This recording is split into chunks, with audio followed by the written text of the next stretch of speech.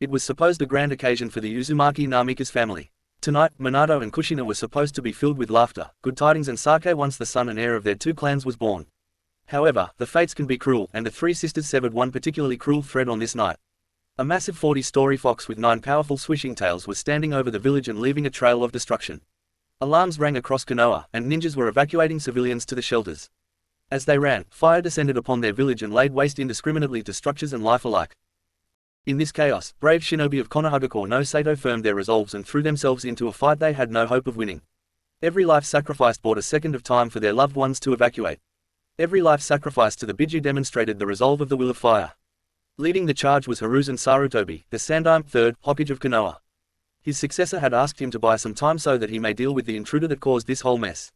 Hiruzen coordinated the shinobi forces of Konoha in various delaying and distracting actions against the beast that towered over the village, yet the destruction still rained down upon his village. As Hiruzen looked up into the blood-red and black-slitted eyes of the Kyuubi no Kitsune, he noticed the imprint of a Sharingan that was supposed to be lost to time. The Mangekyo Sharingan pattern was almost translucent as it spun on the iris of the Kyuubi. An image of Madara Uchiha glaring at him during his childhood flashed through his mind. He cursed whichever Uchiha caused all of this destruction and reaffirmed his efforts to protect his village. Calling upon his summoned partner, Enma the king of the Monkey Clan, he jumped into battle with the strongest of all known biju. Minato was breathing hard as he strained his chakra network to operate above its maximum capacity. He had saved his wife and child and just finished the fight with the masked man. A smoking crater with a spiral pattern could be seen burned through the cloak of the masked individual as he lay face down in the dirt. Minato walked over to the man, ignored the fleshy hole he had dug into him, flipped him onto his back with his foot and removed the mask. Minato gasped in shock as the face, or at least half of the face, that he saw staring lifelessly into the sky. It was his former student, Obito Uchiha, declared Kia nearly 4 years ago. Obito's Sharingan eye stared blankly into the sky and Minato decided that more research would need to be done. He sealed the body into the scroll he procured from one of his pouches and disappeared in a yellow flash to go protect his village. Minato focused on the Hiraishin marker of the Sandaime Hokage and appeared next to the downed form of Hiruzen Sarutobi. Minato grabbed the Sandaime and flashed him to Konoha's hospital. He summoned a Cage Bunshin, shadow clone, to write out a note explaining the body sealed in the scroll and what transpired that night. He tucked the scroll into Hiruzen's breast pocket and left him under the protection of his clone to confront the beast. After Obito died, there was a momentary lapse in the Kyuubi's attack as it regained its free will. Then the petty humans continued to attack and antagonize the creature. As the Kyuubi was preparing to respond, a yellow flash caught its attention. Then it felt pain as a large, blue, spinning orb crashed into its head. Since it was disoriented, it couldn't fight the pull on its chakra as the human with yellow hair transported it far away from the village. As the Kyuubi shook of the disorientation, it noticed that the yellow-haired human was standing on top of a toad summon that it recognized. The great Kitsune decided that the strength of this human merited words. "Ninjin, I don't suppose you would just let me walk away from here. I am finally free and will not go back into a cage." The Kyuubi's gruff and powerful voice echoed across the clearing. Minato was stunned, and so was Gamabunta for that matter. The Kyuubi just opened a conversation. Kyuubi, I didn't know you could speak." The Kyuubi snorted loudly at the insinuation. "You short-sighted mortals never considered that us biju were sentient beings. Your petty minds always go straight to fear when you don't understand something. Your greed directed you to seek our power. So, Ninjin, are you going to fight me?" Minato took a battle-ready stance as his mind raced over a mile a minute to come up with something. "Okay, Kyuubi, it saddens me to admit that mankind will never let you or your kind be free. However, I will offer you sanctuary in my son. The man I killed tonight had the same eyes as Madara Uchiha, and that is how he was able to control you. If you escape from here, you will need to live life on the run. If we form a contact of sorts, you could be held safely within my son." The Kyuubi flinched at that. It was the one man that had made it feel completely helpless. Curse the sage for giving such power to these mortals. She also hated to admit that this petty human had a point. She was locked out of the demonic realm for some reason she had yet to discover, and she knew she wouldn't be able to retreat there at this time. Minato sighed at the response. "Is there some contract we could come up with to resolve things peacefully? And we need to hurry with negotiations because ninjas will be coming here to finish the fight." The Kyuubi pondered upon Minato's words. The demoness knew that it was nearly time for her mating cycle, something that only occurred once every 200 years, and she dearly wished for kids. She could send this mortal to her kingdom upon his death and have him check on her lands. He seemed honorable enough, and she begrudgingly admitted that she felt a rare sense of honor coming from the man. "Very well, Ninjin, if you form a contract with me, the price is your soul. I have need of a man with your skill set. In return for your soul, I will spare your village and create a seal of my own choosing to reside in your child." Minato paled at that. He only had one jutsu that could possibly deal with the Kyuubi, and the price was the same to use that jutsu. So, which would he prefer, the Kyuubi or the Shinigami? Minato shivered internally at the thought of the Shinigami's stomach. He firmed his resolve and nodded his head at the Kyuubi. Very well, state the terms of your contract, Minato said in a hardened and resolved voice. Your son is the only one allowed to be my container. He already has my power in him from gestating next to me. The seal must allow me certain freedoms, and once I raise your son into a man that will purify this human world, I will be released and he will become my husband. Your son will be bound by this contract to do everything in his power to return me to Makai and not let me be sealed into another vessel. Minato gulped at that. Kushina would kill him for this, but it was probably better than attempting to force the Kyuubi into a Shinigami seal and pray that it didn't destroy his son from the inside out. Why do you want my son for a husband? The Kyuubi chuckled at that response, and in turn the massive chakra entity condensed into a red-haired beauty that stood regally before Minato. The woman was 5 foot 7 inches with long, illustrious red hair that sank to below a beautiful posterior. From said posterior, 9 red tails glowed with power as they swished around the form of a goddess. She had a heart-shaped face that radiated beauty with glowing alabaster skin that surrounded red-slitted eyes. The orangish red ears with black inner lining twitched with irritation as Minato stared at her kitsune transformation. Minato thought that he would be doing his son a favor if he got to marry such a goddess, her demoness. My mating cycle is coming up in roughly 20 years. You humans killed my previous kits for greed during the clan wars, which is why I started annihilating your filthy kind centuries ago. I want more kits, and I sense something great in that child. Since he was born amongst my potent chakra, he will grow to be something special. From inside my seal, I will be able to complete his change into a hanyu, a half-demon as you mortals would call it. I wish to raise a family, and the only suitable mate I see in the next 20 years is your son. Sadly, you love that mortal woman, or you may have sufficed. The last statement was said with such a seductive tone that Minato, the great Yondaime Hokage, gulped. Oh, okay then, what conditions do you require for your seal? Second, I need to notify Kushina of this contract. Finally, I need your word that you will not destroy Konohagakure or attempt to break the seal. The Kyuubi held up one hand, and in a burst of red flames a contract appeared. Minato reviewed the contract and watched as the demoness put her hand upon the paper. A chakra imprint of her hand resided over her name. Minato noticed her name and chuckled as he cut his palm, smeared blood on his fingertips, and then placed his hand on the contract. Nice to meet you, Hikari. Be nice to my soul, will you? You truly are a worthy human. Worry not, you will be sent to the demonic realm, and you will manage things there for me until I have the chance to return with your son. When the time is right, and if I find her worthy, I will make Kushina the same offer as well. Despite her raucous and rude behavior, I found myself pleasantly surprised by her aura. Unfortunately, the seal did not let us interact, and it was rather uncomfortable, which kept me in a foul mood. So, Minato Namikas, go and bring me your wife and son. Do hurry, those humans will be here in 10 minutes. Minato nodded and flashed away as a streak of yellow light. He returned a minute later with an unconscious Kushina and the quiet baby Naruto. As Hikari took Naruto in her hands, he looked up at her with the most beautiful azure blue eyes that touched Hikari's soul. Call it a mating instinct, call it destiny, call it a twist of the fates, but she felt it in this boy. Hikari placed a tender kiss on the boy's forehead before placing him onto an altar that she summoned. Hikari turned to Kushina's crumpled form in Minato's arms, and she put one hand on the former resting place of Kushina's seal. Her hand glowed a brilliant, ruby red as she channeled some of her chakra into her previous host. Without her chakra, the woman would likely die due to the damage to her chakra network. Color returned to Kushina's face, and her eyes cracked open. She was still very out of it, but she was at least conscious for this and would survive. As Kushina looked back on this day, she would remember it more like a lucid dream than a solid memory. Minato smiled as his wife came back to him. He placed a loving kiss on her lips before he set her down. Kushi-chan, we don't have much time. I need you to remember that I made a deal with the Kyuubi. It will be a good thing for our family, and I will see you in the next life. You are my fiery red habanero, and I will love you forever. With that, Minato placed another kiss on the confused woman's lips. Minato stepped back and let Hikari take over from there. Hikari created a copy of the contract and placed it in Kushina's hands before she joined Minato next to the altar containing his son. For what it is worth, Minato, I find you worthy, and I will have mercy on your soul. You will be sent to my realm. Use this document to rule in my stead. Gain support to restore the portal to this realm. She then placed 2 fingers on Minato's forehead and channeled her yokai, demonic chakra, into him. Minato glowed red all over before slumping to the ground, dead, with his soul being sent to Makai. Okay, Naruto-kun, I am in your care. She placed both hands on Naruto's stomach and created the seal of her own making. She would watch on from in the seal and test her future mate when the time came. Kakashi was the first to arrive on the scene. He saw the sleeping form of Kushina and the crumpled body of his dead sensei. Tears filled his eyes as the realization hit him that his sensei was dead. He was halted in his misery as Kushina choked out a few words. Kakashi, bring me, Naruto. Destroy, alter, hurry. Kakashi remained stunned for the briefest of moments before following the instructions of his sensei's wife. Kushina held Naruto in her arms and whispered into his ear. Kyuubi, if you can hear me, you need to hide the seal. It is to protect Naruto. There was a brief chakra flash and the dark black lines of the seal on Naruto's stomach disappeared. Kakashi noticed this and widened his eyes, but Kushina silenced him with just a look. Kakashi turned around suddenly as hundreds of chakra signatures appeared behind him.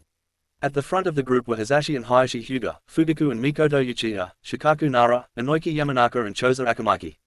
They all processed the downed form of Minato and many heads sunk to chests in respect for their fallen leader's sacrifice. Fugaku finally took the lead and spoke. Kushina, what happened to Minato and the Kyuubi? Kushina, played up at being a weak woman, which wasn't much of a stretch at the time, responded in a cracked voice. Minato, sacrifice himself to send Kyuubi to demonic realm. Fugaku stood up and reeled at the implications. Minato defeated the Kyuubi, and the village was safe. His rival was one hell of a man and deserved respect. Fugaku took charge of the crowd of ninjas, and he scooped Kushina into his arms as she held baby Naruto. He noticed the 6 whisker marks on the child's face and decided that he would ask Kushina about it later. For now, he would let the mother slumber peacefully with her child in her arms. Chapter 2 Unraveling. Kushina awoke at the crack of dawn from a restless sleep that did nothing to alleviate the worries she held deep in her heart. She was never a morning person, but she would put up with anything for her Sochi. She went through her morning routine on autopilot as she reflected on what led up to her current situation. It all started when she awoke in Konoha hospital with her son in her arms. She smiled down on her beautiful blonde baby boy, and for a minute the hole Minato left in her heart was filled. Her friends would stop by the hospital to check in with her, but her body was crippled from the Kyuubi being ripped out of her. Tsunade forced her to stay in the hospital for a whole month and she was too weak to fight against the woman. She was just grateful Tsunade came back to help her get on her feet. During that month, Tsunade performed a bunch of procedures that would end up helping her return to her normal life. Unfortunately, since the Kyuubi was ripped out while Kushina was giving birth, her reproductive system was completely destroyed. She would never be able to have another child, which broke Kushina's heart and caused her to latch onto baby Naruto even tighter. The damage to her chakra network was substantial and Tsunade was stumped because all prior reports indicated that a Biju leaving its host would kill said host. She chalked it up to the Uzumaki vitality in the end, which the Konoha council accepted. After a month, Kushina was allowed to take Naruto home to the Uzumaki compound. That was another thing, the damned council and their damned rulings. Naruto's official birth certificate named him Naruto Uzumaki and she was denied the right to name him Namikaze. The council denied Naruto the Namikaze inheritance and tried to claim that they were doing so in Naruto's best interest since Minato had so many enemies. Kushina did hold the original birth certificate with Minato's name on it, but she was threatened with the death penalty if she ever revealed that information without the council's prior approval. Needless to say, many ANBU were sent to the hospital during that council meeting. Even though she was far from her prior strength, she was an infuriated mother and a scorned wife by the council. She declared that she would take a leave of absence to raise her son, which was a right all mother shinobis were granted. The council granted this motion simply to get the rampaging woman out of the council chambers. The first thing Kushina did was remove her and Kakashi's chakra signature from the seal array on the Namikaze compound, and she then sent the seal array into lockdown mode. Those damned counselors would never get their hands on Minato's research and jutsu so long as she lived. Secretly, she added Naruto's chakra signature as the master of the Namikaze seal array because it was his by birthright. Without Naruto's chakra, the compound would remain in lockdown. The lockdown included a nature-powered chakra barrier that made the compound invisible, and the barrier could take a couple hits from Bijudama before imploding. In time, she would tell Naruto and he would be able to access his father's library in secrecy. Over the past 3 years, her relationship with the Uchihas had gone down the drain. She still loved Mikoto and her daughter Itachi, but she hated Fugaku with a passion. Fugaku Uchiha, the Godime Hokage, was never a great man. He was tolerable at best and downright damnable at the worst of times. An adequate description would be a power-hungry, egotistical and arrogant man with a Napoleon complex. He moved slowly over the 3 years, making subtle reforms to benefit his clan and cement the Uchiha rule over Konoha. The power went to his head and Kushina hated the man for how he treated Mikoto, as a possession rather than a wife. After Hiruzen revealed the body of Obito Uchiha and the note from Minato, the council deliberated for days on who the next Hokage would be. Eventually, Danzo backed off and threw in his support for Fugaku, which tilted the results in his favor. The Fire Daimyo, a fat man by the name of Kishi, approved Fugaku as the Godime Hokage and contributed extra funds to rebuild the village. The destruction was bad, but it would have been worse without Minato's sacrifice. The village lost 1/4 of its shinobi forces during the Kyuubi attack and 1/3 of the village was totaled. The village hailed Minato as a hero while they remained wistfully ignorant of his wife and heir. Now, after Naruto's 3rd birthday, Fugaku was forcing Kushina back into active service. He said that she had enough time and that Kushina would be allowed to select a nanny to raise Naruto. He said that the village needed her services as its sole remaining S-rank ninja. It didn't help that he denied her the Namikaze fortune, which was hers by right of marriage. The daimyo conceded to Fugaku and said that the fortunes would be held by an accountant of the daimyo until such a time that Naruto would be strong enough to claim the Namikaze name.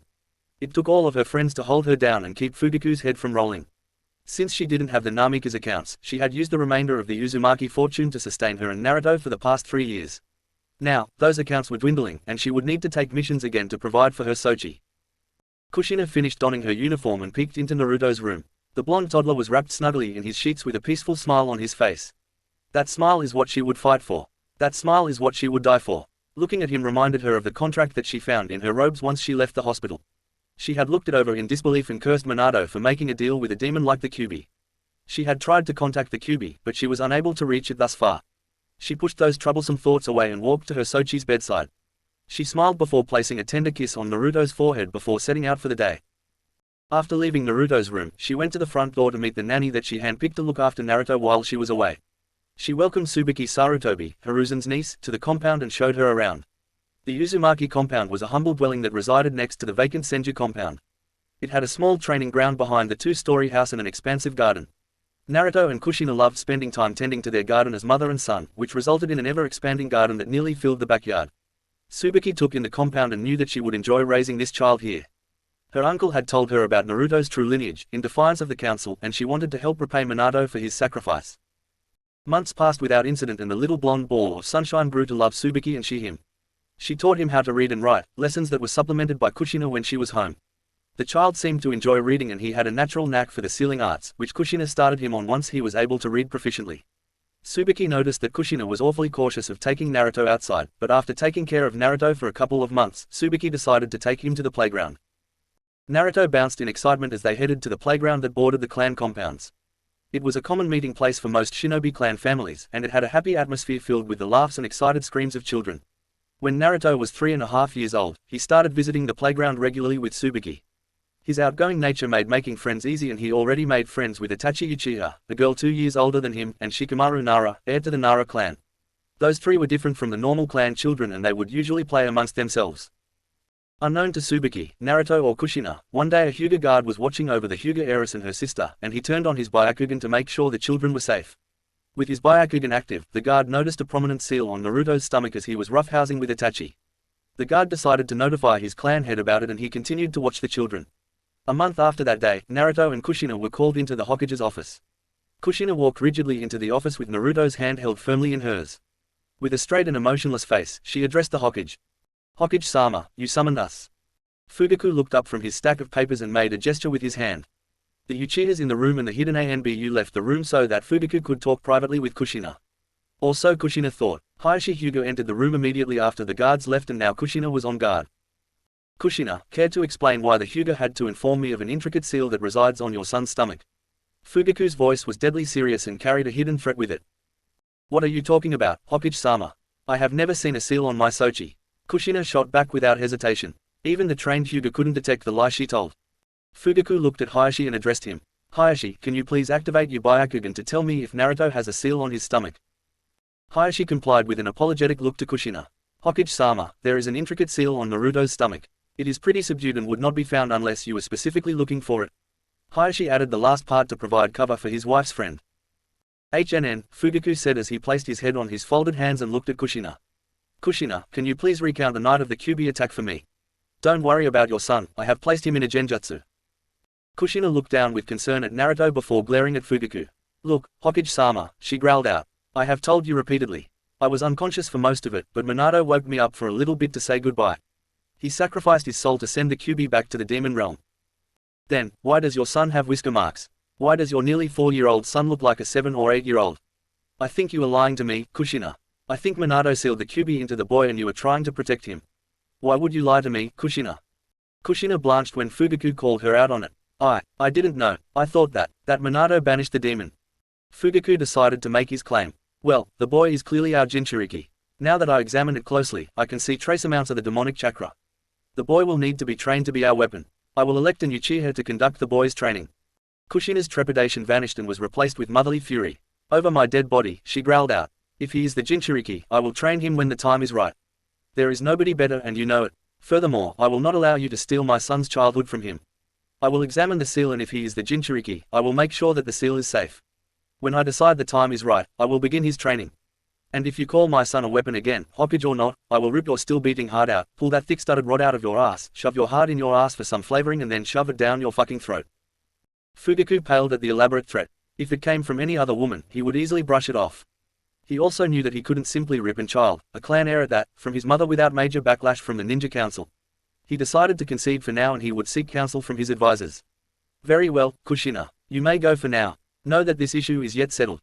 Kushina turned on her heel and stormed out of the office. The QB watched the whole interaction and knew that the boy was in for tough times ahead. She may have to make contact with him earlier than expected. Kushina broke the genjutsu on Naruto and took him to her favorite ramen stand, the Ichiraku ramen stand. She calmed down when those immaculate blue orbs met her violet eyes. She decided to let him enjoy his childhood and she would shoulder this burden. She ordered him a couple bowls and watched her innocent child enjoy the food of the gods. She decided she would need to talk to Kakashi, Anko, Yugao and Kurenai. She would need her loyal students to help her keep watch over her son. After Kushina departed, Fugaku called Danzo and Homura into the room.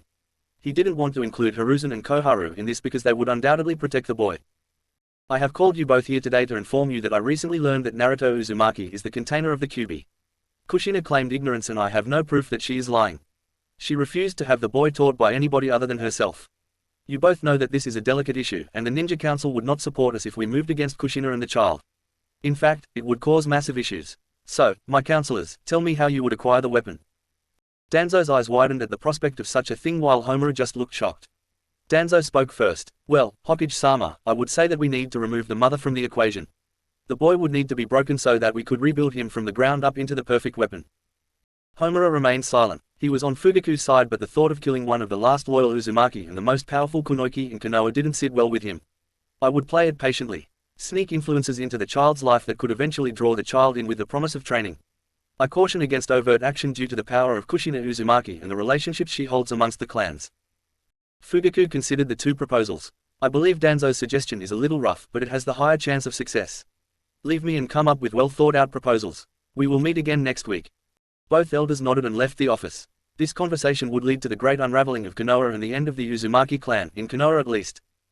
A couple days before Naruto's 4th birthday, Kushina was called out of the village on a 2-week S-rank mission. Tsubaki was watching over him after his birthday party with some of the clan children. Anko and Yugao had stopped by to give Naruto presents in person and to fulfill their duty to their sensei. Everything seemed to be going perfectly during the party and they watched on with smiles as the children played in the backyard. Eventually, everybody left, and peace filled the Uzumaki compound. That was until Tsubaki was awoken at midnight to somebody at the gate. She opened the gate to a blank mask that held 2 Sharingan eyes. Before she could react, she was put under a strong genjutsu, and she brought the sleepy Naruto out to meet the masked man. The boy was confused but he listened to Tsubaki and went with the man. The ninja needed Tsubaki to bring the child out due to the barrier that protected the Uzumaki compound.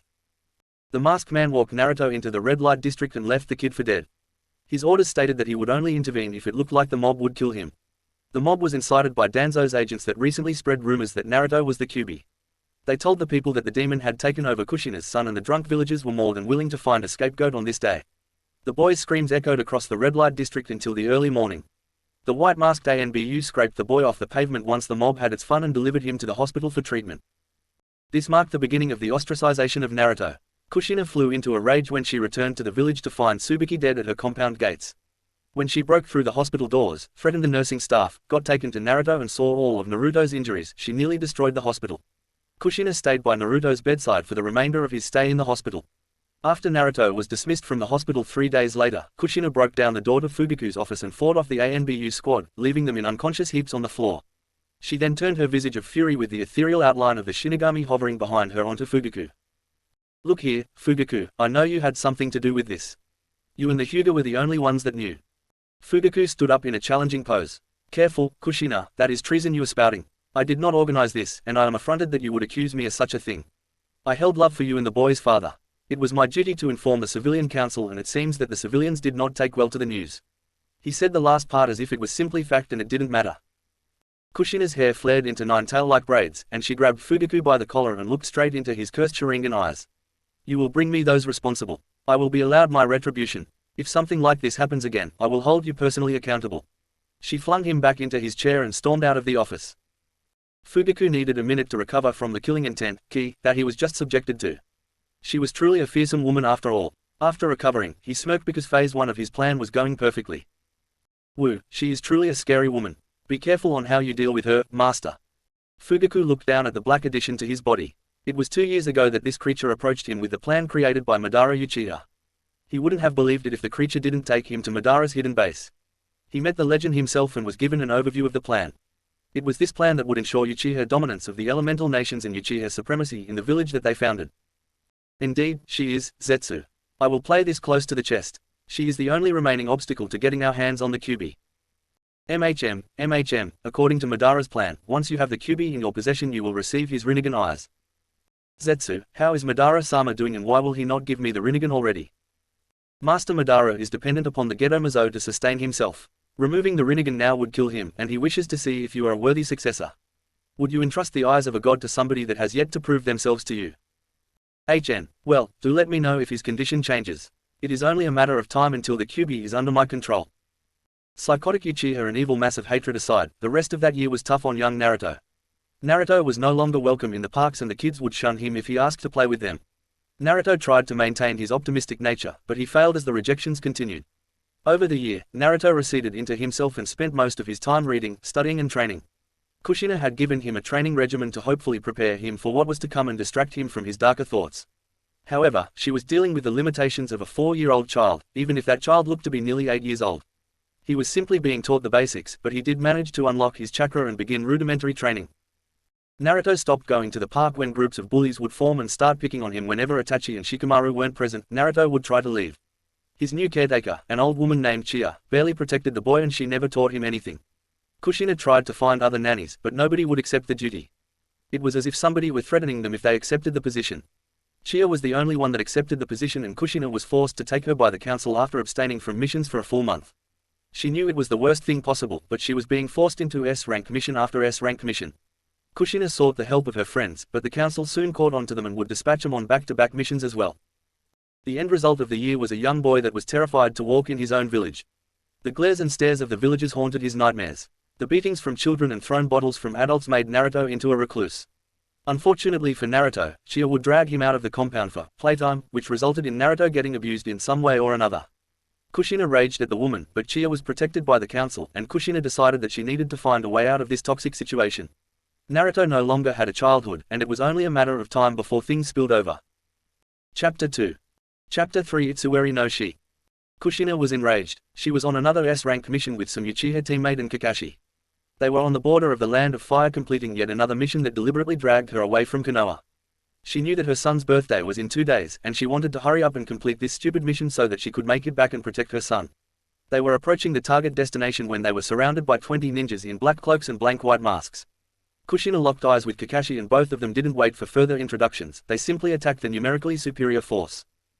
Ida Uchiha was assigned to this group to observe and confirm the death of Kushina Uzumaki. Fugaku said that Kakashi would need to live to make the story believable and this would be a test of his loyalty. He simply engaged in a mock fight with the masked shinobi and observed.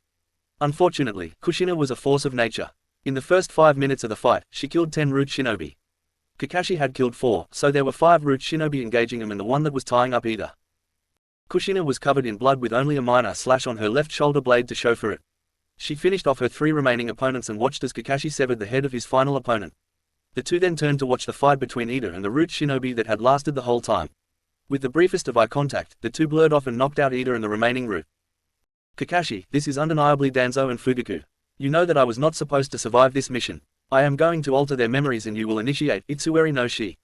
I will go to Tanzakugai to meet up with Tsunade, bring him there. Kakashi nodded and his visible eye that seemed to hold the grief of 1,000 losses. I will see it done, Kushina-sama. Know that I love you and I will always be loyal to you. You are the mother I never had, and I am going to miss you. Tears started falling freely from his eyes and stained his mask with their sorrowful moisture. Kushina pulled Kakashi into a motherly embrace and whispered, Kakashi, find yourself a good girl. Do that for your Ka-chan. I will stay in touch once we get settled. Kushina broke the hug and pulled the sealing scroll off of her back and went to work. Memory modification seals were horribly painful things and they required absolute perfection when crafting the seals. Kushina worked with the grace of a Funjutsu master as she created 3 seals.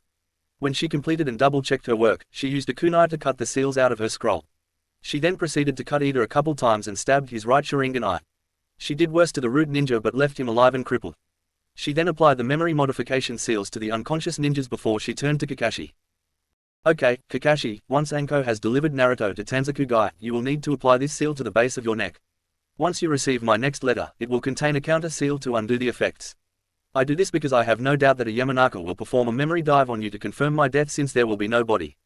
Kakashi nodded sadly at the thought. I love you, Kakashi-chan. I am so happy that Minato was able to adopt you into our family, even if the damned council won't acknowledge it. Kakashi was a sobbing mess, and he buried his head into Kushina's shoulder. He had lost everyone he ever loved, Minato, Rin, Obito, even though he turned traitor, and now Kushina.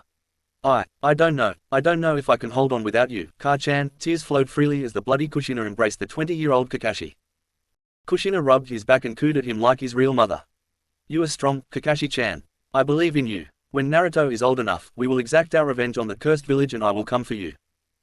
Kakashi let out every tear that his ducts could manufacture before breaking the embrace. He nodded to Kushina and took the stasis scroll that Ida was sealed in. Sadly, the scroll was saving this cursed man's life, but it was needed to sell the story. Kushina departed for Tanzakugai to meet up with Tsunade and update her on the whole situation. Kakashi pocketed the scroll and kicked the incapacitated root ninja for good measure before leaving the clearing. Kakashi raced back to Konoha to complete his part of the mission. The night of the Kyuubi festival, Kakashi made it back to Konoha and snuck in via an old ANBU route. He went to Anko's house to initiate Project Itsueri no Shi, and she was more than happy that the time had finally come. Life for Anko had been miserable in Konoha. After her return as a 10-year-old from Orochimaru's lab, she had been treated as a persona non grata in the Hidden Leaf village. Her only saving grace was being put on Kushina's team before the Kyuubi attack. Those 2 years were the best years of her life. A now 15-year-old Anko hopped up and adorned her sneakiest outfit, a far departure from her trench coat and fishnet armor. Kakashi blurred off to find Naruto while Anko went to the Uzumaki compound to gather up the extraction scrolls that Kushina provided. Anko ran into Chia when she showed up at the compound. She threw a senbon laced with a slow-acting neurotoxin into the pathetic woman's neck. She wished she could stay and play with her, but more important things needed to get done. Anko knew that her former village would declare her a missing ninja after today, but she could give a fuck less. She simply said goodbye to her sensei's house and blurred off in a streak of black to join Kakashi. Kakashi used Pakun to find Naruto, and when he did, he was enraged. A mob had chased the boy out on a training ground and was in the process of pinning him down. A moment later, Anko linked up with Kakashi and a furious visage appeared on her face. After a moment to settle down, a wicked grin adorned her face as she made eye contact with Kakashi. Kakashi and Anko blurred to first incapacitate the watchers before they dealt with the mob. 2 Uchiha Jonins were watching the event with disinterested looks on their faces. Their only role was to ensure the kid didn't die. That is why they were surprised when they were knocked unconscious by a poisoned senbon to their necks. If they did not receive treatment in the next hour, they would most likely die. Spoiler, they would not receive treatment in time since Anko always did love her custom poisons. After the watchers were incapacitated, Anko proceeded to slaughter the onlookers. Naruto watched on in a mix of horror and fascination as his honorary sister saved him from the mob. Kakashi took 2 civilians aside and put them under a powerful genjutsu. Kakashi made them believe that they actually killed Naruto, and then Anko flew into a rage and killed everyone.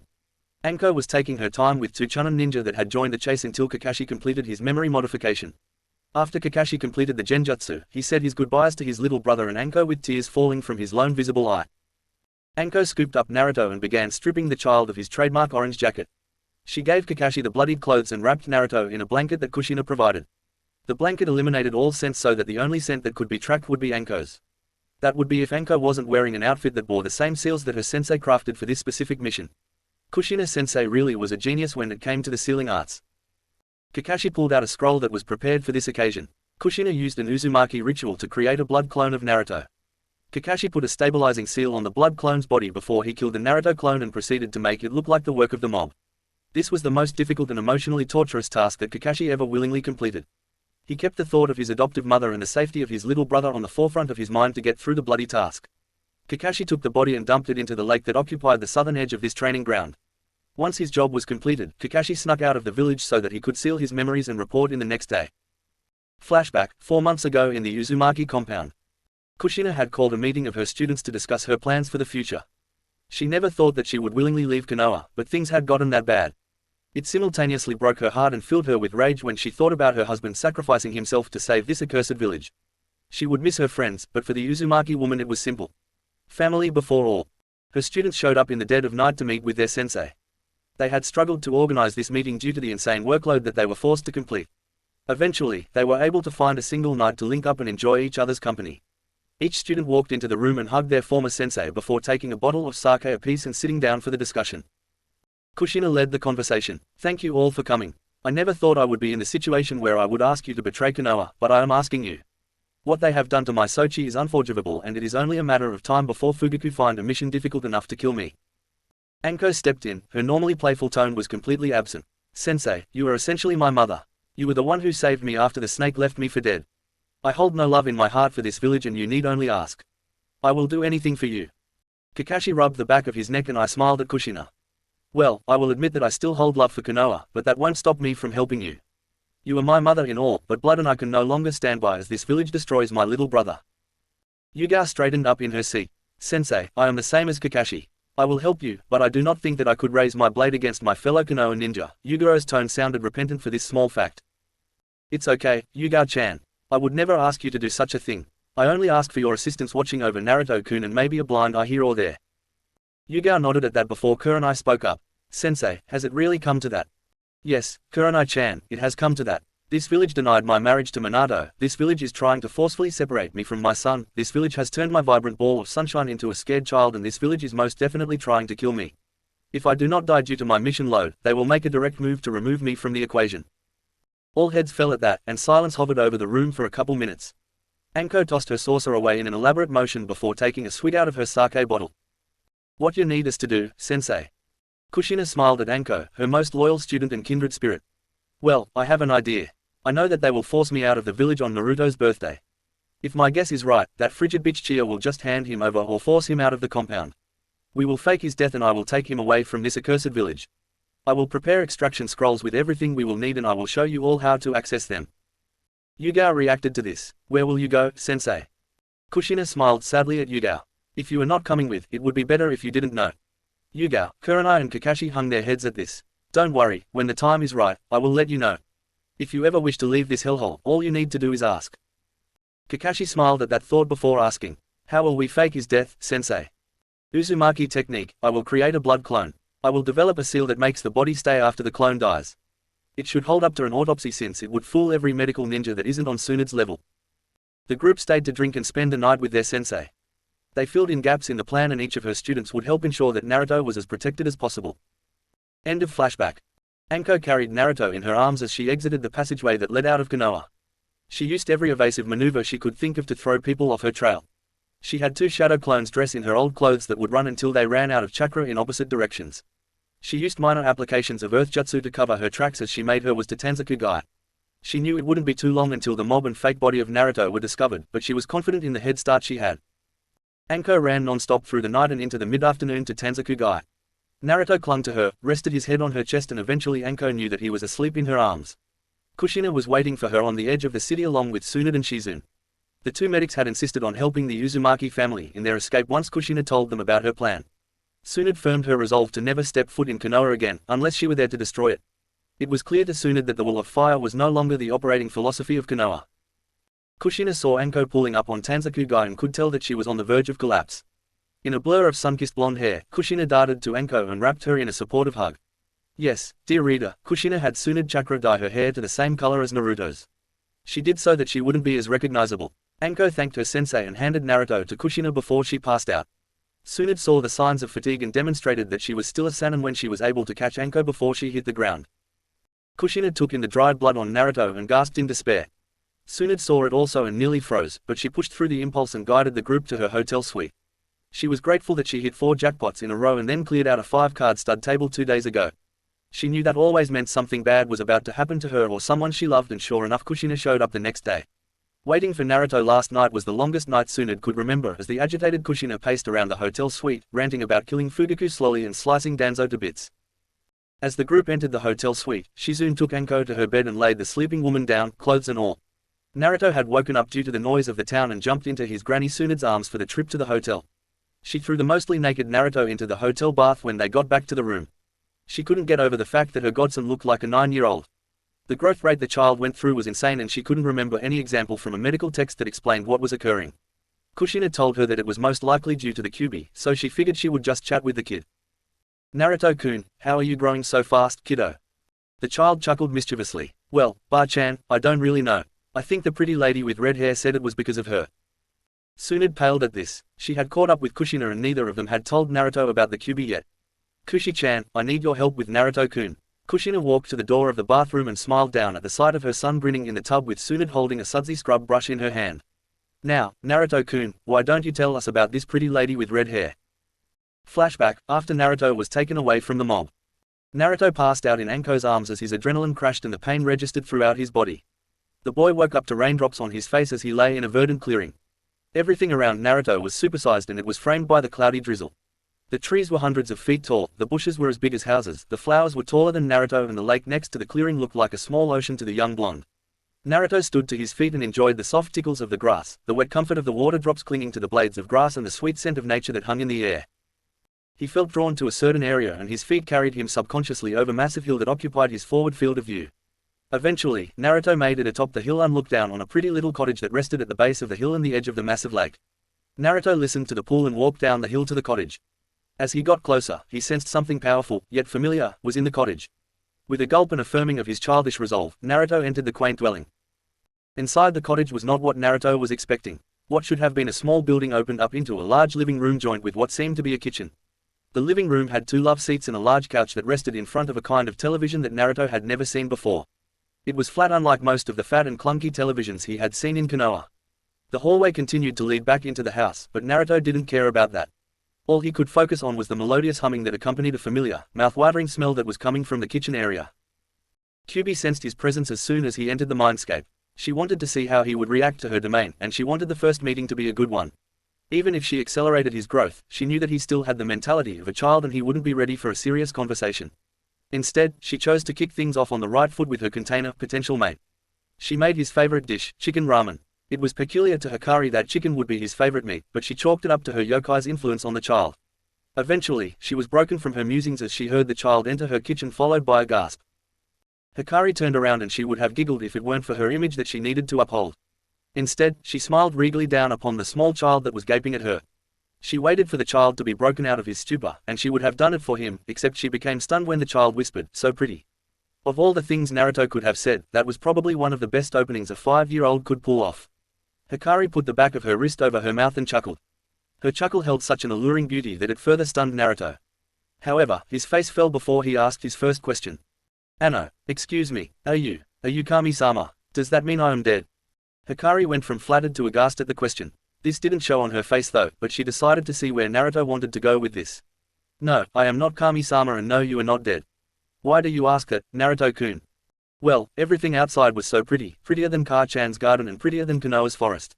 I kinda thought it was heaven. And I thought I died because I was being chased and hurt by some mean people from my village again. I thought maybe I died this time."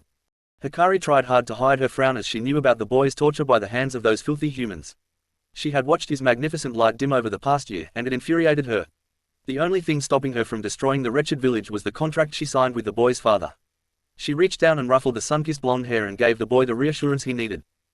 "Naruto-kun, there is a lot you are not ready to hear or understand yet. I know you are a smart boy, so I will tell you this. We are inside you, Naruto, inside the seal on your tummy. Do you know what I am, Naruto?" The boy pouted for a bit before he paused and looked at the beautiful lady. She had orange and black fox ears that rested atop her head, and 9 reddish-orange tails swished around behind her red yukata. The tails swayed in a mesmerizing pattern that nearly distracted Naruto by their rhythmic beauty. He was smart, for a child, and he finally put 2 and 2 together. Miss, are you the Kyubi?" He broke eye contact and looked at the ground as he said this. Hikari cocked an eyebrow at the boy, crossed her arms and looked down on him. "And what if I were?" Naruto balled his fists in a nervous fashion over his stomach before he looked up and answered. Well, I guess I would want to know why you attacked my village. The villagers say it was me that did it, but I was just a baby." Hikari smiled down on him and placed a comforting hand on his cheek and rubbed his whisker marks with her thumb.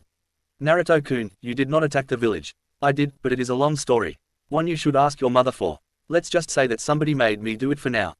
"Oh okay, Kyubi, you don't seem that mean to me. You are nice and I feel safe with you." Hikari nearly swooned at the cuteness. That was a glimpse of the boy, a glimpse of the light that had dimmed over the past year. "Well, thank you, Naruto-kun. You and I have been together for a long time, so you probably recognized my chakra. Now, let's eat some ramen before I send you back to your mother." Naruto's contemplative look turned into the radiant face of an exuberant child. Naruto hopped up on the bar stool for the island that separated the kitchen from the living room. He ate the chicken ramen with gusto while Kyubi just watched on with a smile. This was a good first impression, but she knew there were many difficult conversations to come. Conversations that a child would not be ready for. Flashback end. Kushina, Tsunade and Shizune stood in the bathroom, stunned, with looks of confusion and slight panic on their faces. Tsunade had long since dropped the sponge and was gawking at Naruto. Kushina was concerned about how she would handle the questions Naruto was bound to ask. She clenched her teeth and said fuck it. Those Konoha bastards could no longer control her life. "Okay, Sochi, it seems like we have a lot to talk about. Why don't you get cleaned up and we will talk over a bowl of ramen?" Naruto nodded vigorously and resumed washing himself. The blood collected near the drain and the sun-kissed blonde hair made its vibrant appearance again. The smiling, whisker-marked face of everyone's favorite blonde looked fully healed and replenished after his bath. Kushina gave him a white t-shirt with a red Uzumaki swirl and a pair of blue athletic shorts to change into. Eventually, the group was sitting at the table in the kitchenette of the hotel suite and Kushina forced herself to proceed with the discussion. Okay, Sochi, there are some things that mommy needs to tell you. Naruto was sitting in Tsunade's lap and Kushina took his hands in hers. As you said, you met the Kyuubi. It is because of the Kyuubi's chakra that you grow so fast, and yes, she is in a seal on your belly. Naruto cut her off here. It was so pretty in there, Ka-chan. It was like our garden except times 1,000. No, a million. Naruto's excited tone elicited chuckles from the ladies before Kushina continued. That sounds lovely, Naruto-kun. Well, moving on, the Kyuubi used to be in a seal on my tummy. When I gave birth to you, a bad man showed up. That man threatened you and he took the Kyuubi out of me. He then made the Kyuubi attack our village. Your father, Minato Namikaze, the Yondaime Hokage, fought the Kyuubi and then made a deal with her. He sacrificed his life to seal her into you, Sochi. In return, she will make you strong and you will protect her. Does that make sense, Sochi? Tsunade, Shizune and Kushina observed the child process the information. They all knew the revelation about his father would confuse him, and sure enough it did. The boy's face contorted into confusion and sadness with a tinge of anger. Ka-chan, why are you telling me about Toussaint now?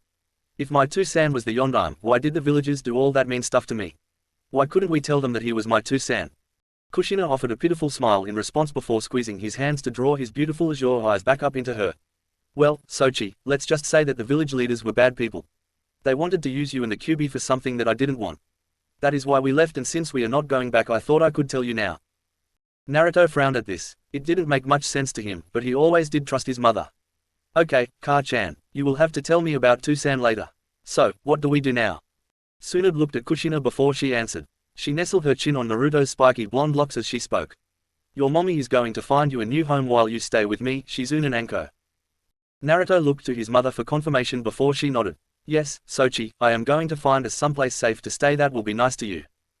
The boy perked up and that as rapidly asked his next question. Will Tsunade Bar-chan and Shizune Ne-chan be coming with us? Tsunade spoke softly. Probably not, Naruto-kun. I will come and visit you though. It would cause a lot of problems for you and your mother if I live with you. Do you understand? Naruto frowned at this. But Bar-chan, family comes before all, and you are family. Tsunade's heart swelled at that, and a radiant smile adorned her face. Well, Naruto-kun, maybe when it is safer, I will come and live with you. Before then, I will try to visit as often as I can, okay? Promise. Naruto said this as he held a pinky finger up over his head. Tsunade locked his tiny pinky in hers and whispered that she promised. Shizune took in the whole scene and smiled down on Naruto. She may only be 15, but this child was too cute. She also appreciated that her master seemed to be happier in his presence. That's right, Naruto-kun, you will have to get bigger and stronger every time we see you. Naruto nodded his head enthusiastically at this. The group would finish their dinner and spend the next couple days in each other's company, catching up and just enjoying the fact that they were all safe, for the time being. Chapter 3. Konoha, Hokage's office. Fugaku was having a terrible day and he was afraid it was about to get worse. First, he finds a bunch of dead civilians, Tsuchunin and the two Uchihas he had watching the boy, all dead. Then, one of the teams he sent to investigate the scene reports in that the Kyuubi Jinchuriki is dead as well. His body was beaten and broken with a kami-damned kitchen knife run through his heart. To make matters worse, he was waterlogged, and the autopsy showed that he was dead with no sign of the Kyuubi. For all he knew, the Kyuubi could show up at any moment and lay waste to his village. Zetsu had told him it would take years for the Kyuubi to reform, but that just seemed to put an ominous timer on the village's destruction. Fugaku was informed that Kakashi Hitaki had reported in alone, carrying a stasis scroll for one of his injured companions. He was receiving some urgent treatment in the hospital before he would report in. This left Fugaku time to muse on the possible success or failure of Kushina's assassination. A task that Fugaku knew could backfire in the worst way possible. Unfortunately for Fugaku, it took Kakashi 3 hours to finally report in. Hokage-sama, I apologize for the delay. My wounds made it difficult for me to return. Fugaku waved him off before requesting a full mission report. Kakashi nodded and continued. Ida, Kushina-sensei and I were en route to the mission when we were attacked by 20 or so ninjas in black cloaks and blank masks. We engaged and Kushina-sensei was able to kill most of them before she was stabbed through her back and stomach. In her last act of bravery, she used some jutsu to explode and took out the remaining 5 ninjas she was fighting. Ida and myself fought the remainder and I was able to kill the rest before succumbing to my injuries. I woke up to find a heavily injured Ida and a massive crater on the battleground. I put Ida in a stasis scroll to preserve his life and left my mission incomplete. I deemed it more important to report this to you than to complete the mission because it wasn't time sensitive. Fugaku gritted his teeth throughout the report, but he found peace in knowing that Kushina was dead. Was there anything left of Kushina's body? No, Hokage-sama. I found and recovered her sword. I planned on giving it to Naruto. Kakashi, that will no longer be possible. Kakashi bristled at that bit of information and a look of cold fury occupied his lone visible eye. Last night, a mob of villagers killed Naruto before an unknown ninja killed the whole mob. Naruto's body is in the morgue now and the autopsy already confirmed it. Kakashi fell to his knees and wept for his dead mother and little brother figures. Fugaku allowed it since he wasn't a complete and total bastard yet. Okay, maybe he was, but he needed one of the strongest ninjas remaining in his village on his side. Go home and rest, Kakashi. I will expect a written report in the next 3 days. I will most likely call you for testimony before the council in that time. 2 days later, Konoha's council was called to provide an update on the situation. Danzo had informed Fugaku that one of his agents made it back to Root headquarters heavily injured and corroborated Kakashi's story. Ida, who was recovering in the hospital after losing his left eye and right arm, did as well. Now, Fugaku needed to address the council. Thank you everybody for responding to my call. I have called you here today to inform you of the death of Kushina Uzumaki and Naruto Uzumaki. The ninja heads jumped to their feet in an uproar while the civilian council cheered. Eventually, Fugaku restored order to the chamber and gave the official story of the events, which earned more outrage. The civilian council was appalled that so many civilians died during their valiant quest to rid the village of the demon. The shinobi council wondered who killed so many people and 4 ninjas. Hayashi stood and asked the question. Hokage-sama, who could possibly have killed that many people and escaped from the village? Fugaku answered in a monotone. Well, during our reports it appears as if the Uzumaki compound has been locked down by seals. In addition, Anko Matarashi Izmir and ANBU found a note stuck to her front door with a kunai. She said she killed all of them to avenge her sensei's son. Tracker squads have been dispatched to locate her and I have added her into our bingo book as a B rank bounty. Inoki chuckled at that. B rank, you think that is enough? I will tell you that girl has enormous potential and she became a monster under Kushina's instruction. It should probably be higher. Some random civilian stood up at that. There is no way the snake whore is that strong. She finally betrayed the village, as we all knew she would. The man was cut off by enormous killing intent coming from Suma Nezuka and Mikoto Uchiha, who was acting clan head until Itachi or Sasuke came of age. It was Suma that growled her threat at the man. Well, maybe if you moronic civilians didn't kill the son of her sensei, she wouldn't have done that. Did you ever think of that? Mibuyuki Haruno, a pink-haired banshee of a counselor, screeched out. I can't believe you would blame us, Sum. That boy was the QB incarnate. Those civilians are heroes. Mikoto was caught by Fugaku a few inches before she could tear the pink banshee's heart out. That didn't stop her from terrifying every civilian to their core. You evil, manipulative bitch. He was a boy, a mere child. Anyone who spent 2 minutes with him could have seen that. And you fucking people killed him. Fugaku was now struggling to contain his wife. It had been years since he saw her act out in such a way and it filled him with a strange mix of fear and respect. Then he was stunned as he saw the Mangekyo Sharingan spinning in his wife's eyes. Yes, he thought, she did come from good stock. I will need some more children out of her. He signaled ANBU to help him restrain her. Calm down, Mikoto-chan, calm down. Those responsible are already dead. The 2 survivors have already been interrogated by Ibiki and Inoki. Mikoto's head snapped to her husband. You will bring me those 2. They will die by my blade. I will not stand for them to remain alive. The civilians protested this, but the unanimous vote of the Ninja Council and the elders made it crystal clear that they would be sentenced to death. The remainder of the council meeting was an unproductive mix of shouting and arguing that left every councillor with a headache. They were all concerned about the impending doom of the Kyuubi and about the village's lack of a Jinchuriki. However, nothing more was decided that night. 2 weeks later, gates of Kumogakure no Sato. A beautiful blonde woman carrying twin blades on her hips approached the gates of Kumogakure. The gate guards halted her and were in the process of inspecting the woman. She didn't have any papers, which was suspicious. The blonde woman then spoke. Look, you two, could you please tell AI that an old friend is here to cash a favor from the Third War? Once he meets me, he will understand. Without much further protest, the gate guard had a bolt ninja, Kumo's version of ANBU, deliver the message to the Refuge. AI was a beast of a man with milk chocolate skin, blonde hair done back in cornrows and he constantly wore an open white coat. Ripped muscles filled the coat's opening and 3 golden weights adorned each wrist. It is a point of contestation how much each of his wrist weights actually weighs, but the rumors say somewhere between 100 and 500 pounds. AI was making his way with his most trusted shinobi, Darui, to the front gates. He was wondering who would call on him from the third great shinobi war that couldn't just present papers. As he approached the gates, he caught the guards standing around a blonde woman with a wonderful figure and 2 swords strapped to her hip. As he got closer, he started to recognize her, but the hair threw him for a loop. It wasn't until he was standing right in front of her and he recognized her, Kushina Uzumaki. Before AI could speak and blow her cover, Kushina spoke as she bowed to him. Refuge-sama, I am here to seek a private audience with you. It is important. Without further discussion, AI dismissed his gate guards and walked silently with the woman back to his office. He greeted his people as he made his way back up the mountain while his brain worked at a mile a minute to figure out why Kushina was here. Eventually, the group made it back to his office where he dismissed everyone except Darui. He then set up a privacy seal and opened the conversation. Kushina, not that it isn't good to see you here, but what can I do for you? And what's with the blonde hair? And why all the secrecy? Kushina smiled at AI, a beautiful smile that made the man gulp. AI, it is good to see you again. Much has happened and I will tell you all. It was a long journey, is there any way I could get some tea? AI nodded at Darui, who requested tea from Ai's fiery secretary, Karui, before closing the door. Kushina proceeded to tell AI of all that happened since Minato died during the Kyuubi attack. Needless to say, AI and Darui were a mix of stunned and enraged once Kushina finished catching him up. Karui entered midway into the conversation and Kushina pinged her chakra. It seemed like there was some Uzumaki blood in that fiery and foul-mouthed secretary. Through gritted teeth, AI responded. I am sorry for all that. So, what is it that I can do for you? This was the crucial moment, she really needed this to work. How would you like the Uzumaki clan to join Kumo? If this is something you desire, I would like something in return, which will benefit us both in the future. Daru's mouth hung open in shock as AI reeled at the suggestion. Why, Kushina, would you willingly come to a village that attempted to kidnap you once?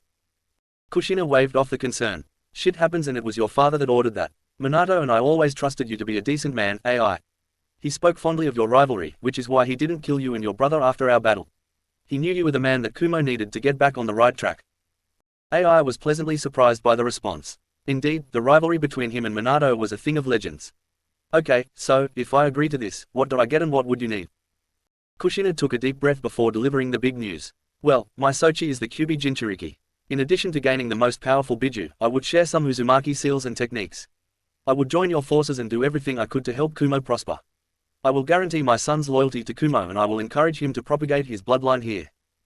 AI was now envisioning the armies of Kumo equipped with Uzumaki seals before visions of Kumo's future was filled with the descendants of the two most powerful ninjas he had ever known. Okay, Kushina, that sounds great, but what is it you want from me? I would like for you and Kumo to assist me in rebuilding Uzushio. I would like you to help me find any scattered Uzumaki. Until we have rebuilt Uzushio, I would like the clan to reside here. Once Uzushio is built, my son will head the clan here while you have strategic positioning and allies in Uzu. AI raised a massive hand to his chin as he thought it over. He would be harboring 2 or more fugitives from Konoha, big whoop, he could hide them from Konoha's spies. He would acquire a new Jinchuriki, something that may bring war to Kumo, but he would have 3 Jinchuriki to dissuade that. In return for basically building an outpost, he would gain a legendary clan and even some bloodline. That spurred Ai's next question. What bloodline does your son have? Kushina picked up the keen interest in Ai's tone, so she smirked before she answered. Tsunde's genetic test confirmed chakra chains, massively enhanced chakra capacity and rapid regeneration. While they are untrained, he has 3 chakra natures as well, wind, lightning and water. AI smacked his lips at the prospect. He looked to Darui, who was equally impressed, and asked what he thought. Refuge-sama, I have water and lightning elemental affinities, which is why I have my storm release. If the child is everything Kushina-sama is saying, then he will become a monster. With the right training, he would be able to eclipse all of us.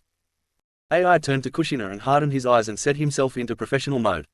Very well, Kushina Uzumaki, I will accept you and your kin into Kumo. In return, I will aid you in resurrecting the Uzumaki. Kushina pulled out a scroll, carefully and slowly, and asked. Would you care to put it all down on an Uzumaki blood contract? AI looked hesitant before he asked what the contract would do. An Uzumaki blood contract is unbreakable. In the event either party betrays the other, the contract will take the offending party's life. Let's say I betrayed Kumo in some way, the seal would activate, and I would die. Let's say you kill me and take my Sochi, the seal would activate, and you would die. The Uzumaki used this in their most serious treaties and agreements, and it protected the clan for centuries before we were betrayed. AI looked at her seriously. So, you can't just activate the seal and kill me. AI looked closely at her for any sign of deceit or malice. No, it does not work like that. We write out the contract, which links to our blood. Unless either of us breaks the contract, nothing will happen. AI sighed. If he didn't trust this troublesome woman, he would never do such a thing. However, the potential gains for Kumo as a whole make it worth it. Very well. So, the contract between AI, the Refuge of Kumo, and Kushina Uzumaki was signed. Kushina stayed in Kumo for a day before returning to Naruto and the rest of her family. She gave AI the original contract and held onto a copy for herself. Tanzaku Gai, after Kushina left. Anko sighed as she played with her shiny blonde hair. It was the best way to throw pursuers off of her unique purple hair. She also put scent-blocking seals on all of her clothes to prevent any of the Inuzukas from catching her scent. She sighed again as the troublesome blonde boy flew off the tree again. Too much chakra, Gaki. She laughed as the cute boy pouted at her. Anko ne, why is this so hard for me? Well, Gaki, you have more chakra than I do and you haven't really learned to control it yet. Shizune stifled her chuckle before she jumped in. She instructed the excitable boy to take a seat on the ground before she began. Okay, Naruto-kun, I know you are a smart boy, so let me explain. Chakra is the mix between physical, yang, energy and spiritual, yin, energy. In our bodies we can combine these two energies to produce chakra and mold it to enhance our bodies, like your bar-chan, or perform external jutsu. In our bodies, chakra is constantly flowing. It is like your blood and it has its own special pathways that lead from the top of your head, to the tips of your fingers, to the tips of your toes. Are you with me so far? At Naruto's nod, she continued. Well, in those special pathways are points called tenketsu. These tenketsu are where chakra mixes and takes shape. The bigger the tenketsu, the more powerful jutsu you can perform at once. Still with me? Another nod from the blonde whose serious gaze was digging into Shizune as if looking for the answers behind her eyes.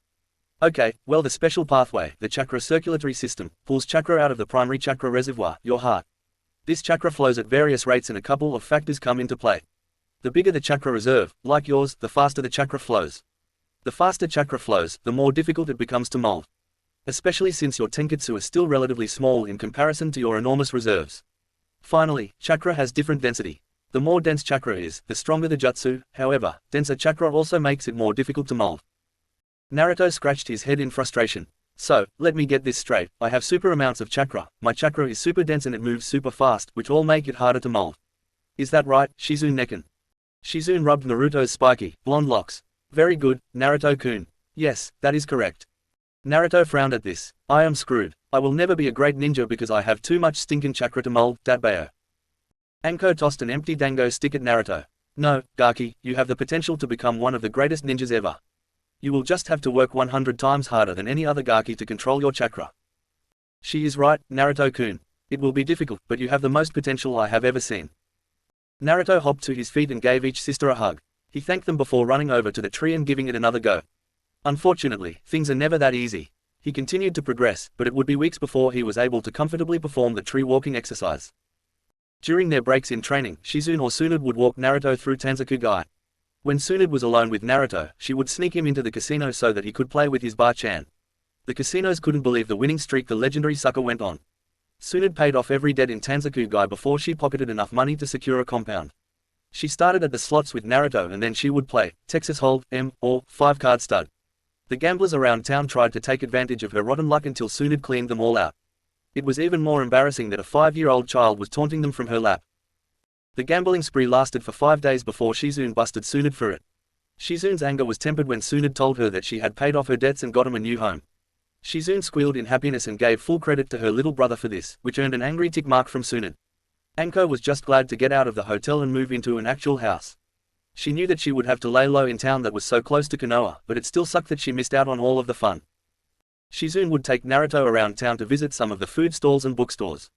She was glad that the kid enjoyed reading so much and she was happy to see the light return to his azure blue eyes over the past couple weeks. She had walked with Naruto to a particular corner where he had been spending some time near a girl playing a flute. Naruto let go of Shizune's hand and ran up to Tayuya and gave her some fresh takoyaki and a couple sticks of dango. She watched on as Naruto's infectious smile crept onto the redhead's face. After she finished eating, she played a truly enchanting song on her flute. The music drew a crowd that would toss a couple coins in the girl's hat. Shizune recognized that the music was laced with a genjutsu, but it was so serene that she decided not to break the genjutsu. Naruto was about to say goodbye to his new friend when he noticed that a couple older guys pulled her into an alley. He charged off to help his friend and it took Shizune a minute to realize he was gone. When Naruto entered the alley, his blood lit aflame in a fiery rage. There was one thug holding Tayuya's arms above her head and leering at her. Another thug was picking her pockets for the money she earned. The last guy was looking at Tayuya's flute before he snapped it in half. That seemed to break Tayuya's spirit, but it lit Naruto on fire. Before they knew what was happening, 3 chains, sparkling with electricity, stabbed through each thug. Their cries of pain filled the alley and they dropped Tayuya, who fell to her knees. Shizune sprinted into the alley and gasped at what she saw. 3 chains sprouted out of Naruto's back and they were impaling 3 men that were 15 feet away from the blonde. She knew immediately that one of the men was dead, but 2 of them were twitching as they continued to be electrocuted. It was then she noticed the blue sparks of lightning chakra that danced along the chains and into the men's bodies. Naruto-kun, that is enough. You need to calm down, now. Shizune's strict tone reached Naruto through the haze of his anger. Naruto snapped back into his normal frame of mind and paled at what he had just done. Before he knew it, the chakra chains retreated back into his body and left him standing there, gaping. The men were crumpled heaps on the ground and each of them was now dead from either their wounds or the electricity. Shizune remained in a stunned silence until Naruto started crying and throwing up on the wall. Tayuya remained on her knees, her eyes fixed on the broken flute. The last remnant of her mother. Eventually, Shizune calmed Naruto down and performed a quick fire jutsu to get rid of the bodies. She didn't need people looking into her little brother for the murder of some common street thugs. She let Tayuya take the money off the dead thugs before offering to take her back to the hotel. Tayuya nodded her head and walked with them silently to the hotel. She would spend the next week or so with Naruto and company until Kushina returned. Nearly a month after her departure, and a week after Tayuya joined the gang, Kushina returned to Tanzakugai. She skillfully dodged the patrols of Konoha ninjas and had to take her time after she crossed back into Fire Country. She went to the hotel, where the woman at the desk informed her that Tsunade left a note for her. Tsunade's note guided her to a nice house on the northern edge of Tanzakugai. It was a humble two-story house with a small yard and a garden out front. Kushina heard the sound of her son's laughter accompanied by laughter that sounded like a young girl. She walked through the house and out onto the back porch where Tsunade was drinking sake while watching the kids train with Anko and Shizune. Cared to explain how you could afford to move into a house, Tsunade? Tsunade turned around to see Kushina with her arms crossed and an eyebrow raised. Haha, well your brat gave me a lucky streak. I cleaned house for a couple days before I had enough to pay off my debts and I won this place off a poker game. Kushina's hair flared up and began to separate into 9 distinct tails. You took my Sochi into casinos so you could win some money. Tsunade stood up and held both her hand in a placating gesture. Now, Kushi-chan, he was safe with me the whole time. Kushina flew into a fit of motherly rage and laid a beating on Tsunade. Tsunade decided to just take her lumps and not resist. Thus, Naruto and Tayuya walked up to a Tsunade with multiple lumps protruding from the top of her head. Oh well, her debts paid off, totally worth it. Ka-chan, why are you being mean to Ba-chan? Naruto's innocent tone shattered Kushina's rage into millions of pieces. Naruto-kun. Kushina darted over to Naruto and pulled him into a tight, yet loving, hug. Naruto was gasping for air before she let him go. She then noticed the cute little redhead that was next to her son. What's this, Sochi, got yourself a girlfriend already? Tayuya blushed but the comment went right over Naruto's head. Yup, Ka-chan, this is Tayuya-chan. I saved her from some bad guys and she is staying with us. Kushina linked eyes with Tsunade before turning to look at Tayuya. Well, Tayuya-chan, welcome. Can you tell me what happened to your parents? Tayuya looked down and tears brimmed in her eyes. My mama died and my daddy left me. Kushina pulled the girl into a motherly embrace. She got another familiar sense from the girl's chakra, so she decided to ask. Tayuya, what was your mother's name? The girl looked up through the gap in Kushina's bust and muffled out something incomprehensible. Kushina gave the girl a little space and gasped when Tayuya said, Tami Uzumaki. Tsunade joined her in a stunned silence before Kushina scooped the girl into an overwhelming hug. Well, Tayuya-chan, I am Kushina Uzumaki, and this is my son Naruto. Your mum was my cousin and now you are part of my family. Tayuya cried into Kushina's chest while Naruto whooped in joy. Kushina took the kids out to eat to celebrate discovering a new family member. Kushina smiled brilliantly as she watched the two kids chat the night away and eat their meals. She looked to the sky and thanked Kami for this blessing. It seemed only good things happened since she left Konoha. That thought changed a little bit when Shizune recounted the story of Naruto saving Tayuya. Naruto was a wreck for a couple days, but Tayuya broke him out of his spell and he has been better since. The group stayed in Tanzakugai for another week so that Kushina could spend time with Tsunade. Naruto and Tayuya were inseparable, thus, Anko and Shizune would train the two in basic chakra control. Anko brought out dull kunais and got the kids started on proper handling of the ninja tools. During that week, Kushina took Naruto and Tayuya to a music store and Tayuya was able to choose a flute of her choice. Naruto paid for it with some of the money that Tsunade won and gave to him as his cut because he said he wanted to buy something nice for his sister. It was an adorable gesture that made Tayuya blush crimson and Kushina giggle mischievously. Chapter 4. A fresh start in the clouds. It was finally time for Kushina, Anko and the kids to say goodbye to Tsunade and Shizune. Truth be told, Tsunade really wanted to go with them, but they couldn't afford so much attention to be placed on the rogue group. Thus, Tsunade and Shizune waved goodbye to them from the porch of her new house. Kushina had acquired papers and passports from AI that helped get him into a merchant caravan without much trouble. Kushina's name was changed to Shinamaki, Naruto became Ruto Maki, Anko became Shimanko Maki and Tayuya was just Tayuya. Kushina would get her proper papers when they got to Kumo. After seeing the chakra-dyed hair of Anko and Kushina, Tayuya insisted on having her hair dyed the same shade of sun-kissed blonde as Naruto. Thus, Kushina led her family of blondes in the caravan on the way to Kumo. The caravan was a slow-moving procession that took 3 weeks to get to the front gates of Kumo. Hiding among civilians was pretty boring for the kids, but that didn't stop Anko from playing chakra control games with Tayuya and Naruto. Eventually, every kid in the caravan migrated to the Uzumaki, or should I say Maki, family. Anko would toss ping-pong balls at the kids, and they had to catch them without using their hands. Anko brought multiple bags of ping-pong balls that she would lob at the kids. The civilian kids would trap them with their arms or other strategies that made them look like clapping seals. Naruto and Tayuya would try to channel chakra to whatever extremity Anko threw the ball at and keep that ball stuck to wherever it landed. Tayuya was much better at it than Naruto, and she had a total of 11 ping-pong balls stuck all over her. Naruto only had 6, and they kept falling off as new ones were thrown at him. Each time, Naruto would get frustrated and either say something to rattle Tayuya or tickle her to make her drop them. This usually ended with Tayuya calling Naruto various names, but it seemed her favorite was shithead.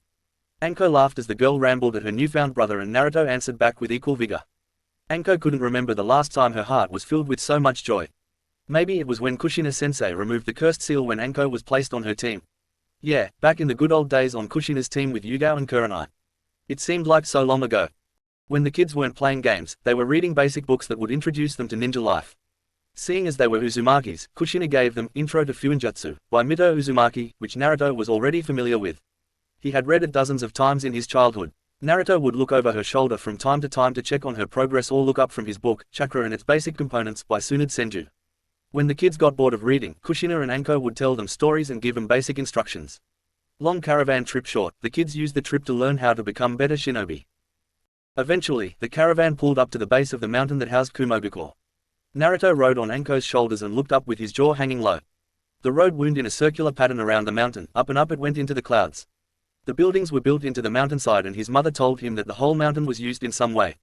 They followed the caravan up to the gates, and the Uzumaki family waited patiently for their turn to enter. Eventually, Kushina flashed their papers and the permission slip from the Refuge to allow Tayuya entry.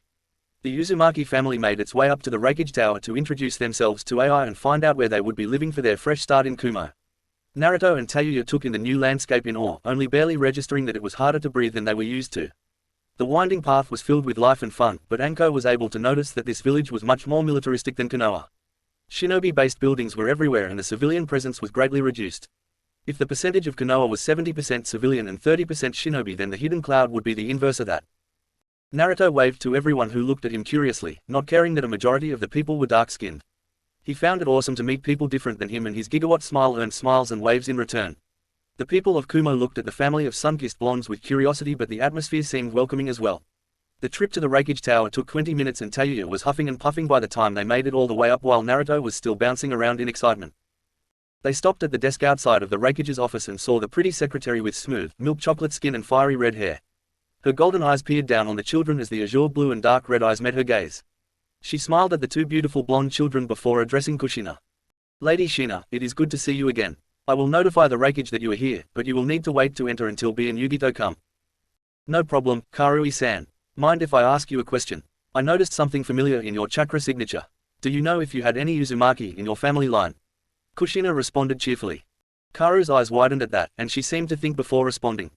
I am sorry, Shina-sama, I do not know. I was orphaned in the last war before I really had the chance to get to know my parents or my lineage. An apologetic look fixed itself on Kushina's face. I am sorry, Karui-chan. What if I told you that I have a seal that could identify if you have any Uzumaki blood?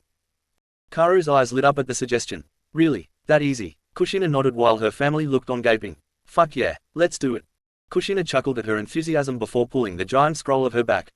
She unrolled it to a certain point and paused once the required seal was laid out.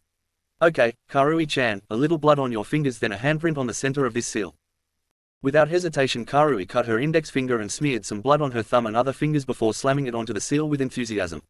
She looked up expectantly at Kushina to see her nodding her head and analyzing the changing seal. Karui couldn't take it anymore and let out a louder than intended, well. Kushina looked up from the seal and smiled at her. Yup, as I thought. 1/4 Uzumaki from your grandmother. Tears threatened to escape from Karu's golden orbs. That was until a loud and boisterous voice speaking in some form of rhythmic rap echoed from the hallway and into the waiting room. This seemed to snap Karui straight out of her daze, and she put an agitated look on her face before shouting. Damn it, B. Shut your trap and cease the incessant rap. She then looked aghast and clamped both hands over her mouth. All Uzumakis laughed openly at their long-lost relative before B entered the waiting room. Dang, Karui, that was hot. Me thinks you're a rapper, even if you claim not. B's exaggerated hand gestures made the Uzumaki kids laugh, but all of the grown women looked at B incredulously. Anko spoke what all Uzumakis were feeling. Is this guy for real? B, the Refuge's 22-year-old younger brother, took a long moment to soak up Anko's form. His lips slowly parted into a moderate gape before his chin snapped up and a smirk plastered itself on his face. Yo, who is this little lady? She so wow, makes me wanna bring out the hachibi. Unfortunately for the knucklehead rapper, this line also fell flat among the Uzumakis. So flat in fact that Anko burst out laughing. She bent over at the waist, slapping her knee and gasping for air. Oh, gasp, holy shit, gasp, that was too funny, she continued to gasp for air in between bouts of laughter. B cocked his head to the side as he looked at the laughing kunoichi. He then looked to the other Uzumakis for a partial explanation of the kunoichi's behavior and his eyes fell on Naruto. The Hachibi didn't have to tell B, this boy was the Kyuubi Jinchuriki, but there was something more than that. The thickness of his chakra was almost equal to the Biju themselves. Yo, boyo, you can call me Uncle B, I carry the Hachibi. If I am right in my mind, you carry Mr. Nine. The boy shook his head vigorously in a manner that actually interrupted B's poorly constructed rap sentence. B cocked his head again, translated body language demanding an explanation from the tiny blonde. The little boy looked uncomfortable before he firmed his resolve and looked up at the giant of a man. It is Mrs. Nine, B-san. B's jaw dropped and Gyuki was equally stunned. He always thought that the leader of the demonic Kitsune clan was a male. Gyuki came from a merging of demonic clans between powerful bulls and a sort of amphibian octopus. His clans merged in order to combat the might of the Kitsune clan. Then the sage, father that he was to the Biju, summoned Gyuki to the human realm and imparted his chakra upon him and his siblings. That was a couple centuries ago and Gyuki never knew that the Kyuubi no Kitsune was a female. He didn't even know her name that whole time because the sage was the only one she told. Meanwhile, B seemed to remain stunned in front of the Uzumakis as an internal back and forth ensued. Finally, B knelt down in front of Naruto. My bad lil, man, it wasn't no part of an evil plan. If you can tell Ms. Nine that we're sorry, you can cash in a favor from the mighty killer B. B smiled at the youngster and held out his fist. Naruto shook off his hesitation and bumped fists with the massive, silly man. Okay, Mr. B, I will remember that. Even if your rapping falls a little flat. B ruffled Naruto's hair in appreciation of the boy's first rap. He would make a disciple yet. As the two finished their exchange, Yugito, a 13-year-old genin from Kumo and the Jinchuriki of the Nibi no Nekomata announced her presence. So, I see that this is Kumo's newest addition to its Jinchuriki ranks. Hiya, lil guy, I am Yugito Ni and I house the Nibi no Nekomata. Naruto peeked around the massive frame of Killer B and saw a beautiful blonde girl, with her hair done in a long ponytail that reached her mid-back. She wore the standard gear of a Kumo genin with her hishiate sewn into her left shoulder. Her gentle purple shirt accentuated her spotless skin and chocolate brown eyes.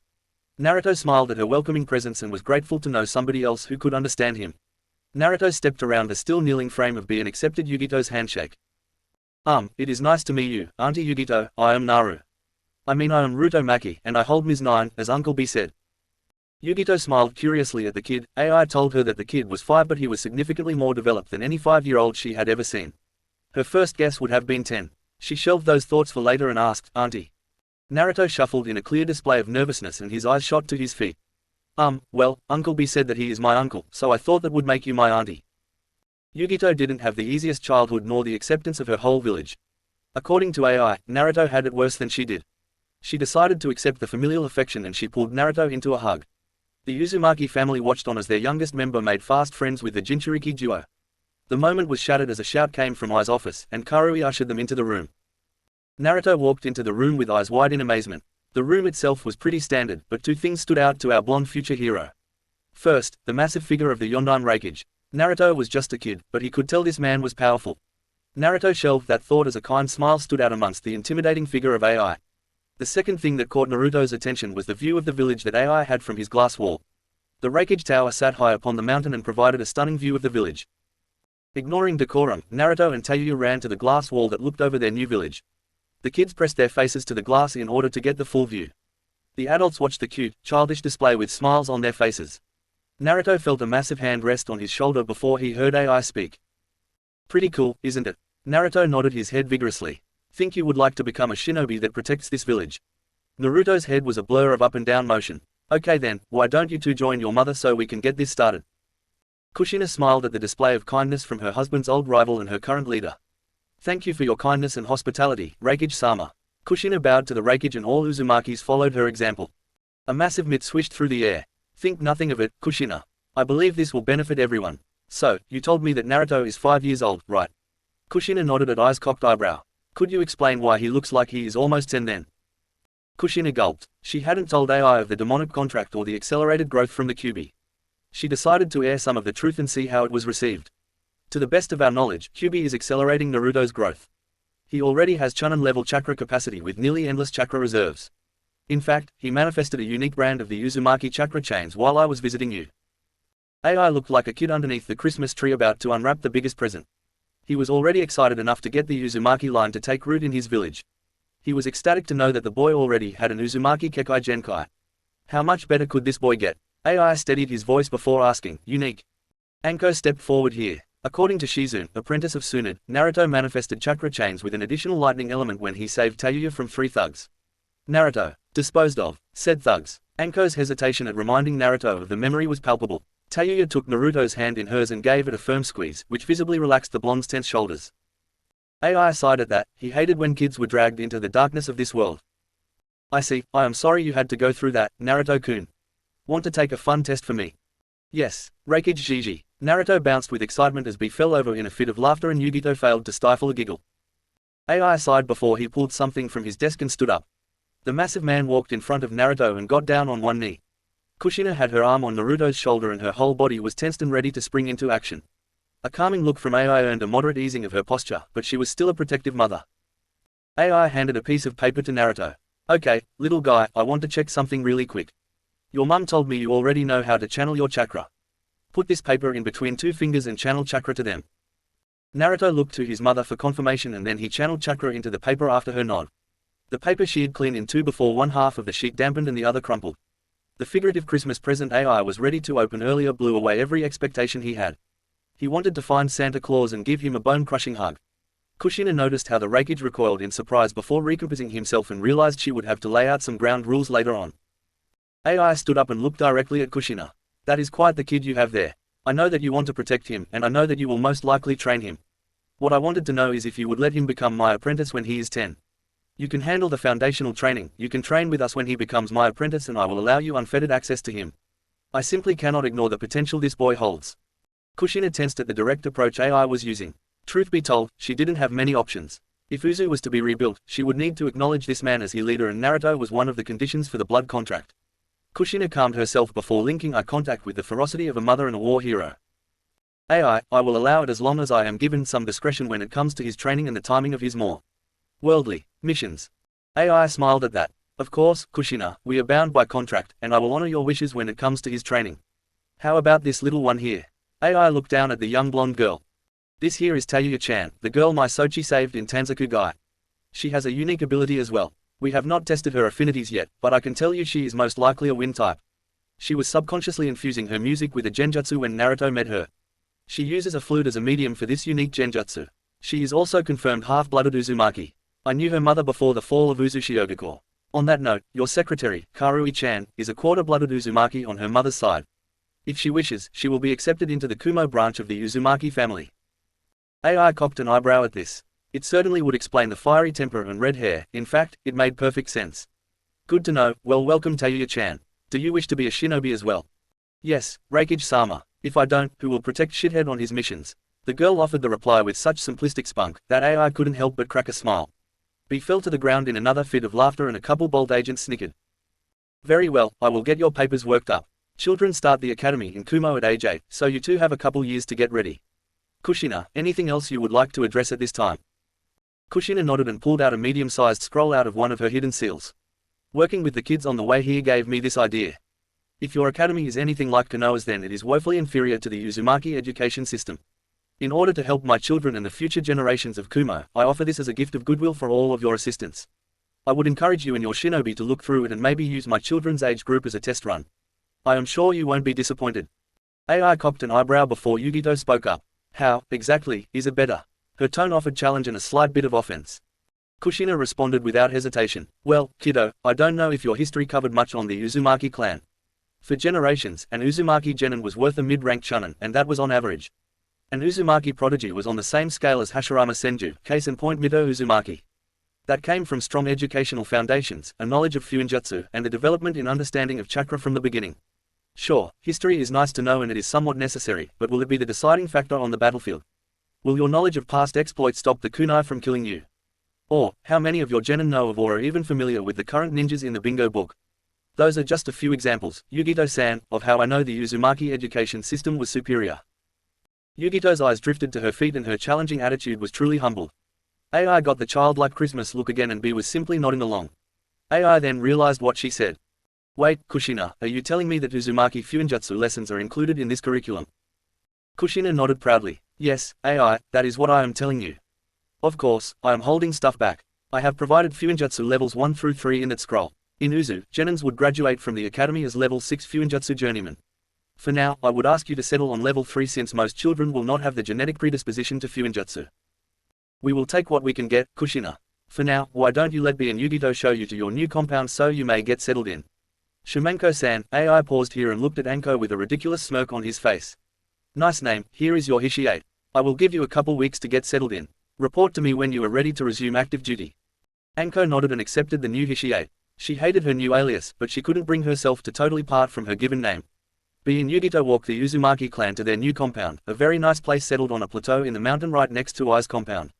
Bee told Naruto that he would stop by from time to time to check in on him and help train him. The Uzumakis bid farewell to the Jinchuriki duo and enjoyed exploring their new home. 3 years later, Intro Academy life. 3 years passed in a flash for Naruto and the Uzumaki family. Kushina, or Lady Shina as most of the Kumo public knows her, accepted the role as head of education. She did full reviews of the core curriculum and garnered support to institute the changes to the Kumo Academy. She planned it out perfectly so Naruto and Tayuya would be among the first generation of the newly trained students. She also got the council to concede on pushing the age of enlistment back from 12 to 14. She cited death rates among new genin, abysmal mission success rates among genin teams and other relevant stats to validate this change. Despite her reforms, there were still many ways for Kumo to conscript younger shinobi. AI making Naruto his apprentice and Anko taking Tayuya as an apprentice would override the age of conscription. It was planned to take the apprentices out on joint missions or joint training trips during the breaks in the academy. However, apprentices were not granted full shinobi status until they graduated from the academy, so Naruto would be safe from dangerous missions for now. The Uzumaki family also made rapid and vast impacts on the Kumo shinobi population. One of the positive effects of teaching your whole family journeyman level Fuinjutsu is that they can manufacture tags that shinobi use in everyday life. That is doubly so when one member of your family has nearly cage level reserves, even if most of those reserves were untapped. The Uzumaki clan as a whole pumped out ceiling tags, explosive tags and other Uzumaki tags that flew off the shelves of every shinobi store in Kumo. This provided a steady income for the clan and, in addition to Kushina's efforts, made the Maki clan of Kumo become one of Kumo's most influential families. Kushina knew that her family would need to be prepared for the adversity ahead, so she buckled down on their training for the 3 years they had. At 6 years old, 7 for Tayuya, she taught the children the Shadow Clone Jutsu. It was uniquely suited to Uzumaki shinobi, despite the Leaf claiming it as their original technique meant for Jonin-level ninjas. Naruto was much better suited to the jutsu than Tayuya due to his massive reserves and healing factor, but Tayuya could still produce a single clone at the age of 6. If one stopped in on the Maki family regularly, they would see a couple shadow clones of a fierce blonde woman instructing 2 little blonde girls and an ever-growing horde of little blonde boys. Kushina trained the children up on the basics every day. The mornings would start with a rigorous workout. For starters, the children would perform a growing number of push-ups, air squats, sit-ups, burpees, chakra jumps. The kids would channel chakra to their legs and jump as high as they could, and weighted lunges. After the first round of this, they would run to the base of the mountain and back up again. Upon their return, they would do one more round of the physical exercises and then eat breakfast. After breakfast was an introduction to meditation, not one of Kushina's strong suits, but Yugito helped significantly with instructing the children on proper meditation. Kushina used some of Yugito's practices to help refine her own meditation as well. After meditation came studies until lunchtime.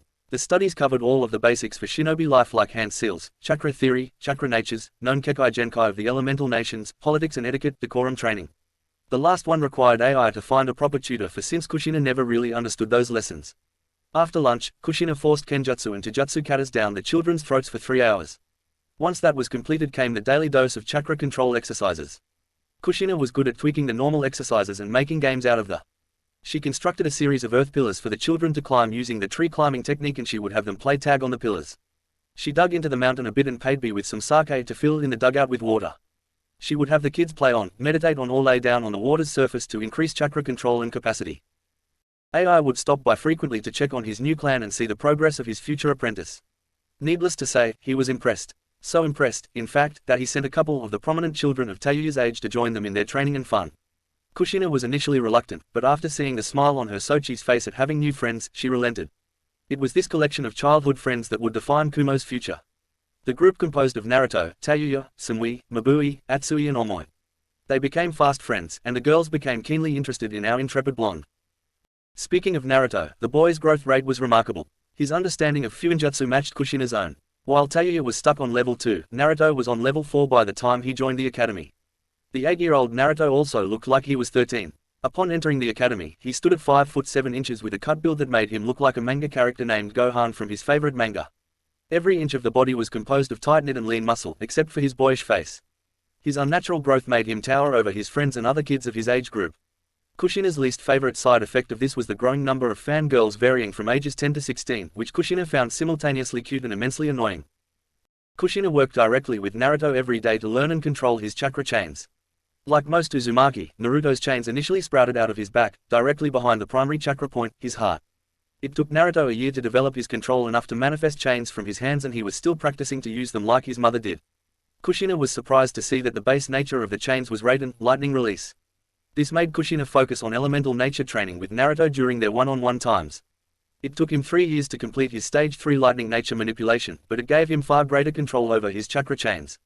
Unfortunately, his chakra control was still only mediocre because of the ludicrous and ever-growing amount of chakra that he had at his disposal. Naruto's second visit to the Kyuubi happened a couple months before he was supposed to start at the academy. Bee and Yugito stopped by regularly to instruct him on various shinobi arts, but they recently taught how to properly contact his biju through meditation. Neither of them knew that Hikari was watching the whole time, but she wanted to see if he could reach her on his own. Hikari was waiting until Naruto was mentally mature enough to hold a decent conversation and understand more serious topics. She decided it was about time to rekindle the relationship before her vessel entered the human academy. During one of the morning meditation session, Naruto felt a deeper pull on his consciousness than he had felt before. He eagerly allowed the pull to guide him until he found himself in that same verdant field. It was sunny this time, and Naruto noticed how much livelier it all felt. There were even animals such as oversized rabbits, massive boars and killdeer that ran fleetingly around the forest. Naruto made the trek over the hill and into the cottage for the second time. Naruto entered the cottage to find Kyuubi sitting there waiting for him. A second cup of tea was sitting on the coffee table, positioning Naruto across the table from the Kyuubi. Naruto couldn't help but marvel at her nearly divine beauty. Recently, Naruto noticed that he was starting to have weird thoughts about girls, like taking an extra second to pick at Anko Eni when she was coming out of the shower, or thinking about Tayuya's soft lips when she was playing the flute for him. He talked to his sister Anko about it, because he didn't dare talk about something so scandalously awkward with his Car-chan. Anko laughed and told him his accelerated growth probably meant that he was going through puberty. Naruto shuddered at the thought and shook off the reminiscences as he sat down and took a sip of the warm tea. "How do you like the tea, Naruto-kun?" The melodic voice of the Kyuubi drew Naruto in. It is very good. Kyuubi-sama, did you call me here today?" Naruto's boyish voice was deepening, but when it cracked when Naruto said, "Sama," the beautiful nine-tailed kitsune couldn't suppress an ethereal giggle. "First, enough with the Sama. What I plan to discuss with you today will let you know why I said that. Second, yes, I decided it was time for us to speak again. Your first visit wasn't planned, and you were not mature enough to understand at the time." "I understand, Q." Naruto stopped there and rubbed the back of his neck sheepishly. "I'm sorry, it just feels weird calling you Kyuubi all the time. Would you honor me with your name?"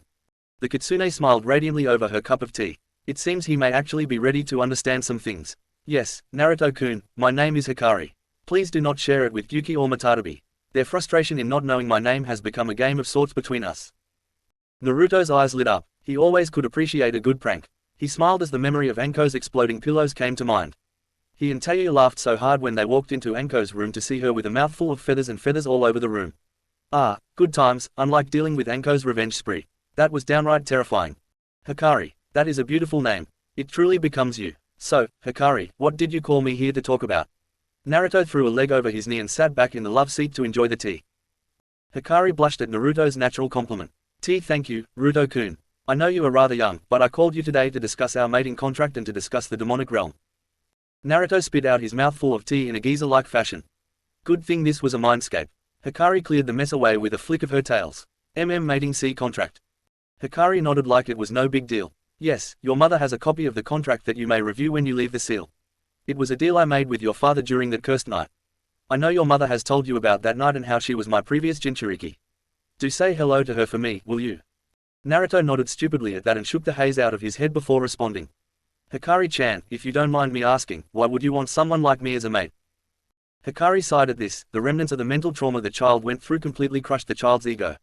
He has gotten better over time, but his low self-esteem and desire to improve stems from what the cursed village did to him. "Naruto-kun, I want you to understand this. You grew up either next to me or with me in you. I know you better than you likely know yourself. You have a pure heart and an iron will, not to mention you are intensely loyal and family-oriented.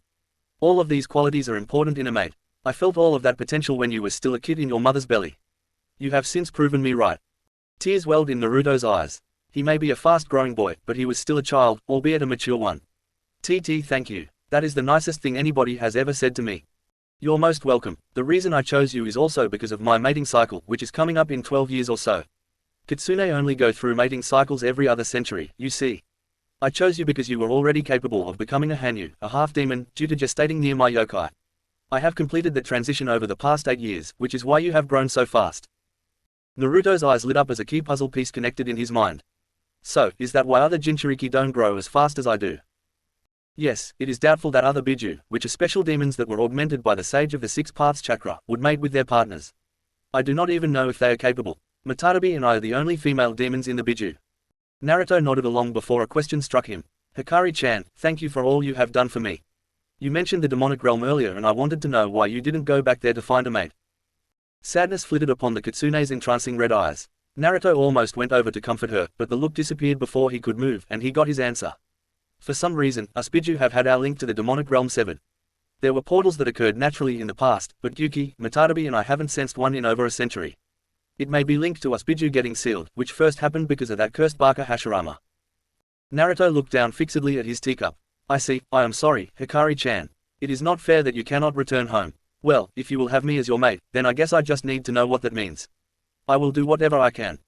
Hikari's melodious chuckle filled the sitting room. Well, thank you, Naruto-kun. First things first, your transition to Hanyu is complete. We wouldn't have been able to mate without that happening. I am sure you noticed that you have acquired some stronger urges. Naruto nodded at that one, he sure had. Well, male demons are normally quite aggressive when it comes to mating.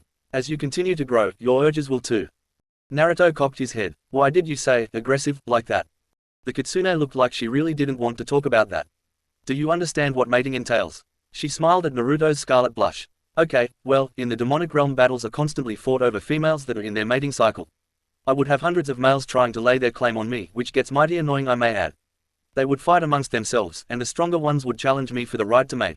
Among weaker demons that means females are often raped, which means forced sexual activity. It is a vulgar custom that I, and every other female demon, abhors. That is why I am glad that I got to choose my mate. It was one of the main reasons I accepted your father's contract proposal. Naruto's blush turned a cherry red when he thought about mating with this exquisite entity. Hikari-chan, if you are in the seal, how can we mate? Hikari's face turned flush at this question, but she forced it down. Well, I created this seal, Ruto-kun. I can leave it from time to time without killing you. As long as we remain close together, I will be able to exit the seal about once a week. It puts a tremendous strain on your chakra coils though. Naruto's face lit up at that. You mean, we could spend time together outside of the seal? Kyubi chuckled at the boy's excitement. In time, Ruto-kun. Now that you have become a Hanyu, you will start growing tails of power and your features will become more Kitsune-like. Your mother will need to come up with a seal to hide those. Your body is absorbing the ambient chakra I exude, and your first tail should come in when you are around 10. For me to leave the seal, you will need to be at 3 tails of power so that me leaving doesn't immediately kill you. Naruto's blush disappeared and he turned pale. I am going to have a tail. When Hikari let out a truly enchanting laugh and nodded, Naruto took a minute to process that. He then got a serious look on his face. Okay, Hikari-chan, as the rightful queen of the Kitsune, how can I become the best mate for you? Oh, thank Kami, I chose right when I chose this child. So genuine and eager to please. Thought Hikari. Well, my mate will need to be strong. You have 12 years or so to get strong. If you get stronger on your own, you may be able to grow tails faster than by simply absorbing my ambient chakra. I will need a strong mate to protect my kids. Hikari's jovial tone died, and her face fell as she spoke. Naruto darted over to her and got down on his knees. Hikari-chan, did you have kids before? Hikari nodded her head and let out remorseful tears. Naruto pulled her into a hug and ran his hand down her back. He didn't need to ask anymore. I will get strong enough to protect you, strong enough to protect Ka-chan and Anko-chan and Tayuya-chan and everyone else. I promise you on the Uzumaki name, Hikari-chan. Hikari didn't doubt this boy, it was why she chose him. That gut feeling that the Sisters of Fate and Kami schemed together to put this child in her life. She simply rested her head on the surprisingly well-toned chest. Then she smelled something unique that took her a minute to register. Oh, Kami, the boy's body has reached sexual maturity and those are pheromones. Kushina is so not going to be happy about this. Anno, Naruto-kun, there is something I need to tell you about your Hanyu transition. You are going to become very aggressive and very horny as you continue to go through puberty. The longer you fight the impulses, the stronger they will get. You will need to find some way to blow off some steam. In time, maybe some of your girlfriends could help with that. Naruto cocked his head and looked awkwardly at her. Hikari-chan, can't I just come into the seal and do that with you? I don't want to cheat on you. It feels dirty just thinking about it. Hikari sighed. She really should have thought the rate of growth through. There is no way she is going to have sex with an 8-year-old. Maybe in a couple years, but he needs to mature a bit more before she would indulge in any of that. Look, Ruto, this is your mind. It may hamper the urges a little bit, but only doing so in the real world will truly relieve them. For now, you are too young, and the urges shouldn't get too strong so long as you control your emotions. Hikari got a mischievous look on her face. I will make you a deal though. When you acquire your third tail, I will come out of the seal and spend a night with you. A fire appeared behind Naruto's eyes. He didn't understand the intricacies of what they were talking about. He felt the urges, but he could deal with them. But if all he had to do to earn this beauty's love was get stronger, then that was something he could understand. For Uzumaki Naruto, love was always the most important thing. Love of life, love of friends, love of country and love of family above all. Chapter 5. Meanwhile in Konoha. Fugaku sat in his office talking to Black Zetsu. The creature was still attached to the Godime Hokage's right arm and it still conspired with the Uchiha Hokage. Losing the Kyuubi was a setback for the creature, and it infuriated Madara. Madara demanded that Black Zetsu not to give his Rinnegan to Fugaku until the Kyuubi reforms and is captured. Madara was so mad that his plans were delayed that he willingly separated himself from the Gedo Mazo to pass on. He didn't feel like subjecting himself to the failures of his progeny. The last instructions he gave Black Zetsu were, stick to the plan. It has been delayed until the Kyuubi reforms. Use that fool to bring me back when the time is right. Black Zetsu knew that meant steering Fugaku in a more power-hungry direction. The results of Fugaku's initial reforms could be seen around Konoha. It was still a vibrant town with a heavy civilian presence, but it was the Uchiha crests everywhere that stood out as different from 3 years ago. Uchiha crests flew over the doorways of 90% of shops in Konoha. It was a sign that they had made a deal with the Uchiha clan and it exempted them from the extra 5% tariff. Over the past 8 years, reforms have been made to put Uchiha clan members in leadership positions throughout the Hidden Leaf village to secure future interests and lock in the Uchiha reign. The other clans bristled at this, but the changes were slow enough that they didn't notice them until it was too late. By that time, they were pretty much forced to accept them. It was the next phase of the plan that was going to be tough. Konoha had always been a peace-loving village, aside from Danzo's route. Fugaku needed to acquire more power and he needed to acquire the Biju. Root operatives were scouting the elemental nations in search of the Biju in order to locate them and assess their strength. So far, Gaara of Suna, the Aikibi Jinchuriki, and Yaguro, the Sandai Mizukage, have been identified as the easiest targets. Danzo's route was stoking the fires of a civil war in Mizu no Kuni in order to weaken Yaguro's defenses and hopefully create an opportunity to acquire the Biju. Suna were allies for now and the Aikibi should be the easiest pickings when it comes to the Biju, so Fugaku could wait to make a move on it. Fugaku was working on plans with Black Zetsu to recruit powerful missing ninjas into a Black Ops group of sorts that would be able to secure the Biju without being linked to Konoha. It was slow going, seeing as each time a messenger confronted an S-rank missing ninja, they tended to die. Fugaku would need to find a better way to recruit these individuals and Danzo along with his drones would play a key part. All it took to get Danzo on his side was a couple Sharingan eyes from deceased clan members. Since their goals aligned and Fugaku was providing more funding, Danzo was content for now to play the game of world domination from the shadows. Strangely, the man's straightforward ambition for Konoha's supremacy made him trustworthy, in a way. Along with the Uchiha domination of Konoha, came a divide among Uchiha clan members. Mikoto had never forgiven Fugaku for what he did, or at bare minimum allowed to happen, to Kushina and her son. Kakashi had received correspondence from Kushina shortly after she reached Kumo that gave him his memories back. Kushina was correct when she said that they would mind dive him. Luckily, it wasn't overly thorough, they just wanted to confirm Kushina's death. After Kakashi had regained his memories, he informed Yugao and Kurenai of what happened. This trio began the slow and painful process of screening dissenters. When I say slow and painful, I mean drastic over-examination of every conversation, every word, every tone to make sure that it wasn't an inside man for Fugaku. Eventually, Kakashi caught wind of Mikoto's frustrations, and he approached her. It wasn't too strange, he was an honorary Uchiha after he built such a name for himself with his transplanted Sharingan eye. When Mikoto heard Kakashi's side of the story and learned that Kushina and Naruto were alive, she turned into the ultimate inside woman. Fugaku never really said much to her, but she had access to the man's study. Ever since Fugaku became Hokage, Mikoto was relegated to the role of housewife and child-bearer. After hearing the news, she said enough was enough and she used a birth control seal. The monster of a man would have to be happy with Itachi, Sasuke and Sazumi. Imagine a father scorning his daughters for the simple fact that they lacked a penis. This was the case for Itachi and Sazumi. Itachi was the last ninja allowed to graduate early from the academy and she had worked her tits off to become an ANBU. She was not even 11 years old, and she was in ANBU. Meanwhile, her spoiled son Sasuke struts around the village and compound like some elaborate peacock when he hasn't even activated his Sharingan yet. To be fair, the child is only 8 and he is modeling after his father, but even Mikoto finds him insufferable. It only worsened when Fugaku declared that Sasuke would be the future clan head because only a true Uchiha male could lead the clan. Mikoto's saving grace was her girls and their cousin Shisui. Of all the mainline Uchihas, Mikoto found it sad that she could only identify 4 of them as worthy clan representatives. It wasn't like she was asking for a high bar to be set, just simply don't walk around the village and treat people like you have a giant, studded rod up your ass while you look down on them. Sadly, 95% of her clan failed this simple test.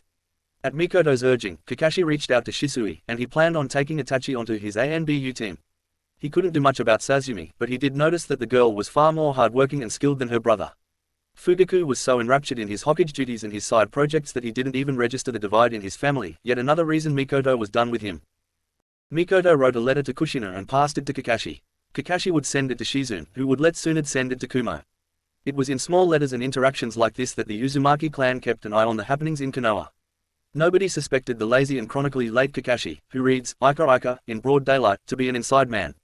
And so the days crept on in Konoha and their leaves kept on turning. Refuge's office, 1 week before the start of the academy. AI was nervous, which is saying something. This man had faced down hundreds of opponents with a smile on his face without flinching. However, today he was sweating as he waited for Kushina and her son to come into his office. AI had taken a shine to the kid, and he really did see the future of Kumo in him. That didn't mean that he wanted to have this sort of conversation with the kid and his mother. AI nearly flinched when his office door opened and Kushina and Naruto walked in. The mere sight of them sent AI's mind reeling to 3 days ago. Flashback, training grounds of the Maki compound.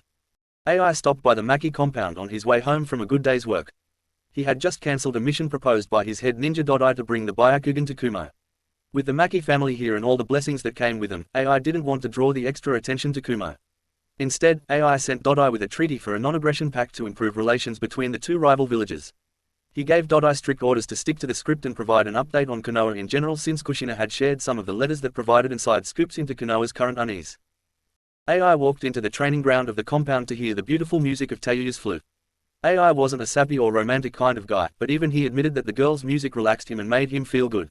He saw Naruto fighting it out in a kenjutsu battle against 10 of his shadow clones. This was usually a clear sign that the kid was agitated, and he was trying to sort through something. AI meandered over to Tayuya, met eyes with her and cocked his head toward Naruto. Tayuya shrugged her shoulders dismissively, but it was clear that she was bothered by the fact that she didn't know what was going on with her little brother. Dunno, Refuge-sama, shithead talked to the QB last week and he has been on edge since. Won't tell any of us girls what's got him so bothered. Okay then, I will take a shot, and didn't I tell you that you can call me AIOGs and when we are in private? Tayuya plastered a shit-eating grin on her face.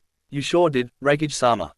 AI shook his head and chuckled at the troublesome girl before he blurred away in a streak of blue lightning before a stunned "eep" echoed across the field. When Tayuya looked up, the two were nowhere to be seen.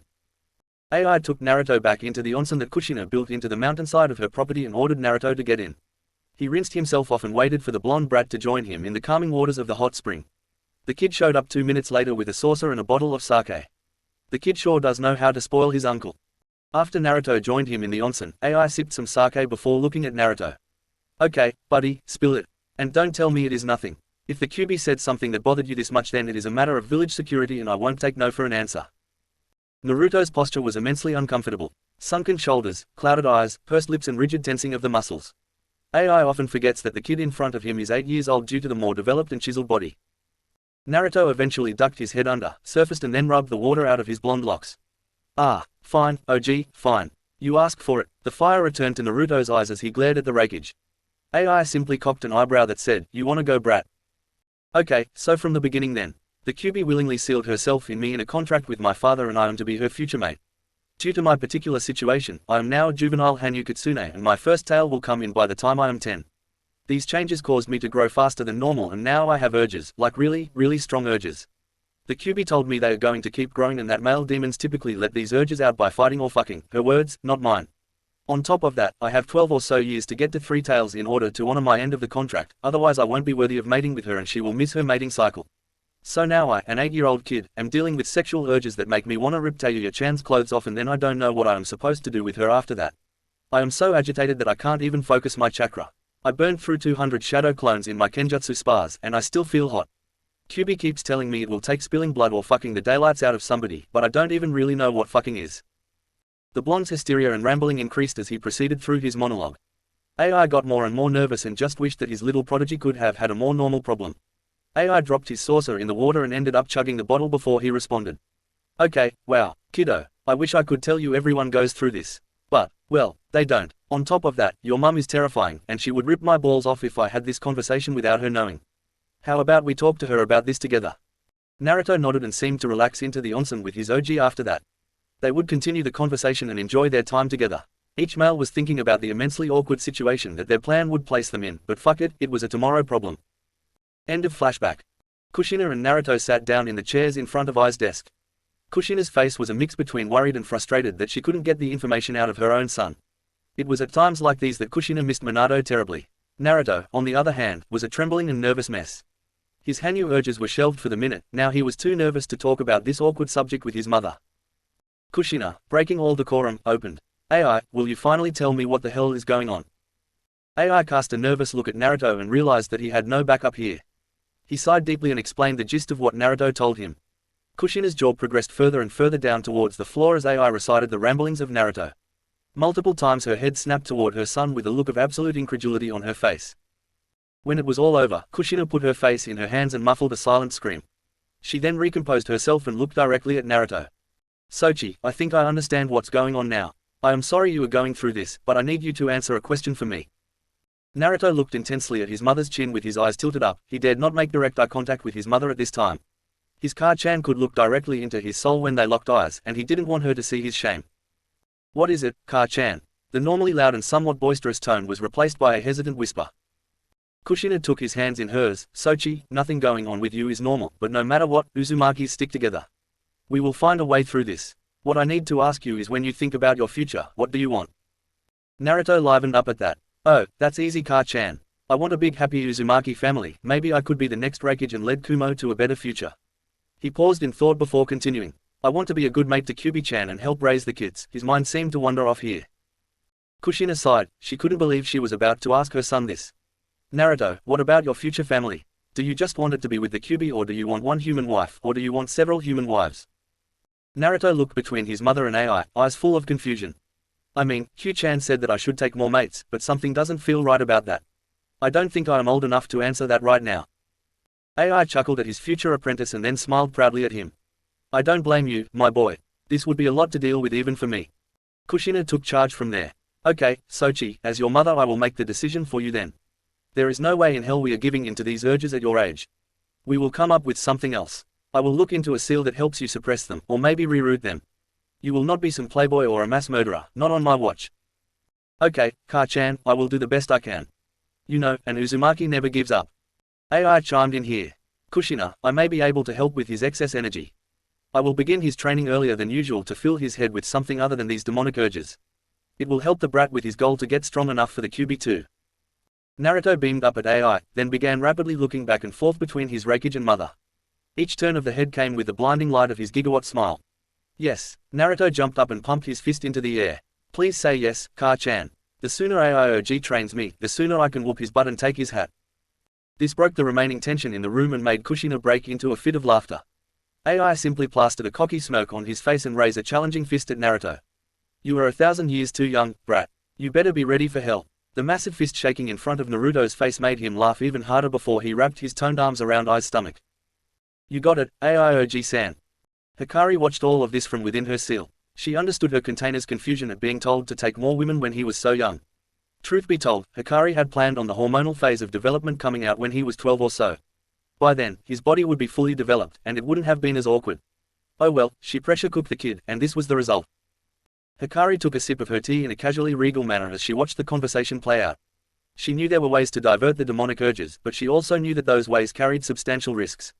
They would continue to build and male demons that tried to do so in the past often burned out the female demons. Once they gave in, they would rot for days, which often resulted in a not-so-pleasant experience for their female counterparts. Hikari admitted that it was a noble gesture, but she had no desire to be reduced to a quivering mess in such a manner. She resolved that she would talk to Naruto in time, when he was more mature and used to the sensation. She would also have to caution him about his pheromone use once he gained his first tail. Demonic tails came with a pheromone gland that would be quite troublesome with so many females in this village. For now, she giggled at the thought of her chosen mate being strong enough to resist his urges and prove his loyalty to her. She sure did know how to pick him. Kushina and Naruto left the Refuge Tower with a training schedule from Ai that was more intense than what his mother put him through. It was more focused on setting the foundation for the reinforcement jutsu that Ai was known for, the lightning armor. Reinforcement jutsu is the internal molding of chakra to provide increased strength, speed and durability in the user.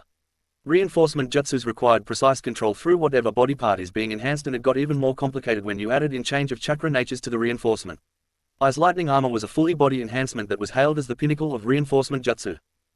Naruto had worked ferociously so as to enhance his lightning affinity in order to control his chains.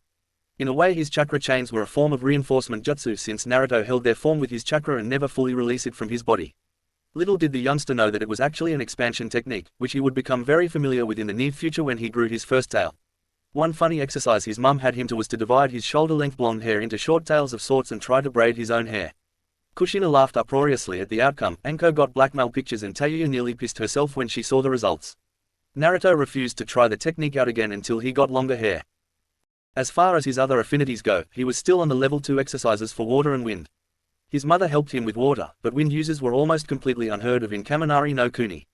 Kushina had Naruto pull out and filter the water from their onsen, and she offered his services to clean out pools around Kumo.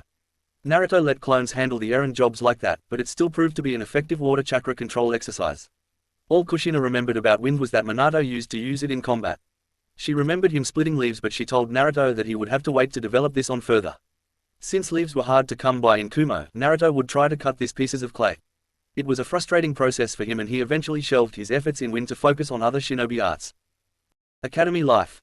The time for the academy finally came, and Naruto was bouncing off the walls at 5 AM. After a pillow to the head from Tayuya and death threats from Anko, Naruto went outside to jog up and down the mountain a couple times. Vendors, bolt squads and gate guards grew accustomed to the blonde blur, and they would all wave to his as he passed by. Naruto brought a vibrancy with him to any place he went. Poor Konoha bastards would never realize what they missed out on.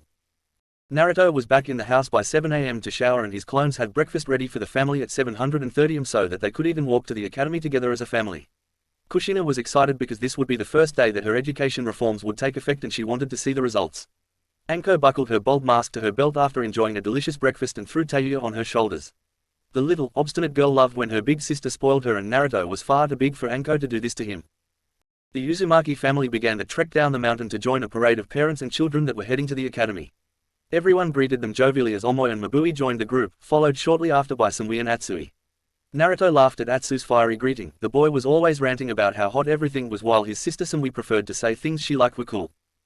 Mabui jumped on Naruto's back, latched her arms around his neck and pecked him on the cheek. Mabui was the girl outside of the family that had grown closest to Naruto.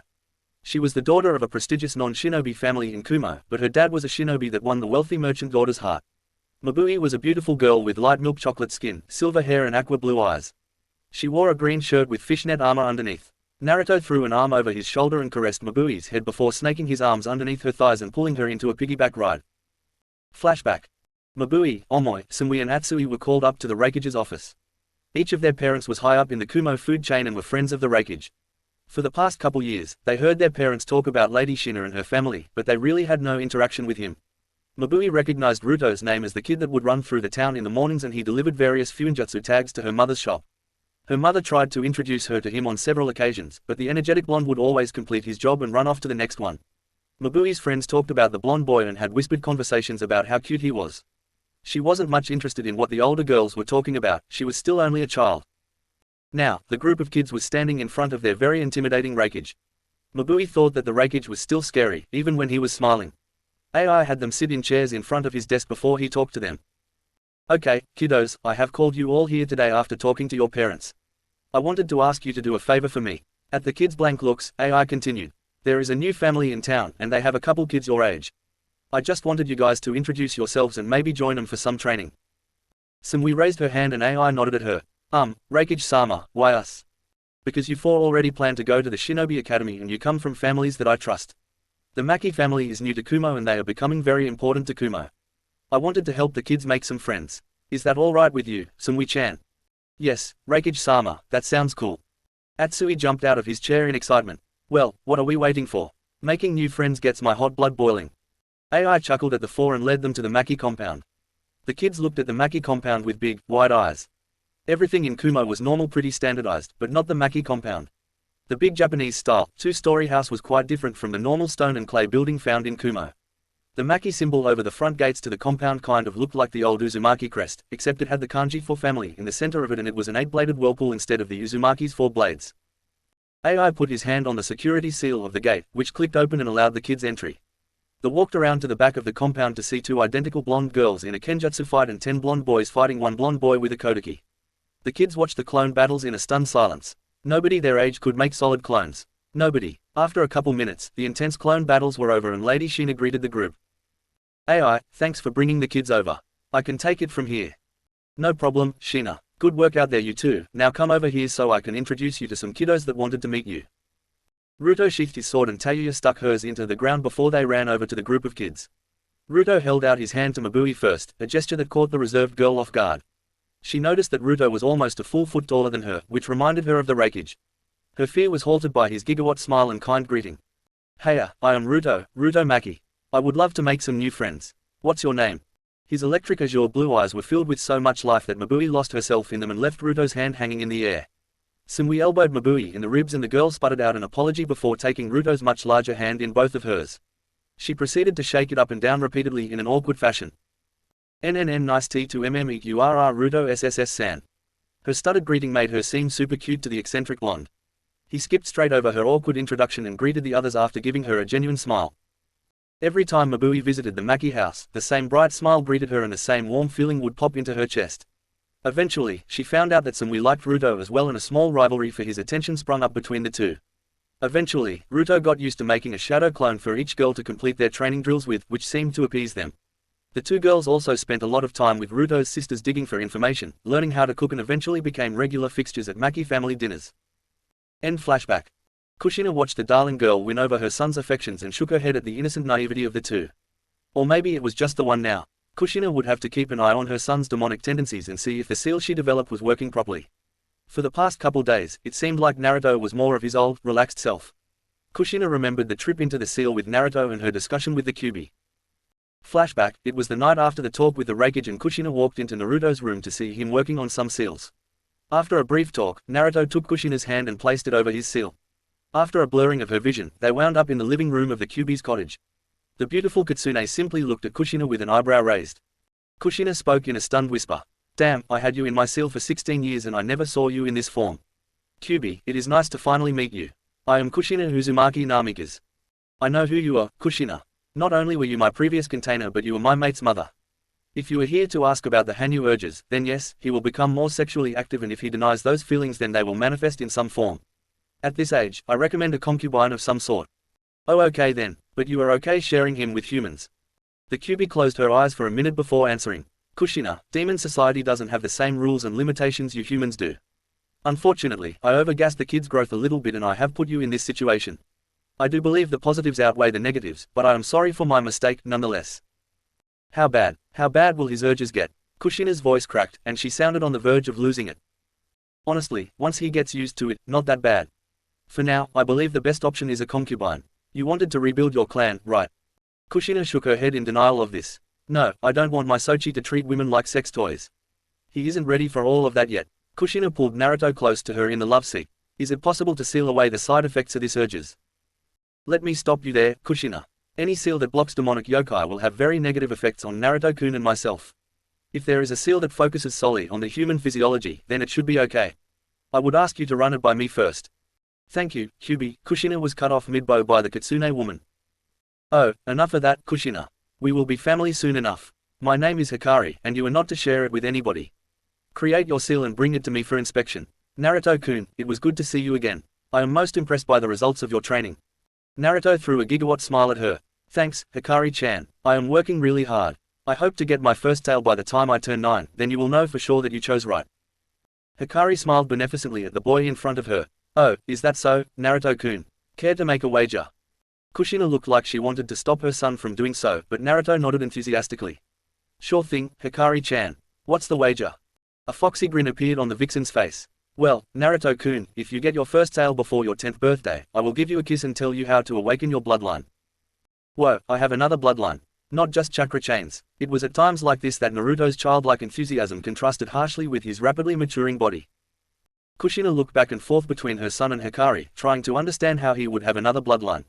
Her expression was somewhere between bemused and highly confused. Yes, Naruto-kun, you do.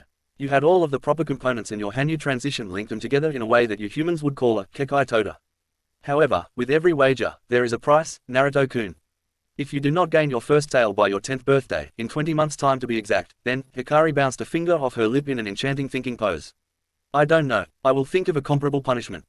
Naruto's face fell at the anticlimactic end, but he was super excited to know he could have a bloodline rarer than anything in the elemental nations.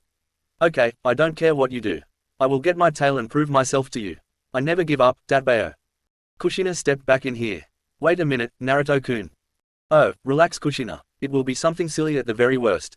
He is my only potential mate, so I will not do anything too terrible. I am interested to see if he can accelerate his growth. Kushina sighed deeply and she threw her hands up.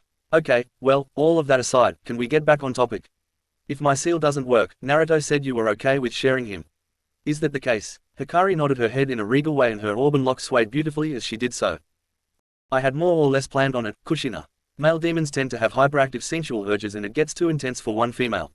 In demon society, the male demons claim mates and then have a number of concubines. I will of course be the primary mate and I will lead the others, but I will not stop him from taking human mates. Of course, I thought it would start in 5 or 6 years, but I never planned on monopolizing him. I just wanted my mate to be a good man from good stock. Your husband demonstrated his quality, and I knew all about you. This child is special, and I know that he will remain devoted to me, even if he takes some human wives. So, knowing that, the rest doesn't really matter. With that, Hikari pushed the two out of the seal and back into Naruto's bedroom. End of flashback. Kushina's twin swords rattled on her waist and broke her from her musings. She recognized the academy gates and the crowd forming outside around a stage that was set up.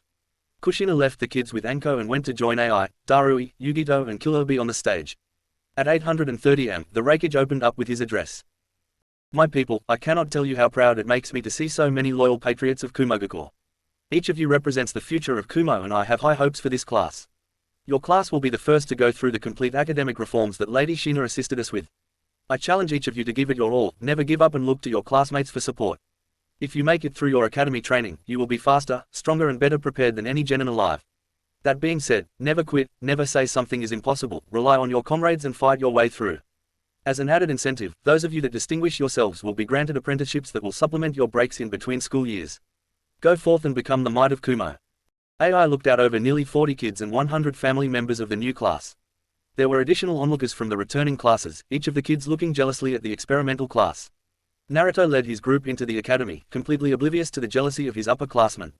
He walked into his classroom and his group broke into groups of 3 and occupied the back left portion of the classroom, near the windows that looked out on the training grounds of the academy.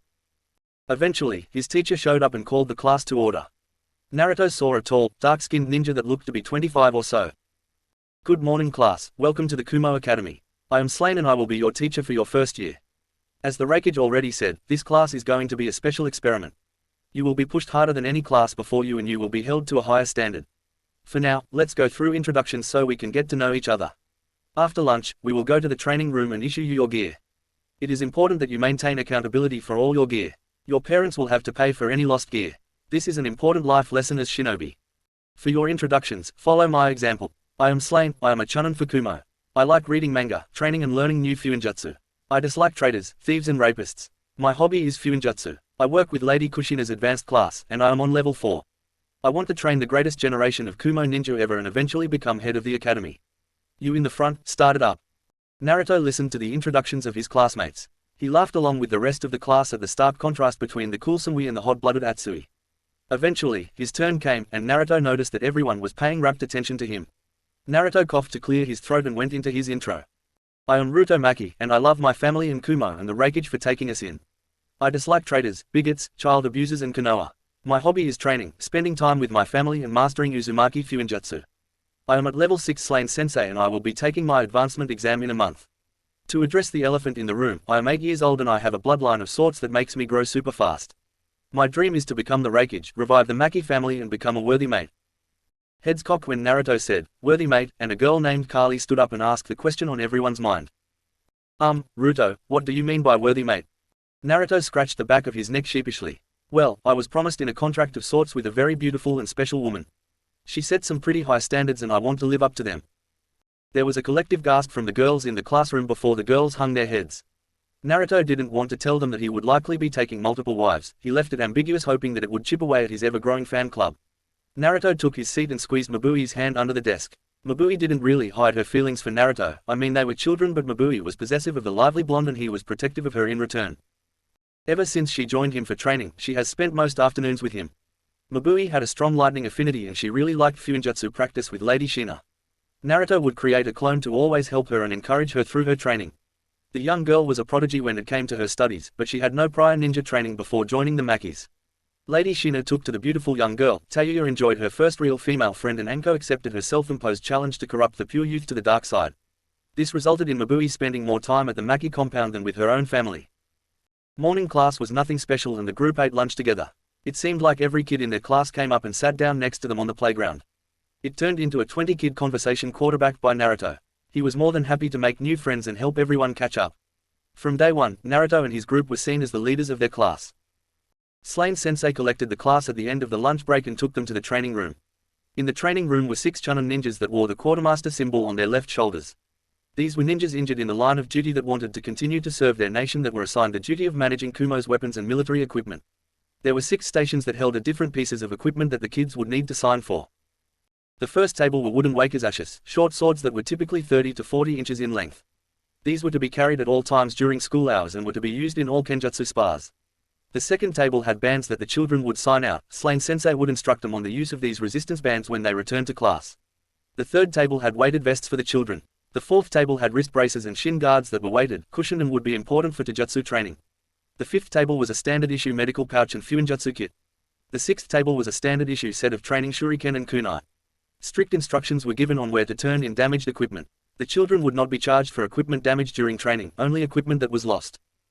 Lady Shina's academic reforms were fairly costly, but her plan to have academy students do D-rank missions in order to pay for the reforms and gain early experience made it possible. The students would go in teams of 6 to complete D-rank missions with experienced genin leading the teams. This gave older genin good leadership experience and prepared them for chunin responsibilities. Plus, it eliminated the need for genin to do months of D-rank missions upon graduating from the academy. Once everyone received their standard issue equipment, a contribution from the Maki family, they returned to their classroom. Slain Sensei told them that they would be required to wear this equipment every day to school. He provided instructions on the resistance seals and gave very strict instructions that the students were not to alter them. Instructions that Naruto promptly ignored since he was further along in Fuinjutsu than his sensei. Naruto inspected the training wakizashi and noted that the weapon was far too light for his taste. Even his mother's katanas felt light in his hands since his growth spurt. He was looking into getting a bigger and heavier weapon that would allow him to take advantage of his monstrous size and strength. The first year of school went without a hitch. Naruto was the top of his class in all subjects, but he made sure not to lord that over the rest of the class. Instead, Naruto created study groups. He invited people to join him for his workouts. His clones helped provide one-on-one training for the intro to Fuinjutsu and he did everything he could to make sure none of his classmates were left behind. The kids struggled to deal with the extra resistance and weight of their equipment. The resistance seals were set at 1.25 for the first year kids and the braces and shin guards weighed 5 pounds apiece. By 6 months in, it looked like most kids were moving normally again, so Slain Sensei upped the resistance bands to 1.5 and the weights to 7.5 pounds. Every other Friday, the kids would remove resistance and weights for the whole day and conduct outdoor training.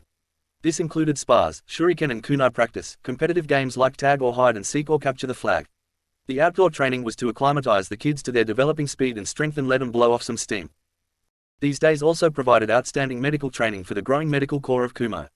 Tsunade had visited every couple months for the past 4 years and she had earned the trust of AI and other Kumo leadership. She provided updated training regimens and recommendations to Kumo. She wanted to make sure that her godson had all of the support he would need in the future. Unlike Konoha, Kumo was extremely grateful for Tsunade's aid and gave her an open offer to become head doctor of Kumo.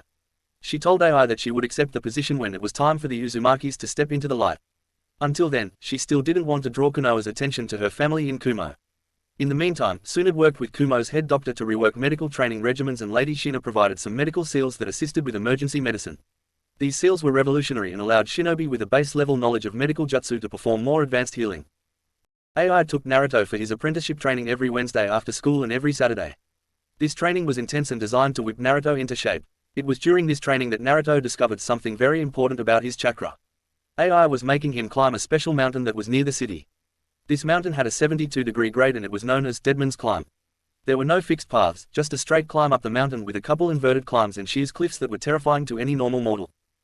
During one failed attempt, Naruto fell nearly 100 feet before his chakra chains shot into the side of the mountain and halted his fall. AI was climbing with him, except the Refuge was packing on an extra 500 pounds and hadn't used his hands once to assist with the climb. Naruto expressed his frustration to AI before the Refuge broke it down for his apprentice. Look, lil man, when you are using chakra to attach to a surface, the important thing is a calm and steady flow. Your coils are developing rapidly, but they are still small compared to your chakra capacity and reserves. This means that the rate of your chakra flow is way faster than it needs to be. When you are doing your tree climbing or water walking exercises, you devote a significant amount of your mental power to forcibly slowing this flow down. When we are climbing this mountain here, you are losing your focus on slowing your flow, and that is why you keep slipping. When you get home tonight, I want you to meditate on the relationship between chakra capacity, reserves, flow, control and chakra nature. We will discuss what you come up with during our next training session. Now, back up the mountain, young man, you haven't even made it halfway yet. AI watched the blonde with a massive smile on his face. The kid had a starving hunger for improvement. Every single day the kid did something that made himself better, and AI had nothing but respect for that. Add the fact that the kid is a natural leader, and AI knew he was training his successor. Not only did AI feel like he was training his successor, but the childless 32-year-old Cage felt like he was training a son. He wanted to find a good woman to settle down. The only problem was that he was falling for Kushina, a woman that was totally devoted to his old rival, and she didn't see him in the romantic way. AI sighed at that thought, but it didn't stop him from enjoying many nights at the Maki compound. Throughout the first year, Naruto took personal offense to his repeated failures to conquer the Deadman's Climb. He would run there for his morning workouts and attempt to conquer it, but the sheer and sometimes inverted rock faces created a challenging course for Naruto. In the 8th month of his first year, Naruto finally made it to the peak. When he bragged to AI about it, the Refuge made him do it again during their next training session. Then the evil Refuge made Naruto start doing it with weights in increasing 20-pound increments. Needless to say, Naruto's lower body and core strength improved by leaps and bounds from this exercise. Chapter 6. Author's note: Hey y'all, I appreciate you sticking with the setup of this story. I know that it can sometimes be hard to get excited about what amounts to a prologue, but I do appreciate the comments. To address a couple of my readers. Insane Makai, I appreciate all of your feedback and questions. It really makes me think things out. For those that weren't involved, Insane and I had a good back and forth. He asked a good question about how I am defining chakra reserves versus chakra capacity. I would offer that a 1-gallon pitcher's maximum capacity is 1 gallon, but it is not always at max capacity. Especially after a just that costs 1 cup is used. Now, imagine a 20 gallons drum sitting next to the pitcher, and let's call that the reserves. If the pitcher is emptied, it can still be refilled through the tap, i.e. the core tenketsu points that pull from the reserves. That is the way I see it. Make sure to comment on anything you want explained further, or if you simply want to pick my brain for the reason I wrote something a certain way. End of first year, apprenticeship training trip. Summer finally came after the first year at the academy. Naruto operated on a daily resistance of 3.0 with weighted vest, braces and shin guards at 30 pounds apiece. This was double what Atsui, the second strongest of his class, was doing, and it was a limitation imposed by Kushina. Naruto's original group occupied the top 6 slots of the academy. Naruto was chased by Samui, then Mabui, Tayuya, Omoya and Atsui. Atsui really struggled with studying, but Naruto made sure he didn't fall too far behind the group.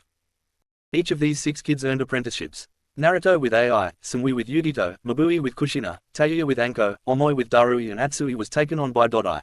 B was to remain behind as Kumo's guardian, alongside a blood clone of AI. Kushina also shared the shadow clone jutsu with AI to help him deal with his paperwork, and the blood clone to help rule Kumo while AI was out on long trips. The kids were told to prepare for a month-long training trip where they would be going on a joint mission to a training ground in the Lightning Capital. The Lightning Daimyo, a man by the name of Kirinji, wanted to meet the promising new generation. AI had confided in Kirinji about the Uzumaki family and the plans he formed with Kushina. Kirinji was very excited about the promise of a stronger Kumo, which meant a stronger Kaminari no Kuni by proxy. The trip was to serve as training for the kids and a diplomatic negotiation between the Uzumaki clan and Kaminari no Kuni. The group set out at a slow pace and used each morning to train the kids. The adults were motivated by the kids and would eventually join the morning workouts and spas. After lunch, they set out at top speeds to make it to the capital. They made the trip in 3 days before the children were shown to the private estate of Ai's family in the capital. It had a massive training ground attached to it, and the kids would spend their month training there while the adults talked to the daimyo. There wasn't much that differed from the normal on this trip, but the kids did get to spectate as the adults completed an A-rank mission to take out some missing ninjas that were attacking caravans near the border. The adults used this as a training exercise and broke down their approach to the mission, step by step, to turn the mission into a learning exercise. Here, most of the children saw their first corpses since the missing nins were accompanied by 40 or so bandits. AI had a zero-tolerance policy for bandits, which meant that every bandit was sent to Yami, no questions asked. Kushina negotiated successfully with Kirinji to begin rebuilding Uzushiogacore on the downlow. They didn't want other nations knowing that Uzu was being rebuilt. Kirinji offset the cost of construction by restoring the farms that used to feed the people of Uzu. Thus, Kushina broke off for 2 weeks of the training trip to escort the daimyo's project manager to Uzushio. She showed him how to deactivate the whirlpools and protective barrier seals that were still active on the island. She ended up creating a single copy of the master key for the island and entrusted it to Kirinji. Kirinji had to sign a blood pact stating that he would not abuse this privilege, and any possessions of the Uzumaki belonged to Kushina by right. This included the natural resources on the island. In return, 90% of the profit from the agricultural production of Uzu would go to the Lightning Daimyo for the betterment of Kaminari no Kuni until the reconstruction debt was paid off. This marked the successful first step toward the redemption of Uzu Shiogakure, and it was an S-ranked secret of Kaminari no Kuni. Second year at the academy. Shinamaki became a cornerstone of Kumo's defenses by applying a variety of seals around the village. The most influential were the screening seals at the gates. These seals could detect lies, and they were solely responsible for catching 12 spies on the first month of use alone. She also provided detection seals for Kumo's mountain passageways and barrier seals for Kumo's high-value locations. These seals helped to protect her family's identity and Kumo as a whole. Every nation became wary of sending spies to Kumo, and Kushina's seals would be responsible for catching 20 rude ninjas throughout the next year, to the immense frustration of Danzo and Fugaku. Speaking of the evil, power-hungry duo, they were investing a good part of their international resources to find out who was responsible for Kumo's new seals. This was so important to Fugaku that it temporarily distracted him from Black Zetsu's mission. They had heard that Kumo had a new seal master, but they couldn't even get a name. This was in large part due to AI and Kirinji's declaration that the identity of any seal master was to be treated as an A-ranked secret. Thus, you couldn't catch a civilian in Kumo talking openly in public about Lady Shina, the sealmistress of Kumo.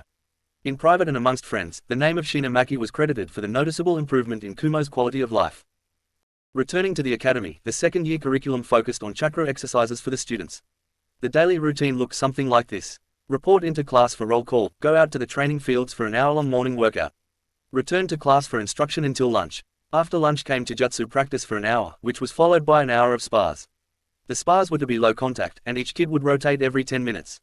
This allowed the kids to get used to fighting different fighting styles. After spars came 30-minute lessons on chakra and how it operated in the body. After the lessons, students would conduct the control exercises for an hour.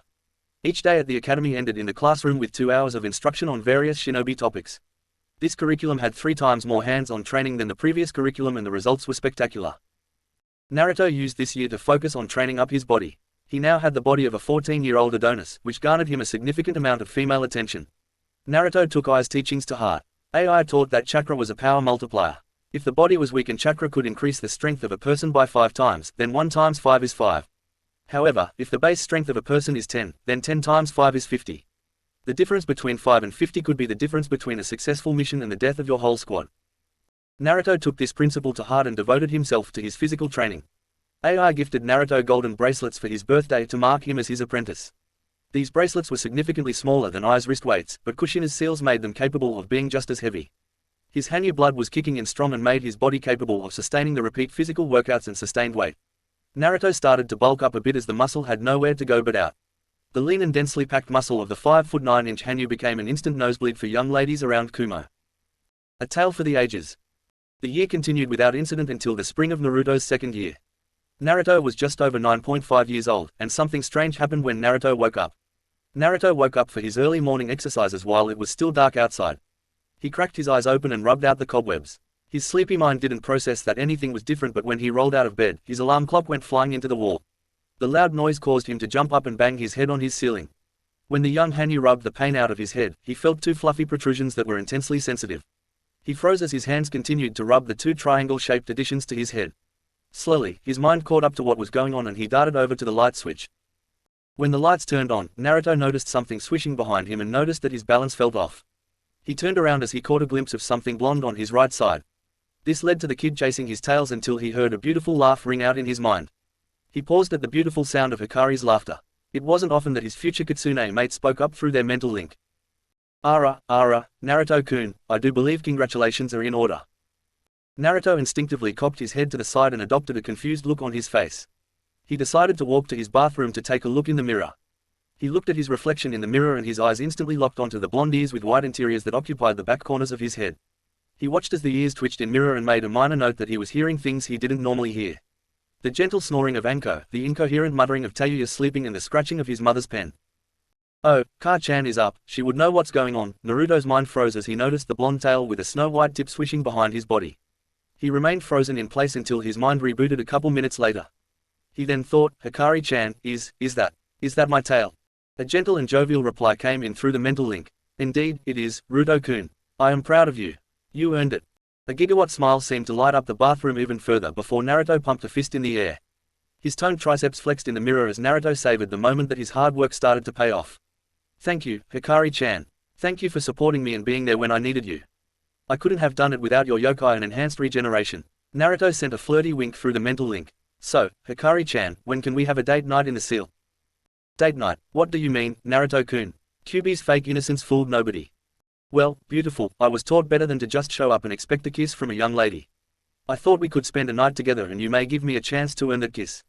Plus, we haven't spent time together and just hung out before. I want the chance to get to know you. Hikari was glad that Naruto couldn't see her face or the blush that was adorning it. Oh okay, Naruto-kun. How about this Friday? You will need some time to adjust to your new tail and the power that comes with it. Yeah, it does feel kinda weird. New power though, could you explain that? Well, your tail is a visual representation of your internal power. The tail is actually part of your chakra network, and you will notice that your chakra control will feel off. Nothing a good week of control exercises can't fix. Naruto groaned out loud at this. Sure, he was a training fanatic, but not even a training fanatic enjoyed the monotony of constant chakra control exercises. Grr, you could have warned me ahead of time, you minx.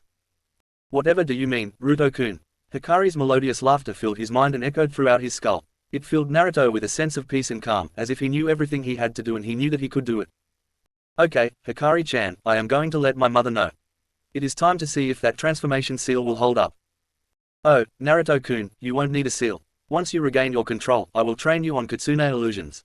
The basic illusion is the transformation. So, don't worry about the seal. Gotcha, I will see you on Friday night, Hikari-chan. Naruto closed the mental link with a fiery red vixen smiling regally in his mindscape. Naruto ran into his mother's room and saw her in her nightgown sitting at her study. She was working away on some scroll or another, but she turned and gasped when she heard Naruto enter the room. She took a second to blink her eyes and take in his form. Why you got your tail, Databane? Yup, so, Hikari-chan says I will need to work on my chakra control again, and once it is good enough, she will show me how to use kitsune transformation to hide it. She even said that it has its own chakra network, Datbayo. Okay then, Sochi, let's get some breakfast and then go train with your new appendage. I will let your teacher and the Refuge know what is going on. The week passed in a flash for Naruto. He worked his tail off, almost literally, to get his chakra control back to his pre-tail levels. His single-minded determination let him work with Hikari on the final day to get the first kitsune illusion, transformation, down. It is a more potent version of the typical henge, which allows the user to actually transform rather than simply place an illusion over the user's body. This made it significantly harder to detect, and it would take a massive disturbance to break the transformation. The Refuge stopped by with B and Yugito, who counseled him on how to handle his new tail. B was significantly more useful because he could fully synchronize with Yuki, which gave him 8 total appendages that B had to learn how to properly use. B's advice helped Naruto learn how to control and maneuver his tail. He directed Naruto to use it in his exercises and treat it like a muscle. Thus, Naruto could be seen throughout the week hanging by the tail reading a scroll or doing pull-ups with the new appendage. Naruto tried sitting in a meditative posture while balancing on his tail, a drill given to him by Hikari, but that proved significantly harder than using it for normal physical exercises. Naruto's close friends also came to visit him and make sure he was doing okay. Tayuya kept dropping hints that something super cute was going on with Naruto, which instantly piqued Mabui and Samui's interest. They squealed like the schoolgirls they were and engaged in regular petting sessions. Naruto really enjoyed the sensation, so he didn't stop them. Atsui said that Naruto's tail was so intensely hot that his fire burned as hot as the sun. Somewhere in Hi-no-Kuni, Fire Country, a man with a bowl haircut and green jumpsuit sneezed and knew that there was a disciple of the Flames of Youth out there somewhere. Friday night eventually came, and Naruto went to his room to meditate. As he entered the seal, he took a minute to compose himself. He was on the hill overlooking Hikari's cottage and he took a deep and settling breath. He imagined a bouquet of fire lilies and it appeared in his hand. He then changed his usual uniform into a fire-red yukata with red slip-on formal shoes and walked down the hill. After walking up to Hikari's cottage, he rapped gently on the door. A beautiful voice told him to enter, and Naruto walked into the cottage living room. Naruto froze when he saw the beautiful, fiery red vixen. Her hair was done up in a princess-style bun with golden ornamental hairpins holding it together. She wore a sleeker and slightly more revealing red yukata than normal. The pubescent boy noticed the extra bit of cleavage and gulped. Despite being 3 inches taller than the vixen, Naruto felt small in front of the majestic and godly beauty in front of him. Naruto remained stunned but mechanically offered the bouquet of fire lilies to his future mate. As for Hikari, she noticed the differences in the Hanyu male, and she was flattered that he was going the extra mile to make this special for her. She gasped at the beautiful flower offering and graciously accepted it. She placed the bouquet in a vase before she walked up and placed a chaste kiss on his cheek. She linked arms with him, led him out of the cottage. The two continued to walk arm in arm up to the lakeside that was near her cottage. They chatted amiably and Hikari was grateful for the intimate conversation after nearly a century of isolation. She reaffirmed with herself that she made the right choice when she selected this boy. They rooted themselves on a soft grass patch that overlooked the lake and set up a picnic blanket. It was super convenient that everything in the seal could be summoned with a simple thought. They sat by the lakeside and enjoyed a simple conversation where the two took the time to get to know each other. They ate strawberries, cuts of fresh game meat and ended the meal with some apple pie. The conversation grew more serious when Naruto asked Hikari to tell him about Makai. Hikari hesitated for a second before collecting her thoughts. Well, Ruto, Makai is the realm of origin for the Kitsune and other demonic beast clans. It is a world of vast disparity and there are constant fights over resources and other such things. The Kitsune are one of the 5 major clans, or at least they were. I haven't made contact with them in over a century, and I have not heard back from your father since I sent him to Makai. Naruto gave her hand a gentle rub as a show of support since Hikari seemed to sadden as she spoke. It's okay, Hikari-chan, I will do everything I can to help restore the link to Makai. My father made the Haration, which is a space-time seal. If Fuinjutsu can manipulate space and time, then we should be able to open a portal to Makai. Hikari smiled genuinely at him. Thank you, Ruto. That means a lot coming from you. Well, getting back to the story, the Kitsune clan is a matriarchal clan that was led by me. After the sage imbued his chakra into me, I became the strongest Kitsune. The next strongest were the 5 7-tailed Kitsune warriors, one of which was a male named Kitsubi. Male Kitsune are rare since Kitsune have a genetic predisposition to females. Thus, males usually take 2 or 3 mates to keep the clan young and strong. That is why I am mostly okay with you taking a few human mates, since after this mating cycle I will not be able to mate again for a century or 2. Naruto blushed at the thought of that. Well, Hikari-chan, I figured I should focus on pleasing my future mate before I worry about anyone else. It was Hikari's turn to blush, which made her look even more beautiful as the blush matched her hair. She whispered a quiet, "Thank you, Ruto-kun." The two would cuddle and learn about one another for the next couple hours. When they were ready to call it a night, Hikari took the lead. She raised herself off of Naruto's chest, took his cheeks in her hands and placed a passionate kiss on his lips. A stunned Naruto took a second to reciprocate the kiss, but he eventually did. Hikari ended the kiss with a small nibble on his lower lip before pushing him away. Naruto remained stunned with his eyes closed and a shit-eating grin on his face. He eventually broke himself out of it and walked Hikari home, where he earned his second real kiss. The night ended with a pleasantly surprised Hikari and a love-struck Naruto. The rest of the second year continued at a steady pace with marked improvement being demonstrated by Naruto's age group. AI and the Ninja Council needed no further proof and invested into their academy to fully adopt the Uzumaki standard. Naruto's role as a leader among his peers was locked in as he continued to be the top performer at the academy while using shadow clones to provide extra support to struggling classmates. He ended the second year significantly above his peers, although his advantage in spars was tempered by his resistance seals being set to level 5 and wearing 50 pounds on his vest, braces and shin guards. In comparison, his classmates were on 2.0 resistance with 10 pounds on each. Special look at second year Taijutsu finals. The second year evaluations ended with a Taijutsu tournament among the 10-year-old students. Since Ruto's class drew so much attention from the public, AI hosted this tournament in Kumo's stadium. He wanted to show off the results of the new academic regimen and light a fire under his current forces. The whole stadium was filled with interested onlookers as the first rounds of the tournament allowed for 4 matches to occur simultaneously. The top 8 students of the class advanced past their 16 other classmates and made it to the quarterfinals. Nobody was surprised to see the top 6, Ruto, Atsui, Omoi, Sumui, Mabui and Tayuya, among the quarterfinalists. Mabui fought Tayuya and lost to her. Sumui fought a kid named Jun and won. Atsu beat a boy named Malik in an exhibition worthy of the Chunin exams. Ruto fought Omoi with his weight seals active, which allowed Omoi to land quite a few hits and show off his skills. Ultimately, Ruto's stamina won out. In the semi-finals, Ruto fought Atsui and was forced to drop his weight seals. He kept his resistance seals to make it fair. Atsui was a skilled Taijutsu practitioner and gave Ruto a solid run for his money. After testing each other for a bit, both of them separated and got ready for the real show. Ruto taunted the hot-blooded youth with a "come get some" motion and sank into Ai's preferred Taijutsu stance, thunderclap style, which focused on using speed to land debilitating counter-attacks. Atsui dashed forward at impressive speeds and used a cross feint before he ducked under Ruto's blocking arm and landed an uppercut into Ruto's stomach. Atsui felt like he struck iron, but he continued the close-ranged fight until both of Ruto's arms locked around him. It looked like Ruto was giving the smaller boy a hug until he bent both legs and performed Ai's legendary Liger Bomb on Atsui. The Liger Bomb is normally reinforced by Ai's lightning chakra, but Ruto still used it with devastating efficiency. With bent legs, Ruto pushed out with his legs to create momentum, but he bent his spine backwards to redirect the momentum until Atsu's head crashed into the ground. The stands went wild with cheers after Ruto picked Atsui up off the ground and handed him off to the medical ninjas on standby. Everyone was thrilled to see a demonstration of the Refuge's apprentice's prowess. Ruto walked off the field with the medical team to make sure Atsui would be okay after giving a brief wave to the crowd to thank him for their support. Sumui and Tayuya had a much more graceful demonstration of taijutsu prowess.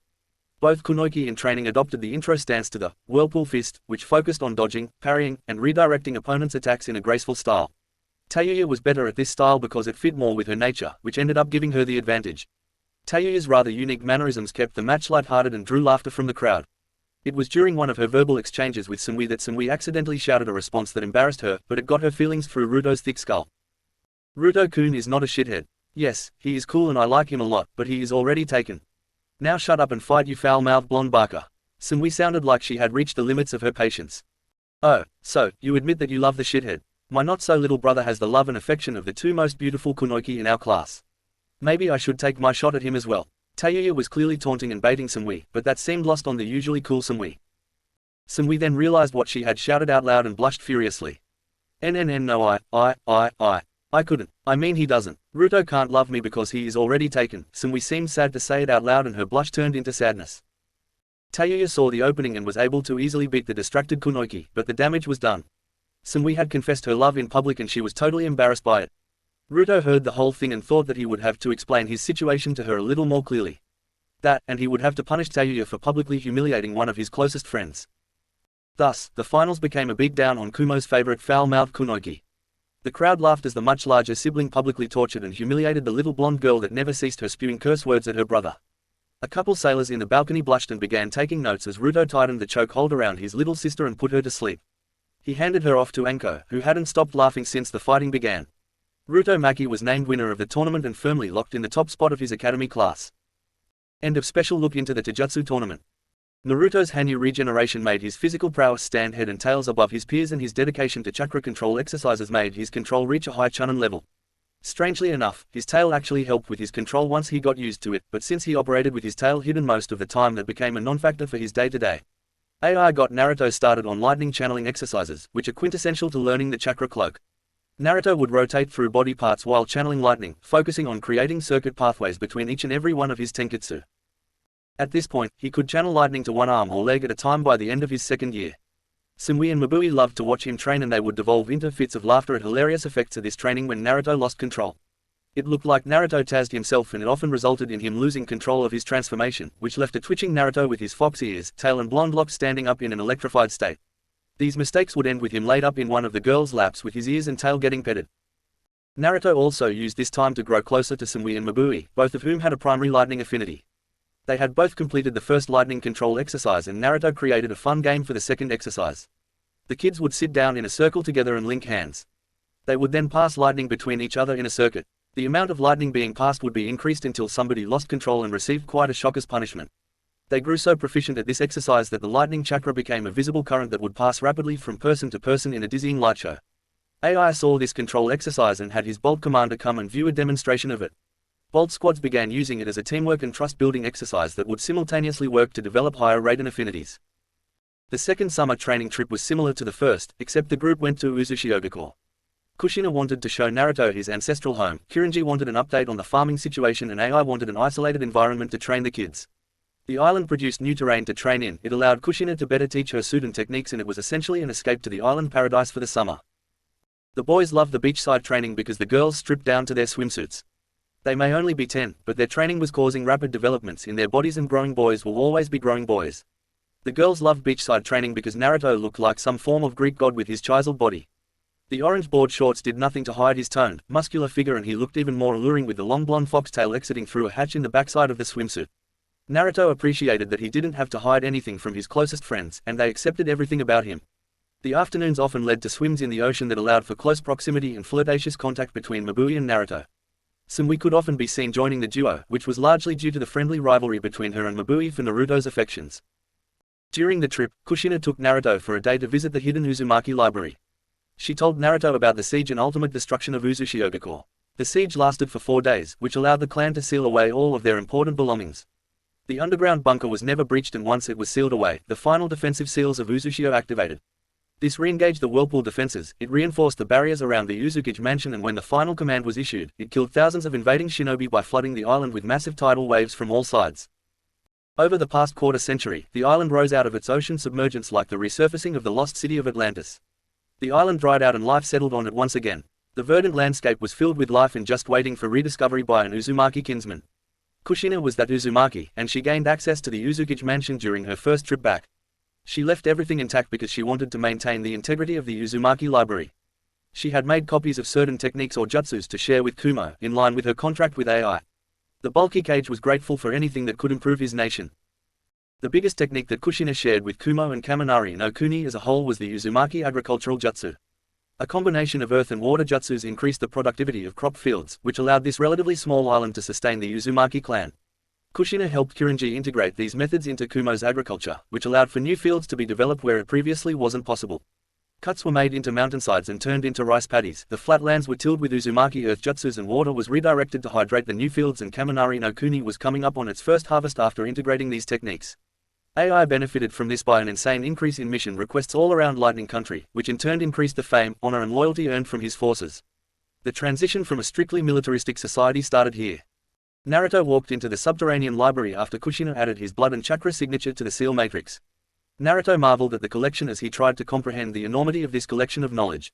He crossed his fingers, and the library was filled with 200 clones with instructions to find things that may be interesting and copy them. Naruto wanted to make the most of this visit, and he wanted enough research material to last him the next year. He grabbed Fuinjutsu manuals ranging from Uzumaki level 8 to 12, hoping that something would help him figure out how to breach dimensions. The second annual apprentice trip ended with an exercise rather than a mission for the year. The adults played defense on a fixed position, a mansion that was recently rebuilt. The children were tasked with infiltrating the mansion and acquiring a scroll that contained secret information. AI watched over the kids as they set up their approach to this mission.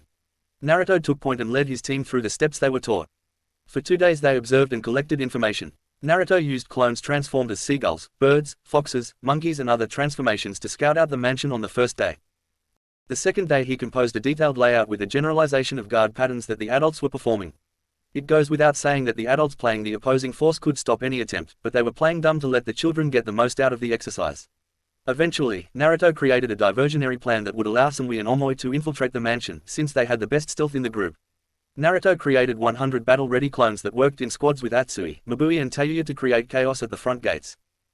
Kushina was impressed and a little scared as explosive notes detonated all over the front gate. Much like herself, Naruto didn't really understand the definition of restraint. However, it was a very impressive tactic to draw attention to the front part of the compound. Hordes of Narutos led the charge after the gate was breached, and hordes of Narutos were rapidly dispelled by Kushina, Darui and Shi. Shi, the censor of the group, noticed the two kids sneaking through the back, but he thought they were hiding their signatures well enough to let them pass. After 20 minutes, the assault group was neutralized, but the scroll was handed to AI, which meant it was a successful mission. The adults sat the kids down and walked them through an after-action report. They thought that the reconnaissance phase went very well, even if they did rely on Naruto too much for it. The main battle plan was criticized because it sacrificed team members needlessly, although it did allow for mission completion. AI wanted to impart the importance of teamwork on his kids and the importance of not needlessly endangering your teammates. For instance, Naruto could have completed the distraction with clones alone and sent a larger infiltration force. Naruto countered that by saying he wanted to include everyone, but he did take the meaning of the lesson to heart. Each kid was given a couple areas of improvement from the senseis, and it was a good learning experience as a whole. Chapter 7. Author's note: Okay y'all, I am glad to be getting more interest as the story progresses. I have a long chapter for you today mainly because I didn't want to split up a mission that everyone loves. I hope you enjoy and I would sincerely appreciate some feedback. Much love. Year 3, D rank missions. The third year at the academy was what you would expect from the training of future child soldiers. Steady improvement with heavy emphasis on the basics and improvement of fundamental skills. The workload was also increased for the students. They reported to school 1 hour earlier, which was added directly into an extra hour for the morning workout. The children were still being taught standardized katas for Taijutsu and Kenjutsu, but Year 3 allowed them to choose between 5 different styles. The education focused on real-life application of math, science and biology with a tinge of important history. All in all, it wasn't that important. The third year is also when students started doing D-rank missions within Kumo. It was a change and a show of trust that would be severely punished if the trust were broken. Rather than your typical sensei, Chunin would accompany 3 students to perform the missions. It was also when teams were assigned and tried out. Rather than throwing graduates into a blender and hoping they instinctively knew how to work as a team, the academy divided students up and served them as temporary teams. AI wasn't like the fools from Konoha. He didn't care about balancing teams out. He and Kushina agreed that having the top students placed with other top students would create teams that far outshined their peers and had the potential to create teams that exceeded Konoha's legendary Sannin. This inevitably meant that the apprentices were going to end up on the same team, and Kushina had practically demanded that Naruto be teamed up with Sumui and Mabui. Thus, Naruto spent 3 afternoons a week during his 3rd year with Sumui and Mabui fulfilling D-rank missions issued from their academy sensei. If one were to say that they weren't truly missions, one would be right. That being said, it was still good experience, a great way to build up rapport between shinobi and civilians, and a good way to get accustomed to operating as a team. Let's get a good example. Flashback, D ranks with 2 beautiful girls. Naruto walked calmly out of the academy with his hands in his pockets. The 11-year-old Naruto and 12-year-old Sumui and Mabui were walking out of the academy with Zed, their sensei for the day. It was unusual to get a bolt sensei when doing D ranks, but Zed had heard about the prodigies of the academy and wanted to see for himself. Zed looked with amusement and a tinge of jealousy at Naruto. The boy was nearly 5 feet 11 inches, 155 pounds, and he looked like he had come out on the other side of puberty a complete winner. It was absolutely mind-boggling to think that the kid was 11. Furthermore, the kid had 2 girls that were clearly going to become bombshell kunoiki in the near future. Sighing, Zed walked behind the students to supervise their mission. The mission for the day was pretty standard to start with. There was a farmer at the base of the mountain that wanted to have the land that was recently cut out tilled and derocked. Zed watched as the civilians of Kumo greeted the squad with genuine smiles on their faces, and the boy returned their greetings with a blinding smile on his face. Every now and then, Zed saw the girls blush furiously as they looked at Naruto. Almost constantly, girls and teenagers around Kumo blushed and squealed when they saw Naruto. Kami, this kid was blessed. After exiting the gates, the trip was quicker since the students decided to race to the bottom of the mountain. Zed was impressed with their speed for such young kids, especially when he saw that they were still wearing their weights and resistance seals. It took another 10 minutes to get to the client, and Zed watched with amusement as Naruto greeted the farmer cheerfully and ruffled his daughter's hair playfully. Zed decided to jump up on the roof and watch how the academy students handled an admittedly physically demanding task. So, girls, want to have some fun with this one? Naruto asked playfully before he removed his shirt and got ready to work. Naruto knew what this would do to the girls, but it was just so cute to see them blush. Sumui, the usually cool kunoiki in training, turned a cherry red that almost made her blonde hair turn strawberry. Naruto. Naruto smiled coyly and winked at Sumui. Mabui's mind was in overload and her milk chocolatey skin was darkening as her blush saturated her cheeks. The kids set to work at a steady pace while Naruto took every possible opportunity to flirt with and embarrass the 2 girls. Zed watched as the kids used a variety of lightning jutsu to break up the ground before Naruto performed a water technique and spewed out a substantial volume of water over the field. Then, Mabui performed repeated small-scale earth jutsu to set the land up into tillable rows. Zed marveled at the academy squad. A couple years ago, it would have been unheard of to see kids their age throwing jutsu around the way they were.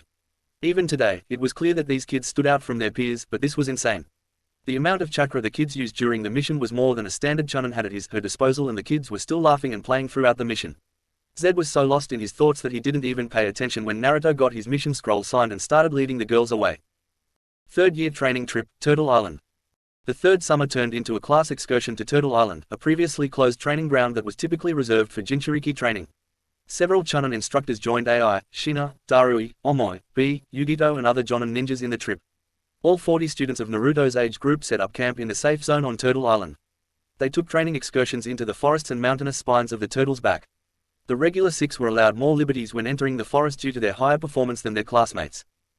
It was during one such excursion that Naruto was showing the mountain climbing exercises that the Refuge had him doing. The group was following Naruto up one of the biggest spines on the turtle's back that was basically a mountain for all intents and purposes. During this climb, Naruto was leading the group and encouraging them to keep up with him. Naruto was carrying a pack on his back that weighed 300 pounds, but that didn't stop him from being able to lap his group. Come on, Mabui-chan, I know you can do it. Just a little bit further and there is a ledge you can rest on. Tayuya, I see you slacking, don't give up on me yet. Naruto shouted down to the group below him. Mabui gave a silent nod, but Tayuya was not so patient. Screw you, shithead, I am trying, but this is a long climb. Not everyone has your enormous fucking chakra reserves. Naruto's boisterous laughter incensed Tayuya further. Tayuya finally lost her shit when a Naruto clone jumped down to just above her position and started providing encouragement to get her to climb. Okay, it wasn't so much encouragement as it was sibling taunting. The clone then had to secure Tayuya with a chakra chain after she lost her concentration when attempting to attack the clone. This left one infuriated redhead pouting on a ledge of the mountainous spine. Naruto left the group resting on the ledge and went to complete his climb. As he was approaching the top of the spine, he saw a giant nest built into the side of the spine. He scanned the skies to make sure that no predators were around before he finished the climb into the giant bird's nest. In the nest, Naruto found a magnificent-looking bald eagle, but the creature was struggling to stand up to face the potential threat. As he stepped toward the nest, the eagle raised its head menacingly, but it seemed like it couldn't put weight on its leg. Naruto raised both of his hands in a calming gesture and then dropped his pack, which made him look much less menacing. Regardless, the eagle kept clacking its beak menacingly at the boy. Easy, easy, I am not here to hurt you. He took a cautious step forward with his hands maintaining the open posture. You look hurt, I want to help, will you show me? Naruto stopped 10 feet from the eagle's head and the bird continued to click its beak at him. Naruto decided to become less threatening, and he sat down in front of the massive bird of prey. He continued to wait patiently and talk to the eagle until it finally relented and unfurled its wings. Naruto saw that its right leg had a pretty severe gash in it, and it was bleeding a mixture of pus and blood. Naruto slowly drew out his medical kit, showing it to the eagle, and he explained what he was going to do. He pulled out disinfectant, gauze, bandages and then an extendable sling to provide extra support. He laid the items out in front of the eagle and waited for the signal to continue. After moving its massive beak over the items and inspecting each one, the eagle slowly nodded after making eye contact with Naruto. Naruto cleaned the wound with disinfectant, rinsed it with a basic water jutsu, stuffed the gaping part of the wound with gauze, bandaged it all up and then strengthened the limb with a splint and then stepped away. The eagle tested its leg and found that it could put pressure on it again. The bird walked happily, if not awkwardly, around its nest and cuddled the feathery part of its head against Naruto's cheek. Naruto returned the gesture and scratched the eagle under its chin, which the bird greatly appreciated. Eventually, the two separated and the eagle made a gesture with its head. Naruto followed the eagle to the backside of the massive nest where a medium-sized scroll lay. The scroll was partially covered by straw before the eagle snatched the scroll in its beak and dropped it in front of Naruto. Naruto rubbed the side of the eagle's neck in thanks before he picked the scroll up. He opened it and instantly recognized it as a summoning scroll. A quick look further showed that it was for the eagle summons. A brief conversation with Hikari told Naruto that they were an honorable clan, and she would be okay with him signing the contract. Naruto rolled out the scroll, split his thumb on his incisor, smeared the blood on each fingertip and then placed his handprint on the scroll and wrote his name in blood. Naruto looked at the massive eagle again and smiled as he pulled some jerky out of a seal in his pocket. He tossed it to the eagle and the massive beak opened to snatch the meat out of the air. The eagle made an appreciative sound and a long, hard tongue licked Naruto's cheek. The henna laughed merrily at the gesture before he told the eagle that he wanted to climb to the top of the mountain. The eagle flew out of its nest and followed Naruto as he climbed another 300 meters vertically. After soaking in the view from the peak, Naruto climbed down to his group that was waiting for him at the base of the mountain spine. He greeted them merrily before he noticed the group tense up. Moments later, the massive eagle landed behind Naruto, and he scratched it under the chin again. He told the story to his friends before the girls glommed onto the newest, feathery member of group. The eagle seemed to appreciate the affection but eventually flew back to its nest. The rest of the training trip passed without incident and the students returned to Kumo for a 2-week break before going into their 4th year. AI was ecstatic about Kumo gaining a new summoning contract and Kushina was proud of her son.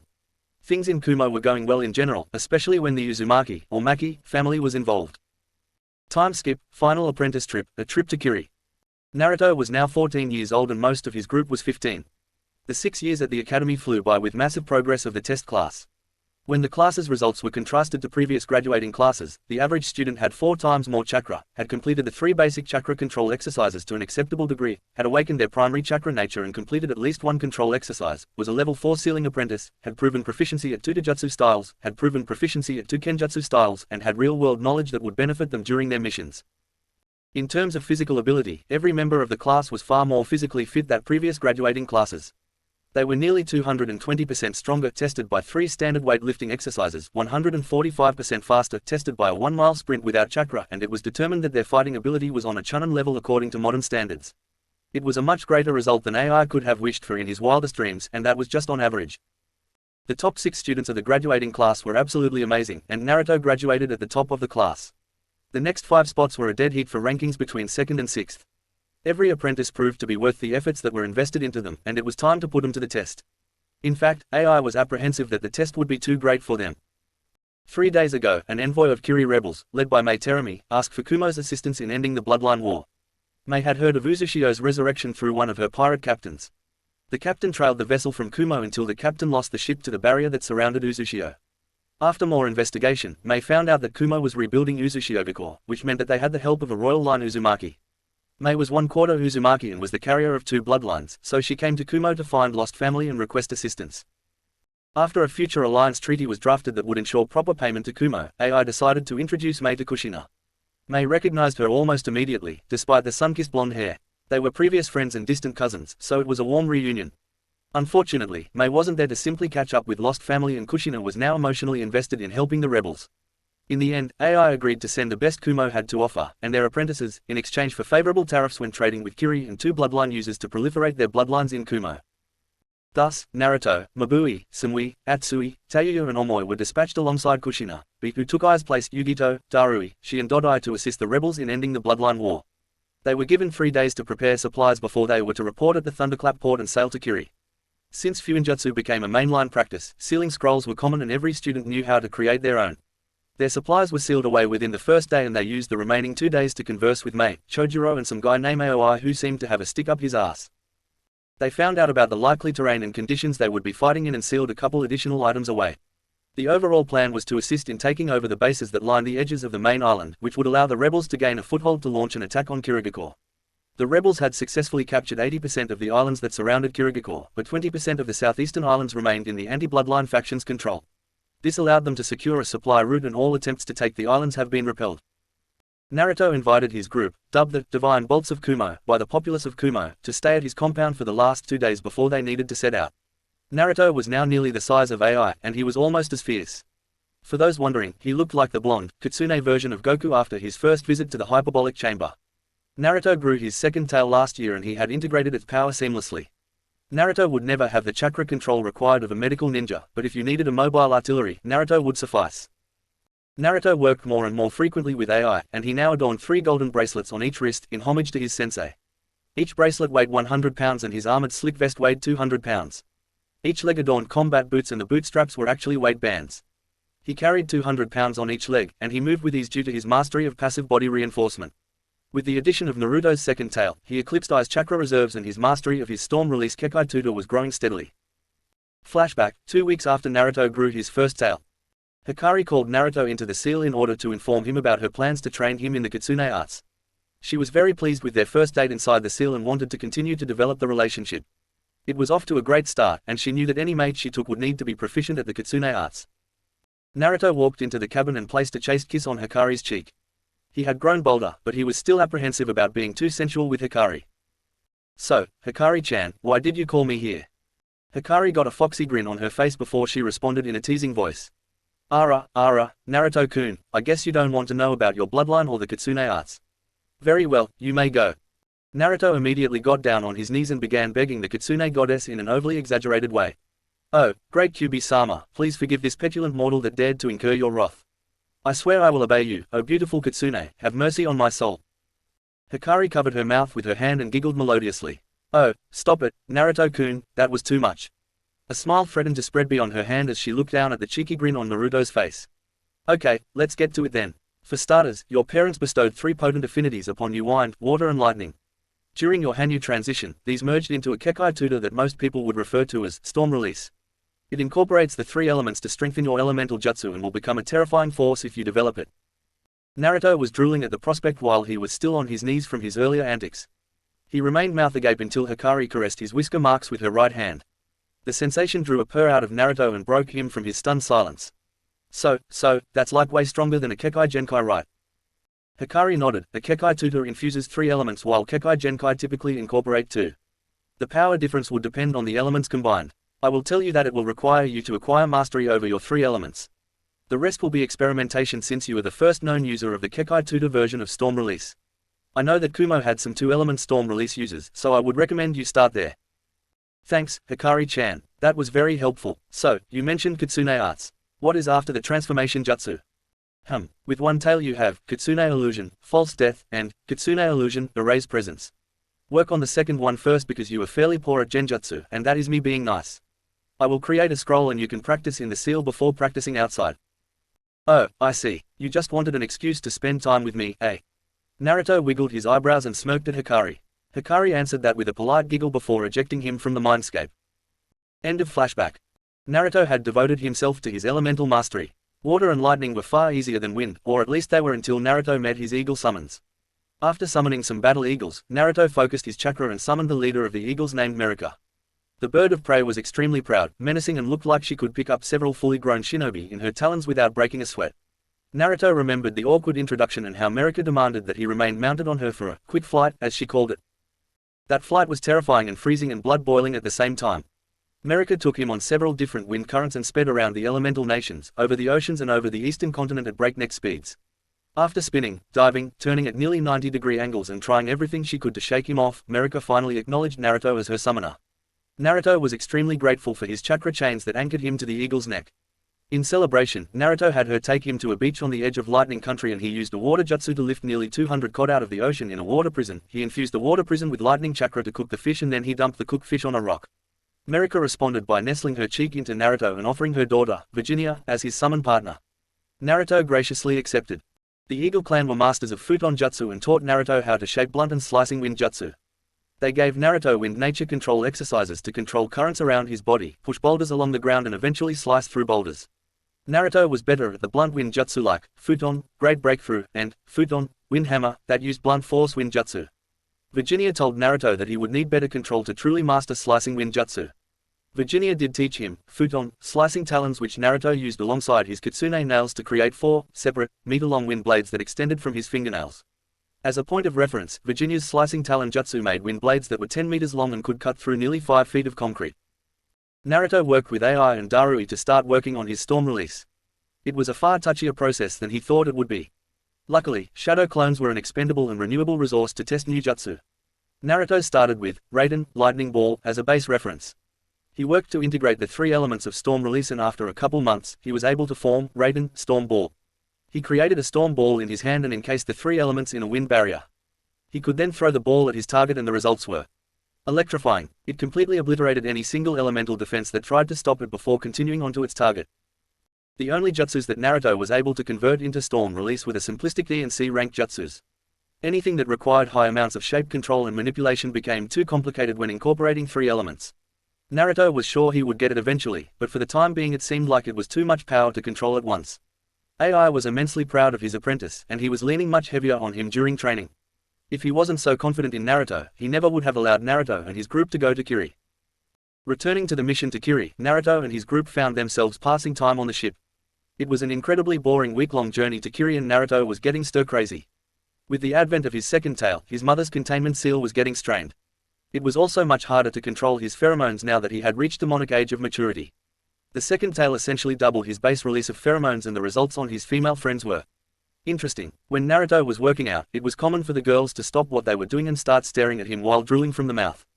Kami forbids he took his shirt off in their presence, then it became 10 times worse.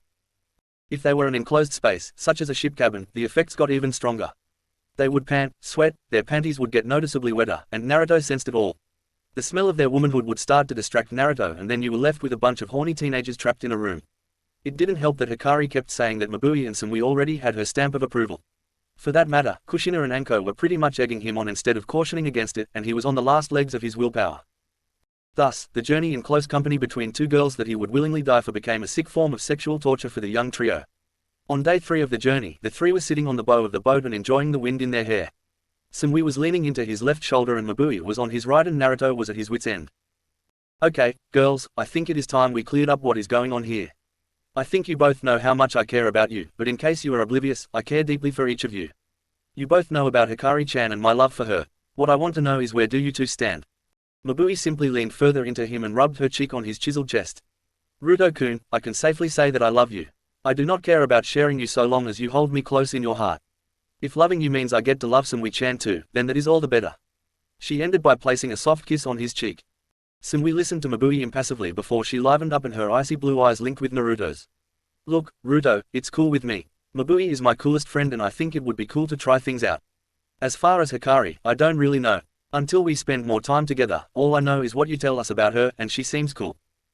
Hikari giggled through the mental link. Hehe, tell Samui-chan that she is pretty cool too. I am fine with sharing each of them. Ask them if they are big curious for me, would you Ruto-kun? Naruto blushed furiously, which was noticed by each girl. Hikari says you're pretty cool too Samui. She wants to know if you girls are, big curious. A serene fit of giggles filled Naruto's ears. Mabui answered first, I wouldn't mind trying. I haven't gone out of my way to be with a woman, but I wouldn't mind trying if it was Samui. The normally stoic Samui blushed furiously before she answered, I guess that would be cool. Naruto let a deep chuckle escape from him before he turned his head to Mabui and leaned down into a passionate kiss. Naruto had gotten much better at kissing thanks to rather direct feedback from Hikari. Mabui melted into the kiss and looked like everything she ever wished for was finally coming true. Naruto broke the kiss and left Mabui in a daze as he turned to a patiently waiting Samui. He laid a thick one on her for a minute or two before he broke the kiss and left a breathless Samui. He was then blown away when Samui leaned over his chest and placed a simple, yet sexy, kiss on Mabui's lips. That seemed to settle some of his Hanyu urges and filled his heart with joy as he enjoyed the wind blowing through his hair. The three continued to bond and it left Hikari wanting, so she pulled Naruto into the seal for some cuddle time and kisses each night. Naruto closed his eyes and thanked Kami for all of the angels she placed in his life. The week-long trip became enjoyable after he finally confronted his feelings and accepted Samui and Mabui. Snogging sessions in hidden nooks of the ship, in vacant rooms, or whenever they were in private, the three gave into their hormonic urges and grew closer and closer to one another. They finally arrived at a port on a western island of Mizu no Kuni and were led to the rebels' main base. Mei was welcomed back with open arms and enthusiasm by the rebel forces. The Kumo reinforcements did not receive such a warm welcome, but that was to be expected. Naruto and B were rather imposing figures. B was 6 foot 1 inch, 240 pounds of highly dense muscle. He was a force of nature, and the 7 red-hilted katanas slung on his back added to his intimidation factor. Naruto was 6 foot 2 inches, 215 pounds with neck-length blonde hair tied back into a manbun. Naruto's face was covered to his nose in a black cloth fiber mask to hide his whisker marks. Naruto wore a Western-style greatsword on his back with the eagle head pommel peeking over his left shoulder. The blade was 5 inches wide and over 5 feet long from hilt to point. On his waist, he had a traditional Uzumaki katana clipped to his belt. The blue cloth hilt led to a sapphire pommel that was cut into a whirlpool shape. Naruto wore a dark blue long-sleeve shirt that peeked out from his hardened Kevlar armor that covered his chest and back. Imagine slick body armor. The body armor had 6 slots for his combat scrolls. His black bulk cargo pants were loose-fitting and allowed for freedom of movement. The Uzumaki sealing kit rested next to his field aid kit on the left side of his belt. The black combat boots were hardened leather with steel tips. The 3 golden bracelets on each wrist jingled rhythmically as the massive Hanyu walked confidently through the rebel forces. Naruto received his greatsword from the Eagle clan as a gift for becoming their first summoner in centuries. They claimed that it belonged to some guy from England, which was a great-great-grandfather to their first summoner. Their first summoner's ancestor was named Arthur and he had a passion for greatswords. This particular greatsword was called Heaven's Blessing, which was kind of ironic since it would now be wielded by a Hanyu. Naruto promised to use it to bring honor to the Eagle clan before he returned to his compound to develop a kenjutsu style for the unusual sword. He relied heavily on feedback from B and his mother to refine the style, but it became a truly terrifying weapon in Naruto's hands. Back to the rebels, Mei led the entourage to the command room that was full of rebel leaders looking at maps that were strewn out over the walls. Red and blue pins rested over each island, and on the main island of Kiri, 10 red pins circled the island.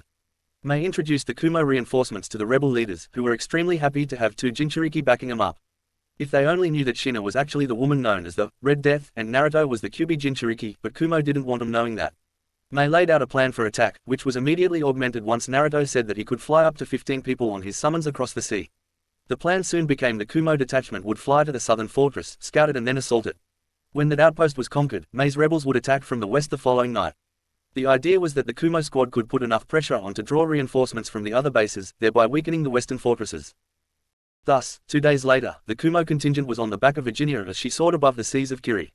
Luckily, the ever-pervasive mist of Kiri hid the presence of the attack squad as the massive bird of prey soared high above the fort on the southern edge of the island. Naruto was not a true sensor, but he was taught some tricks by Shi. During the flybys, he would repeatedly force out pings of chakra. Since his chakra was so dense, he could ping nearly 2 kilometers in sonar-like fashion. Of course, this ping could be felt by enemy sensors, but it just confused the enemies in the dense mist. Naruto created clones around the base that would ping and then dispel to relay the information. The fort dispatched patrols to scout the surrounding terrain and repeatedly came up empty throughout the day. By the time night fell, the outpost was confused and frustrated with their sensor ninjas due to the constant freakouts. Vegeta was relieved when Naruto finally told her to land. She was flying on and off for the past 6 hours and she was ready for a rest. Naruto promised Virginia her fill of fish when they returned to Kumo, an offer she gladly accepted.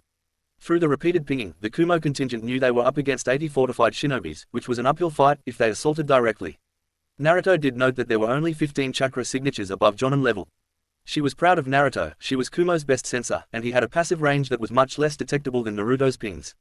She was nearly undetectable within a 500-meter range, whereas Naruto's pulses were like bright beacons to sensors that could cover kilometers. Around 2 a.m., the group boarded Virginia once again and conducted an airborne assault on the fortress. There was a total of 12 ninjas in the watchtowers, which meant 1 for each member of the Kumo contingent. Virginia slowed down to hovering speeds as the Kumo shinobi dismounted 2 at a time. The guards were focused on looking out of the fortress and into the mist, never expecting an airborne threat. Sumui, Mabui, Tayuya, Omoi and Atsui got their first shinobi kills without resistance. The group was well trained and didn't let it distract them from their mission, but it would catch up with them later. Once the 12 guard ninjas were neutralized silently, the group communicated with hand seals. In 2-man teams, mentor and apprentice, they infiltrated the buildings of the Kiri fort. There were no civilians in this fort, which would be a mercy on the youngsters' consciences when this was all over. The two-man teams cleared out every building silently except the barracks, which they saved for last. She signaled that there was a total of 40 ninjas sleeping in the barracks, which was about what they expected. The Kumo squad surrounded the barracks and placed a total of 40 explosive tags on the building, explosive tags made by Naruto, which were infused with yokai. After placing the tags, they jumped the cover and positioned themselves in a circular formation around the barracks. Kushina signaled from 5 down to 1 before a massive explosion echoed across Kiri. It created a veritable firestorm that destroyed the barracks in its entirety. There were 0 survivors. The mushroom cloud hovered above the mists fort for nearly a full hour before finally dissipating.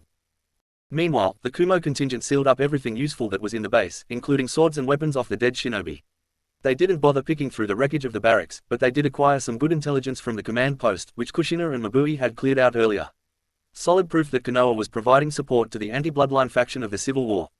Letters signed NE, the calling card of route according to Kushina, detailed shipments of weapons and food that were provided by Konoha to Kiri forces.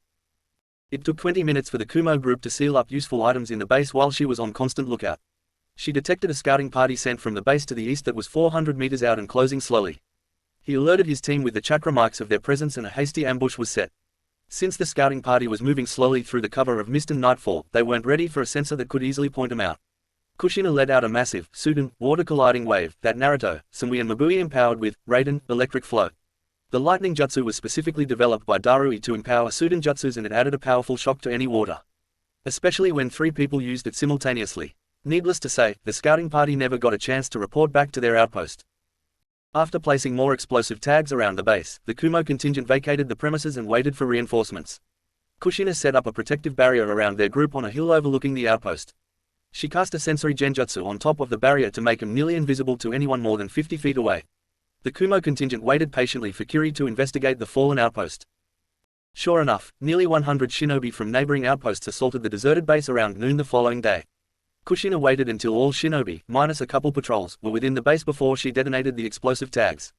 80 tags set up around the base detonated simultaneously and killed nearly 2/3 of the reinforcements and left those alive in a state of shock and confusion. They did not attack this group, they waited until nightfall to attack the base to the east. As night fell, 400 rebels assaulted 2 of the western bases.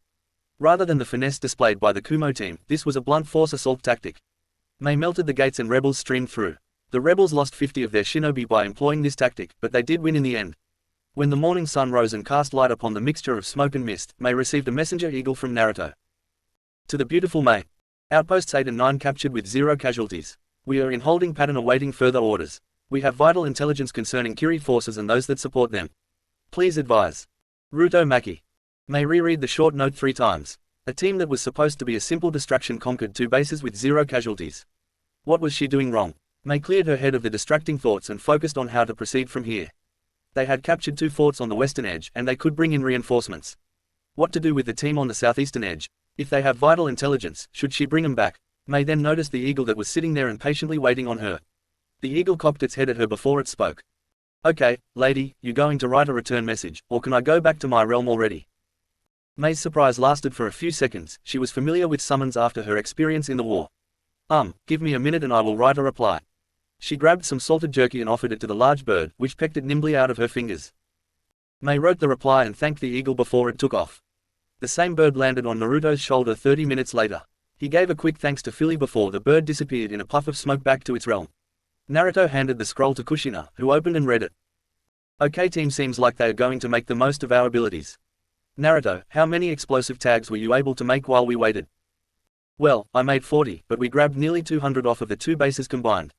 Are we gonna make a big boom boom, Ka-chan? Mabui, Sumui and B giggled at the blonde Hanyu's antics while Yugito shook her head.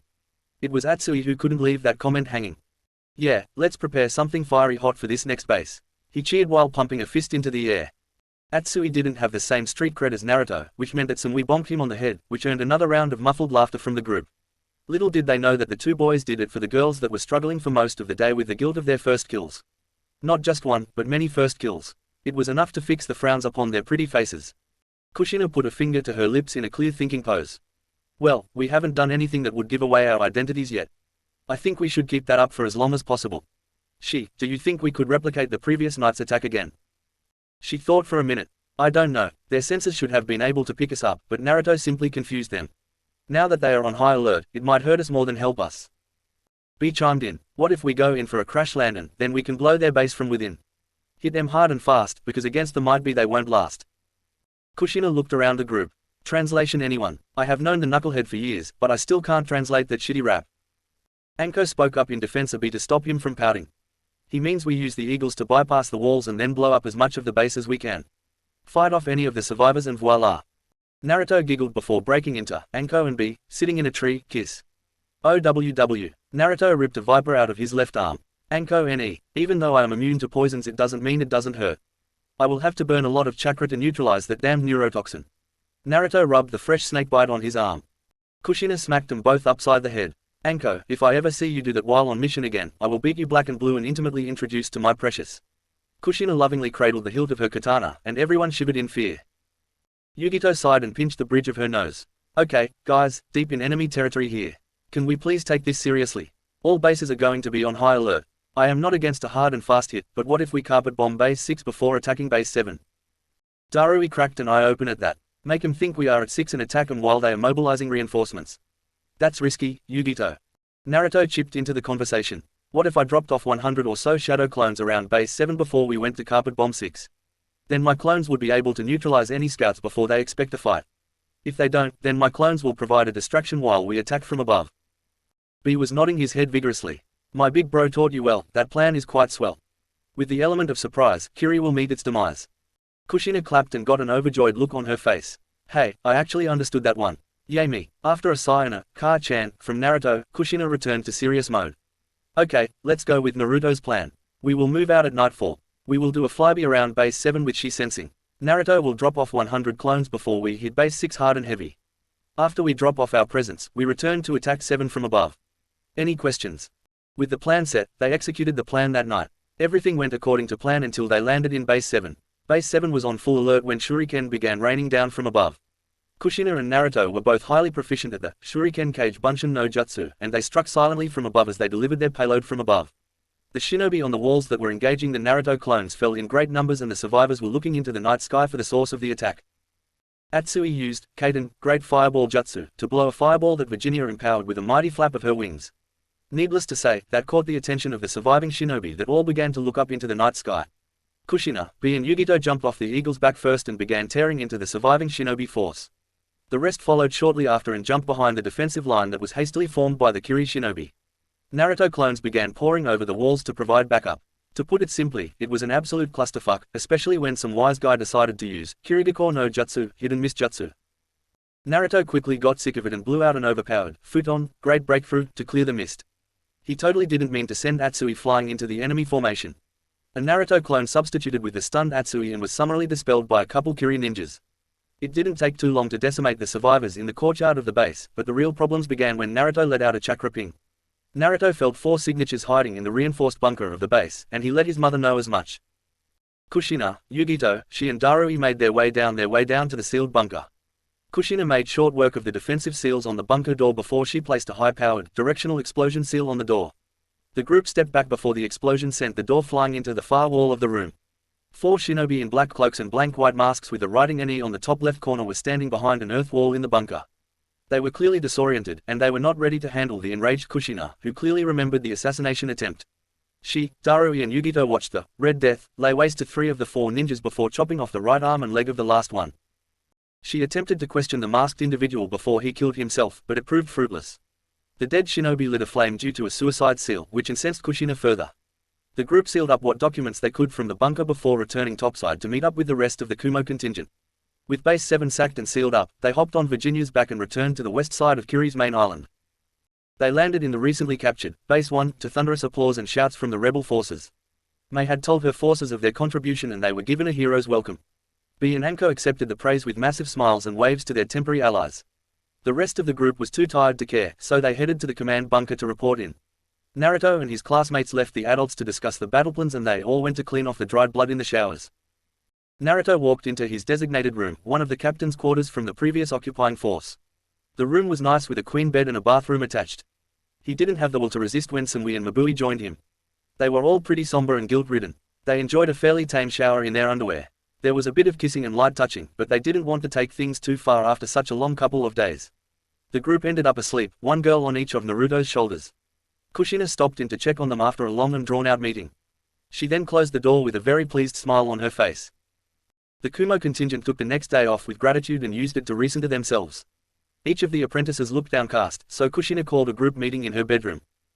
Okay, kiddos, I know that you skipped the kiddie pool and jumped straight into the deep end. The good news is that it will only get easier once we are done with all of this. This is war and war is hell. You have all done a magnificent job, and if it makes you feel any better, we are all proud of the way you conducted yourselves. Darui spoke next. I know the weight of taking a life feels too heavy to bear, and I am glad you all feel that way. This is our job and way of life. So long as you don't relish in destruction or succumb to the bloodlust, you will stay on the right track. It is okay to feel what you all are feeling, but don't let the weight of it drag you down. Anko spoke in her cheery voice, ditto what those two said. Y'all are doing great and this shit sucks. Most genin are oblivious to what y'all are feeling, and it may be better that way. However, during the past 3 days I saw proud warriors of Kumo out there. Y'all did what needed to be done and you did it in the cleanest way possible. Kushina decided she had more to add. It was pretty clean, wasn't it? Aside from that last fort, we operated like trained professionals. And we got a shit ton of loot to take home while helping out what we all know to be the good guys in this war. Imagine that these rebels are me and Naruto, bloodline wielders. The current Mizukage would have us killed for such a stupid reason. There is no way in hell that is right. So, hold your heads up high and know that your efforts are making the world a better place. The kids seemed to find comfort in the words of their mentors, and it did help that they collected an actual shit ton of loot. Between the 3 bases they looted, they had over 1,000 kunai, 1,500 shuriken, 400 swords, 200 bottles of some expensive sake, a few water jutsu, 400,000 ru and other various odds and ends. They would be in for a fat payday when they returned to Kumo. Naruto cracked a smile and looked at everyone. And, we all made it out alive. I heard that the rebels lost over 50 men on just 2 bases.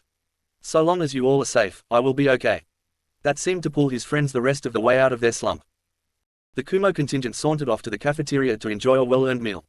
In the cafeteria, Mei approached the table with a cute red-headed girl that seemed to be around 15 years old with a nearly identical hairstyle. It was painfully obvious that the girl was her daughter. Mind if we join you? After multiple people said no, Mei sat down and introduced the girl.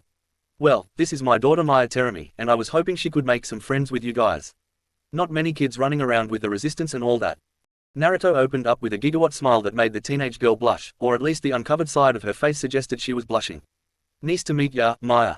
I am Ruto Maki, this is Mabui, Sumui, Tayuya Maki, Omoy and the loudmouth is Atsui. The girl looked down at her feet. Nice to meet you.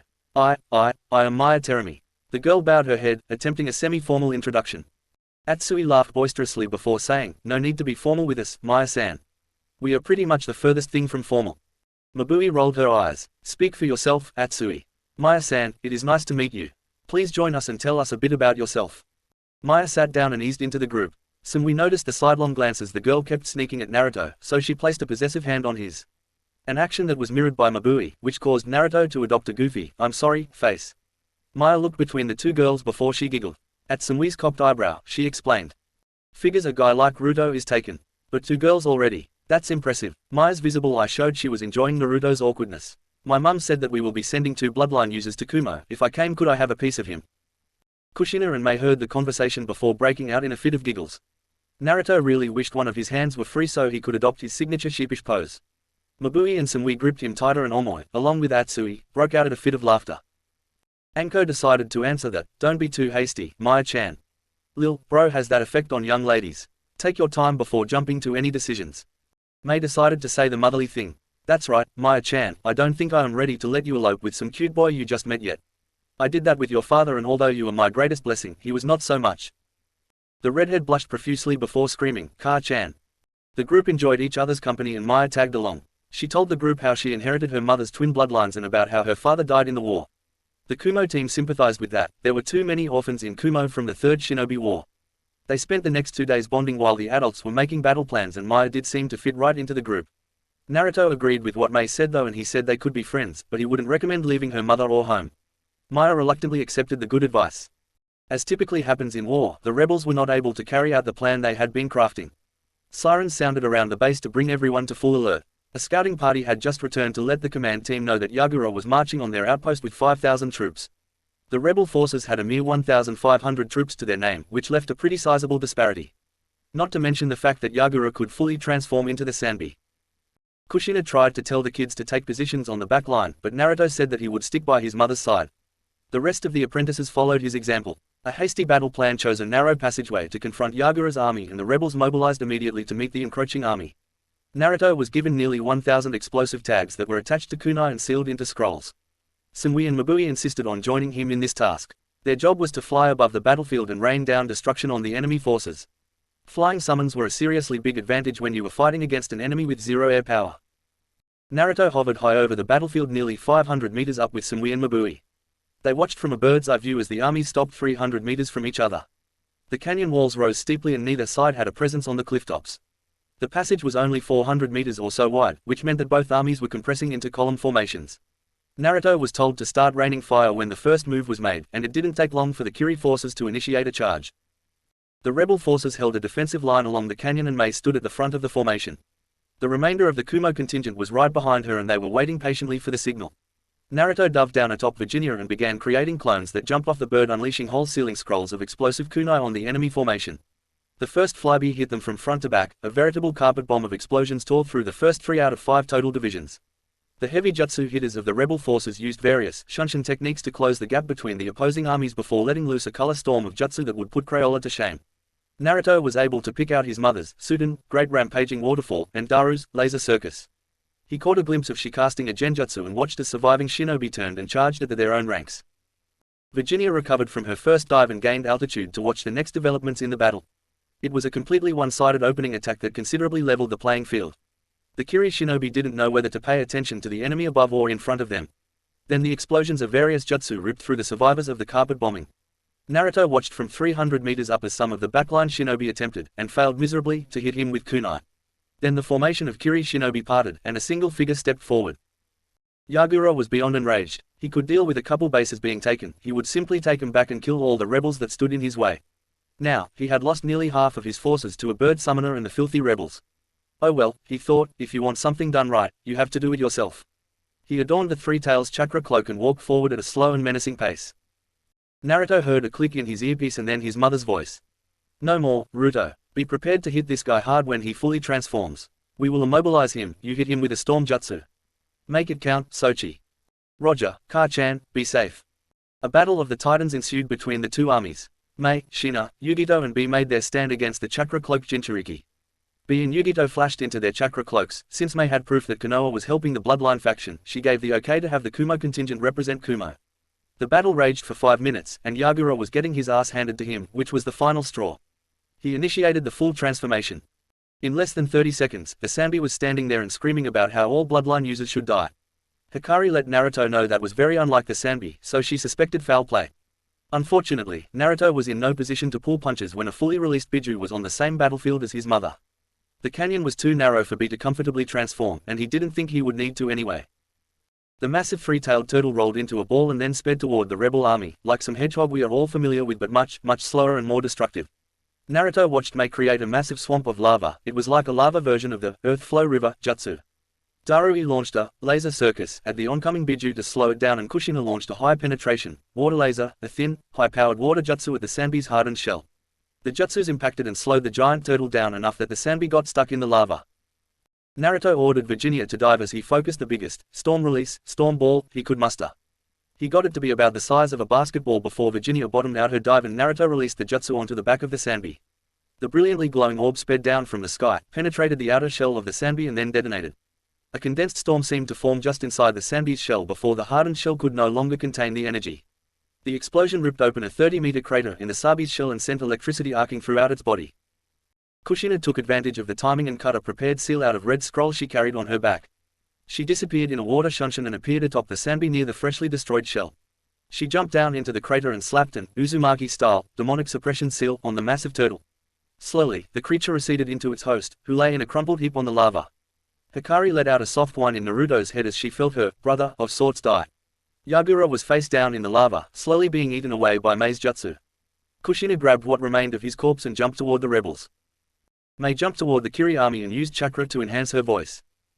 Let that be the end of this. There has been enough bloodshed in Kiri for 100 lifetimes. I will offer pardons to those of you who surrender now. To those that resist I offer you nothing except death. Now choose.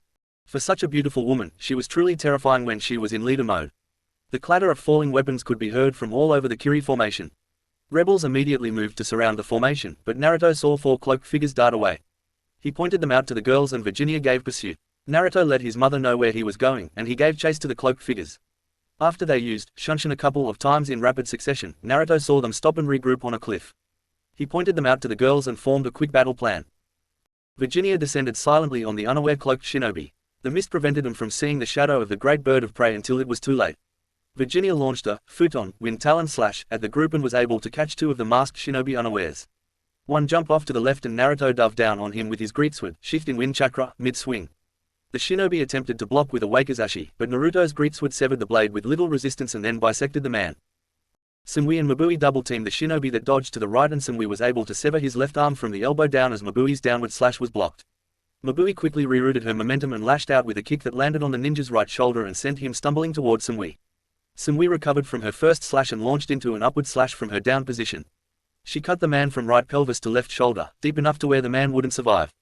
The man lay on the ground, bleeding out for 15 seconds before blue flames incinerated him and the NE mask he was wearing. In a similar fashion, the other bodies self-immolated and left behind no proof. Oh well, Naruto bore a deep hatred for the Rude NBU, and he reveled in their defeat and subsequent deaths.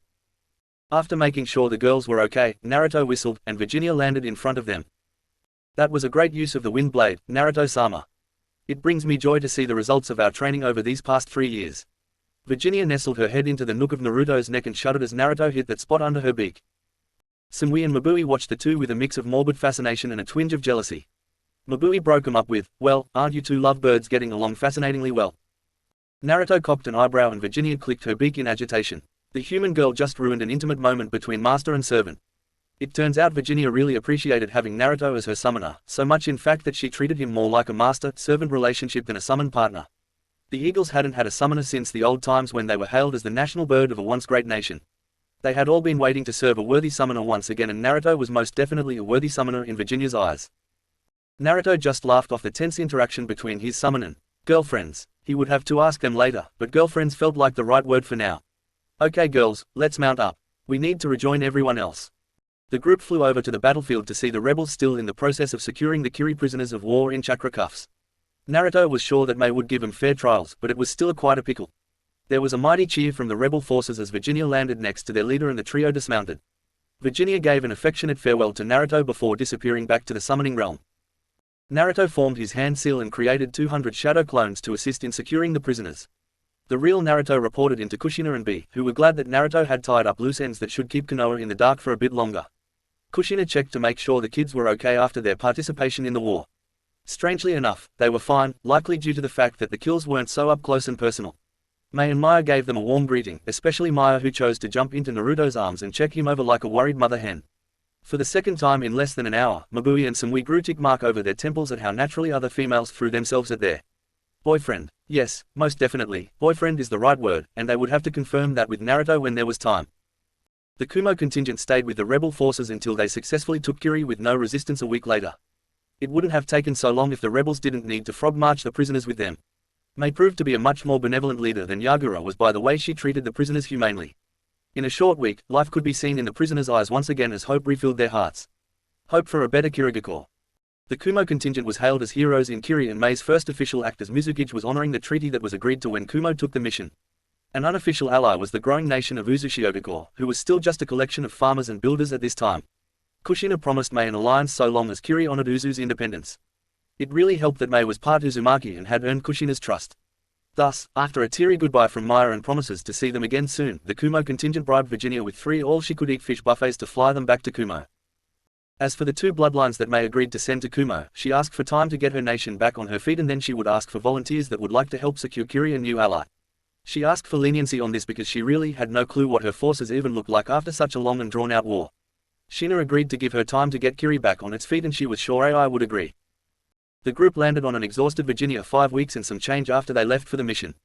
AI saw them coming and orchestrated a hero's welcome for the squad of shinobi. Proud citizens of Kumo lined the streets and cheered for them as they walked up to the Refuge tower. Whispers of their achievements already beginning to spin out of control, but there was no harm in letting it happen. The group just soaked up the praise and pride of their people with smiles on their faces. They finally made it up to Ai's office in the Refuge tower, where they gave him a full report. AI apologized to the fresh genin for putting them in such a dangerous position.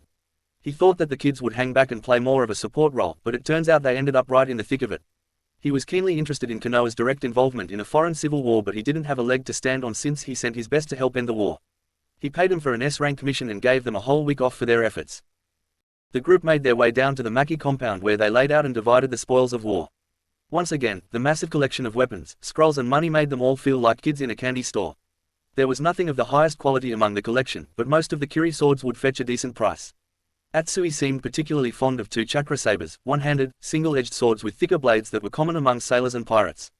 The blades were made from chakra-conductive metal and Atsui simply wouldn't stop rambling about how hot the blades made him feel inside, so the group just shoved them into his arms and told him to shut up already. Mabui selected two wakizashis that were of a nice quality that she strapped in an X-holster on her back. She begged Kushina to put reinforcement, self-repair and summoning seals on them, which Kushina was more than happy to do. Sumui was partial to her katana and wakizashi pairing that she already had, so she didn't make any claims. Yugito took an interest in a pair of bladed gauntlets that were a unique design special to Kiri. B already had his swords, so he let Darui and she picked some upgrades. Kushina scoffed at the quality of the swords compared to her preciouses, and Tayuya decided to take two katanas as practice swords. Naruto's greatsword was unique to the ancient Western culture and he had his spare blades custom forged, so he passed on the chance for new weaponry. Kushina cooked a victory meal for the Kumo contingent, and they all invited their families over to celebrate. It turned into a typical, rowdy Maki party when the sake came out and the adults forced the kids to drink a couple saucers in celebration. It was only right that after their first war they had their first drink. It was during this party, with the extra liquid courage of sake, that Naruto finally made Mabui and Sumui his official girlfriends. Ending the war in Kiri would be the first in a long line of crowning achievements for the six dubbed, the Divine Bolts of Kumo. Chapter 8. Author's note, I have gotten more than a few comments about the new genin being sent to Kiri and I can admit that it was a stretch. However, AI has always been a man that believed in power. He sent the kids to Kiri with 6 of the strongest shinobi in Kumo. The whole point of the intro to this story was to show how Kushina changed and empowered Kumo. This was the display of that power. I hope you enjoyed it and I hope you enjoy this rendition of the Wave mission. A request from Wave. 2 weeks after the squad's return from Kirigakure, Naruto, Sumui and Mabui were called to the Rakuge's office by Kushina. Kushina was not their sensei, so they wondered why they were being summoned by her. Naruto led the girls into the Rakuge's office where he saw his mother and another woman with long blue hair and a heart-shaped face. She held a child in her arms, and she was clearly exhausted from their long trip to Kumo. AI set down the barbell he was using to complete a set of bicep curls and looked up at his favorite genin team as they entered.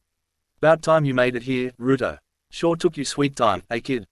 Naruto adopted an exaggeratedly offended face and clutched his hand over his heart.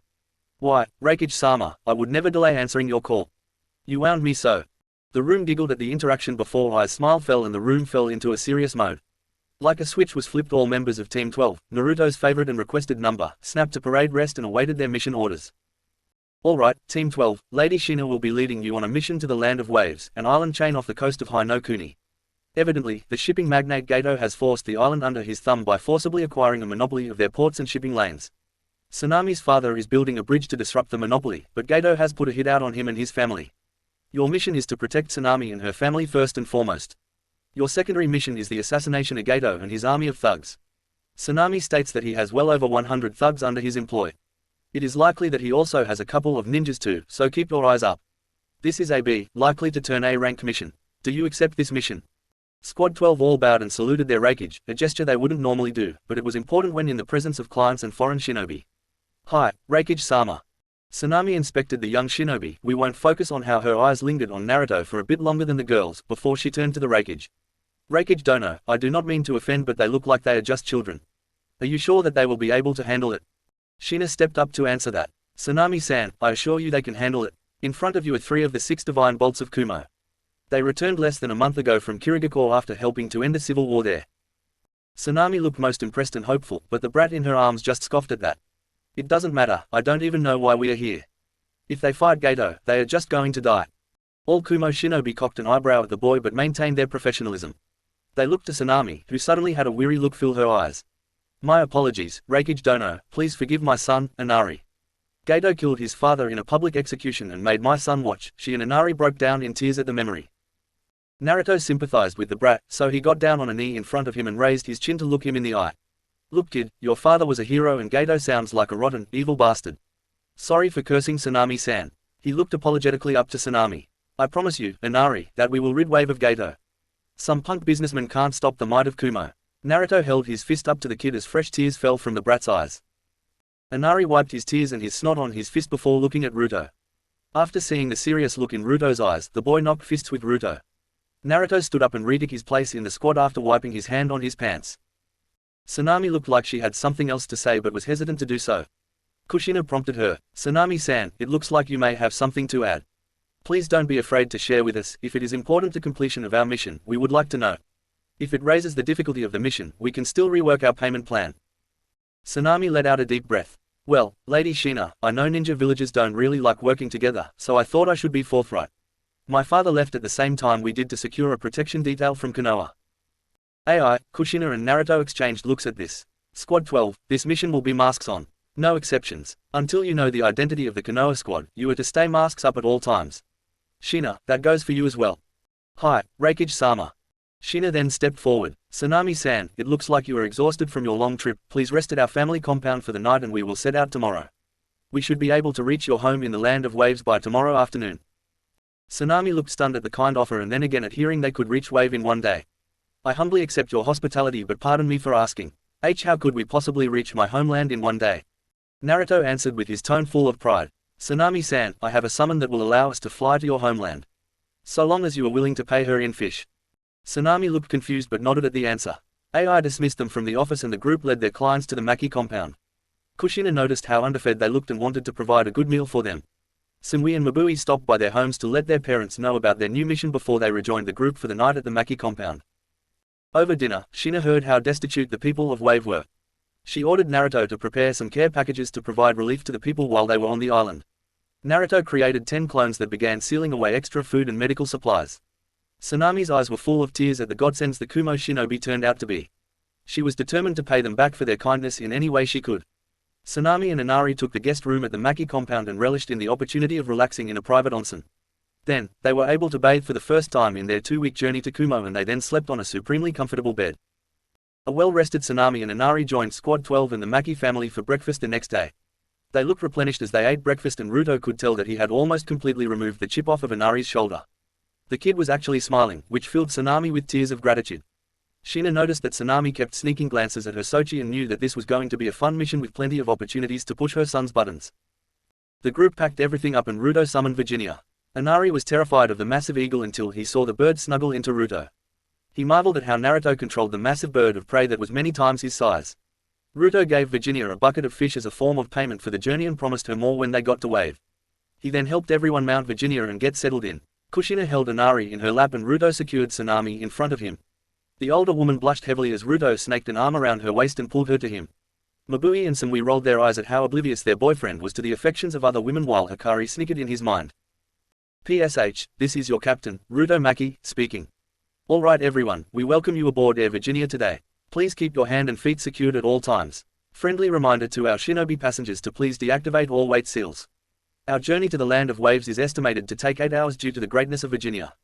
Please enjoy your flight on Air Virginia today. Naruto made a show of hooking a fake mic back on his utility belt as the others cackled in laughter. Virginia took off at a relatively slow speed since she had passengers that were not used to flying. That lasted until the happily screaming child challenged her to go faster. The whole group was forced to lean back as the acceleration forced them to do so. Inari wore a massive smile on his face the whole flight home. Sanami thanked Kami for the millionth time in the past day for her blessings in life. After 7 hours of flying, the group saw Wave Country appear on the horizon. Naruto wanted to get a look at this super bridge that Inari was spouting on and on about, so he had Virginia descend and the Kumo team looked out over the edge of Virginia's wings to truly appreciate the massive man-made construct that was challenging Mother Nature's greatness. It was a truly impressive feat of human engineering. It was during this flyby that the group heard the sound of metal clashing and other sounds of battle. After a brief discussion, Virginia swooped low and let Shina, Naruto and Sumui down while Mabui stayed with Sanami and Inari. Virginia then took off to take the clients to the safety of their home. Shina, Naruto and Sumui masked up and approached the edge of the battlefield that was covered in mist layered with chakra. At Shina's signal, Naruto blew out a futon, great breakthrough, that tore across the battlefield and dispersed the mist with ease. There was a temporary lull in the battle as the Konoha teams and the missing ninjas observed the newcomers to the battle, wondering if they were friend or foe. Kakashi looked from his water prison at 2 masked shinobi that wore dark blue masks with yellow lightning bolts streaking down each cheek. The 2 shinobi walked forward without a care in the world. One was a massive and extremely ripped man that carried a large sword on his back.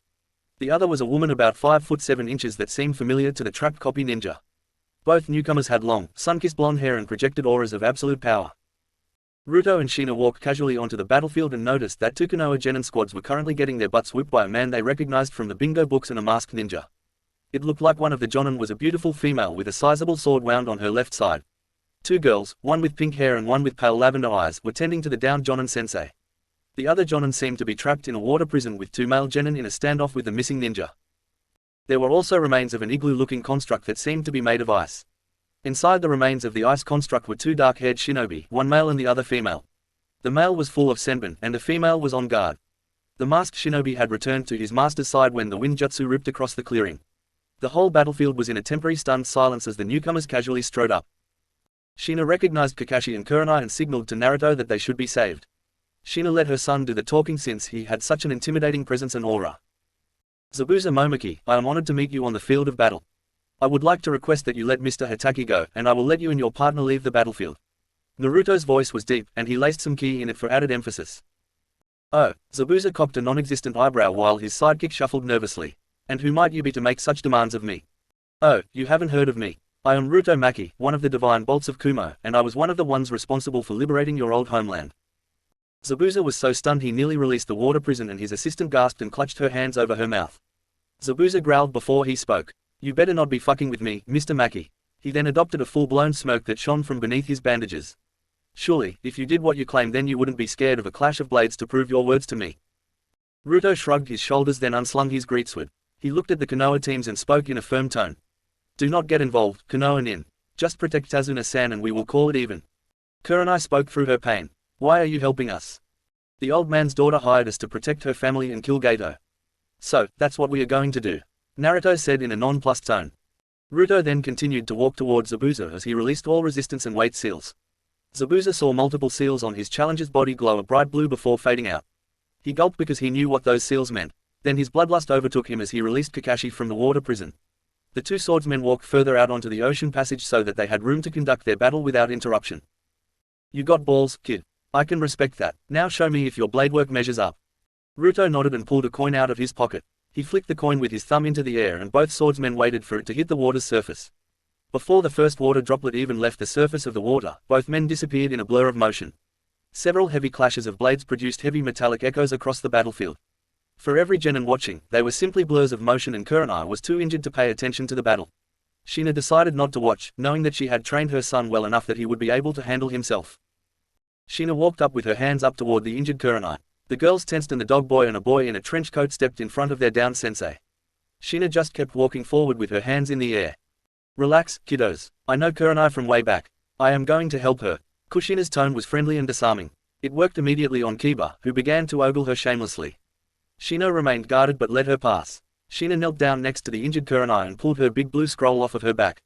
She began writing out a seal as she spoke to her old student. Long time no see, Nai-chan. How are you holding up? Kurenai's eyes widened to the size of dinner plates before she responded. She had gotten letters from Kushina over the years, and she knew of her alias. Indeed, Lady Shina. It has been too long, and I have been better. Kurenai bit back a grimace as Shina cleared away the remains of slashed bandages to inspect the wound. Shina then began creating a seal that would be able to convert her chakra into healing chakra before she placed the seal over the gash in Kurenai's side. Shina placed her hand over the seal and a green light encompassed the paper. After 30 seconds, the light dimmed and Shina removed the seal from Kurenai's side. Hinata gasped as the whole wound was healed without even leaving a scar. Kurenai subsequently passed out because the seal used her chakra to assist in mending the wound. Shina looked up through her mask at Hinata. Look after her, will you? I need to check on my son. Hinata simply nodded at the nonchalance this kunoiki exuded. She appeared as a goddess of battlefield to the Hyuga girl, or a goddess of death for anyone that dared defy her orders. The pink-haired kunoiki was reduced to a sniveling mess in the presence of such a woman. Shina walked slowly and confidently up to the water's edge to observe the conclusion of the battle. She could tell Ruto was having too much fun with this sword fight, but she could also see the face-splitting grin showing through Zabuza's bandages. She decided that this would be enough for now. In a commanding tone, she called out, "That's enough, boys, sheath your swords and stand down." Zabuza couldn't explain why he followed the woman's orders without questioning them, but he did. He stopped his giant cleaver in mid-swing, as did Naruto with his greatsword. The two men slung their weapons and then Naruto held out a fist, which Zabuza bumped. Not bad, Ruto, not bad at all. Tell me, who taught you the art of the sword? Zabuza asked. Naruto gestured with his head over to Shina. My mother, and let me tell you, she is a taskmaster. Mother. How old are you, Gaki? Zabuza sounded incredulous at this. 14, but age is just a number, Zabuza-san. Your assistant seems pretty skilled, and they must be around my age. Yeah, I trained Haku from the ground up. So, tell me, brat. Zabuza paused as Naruto's katana point tickled his Adam's apple, making Zabuza hold his hands up disarmingly and gulp. Okay, tell me, Ruto, did the civil war really end? Yeah, me and the Divine Bolts left Mizu no Kuni 3 weeks ago after Mei became the Godai Mizukage. My Ka-chan, B-sensei, Mei and I stopped Yagura and ended him. That was one scary turtle man. Zabuza's jaw hit the ocean floor and dragged his bandages down off of his face to expose pointed teeth that gave the so-called Demon of the Mist and imposing visage.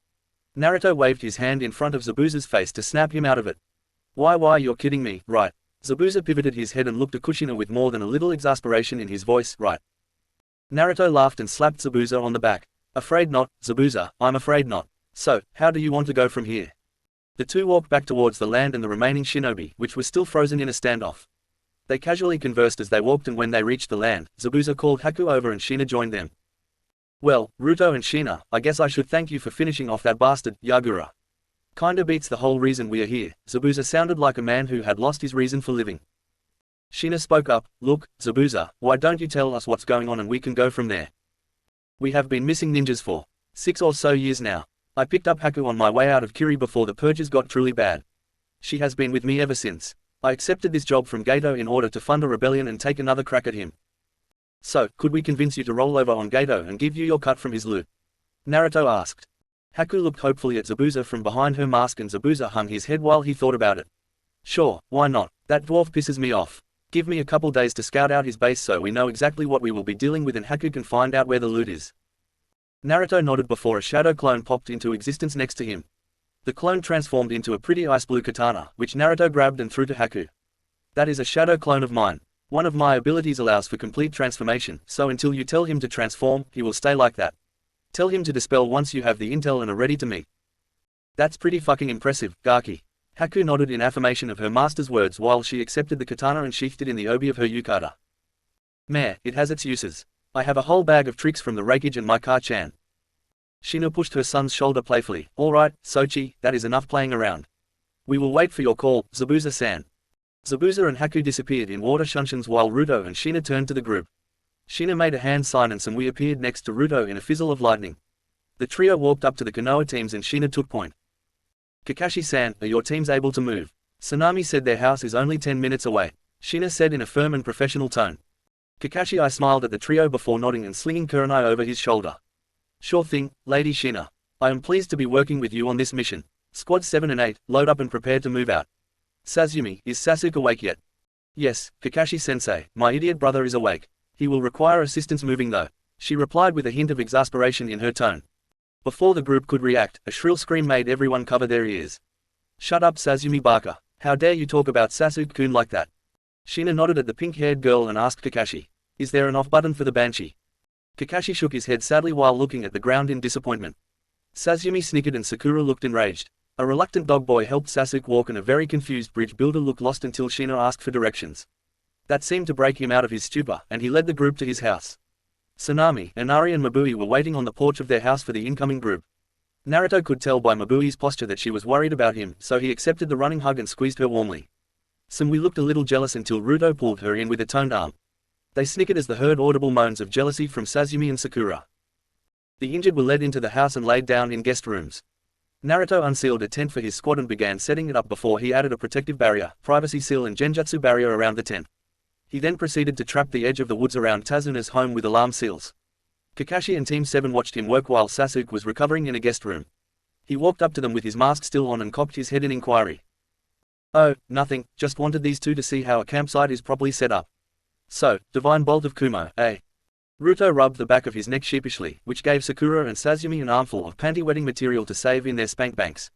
It didn't help that the two females were completely helpless under the effects of his passive Hanyu pheromone release. Meh, I didn't ask for the title, just kinda happened. So, I know you are Kakashi Hatake, but who are these two young ladies? The girl with dark black hair blushed profusely before bowing awkwardly and introducing herself. I am Samumi Uchiha. 14 years old and single. Ruto cocked an eyebrow under his face mask and then looked to Sakura. Sakura Haruno, heir to the Haruno clan and fiancé to Sasuke Uchiha, heir of the Uchiha clan. The girl raised her nose in the air in pride, which rubbed Ruto the wrong way. Cool, I am Ruto Maki. 14, Genin of Kumo. Pleased to meet ya, Ruto replied coolly. Sazumi blanched. You're a Genin and only 14.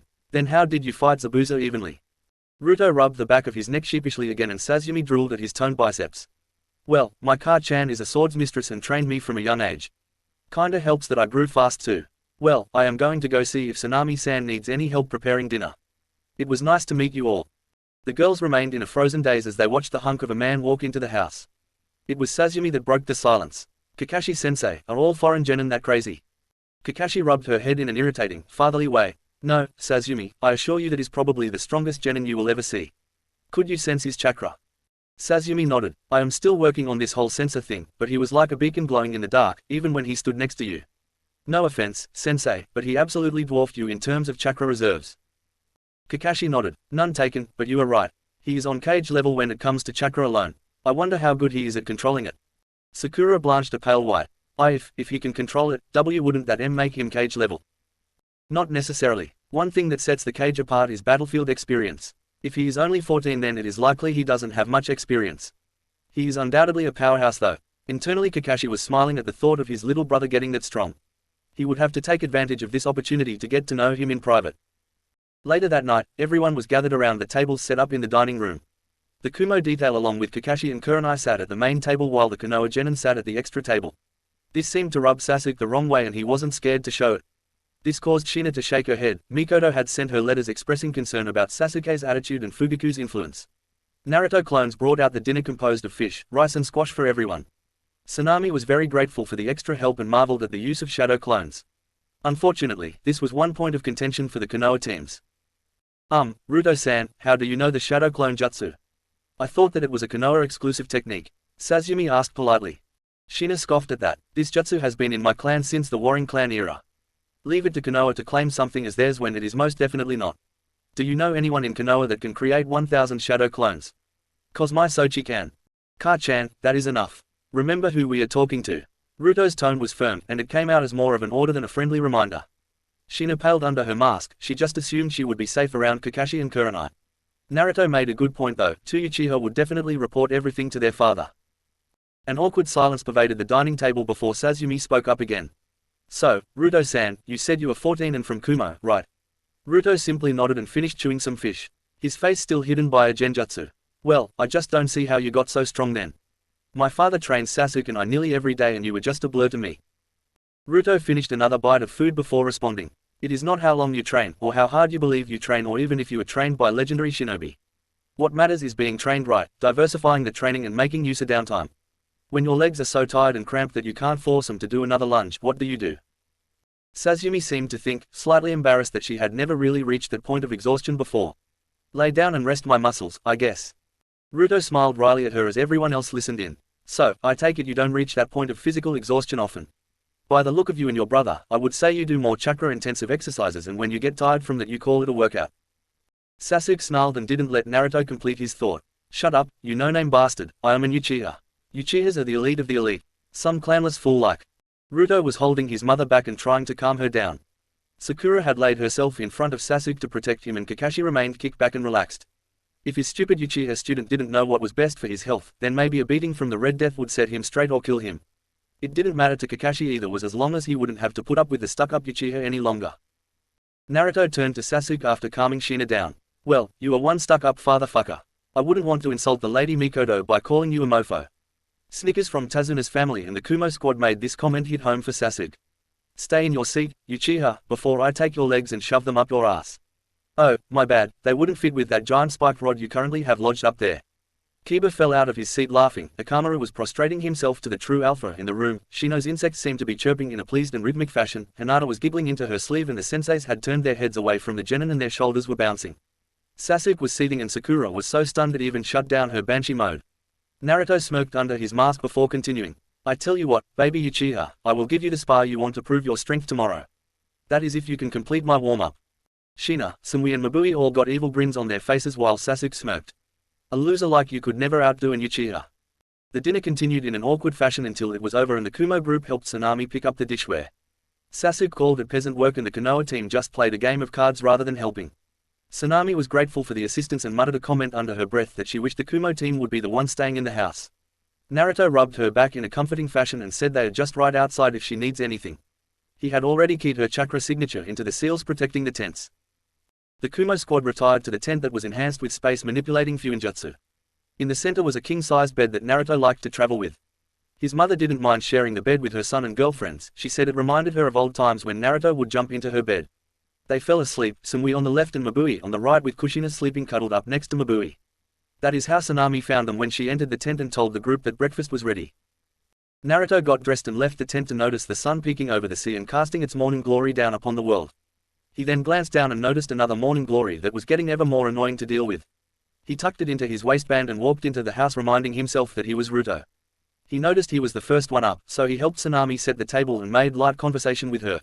Ruto was sad that such an amazing woman and mother was forced to be alone due to the shitty state that Wave was in.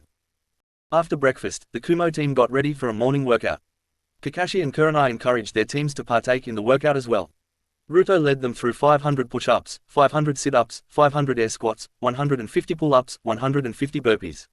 He completed these exercises 20 minutes ahead of any Konoha genin. Rather than wait, he jumped into the ocean for a swim, followed by Kushina, Samui and Mabui. The Kumo squad swam laps and taunted the Konoha genin each time they swam past. Eventually, a panting team of genin was on their backs before Ruto forced them up for a run. Ruto set a point about 2 miles down on the beach and everyone started running. Ruto made it down and nearly halfway back when he waved to Sasuke, who was sucking air and nearly collapsing. 5 minutes later, Ruto tapped him on the back and laughed as he lapped him. The Konoha genin stopped after 4 miles while Ruto ran 12 and the girls stopped at 8 miles.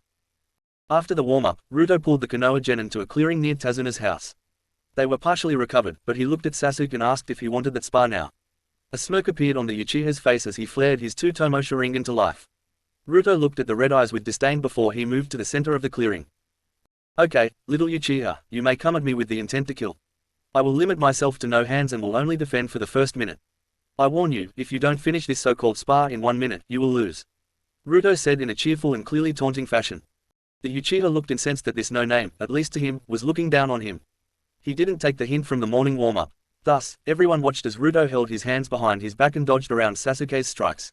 Some of the punches Ruto deflected with his shoulders, the kicks he blocked with his legs, and one straight cross that Sasuke threw led Ruto to headbutt the Uchiha's fist with the crown of his head. Sasuke cried out in pain after that and jumped back, not realizing that his minute was up. Sasuke began to flash through hand seals for his signature jutsu when a knee planted itself in his solar plexus. One hit and the Uchiha crumpled to the ground like a leaf in the hands of a petulant toddler. Okay, so can I assume we are done, and you will not bother me or my team again for the rest of this mission? Ruto's tone was unfamiliar and frigid. Sasuke was coughing up spittle on the ground and he glared up at Ruto with his Sharingan blazing. If you look at me like that with those monkey marbles active, I will take great joy in removing them from your eye sockets before handing them to your sister. Wah, how, cough cough, how are you, cough, so strong, teach, cough, me. Even through his coughing fit with spit hanging from his chin, Sasuke still somehow managed to sound demanding. Ruto smirked underneath his mask and held his hands out wide. 10 seals flared to life before dulling out. There you go, team. That's how, now you figure out the rest. Ruto playfully jumped nearly 40 feet in the air and giggled about how light he felt. Sasuke glared at Ruto before looking to Kakashi and demanding that he get whatever Ruto just showed him. Kakashi shrugged, maybe the kid would shut up if he gave him some chakra weights. I don't have any chakra weights on me, but those weren't the only seals that Ruto-san was using. Were those gravity seals, Ruto-san? Kakashi's tone actually carried a hint of curiosity. Nope, oh and by the way, team. I did that morning warm-up with those seals on. Think about that when you think about trying to catch up with me. Shino asked, genuinely curious, Ruto-san, how much weight do you have total on your seals? Ruto shrugged casually. Dunno, lost count after each limb exceeded 200 pounds. Math was never my strong suit, tee-hee. Ruto ended by cocking his head to the side in a playful gesture. It would have been funnier if he weren't masked. Sazumi decided to throw the next question out. Ruto, I hope you don't mind me asking, but how are you still a genin? Ruto shrugged again and pointed to his team. Well, I mean we only graduated from the academy less than 3 months ago. Just waiting for a Chunin exam. Hey, the next one is in Konoha, right Kakashi-san? Kakashi looked up from his orange book and I smiled. Yes, indeed it is. In about 2 months' time. Ruto snapped his fingers. I knew it was close. Well, I guess we will see you there. Now, enjoy your tree climbing exercise while we go off and scope out the town. Yarene. Naruto, Samui, Mabui and Shina shunshin to a nearby clearing and they immediately broke out in laughter upon their arrival. They couldn't hold it in any longer. They held a conversation through fits of laughter. Samui opened up. Oh, Naruto-kun, that was so mean it was cool. Yeah, Sochi, did you see the looks on all of their faces? Oh, Kami, that was funny, Databane. Kushina was holding her side while rolling on her back. Mabui was giggling melodically. Ruto-kun, you just destroyed them. I think that Sakura girl nearly pissed herself when you dropped your seals. Naruto scratched the back of his head. Yeah, I am more worried about the Hyuga girl trying to rape me. Did you see the way she looked at me? Blair. Naruto exaggerated, shaking out his body. Shina bonked him on the head. Be nice, Ruto-kun. That was one of Hitomi's girls. She is one of the okay ones even though she is slightly stuck up. I will brief you all on our plan for the Chunin exams when we get back to Kumo. Naruto cocked his head to the side. There's a plan. Not just go in and fuck shit up. More to follow on that, Sochi. For now, let's go check out the town and try to help out some people. His mother responded playfully. The group walked toward the town chatting amicably. They were enjoying each other's company, but the mood crashed when they got to the edge of the town. What once must have been a vibrant place now looked like a shanty town. There were people on nearly every street corner, filthy and in torn clothes, looking completely destitute. The worst part was when Ruto made eye contact with them through his mask and complete hopelessness peered back at him. An endless abyss devoid of the love and joy that makes humanity special. Then Ruto realized he was wrong. The absolute worst part was seeing that look on the faces of children. Children should be able to enjoy their childhood without being weighed down by the crushing weight of the real world. A fire lit in Ruto's chest, a fire that would not go out until Gato was dead and these people were free. The Kumo squad continued walking along the path toward the center of town when they heard a commotion. They split up and blurred to the rooftops that surrounded the town square. In a shop on the edge of the town square, a man and his daughter were being dragged out of the shop by their hair. There was a total of 4 thugs that wore shoddy gear that were getting great enjoyment out of torturing the poor souls. Thug 1, who was snacking on some bread, could be heard saying, "Now look here Minho, we told you to make breakfast for us. We are protecting you filthy people and you have the audacity to ask us, your protectors, for money." The man continued to chew the bread with an open mouth before he spit the chewed bread on the old man. His daughter cried next to him only to be backhanded by Thug 2. Ruto had seen enough. He made meaningful eye contact with his mother, who issued hand signals to the squad.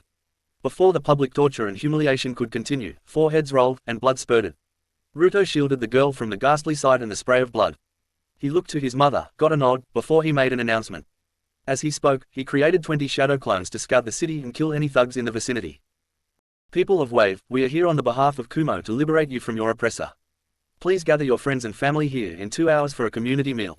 If anyone has cookware, we would appreciate the extra help. Do not fear Gato's petty tyranny any further, we will protect you. A stunned silence answered Ruto when he saw 3 guys begin running to the east side of the island. He made a signal to his mother before he disappeared alongside Samui and Mabui. They dragged the runaway thugs back completely tied up and tossed them at the feet of the villagers. Surprisingly, it was Samui that spoke up this time. We will be here to protect you while my man here gathers food. In the meantime, I believe you could have fun playing with the tough little men here, if you so wish. Remember, Wave need not fear Gato any further. This time, cheers erupted, and a mob began closing in around the 3. The civilians threw them in the stocks that Gato had erected in the public square. What followed was rather disturbing but will suffice to say that the thugs were covered in more than one kind of bodily fluid by the time lunch was ready. The girls took up protective positions around the town square while Ruto created 300 clones to hunt, fish and scour the island. Within the 2-hour time limit, Ruto had prepared enough food for 500 people. Sadly, it was still not enough. The villagers of Wave brought silverware and cookware from their houses to take food. Orphaned children were crying openly and thanking Ruto for the food. Life seemed to stir in the eyes of the villagers, a weak ember for now, but it would grow into a fire before too long. Ruto created clones that would watch the village around the clock. Now that Gato's ego took a hit, it was only a matter of time before he lashed out in petty revenge. After Ruto prepared dinner once again for the villagers, this one mainly composed of fish, Ruto felt a string of memories from the shadow clone he had given Haku. He let his mother know before he took off for the bridge, the designated meeting spot. He showed up to a waiting Zabuza and a maskless Haku. Ruto admitted to himself that she was genuinely pretty. She had snow-white skin with nearly perfect complexion, her brown hair was tied in a bun with 2 bangs that framed her face and the pink yukata she wore suited her perfectly. Ruto walked up to them casually and gave a wave. "Alright, Gaki, that stunt you pulled has Gato going crazy. He is going to lash out in some underhanded way and he is trying to make me do it. I believe we should hit him tonight and ransack his place." Ruto nodded. "Okay, Zabuza-san, what are we up against? And it is nice to see you again, Haku-chan." Haku blushed furiously before Zabuza broke up the moment. "Look, Gaki, somewhere between 180 to 200 guys. They have at least 30 or so girls that are being held prisoner. You don't want to know what they do with them. Their discipline is shitty and I have half the mind to raid the place myself but too many would get away. Then I would have that hanging over my head." Ruto nodded along. "Gotcha, any special security measures?" Haku spoke up. Just the privacy wall and some basic patrols. His money is locked in a safe, but I am fairly certain that he keeps the code somewhere in his office. The girls are held in the basement, which they converted to a dungeon. They are locked up with chains and they are used almost every night." Ruto's face wrinkled in disgust at that. "Okay, well, let's put an end to all that. What time do you want to strike? Don't worry about a perimeter force, my clones will handle it." Zabuza whistled. Damn, Gaki, how many of those clones can you make? I heard they require a shitload of chakra. Let's hit M at 10 p.m, meet up at our bunker at 9 p.m. so we can go scout. Ruto shrugged. Dunno, upper limit's over 1000. Never really need more than that. Here Haku. He threw another transformed katana at the girl. Okay, so meet you in 2 hours, southeastern side of the island. I will pop my clone when we get close. Haku frowned at that. Haha, Haku-chan, if Zabuza is too stingy to get you a new katana, I will gift you one. Zabuza looked from Ruto to Haku and back again. You never told me you wanted a katana. Haku looked down at the ground. You never asked, and I didn't wish to bother you, the black-haired girl murmured. Zabuza scowled while Ruto laughed. Ruto unclipped his katana, which was a premium piece, and gave it to Haku. Consider it a nice-to-know-you present. It may be a little long for you, but you should get used to it pretty quickly. The length will just slow your draw a little bit, so I would recommend an unsheathed kenjutsu style. Zabuza smirked. Damn, Gaki, you know your swords. We will have to continue our little spar later. For now, we are going back to our bunker. Get your little ladies and meet us in 2 hours. 2 hours later, Ruto led Shina, Mabui and Sumui to the bunker. Ruto threw a kunai at the door to the bunker to grab Zabuza's attention and Haku waved them in. Zabuza went over a rough layout of the mansion and his ideas for a mission plan, which Shina not so politely stomped on. Look, Zabuza-san, you are used to working alone. Let me show you how a team does this. I will send Mabui with Haku to the bottom levels. They will deal with the thugs and free the girls. They will immediately evacuate to this rendezvous point here. She pointed to a hilltop to the north of the mansion. Ruto will surround all exits with shadow clones and neutralize any escapees. Zabuza, you and I will take floors 1 and 2, we will move and clear together. Ruto and Sumui, you force entry on 3rd floor, clear it and then take Gato. Me, Zabuza, Sumui and Ruto will meet to confirm all clear before we seal up the place. After securing all valuables, we will join Mabui and Haku at the rendezvous. Haku looked down and sounded nervous. Ano, Zabuza-sama, I like Lady Shina's plan better. After Zabuza pouted for a bit at Haku's supposed betrayal, the group did final gear checks. Shina tossed a couple enhanced storage scrolls to Zabuza and gave one to Haku. Shina noticed the katana in Haku's obi, but Ruto waved her off, which earned him a growl from his mother. The group set out at 9:30 p.m. and creeped up on Gato's mansion. The mansion was a 4-story house that backed into the cliffside and overlooked the ocean. It made it so the only approach was from a 180-degree angle from the front. Fortunately, they were up against thugs and ronin, not well-trained shinobi. Zabuza set out a light mist to cover their movements up to the walls. Haku took out the sentries with well-placed senbon needles and the group divided up to complete their tasks. On Zabuza and Kushina's signal, the group breached the building. Naruto and Sumui used the commotion to break a window and jump into the 3rd floor. Haku and Mabui took the cellar entrance to sneak down to the hostages. Floors 1 and 2 soon looked like an old-school slaughterhouse. Blood flowed down the hallways, following the whims of gravity. Blood splattered the walls, carpets and ceiling indiscriminately. The sounds of the fighting on the main floors roused bandits to reinforce that area, many of which were cut down en route by Haku, Sumui, Mabui and Ruto. The sounds of battle raged for nearly 20 minutes before bandits started fleeing from the mansion. Clones cut them down at the doors and ensured that there were no survivors. Haku and Mabui silently disposed of 2 guards and 4 rapists before they began freeing the girls.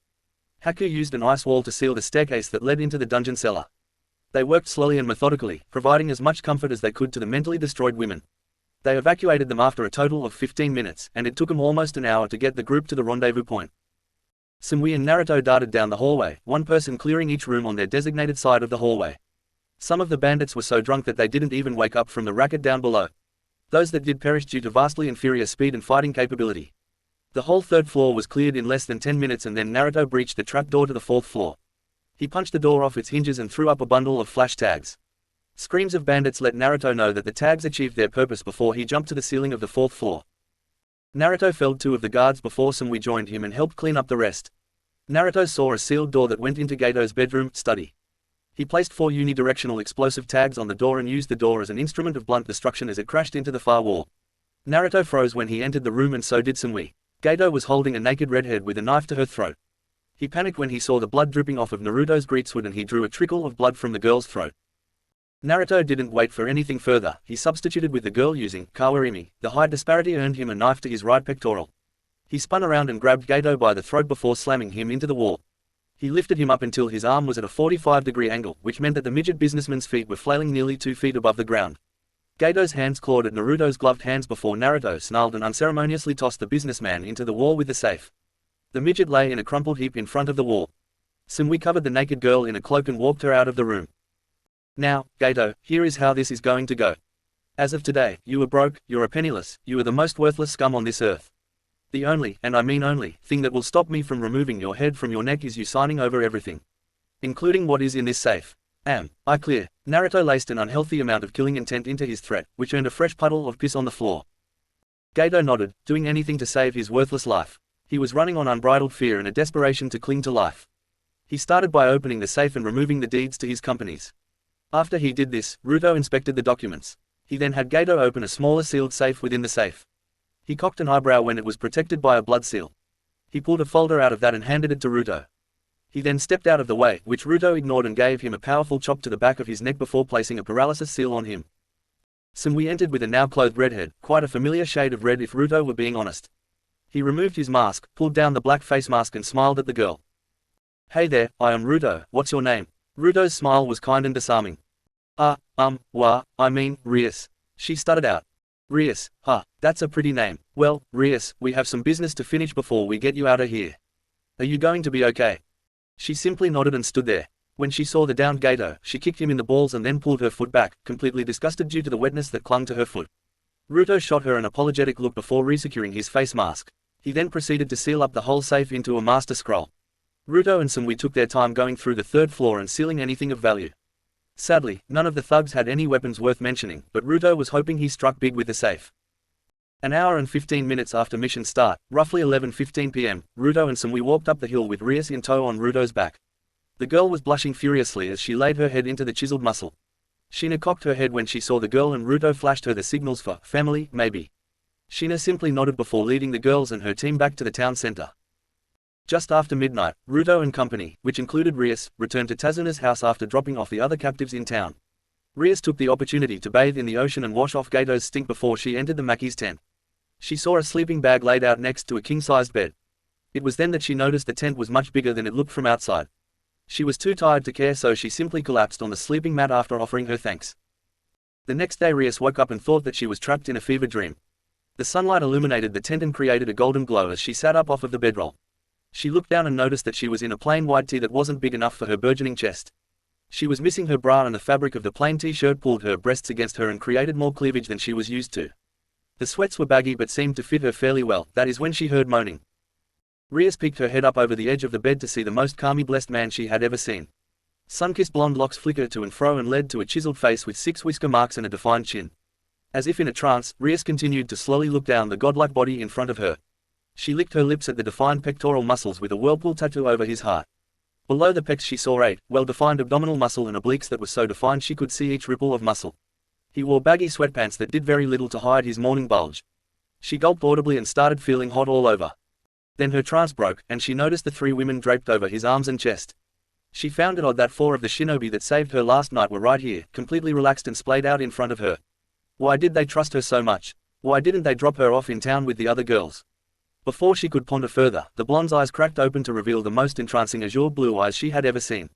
When he made eye contact with her, it was like the last month as Gato's slave washed away. Naruto noticed tears forming in the girl's eyes and sat up slowly so as not to wake the others. He nodded to the tent flap, and he walked outside with Rias while he threw on a black beater-style shirt. She noticed every ripple of his arm muscles as he put the shirt on, and she couldn't stop her tongue from moisturizing her lips. His deep voice reached through the haze of her mind. "Good morning, it was Rias, right?" The girl nodded her head, still lost in her fever dream. "Okay, well, you can call me Ruto.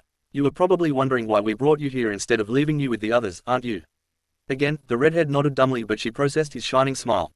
"Well, it was on more of a hunch than anything. Tell me, Rias, if there were a test that could prove if we are family or not, would you take it?" Rias' whole world froze as she processed the question, before she nodded weakly at this Adonis of a man.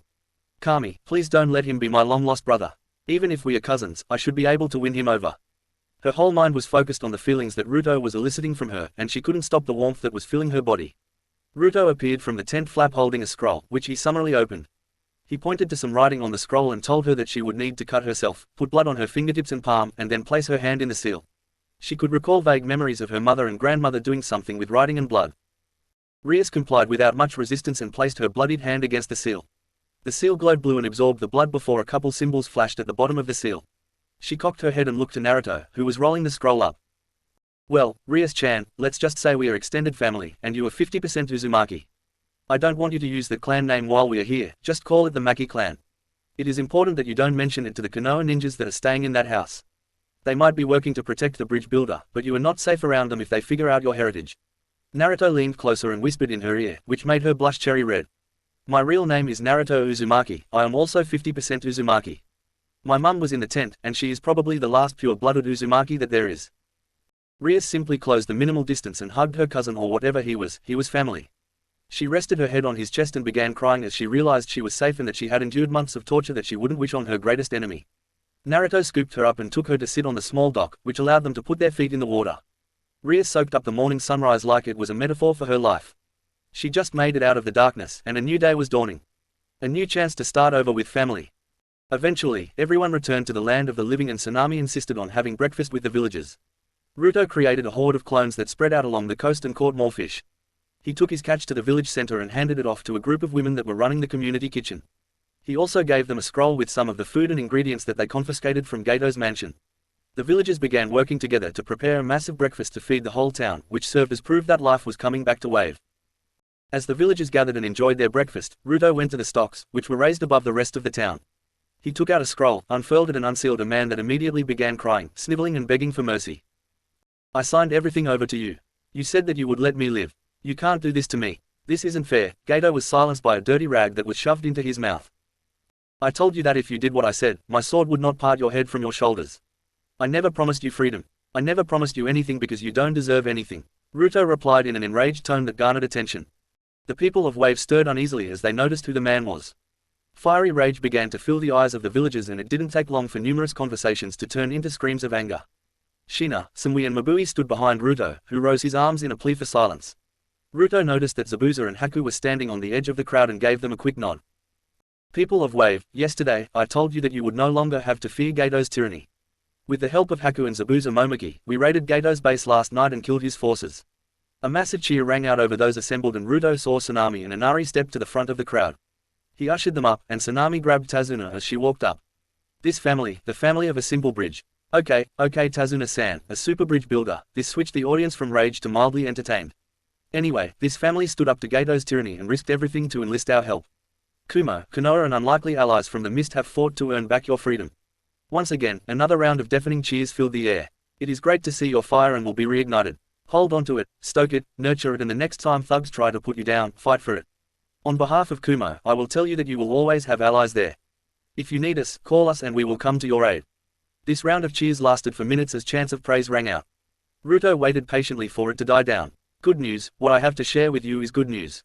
I have confiscated all of the midget tyrant's possessions and I will be working with Tazuna-san and Tsunami-san to get your rightful possessions back to you. The crowd threatened to close on Ruto and smother him in praise, but he waved them down for another speech. Two more things. One, I need everyone here to report to the bridge tomorrow at 10 AM. Second, I need you to elect a new daimyo, since Gato killed the previous daimyo of Wave.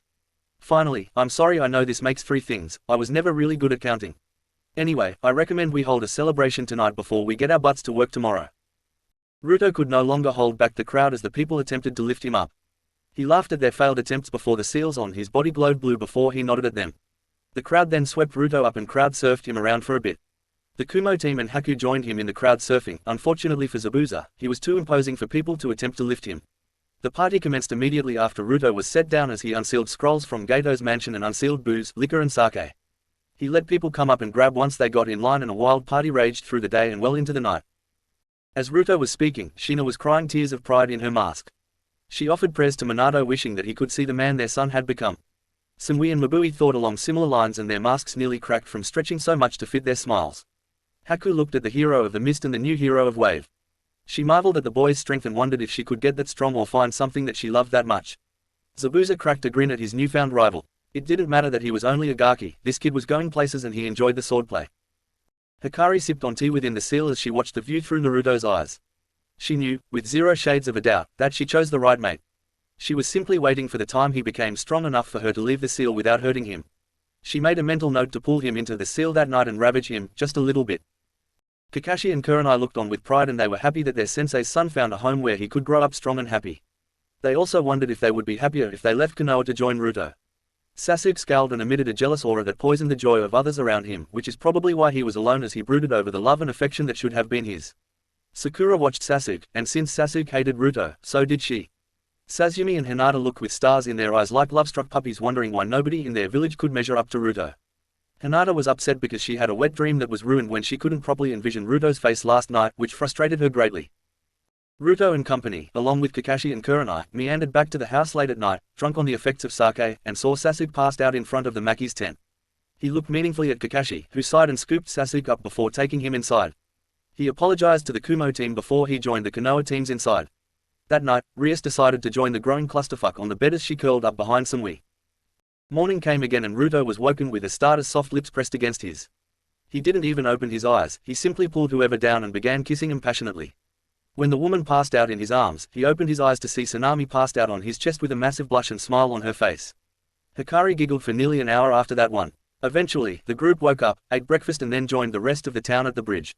With everyone working together, it took 5 days to finish the remainder of the bridge. The day after the bridge completion party, Tsunami pulled Ruto aside while she was preparing breakfast again. The woman looked abashed as Ruto cradled her cheek in his hand and stroked softly with his thumb.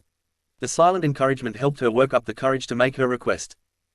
Ruto, I don't know what the future is going to hold with me as the daimyo of Wave, but I thought about something a lot over the past week and I wanted to make a request. Ruto simply smiled at her, passively telling her to continue. I want a baby, with you.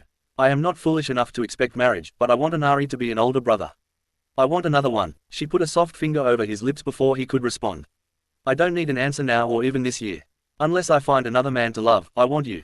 It is only right that the offspring of the hero of Wave should take over for me when the time comes. Think about it, for me. She smiled cutely before pulling him down and placing a soft kiss on his lips. He would have to talk to his mother and girls about this. The Kumo team was assembled in the town square in front of the whole of Wave Country's population. They were there to see them off after the Konoha team left the day prior. The crowd cheered wildly as Ruto summoned Virginia, who cocked her head at Ruto for the craziness of the crowd. He simply shrugged and mounted his squad as well as Rias onto the giant bird of prey. Shouts of "Hero" echoed out of the land of waves that had a brand new attraction, the Bridge of Divine Bolts. The team returned to Kumo 2 days after they left Wave. Kushina wanted to stop by Uzushio and show it off to Rias. Naruto didn't even attempt to protest before he passed the order to Virginia. They spent a day on Uzu checking in on the farms, builders and the slowly growing citizenship. Rias decided that she wanted to go to Kumo for the time being and spend time with her Uzumaki family. The heroic group walked into Ai's office talking like the family they were. Kushina let Naruto take the lead and Naruto opened the report to AI. Good afternoon, AIGI-san. Team 12 reporting back in from successful rank mission to Wave. We protected the family, turned Zabuza into a good guy and sent him back to Kiri, defeated Gato, stole what he stole, fed the people of Wave, restored their hope, finished their bridge, elected a new daimyo of Wave, who wants to have a kid with me, and found a lost Uzumaki. Yeah, I think that's it. The whole room seemed to freeze as Sumui and Mabui's feminine fury converted directly into reducing the room's temperature. Naruto turned around and held his hands up defensively. Hey now, I didn't accept. She told me to think about it and I haven't really given it much thought, but I would never do anything without get approval from my girls. I promise, I love you both too much. The freezing pressure disappeared instantly and both girls blushed furiously. Kushina wore a highly amused smile on her face while Rias sat there confused. AI looked simply stunned at the developments that occurred from a simple assassination mission. Oh yeah, Refuge GI-san, we ran into 2 teams of Konoha ninjas led by Hitaki Kakashi and Kurenai Yui. Let me tell you about our conversation. Flashback, the night before Konoha teams left. Kakashi and Kurenai snuck out of the house to speak with Kushina and Naruto. The group took a walk on the moonlit beach to enjoy the beauty of Wave and get some toes in the sand. The conversation started light-hearted until Kurenai spoke up. Sensei, it is getting harder and harder to remain in Konoha. The men of the village see me as some conquest and have gone as far as invoking clan powers. Fugaku is very close to forcing me to marry since I am of birthing age, according to him. I like my genin team. Kiba is rough around the edges and a damn pervert, but he is loyal. Shino is ever dependable, and I think I trust the kid, but it is hard to know with an Aberrane. Hinata started nice, but since she is older than her twin sister, Hanabi, her father is going to use the Chunin exams as a test to see which one will become clan heir and which one will get the caged bird seal. Everyone stayed relaxed as Kurenai kept ranting. I feel something dark, something rotten in the village, and the feeling has only grown since Fugaku became Hokage. If we are going to pull off this great escape, I would like to know when so I could at least see the light at the end of the tunnel. Kushina pulled her previous student into a motherly hug as she rubbed her back. Kakashi and Naruto stopped, and each put a hand on her shoulder as a show of support. There, Nai-chan. I would never let any of those filthy men lay their hands on you. You want to know when? The finals of the Chunin exams. You want to know how? Orochimaru approached AI for support on the invasion of Konoha. AI said he would not take sides, but he was rooting for Orochimaru. AI simply could never trust the snake. It seems like the snake has Sunagakure on his side though. During this invasion, we will fake your deaths and get you out of that hellhole. Kurenai cried happy tears hearing that her suffering would soon be ending, so she firmed her resolve for this last bit, the last stretch. Kakashi looked up and locked eyes with Kushina. What do you need from us, Ka-sama? Kushina looked to Naruto before looking back at the two. For the last 9 years you guys have found people worth saving. I trust your discretion. You may use my name to recruit them, and you will make them 2 offers. They may either come to live in Kumo or they can choose to be part of the new Uzu. There is not much of a difference since new Uzu will be eternally allied to Kumo, seeing as Naruto is in line to be the next Refuge. Kakashi and Kurenai's eyes widened at this, but they let Kushina continue. As for what needs to be done, Kakashi have they found a way into the Namika's or Uzumaki estates yet? No, Ka-sama. They have tried everything they can. On that note, you should be on high alert. They are actively looking for you, Miss Seal, mistress of Kumo. Since the Uchihas saw you use that healing seal on Nai-chan, I will have to report it. I will play it off as a standard issue seal you guys have. Furthermore, if you guys are sending Naruto to the exams, expect an uphill battle. Fugaku does not believe in the concept of the will of fire, and he will play dirty every chance he gets. Noted, Kakashi-ni-san, they can bring it on, if your genin are any indication. Have fun getting the team his weight seals by the way. Oh, I add resistance seals and weight seals together. Been doing it since I was 8. Do you guys wanna see something cool? They both nodded before their chins hit the sand. Naruto had undone his transformation and they were looking at his Hanyu form. What is that? Naruto rubbed the back of his neck sheepishly. Well, dear old dad made a deal with the Kyuubi that marked me as her future mate. I turned into a Hanyu, a sort of half-demon, even though the word demon doesn't really fit. When I earn my 3rd tail, I will become an eligible mate. She is absolutely beautiful, Kaka-ni. You are totally going to be jealous of me. Wow, Ruto, that is unreal. Well, needless to say, keep that under wraps in Konoha. That brings up a rumor that Shisui and Itachi have told us about. Evidently, Danzo and Fugaku are going after the Biju. They won't try to get Kumo yet, but they have recruited some nasty S-ranked missing nins. Reportedly, Kisame Hoshigaki, Deidara the Mad Bomber, Hiden the Jashinist, Kakuza the Immortal and Sasori of the Red Sands have joined thus far. I believe they will begin moving on the Biju soon. Don't know how, don't know why, but I do know that it is bad news. Hikari growled from deep in Naruto's mind. Kushina looked seriously pissed off and Naruto was scowling. Thanks for the heads up, Kaka-ni. S-ranked ninjas, that's crazy. Kushina slapped Naruto on the shoulder. What am I, chopped liver? No, Ka-chan. You are awesome, I was just trying to measure how much stronger I need to get. I mean, they don't even know that I still have the Kyuubi. Flashback end. Those were the important parts. Refuge Jizen. AI nodded along and couldn't help but shake his head. Naruto, could you ever make anything easy for your uncle AI? Nope, not really. Not my fault you keep sending me into hellholes and I turn them into allies. You should be praising me for that. Everybody laughed before AI dismissed them. He would get a full report from Kushina, and they had more than earned their break. He created 4 shadow clones and plowed into his paperwork with renewed vigor, hoping to finish early enough to visit the Maki compound that night. Chapter 9. Author's note, I thank everyone for the positive feedback, and I am super excited to get your reviews on the Chunin exams. As we get into the meat and potatoes, I encourage you to reach out with questions and comments. Light my comment section up please, it really makes me want to write more. Konoha Council Room, 3 days after Teams 7 and 8 left Wave. Fugaku really hated the headache that council meetings caused him. Unfortunately, this was a really important one and it had to do with Kiri, Wave and Kumo. Fugaku called the chamber to order before asking Kakashi and Kurenai to recount the mission to Wave. The council interrupted multiple times and multiple times they were told to hold all questions to the end. It was as if they didn't know how to write questions down or something. Finally, Kakashi made it to the end of the story and the room was in an uproar. How dare that genin attack our Uchiha clan heir? If he comes for the Chunin exams, we should have him executed. Screamed out the Banshee's mother, Mibuki Haruno. Shikaku Nara, shut that down. Could you ever use your inside voice, Counselor Haruno? Do you always have to be so calmy damn troublesome? Anyway, Kakashi-san, you said the Kumo genin were significantly stronger than our own. Could you evaluate them for us please? Kakashi was ready for this and prepared a milquetoast answer. Physically they dwarfed our genin. Probably 3 to 4 times stronger. I would put their skills at mid to high Chunin. They did confirm that there were educational reforms in Kumo, but they wouldn't divulge any more information than that. Well then why should we even let them take the Chunin exams in our village? Asked some nameless civilian. Hayashi Hyuga spoke. We have signed a non-aggression pact with Kumo. According to international law, we must allow them representatives. To turn them away would bring massive shame upon Konoha. Fugaku spoke. Hayashi-san is right. We cannot turn them away. We will try to get in their way a little bit, but there is really nothing that we can do without risking severe international scandal. Inoki Yamanaka spoke. Do our kids stand a chance against them? Kakashi sighed, but Kurenai decided to take this question. If we devote the rest of the time before exams to training, there is a chance. The one that we must watch out for is Ruto. The genin that fought against Zabuza Momoki as an equal, somehow turned the tide of the Kiri civil war, took down Gato and bested Sasuke Uchiha with no hands. Yeah, I would say we need to watch out for him. How is he even a genin? Asked Shuzo Akamaki while chuckling wryly.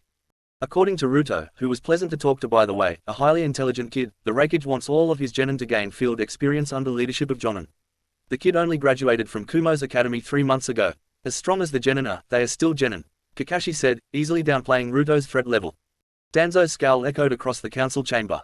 It is these divine bolts of Kumo that I am worried about. They are 6 apprentices under the strongest ninjas of Kumo and they will be coming here.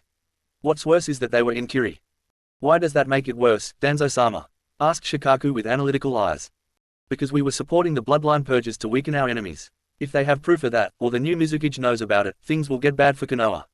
Have they responded to any envoys or the invitation to the exams? No and yes, they requested time alone in peace to focus on rebuilding. Replied Fugaku.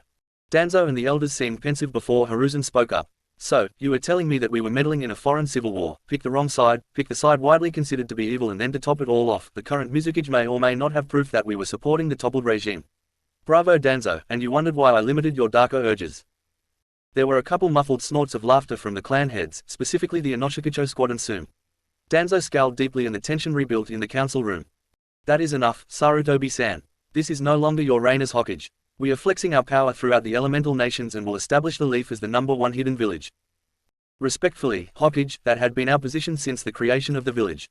I would like to point out that our civilian economy has dropped by nearly 2% annually, our border skirmishes are up 40% since you took over. Enough, bellowed Fugaku and Hiruzen stood up and walked out of the room. Fugaku fumed at the previous Hokage. Stupid weak-willed, one-armed fool. Fugaku raged in his mind. The rest of the council meeting devolved into chaos and nothing productive happened. Itachi watched the whole debacle from the shadowed corner of the room and knew that time was running out on the Konoha she once loved. Back in Kumo, 1 week after returning from Wave. Teams 12 and 13, better known as the Divine Bolts, reported into Ai's office early in the morning to see all of their masters waiting. The Bolt guards cleared the room at a simple twitch of the finger from the Refuge and Kushina set up a privacy seal. AI started the meeting off. Okay everyone, I wanted to let you kids know how proud I am of you. Between the two squads, you have all set a new bar for elite genin fresh out of the academy. A brief recap, you blew away academy standards, you stood above your peers and demonstrated the excellence expected of future leadership in Kumo. You fought against 2 unjust tyrants and liberated 2 lands, both of which will become valuable allies in the future. Team 13 recently completed a mission in the land of rice paddies and made such a good impression that the Daimyo will be scoping us out at the upcoming Chunin exams. In short, we and the people of Kumo are proud of you. They all bowed to the Refuge and thanked him for investing so much into them. The senseis looked on proudly at their apprentices, but they knew the hard part was yet to come. AI continued, in a little over 1 month's time, you will all be going to Konoha for the Chunin exams. To be straightforward, I believe each of you is ready for your Chunin promotions, but I need you all to show up Konoha in these exams and make a statement. Make no mistake, they will do everything they can to put extra obstacles in your way while clearing the way for their own genin. Your status as Divine Bolts paints a sizable target on your backs, so you will watch each other's backs while in Konoha. In addition to the Chunin exams, your extra S-rank mission is to infiltrate the Uzumaki and Namikaze compounds and recover all things of value and import. Naruto and Kushina were denied their proper inheritance by that corrupt village and we will get it back for them. The following is an A-ranked secret that you will not let leave this room. Orochimaru and the Sand will be launching a punitive invasion of Konoha during the finals. Your extra mission is to use the chaos of this time to infiltrate the Hokage vault located in the Hokage mansion. You will wear special uniforms that will erase your chakra signatures and they will not tie you to Kumo. If you are compromised during this part of the mission, a failsafe seal will activate and destroy your body. This is an S-rank mission and I believe you will be able to handle it. Your senseis will accompany Heng's shadow clones to the safety bunkers, except for Kushina who will be there to assist you with any advanced seals that get in your way. You have the next month mission free to train to your heart's content before you set out for Konoha. Naruto, you will be spending 5 days a week with me while the blood clone holds down the paperwork. Questions? No, good. Dismissed. The training throughout the month was even more intense than usual. Naruto spent most days with AI working on enhancing his lightning armor. He could activate stages 1 and 2, but the final stage still eluded him. AI told him that it is all about practice. Naruto started each day climbing, Deadman's Climb, up and down twice with nearly 400 pounds in a rucksack, on top of his current weight and resistance seals. He worked with the Eagle clan during the evenings to master his wind nature chakra and was to the point where he could part the water in his pool with just 2 hands using wind or water chakra natures. He adapted the B-rank jutsu, Raiden, Thunderclap, into the Storm Release variant, which was easily an A-rank range jutsu. He was working 1 day a week with Darui to master the 2-element Storm Release, Laser Circus. Due to the destructive nature of these chakra exercises, Naruto had to use B's training ground. He would leave 200 clones there every morning, and clones would perform the jutsu one at a time and provide real-time feedback to each other to improve the jutsu without wasting so much chakra. Naruto mastered his chakra reinforcement exercises, and he was working on developing new control exercise to maintain his rate of improvement. There were two primary reinforcement jutsu that Naruto was working on, his storm chains and his lightning armor. Both exercises were so chakra intensive that he couldn't use shadow clones to speed up training on them. AI monitored his use of the lightning armor while Kushina provided feedback on his storm chains. Naruto's kenjutsu style was wild. He worked on mastering the style he created with Kushina for his greatsword, dubbed Barbarian's Tide, since incorporated elements of the Whirlpool two-handed style, but it focused more on raw strength and finesse, which suited the 6-foot 2-inch Hanyu. His mother gave him a new katana from the Uzu armory after she admonished him for giving an Uzumaki blade to a total stranger. She helped him master the unseen blade style with the katana, which focused on bursts of speed that led into a series of strikes. This style was unique because each sequence began and ended with unsheathing, striking and then sheathing the blade. It was an extremely unpredictable style that capitalized on Naruto's extreme speed. Naruto could easily switch between lightning, wind and water chakra channeling on his blades as well for added versatility. That's enough of the training talk, because our boy became a man during this 1-month training intermission. Internally, his bond with Hikari had deepened to the point that he spent every other night with her in the seal after their nightly kitsune training. Both were becoming attached, but they intended to honor the promise of waiting until Naruto got his third tail to enjoy their first time outside of the seal. Hikari maintained a mental link almost constantly to watch her mate at work, which got her all hot and bothered for when he came into the seal at night. Naruto told the magnanimous Kitsune beauty that he loved her a week before he was supposed to leave for Konoha. The Kitsune blushed furiously, waited for Naruto to fall asleep and then reciprocated his feelings in a whisper. Naruto took Mabui and Samui on several one-on-one and trio dates throughout the month in order to strengthen his bond with the two. The girls agreed to share equally in all things Naruto, and it led to a healthy balance between the trio. An added bonus was enhanced results for their training, as they were kunoichi rivals on the training grounds and practically sister wives in the home. The L word had been thrown around freely between the trio, which led to a date night when Mabui's parents were out of town. The trio went to a sushi dinner at an upscale restaurant before watching the newest, Princess Gale, movie. The dinner was filled with suggestive looks and light touches while they enjoyed the food. A little bit of sake helped to remove some inhibitions, and the lust grew heavier as they sat cuddled made out throughout the entire movie. They retired to Mabui's house and drank some sake while hanging out in the hot tub. A simple dare led to the two kunoichi making out in the hot tub before dragging Naruto into the bedroom. The girls took charge for the opening part of the sexual act until Naruto's Hanyu blood took over. The poor girls were left in crumpled heaps on the bed after a long night of lovemaking. Even though they were virgins, the Hanyu blood spurred Naruto into multiple rounds with each girl. The next day, every one of the Divine Bolts knew exactly what happened the previous night because Samui and Mabui limped their way to the medical clinic to receive some treatment for back and hip pain. Naruto would have carried him there, but he was already at his morning training with AI by the time they woke up. The sessions became an almost nightly thing, which really got Hikari's demonic blood pumping. Every now and then, Hikari's moans would escape her control and flow through the mental link as the fiery Kitsune relieved some of her pent-up frustrations by watching replays. Hikari became intensely more sexual and used innuendos far more frequently when talking to Naruto, which created a unique dynamic between Hanyu and Kitsune Demon. As the training time drew to a close, everyone's nerves stood on high alert. They all knew the importance and risks involved with their upcoming mission. The threat of a sudden death tends to cause people to open up about their feelings. This led to Atsui confessing to Tayuya after asking Naruto and Kushina for permission. As a result, Atsui recently started dating Tayuya. The fiery puns and innuendos flowed freely between members of the DBs, the shortened name the group came up with for the Divine Bolts. Tayuya also let the group know that she walked in on Killer B and Anko, which had evidently been a thing for almost the past year. That explained why B stopped rapping in front of Anko. Okay, maybe it didn't, but everyone figured that Anko used a liberal number of snakes to threaten the habit out of B. Whatever works, the two lovers seemed to be very happy in each other's company. One unforeseen development was AI confessing his love for Kushina. The two had worked very closely together over the past 9 years and they had become a dynamic duo for the sake of Kumo. Nobody could miss the longing glances that AI cast at the sun-kissed blonde kunoichi, or the less frequent parting glances that Kushina gave him. Naruto eventually had enough of it and sat his mother down to talk one night after training. They were relaxing in their onsen while sipping on some sake to spend some quality mother-son bonding time in some place that wasn't the training grounds. The conversation proceeded per the usual status quo until Naruto chucked a wrench in the gears. "Ka-chan, I don't want to upset you, but could I ask you a personal question?" Kushina responded after sipping some sake. "Of course, Sochi, what is it? Do you love Uncle AI?" Kushina spit out her current sip of sake before reacting in a clearly flustered manner. What makes you say that, SS Sochi?" Naruto pointed to his nose and then his eyes. "Look, Mum, I am all for it. I realize that it may not be my place, but Dad would want you to be happy. You have honored him, you have been a great mother to me, Tayuya, Anko and more recently Rias.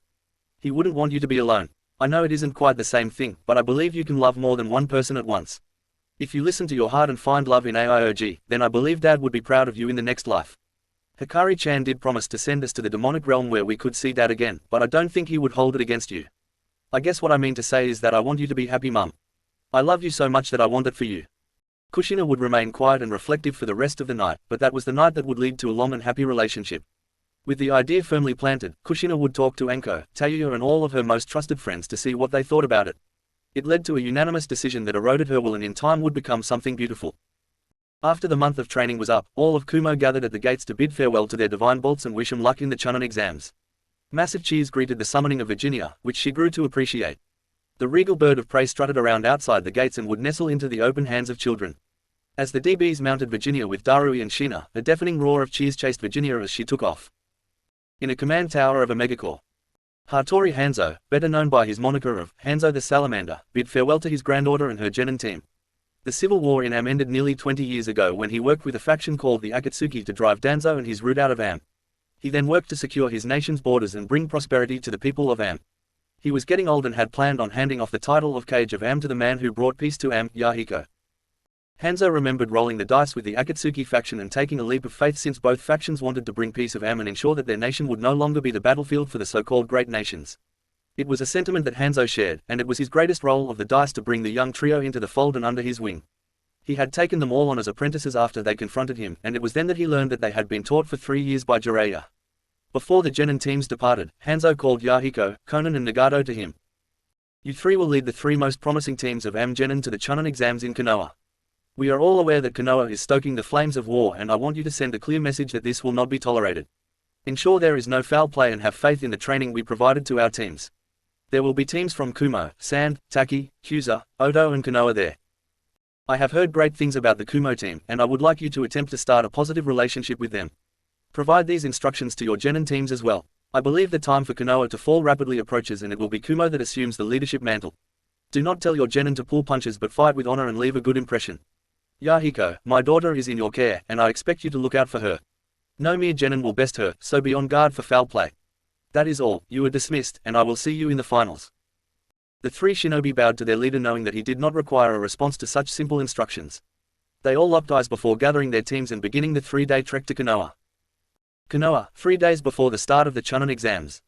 Fugaku called his daughter and nephew Shisui to his desk to assign an important task to the pair. They knelt in front of him, 2 of the most powerful Uchiha and the 2 most powerful Konoha shinobi. Raise your heads, I have a task for you two. You are to shadow the Kumo teams and their Jonin sensei. I want detailed reports of their strengths, dispositions and potential weaknesses by the time the Chunin exams start. These divine bolts threaten Konoha's future supremacy, and I want to look for a way to effectively deal with them. At this point, see if they would be open to the idea of marriage contracts. It seemed like Sazumi was interested in the one named Ruto. I believe you need no further instruction. The 2 disappeared in various shunins and awaited the arrival of the Kumo teams at the front gates. Hawk, better known as Shisui, decided to keep the conversation lively with Itachi as they waited. You think he knows or suspects anything? My father was never good at containing his rage, so no. I will use this opportunity to ensure that my mother and sister can be saved. If we can find a way out, that would be good too. Itachi replied in a feminine monotone. Are you sure you just don't miss your Naruto-kun? Shisui was always good at pushing Itachi's buttons. Funny, Shisui, very funny. Although I will admit that Naruto would be preferable to that stick-in-the-mud Hyuga that I am engaged to marry. Kami, I pray he doesn't make Chunin. Itachi replied. Weren't Hazashi and Neji offered refuge by Kumo? No, it was determined that they were too high risk. Hitomi and Hanabi did receive the offer though, and after Hitomi meets with Kushina I am sure she will join in the exodus. She was infuriated when the elders branded Hanabi. Hinata is up in the air. Itachi answered Shisui's 20 questions with a slow-growing hint of agitation. Who else? I tried talking to the Nara, but they are too lazy to commit since it all hasn't gone to shit yet. Any further conversation was halted by a massive bird that was landing 200 meters outside the front gates of Konoha. Everyone stopped at what they were doing and gawked at the foreign bird. They noticed 8 shinobi dressed in Kumo gear, all wearing face masks denoting them as divine bolts, approach the gates. Izumo and Kotetsu were known around Konoha by 2 titles, the Immortal Chunin or the Eternal Gate Guards. On most days, they bitch and moan about how boring their duty is while they take turns sleeping on duty. Today was not such a day. First they dealt with the Suna convoy that brought in 4 teams from Suna. The bloodthirsty redhead scared the sleepiness 2 Chunins and scared them bad enough. Now, a massive bird that looks like it could pick up a small house in each talon lands in front of their gates and the Kumo shinobi showed up. Yeesh. For the flashy entrance, the Kumo contingent was fairly quiet as their Jonin-sensei processed their entry into Konoha. The two gate guards notified them that the Hokage wished to speak with them. Darui took point with his mask on because he knew how tense Shina was to be back in Konoha. Even a mediocre sensor could detect the 10 ANBU guards that were tailing them as they walked to the Hokage tower. Shina kept glancing back at Ruto to make sure he was coping with being back in Konoha, and of course Mabui and Samui had the comforting task covered. Ruto was gritting his teeth under his mask as he took in the once familiar sights of Konoha. Sure, he was young when it all happened, but he had a great memory and he clearly remembered his treatment as a child. It was a lively city, and it was touted as the #1 village. Ruto admitted that it had a much more prevalent civilian presence, and it was lively enough. The Uchiha fans everywhere did rub him the wrong way though. His unease was nothing that repeatedly palming the hilt of his katana couldn't diffuse, and his girls really helped to calm him down too. Eventually, the long walk to the Hokage tower was completed and now he had to sit through a conversation with the Hokage. The group was allowed to enter the Hokage office shortly after their arrival and Darui once again took point. Greetings, Hokage Dono, thank you for inviting us into your beautiful city to partake in the Chunin exams. We thank you in advance for your hospitality. I am Darui, Jonin-sensei of Team 12 and this is Lady Shina, Jonin-sensei of Team 13. Fugaku looked over the group. Ah, I finally get to meet the divine bolts of Kumo. I have heard much about you. Tell me, would I be imposing too much to ask you to drop your masks? Darui was ready for this and responded coolly. As you said, we have garnered quite the name for ourselves. The masks are to protect our identities and we are under orders from the Refuge not to remove them in public. We do beg your pardon for this. Fugaku suppressed a snarl and kept his diplomacy face on. Very well, Darui-san, could you tell me if your Refuge would be open to further developing the relationship between our two villages? I have been given limited authority to discuss such things. We intended to maintain the non-aggression pact with Konoha. We have both appreciated the reduced friction on the border. I have been told that any and all treaty talks are welcome for discussion at the Chunin exam finals. Fugaku smiled, which sent a shudder down Shina's spine. Very good, very good. You are that confident that one of your genin will make it to the finals. Daru's posture indicated that he was smirking confidently. Only time will tell, Hokage Dono. Fugaku had to respect Kumo's game. A friendly and diplomatic envoy that truly played the game well. Indeed, Darui-san, do indulge this old man's curiosity, but could you tell me what kind of summon transported you here? It was the Eagle Clan summons that Kumo recently acquired. That is it, Darui, keep it short, sweet and polite. Most interesting. I have never seen a bird of that nature. Okay, well you have been given free rooms at Konoha's prestigious Golden Leaf Hotel for the duration of your stay. In hopes of developing diplomatic ties, Konoha's council has footed the bill. Please enjoy your stay in Konoha and be sure to follow the rules laid out for you. The Chunin exams will commence at the academy 3 days from now. The Kumo contingent swallowed their pride and bowed to the Hokage. They left the tower without another word, or so the ANBU thought. Kushina had installed communication seals on the masks that allowed the DBs to communicate with one another. Man, that guy had such a massive stick shoved up his ass that I could see the fucking thing poking out from his shit-stained throat every time the motherfucker talked. Of course, it was Tayuya that summarized the meeting with the Hokage. He certainly left me wanting in the communication department. Okay team, we are in mission mode. Remember not to give away any unnecessary information, always stick together and never wander far from public places. We are to remain on the down low for the first part of the exams, so Ruto, for the love of Kami, just don't. Ka-chan, what's that supposed to mean? Samui's giggles echoed through the masks. It means that trouble loves you, Ruto-kun. So, for now, do everything in your power to avoid finding trouble. Why does everybody pick on me? Ruto's fake dejected tone earned a round of laughter. Because you are you, shithead. That should be all the explanation you need. Omoi chimed in, she is right, Ruto-san. What other genin teams get dragged into a war and then immediately follow that up with freeing a nation from a tyrant? That is Aioji's fault. He sent me on those troublesome missions. Somewhere in Konoha, a pineapple-haired boy sneezed on his blonde friend, which earned him a bonk on the head that resulted in him lying on his back and looking at the clouds.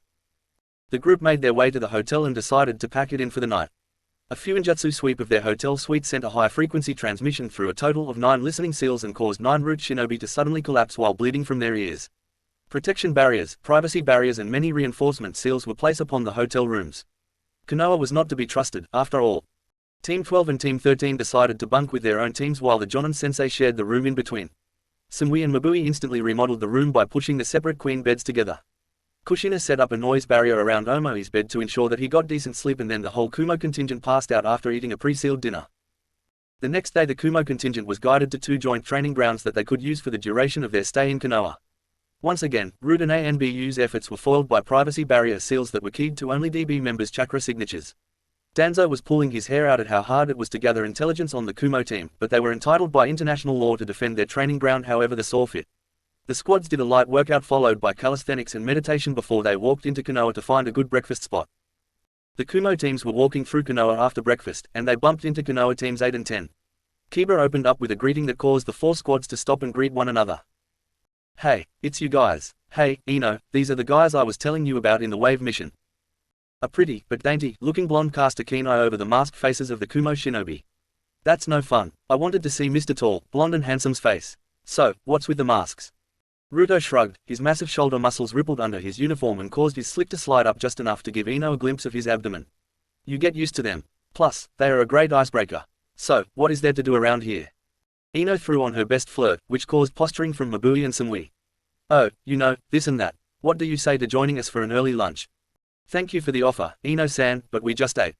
"I suppose we will see you for the Chunin exams," Ruto countered. Kiba puffed out his chest. "You bet you will. I have been grinding with Akamaru here and I think I could show you who the true alpha is now." "Kiba-san, it is my duty to inform you as your teammate that should you encounter Ruto-san on the field of battle, your best course of action would be to flee. My Kikaichu are extremely wary of him, and pretty much everyone from Kumo." Shino's monotone nailed the delivery and made everyone laugh. The Hyuga girl with wide eyes blushed, touched her pointer fingers together repeatedly and then stammered out. "IITW was PP pretty or awesome W what you did for W wave." With an inaudible eep the girl receded into her jacket. Ino cocked an eyebrow at Hinata. "Damn, Hinata, it has been years since I heard you stutter like that. So, you like Ruto-kun as well?"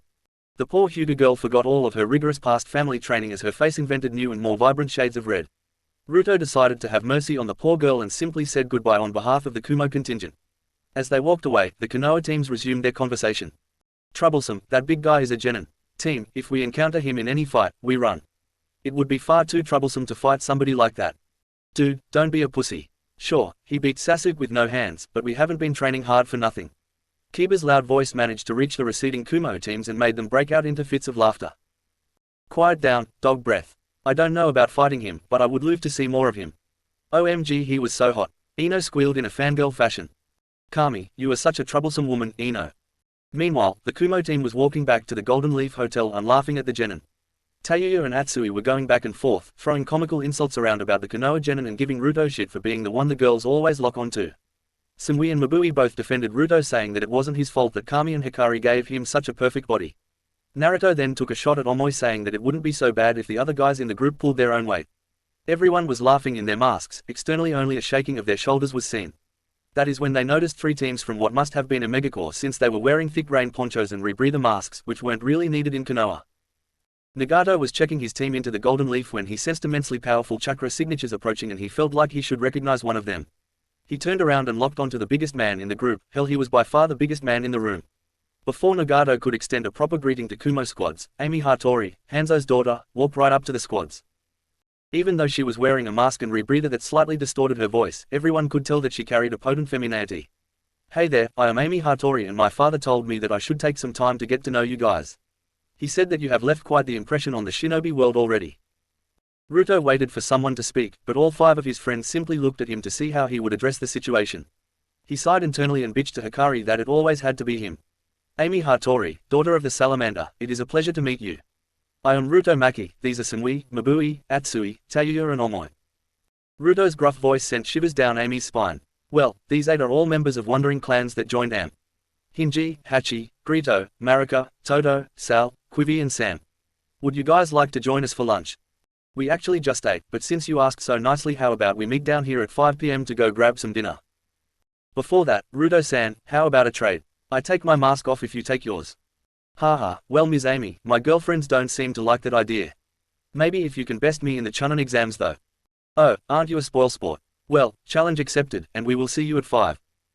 After the quick back and forth, the Kumo teams made their way back to Team 12's room and sat inside to catch their breaths and remove their masks. Holy fucking shit, everyone is gunning for us.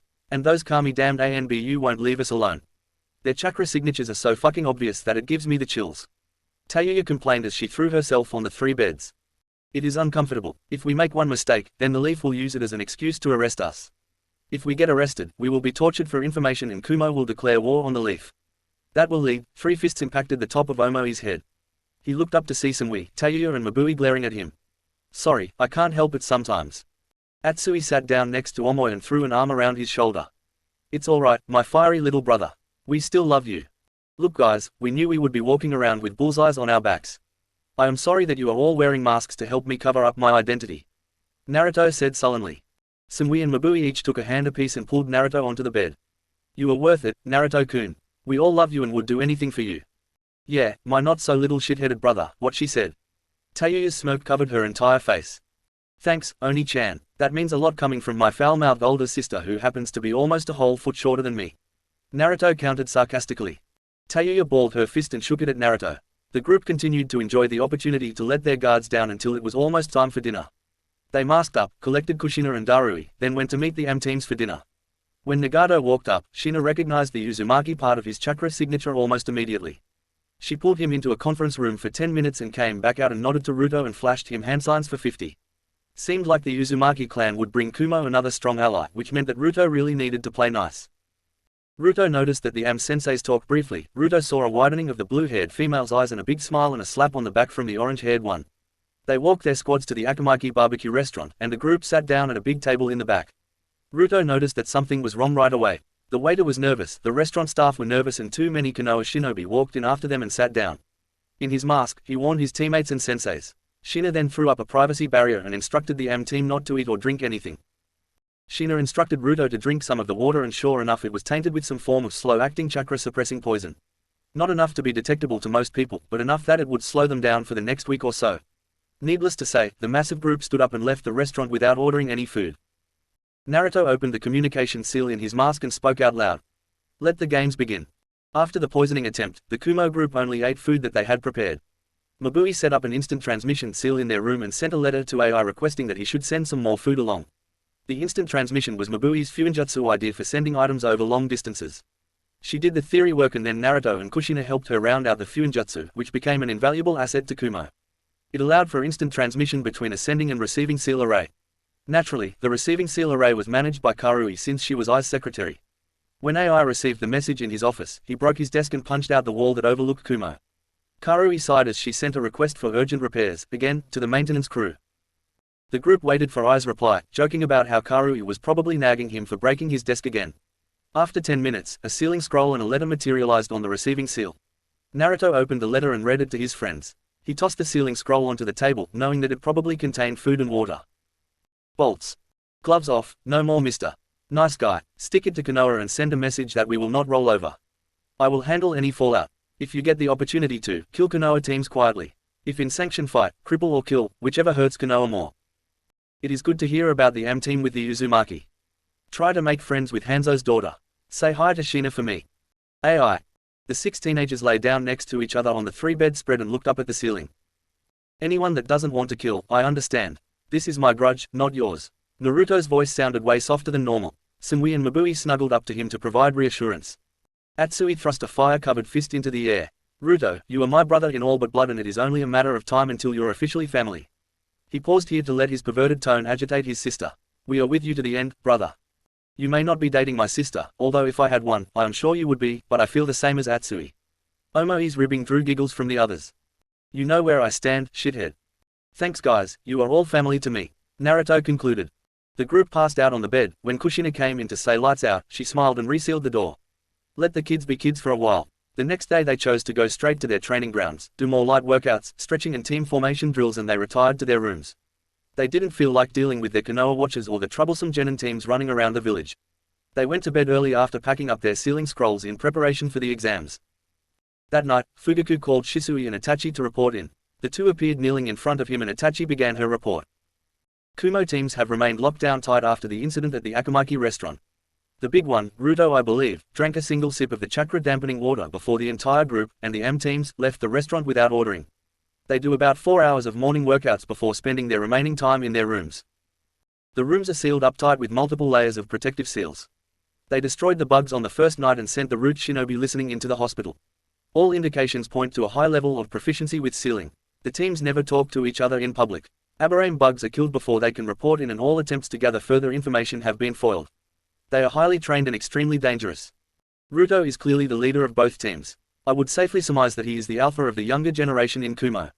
My Sharingan showed that their uniforms are covered in some sort of chakra suppression seal, which makes it impossible to detect and lock onto his chakra signature. The hair is the only real distinguishing feature aside from his size, which the Jonin sensei and the one named Tayuya share. According to their ids, they belong to the Maki clan. There is no further information at this time. Fugaku sighed loudly, frustrated by the complete lack of information. They knew about the attempts to weaken them and spy on them, but the senseis haven't filed a complaint, so that says they came ready to deal with the adversity. Do you think direct interference during the second exam would be successful? Fugaku asked with a straight face. Shisui shook his head in the negative. I believe it would have an extremely high chance of backfiring. We have not seen what they are capable of, and if you send assassin teams in, AI will find out. I believe the best course of action to be accepting them. Play nice with Kumo, who is rising on the world stage. Secure a new ally rather than provoke him further into becoming an enemy. I agree with Shisui, father. They can detect us when we are following them. They use chakra pulses in regular intervals, and I have not found a way to hide from them. Fugaku slammed a hand on his desk. This is our opportunity to demonstrate the might of Konoha, and you two are telling me that I should accept Kumo upstaging us. The two bowed before Itachi spoke up. Father, I simply believe that the risks do not justify the potential gain. We will likely have a preliminary round. We can find unfavorable matchups or other ways to reduce their chances of making it to the finals. I believe if we try underhanded tactics, they are ready to counter them and turn them against us. Leave me. Return to your posts. Fugaku shouted, and the two disappeared from the room. Danzo appeared out of the shadows in the corner of the room. I reluctantly agree with them. My operatives have come to the same conclusion. I suggest we attempt seduction rather than antagonization. We need to get our hands on their training methods and access to their seals. A marriage treaty would help us secure that. It must be the Maki clan that is the might of Kumo. So, couldn't we kidnap the Maki heir and demand those things in order for his safe return? Danzo scoffed. Fugaku, those are not your typical genin. They confidently marched into enemy territory, and they were ready for our games. The chakra suppression seals have stopped our best sensor shinobi from gathering more information. I wouldn't be surprised if they are each high chunin to jonin level. I will say it again, I agree with Itachi's recommendation. Rather than antagonizing them further and risking international backlash, find a way to take advantage of their strength. Very well, your counsel is well received, Danzo. We will monitor them throughout the exams and find a way to one of the three Makis. Now, what about Tsuna's Jinchuriki being here? The plans to capture him upon his return to Tsuna are in place. I have squads that will ambush him in the land of rivers, and they will support Deidara. We will have the first Biju after the Chunin exams. That is all well and good, Danzo, but why did Tsuna send their bloodthirsty Jinchuriki to my Chunin Xmas? To make a statement to their daimyo. We have successfully stolen over half of the missions that would typically go to Tsuna. They are weak right now and want to use the boy to look strong. Very well, he is to remain on watch for the duration of his stay. That boy's chakra is foul, and he is tainted by his Biju. Fugaku said sternly. As you wish, Fugaku. It will be done. Chapter 10. Author's note, surprise double chapter release. Please enjoy. Chunin exams start. The morning of the Chunin exams, all of the divine bolts wore serious looks on their faces as they geared up after their morning stretches. The room was silent aside from the shuffling of gear and metallic clicking of weapons being sealed up. Once everyone was ready, they stood in front of Darui and Kushina for inspection. The two Jonin ninjas walked through and double-checked equipment loads, pulling on straps and scroll pouches to make sure they were properly secured. Then, Kushina addressed them. Okay guys, this is it. This is what we pushed you so hard in your training for. For any combat phase, you will fight without your seals active. Naruto, Sochi, you may keep a couple active to prevent displaying too much. Reikage-sama ordered you to display the minimal amount of skill necessary to win. Unless it is a life or death situation, you are not to use your lightning armor, storm chains or storm release. Everyone else, when you are being watched, try to do the same. Do not lose because you were holding back, but do not be show-offs. This is a mission, and it starts now. Mask up. The genin secured their face masks and tested the communication seals. Once everything checked out, Ruto nodded to Shina. The deadly and intimidating teams of genin moved out for the academy. They exited the hotel at 10:30 and the exams didn't start until noon. They moved as a single unit toward the academy and drew many stares as they walked through the streets. Many civilians pointed at Ruto, saying that there was no way he was a genin child. To be fair to them, the average fully grown male was slightly taller than 5 feet 7 inches, which Naruto dwarfed by 7 or 8 inches.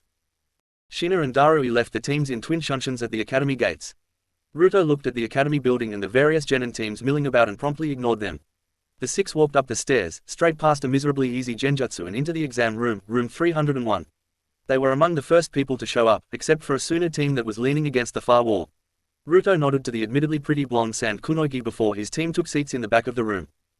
Naruto-kun, that red-headed child holds Shakuku, the one-tailed tanuki.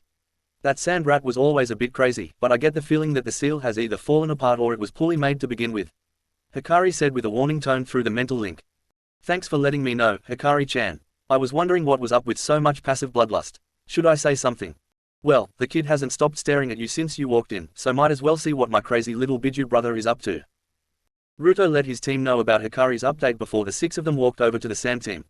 Gaara's eyes remained fixed on Ruto, but Ruto shook off the glare and focused on Temari. Hey, Kunoiki-chan, can you tell the little tanuki to reel in the bloodlust? We haven't done anything to offend him, as far as we know. Ruto used a flirtatious tone in his voice. Temari's eyes widened and obscured the blush that dusted her cheeks. How did you know? Kumo is very familiar with biju and their hosts. Now, Aikibi Jinchuriki, I recommend you stop glaring at me because I have come in peace with an offer for you. Mother wants your blood, but I will hear your offer. Gaara's tone was dead and menacing. How would you like to get some sleep? Based on those rings around your eyes, I am willing to bet that Shukaku keeps you up at night. Ruto held up a hand to hold their responses. I am offering to alter your seal and separate you from Shukaku's direct influence. All I want in return is good relations with Suna, not even an official treaty. Gaara's eyes widened and there was a momentary lull in Gaara's bloodlust. You could let me sleep. Ruto nodded. In return, I don't kill you or Kumo Shinobi. That will be a start. I don't need an answer now, just think about it. I will approach you again later in the exams. Temari-chan and Kankuro-san, it was an honor to meet the Kazakuji's children. Good luck. Ruto turned on his heel and led his group back to their seats. The internal conversation was hilarious as they poked fun at the looks of the Suna team's faces. It became even funnier as Ruto and Atsui provided a play-by-play of each genin team that walked in. Atsui bet Ruto that he couldn't make a genin team fall when they walked through the door and Ruto gleefully accepted the challenge. That was when Team 7 walked into the room. Sasumi was extremely agitated after her brother's display. First, he informs weakling genin teams that there was a genjutsu. Then, he gets his ass handed to him by a kid with a bowl cut and caterpillar eyebrows and now he was sulking. Then she had to deal with her perverted sensei and Sakura's shrill voice. She just wanted to sit down. She pushed open the door to room 301 and tripped over her feet as a massive amount of killing intent caught her off guard and forced her, Sasuke and Sakura to their knees. Then, Sakura passed out and pissed her pants. Every genin team looked at him and laughed and Sasumi just wanted to disappear. The key let up and the giant-looking Ruto offered her a hand up, which she accepted. Thank you, Ruto-san. It has been a while, how have you been? Her tone was soft and fragile after experiencing that level of ki for the second time. The first time was against Tsubusa. Very well, Sasumi-san, thanks for asking. He looked at the down forms of Sasuke and Sakura. Did she bring a change of clothes? She is going to need it. Sasumi buried her face in her hands in embarrassment. I doubt it, Ruto-san. I doubt it. Ruto walked away with his back shaking. The inside comms on the mask were completely filled with laughter. What a fucking joke. If that banshee cunt is a kunoiki then I am a fucking fairy unicorn. Tayuya-chan, why has your cussing habit gotten worse over time instead of better? Mabui asked. Oh, eat my ass, Mabui. Who knows, it might taste better than shitheads. That's enough, Tayuya. Don't cross that line again. Ruto's stern tone halted the snickering. Tayuya's head dipped slightly before she apologized to Mabui. The group then heard the shrill squeal of Ino as she attempted to glom onto Sasuke's back. This started a fight between the pissy Pinky and Blondie until the dog boy came in and pointed at Sakura's crotch while laughing. The Pinky blushed before becoming enraged and she chased the laughing Kiba around the room. As a whole, the genin of Konoha were complete and unprofessional amateurs. Then something interesting happened after a silver-haired boy approached the group. He bragged about having information on every genin in the exams and that is when Ruto heard his name. I want information on Rock Lee, Gaara of the Sand and Ruto from Kumo. Sasuke said in a demanding tone. For some reason, the Kabuto guy smiled and began to cough up information on Rock Lee and Gaara. This set flags off in his mind, but Omoi beat him to it when he said, spy, through the comms channel. He decided that he would like to see what kind of information they were able to get out of Kumo since he already had a massive target on his back. Eventually, it was his turn. Finally, we have Ruto Maki, youngest known son of the Maki clan. He is Jonin level in Kenjutsu, Taijutsu, Ninjutsu, Fuinjutsu and no information on Genjutsu. He is named one of the 6 divine bolts of Kumo. Rumors say his team helped to end the civil war in Kiri and they liberated Wave. Those are the only 2 missions I am aware of. At that moment, a massive hand snatched the card out of Kabuto's hand, which greatly surprised him because he didn't sense Ruto coming at all.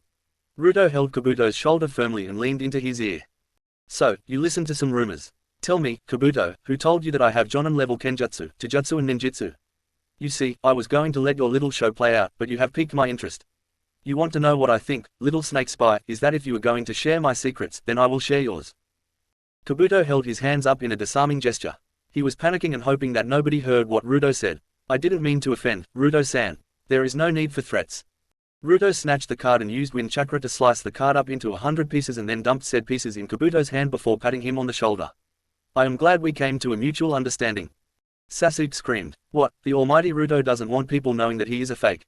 What right do you have to deny an Uchiha in our home village? Ruto looked over his shoulder as he walked back to his seat. Shut your mouth, pretty boy. Or should I share the story of our so-called spar with the class? Sasuke shut up, but Sakura didn't. Don't you dare talk to Sasuke-kun like that. He is a noble and your peasant mother. Sakura fell to her knees again and nearly passed out again due to the ki being directed at her from the whole Kumo contingent. The whole room froze and waited for Ruto's response. It didn't take long. The overwhelming killing intent was emphasized by the growl barely hidden under Ruto's tone. Look here, pissy pinky, say anything about my mother again and I will end your miserable life without a second thought. Multiple puffs of smoke at the front of the classroom drew everyone's attention of a blond man with scars poking out from under his hishiate. Enough of that, maggots. Any non-sanctioned combat will result in expulsion from the exams. Now take your seats. A burst of ki had genin scurrying around to find their proper seats. Here are the rules for this exam. You are not allowed to ask me questions. 10 questions apiece, you lose 1 point for each question you miss. If you are caught cheating, you lose 2 points. Any team with a team member that scores 0 will be disqualified. Any team that scores below 6 points total will be disqualified. Are there any questions? Ibiki pointed to an older genin with brown hair and cut his question off midway through. You and your team is disqualified. Leave my room this instant. For the rest of you, your time starts now. Ruto and his team breezed through the questions thanks in large part to Mabui. They were able to converse freely in their masks and every Kumo genin was finished within the first 10 minutes. Ruto leaned back and kicked his feet up on the desk with his hands resting behind his head. The female population of the room was having a hard time focusing on anything other than his biceps since Ruto decided to wear a short-sleeve combat shirt under his black slick vest. His pheromones in a sealed room were really starting to have an effect on the female population of the room as Ruto noticed beads of sweat, shuffling, legs squeezing tight together, gasping breaths and other signs of female stimulation. Ibiki was getting immensely frustrated by the Kumo team. Most of them were napping and the Ruto kid had everyone looking at him. Even some of his female chunin were caught ogling the male genin. Furthermore, he couldn't determine how the masked genin cheated, not even a single hint. He decided to knock the kid down a peg in order to intimidate the class. He walked over to Ruto and slapped one of his boots hard to wake him up. Can I help you, Ibiki-san? He asked calmly. Ibiki scowled and picked up the test. All 9 questions answered perfectly with no calculations or anything to be seen. He slapped the paper down on Ruto's desk and growled, "No sleeping in my classroom, brat." Oh, but Ibiki-san, I wasn't sleeping. I was meditating and watching these wannabe shinobi cheat. I mean, mirrors on the ceiling, communicating with pet familiars, dujutsu active without a genjutsu shielden. A sandai. Oh, okay, that one is kinda cool. Ibiki glanced around and noticed all the cheating methods mentioned and stomped back up to the front of the room. That infuriating brat ruined the atmosphere he worked hard to create. Hikari chuckled merrily through the mental link. Well, don't you make fast friends. Meh, no biggie. He is just mad I am ruining his mental games. Hikari sent a devious smirk through the mental link. Well, why don't we play our own games? Ruto remained in a reclined position with his feet kicked up as the room filled with puffs of smoke. When the smoke cleared, there were hundreds of copies of the chunin proctors, each one holding a test sheet in their hands. Then another puff of smoke showed 40 copies Ibiki Morino screaming at the clone proctors, who proceeded to freak out and throw the test sheets in the air. Before Ibiki could even react, all clones dispelled, leaving a gob-smacked classroom. Ibiki scowled and began shouting orders to the exam proctors, who collected all of the papers and put them back on the assigned desks. Ibiki scowled as he imagined the smirk under Ruto's mask as he somehow knew the genin was laughing at him. The rest of the test went without incident, except for the fact that nearly 50 teams remained. Ibiki got ready for his final push. Okay, it is time for the 10th question. Choose not to answer it and your team gets to leave with no further repercussions. Answer it and guess wrong and you and your team will be barred from taking the chunin exams ever again. Doomed to wander the elemental nation stuck as a genin. You have 5 minutes to decide if you want to take the question. Shouts of outrage lanced throughout the room while the Kumo genin begged Ruto not to draw any more attention. So, Ruto remained relaxed with his feet kicked up on his desk. A couple genin teams chose to leave the room voluntarily and Ibiki's last push was moderately successful. Unfortunately, he had 4 times more teams than usual that would proceed to the second phase. This left Ibiki feeling completely defeated as the proctor for the second phase walked in. An ANBU with beautiful purple hair walked into the exam room and froze before she turned to look at Ibiki. She saw how dejected he looked and decided not to kick a dead horse. She turned to address the genin. Alright, I am Yuzuki Yugao and I will be your proctor for the second phase of the chunin exams. You have 1 hour to prepare for a 5-day camping trip inside Training Ground 44, lovingly referred to by Konoha residents as the Forest of Death. Anybody who is late will be disqualified. The noise of clattering chairs and scuffling feet filled the room until the 6 DBs remained in the room. Before Yugao or Ibiki could say anything to them, they disappeared in various forms of the shunshin. Watch out for that team, Yugao. That Ruto brat is good. He completely ruined my mind game and I have no idea how. Ibiki's voice sounded hollow, completely lacking the menace associated with the #1 interrogator of Konoha. Shake it off, Ibiki. You shouldn't have tried to target the kid. I am sure you understand now how strong he is. Yeah, go have your fun in the forest. Ibiki shooed her off before resting his aching head on his desk. The 1 hour time limit was up and Jen and teams were talking amongst themselves in front of a stage set up at the entrance to the training grounds. Behind the stage, a measly chain-link fence acted as a barrier between the dense, dangerous forest and the rest of Konoha. Yugao took the stage accompanied by some Chunin proctors. Okay, for those of you that made it here on time. We will be having a scroll battle in the forest for the next 5 days. Your team will turn in these waivers in exchange for one of 2 scrolls. The waivers clear us of any liability in the likely event of your deaths. 1 heaven scroll and 1 earth scroll will be required to grant you entry into the tower. If you open the scrolls prematurely, you are disqualified. If a teammate dies before you make it to the tower, your team is disqualified. If you do not make it to the tower before 8 AM on the 5th day, you are disqualified. If you leave the forest to death for any reason, you are disqualified. Any questions? A plump boy in a red battle outfit with the kanji for food raised his hand. Proctor-san, what will we do for food? Yugao grunted. Scavenge or hunt. Figure it out. You are supposed to be a shinobi. Okay, fill out your waivers and turn them in at the tent over there for your gate assignment. She said dismissively. Ruto and the team were scanning the genin participants and getting a feel for which teams they would attack. Ruto had the idea to use his sonar abilities to pick out teams and reduce the competition, specifically the leaf competition. His mother had given him a couple people that she wanted spared, but the rest were fair game. As he was scanning the crowd, he noticed Amy wave to him, and he returned the gesture with a nod. She was interesting to Ruto. He wouldn't go out of his way to flirt or anything, but if Hikari, Sumui and Mabui were okay with it, then he wouldn't offer much resistance to the idea. Hey, it's not his fault that his mother is placing the responsibility of restoring his clan on him. Eventually, his team turned in their waivers and noticed that their gate position was on the far side of the forest compared to Team 13's.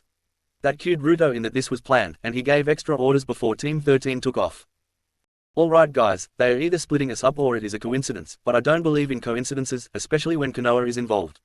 Team 13, you will meet up with us at this point, designated A1, no later than sundown. You will each take a transformed shadow clone in case something goes wrong. No, Tayuya, I am not saying you aren't strong enough, it is just a precaution. I will ping my chakra 3 times before we enter the campsite. Any questions? Tayuya's voice came through the receiving seals near his ears. Are you sure we can't kill the emo prince? Not even a little bit. Mabui answered. Lady Shina wants us to spare him for the sake of her old friend. Rough him up, but no killing or maiming. Alright, seals down everybody. Any root or ANBU presence and you go all out to break contact and regroup with us. I love you all, be safe. Ruto's genuine tone earned smiles from all of his friends. Atsui initially found it awkward when Naruto told him he loved him, but it didn't take long for the blonde to add that it was brotherly love. The group split off to Gate 12 and Gate 42. The Forest of Death was a 100 square kilometer forest that had 44 gates that provided entry. According to Anko, Ruto's group got one of the hardest gates to enter through. They would likely be dealing with some of the more dangerous denizens of the forest, so Ruto carried his greatsword in his right hand. He glowed blue as he released his seals and shook out his limbs. The Chunin propped up by their gate eyed their group with a little more interest than was appropriate, so Ruto cocked his head at the man. Proctor-san, if you keep looking at my teammates like that, I will use this sword here to put an end to your lechery. The Chunin looked nervous at the threat and the key that this supposed genin was hitting him with. He felt the difference after the kid seals were released and knew that the forest would never be enough to deal with this team. Why yes, KKK Kumo-san. 5 minutes later a horn sounded and the Chunin proctor opened the gates. The team walked through the entrance and out of sight of the proctor before Ruto conducted 3 full-powered pings. To the sensor shinobi stationed nearby, they all instantly got headaches. To the Root Hyuga branch members, they were temporarily blinded. Their orders were to observe, but they were in so much pain that even their emotional control failed them. Ruto sensed them and immediately dashed to confront them while leaving a clone with his team. Ruto scowled and let the sound escape his mask. It was a deep, terrifying and menacing sound. Root-san, according to international law, interference during the Chunin exams is considered an act of war. So, I will ask this to you once. Do you want war? Ruto escalated his ki and gripped his greatsword menacingly. The Root captain responded. No, Ruto-san, I assure you we were only here to spectate. Oh, okay, my bad then, because it is almost like you just admitted to spying on genin of a foreign village which is interfering in the fucking exam. You have 30 seconds to clear this fucking forest before I take it as an act of war. I can sense all fucking 12 of you, so I suggest you get a move on. The Root shinobi made a hand signal and there were multiple blurs heading for the forest edge. Ruto took 2 minutes to scribble a note to his mother before summoning a smaller eagle and giving the scroll to it. The eagle accepted a piece of jerky and took off to complete its task. Ruto pinged his chakra several times again and knew that at least this part of the forest was clear. He shunshined back down to his team and explained what just happened. Not cool, this village has no sense of honor. Sumui's cool voice made Ruto smile. Not surprising considering the leadership. The best thing your mother ever did was removing you from this taint. Mabui added to the charges. Thanks girls, weapons out. My pings seem to have pissed off some of the 8-legged freaks that Anko told us about. The squad drew their weapons and looked up into the trees to see nearly 50 spiders that were the size of large dogs. They had furry legs and 2 elongated pincers that were dripping with a greenish-purple venom. Ruto created 20 shadow clones and the bloodbath began. Unfortunately, the blood was the same greenish-purple color of the spiders as venom, and it smelled rancid. After the initial fighting ceased, Ruto darted off toward their rendezvous point with Samui and Mabui on his heels. The clones in diamond formation protected their flanks as they moved. They were forced to deal with another 100 spiders by the time they were out of the spider's domain. Ruto directed the team to a stream to get the spider blood and guts off of their super cool, very nice and new uniforms. The group sustained minimal injuries, but it was a very unpleasant 30 minutes in the forest to death thus far. After using wind jutsu to dry everyone off, Ruto ran to the top of the tallest tree. Samui and Mabui continued to clean off their swords and uniforms as they felt each chakra ping wash over them. It was a truly reassuring feeling to them.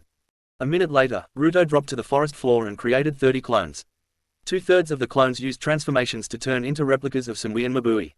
Ruto pulled out his map and assigned target areas for each clone squad to patrol and conducted ambushes. They were him, so they didn't need to be told which genin were protected. The clone squads were to remain active until morning and bring any scrolls collected to the rendezvous point. He then pointed to an area and spoke. Okay, the closest team to us is right here. Don't know who it is, but they shouldn't be much of a problem. We will eliminate them and take their scroll. Love you both. He blew air kisses to each of them before rolling up the map and moving out. The group darted through the trees in blurs of motion. Once they were in the target area, Ruto conducted some weaker pulses to locate the team. There was a Konoha team with Snakeboy talking to a team from Oto. Oh, happy days. Okay, ladies, there is Snakeboy and I don't really like him. I don't care if he is Orochimaru's subordinate. I will take the Leaf team and you two will take the Oto team. Sound good. You got it, Bo. How will we open up? Samui asked. Mabui answered that excitedly. I want to use the flash tags I made. I cranked up the potency and I want to see how well they work. Ruto chuckled at that. Mabui had a genuine interest in Fuinjutsu, even if she didn't learn as quickly as Ruto did. Very well, once I get to the far side of the clearing, let 'em loose. Detonate 'em high up to cover the most area. Kabuto was meeting with the Oto team to give them their orders.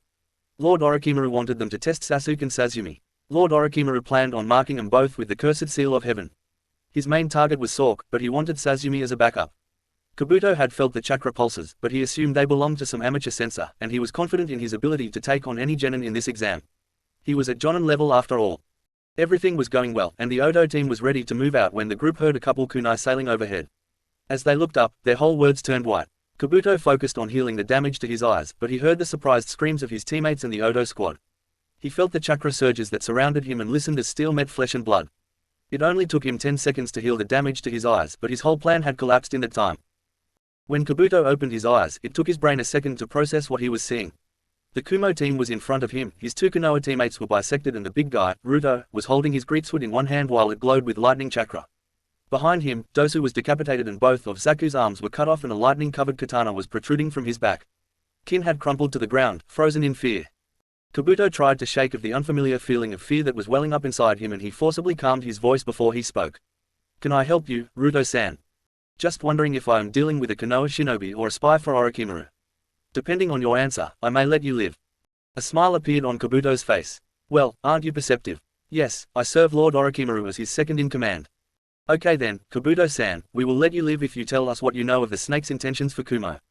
We have had to deal with a number of incursions from him over the past couple years. Kabuto thought about it for the moment. He wasn't confident in his chances of taking on these three, not anymore. The same as everywhere else, he wants to understand what has led to Kumo's rapid rise in power. He is interested in the Fuinjutsu and training programs mostly. You will deliver a message to the snake for me. Kumo is off limits henceforth. We will not get in your way for the invasion, but we will not help. Out of curiosity, why did you tell that team to attack Team 7? Kabuto was cautious in his answer. Lord Orochimaru is interested in the Sharingan, and he wanted to test Team 7. Ruto thought about that for a bit. Okay, final message and I do hope you make it in time. Sazumi Uchiha is off limits. If he does not honor that, Lady Shina will get involved. Do warn the snake, Kabuto-san. My mother is a truly terrifying woman when she is wronged. Oh, and leave us your scroll, pretty please. Kabuto stored that bit of information for consideration at a later date. He dropped the scroll and left. He didn't need to be told twice. He needed to find Lord Orochimaru and inform him of these developments. Kabuto shuddered ferociously as he remembered the feeling of the blonde's chakra, the strength of his tone and the feeling of true fear unlike any he had ever felt. He was elite Jonin level and he folded like a leaf to a fresh genin. What's worse, is he knew that it was the right decision to make. Back with Team 12, Samui and Mabui were standing over a bound kunoichi. The kunoichi had broken out of her shock once her vision came back, but panic set in when she realized she was bound with no hope of escape. The aura she felt earlier was gone, and now 3 of the ninjas she was told to steer clear of were looking down on her while having a silent conversation about her fate. After a minute, Mabui knelt down in front of her to begin questioning her. "Okay sweetie, here is how this is going to go. I am going to ask a question and you are going to answer it honestly. This here is a lie detection seal. If you lie it will glow red and we kill you. First question, what connection do you have to Orochimaru?" He is the cage of Otogakure. We were sent on a mission to compete in the Chunin exams, and we were supposed to kill Sasuke and Sazumi Uchiha. Okay, next, where is Otogakure? The land of rice paddies. It is an underground village. Why are you giving us this information? Because I hate it in Oto, and I hate Orochimaru. Why? Because that man took me from my village after his goons raided it. Now to mention, women are treated like absolute dirt in Oto.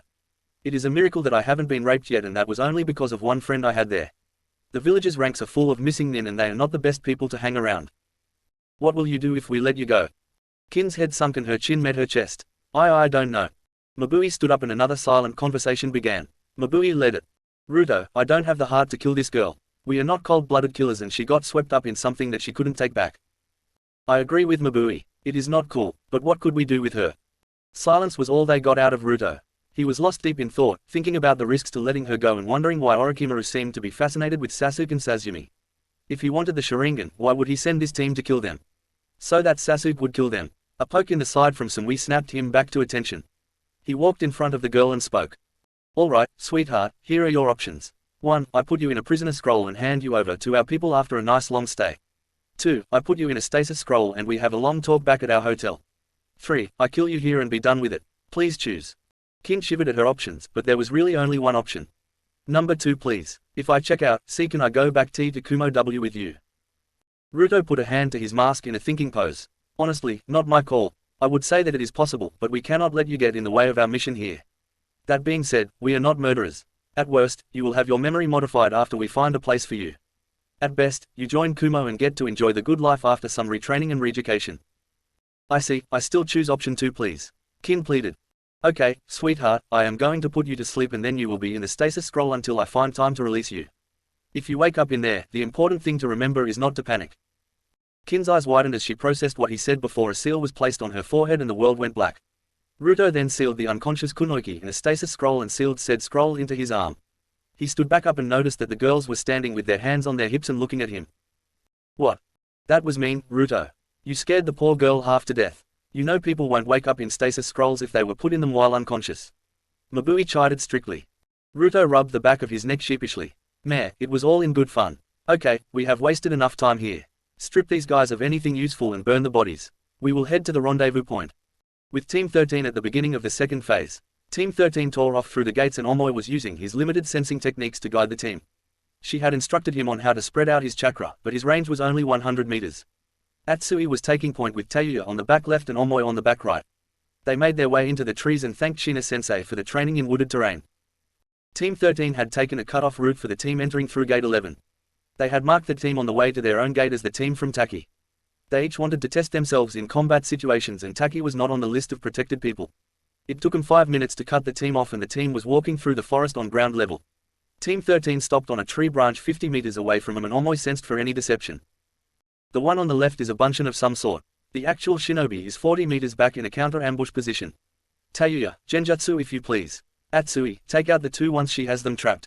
I will handle the one to the rear. Kill or capture? Tayuya asked. Capture and make sure they cannot proceed. I don't see a reason to kill these guys. If it were a Konoha team, it would be different. Before they moved, the Taki team was hit by a Konoha team that must have come from the gate to the other side of the team. Team 13 watched as a pitched battle ensued and the bunchen was dispelled. The ninja that was in the counter-ambush position hit the Konoha team from a flank and they were all locked in battle. Okay, change of plans. Tayuya, false imprisonment jutsu, block and confuse their senses. Tayuya immediately began weaving hand signs. Atsui, bring the heat when I bring the lightning. After impact, we move in close range. Omoi ordered quickly as he processed the situation. Tayuya finished her hand signs on her area genjutsu, and the battle seemed to fall into a momentary lull. Then a massive fireball headed toward the two ninja teams that was flanked on both sides by streams of lightning. The fire and lightning jutsu impacted the ninjas that were relatively close together. 4 shinobi, 2 from each team, were killed by the jutsus and the 2 remaining shinobi were still trying to regain their bearings as Atsui fell from the tree. The Taki shinobi called a temporary truce with the Konoha genin, and the two turned to face Omoy and Atsui that had just landed in front of them. The two remaining genin took battle-ready stances and were prepared to charge when twin wakizashis penetrated the base of their necks and exited through their vocal cords. The blades retracted quickly, and the bodies collapsed to the forest floor. Unlucky bastards. Tayuya, I really wanted a chance for a blazing hot sword fight. Atsui complained. Okay, I will be sure to let Ruto know you were itching for a kenjutsu battle. I am sure he would oblige you. Tayuya shot back, which shut Atsui up. Atsui may be hot-blooded, but he had yet to best Naruto in a kenjutsu spar. He at least stood a chance when it came to taijutsu. If you tell Ruto that, then Atsui will be so banged up for the next phase of the exams, then we would fail our follow-on mission, which could lead. Atsui casually bonked Omoy on the head and ended his rant. That's enough, Omoy. Let's find their scrolls and head to the rendezvous point. Tayuya was already picking through the bodies and throwing anything of value in a pile.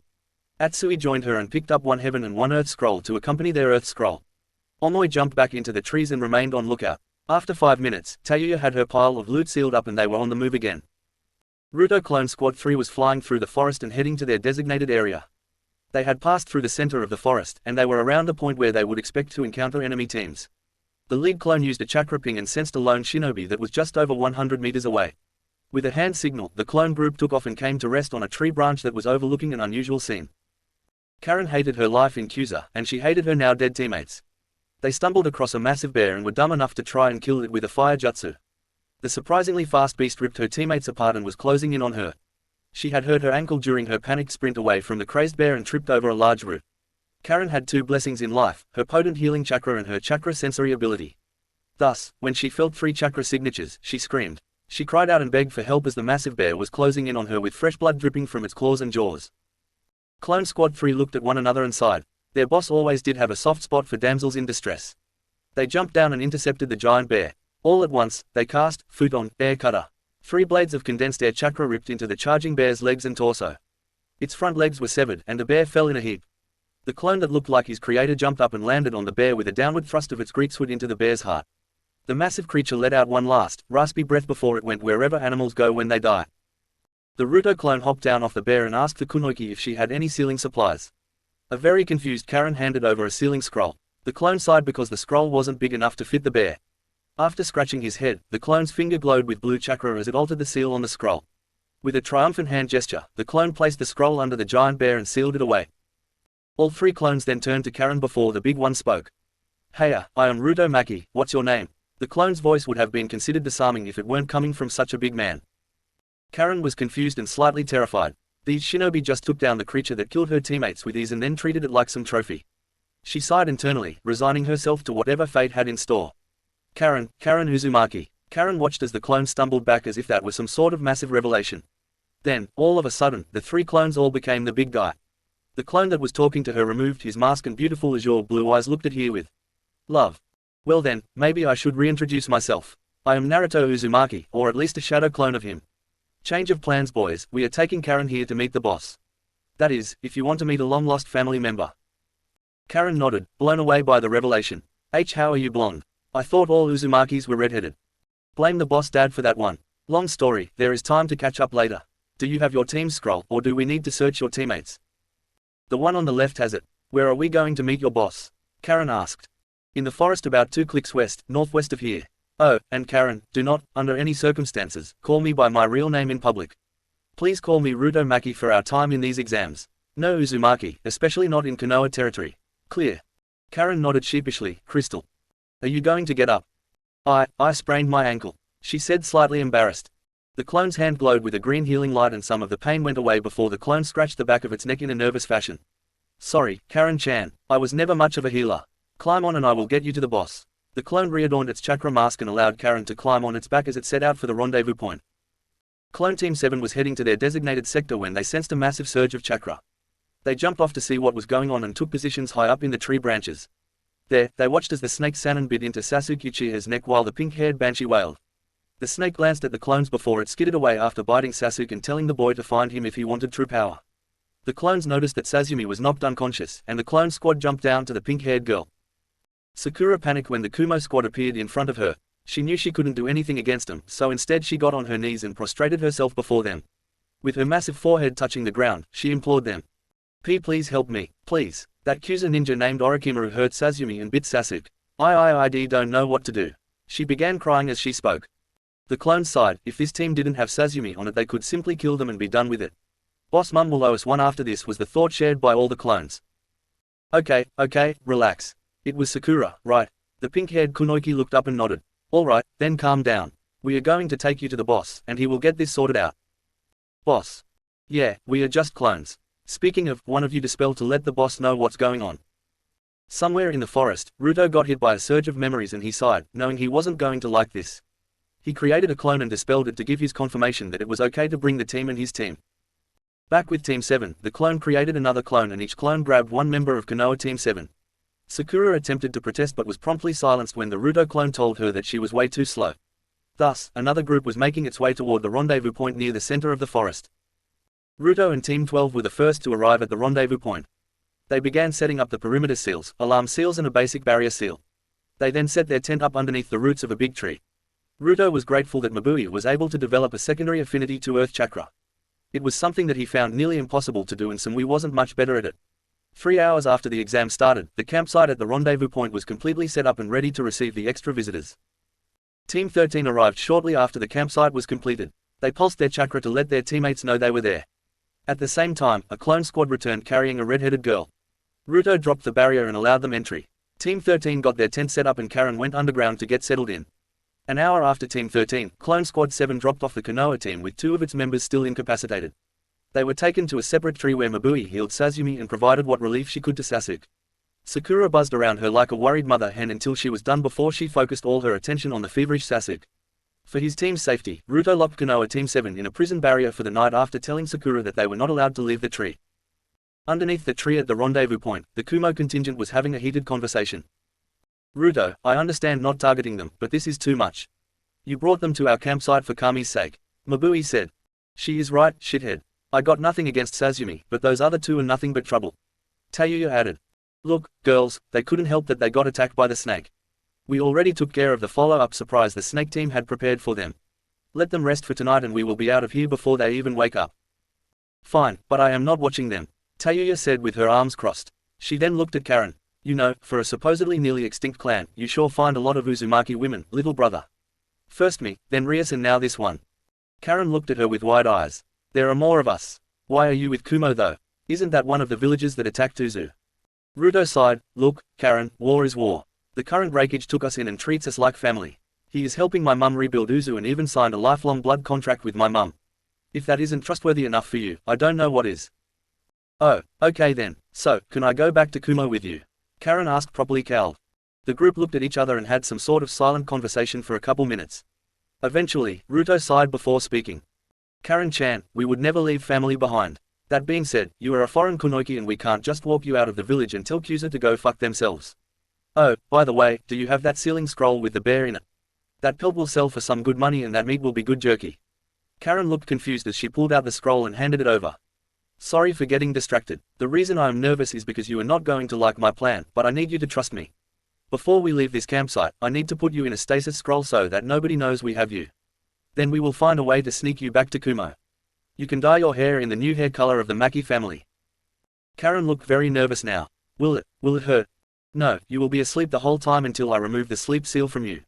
You won't feel a thing. Naruto answered with ample amounts of compassion. Fine then, if it gets me out of Kusa, I will do it. Do you have anything left in Kusa that you need? Ruto asked softly. Karen shook her head sadly and explained to the group how her mother wandered around before she sought refuge in Kusa after the fall of Uzushio. When they found out about her unique healing chakra, they abused it, which eventually led to her death by infection and sustained chakra exhaustion.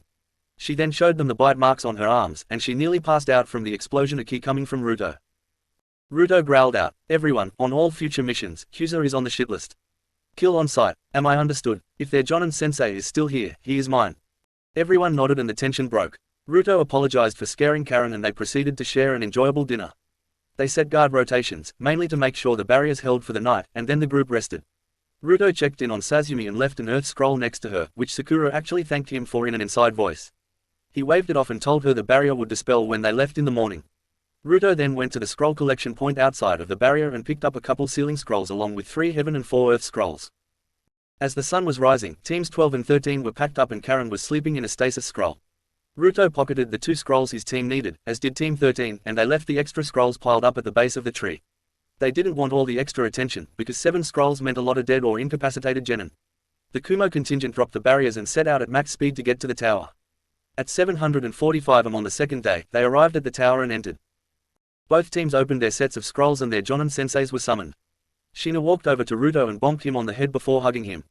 They escorted the Kumo teams to their rooms, performed another bug sweep and destroyed 4 listening devices before setting up their protective barriers.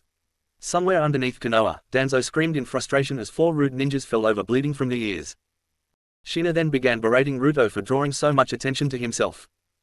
Flashback, Jonin Lounge during first phase. Shina and Darui were watching the monitors and listening to what the cameras and microphones could pick up in the room. She watched the confrontation between Ruto and the Sand team. She wasn't able to hear anything, but seeing Gaara she could guess what that was about. She then watched as Ruto directly involved himself with the silver-haired ninja and painted a target on his back. It was at this point that the questions started flying. Asuma had just entered the Jonin Lounge and watched the whole confrontation. You know, Lady Shina, your boy really stands out in a crowd. Didn't you ever teach him that discretion was the better part of valor? Funny, smokestack, coming from you. Trouble tends to follow my boy around. Rather than run from it, he simply takes it head on. Tell me, Smokey, how many of your genin have freed 2 countries from oppression? Kurenai tried to play peacemaker. Asuma-san, let's not antagonize our guests. Lady Shina, it is clear that they are very well trained. How did Kumo turn its education program around so fast? Let's not talk about village secrets and let's watch our brats. Asuma, on behalf of my Sochi, do you have any advanced wind control techniques that you would be willing to trade for an A-rank jutsu? Mind you, they better be techniques that are not commonly used. Shina asked. Asuma's eyes bugged out. He prided himself on his wind affinity, but he needed more information. What control exercises has he done thus far? Rock splitting, rock pushing, air current manipulation, and he finally split the water in our pool. It was his naturally strongest affinity, but it fell behind the others due to not having a proper instructor other than his summons. Asuma's cigarette hit the floor as he stared at Shina along with all of the other Jonin sensei. When she didn't say anything else, Asuma snapped out of it and thought for a bit. If he had done all of that, he didn't have much to offer. Finally, Might Guy broke the silence. Lady Shina, are you telling me that your 14-year-old son has done all of that with wind chakra and he has multiple affinities? That is so. Youthful. Guy's mouth was hanging open and he was genuinely interested, not just fishing for information. Shina glanced at Kakashi who nodded, indicating that Guy was one of the ones that he had recruited. Yes, Guy-san. I will not share any more. Oh, come on Sochi. Shina groaned. On the monitors, Ibiki had just slapped Ruto's boot. The Jonin sensei made comments about, poor kid, but Shina knew better. Sure enough, a massive number of clones were summoned a couple minutes later and the Jonin Lounge went nuts. Darui chuckled and Shina sighed and rubbed her temples. Lady Shina, do you know who did that? Kakashi asked with an eye smile. Can any of your genin make that many shadow clones? Shina countered. Good point, that is quite a few clones. 99% of Jonin couldn't make that many clones. So, who did it? Kurenai asked. Shina sighed and Darui snickered. I don't know. End of flashback. Sochi, do you know how stupid it was to antagonize the lead interrogator of an enemy village? The motherly fury in Shina's voice was potent and directly aimed at Ruto. Ruto pointed to himself and raised his voice. Me. Antagonize. He came at me. All I did was complete his stupid test and kick my feet up. He started it, I finished it and quite frankly, I won it. Did you see how close I came to making him cry? There were laughs around the room and Shina balled her fist before letting it go in favor of rubbing her temples. Each of the kids told their version of the time in the forest of death. Kushina's hair did her nine-tailed dance when Naruto told her about the encounter with Root and said she would handle it. Kushina was glad that Ruto decided to stop his rampage because it was already more than enough to draw attention. She thanked Ruto for going out of his way to save Sazumi, especially when it came to sparing her the curse mark. She was ecstatic about finding a new family member and looked concerned when Ruto told her about the Odo girl. She said she would interrogate her and see if she is worth all of the effort. Shina took the 2 stasis scrolls and told the team that she would see them in a couple of days before she disappeared in a swirl of water. That day at lunchtime, Ruto went to the cafeteria alone to see if the food in the tower was poisoned as well. To his delight, it was not. He let everyone know through the communication seals before he got a big pile of mashed potatoes, some broccoli and some beef. As he sat down, the AM team walked in and Amy waved to him. He pointed to the food and gave a thumbs up, which Amy understood as an all clear of sorts. After the AM team grabbed their food, they sat next to Ruto to exchange stories. Ruto provided a tame and brief version, which still seemed to impress Amy. Evidently, she stole a scroll from Team 10 and left them upside down and tied up. Ruto laughed as Amy impersonated the loud blonde girl raging. Amy's teammates seemed to be cool enough as the lunch conversation went on. So, Ruto-kun, have you thought about my offer? At the tilt of Ruto's head, she clarified. I show you mine if you show me yours. Can I ask why you are so interested? I thought the old salamander was a xenophobe and didn't want anything to do with foreign ninja. Amy pouted. Yeah, the old man is strict on the closed borders. The problem is I am 16, marriage age in the Hattori clan, but Hattori clan custom dictates that we can only marry those that best us in combat. I am a strong and proud kunoichi. Aside from my dad, Yahiko, Conan and Nagato, I have never been beaten. That still doesn't answer why me though. I am sure a couple people in Kumo could give you a run for your money. Ruto decided to play it cautiously. Plus, I told you, I have 2, maybe 3, girlfriends already. You don't seem like the sharing type. Amy's pout deepened. Must you play so hard to get, Ruto-kun? I admit I like a good chase, but you are sucking the fun out of it. Ruto shrugged his shoulders. Amy, if I gave in to every girl who threw their panties at me, then I would be stuck sleeping with girls for most of the day rather than training. I respect that you have clan customs, but I am not actively looking for new girlfriends or fiancés. I am sure a beautiful woman is hidden underneath that mask and rain cloak, but I already have a couple angels in my life that are willing to share me. Answer me this, why should I ruin that? Ruto knew he fucked up. He knew it as soon as he saw the embers in her eyes turn into a raging fire. He gave himself a mental smack to his own head, which earned snickers from Hikari. I am starting to like this one, Naruto-kun. If she is as strong as she says she is, then she would make a good mate. She is the daughter of the old salamander after all. Oh, come on Hikari-chan. If you are pushing this, then I am bringing Sumui and Mabui into the seal so you can broach the subject. Fine by me, let's go do it now. Ruto groaned and ate the rest of his meal. He said goodbye to Amy and went up to his room. He pulled Sumui and Mabui into the seal and went to rest by the lakeside view in his mindscape. The girls seemed to talk for hours before they joined Naruto at the lake's edge. They sat down on either side of him while Hikari turned into a cat-sized kitsune and rested in Naruto's lap. This is so much better than the dingy old room in the tower. Mabui said in a low and sensual tone. It is very cool. You know what would make it cooler? Sumui began removing Naruto's shirt when she pulled her hand back with a bite mark on it. Hikari growled in her miniature kitsune form. I have not yet claimed my mate. I permitted you to have him outside my seal. It will be a cold day in hell that I let you have him in here before I do. Sorry Hikari-chan. I wasn't thinking and that was not cool of me, Sumui said while sucking on the bite mark. Can't we just relax and enjoy the moment, girls? I have my 3 girls cuddled up on me and I want to savor this. Naruto's eyes were closed and he appeared completely relaxed. I agree with Stud Muffin. Mabui purred out as she nearly fell asleep on Naruto's shoulder. So, what did you girls talk about? Naruto asked with genuine curiosity. It is a secret, purred out Hikari as Naruto pet her tails and she put extra emphasis on secret. Meanies, I don't hide anything from you.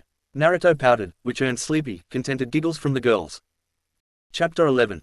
Preliminary fights, Tower in the Forest of Death. The waiting period dragged on for teams 12 and 13 as teams continued to trickle in. Ruto made contact with the Sand team and had another discussion with Gaara, during which he confirmed that he would work on Gaara seal during the break. This earned the Sand team's cooperation and tentative trust due in large part to Gaara wanting to finally sleep. The AM team was the only team from AM to make it through, much to the consternation of Amy, which she vented to Ruto about. Ruto still didn't know why the kunoichi was so locked in on him. Konoha Team 9 entered the tower at the end of the 3rd day and Ruto finally got to meet Hanabi. Turns out that the elders already marked her with the caged bird seal unlocked hinata in as the clan heir. Ruto thought that the girl was nice and it was clear that she was scarred by the seal. Ruto whispered that if she listened to her mum then she wouldn't have to deal with the seal for much longer, which earned him a tearful hug from the attractive kunoichi. Hanabi told Ruto about her struggles with fitting into Team 9 after their previous kunoichi died on AC rank mission gone wrong. Overall, the petite kunoichi poured her heart out to a shadow clone of Ruto that was just waiting for Gaara in the cafeteria. Konoha Teams 7, 8 and 10 all entered the tower on the morning of the 5th day looking like the forest had chewed them up and spit them out. Ino and Sakura looked completely disheveled with sticks and leaves in their hair. Turns out that the 2 AM teams worked together to fight Teams 7 and 10. After the intervention of Team 8, they discovered the stack of scrolls next to Team 7's campsite and made their way to the tower. Ruto couldn't stop Hikari's incessant laughter when he heard the story. At noon on the 5th day, all teams were summoned to the arena that was located on the 1st floor of the tower. The Konoha teams were on one side of the balcony while the visiting teams were on a balcony on the opposite side of the arena. On the Hokage's balcony, Ruto noticed a big camera and he asked his mother what that was about. Turns out, after Ruto told her about his encounter with Root in the forest, Shina told the Refuge, who threatened to take it to the daimyo. When Shina found out that there would be prelims, AI instructed her to demand it be televised. Fugaku was forced to concede, thus, a TV crew on the Hokage balcony. Ruto also noticed Danzo, 2 more old farts and a couple of the clan heads watching the prelims in person. There were also 20 ANBU hiding in the shadows around the arena, which the Kumo contingent wrote off as a normal protection detail with this many foreign shinobi. The Jonin sensei were able to join their teams for the event, which Shina was more than happy about. She asked Ruto why Amy was hovering around him, which prompted Sumui and Mabui to pull her into a private channel. A giggling Shina returned to the squad channel and started to give Ruto a headache. Fugaku stood up to address the genin and began rambling on about the purpose of the chunin exams and the importance of representing your village well. He told the genin about the supposedly random selection of matches and introduced the proctor, Shisui Uchiha. Shisui jumped down into the center of the arena and laid out the ground rules for the fights. It boiled down to killing being allowed but frowned upon. The matches would be over when the proctor calls it or when the enemy is no longer able to fight. Pretty generic duel setup. The board spun and introduced the first match as a fight between the great Sasuke Uchiha and Hinji of Am. The two contestants made their way to the arena while Ino and Sakura screamed their little fangirl heads off. This really annoyed the real Kunoki, who promised pain or death to all fangirls. Shisui started the match, and the first thing Sasuke did was activate his Sharingan and smirk. You should forfeit, you no-name peasant. There is nothing you can do against the might of the Uchiha. Consider it a great honor to lose to me. Tayuya's whole rant over the team comms needs to be censored for the sanctity of my readers. It left both Kumo teams bent over the railing, laughing their asses off. Ruto added to the hilarity. Oh no, watch out everybody. If you don't bow down before me then I will look at you really hard with my monkey marbles. If that doesn't work, I will squint and look at you even harder. Atsui couldn't help himself, so he added. If that doesn't work, I will sick my fangirls on you. If that doesn't work, the pink-haired on will pee on you. The whole Kumo contingent didn't pay attention to the fight, thus, they didn't notice when Sasuke used a move he stole from an allied shinobi to end the fight. They didn't really care though.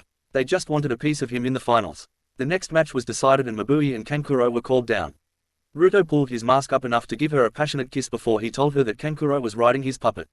By the time she jumped down into the arena, she understood what he meant. Ruto looked up when he felt eyes on him and noticed that Amy was looking right at him with lust in her eyes. He shrugged at her and turned to watch the fight. As soon as the match started, Mabui channeled lightning chakra to her feet and blade and blurred forward. The audience gasped as Kankuro was split into 10 pieces. Ino and Sakura shrieked while the others paled a bit. Then the genjutsu broke and the body turned into splintered parts of wood. Kankuro could be heard crying from inside the bandages about how his favorite puppet was dead. Mabui just held her sword to the heaving pile of bandages and Shisui's sweat dropped before calling the match. Ruto smacked her on the ass when she returned to the balcony, which earned him a really cute beep. She leaned onto his free shoulder and sighed contentedly. Sumui said she better get the same treatment when it is her turn to fight, which Ruto readily agreed to. The next fight was determined by the spinning board of destiny and Tayuya cheered. She jumped down into the arena and waited for Sakura to join her. It was decided that she shouldn't kill the pink banshee, she did more damage than good to the leaf.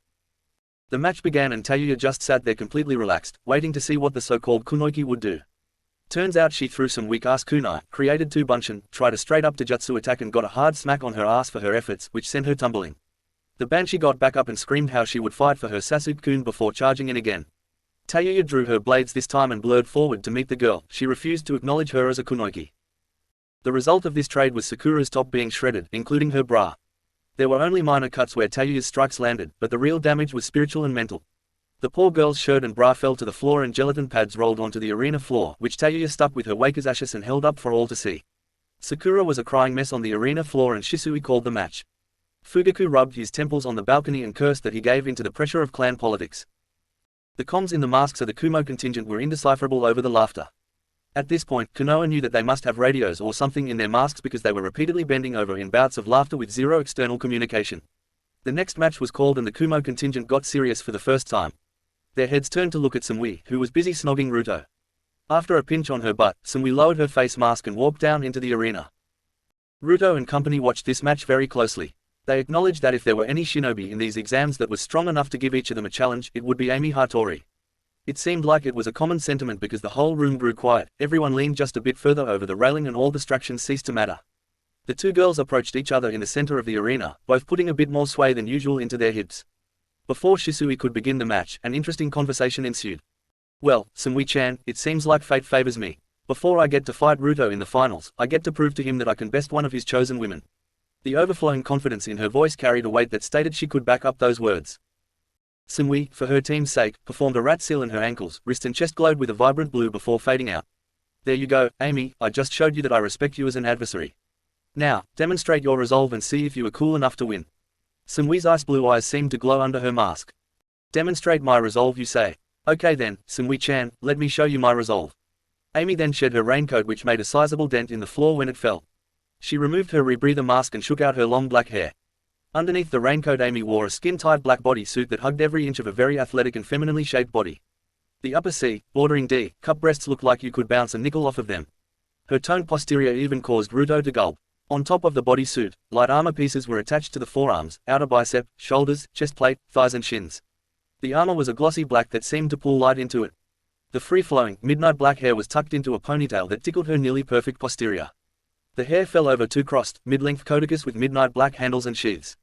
Two black bangs framed an angelic face with a little button nose, but her eyes gave her the aura of a fierce warrior as the violet irises contrasted sharply against the black pupils. Seung-woo, for her part, cocked her hips and started giving Amy a golf clap, which diffused some of the tension in the room. Most impressive, Amy-chan. Now, let's see if you can stand up to the might of Kumo. Both girls glanced at Ruto before turning their gazes to Shisui and giving him meaningful nods. The match that followed set the new standard for what a kunoichi fight should be. Amy took the initiative and launched herself at Seung-woo. The Kumo group estimated that she moved at Seung-woo's unsealed speed, around mid-jonin. Seung-woo sank into her cat's claw jutsu stance and countered Amy's opening. The girls proceeded to blur around the arena, trading punches and kicks, flowing freely between offense and defense. The sound of metallic knuckle dusters hitting hardened armor resounded for a full 5 to 10 minutes without slowing down. Nobody was paying attention to the time because the match was all anyone could focus on. Amy threw a mule kick, which Seung-woo avoided by hopping back, and there was a temporary lull in the battle. Amy panted a little bit and a small blush appeared on her cheeks. "You are truly a woman worthy of such a man, Seung-woo-chan. How about we take this fight to the next level?" Seung-woo nodded at the request and both busty teenagers drew their respective swords. All males in the audience watched with rapt attention at the tightening of the fabric the movements made, showing just a bit more cleavage and compressing the heavenly mounds in a tantalizing way.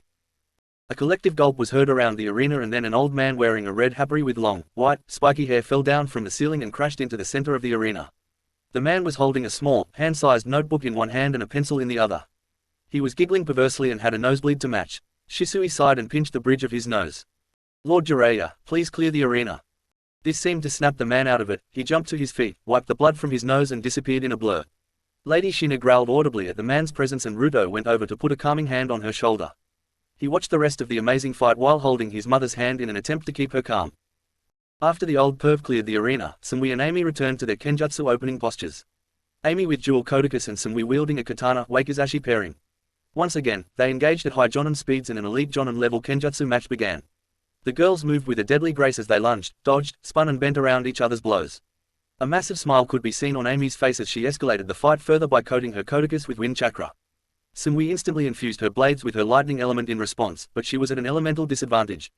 Once the blades were coated in their respective chakras, Seung-woo was forced to disengage and try another tactic after her wakizashi was cleaved in half by the slicing power of a dual, downward swing of Amy's codicus.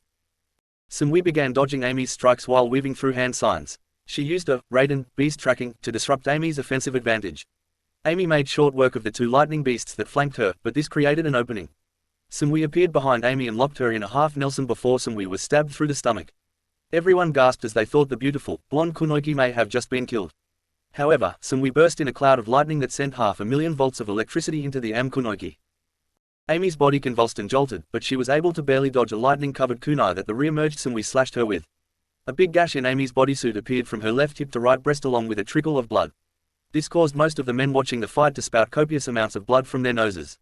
Returning to the fight, the near-death experience allowed Amy to regain control of her body and she began forming her own hand seals while dodging slashes from Seung-woo's electrified kunai. Amy waited until Seung-woo closed the distance again before she unleashed a massive cloud of purple gas directly into Seung-woo's face. Tsunade, who was watching the fight at a bar in Tanzaku-gai, gasped when she recognized the poison jutsu of Hanzo the Salamander. Seung-woo was caught by surprise and inhaled a sizable amount of the gas and instantly regretted it.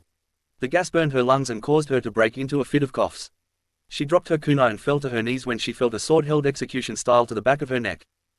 Ruto saw this and was stopped from launching himself into the fight by Shina, who called for extra help from Atsui and Omoi. The massive frame of Ruto struggled to break free as Amy looked directly into his eyes. The smug black orbs with purple irises pierced through Ruto's mask and locked with the electric azure blues. Time seemed to freeze as a mental threat with the whole weight of Ruto's soul was given. "Do that and I will destroy everything you love and hold dear." Amy shivered and broke eye contact with Ruto before looking to Shisui, who could no longer stay in the poison-covered arena. "Winner, Amy Hattori of Omegacore." Shisui called and Amy immediately pulled a vial out of one of her pouches that she gave to the coughing Seung-woo. Seung-woo downed the antidote and her coughing eased. Ruto slouched into his mother's embrace and received brotherly pats from Omoi and Atsui. The sight that greeted the viewers once the poison mist cleared knocked out more male shinobis than the remainder of the fights. Both girls' uniforms were in tatters, and they were showing more skin than either of them intended to. Seung-woo's uniform was torn in the back from her right shoulder to left ass cheek, which was the image of goddess-like perfection. Amy had multiple tears in her bodysuit that resulted in a clear view of some underboob and provided a glimpse of very toned and sensual thighs. The results came in and Sasuke, Shika, Kiba, Kankuro, Omoi, Atsui, Shuji and Neji all gained nosebleeds powerful enough to make them pass out. Most of the named males received subsequent blows to the head to further their unconscious conditions from nearby kunoiki. After clearing the arena, Shisui wiped a trickle of blood from his nose, scooped the white-haired pervert off the floor and threw him back into the cage balcony. Once that was handled, he called for the next two contestants. Sazumi scoffed as she used a fire shunshin to appear in the arena and waited with her arms crossed for her competition. Ino sauntered down the stairs and prepared herself for the fight. After Shisui's signal, the blonde felt like she needed to say something. As one of Sasuke-kun's fiancés, I am going to win this match and prove that I am worthy of him. The prissy tone incensed Sazumi, but she remained professional. Sazumi scoffed and remained with her arms crossed under her chest. Ino lost her patience and formed a loose diamond with her thumbs and pointer fingers before calling out, Shintenshin no Jutsu. Sazumi blurred a meter to the left of her initial position, arms still crossed, and watched as the kunoiki fell to the floor.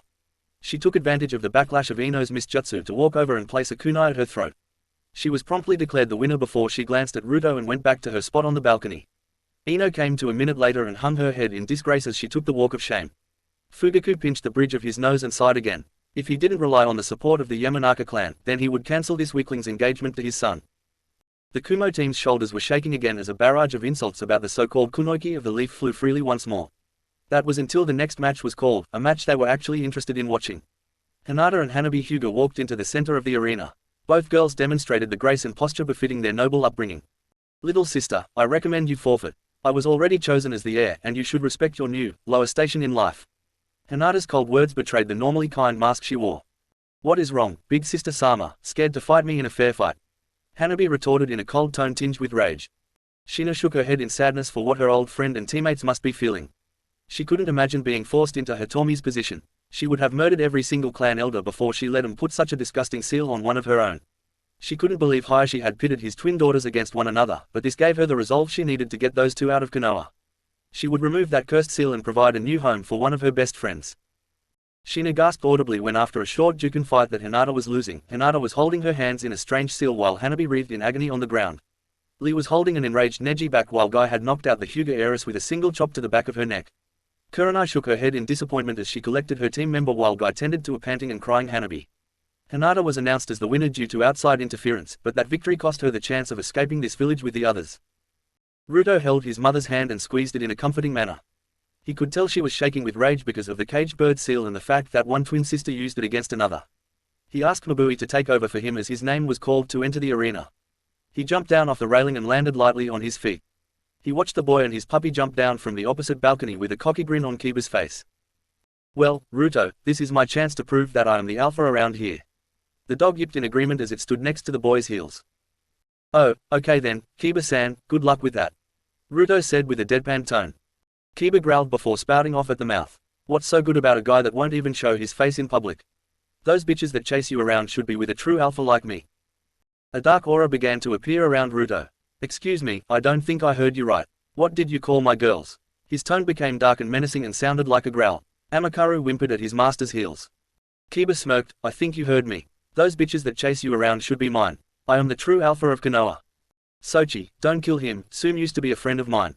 Maybe a slight maiming and fierce beating, but don't kill him. His mother's voice came in through his receiving seal. Ruto let out a slow, deep breath. Kiba-san, you get one free shot. I recommend you make it count because after that I am going to shatter you and that false confidence you're filled with. Kiba scoffed, whatever, Mut is the Inuzuka equivalent of bastard, you couldn't take a hit from a true alpha.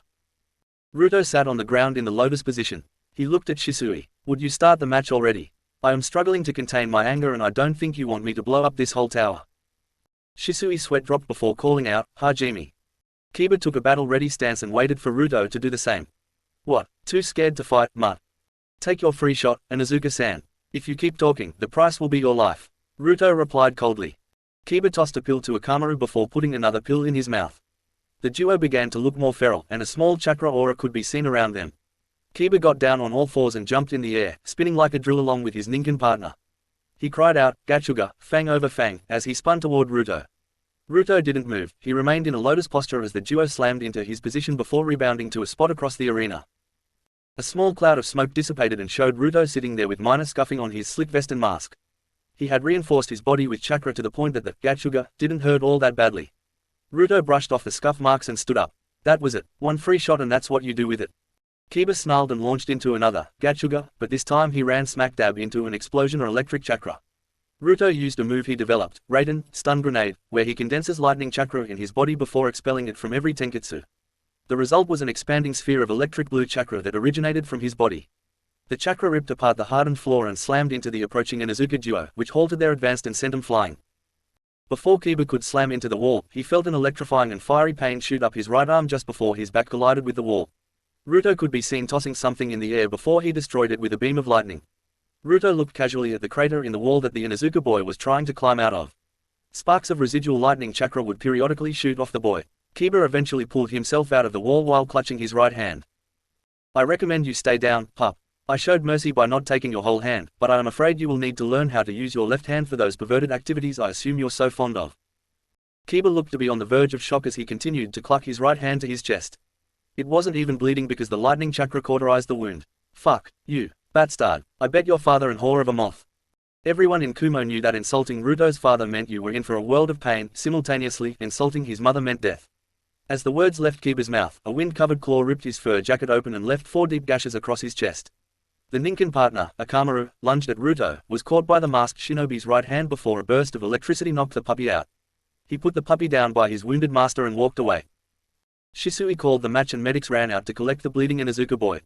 Ruto used a lightning shunshin to appear back on his balcony. His girls hugged him, and his mother put a comforting hand on his shoulder.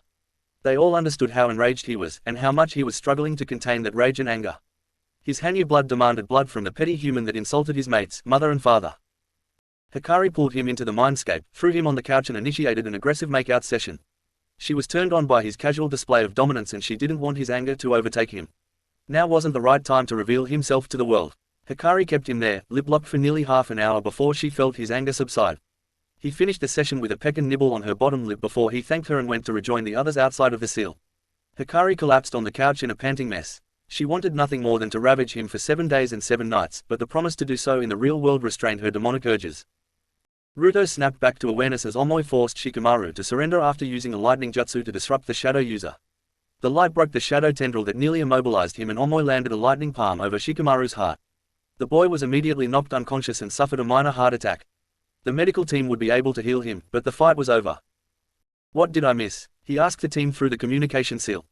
Gaara crushed the guy from Am in sand and the fangirl blew away the fat boy. Tayuya summarized. That means it is my turn to fight, this is going to be hot. Atsui practically shouted through the seal. Damn it Atsui, must you be so loud? Mabui chastised the hot-blooded male. Good luck, brother. Lee is a fierce Taijutsu opponent, do not hold back. Ruto added while using his pinky to clear out his ears. Atsui mimicked the excitable Rock Lee as he jumped over the edge of the balcony. Both boys took up fighting stances, but Atsui held up a hand. Lee-san, I wish for a truly hot-blooded fight. Please remove your weights and I will do the same. Lee punched a fist into the air. That is most youthful of you, Atsui-san. It is clear as a sunny day that your flames of youth burn brightly. Lee then proceeded to remove the weights from his ankles and wrists and he casually tossed them to the side of the arena, where they proceeded to shake the arena and leave a small crater. Atsu's body glowed blue in the 5 normal spots before he took a Taijutsu stance. Guy cried loudly from the balcony and Ruto heard the word youth mentioned 20 times in the same sentence. Shisui sliced his hand down through the air and started the match. What ensued could only be described as a master class of the Taijutsu arts. Lee used the Goken, strong fist style and Atsui answered with his own Taijutsu style he calls Flame Fist. Normally, Atsui would encase his arms and legs in fire chakra when using this style, but it seemed like he didn't want to destroy his youthful opponent. For a full 15 minutes Atsui and Lee blurred and clashed around the arena. Small shockwaves, grunts and the sound of flesh blocking flesh filled the arena. The Kumo and Am teams wore looks of respect while the Konoha teams were completely shocked by the display. The Jonin level Taijutsu battle came to a brief halt when Lee jumped up onto the head of the Hashirama statue. Yosh, Astui-san, my eternal rival. Your flames of youth burn with the most youthful brightness. I am going to pour fuel on my flames of youth, you should do the same. Atsui simply nodded as he watched the green-clad boy cross his arms. He gulped as he watched Lee open 4 of the 8 inner gates. He made a few hand signs before his arms and lower legs were encompassed in flames. The Taijutsu battle continued at an escalated level. Sizable shockwaves shook the arena and caused my bits of the ceiling to break off and rain down on the arena. The fight left craters everywhere. Fire and raw chakra clashed in explosions of dominance and the fight raged on at a ferocious pace for 7 or 8 minutes. The fight came to a head when Lee kicked Atsui in the chin, blurred behind him, wrapped him in bandages that were on his wrists and slammed him into the ground headfirst. As the dust cleared, Atsui was crumpled into the ground headfirst, and his flame armor was flickering weakly. Lee lay next to him, heavily burned on the wrists, hands, forearms and shins that he used to block Atsu's attacks. Internally, Lee's muscles were shredded from the intense match that overtaxed Lee's system. Both boys laid on the ground unconscious as Shisui declared the match a draw. Shino ended up forfeiting his match to Neji Hyuga after a talk with his sensei. He claimed that the loss of his Kikaichu colony was not worth this attempt at promotion when such fierce opponents would be waiting for him in the finals. Kurenai accepted his reasoning and lamented that the one good shinobi she had in her squad would not be joining her when she left for Kumo. Since all of the matches were over, the winners were called down to draw numbers out of a box. After everyone drew a number, Shisui addressed the group. The matchups for the finals will be as follows: Match 1 Ruto Maki vs Amy Hattori. Match 2 Mabui vs Neji Hyuga. Match 3 Hinata Hyuga vs Tayuya Maki. Match 4 Omoi vs Subaku no Temari. Match 5 Sasuke Uchiha vs Subaku no Gaara. Sazumi Uchiha will advance to the second round. You will have 1 month to prepare yourselves for your fights. The more opponents you defeat, the more likely you are to earn your promotion. The tournament will start at 10 AM on the 4th Saturday of October. Foreign teams, you are allowed to use your designated training fields and are expected to follow the same rules as before. Now, you are dismissed. The genin cleared out of the arena, grabbed their things from their rooms and left the tower. The Kumo contingent grabbed Atsui from the infirmary and Shina slapped a healing seal on him. Ruto provided the chakra to heal Atsui before the group left the forest of death and returned to the hotel. They all met up in Ruto's room, performed another bug sweep, and then sat down to discuss the exams thus far. Shina led the discussion. Okay guys, good job thus far. Sumui and Atsui, hold your heads up high. Those were 2 magnificent battles. Sumui, there was no way to know that she knew her father's poison misjutsu. That also tells me that she inherited the salamander contract. There is no shame in losing to such an opponent. Atsui, Rock Lee was on our list of prospects and is a master-class Taijutsu user. To hold your own against 4 inner gates is no small feat. Great fight. Naruto pulled Sumui closer to him on the bed and gave her a kiss on the cheek. Atsui received many, good job, slaps to his shoulder and back. So, what's the plan now, Ka-chan? Naruto, you will use your Kitsune illusions in 1 week's time to infiltrate the Uzumaki and Namikaze compounds. You will secure everything of value into Master Scrolls and set the Master Security Seals to absolute lockdown. During the invasion, we will detonate the seals and erase the memory of the Uzumaki and Namikaze clans from Konoha's territory. Why not just leave the security seals up? Won't it give it away if we blow the compounds up? Darui asked. Maybe, but I don't want my ancestors' legacy to continue to be tainted by this village. There will be no proof and it could easily be blamed on Orochimaru's goons. Kushina responded. What did the Refuge say about the exams so far? I bet he was pissed about that root team. Sumui asked. Indeed, he was. That is why the prelims were televised. You guys put on a really good show. Naruto, be careful going out into the village. And Izuka will likely target you now that you maimed one of the clan leader's children. AI also told us to keep our guards up. He is sending Yugito and Shi for extra support and training since Omoi and Tayuya won their matches. Ka-chan, what happened to Karen and the kin girl? Naruto asked with excitement. I used the break in between the Forest of Death and the preliminary round to extract them. A team collected them and they should be getting back to Kumo soon. AI will send a message when they arrive. Karen is family and that poor kin girl had it extremely rough. I offered her a room in our home after I vetted her. Kushina responded, softening her tone when talking about kin. Thanks for doing that, Ka-chan. Uzumakis don't leave family behind. Do you know if Kyuzo bought the story about her death? Naruto asked hesitantly. Well, Ruto, I wanted to talk to you about that. This year was marked as the bloodiest Chunin exam in history thanks to your extracurricular activities. You did a good job not leaving traceable evidence, but you will be the prime suspect. During the second phase, 9 Konoha teams, 2 San teams, 1 Odo team, 1 Taki team, 1 Kyuzo team, and 1 Am team were killed with no bodies left behind for the 7 teams you took out. I wouldn't be surprised if we are forced to answer to the Konoha Council. It's alright, Ka-chan. I will tell them the truth. We killed 1 Odo team and 1 Konoha team en route to the tower. They don't have to know what my clones did. Well, aside from Team 7, nobody survived to tell them about my clones except Kin and Karen. Naruto responded nonchalantly while shrugging his shoulders. Alright, get a good night's rest. Training will begin in 2 days. We will train in the morning and then do mission prep in the afternoons. Good job you guys, we are proud of you. Kushina ended the meeting, put her mask back on and walked out the door accompanied by Darui. Team 13 went back to their room to rinse off in the shower before bed. Naruto, Sumui and Mabui took a group shower that got a little rowdy. Naruto finally let go of his control and let out his pent-up lust on the 2 beautiful, busty kunoiki. It started in the shower for 30 minutes before moving to the bed for another 2 hours. It ended with Sumui and Mabui smiling contentedly as they snuggled into either side of Naruto. 85 Chapter 12. Chunin exams 1 month break. The night of the preliminary rounds, Fugaku called an emergency meeting of the Konoha Council. Everyone knew it was about the results of the Chunin exams. They had all been watching the televised fights. The fact that only 4 of their genin made it to the finals made Konoha look weak. Once everyone was present, Fugaku led the meeting briefing. Okay, to start, the results for the Chunin exams were even worse than we projected. We only have 4 genin that made it to the finals. This is a public humiliation that I expect to be addressed. Each genin will be expected to train this month in order to win the tournament and repair our broken honor. I called you here today to discuss some unnatural occurrences in the forest of death. Orochimaru, the snake Sannin, showed up and attacked my son and daughter. He placed the cursed seal of heaven on my son. I believe that some of the excessive fatalities could be explained by the snake getting rid of witnesses.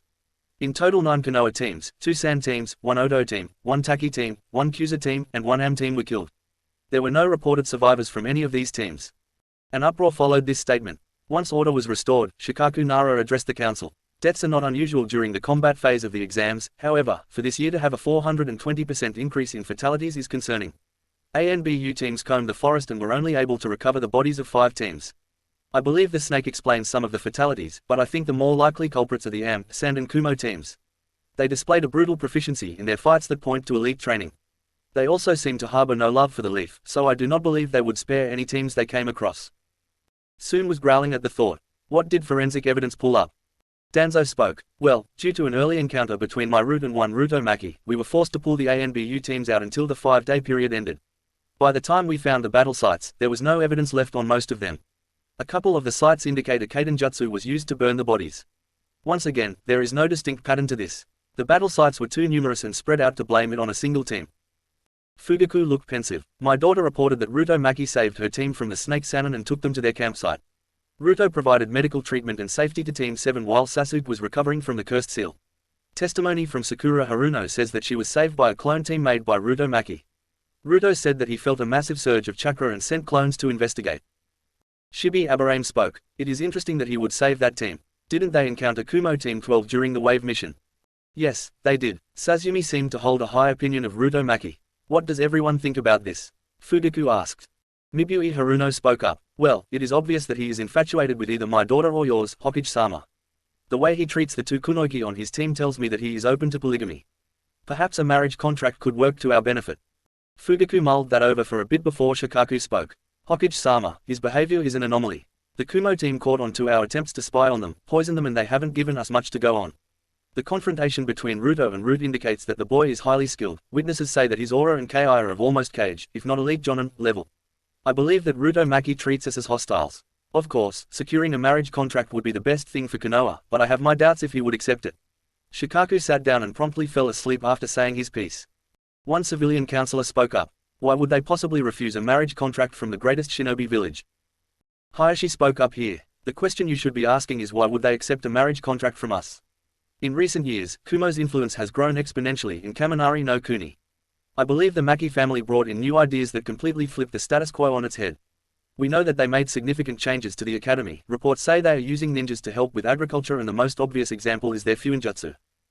Danzo spoke up in a frustrated voice. For the past 9 years, my spies and Jiraiya's spies have been picked off one by one every time they enter the lightning capital or Kumo. I declared it a black zone nearly 5 years ago. We couldn't keep sustaining losses at the rate we were. Fugaku finally lifted his chin off of his hands. So, you believe it was the Maki family that made all the difference? I have no doubt of that. Shikaku pitched in once again. That damned brat. He ruined my son. He took his right thumb and incinerated it. Soom growled. Soom, we were all watching the match. He could have done far worse, and he would have done far less if Kiba didn't run off at the mouth. Inoki Yamanaka finally spoke up. Inoki, what kind of psyche profile have you been able to build on this Ruto Maki? Elder Homura asked. Well, he is the definition of an alpha male. His posture suggests that those 2 girls are his girlfriends. He is very protective of them and his whole team. This indicates that he is family and friend-oriented. His exhibition in the first stage of the exams indicates a high level of confidence and mental strength.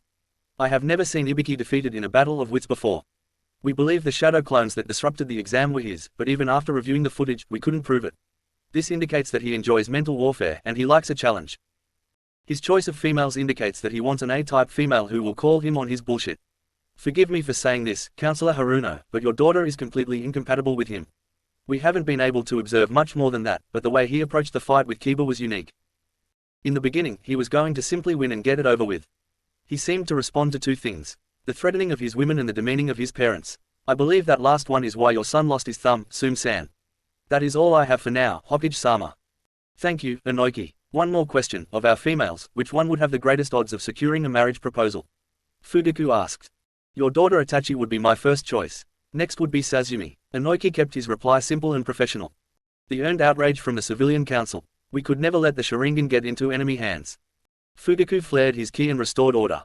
I tend to agree with the civilian council on this. The Sharingan cannot be allowed outside of the village. Hayashi spoke up. I could offer my daughter Hanabi. She is a somewhat competent kunoichi and the caged bird seal will prevent the Byakugan from leaving Konoha. Shikaku deadpanned. So, you want to offer the Byakugan to a family of seal masters while thinking that your family's seal would protect the Dujutsu? Hayashi looked visibly flustered from his mistake before a random civilian asked a stupid question. If this family is such a threat, why don't we just kill them? Danzo responded with a growl. Due to our previous attempts to hinder them, the Refuge laid out a direct threat to us.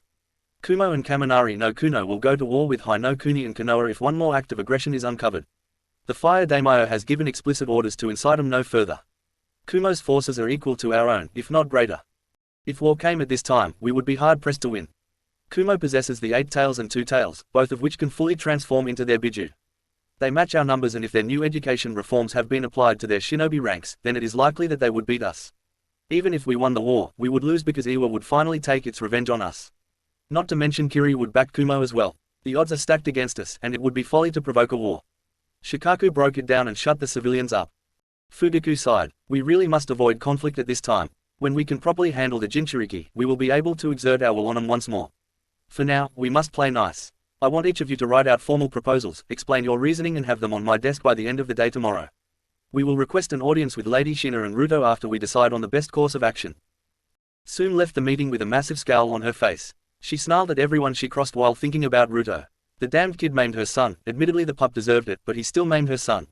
Now, she is being denied her hunt because of politics. Weak-willed men and their fancy words complicate things that should be very simple. Life for a life, eye for an eye. She would avenge her son, she just had to bide her time. 1 week into the training break. Ruto was having a full-speed kenjutsu fight with his mother.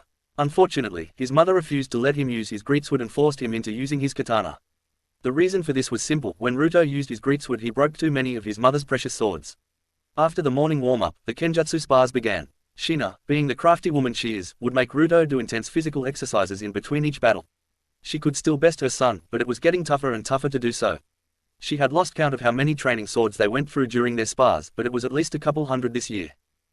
She watched Ruto finish his weighted run around Konoha. For these runs, Shina cranked Ruto's weights up 1.5 times what he normally walked around with. That meant each arm weighed 450 pounds, his vest weighed 600 pounds, his legs weighed 600 pounds apiece. It required significant chakra reinforcement to handle the added weight to his body. Then the resistance seal being raised from 4.5 to 6 was the equivalent of making Ruto's whole body feel like moving through a muddy swamp for even the simplest of movements. Each run around Konoha took nearly 1/10 of his chakra reserves and he had already lost 6 kenjutsu spars that morning alone. Ruto adjusted his seals back down and collapsed onto his back, panting heavily. You are, evil. Ka-chan. Shina laughed merrily as she poked Ruto with one of her scabbards. He, I am doing this for you, Ruto-kun. She looked up suddenly and saw an ANBU is a weasel mask standing outside of the barrier. She made a hand sign and let the ANBU enter but locked the two behind her outside the barrier. Itachi-chan, it is good to see you again. Lady Shina. Itachi bowed politely. My father and the council seek an audience with the two of you. Any idea what it is about? Shina asked with her hands on her hips. Itachi shook her head negatively. Okay then, Itachi-chan, I don't want to rush you but are you, your mother and Sazumi ready? Yes, Lady Shina, Shisui is as well. Preparations have been made. The blood clones are sealed away in scrolls and we have packed up what we could afford to without raising suspicion. I do not wish to raise suspicions, so I will take my leave. The council meeting is scheduled for 2 p.m. They watched Itachi leave the barrier and saw her rejoin the 2 ANBU. They finished up their training before returning to the hotel and grabbing a shower. They shared lunch together, updated the team and then set out for the council chamber. They walked in to see the full council assembled and they walked into the center of the room. Fugaku rose and addressed them. Lady Shina and Ruto Maki, thank you for joining us today. We have called you here to clear up a few things that happened in the forest of death and the other thing is more personal in nature. For starters, I will let Councillor Danzo take the floor. Ruto Maki, after confronting my ANBU in the forest, could you please explain what happened for the rest of your stay in the forest? Am I under any obligation to answer your questions? No, my boy. We simply wish to get a better understanding of what happened.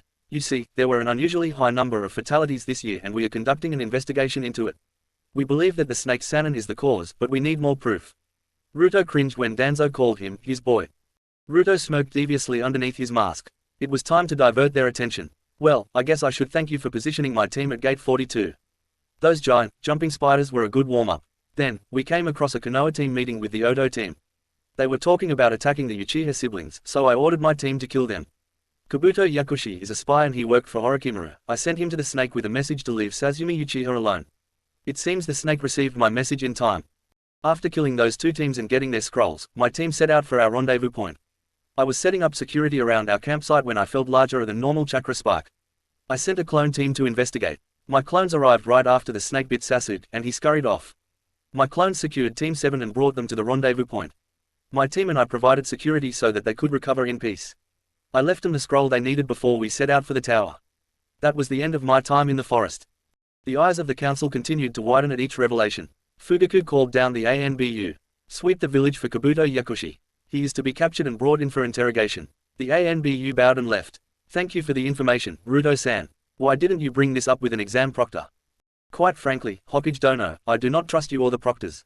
I am sure this council is aware of why. I figured that it wasn't my business, so I didn't stick my nose where it didn't belong. Ruto's tone was flat and deadpanned. Some civilian spoke out of turn. You know, boy, you should address your elders with respect, and it is common courtesy to remove your mask when in the presence of your betters. Shina flared her aura and knocked the civilian unconscious. Let me be clear, we are here out of courtesy. You are not our betters, you are not our leaders, you are nothing to us. One more outburst like that and we will walk right out of here. Fugaku stood up and glared at the civilian council. My apologies, Lady Shina. That councillor will be reprimanded for his actions. ANBU, take him away so he disturbs this meeting no further.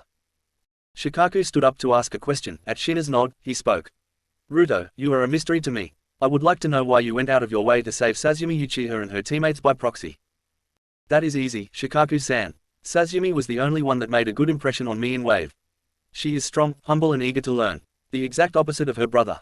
I saved the other two because I wished to see Sasumi advance to further evaluate her strength and character. Do have fun putting your puzzle together, Shikaku-san. Ruto replied casually and his voice gained a bit of mirth for his last jibe. The Shinobi Council snickered. It was common knowledge how obsessive Naras were when they were trying to understand something.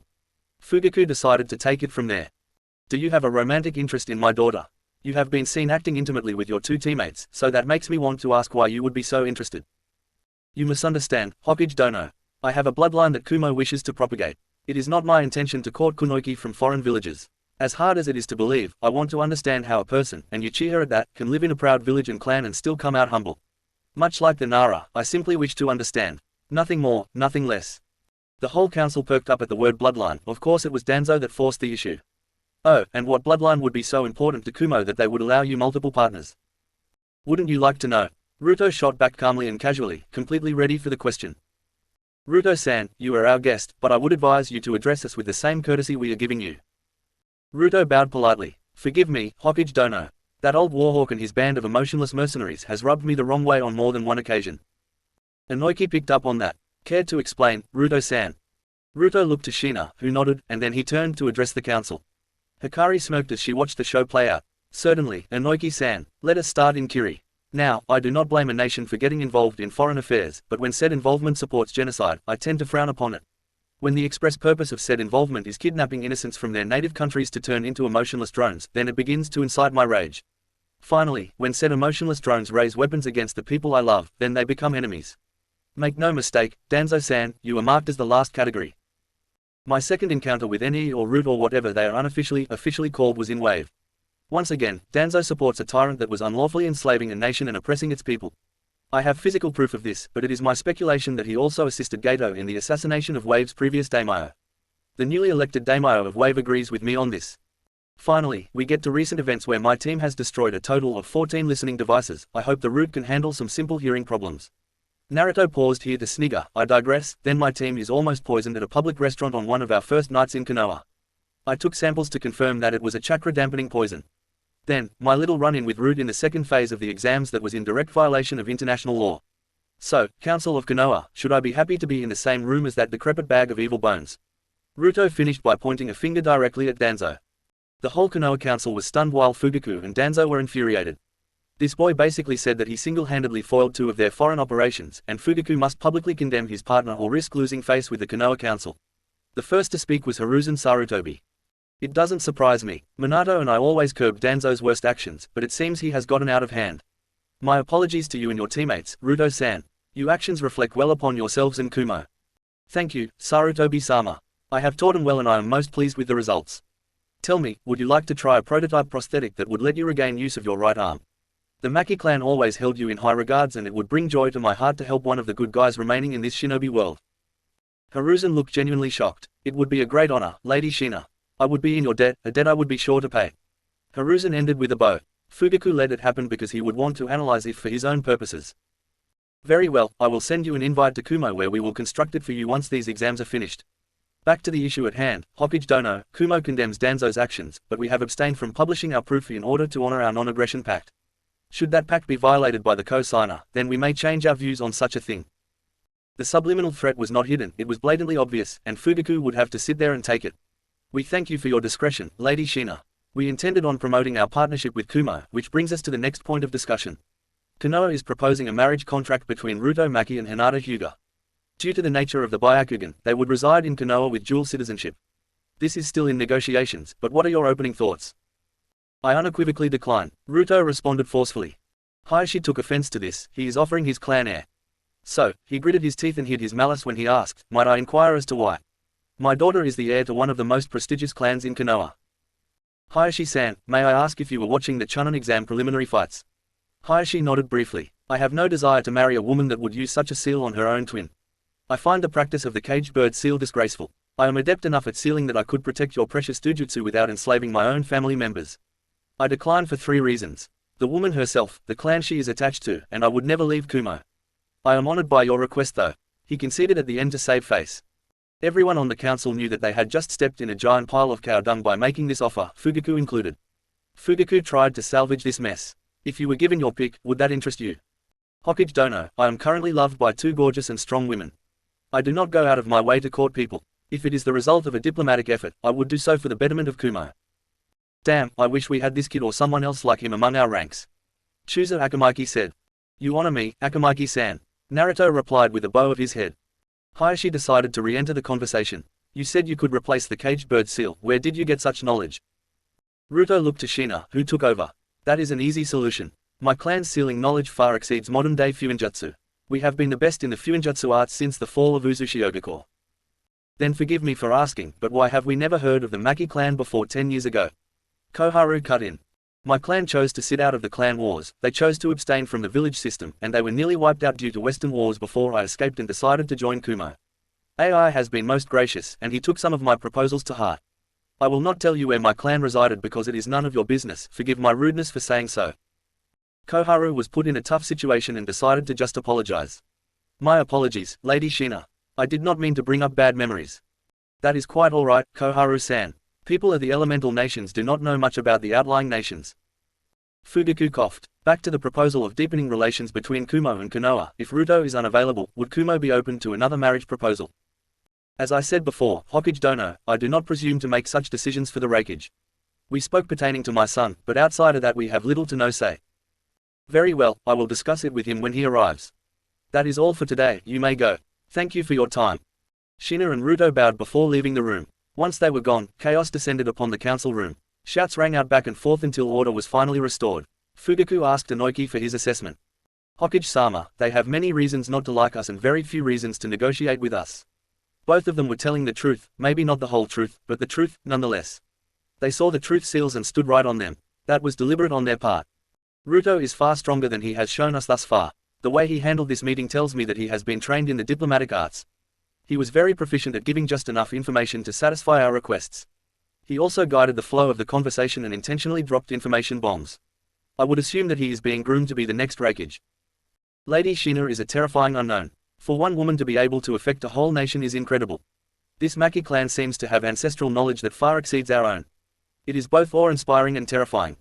My final assessment for the council is that we must get on the good side of the Maki clan, or we will continue to fall further and further behind.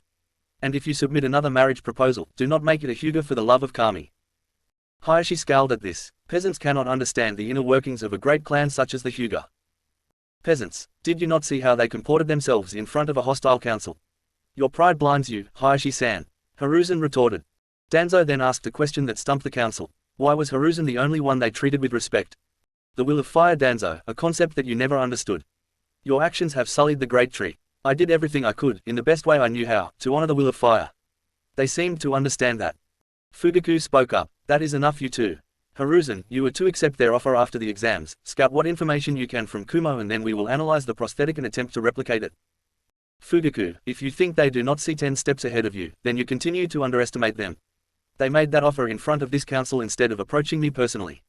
Basically, they told me they could fix me up and they told Hayashi that his outdated clan custom is barbaric, and they have a better solution in hand already. It was a power flex. The rest of the council meeting was unintelligible dribble that gave every councillor headache and sent them home in foul moods.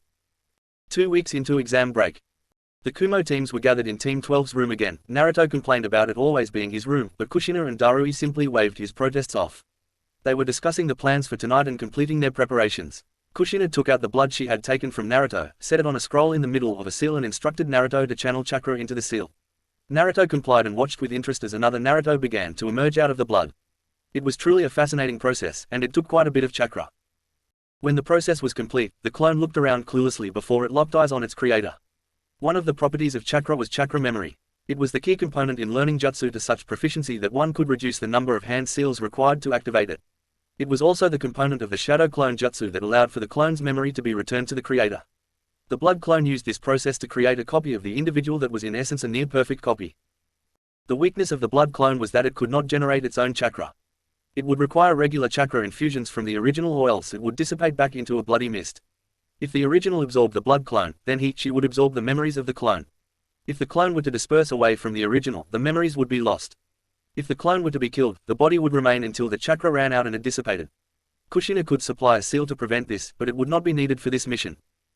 Naruto gave the blood clone basic instructions to act like him and enjoy the night out with his team. Team 12 was to go around town, establish a firm alibi for Naruto in case something went wrong, and then return to the hotel.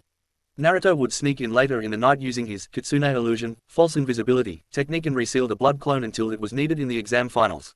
If Ruto couldn't make it back to the room safely, he would meet the team at the training ground the following morning.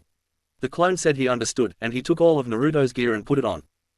Naruto himself changed into a full-body black outfit with light refractive seals. Naruto then threw on the hood that completely obscured his sun-kissed blonde hair and hid his face. Naruto took 2 master sealing scrolls, which were much larger than standard scrolls, and sealed them into a pouch in his pants. He checked his Fuinjutsu kit and ensured that he had plenty of extra ink, brushes and scrolls before he attached it to his belt. He secured 2 nondescript kodakas in parallel over his back belt and practiced drawing them a couple of times. He finished the outfit by reducing his chakra signature as much as possible before his mother put chakra masking seals on the front and back of each arm, leg and torso. Once Naruto's preparations were complete, it was nearly 8 p.m. The group donned their masks and left through the door in their hotel room, which was under constant surveillance by 2ANBU. Naruto followed the group out after activating the kitsune illusion, false invisibility technique. Shina followed behind the group and closed the door before activating the security seal. Naruto continued to stick with the group until they made it out of the hotel. It was useful to use them as barriers to ensure somebody didn't randomly bump into him. Once outside, the group headed toward the commercial district and Naruto noticed the 2ANBU following his group. He waited in an alley next to the hotel, completely invisible and still for 5 minutes. Once he was sure nobody saw him, he began a slow and careful trek toward the clan district. His mother cautioned him that the chakra masking seals would prevent the Byakugan from detecting him, but if a Hyuga were to look at him directly, they would be able to make out a human figure. Thus, Naruto took his time and walked cautiously toward the clan district, always steering clear of any Hyuga. The Uzumaki compound was next to the abandoned Senju compound. The Hyuga compound was on the other side of the Senju compound and up a small hill, so it wasn't rare for the Hyuga to walk by the Uzumaki compound. Naruto waited outside the gate to the Uzumaki compound until he was 100% sure that nobody else was around. At 9:30 p.m., he put some blood on the seal array of the Uzumaki gates and pulsed his chakra in a specific pattern. The seal clicked and Naruto slid the gate open just far enough for his body to fit through before closing the gate softly. He made his way into his old home and dropped his kitsune illusion to preserve chakra and rest his coils. He channeled some of his yokai to his eyes, which made them glow a blood red and gave him near-perfect night vision. Naruto went through each room, securing photos, mementos, scrolls, weapons, kunai and anything else his mother left behind when she made her hasty escape. Naruto saw the rotting corpse of the rotten civilian woman and used a small fire jutsu followed by a wind jutsu to get rid of the body. He dealt with the rotten smell that pervaded throughout the house as he completed his tasks. Naruto sealed his mother's old rocking chair, thinking that she would enjoy having it again back in Kumo. He sealed up a picture of his father that hung over the fireplace. As a kid he just thought that his mum was honoring the 4th Hokage. After he sealed his old man's picture, he kicked himself for being stupid and summoned 20 shadow clones to help him get the house packed up. He let the clones take the main floor and the bedrooms so that he could focus his efforts on the basement. He disarmed a blood seal that protected the basement door before he opened it and went down. His mother had packed up the master scroll for the Uzumaki clan's Konoha branch. She left a number of scrolls and books in the basement library, which Naruto focused on sealing away. A small armory was also in his mother's study, so he sealed away the weapons and weapon maintenance supplies that were there. As Naruto looked at the mostly empty basement, he said goodbye to his old home. He rejoined his clones on the main floor, took the sealing scrolls from them and then sealed the scrolls into the Uzumaki Master Scroll. Naruto then dismissed the shadow clones, processed their memories before locking up the old house. He changed the Master Seal array to remote detonate when he pulsed the series of chakra frequencies before turning and heading back toward the gate. He took a deep breath, engaged his Kitsune illusion and got ready for the hard part of this mission. Naruto successfully avoided detection during his exfil from the Uzumaki compound and he proceeded on his route toward the Namikaze compound. It was already 11 PM, so ANBU patrols were his main concern at this time of night. He stuck to the shadows and moved slowly through the clan district. The Namikaze compound was tucked away in between the clan district and the Hokage mountain. Naruto took the long way around to avoid the Nara deer, the Aberrane bugs and the Inuzuka kennels. It added 20 minutes to his trip, but it was worth avoiding detection. Eventually, at 12:30 am, Naruto got near the front gates of the Namikaze compound. He checked with tiny chakra pulses to make sure that he was alone before he proceeded. After sensing nobody, Naruto activated his Kitsune eyes and saw that there were a couple seals laid out in front of the gate. Looking closer, Naruto noticed an alarm seal, a couple paralysis seals, and the remnants of a barrier seal. Naruto could also tell there had been many attempts to tamper with the security seal at the front gate. Naruto created a counter seal to the alarm seal and slapped it on. He stepped in between the paralysis seals, figuring that disengaging them may give him away. He finally made it to the security seal on the front gate at 12:45 am. Naruto pulsed his chakra again to ensure he was alone before he cut his thumb, smeared blood on the seal and poured some chakra in. The gate clicked open and allowed Naruto entry. Before he resealed the gate, he created a shadow clone that transformed into a bird that rested on a light pole across the street from the Namikaze compound. The Namikaze compound was much larger than the Uzumaki compound. The Namikaze clan was a wealthy merchant clan that should still carry great weight in Fire Country. Unfortunately, Naruto was denied his birthright, which led him to needing to infiltrate his father's old home. Learning from his previous mistake, Naruto created 200 shadow clones to sweep the various houses within the compound. He didn't have enough sealing scrolls to give one to each clone, so he divided the clones into squads and gave scrolls to the squad captains. The clones split off to go to the 20 or so houses that resided on the Namikaze grounds. Naruto himself took the main house that belonged to his father.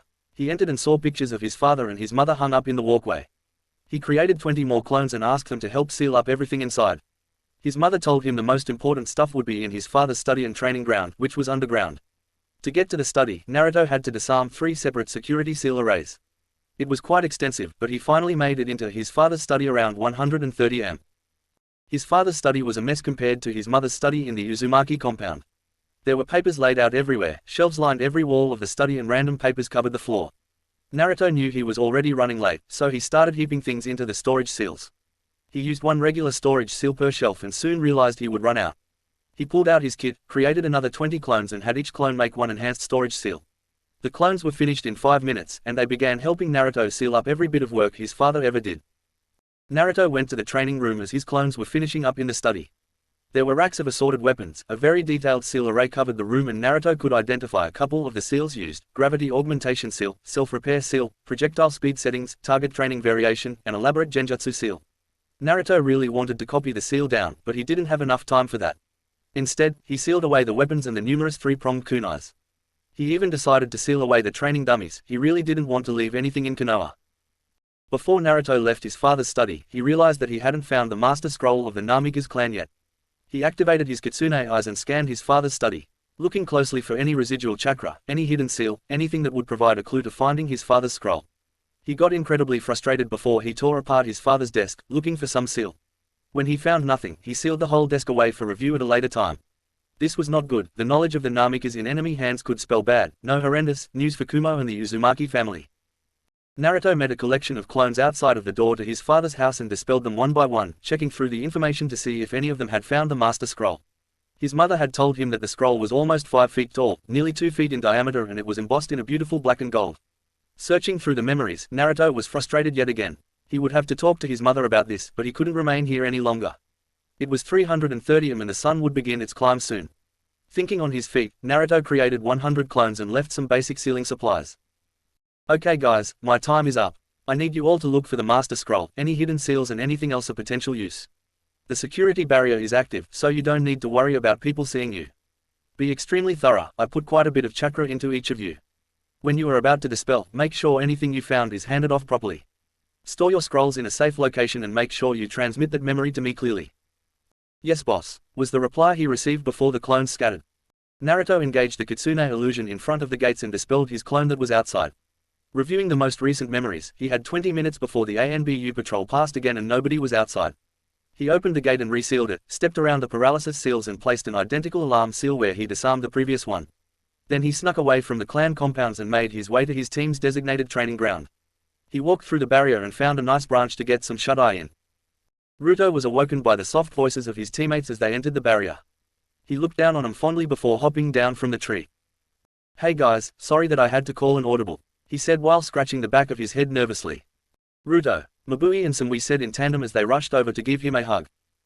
The clone scratched the back of its head nervously now. Well, what am I? Chopped liver. Everyone gave the blood clone wry looks, and he began pouting. It was truly interesting how the increased longevity of a blood clone tended to let it have a personality of its own. Before diving into anything else, Naruto sealed up the blood clone in a stasis scroll and promised that he would be let out soon. The blood clone nodded reluctantly, stripped its gear and accepted its admittedly sad role in life. Tayuya, Samui, Mabui and even Kushina blushed as the clone, which possessed the same body as Naruto, shamelessly stripped. After that business was handled, Naruto told the group about his mission. Sochi, if your father's Master Scroll was not in the Namika's compound then it must be somewhere in the Hokage office. The secondary mission just became that much more important. Well, shit, was the collective thought of everyone in the training ground. Is it possible that it is already in Konoha's possession? Omoi asked, ever the paranoid member of the group. That would be absolutely worst case scenario. If Fugaku didn't change the lock sequence on the Hokage vault, I will be able to crack that open. If he did, that would create a whole new list of problems. Even with our expertise, seals of that caliber take time to break down and find ways through. Especially since that seal was originally designed by the Uzumaki. Well, if it is our original design, then it is unlikely they tampered with it, Ka-chan. They think that you are dead, and you would have been the only one capable of breaking such a seal. Naruto said. Yeah, Ka-chan, these fuckers have been overconfident assholes the whole way through. I have seen no indication that they know about the invasion. We will have to fight in the Hokage Tower, but we should be able to handle these motherfucking chumps. Tayuya chipped in. Okay, Sochi, what you did get is still important. Let's send those scrolls to the Eagles for safekeeping for the time being. We can take our time searching through them when we are back in Kumo. Without needing to be told twice, Naruto flipped through hand seals and summoned a dog-sized eagle that was wearing glasses and an orange scarf that wrapped around its neck a couple of times. Hey Penny, how are you doing? Very well, Naruto-sama. Thank you for asking. What can I do for you today? Penny responded. Well, I would like you to safeguard these two Master Scrolls until we are able to return to Kumo. Think you could do that for me? Of course, Naruto-sama. It will be done. Naruto unsealed some beef jerky and tossed it up in the air. Penny eagerly snapped it out of the air and gobbled it up. I must say, Naruto-sama, it is wonderful to have a summoner again. You are far better than our previous summoner though. That George Washington was a good enough man, but he never offered us snacks the way you do. Naruto lay the two scrolls down in front of Penny and rubbed the side of her neck, just below her beak. Thanks for that, Penny. I will talk to you again in a month or so when we are back in Kumo. The eagle stepped forward and secured the scrolls in her talons before disappearing back to her summon realm. Naruto returned to the group and joined the conversation. That sand team was truly unique. Who knew Gaara could have a sense of humor? Atsui said while laughing at the memory. You got the mentally unstable Jinchuriki drunk? Naruto asked incredulously. Yeah, it was hilarious. You should have seen it, Naruto. Oh wait, I guess you kinda did, but you don't have those memories. Gets really confusing keeping track with those blood clones. Atsui answered with a confused look on his face. Yeah, shithead, I think I like your clone better than you. He slammed 4 bottles of sake on his own, drank that freaky puppet guy under the table. Samui and Mabui nearly beat the shit out of him when he kissed the sand kunoki too. Tayuya was enjoying the increasing look of sheer horror on Naruto's face. Why didn't you guys stop him? Naruto asked, still dumbfounded by the revelations. He now had serious reservations about letting him out during the invasion. Relax Sochi, no real damage was done. Don't worry about it Ruto-kun. We know it was the clone and not you. Mabui reassured him.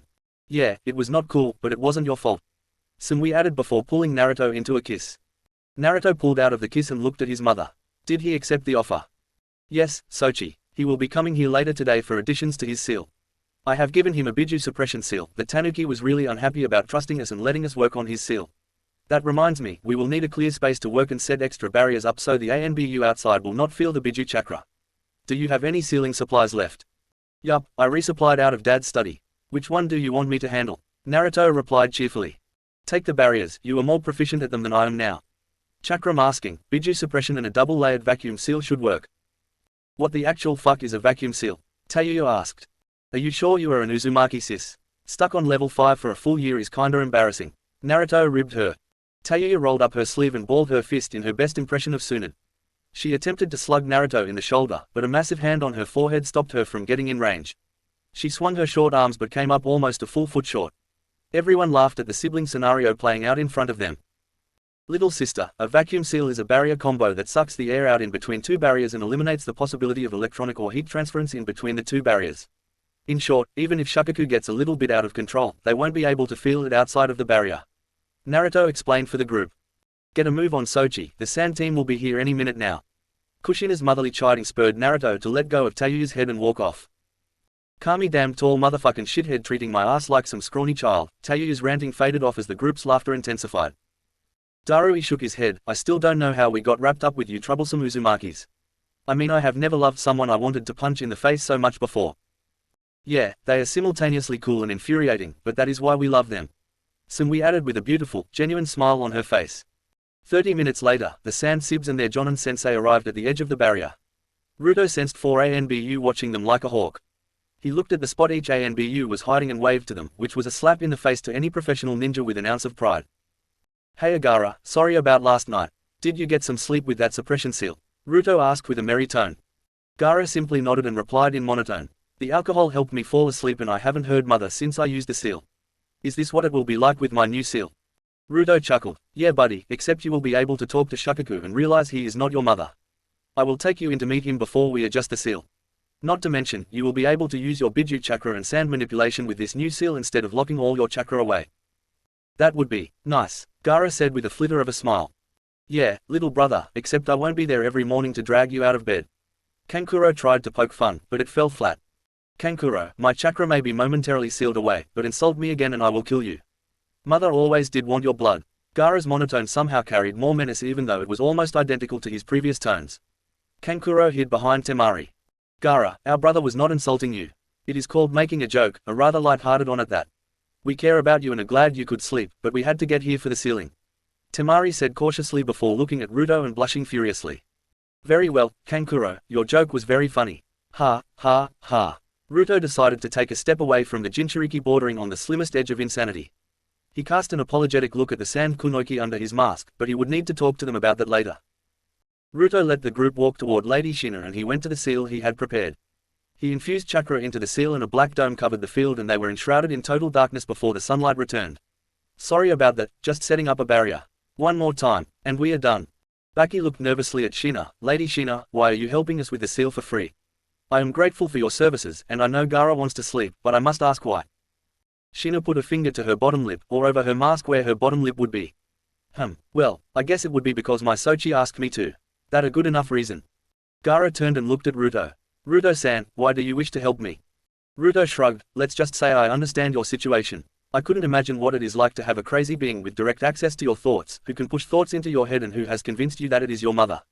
On top of that, the thing is bloodthirsty and won't let you catch a wink of sleep. Call it a favor or whatever you will, but maybe I am doing it to help a future friend. Friend. The word seemed so foreign to Gaara. He had never had a friend, never had a mother, wished he never had a father, and his siblings were kept apart from him until they were too terrified to interact with him. He was having a hard time wrapping his mind around the concept of friendship. Yeah, you know, somebody that takes the time to get to know you, shoots the shit with you, helps you out from time to time, you see each other every now and then and it just feels natural when you slide right back into how things used to be. That kind of thing. The simple nonchalance of Ruto's attitude set the Suna team at ease. Baki decided to try again. I have not been able to reach the Kazekage. I believe it would be best to wait to do this until a more suitable party is here to complete negotiations. Shina stood up from her crouch after inspecting the ceiling circle. Afraid not, Baki. This is a one-time offer. I simply do not wish to have a partially insane Jinchuriki handing over to control to a totally insane Biju when you guys put on your little sideshow. Every Suna ninja's eye widened before they took defensive postures. Shina and Ruto remained calm and kept working while the Kumo teams took defensive stances. Calm down, now. Ruto finally used a forceful tone and exerted some ki. The snake approached Kumo and asked us to join in. We refused, but we are no friends of the leaf. I still wish to help Gaara, and these barrier seals I have set up take a lot of chakra. Please either leave or let us help him. Make the choice now. Ruto's playful tone was gone and replaced with a deadly serious one. The sand team now looked hesitant, except for Gaara. Baki, if you speak again, I will kill you. Mother wanted your blood most of all. In fact, go sit over there and leave me alone. My siblings will watch after my safety. Go. Baki scurried away to go sit by a tree while Kankuro and Temari were shocked that Gaara called them siblings. Okay, Gaara-kun. Gordon, shirt off please, we will need to paint the new seal directly onto your body. Shina's voice was calm and reassuring. Gaara followed her instructions and found himself lying supine in the center of a complex sealing matrix. Ruto and Shina hovered over Gaara before Ruto told him what he was about to do. Okay, Gaara, I am going to go into your mindscape with you. Due to the nature of your seal, there will be no separation between us and Shakaku. If I have to rough him up a bit, I will. Before we go in, I need you to promise me that anything you see in there will remain between the two of us. I am going out on a limb and choosing to trust you. Gaara nodded. You have my word, Ruto-san. I wish to understand this, friend, concept better. Gaara then closed his eyes as he felt a warm hand placed on his head. When Gaara opened his eyes, he was in an expansive desert with winds blowing forcefully along the desertscape. Ruto appeared to his right next to a beautiful woman dressed in red with fox ears and 9 tails. The Kitsune woman looked at Gaara and put a slim finger up to her lips. Gaara nodded dumbly before the ground of the mindscape started shaking.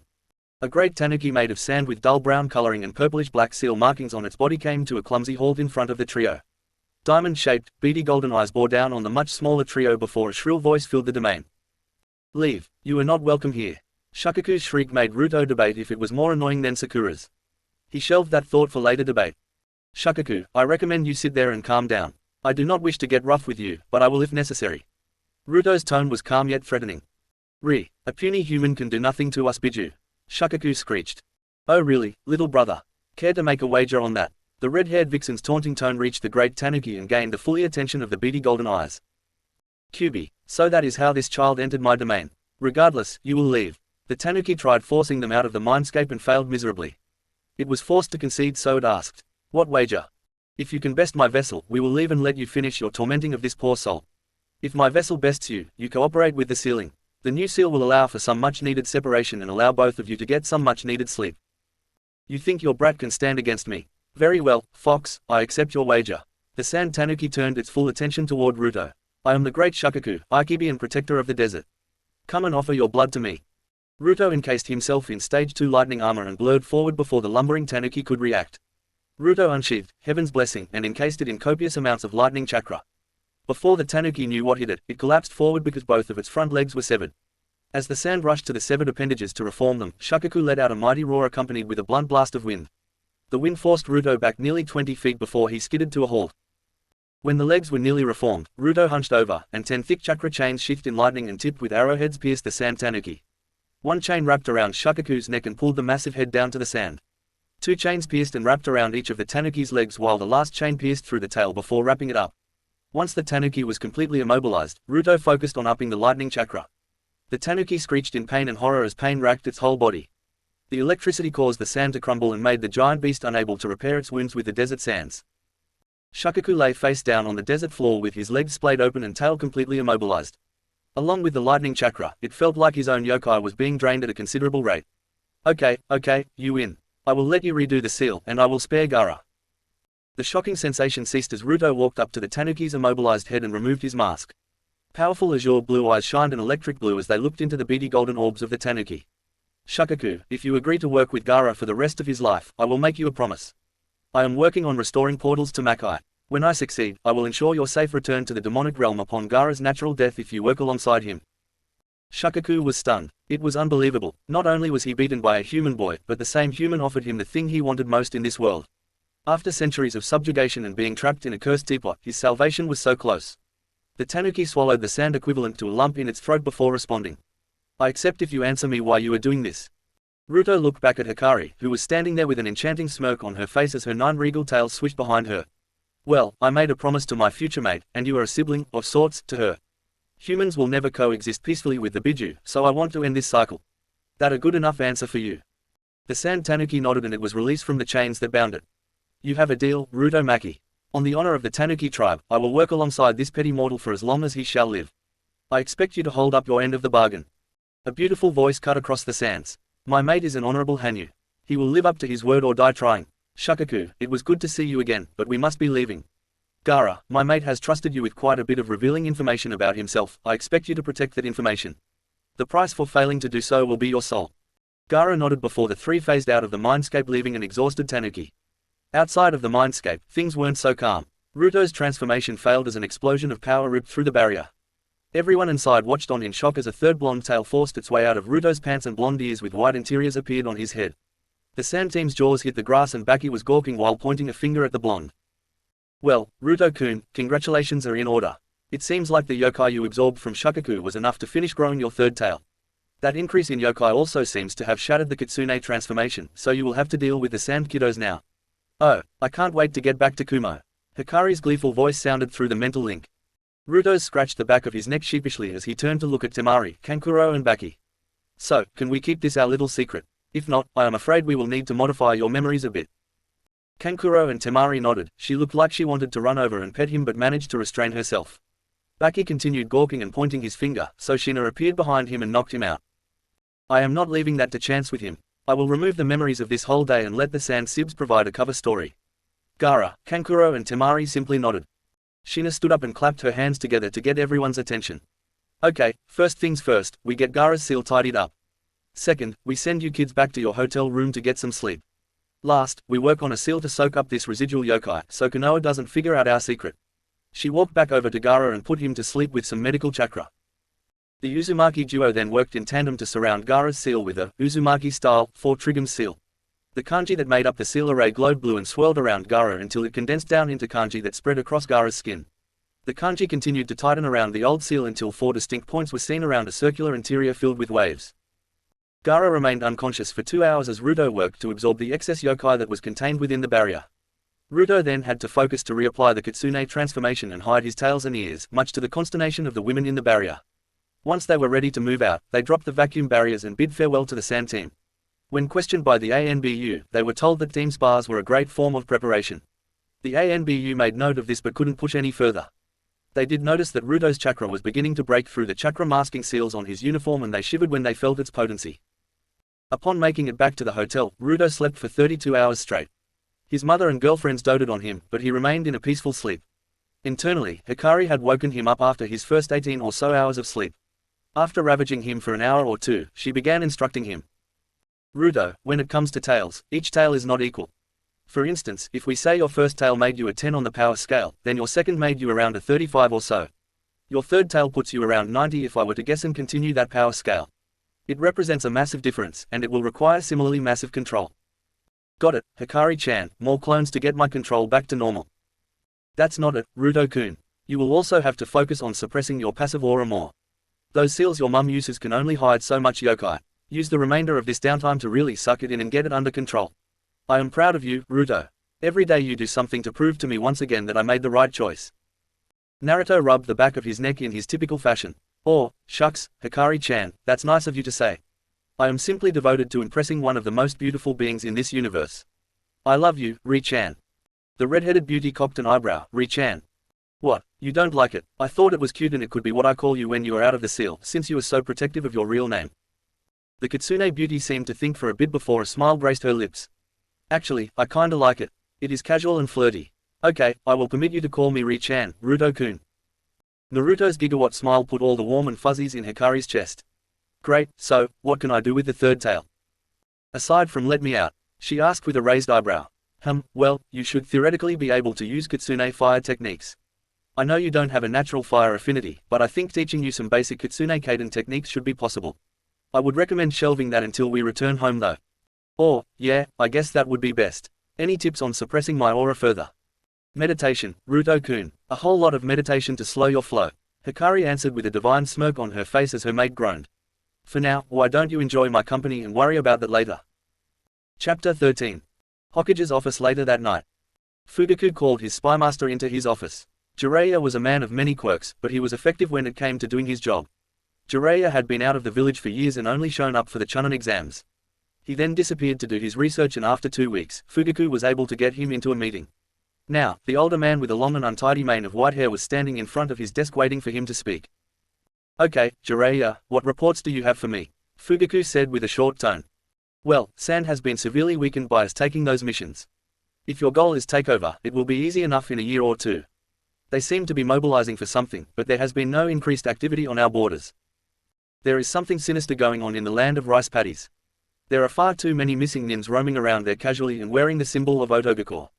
I would assume that the new village recruited missing ninjas to bolster its numbers. I attempted to find Otogakure, but rumors say that it is a series of underground bases. I was also able to confirm that it is being led by Orochimaru. The snake has been sighted making the rounds to various leaders, but I don't know why.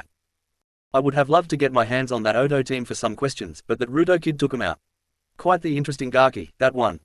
Fugaku listened to the report. Since being ejected from Kiryu Wave, he has focused in on the Sand and some of the minor nations. And what of Taki? I found the way in. We can get there Jinchuriki easy enough. She is isolated to the Great Tree and isn't allowed inside the town. She is guarded by 2 Chunin at any time, but that is it. I would recommend sending Kakazu and the Jashinis, but I would try simply recruiting the girl first. We could use a Biju to bolster our strength.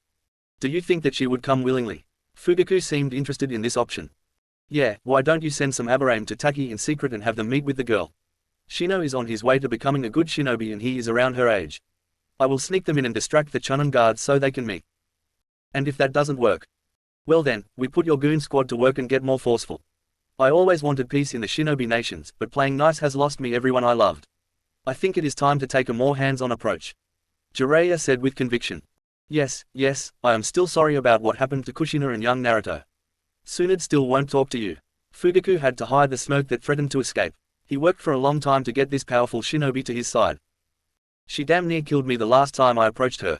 I haven't seen her that angry since I last peeped on her. I would cut your losses with that one. Jiraiya cautioned. Fugaku waved him off. She is unnecessary. I have no need for a has-been drunk. I want you to look into this Maki family while they are here. They could be our greatest ally or fiercest enemy. Jiraiya sighed. I have been trying, but they are locked up tight. They are highly disciplined, and they are constantly on high alert. I really wish that you didn't make it so hard for me. Any rational person can't blame them for their skepticism. Yes, it is regrettable. If I could redo it, I admit that I would take a different approach. Jiraiya shrugged in response. What's done is done. I will keep an eye out, but I think they just want to wrap up their business, get their promotions and get out of here. Meanwhile, while there was scheming in the Hokage office, a meeting was occurring in the AM team's room. The genin that failed had been sent back with Conan while Nagato and Yahiko remained to train Amy. Yahiko, I know you want to approach Jiraiya-sensei, but he cannot be trusted. He still works for the Hokage. We should focus on strengthening the relationship with Kumo rather than reopen old wounds.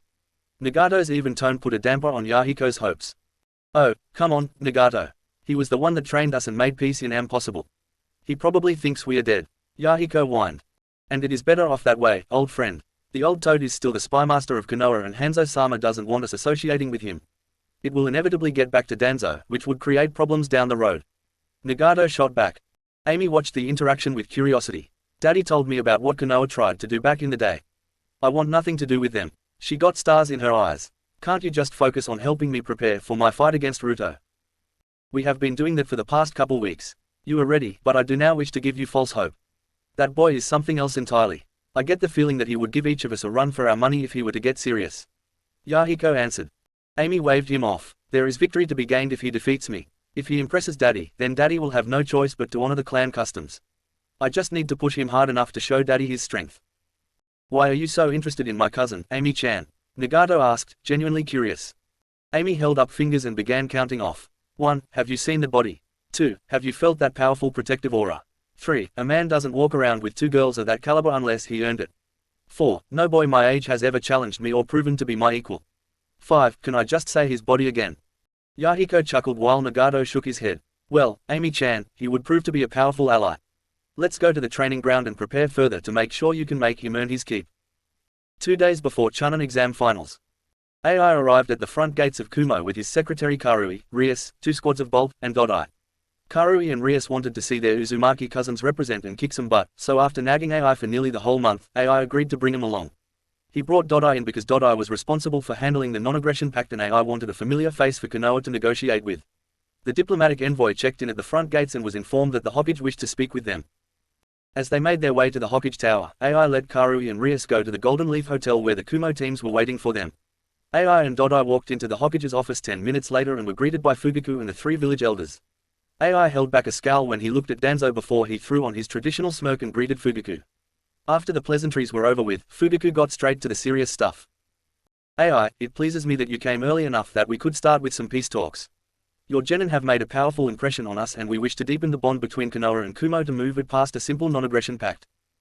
AI looked impassive and kept his features schooled. "Okay, Fugaku, before we talk about that, why don't we address the extra adversity that my genin teams faced? We could begin by discussing why they don't feel safe enough to let their guards down and enjoy the delicious local cuisine for starters." Fugaku bowed ever so slightly to AI. "That was an overzealous move made by my advisor Danzo. It wasn't malicious, he was simply looking out for Konoha's best interest." AI didn't suppress this scowl. "So, poisoning foreign shinobi as they dine in your village during an exam protected by international law isn't malicious? What, pray tell, would you consider it then?" Danzo stepped forward and bowed his head. "A mistake. We heard of the prowess of your genin and feared that our genin would be woefully outmatched. I took measures to even the playing field and I was caught doing so. I humbly apologize." Fugaku picked up where Danzo left off. "AI, adversity during foreign chunin exams is expected. Your shinobi were well trained enough to shrug it off. Can we not move past it in favor of better relations in the future?"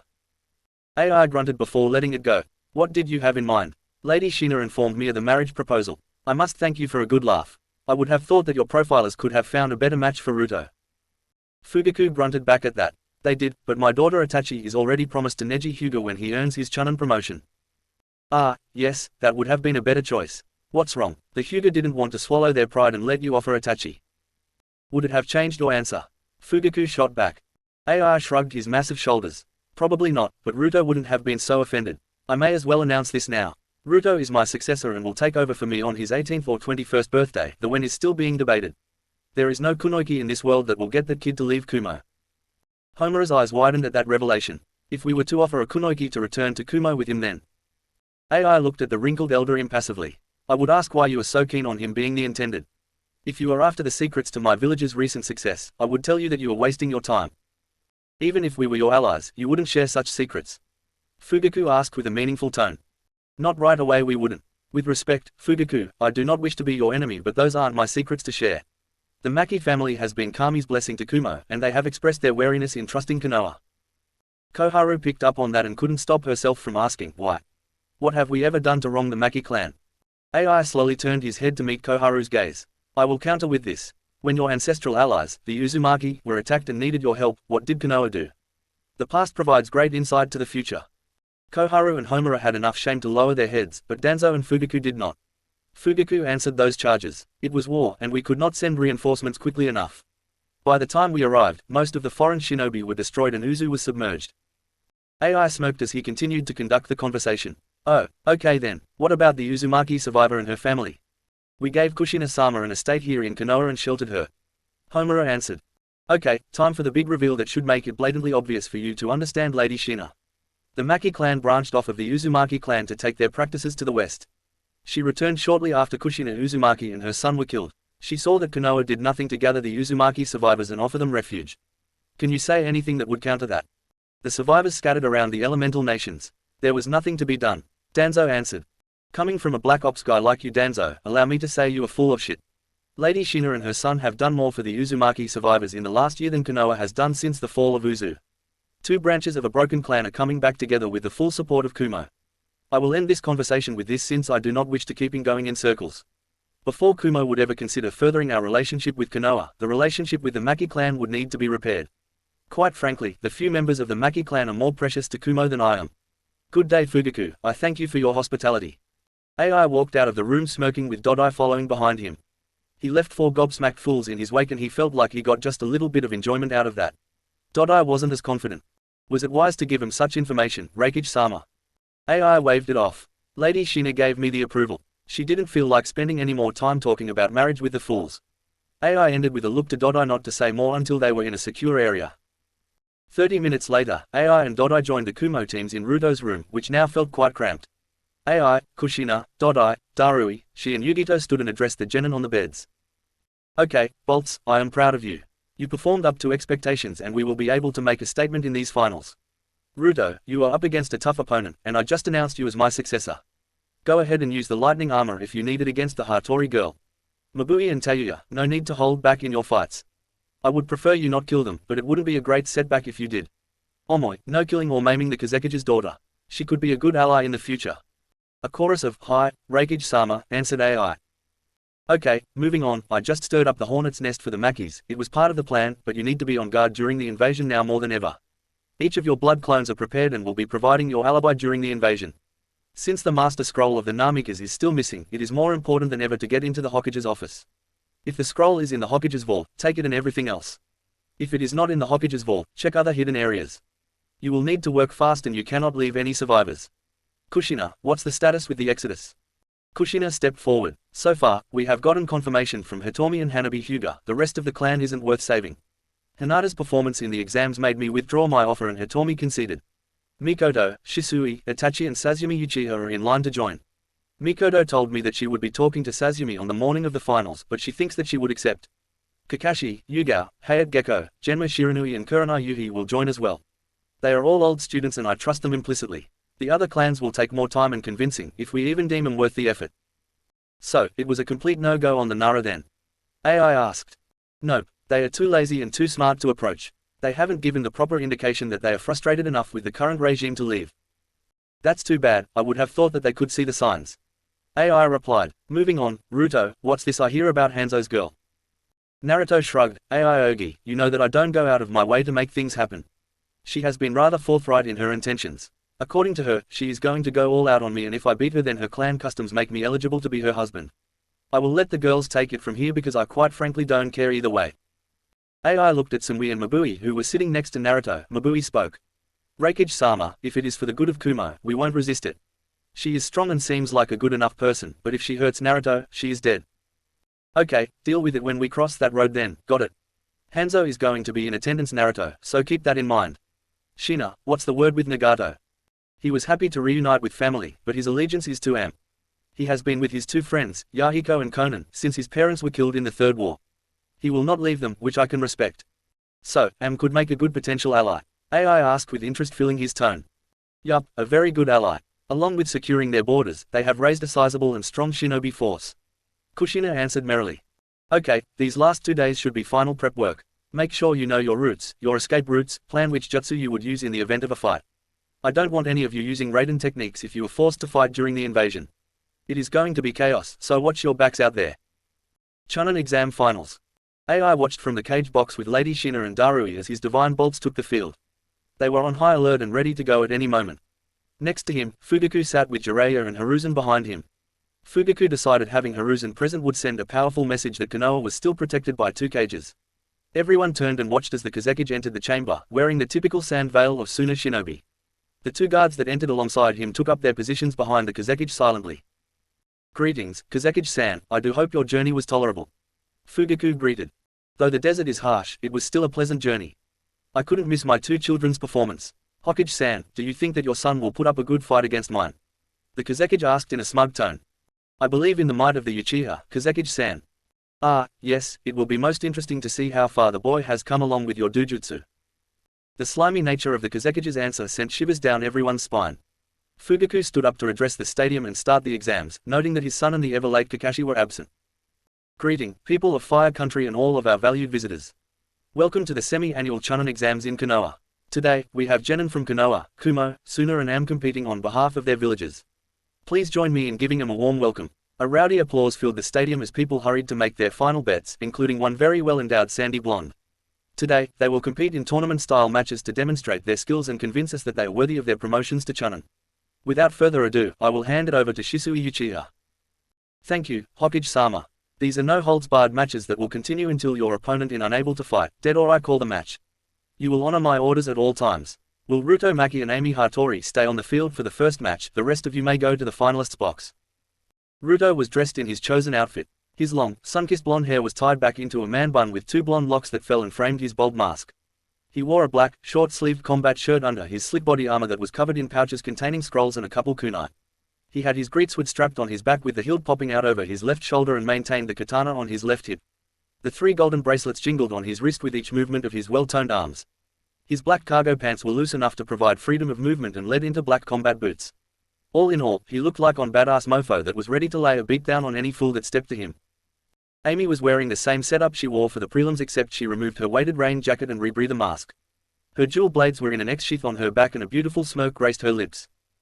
I have been waiting eagerly for this day, Ruto-kun. I do hope you don't disappoint. Her sensual tone threatened to lure in any lesser man. In her head, she was squealing like a fangirl about how hot Ruto looked in his uniform. It took all of her kunoichi training to stop herself from imagining Ruto with his uniform off. Ruto smiled coyly under his mask. I am sure you have, Amy-chan. I will do my best to live up to your expectations. He pulled Heaven's Blessing off his back and sealed it away. Amy cocked her head at him. I only use Heaven's Blessing on those I intend to kill. I could never rob the elemental nations of your beauty. Amy blushed furiously at this while Shisui smirked, waiting for the exchange to be completed to start the match. Amy's mind was reeling from the compliment and her only comeback was a whispered, BBBB Barker. Shisui took that as his cue and knifed his hand down through the air, which seemed to snap Amy out of it. She launched herself at impressive speeds toward Ruto and lashed out with a right cross into a left uppercut. Ruto blocked the right cross and took the uppercut to his gut but used that opportunity to secure Amy's fist to his stomach. She saw the hold coming and used her momentum to slide under her much bigger opponent, dragging his arm through his legs. Ruto let her get away and simply stood up and turned around. He then blurred toward Amy, lashing out with punches and kicks that put the Genin and daughter of Hanzo to the test. After blocking Ruto's first punch with one forearm, Amy decided that blocking was a terrible idea. Pain lanced up her arm and made her decided to dodge and parry the rest of his blows. The one-sided offensive continued for a while before Ruto broke contact and let her catch her breath. Up in the stands, Tsunade was sitting with Shizune, Yugao and Kurenai and they were discussing the performance thus far. That kunoichi is keeping up with Ruto. That is actually kinda impressive, Yugao said. Tsunade skate, the brat hasn't even gotten serious yet. I put every rue I had on him winning this fight. He better start taking the girl seriously. I saw her use Hanzo's poison, which could potentially put Ruto down. Shizune chided Tsunade. It is not Ruto's fault that you are such a gambling addict. Plus, he is good enough to figure out a counter to that jutsu since he saw her use it in the finals. Yeah, but that's probably not the only poison jutsu she knows. How do you know Ruto hasn't gotten serious yet, Lady Tsunade? Kurenai asked. She was honestly impressed because Ruto was moving amid Jonin speeds. Nai-chan, that kid is the Refuge's apprentice. If that were his top speed, AI would have chucked him off the mountain. Plus, I have sparred with him many times before. He still has his seals active and is holding back to give the girl a chance to show off.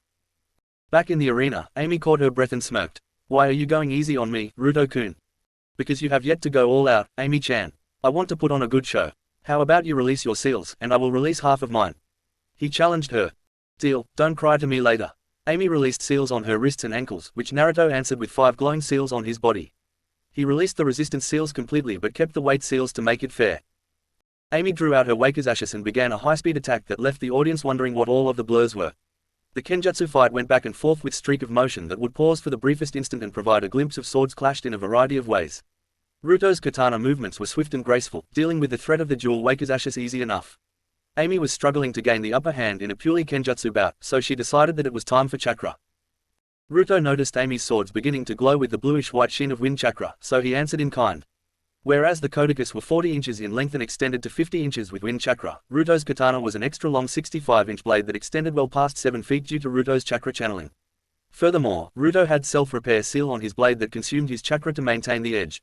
It only took 3 minutes of chakra on chakra for Ruto's far more potent chakra sword to cleave through one Wakizashi and crack the other. In a graceful spin, Ruto blocked an upward slash from the left sword, spun to avoid the twin swing from the right sword, and then accelerated his spin to send a powerful horizontal slash at the stunned kunoichi. The combination of Ruto's bigger chakra blade, the concentration of the blade and the power of the spin caused Amy's first sword to get sheared clean through while the second sword of the X-Guard cracked nearly halfway through the blade. Both Kenjutsu masters saw this and Ruto let Amy create space and reset the fight. Up in a dignitary's box, Hanzo sat next to his wife, Yahiko, Konan and Nagato. He was watching the match with interest and using every skill he could to analyze the young blonde. He is most impressive. His skills are quite refined for one so young and his frame gives him the power to dominate a battle of finesse. It appears as though my daughter will need to resort to the clan jutsus. Nagato spoke respectfully. Hanzo-sama, there is no shame in losing to my cousin. He was taught by Lady Shina, a most formidable swords mistress, from a young age.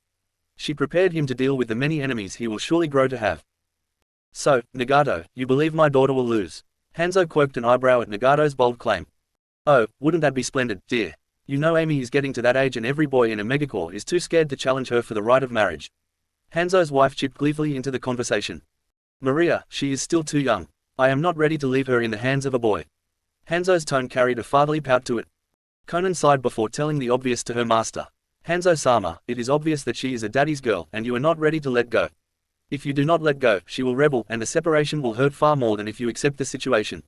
If you do not let go, how will the Hattori clan continue its legacy? Conan, my baby girl has many years to decide her mate. I know nothing of this young man, and you all seem too eager for my tastes. Just watch the damned fight. Hanzo growled. Ara, did the great Hanzo the salamander just pout? You are too cute when it comes to our baby girl. Maria squealed with delight at the rare sight of her husband showing emotion. Amy was struggling to remain standing now. Rather than let her prepare ninjutsu, Amy was forced to deal with clone after clone of the massive blonde. One clone would simply puff into smoke, another would burst into a shock of lightning, yet another wind blades, and her least favorite was the water clones that would drench her from head to foot. She knew Ruto was playing with her, and she had enough of it. After dispelling yet another water clone, Amy blurred forward to fight the original. She engaged in a taijutsu battle that she was clearly losing, but she was slowly molding the chakra needed. Ruto saw her pretty pink cheeks bulge and he slammed his hand into the ground and placed a vacuum seal. He may have added a little more chakra than intended because everything in a 10-meter radius was being sucked into the vacuum. Amy was so surprised that she let the gas out prematurely and watched as the gas was sucked into the seal. I told you Ruto would come ready for the same tactic, Shizune said proudly. Tsunade cheered while Yugo and Kurenai watched on with interest. That was quite the counter to our salamander's breath. Not even the Sannin back in the day employed such a tactic. Hanzo grunted in acknowledgement. That reminds me dear, why did you let those kids go? Did they really put up that much of a fight? Maria asked. For kids their age, they did. I didn't feel like taking their lives and they were the first ones before these three that pushed me to summon the boss salamander. I thought that deserved recognition. Hanzo explained. Yahiko laughed. Look how that turned out. One pedophile, one pervert and one gambling drunk. Admittedly, they are strong, but they leave a lot to be desired. After recovering from the surprise seal, Amy began flipping through hand signs again. Her cheeks bulged and she shot out globs of purple poison at high speeds.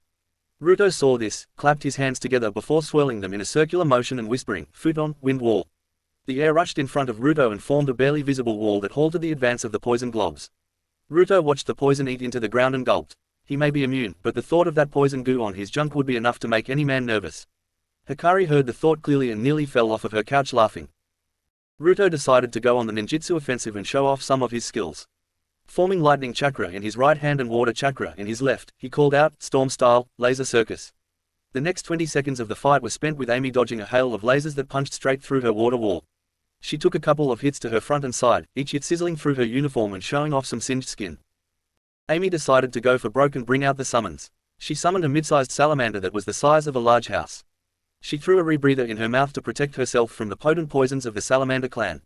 Ruto paused here. He had two options. Answer a summons with a summons or step up his own game. Deciding to enjoy the fight, Ruto unsealed Heaven's Blessing and channeled lightning chakra through the blade and his body. Even through the noise of the fight, Ruto heard the crowd gasp as he became encased in the thin blue haze of his Stage 1 lightning armor. Hanzo sighed. Rudra isn't going to like this. I have a feeling he will be losing one of his clansmen today. What makes you say that, Hanzo-sama? Conan asked. That boy can clearly handle a summon of this level. He brought out his sword as soon as he saw little Dayton there. I can only hope Dayton dispels before he sustains too much damage. Amy ordered his summon to attack and buy her time to form her next jutsu. The massive salamander moved at surprising speeds toward the glowing Ruto. Before it could completely close the distance, Ruto disappeared in a burst of speed, leaving only a crackle of lightning in his place. The next thing the crowd knew, the salamander let out a roar of pain and sent Amy flying off of its head, unprepared for such a sudden dismounting. The crowd watched purple blood spurt out of the salamander's side from a gash that ran from behind its front leg down to its tail. The wound crackled with electricity before the giant summon dispelled in a puff of smoke that obscured the audience's view. When the smoke cleared, the audience saw Amy captured princess style in Ruto's arms. In his left hand, he had a kunai pointed at her jugular. Amy remained frozen in Ruto's arms. How can such hard muscle feel so comfortable and natural? Amy also caught a full blast of Ruto's pheromones that were pouring off him in waves due to the prolonged battle. Amy didn't say anything, she simply leaned her head into Ruto's chest and waited for the fight to be called. Oh, my goodness, that is so cute honey. Our daughter is in love. Maria's excited screams could be heard above the roar of the crowd as Hanzo sunk his face into his hands. The Am trio laughed at their leader's fatherly predicament before promptly silencing themselves when Hanzo glared at them. Elsewhere in the stadium, yes. That's my GAKI. Boom. 2 million Ru in the bank. This prompted Shizune to adopt a similar pose to Hanzo's for a completely different reason. In the cage box, Fugaku was drooling at the prospect of having that kind of potential at his disposal. That young man is truly a promising young shinobi, AI. It would be a crime to leave him as a genin. Thank you, Fugaku. I appreciate that coming from a clan as prodigious as your own. The Kazekage seemed pensive as he added in half-hearted praise. Indeed, he is quite the interesting young man. This earned a glare from Lady Shina, who had already identified the man as Orochimaru. She would warn AI about it during the intermission. Ruto attempted to set Amy down, but she refused and whimpered in protest. Sighing, he carried the beaten Kunoichi princess style to the finalists' box. This earned catcalls and jealous protests from some of the females in the crowd, but nothing compared to the knowing look that greeted him in the contestants' box. Sumui and Mabui's eyes were alight with mischief as they simply locked eye contact with Ruto through their masks. Ruto shrugged before he set Amy down in a chair and went to join his two wonderful women. In the internal comms, Ruto was getting busted by all of his friends. Sure took your time dealing with her, my love. Was she that much fun to play with? Mabui asked. I mean, it is cool with me, but I don't think it was cool to play with her for so long. I think you owe me some cuddle time for your indulgence. I believe you mean US some cuddle time, don't you, Sumui-chan? Mabui chided. A mutter of, lucky bastard, came through the channel before Tayuya bonked Atsui on the head. Shisui called for the next contestants to come to the battlefield and Mabui received a passionate kiss from her lover before sauntering her way out of the box. This earned Ruto jealous looks from Sumui and Amy, the prior of which kept Ruto's mask up and claimed his lips. Mabui looked like a battle goddess with her silvery white hair hanging over her mask, the katana Kodaki pairing on her left hip just like Lady Shina, and the tight, white shirt emphasized all of the right assets. The prim and proper Neji was forcing down lustful thoughts as he stared at his competition. I have nothing against you, Kunoichi-san, but I would recommend you forfeit. There is nothing you can do against the might of the Hyuga, and I do not wish to hurt a beautiful lady such as yourself. Neji said in a formal and somewhat polite tone. Oh, Hyuga-san, I don't know whether to be offended or flattered. If that is what Itachi-chan has to look forward to, then I don't know whether I should be jealous or pity her. What business does my betrothed have with you? Neji asked while narrowing his eyes. Zero business, nothing at all. Just good old-fashioned rumor mill stuff. Kunoichi loved to gossip, you know. So, tell me, Hyuga-san, do you know the weakness of your eyes? Mabui's melodious yet taunting tone would haunt Neji's dreams for weeks to come. The Hyuga have no weakness. Oh, dear, I believe I must show you that you are wrong. Hajime, Shisui called before jumping out of the way. Neji activated his Byakugan and was confused. The armor and the shirt and the pants the Kunoichi was wearing blocked him from seeing her tenketsu, which was a major problem. Mabui held up one finger. Lesson 1, a simple chakra seal can stop you from seeing my chakra network. Right now, you can only see my head, which is an obvious weak point, so it doesn't matter. The Hyuga in the crowd shifted uneasily as their weaknesses were being put on display for other nations. Neji scowled, but Mabui held up a second finger. Lesson 2, by infusing my own chakra into my clothing, you cannot inject your chakra required into my system and close off my tenketsu. The Hyuga elders were glaring daggers at the girl and looked close to jumping over the railing to shut this girl up. The camera crews would broadcast this worldwide and expose their weaknesses. Meanwhile, Neji was digging his feet into the ground in preparation to dash toward Mabui, who was waiting for it. A third finger was put in the air and the Hyuga elders were practically begging Neji to end this fight. Lesson 3, your eyes are sensitive to chakra. Neji blurred forward and Mabui activated a barrier seal she was palming. A bright blue dome that was 3 meters in diameter spread around Mabui and Neji ran smack dab into it. It was an electric barrier that sent a good jolt into Neji's system and halted his advance. Mabui jumped back and began to chide Neji, to the humor of the crowd and the infuriation of the Hyuga. Now, Neji-san, the lesson wasn't finished. Mabui lectured while wagging a finger at Neji. Neji was seeing red and began dashing at Mabui again to close the distance and end her foolish existence.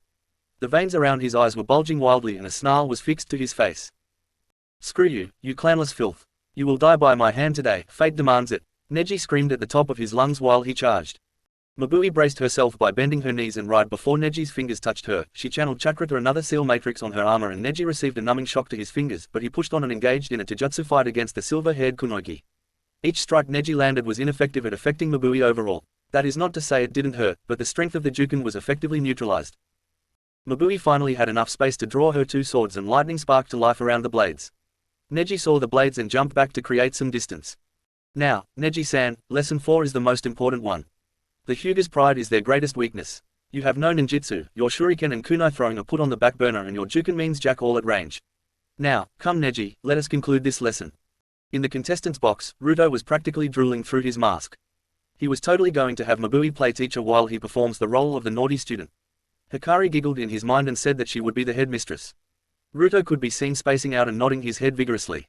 Thanked Kami for the mask that covered his face and preserved his dignity.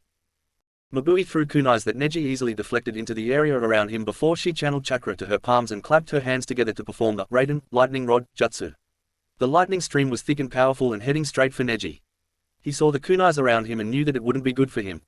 He began spinning rapidly and a blue chakra dome formed around him as he called out, Kaiden, heavenly spin. The lightning jutsu was reflected and redirected into the kunai around Neji. The chakra Neji was emitting during his jutsu protected him from the effects. While Neji was spinning, Mabui pulled out a clump of her favorite flash tags and attached them to a kunai. She lobbed them toward Neji, closed her eyes and formed the rat hand seal to detonate the tags. A blinding flash of light lit up the stadium and blinded a good portion of the crowd, especially the Hyugas with their Byakugan activated. The whole Hyuga section was clutching their eyes in pain, some stumbling over themselves and falling over the chairs. Back on the battlefield, the blinding white light nearly destroyed Neji's eyes and the pain caused him to stumble and release his kaiden. The stumble during the abrupt end of his jutsu sent him tumbling across the ground as Mabui finished her jutsu. Raiden, thunderclap, as Mabui slammed her palms together, a stream of lightning arced from her toward the blinded Neji. It hit him dead on and caused him to cry out in pain again as the lightning coursed through his body. The electrification ignited every pain sensor on his body, which overloaded his brain and left him in a smoldering lump on the arena floor. Mabui didn't feel the need to push things further, but she made sure to look at the Hyuga section of the stands and began giggling. The seals around the stadium picked up the enchanting sound and taunted the Hyuga that was stumbling around blind. Mabui was already walking off of the field when Shisui announced her the winner. She locked eyes with Ruto's azure blues and began fantasizing about the victory sex when this was all over. Upon in the cage box, Fugaku was having a bad day. That was a complete mockery of one of Konoha's strongest clans. A complete dissection of the Byakugan and a thorough instruction manual on how to defeat Hyuga opponents. The next council meeting would be sheer torture. He could tell AI was sitting there smugly, waiting for him to open the comments on the match. The Kazekage saved him the embarrassment. That was quite the display of Fuinjutsu Lady Shina. Do all of your shinobi study the art? The Kazekage asked. Lady Shina put a slim finger over the lower part of her mask. Sorry, it's a secret. She let out a girly giggle that taunted both foreign Kage. While I agree with Lady Shina, Mabui is among the brightest in Fuinjutsu, aside from Ruto. AI played nice among the Kage. That is interesting. Not only is your chosen successor a complete force of nature, but he is also intelligent enough to excel in Fuinjutsu. Fugaku asked, with Orochimaru perking up when he heard that Ruto was to be Ai's successor. This is news to me, Reikage Dono. When did you announce your successor? The Kazekage asked.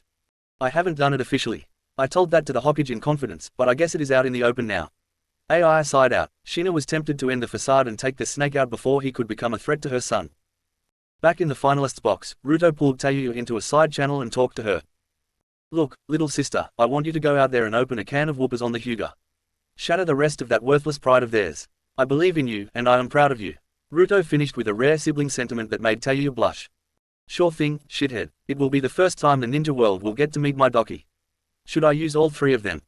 I don't see why not. Remember not to kill her. Humiliation is more effective in this instance, especially when we are taking two of their unsealed members with us.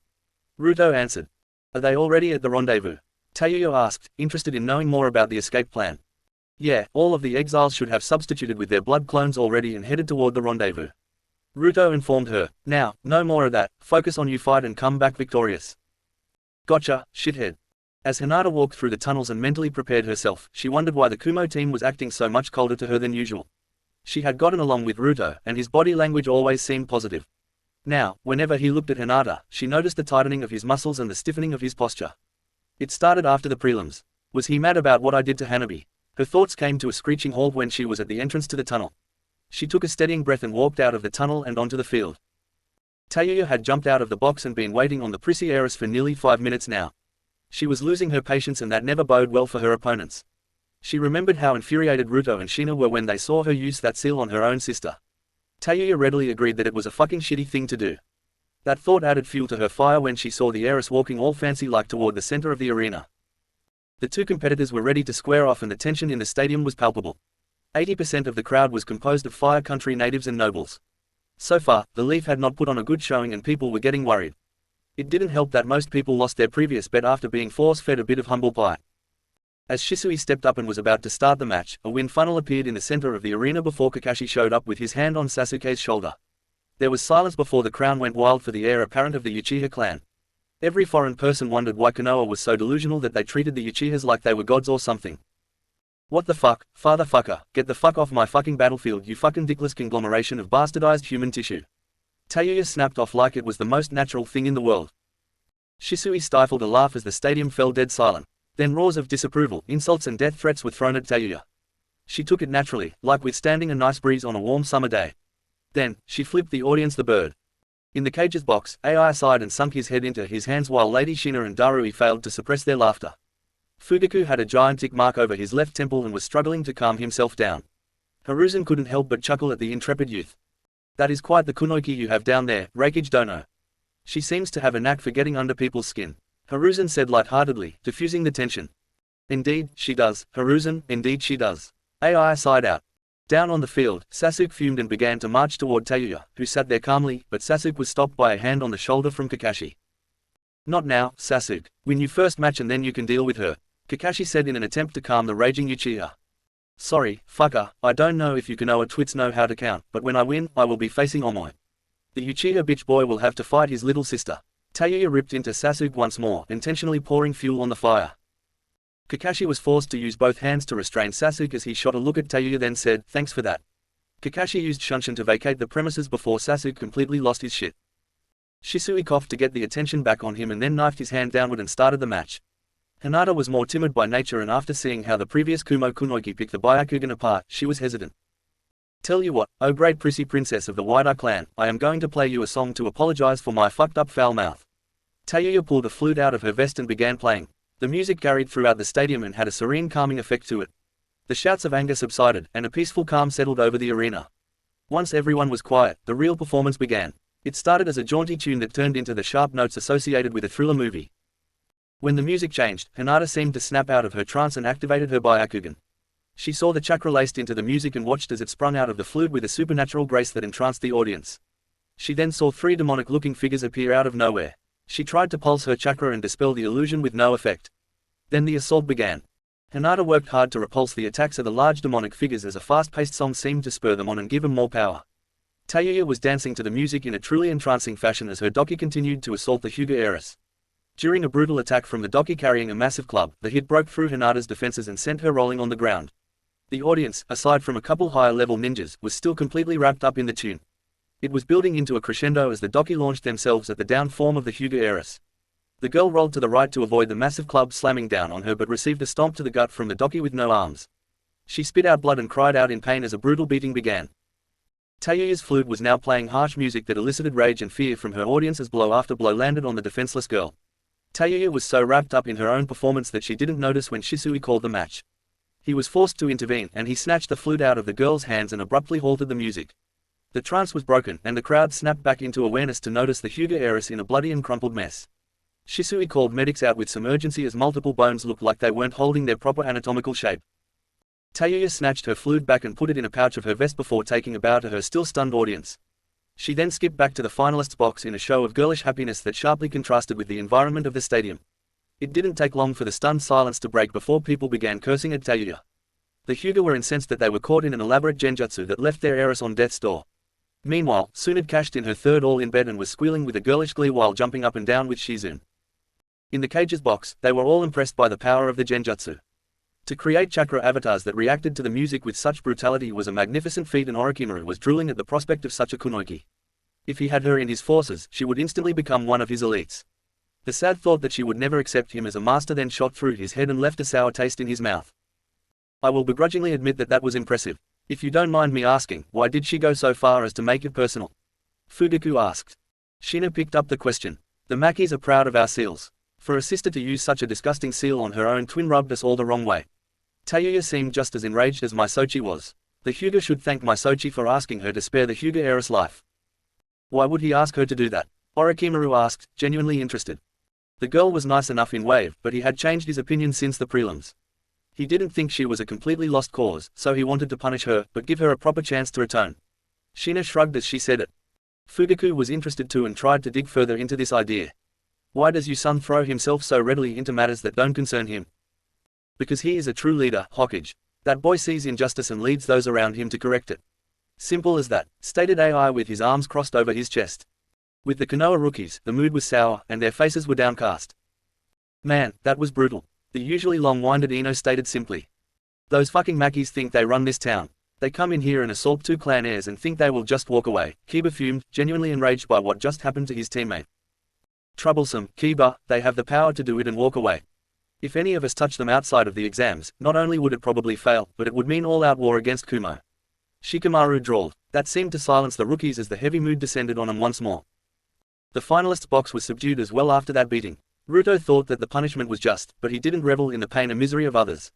He wished Omoi luck as the next match was called, and his eyes shot to Temari, who met his gaze and looked away blushing. Temari then swung her fan before jumping on it and riding it down into the arena in a beautiful display of wind control. Omoi just used a lightning shunshin to take his place in the arena. Both contestants squared off as scenarios played rapidly. The Omoi's mind at a nearly schizophrenic pace. He immediately dropped his seals, knowing that his battle plan depended on speed. Shisui started the match and Omoi cased kunais in lightning chakra before throwing 10 in rapid succession. Temari opened her battle fan to the first moon and swung it in a wide arc that kicked up dust and sent the kunai flying in all directions. Omoi used the dust to mask his shunshin to behind Temari. He was a highly proficient Raiden user, but his Suden jutsu left a lot to be desired. He created a single shadow clone at this location before blurring to Temari's blind spot in a nearby tree. Temari turned to face the clone, who had drawn the red-handled katana out and started channeling lightning chakra to it in a flashy manner. Temari opened her fan to the second moon and called out, Sickle Weasel Jutsu. A sizable tornado formed out of the wind from Temari's fan and sped toward Omoi's clone. Seeing his opening, Omoi dashed in a show of speed toward Temari and swung his sword in a horizontal fashion that would wound, but not kill, the kunoiki. Temari spun at the last second to block the slash with her partially open battle fan. The lightning-enhanced katana sliced through Temari's battle fan, effectively removing her greatest weapon. Temari used the butt of the fan to lash out at Omoi, who dropped his katana and rolled around the blow to deliver a punishing kidney shot. Temari dropped to the ground in pain before Omoi placed a kunai on the back of her neck. Shisui appeared and called the match. The audience was rather sick of seeing Kumo win, but a polite applause was given for the brief performance. In a show of sportsmanship, Omoi offered a hand up to the downed kunoiki. Temari accepted the helping hand and walked off the field with Omoi. In the cage box, Fugaku was feeling better that it wasn't just his village that was losing to the Kumo genin.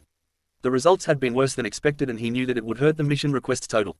However, he now had the opportunity to comment on the match. Well, that was a quick fight. Is the battle fan your daughter's only weapon, Kazekage Dono? Orochimaru shrugged off the accusation. It wasn't his daughter. However, since he was playing Raza, he responded to the provocation. It seems my daughter's training has been lacking. For a long-ranged fighter to lose so easily to a close-ranged opponent with an elemental disadvantage is disappointing. There are many kinds of shinobi, Kazekage. Not all of them are meant to fight on the front lines. Your daughter would be a deadly force in a defensive position and during bigger battles. AI commented. Thank you for the kind works, Reikage Dono. It is this next fight that I am most excited to see. My son is undefeated throughout his brief career and this will demonstrate the might of Suna. Chapter 14. In the cage box, Fugaku was feeling better that it wasn't just his village that was losing to the Kumo genin. The results had been worse than expected and he knew that it would hurt the mission requests total. However, he now had the opportunity to comment on the match. Well, that was a quick fight. Is the battle fan your daughter's only weapon, Kazekage Dono? Orochimaru shrugged off the accusation. It wasn't his daughter. However, since he was playing Raza, he responded to the provocation. It seems my daughter's training has been lacking. For a long-ranged fighter to lose so easily to a close-ranged opponent with an elemental disadvantage is disappointing. There are many kinds of shinobi, Kazekage. Not all of them are meant to fight on the front lines. Your daughter would be a deadly force in a defensive position and during bigger battles. AI commented. Thank you for the kind works, Reikage Dono. It is this next fight that I am most excited to see. My son is undefeated throughout his brief career and this will demonstrate the might of Suna. Fugaku commented on this. Yes, I am most interested to watch my boy destroy the Aikibi Jinchuriki. Ah, yes, the Sharingan does make your son a fearsome opponent. I hope he at least provides a worthy challenge for Gaara. Back down on the battlefield, Sasuke and Gaara face off. I imagine it going pretty much like canon, so imagine the broody Uchiha bastard fighting against Gaara using his speed. Gaara balls up in his sand cocoon and takes a Chidori to his right shoulder. Gaara cries out in pain and is shocked to see his own blood and then all hell breaks loose. White feathers began to fall from the sky and the civilians and lower-ranked ninjas in the stadium began to pass out from the effects of the genjutsu. Sand shinobi begin to attack Konoha ninjas alongside shinobi in disguise from Otogakure. In the pandemonium, nobody noticed the Kumo teams dart into the interior of the stadium and meet up in the designated room. They immediately began changing into their outfits for this mission. Meanwhile, in the cage box, Orochimaru finally made his move. With help from his bodyguards, Hiruzen and Fugaku Uchiha were isolated on the rooftop of the cage box and the Jiraiya announced his presence as well. Before anything could begin, while Orochimaru held Hiruzen hostage, a boy dressed in a white kimono with 2 red dots on his forehead joined his master. Then, a purple barrier was erected by the bodyguards of Orochimaru that isolated the Konoha and Oto groups from the outside. Fugaku watched on in horror as his daughter Itachi tried to charge through the barrier and make her way to defend him. Her whole body was consumed by flame as she burnt alive in front of his eyes. He cried out for his loss in a fit of rage before his eyes flared to life with the Mangekyo Sharingan spinning wildly. Hiruzen escaped from Orochimaru's clutches and joined Fugaku to put a calming hand on his shoulder. Jiraiya stepped up alongside his sensei and prepared to help snuff out his errant ex-teammate. Ai, Kushina and Darui ignored the sideshow and went to rendezvous with their teams. A couple foolhardy Oto shinobi attempted to attack the elite trio and met swift ends for their efforts. The trio ran with a fast, yet smooth, efficiency that didn't draw too much attention to them as they arrived in their designated meeting room. They entered the door and saw the genin teams midway through changing their outfits. They all looked up at AI to receive final orders as they continued dressing. "All right everyone, this is it. It is a war zone out there and you will be right in the thick of it. The Hokage Tower is sure to be on high alert, so operate fast, work smoothly and watch each other's backs." At this time, Shina began to unseal the blood clones, who immediately began adorning their creator's attire. AI turned to Shina. "Be careful out there, Shina. Bring these kids back to me in one piece." Shina nodded as she stripped to her underwear before she used a seal over her right breast to immediately change into the new uniform. Everyone looked at her like, "Why the hell didn't you make those seals for us?" After 5 minutes, the group was fully changed, and they completed their final checks. The blood clones were dressed and ready to act as their creator's alibi. The group in the stealth gear was covered by a genjutsu from Shi before he wished them luck. The official Kumo group departed the room first and left the door open for the group that left behind them. With the official group, they reported into the dignitaries box that housed important people from Lightning Country. Icebolt reported into him that they fended off a few attacks, but there were no deaths or injuries to report. AI addressed the dignitaries and told them that Kumo was going to stay out of the fight. They didn't want to add to the confusion. The Shina clone threw up multiple protective barriers before she joined AI. The Kumo shinobi remained on high alert, hoping that the so-called strongest hidden village would be able to repulse this invasion attempt. With teams 12 and 13, Kushina led them down their scouted path as the group did their best to ignore the chaos occurring all around them. The streets around the stadium were full of fighting, but the genjutsu cast by Shi was effective at keeping the group unnoticed. Unfortunately, when they rounded the corner of the street they needed to take, they ran into a platoon of 16 bloodthirsty Odo ninjas. This inevitably broke the genjutsu that was covering them, which pissed Kushina and Naruto right the fuck off the deep end. The 7 black-clad ninjas began a merciless slaughter of the 16 Odo shinobi. They all used the equipped dual Kodokus to dispatch the Odo Chunin and Jonin. Since Kushina was enraged, she managed to sever the heads of 5 Odo Jonin in less than 10 seconds. Ruto almost took a kunai to his gut because he was so entranced by the fierce display of his mother's kenjutsu. Alas, Naruto got his act together and took down 3 of the enemy platoon. It didn't matter that he was inadvertently helped Konoha, he was mad that these fools got in the way of their plan. Mabui used a weaker version of Shi's genjutsu after the Odo ninjas were dispatched and they continued their move to the Hokage Tower. After 10 minutes of intermittent fighting and avoiding Konoha ninjas, they finally arrived at the tower. The battle had yet to make its way this far back into the village, but there were 20 shinobi stationed in defensive positions around the tower. Kushina told Naruto to create a distraction, so he formed 20 shadow clones and gave them high-powered explosive tags. The clones hanged into Odo shinobi and took to the rooftops while dropping explosive tags on the buildings near the Hokage Tower. The explosions and sightings of 20 Odo shinobi caused 3 squads of ANBU to be dispatched from the Hokage Tower. This left 11 shinobi that Kushina and Tayuya could sense. From their hidden position, Kushina pointed out the Konoha ninjas and assigned targets. The first to fall were the 4 shinobi that were guarding the front door to the Hokage Tower. Once again, Naruto created hanged shadow clones that charged straight at the Konoha shinobi. Since Naruto had all of his limiters off for this mission, his shadow clones moved at Jonin speeds and began to engage the Konoha teams in battle. Under the chaos of this battle, the Kumo group moved in. The initial 4 at the door were reinforced by 3 more Konoha Jonins and they formed a defensive battle line against Naruto's hanged clones. Each member of teams 12 and 13 blurred behind the formation in bursts of speed and used their identical weapons to kill the Konoha Jonins. The surprise attack was supremely effective, and it eliminated the resistance at the door. Naruto listened to his mother call out enemy positions, but the group was caught by surprise when 2 root ninjas stationed above the front door jumped down on them with their short swords descending upon Tayuya and Atsui. In a blur of black, Kushina sped back to block one of the strikes. She then diverted the root ninja's momentum and severed his head. Atsui noticed the movement behind him and turned in time to block a killing blow from the second root shinobi. Sumui, being the closest one, shoved her Kodoki through the root ninja's heart. After the scare, Kushina focused her senses for a bit while her teams protected her. The amount of chakra being thrown around in the village made it hard for her to sense well-hidden chakra signatures. She was sure she missed more root ninjas.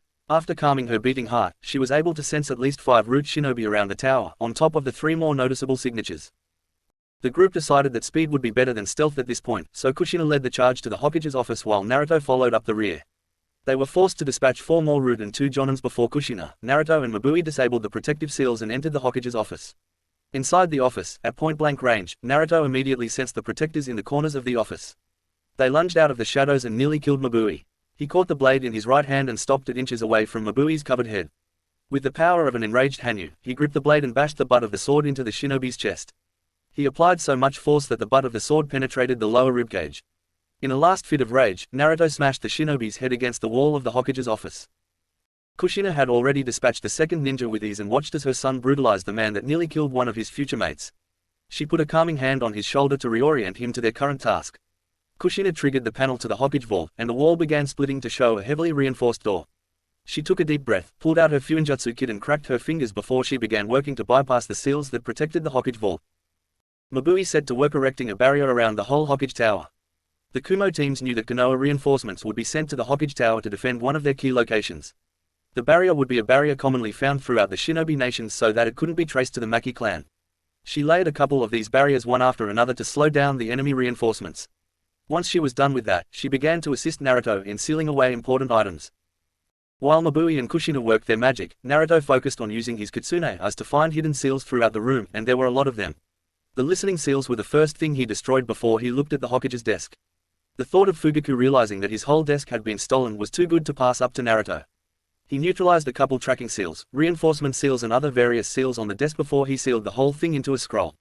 Oh, Naruto could practically picture the look on Fugaku's face, and it was like a warm and fuzzy feeling filled his entire heart.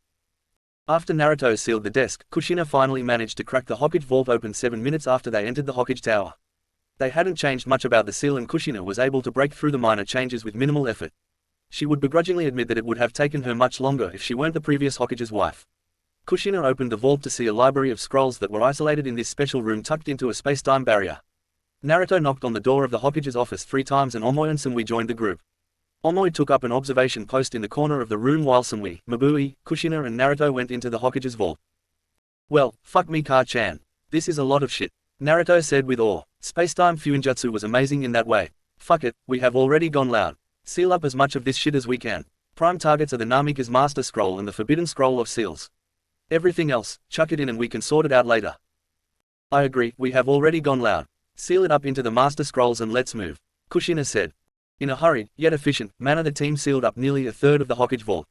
They darted throughout the rest of the vault but couldn't locate the Namika's scroll. It was then that Kushina had a revelation.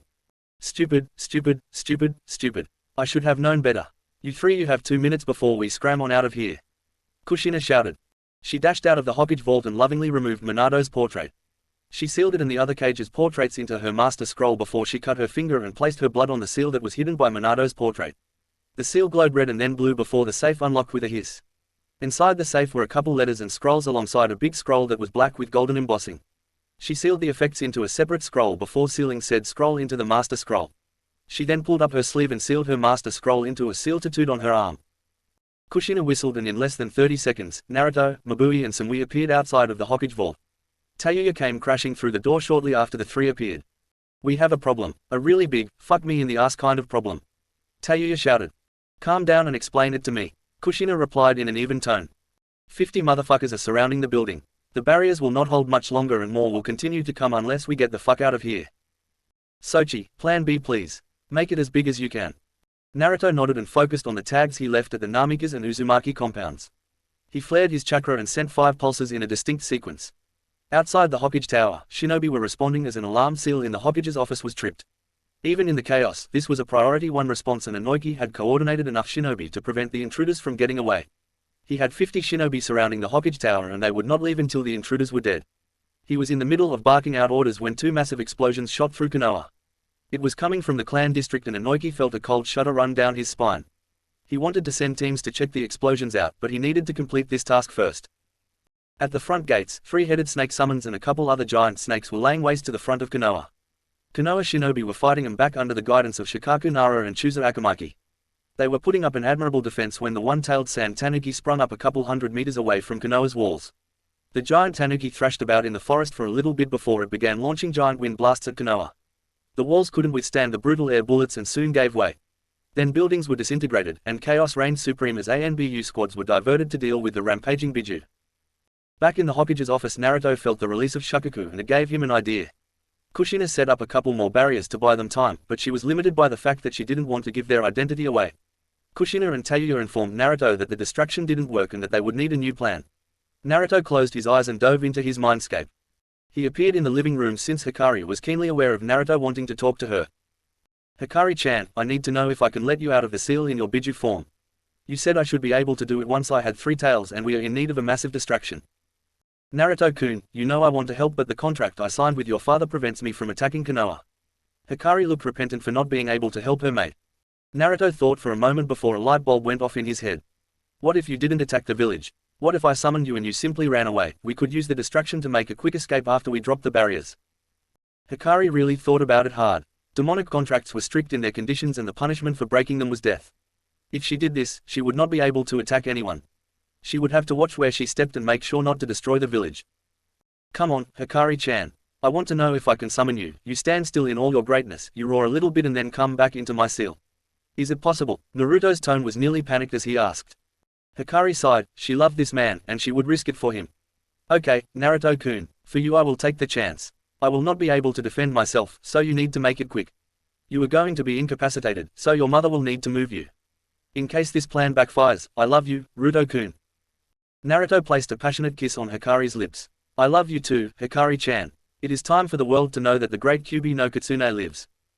Naruto exited his mindscape and pulled everyone into the Hokage's office. They still had some barriers stopping the Konoha shinobi from gaining entry. He explained his plan and how he would be out of the fight. Kushina said that Atsui would handle him and take him to the rendezvous point. She would provide security. She laid out the plan for Hikari's summoning from the seal and subsequent transformation. They would drop the barriers in the chaos and use Shunshin to make their escapes. After reviewing the plan, Naruto focused his chakra and focused on letting Hikari out of the seal. She created it so it would take both of them to open the seal and let her out. In a powerful flare of red yokai, Hikari appeared in the Hokage's office, 9 beautiful tails and all.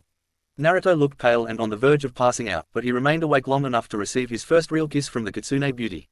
Hikari left the Hokage's office and made her way to the roof of the Hokage Tower. Before exiting the door to the roof, Hikari began her transformation. Outside of the tower, Inoki was getting immensely frustrated with the standard barriers that were popping up. It was clear that the enemy was buying time, but for what? Before his thoughts could come into focus, his heart stopped. Out of nowhere, and in a flare and pulse of demonic, red yokai, the great nine-tailed fox appeared. Out of fucking nowhere. When the giant Kitsune let out a roar, the whole village froze. Every shinobi, every skirmish, every summon, every civilian, everyone felt the terror induced by the yokai of the great Kyuubi no Kitsune. Kushina made sure that Atsui had Naruto secured before she dropped the barriers, destroyed the Hokage's window and the whole group used a rapid series of Shunshin to escape to the rendezvous point located in Training Ground 44. The group used every bit of training and pushed their chakra coils to the max to execute successive Shunshins to reach their destination. By the time they reached their destination, they watched Hikari disappear through a giant black portal that opened up in front of her. Then, all that remained were wisps of red, demonic yokai that flickered in the air over Konoha. In the Kumo dignitary's safe room, AI froze when he felt the feeling of a potent demonic yokai wash over him. He closed his eyes and offered a prayer to Kami, Yami and the Shinigami. He didn't care who answered his prayers, he just wanted his group to be safe. Yugito and Darui placed comforting hands onto Ai's shoulders and reminded him that he needed to be the strong and fearless leader of Kumogakure. As quickly as the yokai came, it faded away and the room seemed to relax. Gaara was working alongside Shikaku to perform his role in the invasion. He didn't want to go into the village, but he did want to divert Konoha's forces to him. When the great Kitsune made its appearance in the skies over Konoha, Gaara and Shikaku agreed that they had done enough. Shikaku created a giant sandstorm that covered nearly 2 square miles of forest and willingly re-entered Gaara's seal. Gaara created a sand clone and grabbed his 2 siblings before he hightailed it out of there. He didn't go towards Suna, because that is what people would expect. Instead, he headed toward the Land of Waves, a spot Naruto told him that he could lay low and regroup with him after the invasion. On top of the cage box and inside the barrier, things were not going well for the Konoha team. Orochimaru had sacrificed Kimimaro to buy him time to perform the Edo Tensei Impure World Resurrection. The bone user successfully delayed Fugaku and made the Uchiha bring out his Stage 2 Susanoo. Fugaku was still enraged by the loss of his oldest daughter, and he brought the sword of Tetsuga down on Kimimaro, which sealed his soul away. Hiruzen was in rough shape after the initial trade of blows with his student, who could easily best him in his one-armed state, even with the assistance of Enma. Jiraiya had saved him from the jaws of death multiple times, much to Orochimaru's consternation. Things went even worse for the Snake Sannin when his third coffin failed to produce the resurrected Minato Namikas. It didn't take the snake long to move past that failure, and he managed to put the control tags into the heads of Hashirama and Tobirama Senju. The previous Hokages were mortified that they were being forced to attack their own village. Jiraiya and the Lord Third were able to immobilize Tobirama, and Fugaku sealed him into the gourd of his Susanoo as well. That was when the Kyuubi appeared over the Hokage Tower and froze the whole battlefield. The mighty roar sent the fear of God directly into the veins of every veteran shinobi. Orochimaru recovered first and realized that the invasion was thwarted. He used the distraction of the Biju to drop the barrier and reverse summon himself and the Sound 4 out of the village to Ruchi Cave. Orochimaru was disappointed that the fox left the village without destroying it, but it was too late for him to go back now. Fugaku watched the nine-tailed fox reappear and smiled internally. The chance for him to gain the strongest of all Biju was here. He simply needed to seal away the first Hokage and then he would be able to put the Kyuubi under his control. Sure, he was terrified by the fox, and it would destroy a good portion of the village, but this was the chance he had been waiting for. He quickly engaged Hashirama and enlisted the help of Jiraiya and Hiruzen for one last push. The reincarnated Senju put up a great fight against the trio, but when Fugaku sealed Hashirama away, he noticed a smile on the Senju's face. A begrudging respect for the Uchiha Patriarch's old rival bubbled in Fugaku's chest due to the proud look of the Senju legend. Tsunade had been told about the invasion, so after pocketing her winnings, her and Shizune made their way to the Senju compound. She splattered foreign shinobi into paste as she carved a path to the Senju compound. She unsealed the gates and entered the compound before her and Shizune began sealing away the high-value items. It wasn't everything, it wasn't most of it, hell it wasn't even a fifth of it, but they rode out the invasion while sealing away the most important Senju heirlooms. She knew that whatever she left here should be safe, but she would need to ensure the compound was locked down tight when she left. Her and Shizune would ride out the invasion and wait to return to Tanzakugai. Kakashi, Genma, Hayate Gecko, Yugao Yuzuki, Kurana Yuhi, Hitomi, Hanabi, Shisui, Itachi, Mikoto and a very confused Sasumi followed Anko into the forest of death. Their blood clones had already formed plans for their elaborate deaths during the invasion and allowed their creators a chance at a new life. They watched as fires spread across Konoha and the many billowing smokestacks that led into the sky. It filled their hearts with sadness to see their former home in flames, but they had made their choice. The group trekked into the forest while following a missing ninja that most people had forgotten about. Anko led the group to the far edge of the forest and into an underground bunker. After getting set up in the bunker, the group returned to the surface to continue to observe the partial destruction of Konoha. When the great fox appeared in the skies over Konoha and let out a mighty roar, every adult had flashbacks of the night 15 years ago. Their hearts momentarily stopped, and the air seemed to suffocate them as demonic yokai flooded the area. Then, as quick as it came, it faded away. They couldn't see anything due to the forest, but they sure as shit felt it. They spent the night in that bunker and welcomed Kushina's group and helped Naruto onto a bed around 9 p.m. Kushina immediately began healing her boy and repaired the damage to his chakra coils with gentle applications of chakra through her healing seals. It was a restless night's sleep, but the group managed it. Inside the mindscape after Kyuubi vanished, Naruto was laid out on Hikari's couch and felt like his whole body was on fire. It was strange for him to be in this house without being able to feel Hikari's presence. It made Naruto feel cold and alone because the environment felt hollow without the warming presence of Hikari. Flashbacks of a lonely and abused childhood drew fresh tears out of the teenager laid out on the couch. Time ceased to mean anything, and Naruto felt himself spinning. He then felt the whole mindscape shake before a powerful red aura spilled out across the mindscape. He forced his body up and hobbled his way to the door. He looked outside the home and saw the majestic form of the nine-tailed Biju. He hobbled out of the house and made his way, slowly, to the lakeside. Hikari was curled into a ball with her head resting on her tails. She sensed Naruto and her massive kitsune head lifted and pivoted so she could track her mate's movement with her red, slitted eyes. Naruto smiled weakly as they locked eyes and Hikari caught him in one of her massive tails when he nearly collapsed. She lifted him up and set him down in between her legs before she nestled into a ball around him. Naruto accepted the blackness at the edges of his vision, knowing that he was completely safe in the shelter of 9 red tails. As the invasion died down, Tsunade and Shizune planned on taking leave through the broken walls around Konoha. They didn't really bother to hide their presence as shinobi were darting everywhere and trying to clean things up. However, they were confronted by an ANBU squad and told to report to the hospital. This would alter their plans a bit, but Tsunade had all of her belongings sealed away into her jacket. She and Shizune reported to the hospital and set to work healing the injured, remaining wary of overstaying their welcome, but resigned to the fact that leaving now would draw too much attention. Fugaku nearly crumpled to the ground after Orochimaru fled. The events of the day and the overuse of his Mangekyo Sharingan had worn him out substantially. As soon as the barrier dropped, a squad of ANBU and multiple Uchihas took defensive positions around him. Give me a status update. Lizard, get Hiruzen to the hospital for treatment. As Lizard shunshined away with Hiruzen, Crane reported into Fugaku. Hokage-sama, the destruction in the village is nearly as bad as it was after the Kyuubi attack. The outer third of the village sustained heavy damage before the snake summons were neutralized. ANBU squads recovered Sasuke heavily injured in his fight with the Aikibi Jinchuriki. The ANBU paused here and looked hesitant before Fugaku urged him on. They also recovered the body of your daughter Sasumi and your wife Mikoto, who had gone to reinforce the children. Your nephew Shisui died to the 3-headed snake summon. I am sorry for your loss, Lord Fifth. The ANBU paused here as Fugaku let out a roar of grief. Hesitantly, Crane continued his report. Inoki Yamanaka and Choose Akamaki are severely wounded in the hospital and receiving treatment. The clan compounds were assaulted by multiple squads of Odo ninjas. During the assaults they triggered the fail-safes of the security seals and the Uzumaki and Namika's compounds self-detonated. Trusted shinobi are trying to recover what they can from the 2 compounds, but the destruction was very thorough. The Hyuga compound was assaulted hard during the invasion. Hayashi and Hazashi are in critical condition. We have recovered the bodies of Hitomi and Hanabi Hyuga among others. Multiple clans suffered deaths and wounded, but they will survive. They were able to defend their clan compounds for the most part. Fugaku had fallen to his knees, overwhelmed by the losses of the day.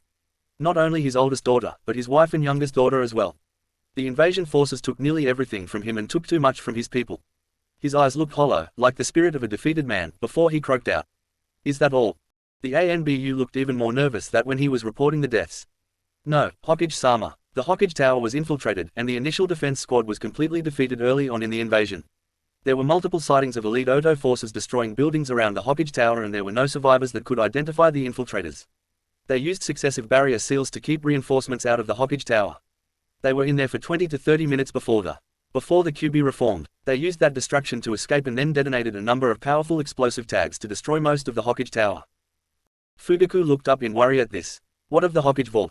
That shouldn't have been destroyed by mere explosions. The reinforcement seals held that wall up, but that is the only wall that survived the bombing, Hokage-sama. All indications point to them breaking into the vault though. Until we can reopen the seal and perform an inventory check, we won't know. The reinforcements had the building surrounded, but they made their escape when the QB distracted them. Kami, damn it all. Fugaku slammed a fist into the ground. What of the daimyo and foreign shinobi? What of the Kumo and Am teams?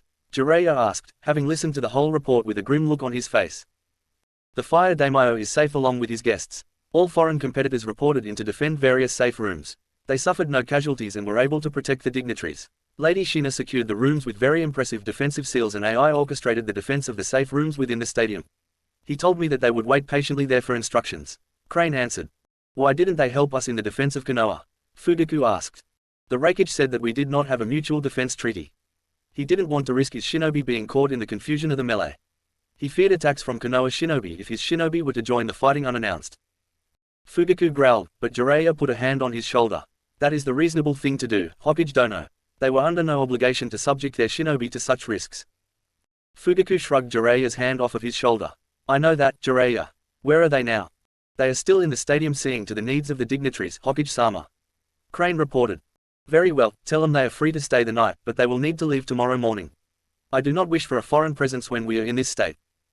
Crane bowed and departed from the Hokage. Jiraiya helped him back to his feet and the two began to walk through the village and survey the damage.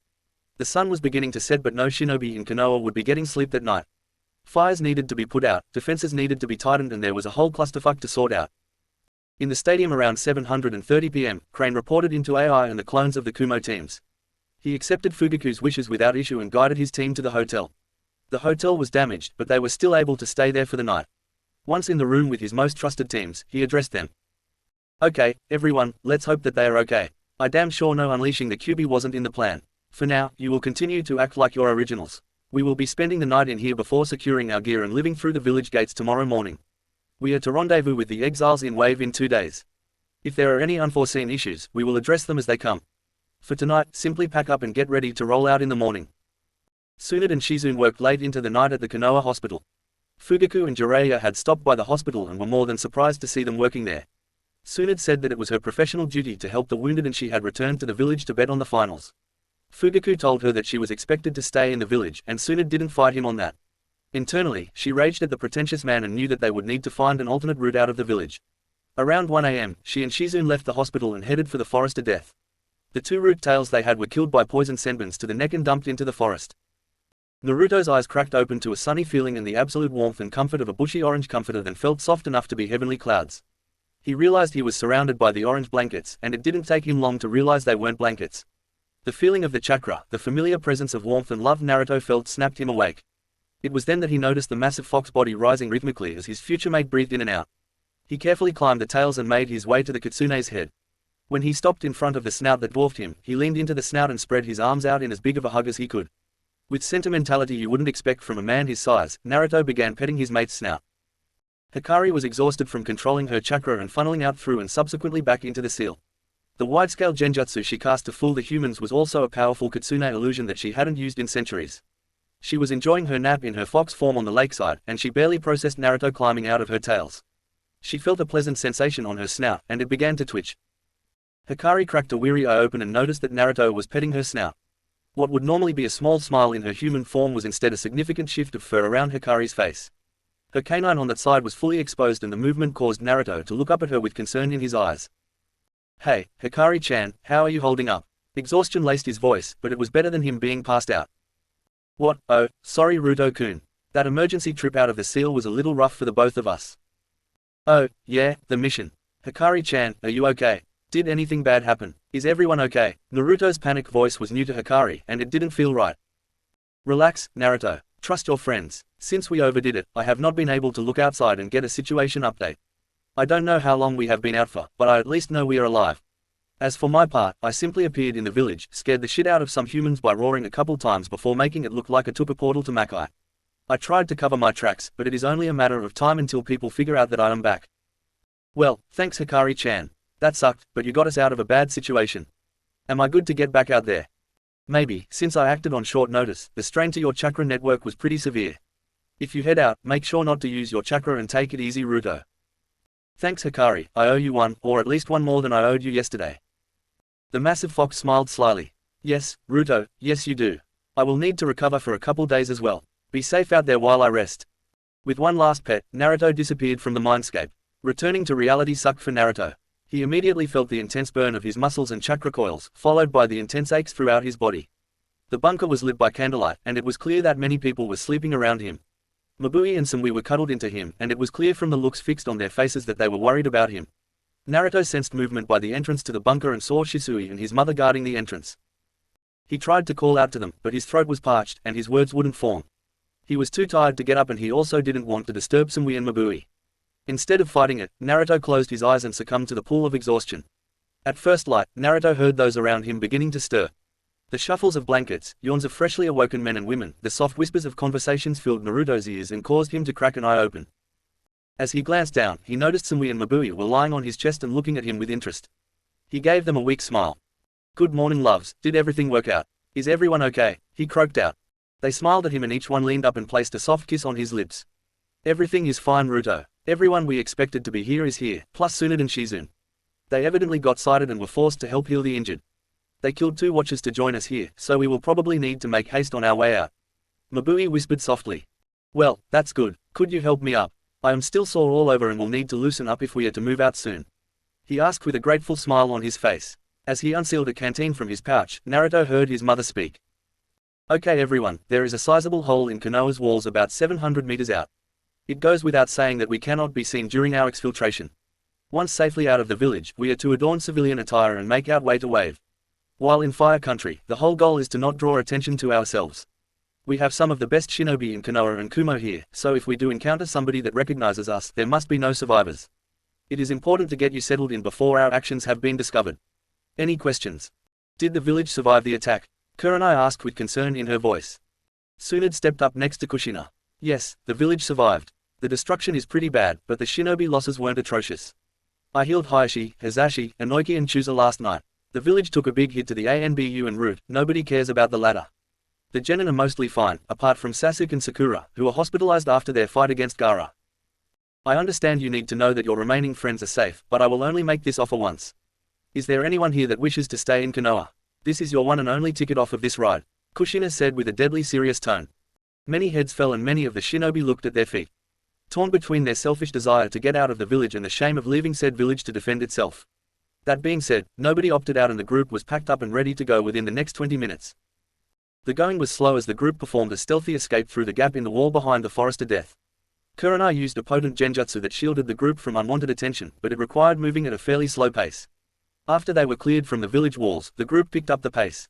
The group adorned civilian outfits and hid their ninja identifiers, but they continued to move at a brisk pace toward Wave.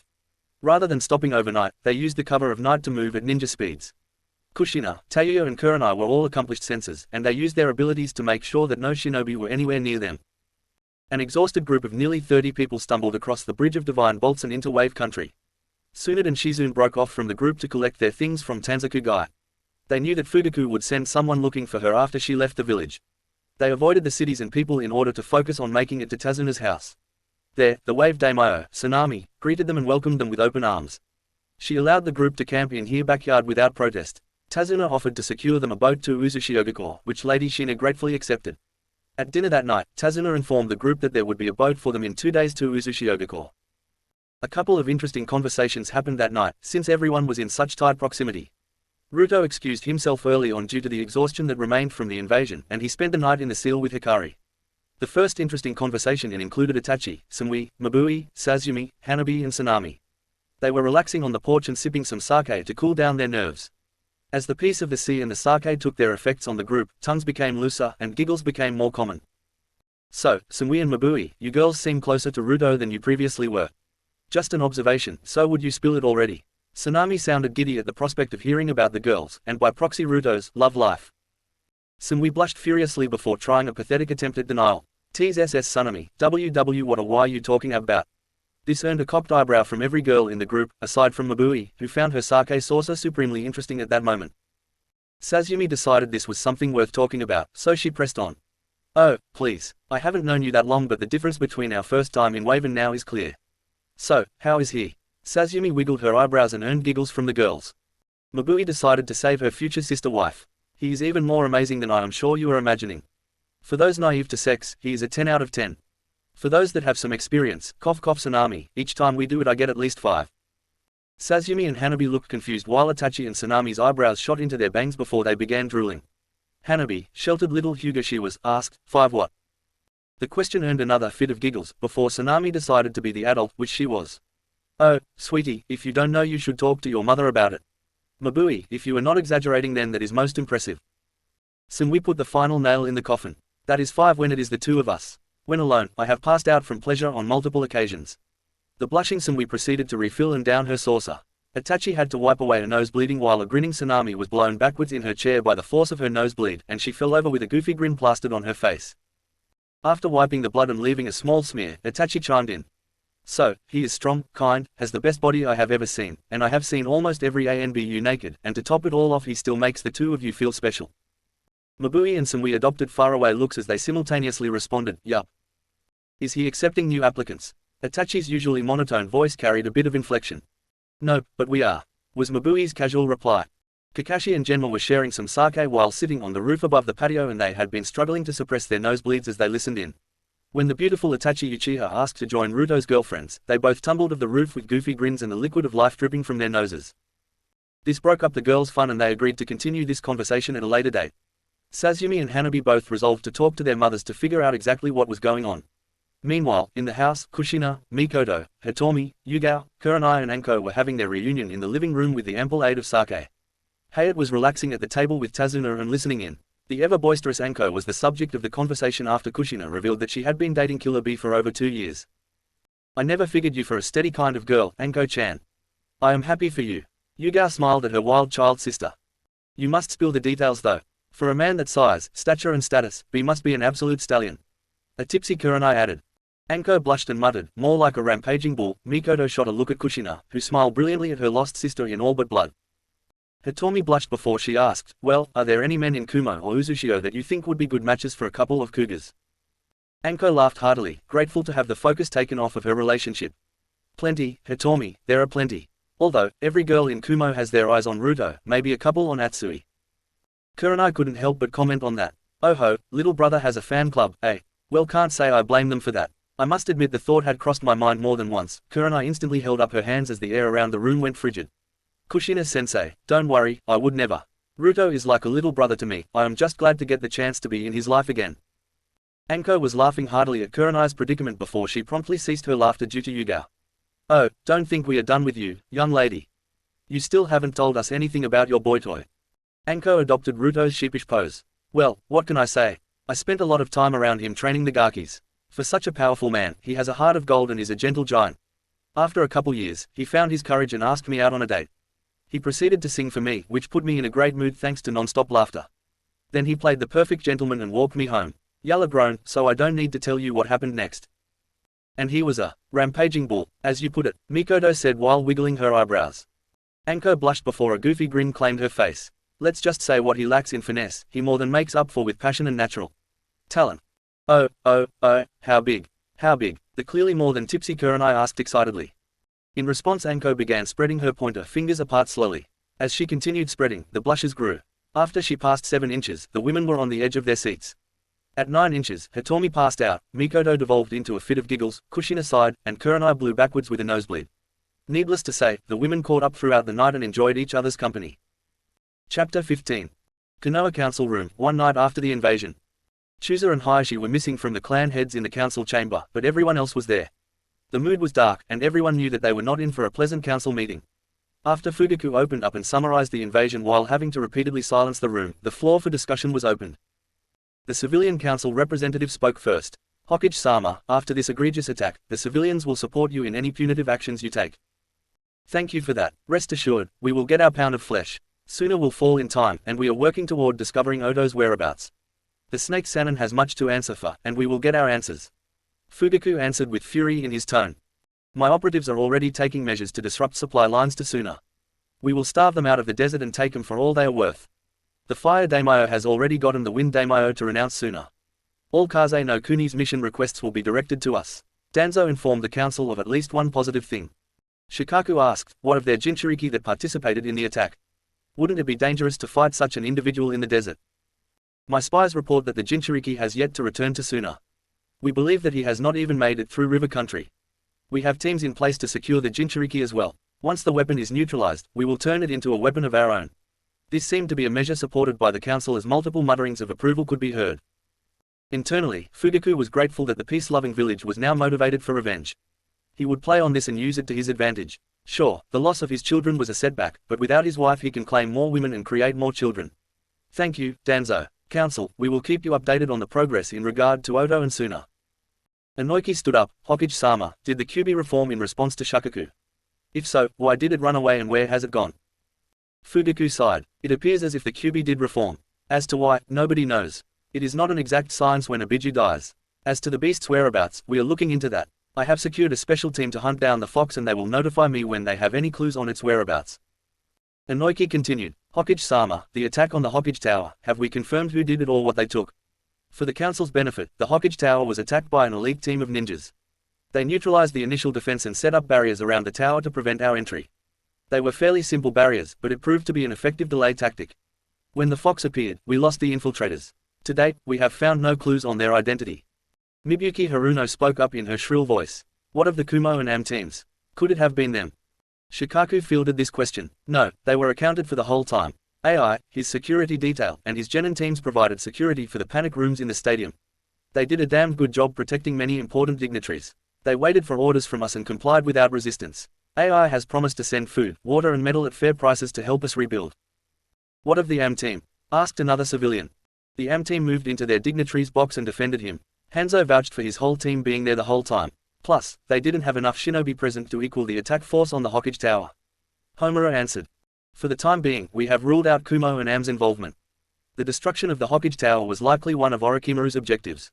We can only speculate what the snake was after, but we will be able to ask him before we take his head. Fugaku growled. Soon decided to pitch in.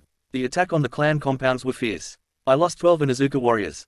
The Hyuga were hit the hardest and lost Hitomi and Hanabi. Nobody seemed to bother the Abarames or Naras. The Uzumaki and Namika's compounds were destroyed completely. It was almost as if everything in the compounds were vaporized. Who would do such a thing to Lord Forth's home? Mibui screeched. Settle down, Councillor Haruno. The reason that we never attempted a forced entry was that Minato was exceptionally skilled at seals.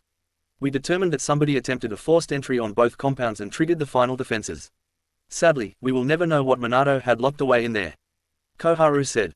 Shikaku seemed to be thinking deeply about something, which caused Fugaku to prompt him to speak. Well, I was thinking, maybe the infiltrators were after the fourth jutsu. They hid the Hokage vault to claim anything he left in there and his clan compound. While that is likely, Minato never left his jutsu in the Forbidden Scroll or the Hokage vault. We are still working on opening the damaged vault to see if they took anything from it. Until it is open, we will not know what we have lost. Fugaku answered in a monotone, preparing himself for the difficult part of the conversation that was coming. Finally, I would like to inform the council that Itachi, Mikoto, Sazumi and Shisui Uchiha all perished, along with 18 other Uchiha warriors, during the invasion. It has left the Uchiha ranks at 70%, and I would request this council's permission to allow elite male Uchihas to practice polygamy to restore our ranks. Danzo spoke up. Fugaku, we are all sorry for your losses, especially from your esteemed family. We will do everything in our power to aid the Uchiha clan in its revenge. I support the approval of the practice of polygamy for Uchiha males above the rank of Chunin that show exceptional prowess in the clan arts.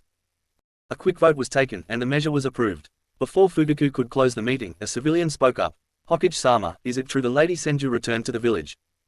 Yes, Tsunade Senju was in the village to bet on the Chunin exams. She provided aid in the hospital after the invasion ended. We have since been unable to contact her. Fugaku replied. Did that troublesome woman leave again? Shikaku asked. Screeches of, don't say such things about Tsunade-sama, rang through the chambers before Danzo clicked his cane on the ground. I had 2 route following her and they have yet to report in.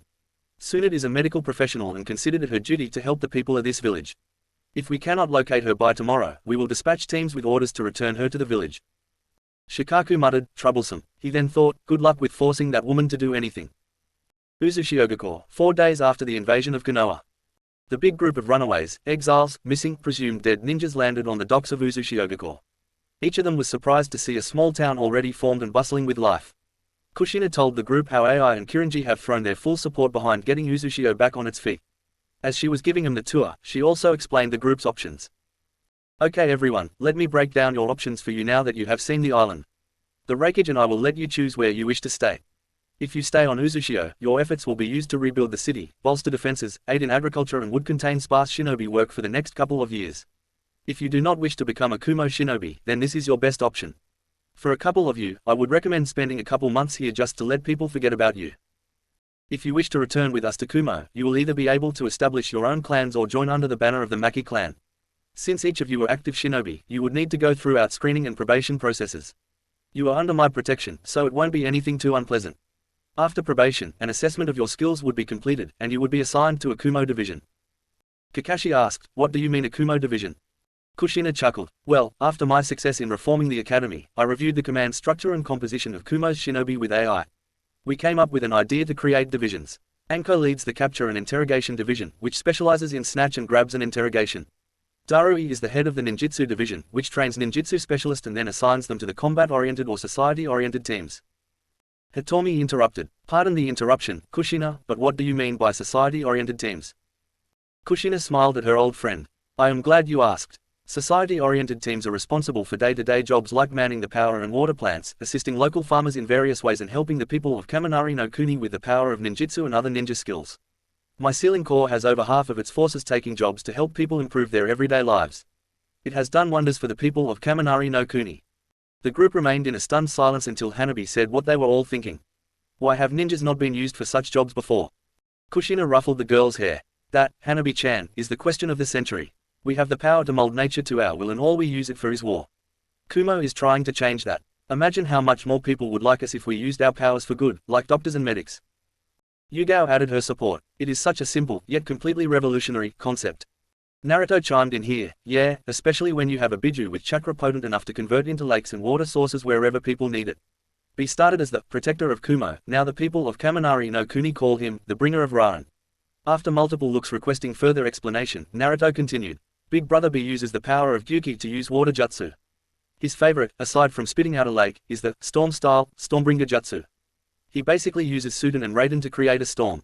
Matadabi and the Kyubi can each infuse their chakra into the ground to replenish its minerals and aid in agriculture. If you ever saw Lightning Country before, you wouldn't even recognize it now. Little brother is right, we are going to lead the world into a new age with lightning and whirlpool countries leading the way. Anko chirped merrily. The group continued their tour of Uzushio and saw the recently built and still vacant compounds. The Uzumaki compound looked furnished and ready to go, which prompted Mikoto to ask Kushina when she would be moving to the island full-time. Right now, we are still in the recruitment phase. There are a couple Kumo ninjas that want to come and join us on the island, which AI will allow. We are also using our missions to recruit those looking for a better life to the island. We are scheduled to bring Uzu into the open in 3 or so years. We want to have our defenses impenetrable by that point, especially with Konoha being our closest neighbor. So, we have 3 years to get this place and its shinobi forces on its feet. 4 days after the invasion of Konoha, a megacore, Hattori compound. Amy was on a mission with a single-minded determination to speak to her father. She had searched the cage tower in Am and was told that he was at his compound. Amy had searched through the typical favorites of her father with no luck. She also couldn't find her mother and her clueless clan members weren't helping. Finally, she charged into her father's study and instantly regretted the decision. To be fair, nobody wants to see a 60-year-old in the middle of a love-making session. Amy blushed furiously and stepped outside, waiting for her father to call her into his office. 5 minutes later, she was called in and she saw wrinkled clothes and a furiously blushing mother. Pardon the intrusion, father, but I have waited long enough to broach the topic with you.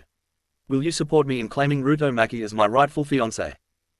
Hanzo sighed and buried his face in his hands. His sons were never so troublesome. Look, Amy, it is not that simple. My intelligence tells me that you are chasing after is the most eligible bachelor in the elemental nations right now. Multiple reports say that the kid gets marriage proposals daily. Can you not find another man? Daddy, Amy unleashes the puppy dog eyes no jutsu on Hanzo the salamander. It is super effective. Hanzo threw his hands up over his head and slammed his head on his desk. Daughter, my beautiful rain flower, must I? You must. You will escort me to Kumo, and you will do everything in your power to get me engaged to Rutomaki. She slammed her hands on her hips. And I mean EVERY thing. Maria put a hand on her husband's shoulder. Dear, you knew this day was coming. He seems like a wonderful young man. Hanzo crossed his arms and, hoofed, he still isn't good enough for my rain flower. Daddy. For those of you that are not yet fathers, or more specifically fathers to beautiful young daughters, I am sure you wouldn't understand. To those of you in that club, I am sure you could sympathize with Hanzo the salamander. Thus, Hanzo requested an audience with the Refuge, Lady Shina and one Rutomaki. Rather than request permission, he set the date of his arrival and informed the Refuge that he would be staying for 1 week. Hanzo then asked Conan to ensure the letter got to Kumo. The letter magically sprouted paper wings and began its long flight to the Refuge's office. The border of river country and Kaze no Kuni, 1 week after the invasion. Deidara was sitting up on his clay bird, soaring through the sky and occasionally dropping his art off the side of the clay bird. The various white animal figurines gleefully fell through the air and exploded upon impacting the ground. It didn't bring him any satisfaction. Thought, what good was an explosion without blood and terrified screams? Losing heart in his current activity, Deidara ordered his bird back down toward the temporary camp that was set up. He joined Fugaku and Danzo because they promised to unleash him, let the world bear witness to his art, and he would get paid handsomely. Now, he was doubting his choice after he spent a week waiting to spring an ambush and there was no sign of his target. Sighing in boredom, Deidara landed next to his partner in crime, Sasori of the Red Sands. Sasori, my man, what good is art when there are no witnesses? Deidara asked, sharing his revelation that was his midlife crisis of sorts. Sasori, inside of his Hiroku puppet body, adopted a contemplative look. He actually took a couple minutes to think about it. If his puppets were just locked in a closet, even if they were eternal, would they still be considered art? That is a most profound question, Deidara. For your explosions, I would debate the answer is no. For my eternal art, I am struggling to find an acceptable answer to your question. Sasori, my man, that is not nice. We came to a mutual agreement that we would agree to disagree on the nature of art. This question is a question for all artists, my man. A deep, throaty acknowledgement came from Sasori before his answer. I think that art needs to be part of a show to reveal its true beauty. My shows include blood, screams, desperation and death. If I were to take out my puppets and use them with nobody around, wouldn't that just be training? That is deep, Sasori my man. If my creations go off with nobody around, do they explode at all? Gah, Sasori, I keep going in circles. From one artist to another, I need your guidance. Sasori's reply was croaked out and very uncertain. Damn you, you pyromaniac. Now you have me thinking about it. 4 root ninjas suddenly appeared in front of the 2 contemplative artists. There has been a change of plans. We will no longer wait to ambush the Jinchuriki. We are to launch an assault on Suna. Why are we to attack my prior village? Sasori asked. He really didn't like working with these drones. Suna attempted to invade Konoha. Thus, Konoha Council has declared war on Suna and Oto. With your unique talents, they wish for you two to launch a punitive attack on the Sand Village. The root member answered blandly. Sasori my man, would you look at that? We are going to have a massive audience now, Deidara said, temporarily shelving his identity crisis. Indeed, let us go. There are additional orders for you two. Those that evacuate are to be left alone. Simply destroy the village and their shinobi forces. We are going to take over Suna when the time is right. The 2 Akatsuki members grunted as they headed toward the desert. Meanwhile, Gaara, Kankuro and Temari had arrived in the Land of Waves. They followed instructions to Tazuna's house on the morning after the exiles headed to Uzushiogakure. Tsunami answered the door to see the disheveled group of child shinobis. Can I help you 3? She asked while partially hidden behind her door since 2 of the 3 gave her the creeps. Temari stepped forward. Good morning, are you Tsunami-san, the daimyo of Wave?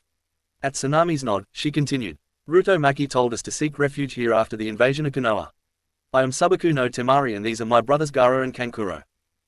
Oh, Ruto-kun did mention you 3. Unfortunately, they just departed yesterday. Come in, I am sure we can find something for your 3 to do while we send a messenger bird to Uzu. We thank you for your hospitality. Temari answered. Kumogakure, Council Room 3 weeks after the invasion of Konoha. AI called this damnable council meeting for a couple reasons. 1. There were quite a few additions to Kumo's forces and he needed to notify the council of them. 2. There was an insane increase in mission requests for Kumo and he wanted to notify the council on how he planned to deal with the increased load. 3. Chunin promotions. 4. To discuss a diplomatic marriage proposal before he even discussed it with Lady Shina. 5. To officially enroll his successor Rutomaki into Kumo's version of the CRA. The last 2 were sure to give AI a massive headache, most likely accompanied by an ass-whipping from Shina. As he took his seat, he remembered the previous council meeting when his teams were in Konoha. Flashback, during the month intermission of the Chunin exams. AI had been requested in the council chambers by his council. This normally included Darui and Shina, but they were out of the village, which meant AI was down some valuable allies. It also meant that the civilians were responsible for calling this meeting. AI noticed that Karui took the seat as the Maki clan's representative in Shina's absence. Karui had been an official Maki since the first day Shina offered it to her. She didn't live on the compound, but she proudly claimed the Maki name. Okay, Shinzo, could you please tell me why you called this council meeting? AI requested. Yes, Refuge-sama, we called this meeting today to discuss the future of one Ruto Maki. More specifically, the future wives of Ruto Maki. AI sighed before Karui jumped to her feet. Shinzo, an honorable council, as the representative of the Maki clan and as someone who is keenly aware of Lady Shina's temper, could I encourage you to delay this discussion until the return of the Maki matriarch? Shinzo answered quickly. Karui-san, I hear your caution, but it is because she is not here that the topic must be brought up. Ruto Maki is the heir of the most important clan to Kumo. It is not the largest nor the most historical clan, but it is clear that the Makis are the most important clan to Kumo. We of the Civilian Council request that Ruto Maki be placed in the Clan Restoration Act. AI barked out a laugh. Shinzo, this is not Konoha and Ruto is not a daimyo. Kumo does not have a Clan Restoration Act. Kashi, the father of Mabui, spoke up. Refuge-sama, Kumo has voluntary breeding programs that it uses to reward prominent shinobi of Kumo. We believe it is time to have a more official program that will operate for the benefit of Kumo's future generations. On your desk you will find a Clan Restoration Act of Kumo. We ask you to review it before we take a vote on it today to pass it into law. We understand that Darui and she are not present to vote, so we give guardianship of their votes to you. AI picked up the document and scanned it. He knew that even with the 2 votes that he wouldn't be able to stop this from passing. He sighed before he called the vote, which passed by a count of 15 to 5. Okay, my honorable councillors. I cannot stop this legislation from being passed. I can inform you that you are each responsible for informing Lady Shina upon her return to the village. You are dismissed. This statement immediately paled the formerly triumphant Civilian Council. End of flashback. Now, shortly after the Maki's return, another council meeting had been called. This time, every seat in the council was filled. Some fidgeted nervously while others could be seen with snacks such as popcorn in their hands. AI stood up in his serious mode. I, the Refuge of Kumo, call this council meeting to order. Karui-san, will you please inform the council of today's agenda? Certainly, Refuge-sama. 1. We will be voting on the additions to the Maki clan as well as adding a new clan to Kumo. 2. We will discuss the increased mission load and our plan to address it. 3. Chunin promotions. 4. To discuss a diplomatic marriage proposal from Omegacore 5, to officially enroll Ruto Maki into the CRA. Shina responded instantly by flooding the room with killing intent. She then turned her head to AI and looked at him with a sweet, yet blatantly fake, smile. Refuge-sama, I could be wrong, but it sounded like this council voted to enroll my Sochi into the CRA in my absence.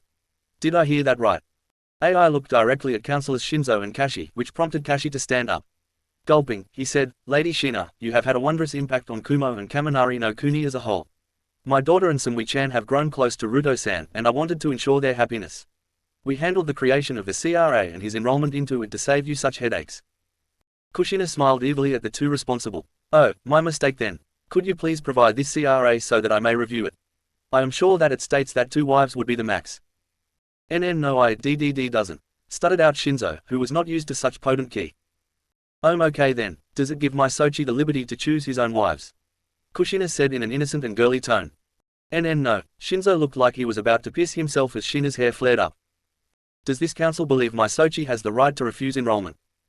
Darren, a member of the Madagaki clan, a minor clan of shinobi that specialize in earth-style body reinforcement, stood up. Lady Shina, for the benefit of Kumo and the Maki clan, it is necessary for Ruto to take multiple mates. We wish to help him in this. Darren, sit your ass back in that seat before I make you. Each of you thinks you can crap on my chest and convince me it's perfume. I have talked to AI about this, and I would never allow the greedy fools of this council to choose women for my son. If you are particularly fond of your heads, I would recommend you rewrite that stupid concept out of this law. If my Sochi takes multiple women, that is his choice, and he will absolutely have the right of choice. I clear. As Lady Shina's tirade came to an end, the sound of popcorn crunching filled the room. Shina looked around and noticed her allies were the ones enjoying the show. Moving on to the first item on the agenda. Kakashi, Kurenai and Genma, previously of Konoha, wish to join the Maki clan. There is a request for the founding of the Uchiha clan in Kumo, enrolled under the public name of Yukimiki. The current members are Mikoto, Itachi, Shisui and Sazumi, and they all carry their bloodline. Yugao Gecko and Hayate Gecko wish to join as vassals of the Maki clan. Tsunade Senju and Shizune Senju wish to apply for residence in Kumo and Uzushio. We will now vote on this. After a 15-minute debate, all newcomers were approved and the council was excited to welcome such strong newcomers into their ranks, even if most of them would end up in Uzushio. The next item was open for debate after the room calmed down. The council approved Ai's measure to shrink teams for C-rank missions down to teams of 3. Ai stood up with a proud smirk on his face and Karui unsealed multiple sets of equipment on the table. Divine bolts of Kumo, post. Naruto, Mabui, Sumui, Atsui, Tayuya and Omoe appeared in front of the Refuge kneeling with their fists over their hearts. Naruto spoke for the group, "We have answered your call, Refuge-sama. For your efforts that contributed to the end of the civil war in Kiri, for your outstanding performance on missions, for representing Kumogaku's supremacy in the Chunin exams and for successful completion of your side mission in infiltrating Konoha, I hereby promote the Divine Bolts to the rank of Elite Chunin." There was a round of applause from those in the council chamber as each DB was given their one strapped, sleeveless white Chunin vest. Each vest has the crest of the Divine Bolts on the strap of the vest and there were extra scroll pouches on the front of the vests. The DBs remained up front until the last member received their vest before they took places in the back of the room to watch the rest of the show. Atsui actually unsealed some popcorn and moved his DB mask to the side of his head to enjoy the show. Karui stood up from her post as the secretary and scribe. "Okay, we will now move on to item 3. Hanzo the salamander of Omegacore will arrive in Kumo along with his escort, wife and daughter next week. He sent over intentions for a treaty, hinting at the bond between one of his own and Lady Shina. He also sent over first drafts of a mutual defense agreement between Kumo and an unidentified third country. The agreement is proposed with a marriage contract to his youngest daughter and Sai. Karui looked up and locked eyes with Lady Shina. Lady Shina was scowling lightly, glaring at the likely suspects on the council that would support this. "So, Hanzo wants my Sochi to marry his daughter. Did he provide a reason as to why?" Ai spoke up here, drawing Shina's ire to himself. He claims that Hattori clan customs dictate that he honors his daughter's request. His daughter claims she issued the right of conquest to Ruto Maki before their fight in the Chunin exams. Since Ruto bested her, she believes him to be her only viable husband, since she is of marriage age. They are willing to let the two reside in Kumo and only request some minor concessions in return. Shina turned her glare on Ruto. She issued the right of conquest. Ruto adopted his sheepish pose. "Yeah, Ka-chan, she did. Although I said that I didn't care because we were fighting within the Chunin exam finals. She did tell me what it would mean if I beat her. Then we had to deal with the invasion and subsequent missions, so I kinda forgot about it." Shina buried her head in her hands. "Damn it, Sochi, why do you do this to your Ka-chan? What choice did I have? I thought that you would shoot her down and that would be that. That would be the case if Hanzo the fucking salamander wasn't marching to our village to fulfill that request. Sochi, I have shot down hundreds of marriage requests on your behalf, however, the benefits to Kumo must be considered now." Ai decided to back his love interest up. "Ruto, your mother is right. You seem to get along with the girl and she certainly isn't hard on the eyes. For us to gain a powerful ally in a good position would benefit both nations. Fine, but I request that this council hears the opinions of Sumui and Mabui. If I am to be engaged, then I request to honor my girlfriends and future mates," Ruto said in a resigned tone. Mabui stepped forward. "I believe this will fit into the CRA that the council is planning to force Ruto into. We have discussed this and tentatively approved of Amy Hattori, so long as her love for Ruto is genuine and not motivated by some other factor." Kashi stood up to answer his daughter. "Thank you for understanding, Mabui-chan." Mabui shot a cold look at her father. "I am not doing this for you, father. I am doing this for Ruto and Kumo." Sumui decided to chip her 2 cents in. "In fact, while you are rewriting your CRA, we would prefer a clause that says all current partners of the interested party have primary say over new additions." The Uzumaki enforced this policy, and it helped them maintain order until their untimely fall. Shina snapped her fingers. "That is a great idea, Sumui-chan. I propose to delay the vote on this version of the CRA until I may review it and redo it to fit a model that had worked in the past."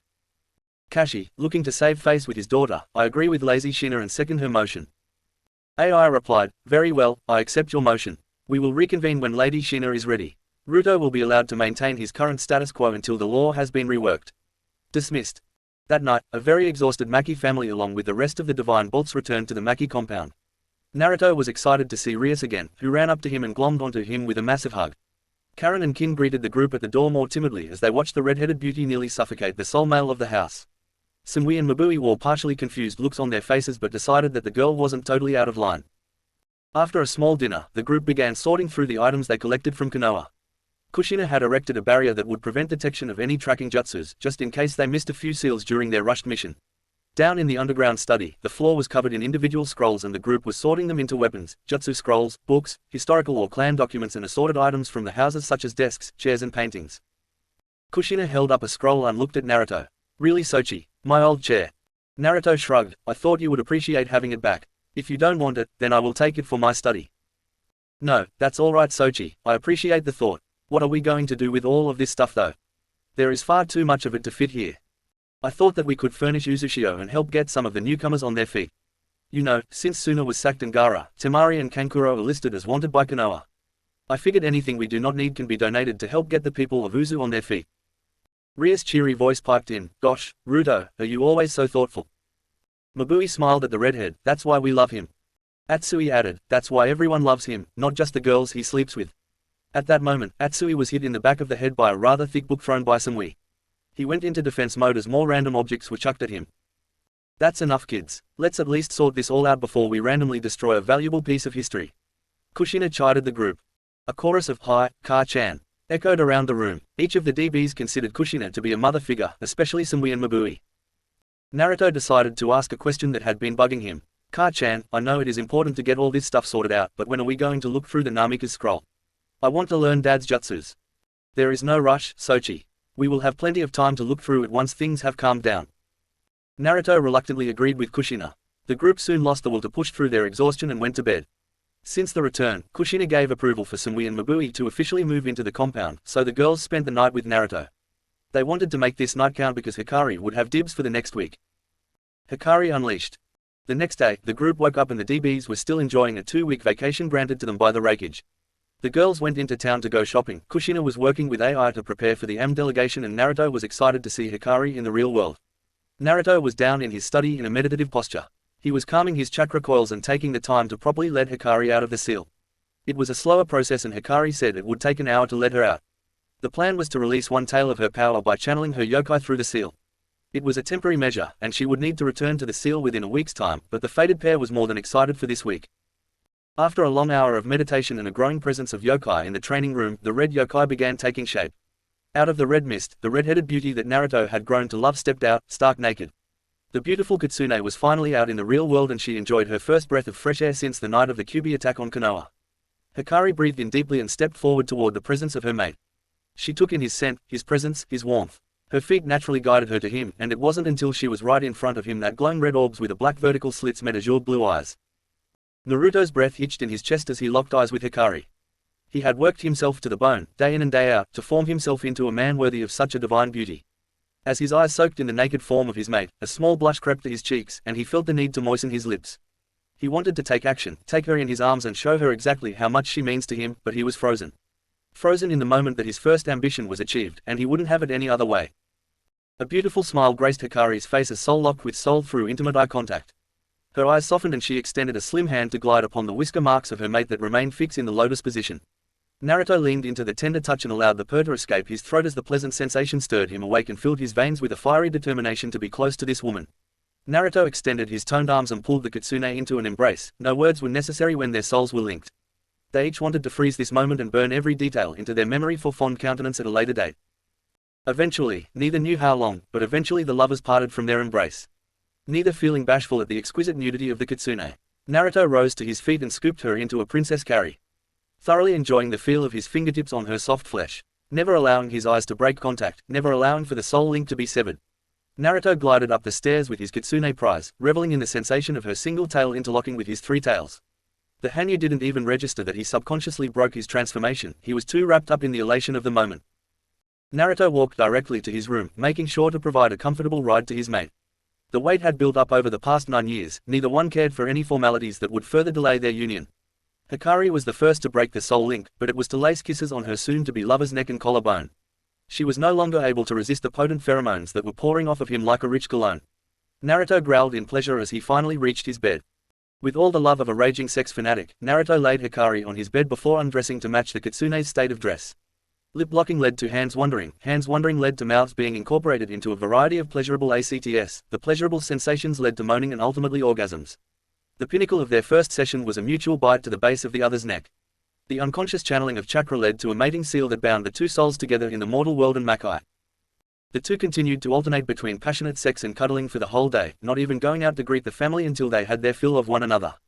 Hikari felt whole again for the first time since the death of her kits. The rage she harbored for humanity as a whole was tempered as Kami offered the gift of the perfect mate. A mate she helped raise into the definition of a man. The Kitsune beauty enjoyed the spasms of her muscles from residual pleasure that built up throughout the day as she closed her eyes to enjoy her first night's sleep outside a seal in over a century. The next morning, the two love Kitsune started the day in a similar fashion to how they ended the previous one. Naruto woke Hikari up with surprise fellatio, which led to 3 servings of Naruto, which led to the shower. After a shower session where Kitsune and Hanyu succumbed to their urges once again, the two cleaned each other off and got ready to introduce Hikari to the family. Naruto and Hikari walked hand in hand into the dining room to enjoy Hikari's first Uzumaki family breakfast. The Kitsune was positively glowing, a fact that wasn't missed by any of the females in the room. Naruto's big, goofy smile lit up smiles on each of their faces since they all enjoyed seeing the man of the house happy. Naturally, it was Anko that spoke up first. "So, Foxy-sama, was he everything you hoped for?" Anko's wiggling blonde eyebrows broke the unspoken tension in the group. Hikari blushed, licked her lips sensually and looked right back into Anko's eyes. "Better." Anko's eyes snapped to Ruto. "Impressive, little brother. You bagged yourself a Kitsune goddess and set a high bar for yourself." Mabui set a plate of breakfast down for Naruto and Hikari. "Well, Anko-chan, if you knew what we know, you would probably give similar reviews. I was surprised to see she could even walk straight." "Thank you, Mabui-chan. Enhanced regeneration is definitely useful when it comes to satisfying a Hanyu's needs." "How was your night?" Hikari asked before reveling in her first sip of real coffee in ages. "Oh, it was great. Hung out with the Uchiha girls and helped them get set up. Sasumi and Itachi were asking about you, Ruto-kun," Mabaui answered and added coyly. Naruto cocked an eyebrow at that as he finished a bite of chicken sausage. "Oh yeah, why was that?" Sumui, Mabui and Hikari exchanged looks, before Sumui answered for the group. "Are you actually still so naive that you don't know? Or are you just trying to make us say it?" Naruto shrugged so Mabui finished the thought. "Ruto, you have a way of making powerful impressions on girls our age. Sasumi is more of a juvenile crush, but you must tell us how you got to the unflappable Itachi. I have never seen an Uchiha blush that much." "Itachi? Oh, well, I don't really know. We hung out as little kids, but then I didn't see her until the exams. Even then, I only really talked to her once or twice." "Well, believe me Ruto, that woman is hot for you. She told us the story of you two in the park. She said she was 7 so you would have been almost 5, right?" Sumui asked, trying to dig up more details on the two. "If she was that old then it was probably one of the last times I saw her. I can't really remember much from back then," Naruto said nonchalantly, much more interested in his breakfast and Hikari's hand on his crotch. Mabui giggled. "Well, the way she told the story is that you made a childhood promise to her, Ruto-kun. A promise that she may have taken a little too seriously." Ruto cocked an eyebrow, so Sumui continued the duet in between giggles. "It was so cute. She called you Naru-chan and she told us how little old you made, the promise of a lifetime, to marry her when you two were older."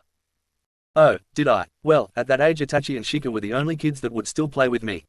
Itachi used to scare off bullies from the playground and no parents were dumb enough to try something with the Hokage's kid around. I wouldn't be surprised if I did say that." Naruto now had a dazed look in his eyes as he glanced into the bright spot of his troubled past. Rias chided Naruto. "Naruto-kun, girls take those promises seriously. After what I saw last night, I think you should talk to her about it." Naruto was in the middle of waving her off when Hikari's nails dug into his thighs. "They are right, Ruto. You should talk to her about it and settle old feelings. I remember that discussion because the mindscape suddenly went from stormy to brilliantly sunny, which made me pay attention. I don't think anyone here would stop you from seeing if it is a simple childhood crush or something more tangible." "Fine, Hikari-chan, fine. Oh, by the way, Rias and Kin, this is Hikari. You may know her better as the Kyubi no Kitsune. I forgot that you two didn't know about her yet." Forks clattered to the table and Rias overfilled her coffee cup. The two girls couldn't lift their jaws off of the table and they remained frozen, gaping at the Kitsune. The rest of the Makis just broke into fits of laughter at the two's reactions. Anko pulled out her Polaroid camera, snapped a photo and then stuck it on the fridge. Before the two snapped out of it, she put a locking seal on the picture so the two couldn't take it down. The group's conversation continued along pleasant lines and the Makis began another pleasant new day in Kumo. Hikari hogged Naruto for the next 3 days as the intrepid blonde showed the Kitsune beauty around Kumo. Hikari really enjoyed the stunned looks on Bee and Yugito's faces when she introduced herself. Even more so when she bumped fists with the two and said hello to Gyuki and Matadabi. "So, after centuries we finally get your name, eh? Hikari," Gyuki said. Hikari put a mischievous finger to her lips. "Oh, you get this avatar's name. It would be awkward if Naruto-kun had to introduce me as the Kyubi." Gyuki was about to pull his remaining horn off in a fit of frustration while Matadabi purred out her annoyance. "You troublesome Kitsune, can't you just tell us already?" A face-splitting grin encompassed Hikari's face inside the joint mindscape. "Nope." After saying goodbye to the Biju duo, Naruto and Hikari enjoyed their walk through the town. It was refreshing for Hikari to watch the residents of Kumo shower praise on her mate. He and his family had done so much for Kumo, and the people affectionately showed their appreciation. Hikari found out that she really liked chicken katsu, so she memorized the flavor to serve it in the mindscape. Hikari returned to the Maki compound that night with multiple gifts from the people of Kumo, most of which Naruto was carrying in his chiseled arms. Hikari had fun telling Naruto that it would be impolite to seal them up, but it was really because she enjoyed seeing his rippling muscles carry an ever-growing pile of gifts. Hikari was in such a good mood upon her return to the compound that she invited Sumui and Mabui to join Naruto for that night. The four cuddled on the couch and watched a movie. Hikari took her fox form and cuddled in Naruto's lap for the movie. The relationship between the four felt so natural and so unforced that the foursome happened before any of them knew it. That night was also the first time that Naruto experimented with shadow clones during sex, which caused his clones to cry tears of happiness and promise eternal loyalty to their boss. As a side note, Naruto noticed a 33% increase in clone workload efficiency from that day forward. The next morning, Hikari gave Naruto a parting kiss before she channeled her remaining yokai into the seal. Since mating, their senses were linked on a deeper level, so Hikari got to experience the world through all 5 of Naruto's senses. Each time she sat down and tuned in, it was like sitting in an ultimate IMAX theater for her. Naruto laughed at her mental glee, and he nearly rolled off the bed laughing that night when Hikari said that she really liked the male experience in intercourse. Hikari made a mental note for a role reversal the next time she could leave the seal. Chapter 16. Hanzo the Salamander. After nearly a full week of bliss with Hikari and his girls, Naruto was called to Ai's office. Ai told Naruto that it was time to get his game face on because the AM delegation would be arriving tomorrow. Naruto had sorted through his feelings on the situation, and he decided to resign himself to his fate. He would just be himself, and if things worked out then that would be just fine. The council had already amended the CRA, and he was the official first member of Kumo's CRA, which was pretty much the polygamy policy of the Uzumaki clan with no limits. The next day came quickly, and Naruto found himself waiting at the front gate alongside Ai, Kushina, Sumui, Mabui and the Kumo council. They saw the delegation from a way out. Ai had everyone staged and ready for a proper greeting. Naruto noticed Hanzo right away. He was a big man, about 6 foot 1 inch with broad shoulders. His Omegacore cage cloak was a royal blue with white raindrops on it. His gait was powerful, and his aura was fierce, even for the intrepid Hanyu. Hanzo was walking in front of a horse-drawn carriage that looked fit for nobility that also bore the crests of Am. As the delegation came to a halt, Ai greeted them. "Welcome to Kumogakure, Hanzo Hattori, Maria Hattori and Amy Hattori. We hope that your journey through our lands was pleasant." Hanzo grunted. "Thank you, Refuge Dono, it was a long walk. I must say, Kaminari no Kuni is much more impressive than I remembered." Ai actually smiled at the compliment. "Yeah, we have Lady Shina to thank for that. So, could we treat you to some lunch after the long journey?" "That would be appreciated. Might I bring my family?" Hanzo answered politely. That was the plan. Lady Shina wished to host a lunch at the Maki clan compound. Ai informed him, and the older, yet still powerful, figure cracked a smile. 30 minutes later, Hanzo, Maria, Amy and Nagato were seated around the family table at the Maki clan compound with Ai and the Maki family. They made small talk while the food was out. Hanzo really enjoyed the crab from Uzushio along with other delicacies that were not available in Am. As with all things, eventually it was time to get down to business. "So, Hanzo, might as well address the elephant in the room. Your daughter Amy wishes to be engaged to Ruto because Ruto beat her in combat after the right of conquest was issued. Does that about sum it up?" Shina asked, always straight to the point. Hanzo grunted. "That about sums it up. I have my reservations, but there is no father that can deny his daughter."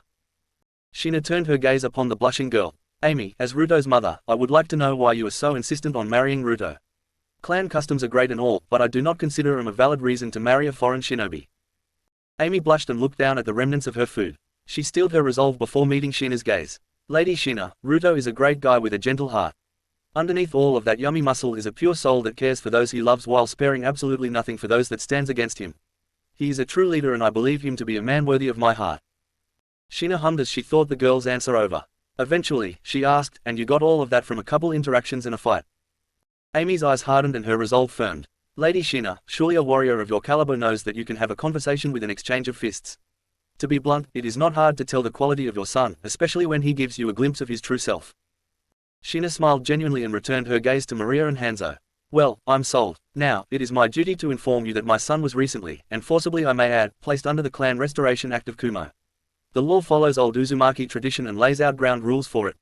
To my consternation, the council did not place an upper limit, but the control of choice rests with him and his fiancées or current wives." Hanzo frowned at that, but Maria remained undeterred. "What makes your son so special that they would go to such lengths for him?" Ai stepped in to back up Shina. "Hanzo, do you know of the origins of the Maki clan?" Hanzo nodded briefly, showing that he could put 2 and 2 together. "Okay, so as part of my agreement with Kushina Uzumaki Namikas, I agreed to help rebuild Uzushiogakure. In order to garner my early support, Kushina promised that Naruto would remain in Kumo. I waived that condition since she has done so much for Kaminari no Kuni, but Naruto has his sights set on being the godlike Refuge of Kumo. I would add that he already has the full support of the people and I have announced him as my successor. On top of that, Naruto possesses a Kekai tutor for storm release, which Kumo wishes to propagate. Hanzo raised an eyebrow at this. Kekai tutor, a 3-element bloodline. There have been less than a handful documented throughout shinobi history. Naruto entered the conversation here. Hanzo Jiji, since we are being honest, I wish to discuss something with you and Amy. Before I do, I need you to sign an Uzumaki blood contract stating that you will not disclose this information. Is that necessary? You have shared a number of your secrets already. Hanzo asked, now genuinely curious. Naruto's look was deadly serious. Yes, it is that serious. Only the Refuge and the Divine Bolts know this secret and I am hesitant to spread it further. Very well, I will trust you on one condition. Naruto gave him a nod that told him to spill it already. I wish for a spar with you to test your strength. If my daughter is to share you, I wish to take my own measure of the man that she will give her heart to. I accept. Naruto spoke up before the Refuge could reasonably object. Naruto then whipped out a quill and some ink to write up the contract and seal. He placed his bloody handprint on the bottom of the paper and pushed it to Hanzo. Hanzo read the agreement and did the same, which made the seal glow blue. Naruto took a deep breath before he began. Okay, Hanzo Jiji, welcome to the inner fold. As my mother made clear, I am Naruto Uzumaki Namikaze, Jinchuriki of the Kyuubi no Kitsune. That might have been easy enough for a man of your stature to figure out. Naruto paused here and undid his transformation. 2 blonde ears and 3 blonde, white tip tails filled Hanzo's vision. What is not so obvious is what happened to me on the night of my sealing. My father signed a contract promising me as the future mate of the Kyuubi.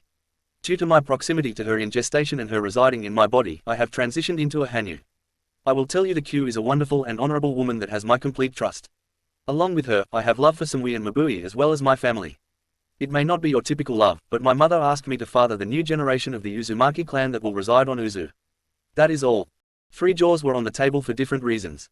Hanzo had literally never heard of a Hanyu Jinchuriki or anybody mating with a Biju. Maria was wondering how this man would be able to provide for so many kids in the future, then she thought about how many grandkids by proxy she would have. Amy just wanted to touch Naruto's ears and wrap herself in his tails. The Makis let the group process their thoughts and an awkward silence settled over the table for 5 minutes or so. Naruto-san, you were telling me that you are no longer human, is that correct? Hanzo asked. I kind of ride the line, if I understand it right. I can still procreate, and my kids will be stronger than normal.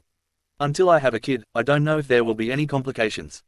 To be straightforward, I am half human, half demon. Demon doesn't mean evil, it means a race of increased power and longevity that originate from Makai, a sort of parallel world to ours. Maria decided to ask the next question. Will your children have increased longevity or demonic traits? Naruto shrugged. Maria-sama, I honestly couldn't tell you. We are in uncharted territory. Never before has a Biju selected a human as its mate. Never before has a Hanyu been made from a baby born of 2 humans. Tsunade Bachin doesn't even know. Can I touch them? Amy asked, blushing and incredibly shy. It also served to break the tension in the room.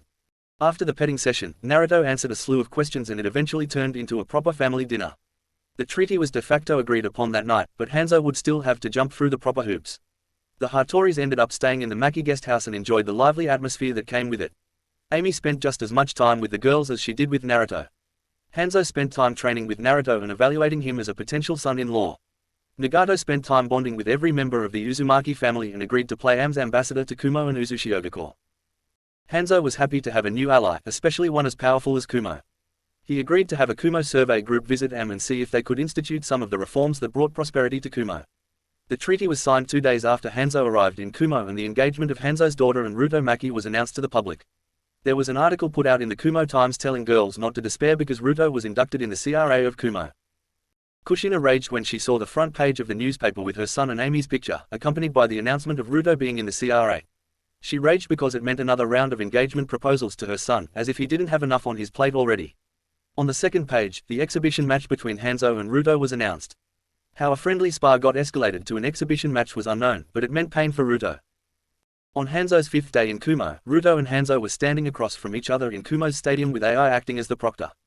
Both fighters agreed not to destroy too much of the arena, but that didn't stop Shina from setting up multiple protective barriers. Now, amongst the squeals of fangirls, the cheers of the crowd and the prayers of the Makis, AI was laying out the ground rules for the match. AI initiated the fight and jumped out of the way. Alright, kid, show me what you got. Shall we start with Taijutsu? Hanzo asked cordially. Ruto shrugged before deactivating his weight and resistance seals. He shook himself out for a minute before locking eyes with Hanzo. Hanzo was in his battle regalia, which meant he was wearing his rebreather mask.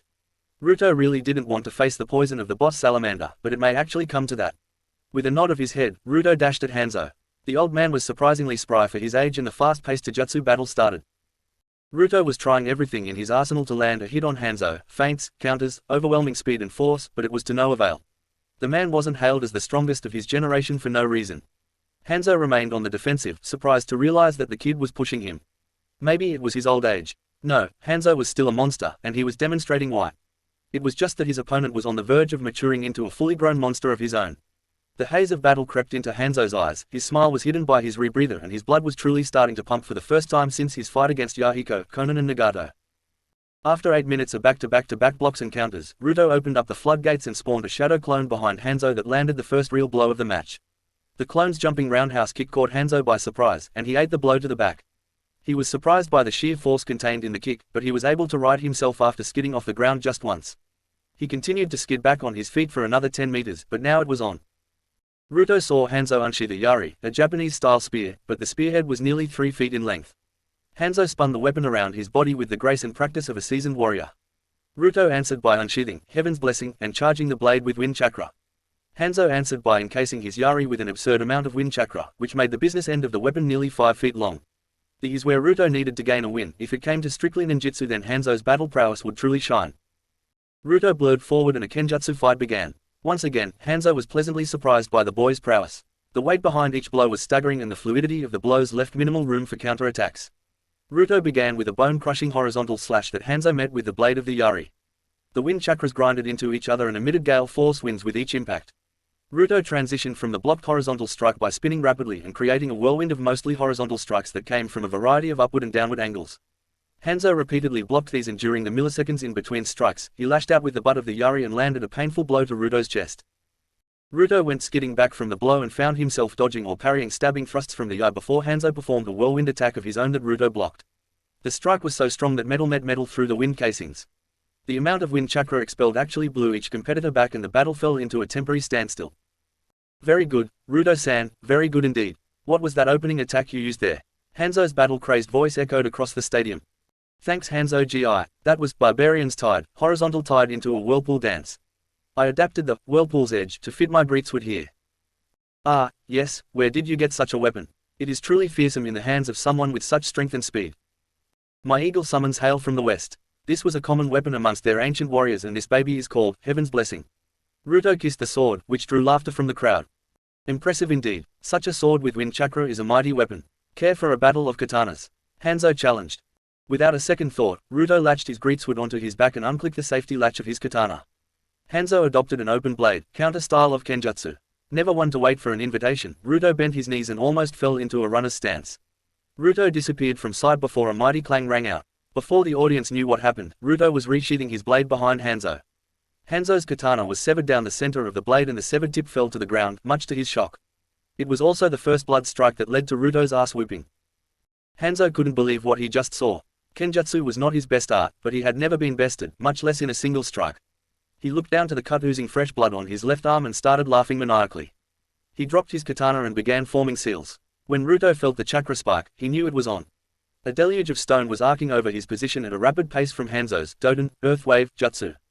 He flipped through seals before he sent a lightning dragon to penetrate through the tidal wave of Earth. Ruto sprinted after his dragon and followed the path it tore into the Earth Jutsu. Hanzo saw the dragon's head and prepared himself. As soon as Ruto exited the earthen tunnel, a foot met his face, and he was flung onto the back end of the earthen tidal wave. While skidding on his back, Ruto flipped through a couple seals and took a deep breath before he thought, Suden, pressure stream. A thin, sustained beam of pressurized water headed straight for Hanzo as Ruto continued his impromptu ride. Hanzo flipped to the bird seal and used successive, futon, vacuum bullets to negate Ruto's attack. At this point, the crowd was going nuts for the display of prowess. They were so hyped up that most people forgot this was supposed to be a friendly spar. The girls didn't appreciate how far this was being taken and they were scared it was going to get out of hand. Amy was awed by the display and just a little upset that Ruto was holding back on her so much during their fight. Nagato OG, doesn't it look like father is actually trying? Nagato nodded as his violet eyes took in every frame of the fight. Indeed, he is. Other than his summon, he is not holding back. Maria looked to Nagato. You don't think he would bring Ole, Sal out here, do you? Nagato found the trepidation in her voice kinda funny. Haha, he might, I can see the look in his eyes from here. He is enjoying this too much. Amy looked aghast at the battlefield where her now official fiancé was fighting her father. Mama, he wouldn't kill Ruto-kun, would he? No, sweetie, I don't think he would. This earned an aghast look from Amy and another chuckle from Nagato. Back on the battlefield, the two had been trading jutsu and taijutsu for the past 5 minutes. Each jutsu escalated the fight and Shina now had both hands on the barrier to reinforce it with chakra. Hanzo had just jumped back to gain distance and he had a bulge in his cheeks and stomach before he called out, salamander-style, corrupted fog. A great cloud of deep purple poison began to fill the stadium and it earned gasps from the crowd. Ruto's eyes widened to comical proportions before he focused and called up a massive amount of lightning chakra to take form around him. Through the purple fog, the audience heard the familiar call of their Refuge's lightning armor. The next thing they knew, Hanzo was driven into the stadium wall by a Raiden lightning lariat. The old salamander coughed out some blood into his rebreather before headbutting the younger opponent to get some space. Ruto reeled back, which allowed Hanzo the opportunity to mule kick him in the chest and send him flying back into the fog. Hanzo knew how terrifying the lightning armor jutsu was, so it was time to call out his old friend. He took some of the recently coughed up blood and smeared it on his right palm before flipping through some hand signs. Out of the poison cloud, a giant salamander that practically filled the stadium emerged. Ruto had recovered himself from the powerful kick, but during the brief lapse in his lightning armor he had inhaled some of the corrupted fog. His vision was swimming and he was on the verge of collapse already. It was a truly terrifying poison. Deciding to go out with a bang, Ruto channeled some yokai to clear the poison out of his system, enough to focus on the jutsu he needed to form. Ruto formed a storm ball in his hands as the giant salamander rose up in front of him. Knowing that this was the last hurrah of this fight, Ruto let the storm ball fly. Hanzo and Sal sensed the potent jutsu heading their way and Sal lashed out with his tail to bat away the oncoming jutsu. The giant salamander boss was in for quite a shock. The storm ball burrowed into Sal's tail before detonating into a storm cloud. The brilliant blue and black bolts of lightning coursed throughout the giant salamander's body and it even jolted Hanzo from his perch. The salamander's tail was completely engulfed in the explosion and dissolved due to the potent jutsu. The damage caused Sal to disappear back to his summon realm and left the shocked Hanzo to fall nearly 200 feet to the ground. The shock to Hanzo caused the corrupted fog to disperse and showed the crowd Ruto's unconscious form with Hanzo down on one knee. The crowd gasped as they took in the down forms. AI and Shina ran to Hanzo. AI took a vial he was holding before Shina began ripping into him. AI left the shouting woman to go to the down form of Ruto. He lifted Ruto's head up and administered the antidote. AI called the match in Hanzo's favor and Hanzo stood to address the crowd. People of Kumo, I apologize for letting this spar get just a bit out of hand. Laughter rang through the audience. Nearly 35 years ago I fought against a team from Konoha that gave me a good fight in a megacore. What most of you don't know that is 12 years ago is I fought against 3 orphans. Both of those fights I commemorated my opponent's strength by giving them titles. In honor of this young man, the first young man to ever forcibly dispel a lay, Sal, I want to give him a title. To the fiancé of my daughter, I grant him the title, Tenshi no Raijin, named after the god of lightning, in honor of that amazing storm jutsu he used. In the audience, Suna beamed at her down brat with pride in her eyes. Internally, she convinced herself that Hanzo was much stronger when the 3 Sannin fought him, but she was still proud of her brat. The people of Kumo considered this a great honor after such an amazing display. Ruto's girls could care less, they just wanted to see him back on his feet and Atsui was crying passionate tears of flaming passion.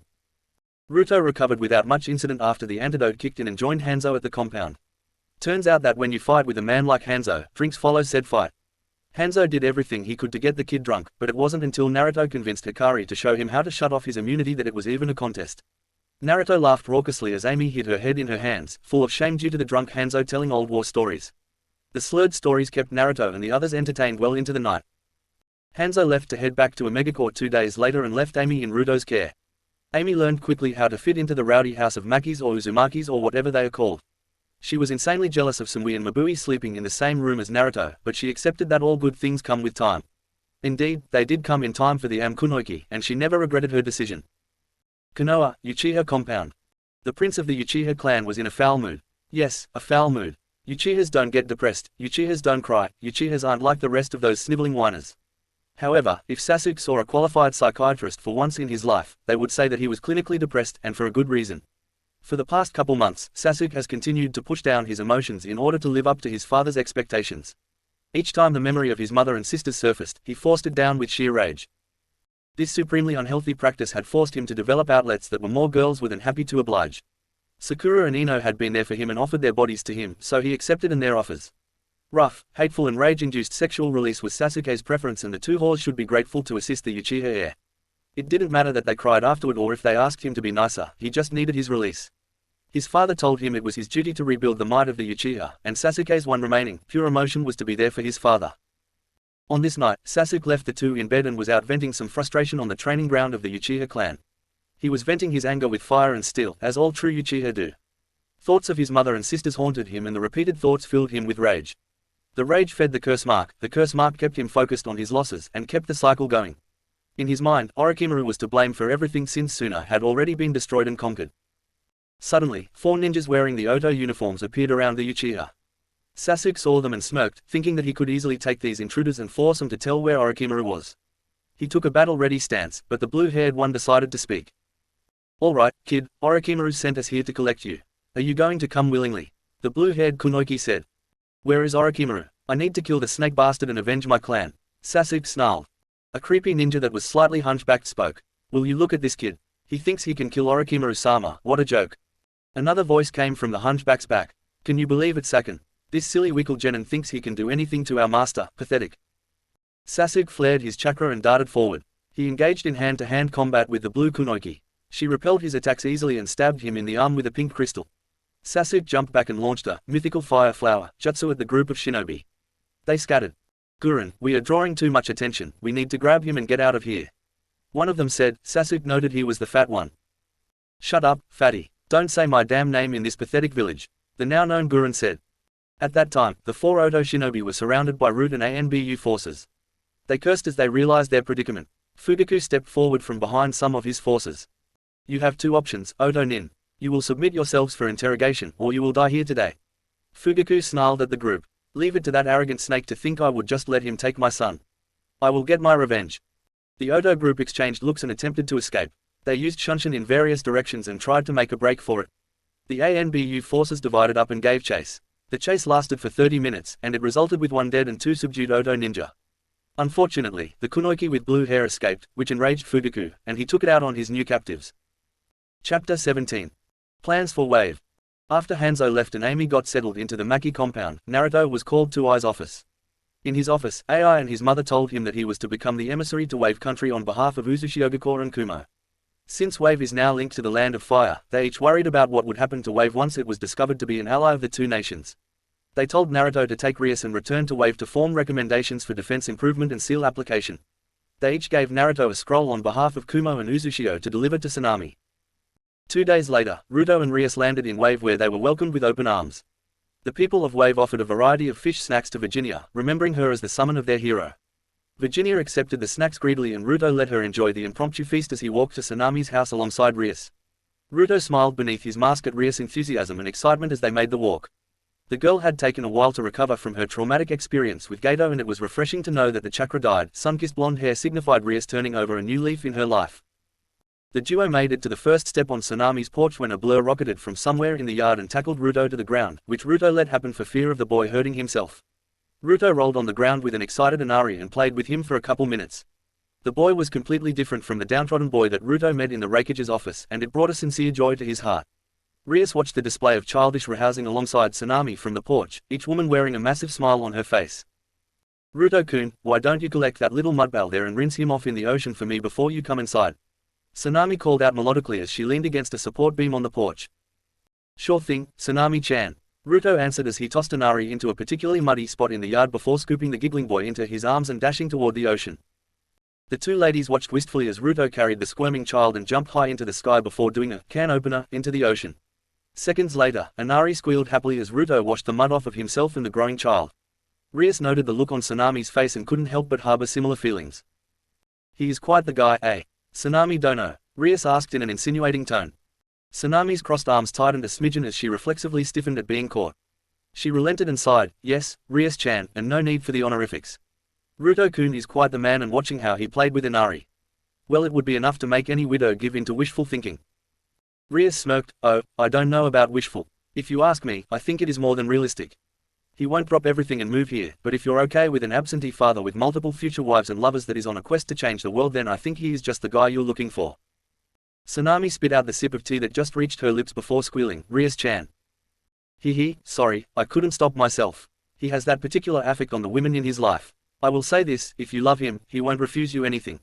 The Uzumaki clan needs to be rebuilt and Lady Kushina is struggling to talk to him about what will be necessary."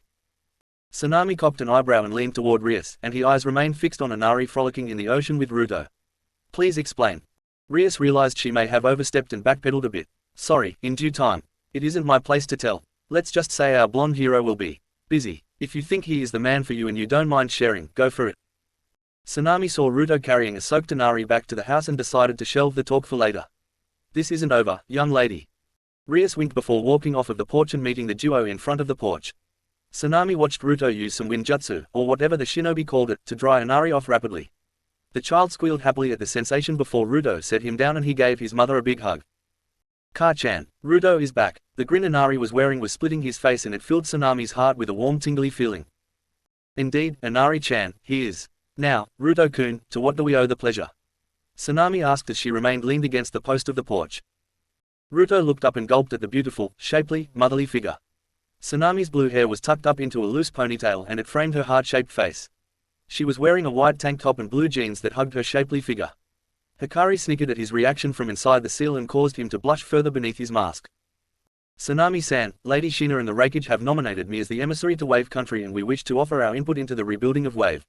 Sadly, your relationship to us may have implications for Wave's future and we want to help prepare you and the people of this beautiful country. He replied professionally. Sanami frowned slightly at the "san" honorific attached to her name but realized that it was because Ruto was in his professional mode. Very well, Ruto-kun, please come in and we can discuss things. Sanami didn't let her title as daimyo get to her head. She still managed her kitchen and prepared the tea before she dismissed 2 attendants that were assigned to aid her in her duties. She served the tea to her guests and watched as Ruto casually flipped through a couple hand signs before placing his palms on the wall of the house. She watched blue flickers of light race around her house before the whole house was encompassed in the bluish light. The light snuffed itself out of existence and Ruto removed his mask before he sighed contentedly and began to sip on the tea. Once again, a fierce blush found its way to Sanami's cheeks as she took in the cute, yet manly, face of Naruto. Naruto set his cup down and relaxed back into the wooden chair. Okay, Sanami-san, I am here to introduce myself as the emissary to Kumo and Uzushiogacore. The rebuilding of Uzu is nearly complete and Kumo intends to use Uzu as an intermediary. What you don't know is that this will draw attention from people around the nations, especially once they figure out Uzushio has been rebuilt. Before anybody can take advantage of you, the Refuge and my mother asked me to come here and help you iron out some basic security measures. Well, I appreciate that Naruto-kun, but could you please drop the "san" stuff? I am new to this daimyo business, and I do not wish for the formality when it is just us. As for the unwanted attention, could you explain that to me? Naruto smiled at the lovely woman across the table. Sure thing, Sanami-chan. Well, the history of Uzu and its role in the shinobi world is a long story. After an hour or so of sharing the history of Uzushiogacore, Naruto told Sanami about how this would draw the attention of the Land of Fire and other unsavory figures. He explained how it would get worse once the world knew his family's true identity, especially if they were able to link it to the invasion of Konoha. He had to explain the invasion of Konoha to Sanami, which included the story of his childhood to justify Kumo's role in the invasion. Sanami paid rapt attention to Naruto throughout his explanation. During the story of his childhood, she couldn't stop the hand that shot across the table to offer her love and concern as she placed it on his much larger hand. To her delight, Naruto's hand shifted naturally and accepted her dainty hand. She continued to listen as their fingers intertwined and Naruto's thumb rubbed affectionately across the top of her hand. Thank you for sharing your story with me, Naruto-kun. That explains a lot and I will convene the newly elected Wave Council to share your concerns with them. Will you be staying with us in the meantime? If you will have us, we would love to accept your hospitality. Naruto replied naturally. Naruto spent 3 weeks in Wave helping to plan out Wave's defenses. One of the first things he did was to place screening seals on the bridge. Dual guard shacks were also built on each end of the bridge for added security and many plans were formed. The biggest project was setting up barriers around the ports, around each village on the island and any important area Sanami designated. The Refuge offered his help rebuilding Wave and he signed a 3-year contract to hire Kumo shinobi for security. 20 Kumo shinobi would rotate through security duties and offer their assistance in rebuilding Wave as they were stationed there. In addition, a port would be built on the northwest side of the island for Kumo and Uzu ships to use exclusively. They would use this new location to import goods from Kumo, allow for transportation of Kaminari no Kuni civilians and shinobi and also allow for a direct link to Uzushio. This port would have a higher security level than the ports near the Land of Fire and Sanami would be responsible for screening the dockworkers. AI didn't want to broadcast Kumo's involvement in the island nation to Fire Country and Sanami agreed to that. A long-term plan was also laid out to establish a land bridge with a 2-way train to link Uzushio to Wave's main island. This would take nearly a decade to complete and both nations needed to secure funding, but the idea was to incorporate Wave into the new Uzu. Tazuna was jumping at the chance to one-up his previous creation and he was already drawing out blueprints.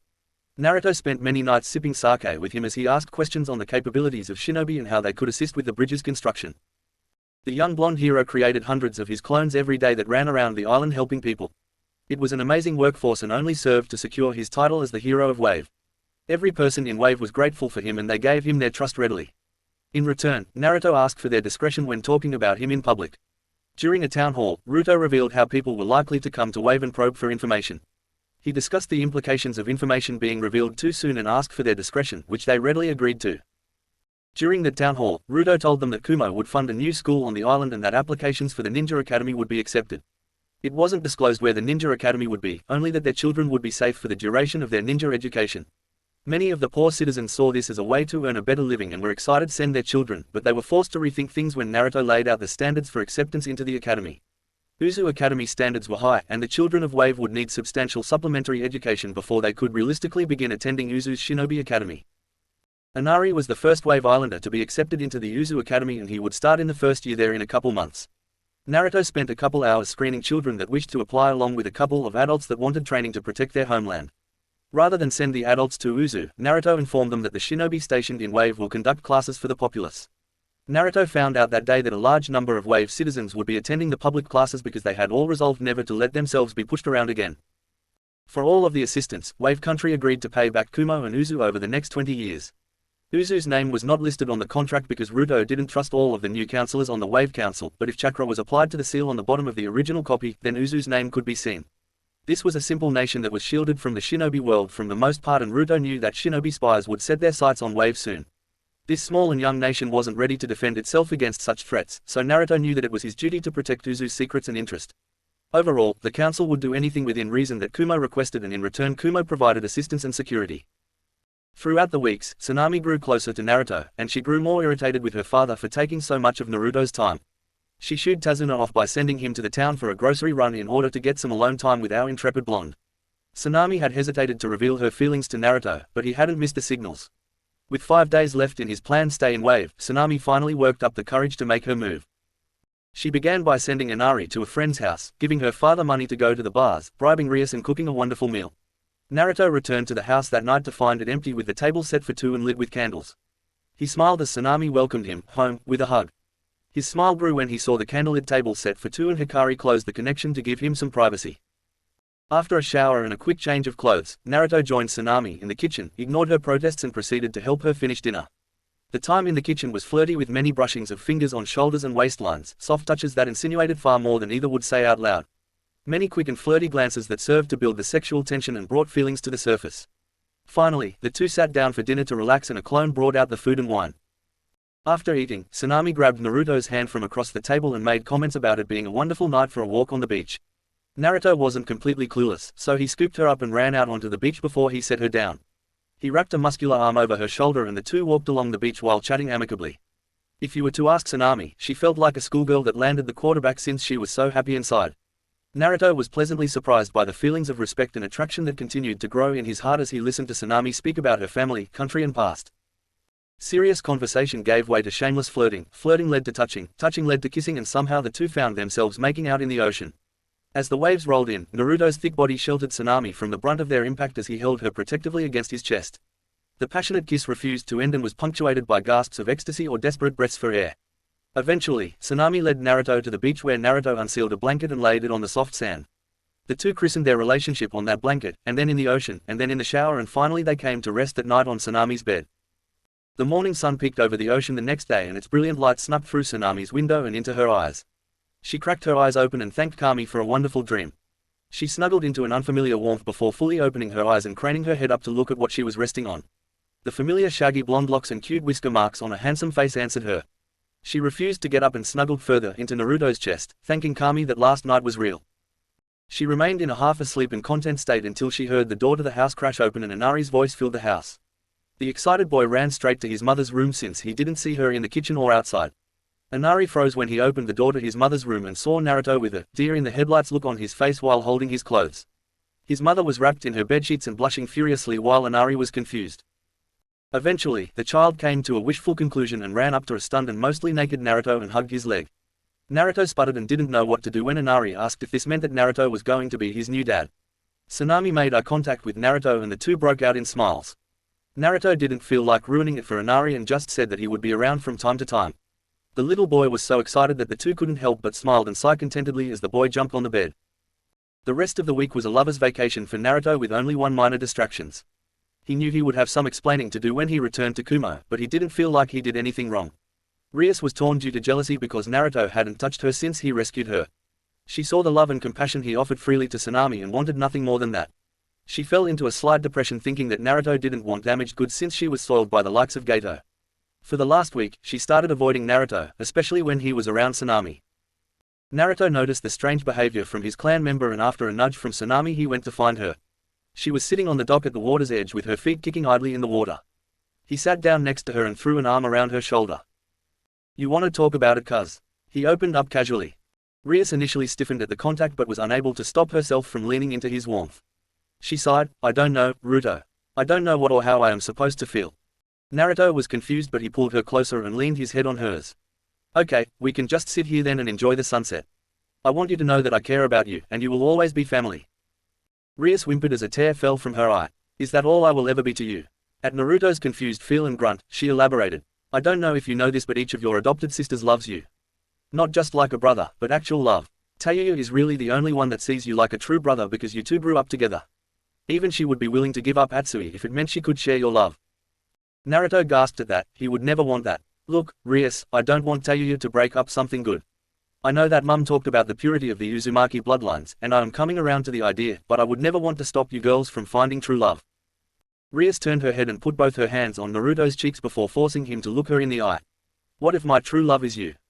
Naruto's deep azure blues softened as he processed the thinly veiled tears and sense of desperation, and a contemplative look fixed itself on his face. "Maybe now, but what if you find a great guy in the future? You will always be someone special to me, but I don't want you to close your heart to others. I already have more women than I deserve." Ria's tone gained a ferocity that caught Naruto off guard. "Isn't that for us girls to decide? You don't know what a good guy you are, Ruto-kun. You saved me when I was broken by Gato, and you gave me a home and a family. You are something truly unique in this world and I would be happy with a small piece of your heart. Please, Ruto." Ria's eyes glistened with unfallen tears in the sunset and her face looked like the vision of beauty. Naruto leaned forward and placed a chaste kiss on her lips before tenderly kissing her forehead. He smiled at her as expression remained frozen in surprise. "I don't know where this will go from here, but I want you to know you are already in my heart, Rias-chan, and you are not broken.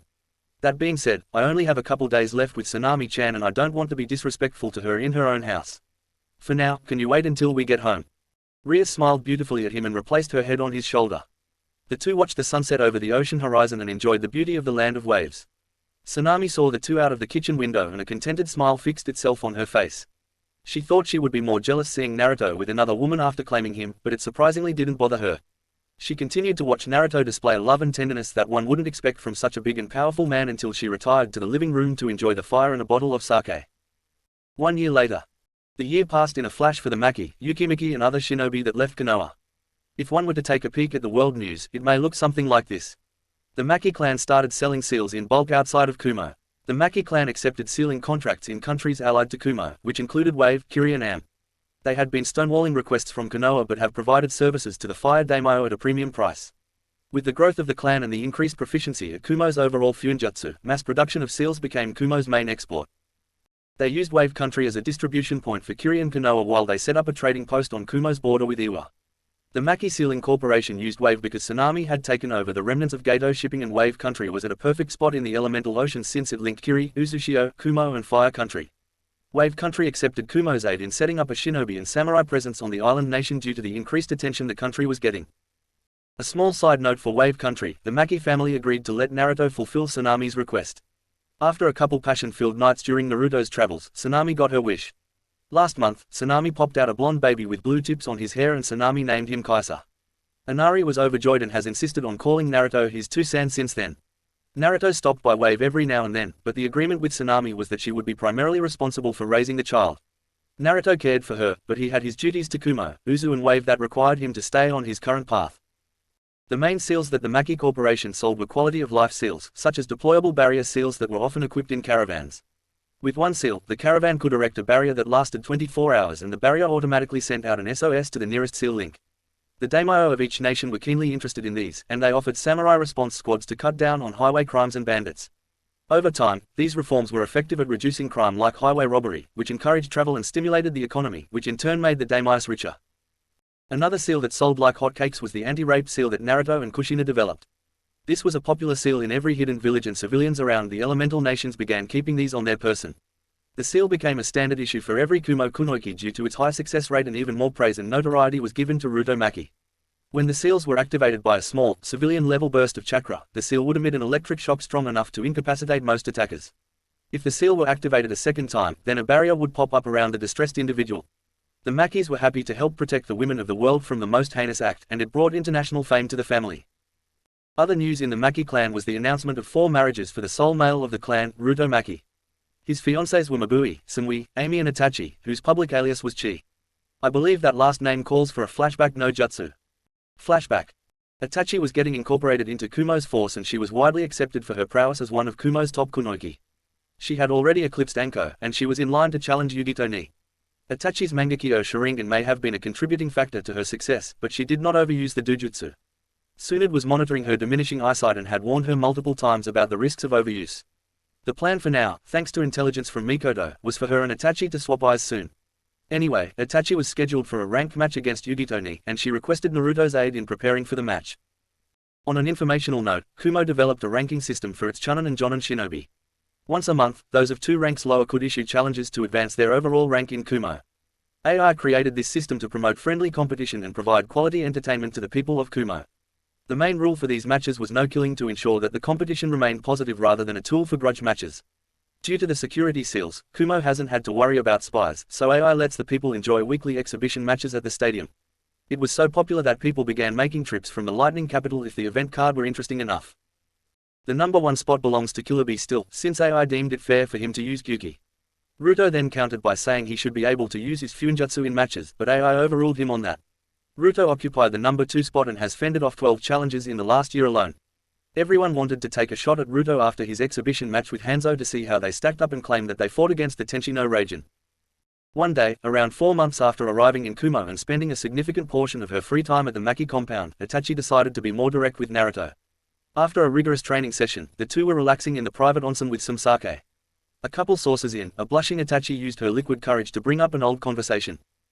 "Anno, Ruto-kun, do you happen to remember the last conversation we had before you fled from Konoha?" Itachi asked in a sheepish tone that was totally foreign to the normally composed Uchiha girl. Naruto pondered it for a little bit before he recalled the reminder that the girls gave him a couple months back. "Yeah, Itachi, I do. You will never know how much your friendship meant to me back then. And did you just, Anno, me?" Itachi's blush deepened and she bought time by sipping more sake from her saucer. "Yeah, well, what do you think about it?" Now it was Naruto's turn to take an extra long sip of sake. "Well, I guess I would rather ask you why you took it so seriously. I have nothing against you, Itachi, you are a gorgeous and powerful kunoichi. I figured you could have had any man you wanted in the world, so why latch onto a childhood promise, and why would you wish to marry me?" Itachi was sporting a blush that put the Hyugas to shame. I guess it was because you were the first boy I ever liked. Then, when you said it, you had the biggest and most genuine smile on your face and it kinda got stuck in my memory. Whenever I thought about my future, you were the one that popped into my fantasies. My mum always shared Kushina's letters with me, so I kinda kept tabs on you." Naruto raised an eyebrow. The beautiful and proud Itachi Uchiha kept tabs on little Ole, me. "Yeah, well, don't let it get to your head, Baka. After you left, I graduated the following year and then I was in ANBU 2 years later.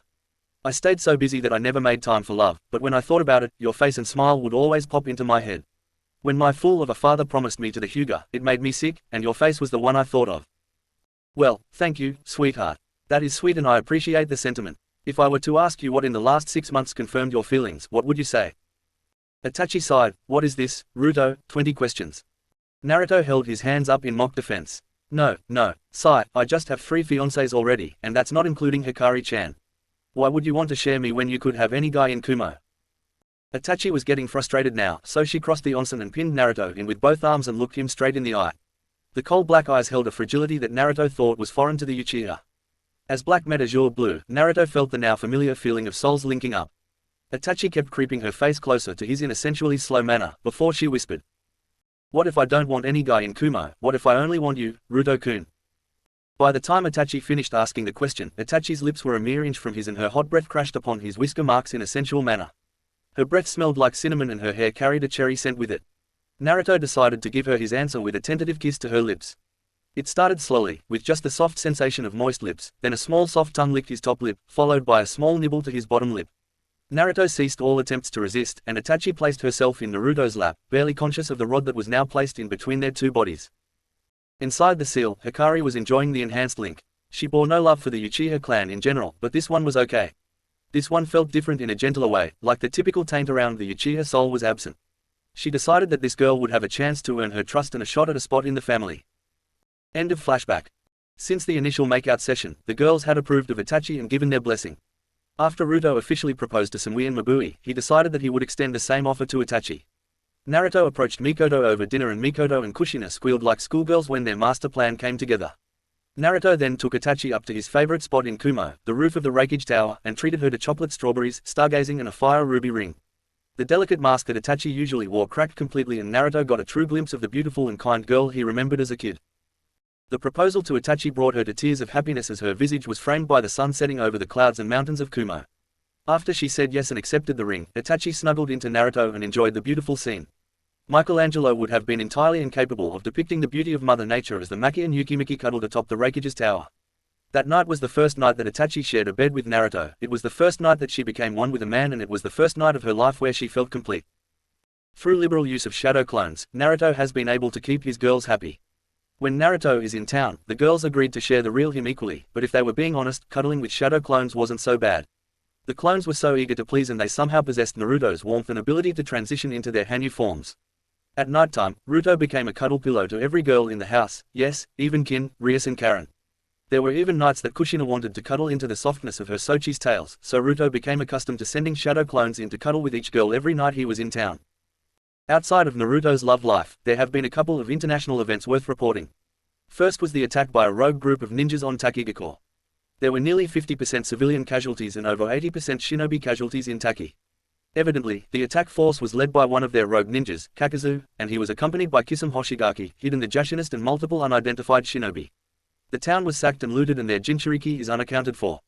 The only information to come out of this attack was that Kakazu and Kisame were wearing black cloaks with red clouds, which incensed Nagato, Konan and Yahiko. Suna is no more. After the initial attack, the civilian population was evacuated, and the town has turned into a shinobi outpost. Most people speculate that Konoha is manning Suna, but the desert makes it hard to get information out. The city has been on lockdown and Konoha has been taking all mission requests from Kaze no Kuni as a guise of recompense for the invasion. The militant nature of Konoha is concerning Iwa, Kumo and Kiri, but since their takeover could be seen as justified, nobody has done anything official about it. On top of Suna, Konoha has attempted to invade Otogakure, but the village has proven difficult to find and root out. The snake Sanin Orochimaru is still on the loose and Fugaku is still hell-bent on getting revenge, an ambition shared by his son. Speaking of Fugaku, he has taken multiple wives and concubines to restore the Uchiha clan. His primary wife was Mibuki Haruno, who helps him control the civilian side of the council. The man has lost support on the shinobi side of the council, but nobody stands in open defiance of him for fear of retaliation. The Hyuga clan had almost completely fallen from grace. Their old rivals, the Uchiha, used legislative measures to ensure that they would never rise in defiance. Fugaku worked with the elders to ensure that clan customs would be honored, and in return Fugaku got leniency from the Hyuga along with their political influence. Hinata had recovered from her beating at the hands of Teiyu and she purged all emotion following the deaths of her mother and sister. She had turned into the female version of her father and was set to marry her cousin Neji in order to maintain the purity of the Byakugan. In Uzushiogakure, the two Hyuga stowaways were working to establish themselves on the island. Hanabi trained alongside Gaara, Temari, Kankuro and a number of other shinobi that had come to the island recently. The Shinobi Academy was already up and running that everyone on the island attended 2 days a week for intro to Fuinjutsu. Even if they weren't Uzumakis by blood, the people of Uzushio would honor their traditions and gain a mastery over Fuinjutsu that dwarfed modern standards. The Sand siblings were devastated when they heard about the fall of their home, but they were not surprised. Suna had committed over half of its shinobi force to the invasion of Konoha and it failed. Their sensei Baki had died in order to get a message to them that they should not return to the village anytime soon, which is why they sought shelter on Uzu. They were committing themselves to getting stronger in order to carry on the traditions and legacy of Suna. Jiraiya's report. Jiraiya, the Toad Sannin, was the last remaining Sannin loyal to Konoha. He didn't much like serving Fugaku, but he believed in serving Konoha and right now his village needed him. Too much was changing on the world stage and most of it didn't bode well for Konoha. He was returning from a round of information gathering with his spy network and he knew that the Hokage wasn't going to like his most recent news. So, Jiraiya did what he always did when he had bad news to deliver, he stalled and went to peep at the hot springs. After a good amount of research and a healthy beating, Jiraiya brushed the dust off his haori and proceeded to the Hokage's office. One might be inclined to ask how a legendary Sannin known for his information gathering prowess repeatedly gets caught peeking at women in the hot springs. If one forced an answer, Jiraiya would tell them that he deserves it for all of his failures in life. That, and it was totally awesome getting beaten by nude or scantily clad women. Regardless, the Toad Sage had a report to give, and he had stalled long enough. Fugaku was mulling over recent developments in his office. Black Zetsu had detached from him a year ago and latched onto a white Zetsu in order to be his eyes in the field. There were an increasing number of cities that Zetsu could no longer enter without being discovered, which was greatly hindering the plant's information gathering. He was waiting on a report from Jiraiya to supplement his information and get a clearer picture of what exactly was going on in the elemental nations. As Fugaku was thinking about it, the long mane of white hair appeared on his windowsill. Instead of entering, Jiraiya reclined into the windowsill and decided to give his report from there. He had an image to maintain, so he kept his tone casual yet professional. The Great Toad Sage reporting in, Hokage-sama. Fugaku turned and locked eyes with Jiraiya. I was expecting you here yesterday, but I have already received reports of your beating at the bathhouses, so no need for an excuse. Let's hear your report. Not good, I'm afraid. I have failed to infiltrate Kumo multiple times. Each time I enter, I am discovered almost immediately and without fail. Based on that, I am guessing that my chakra signature is flagged and the only reason I am not dead or imprisoned is my Sannin status. The last attempt caused Kirinji to revoke my traveling rights in Kaminari no Kuni, which means if I am caught again, I will not be spared. Fugaku growled at this. How have they been able to reinforce their security so much in just 10 years? It is truly unbelievable what the Maki clan has done for that wretched nation. Well, you hit the nail on the head. During my travels through the towns of Lightning Country, I can tell you that each town is experiencing unprecedented growth and development. It used to be a barren landscape, but the land is developed now and tamed by earth jutsu. I saw multiple ninjas assisting everyday people with jutsus, and the spread of seals throughout the country is fascinating. At this time, Kumo is Konoha's greatest threat, and it is not even a close contest. Fugaku sighed and rested his head on his hands. Yes, well, the non-aggression pact is holding, and they even helped us recover from the invasion. For now, they do not see us as a threat. What of the other countries? Well, I can confirm that I am allied with Kumo via a political marriage of Hanzo's daughter to Rutomaki. That land was nearly impossible to infiltrate before, and it appears that Kumo shared its defensive seals with Am. Same story for Wave and Kiri, although many islands in Mizu no Kuni do not have such protections. Tell me, Akiri, any news on the whereabouts of the Rokubi or Sanbi? What of their rebuilding efforts? This is the bad news. No new news on the Jinchuriki. It appears the Rokubi is still roaming throughout water country because it is not inside Kiri. Kiri appears to be getting substantial outside support in their rebuilding efforts. Most of that support is funneled through the Land of Waves, but there are whispers about Uzushiogacore being rebuilt. That island is locked down tighter than a Princess Chastity though, and I have had nobody capable of infiltrating the island. Then how did you hear of Uzu being rebuilt? Fugaku asked, clearly frustrated. Drunken sailors at a bar in water country. I tried probing further, but they didn't have any more information than that.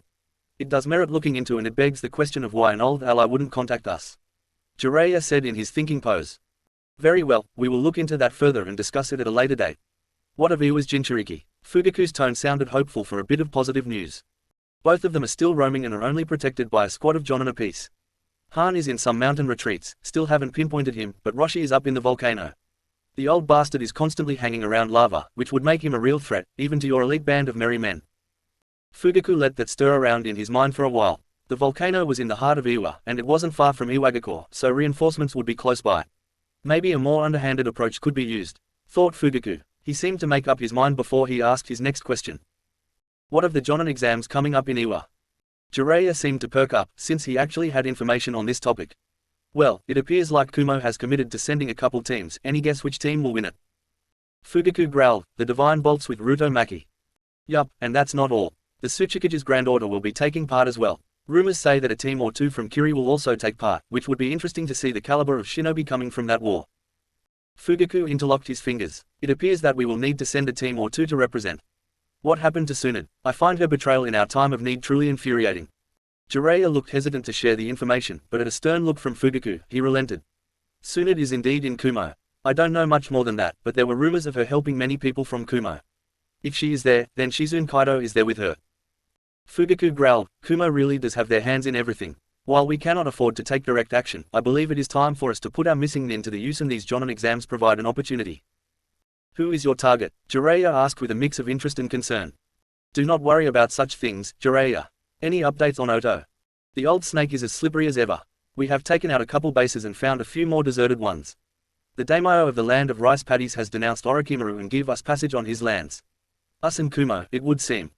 What is Kumo's connection to that pathetic country? Fugaku asked. Well, the Divine Bolts helped him out of a jam before our Chunin exam fiasco. Then he was here during the finals and saw their performance, so he has been using them for most of his missions. Very well, Jiraiya, enjoy a week off then get back out into the field. I want you to focus on Iwa and Uzu, we may be able to use those two to our advantage. Chapter 18. Jonin Exams. Naruto used the past year to further commit himself to his duties as the Rakuge's apprentice and successor. He had finally attained the Lightning Armor Stage 3 and was working on gaining mastery over that. At this point, he could only maintain the Stage 3 armor for a couple minutes, which wouldn't be enough in a real fight. AI was proud of Naruto and the good he did for the people of Kumo. The kid worked tirelessly and never quit once he set his mind to something. AI had Naruto create a blood clone that helped him with his daily duties and worked from a desk in his office. Naruto's blood clone was the solution for how to train in the political arts and do field missions at the same time. Naruto's shadow clones operated daily to devote himself to gaining mastery over his father's jutsu and clan knowledge. The Namikaze scroll contained an absolute wealth of knowledge and history that Naruto would master for the benefit of his people. Sadly, Kumo's spies, and the Lightning Daimyo, had confirmed that the Namikaze fortunes had already been confiscated by the Fire Daimyo since there were no remaining living heirs. This infuriated Naruto and Kushina, but what was done is done. They weren't hurting for money or influence, so they decided to let it go until it was time to crush Konoha. His father's scrolls proved useful in developing Naruto's jutsu and taking them to the next level. The rasengan on its own was a potent jutsu, but Naruto wouldn't be allowed to use it until they released their identities. That didn't stop Naruto from learning the rasengan, which was actually a great chakra control exercise. With this in mind, Naruto provided the steps for learning the rasengan to the members of the Maki clan, AI and the Divine Bolts. While it was a family jutsu, Naruto wanted to use it for the benefit of Kumo as a whole. AI was given permission to teach it to Jonin level shinobi and above, on the condition that they only use it as a last resort in battle. Luckily for Naruto, most Kumo shinobi struggled to learn the jutsu quickly, so it wasn't commonly used yet. Naruto and Team 12 were called into the Rakuge's office along with two other Chunin teams of Kumo. Naruto recognized them as kids from 2 years in front of him in the academy. He nodded his head to them, and they bowed in return as a show of respect. Naruto then looked to greet his Rakuge and thought, yet again, that it was very awkward to see his blood clone sitting there next to AI. Good afternoon Team 12, Team 31 and Team 32. I have called you here today to give you a chance to earn your Jonin promotions. Iwa is hosting the Jonin exams in 1 month and they have extended an invitation to us. Is there anyone here that doesn't believe they are ready to take the exams? We stand ready to prove the might of Kumogakur, Rakuge-sama. Naruto answered when he saw nobody was going to speak up. Good, you will set out in 3 weeks' time. Naruto, you will be thrown into the grinder again. I will meet you on my training ground in 1 hour. For everyone else, find your Jonin sensei and get your preparations going. I expect many of you to earn your Jonin promotions. Dismissed. 1 hour later, AI arrived on his training grounds to see Naruto struggling through his physical workouts. He clearly had upped his weight and resistance seals and was struggling to finish his lunges. AI couldn't blame him, knowing Naruto, he was probably pushing the weight and resistance seals to their limit. He watched Naruto get to his goal and collapse to one knee on the ground. Damn bud, what do you have your seals cranked up to? AI asked with a hint of taunting in his voice. Naruto was breathing hard. He had been training his body since he left the Rakuge's office. He formed a rat seal and his seals glowed a brilliant blue before dulling once again. As the shirtless boy stood to his feet, AI saw that the weight seals were now 10 distinct and thick lines as they faded out. The dull glow of the resistance seals showed the kanji ticking back down to 6, which meant that Naruto had them cranked up past 6. AI himself walked around on level 5 resistance and he had yet to push past level 10, which literally felt like moving while buried in a steel wall. Oh, you know, I lost count, I just push chakra into them until I struggle and then I do my workouts. I know I did Deadman's Climb last week at level 10 resistance and 1,000 pounds on each seal. That was a bitch, Naruto said between pants and gasps of breath. Holy shit bud, remember to take it easy every once in a while. You look buffer than me these days and it's making me look bad. AI said with a smirk on his face. Naruto raised an eyebrow at his idol, Rakuge, sensei and father figure. Well, maybe we should hit the weights together then. If that doesn't work then maybe you should just hand over the hat, old man. AI laughed heartily. In good time, Naruto. I have zero doubts that you will eclipse me. Let this, old man, pave the way for you a bit more. Now, stand to, it is time to spar. After an hour of AI putting Naruto through the ringer, the two were up on top of the Rakuge tower and eating some bentos that Rias had prepared. AI looked across at the man on his right. Kami never saw fit to bless him with a wife or son, but this man was his. He did this, at least in part. His chest swelled with pride and his heart filled with love, so he thanked Kami for this opportunity. So, sensei, how is the deployment of the communication scrolls going? Naruto asked in between mouthfuls. Brilliantly. The way you and Mabui adapted her instant transportation seal is truly revolutionary. Kirinji sends his regards, and his messengers thank you as well. In battlefield use, it allows for remote deployments and increases efficiency. We need you to complete the tamper-proof seals so that we may give a pair to our allies. AI responded. Okay, well that's good to hear. I thought it seemed pretty revolutionary, so Mabui and I spent a whole week on it. She appreciated the time together and I appreciated a week of light training. How are your girls doing? How are Sanami-chan and little Kaisa? Naruto sighed as he thought about his first son and distant partner. Am I doing the right thing? I always missed my father growing up, and when I think about getting Sanami pregnant, or the prospect of getting my clan sisters pregnant, I just don't know. Ai looked out over his village and thought about his phrasing for a second. Look bud, there isn't a right answer to this one. Most of the past generations grew up without one or both of their parents. This world is cruel, and power is important to protect the ones you love and to make changes. One thing I can say for sure is that any kid born of you will be strong. More than that though, it is your heart that reaches people. Is that enough to justify denying my children a proper father? Naruto sounded truly pensive and unsure of himself, a rare sight for Ai. These women see something special in you, and they want their children to bear that trait. Not to mention that you and Nagato are the last known males of your clan. If your clan sisters, as you call them, get with a non-Uzumaki, then their children will be 1/4 or 1/8 Uzumaki at best. Within a generation or two, the Uzumaki blood probably wouldn't pass one of your clan's bloodlines. If you commit to this though, then you will create a broader generation of Uzumaki that will have far more options while maintaining the clan's bloodlines. You could even add your own bloodline to the clan. Yeah, I guess. I realize that my power is special, I realize that I care for each girl, but when I think about the children are what gives me pause.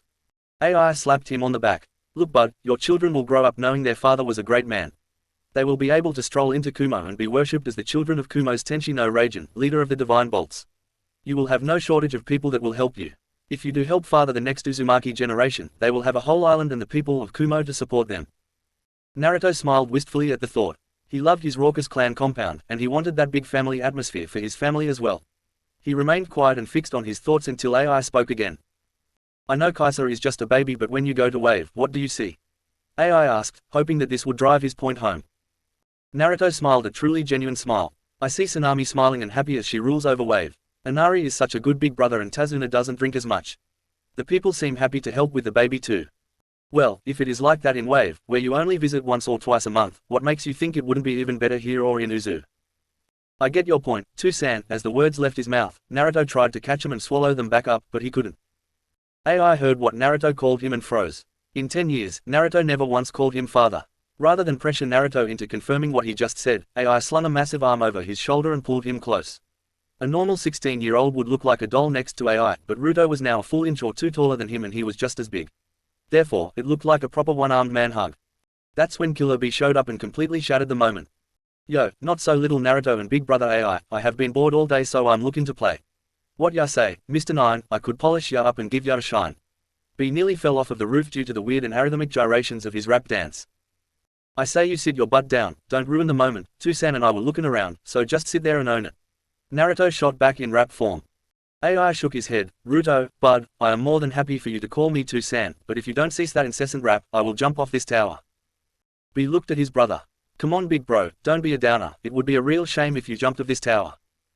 Naruto just laughed and slapped Ai on the back. Come on, old man, let's go get some training in with Bee before he devolves into speaking in Shakespearean poetry. 3 weeks later, Ruto, Samui, Mabui, Team 31 and Team 32 began their journey to Iwa led by Darui, Saizo and Matsuki.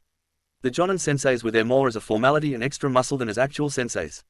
The trek to Iwagakure took 2 days and the group camped out in the Iwa Mountains overnight. The 4 male Chunin were extremely jealous of Ruto sleeping in the same tent as Samui and Mabui. If they saw the interior of the Fuinjutsu tent, they would have been even more jealous. The next day the group checked in at the gates of Iwa and Darui was told that the Tsuchikage wished to meet with the Divine Bolts.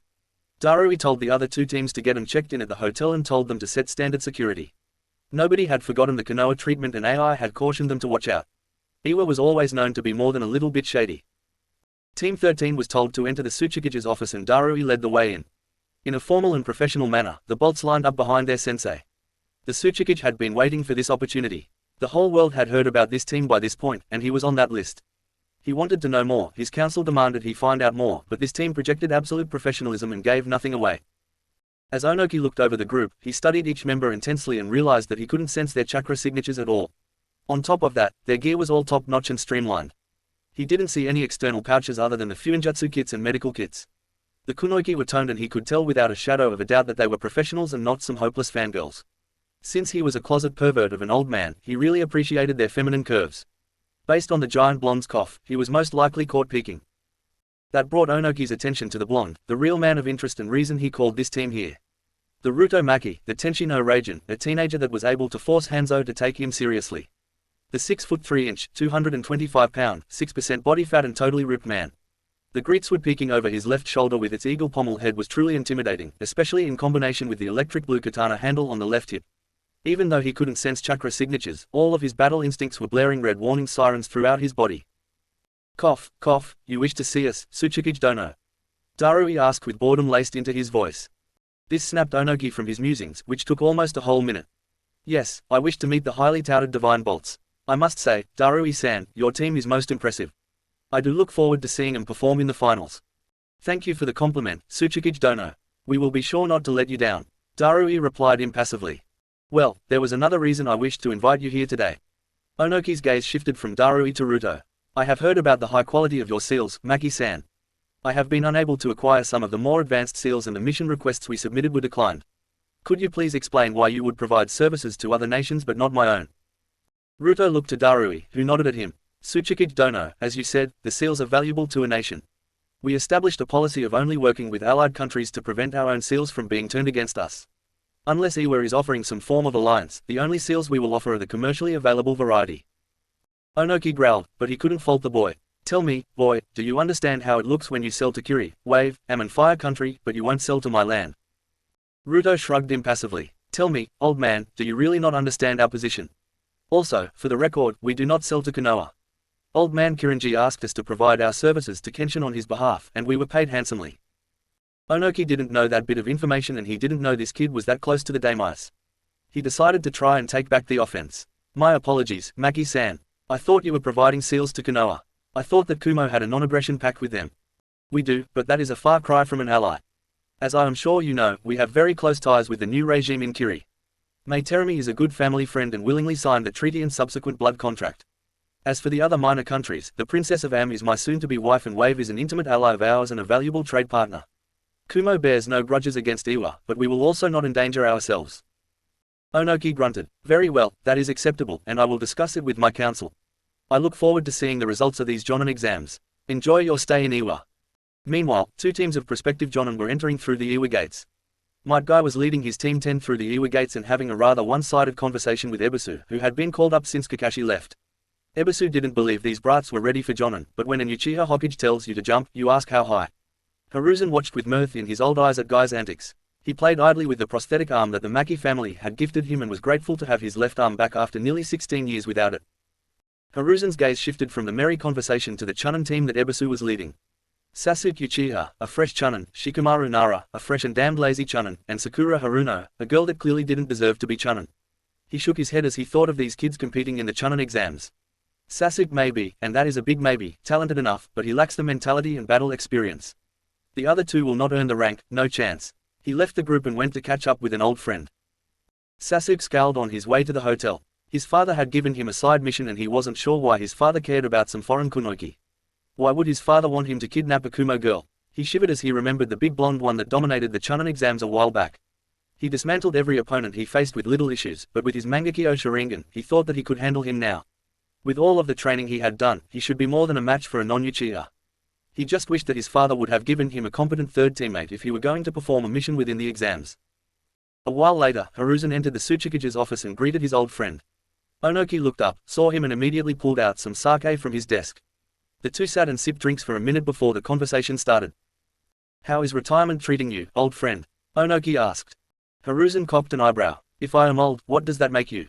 The two shared a laugh before their impassive looks settled on their faces once again.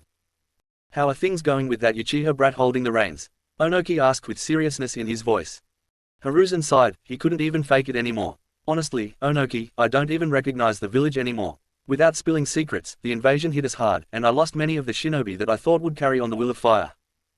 Onoki was familiar with Hiruzen's outlook on shinobi life. Truth be told, he appreciated the concept, and he has tried to instill similar ideas into his shinobi. I am sorry to hear that, old friend. Did you ever think you would see the fall of one of the great five in our lifetimes? Hiruzen looked down and refilled his saucer. No, I did not. While I find it justifiable, I find it incredibly sad. The way Fugaku went about it also left me wanting. Onoki waved it off. Retaliation was justified, and the methods were no worse than what Suna did to you. Now, what do you think about the changes with Kumo? Hiruzen gave Onoki a look that said he knew what games he was playing. Their meteoric rise is terrifying. So is the complete change in their mentality. To think that one clan had such a profound effect on them. Makes me wish that clan came to Konoha. Onoki laughed at that. I can safely say the same thing. To think that militaristic nation was the first to turn fuinjutsu and ninjutsu into a commercial subsidy. Is it really all the Maki's doing? That is what we believe. Hiruzen held up his prosthetic arm and wiggled his fingers. Look at this piece of fine craftsmanship. They took my measurements, chakra and some simple medical tests and they were able to create this in 1 week. Unfortunately, I was locked down in the hotel the whole time, but to think that they created this for me. It is generations ahead, or maybe I should say it is the quality of past generations of fuinjutsu. Onoki got up from his seat and walked around his desk. He took time analyzing the metal arm and he forced himself to admit it was truly remarkable. Can you use hand signs with it and channel your chakra? Hiruzen nodded and Onoki whistled. Is Konoha going to push for a full treaty or extend the non-aggression pact? Hiruzen gave Onoki a coy look. That falls into the village secrets category, old friend, but if you tell me yours. Onoki waved him off and returned to his elevated seat behind his desk. The two continued the amiable conversation for another hour or so. The subtext of the conversation expressed supreme caution when dealing with Kumo. Onoki was hoping to curry favor and Hiruzen was hoping that Fugaku didn't something stupid to agitate the new number ones. 2 days later, Ruto walked confidently into the assessment area where Iwa-Jonan was setting things up and guiding the contestants to a sign-in booth. The Kumo teams got in line and were waiting patiently for their turn when two Konoha teams got in line behind them. Ruto instantly postured and put himself between the Kumo and Konoha teams. Shikamaru, lazy genius he was, instantly noticed the posturing, but thought it would be too troublesome to say anything about it.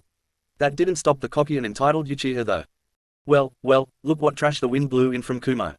Sasuke sneered. Shikamaru facepalmed and Team 9 watched on with interest, ashamed of their comrade's behavior. Ruto simply ignored the Uchiha, but that all changed when the Uchiha tried to lay a hand on his shoulder to force him to turn around. In a flash, much faster than anyone was ready for, Ruto turned, snatched the forearm that was approaching him and yanked it hard enough to turn Sasuke around. Now, Sasuke's right arm was locked behind his back and Ruto's free hand was in a hold around his jugular. In a menacing whisper, Ruto returned Sasuke's opening remarks. Well, if it isn't the entitled little Uchiha that never seems to learn his lesson.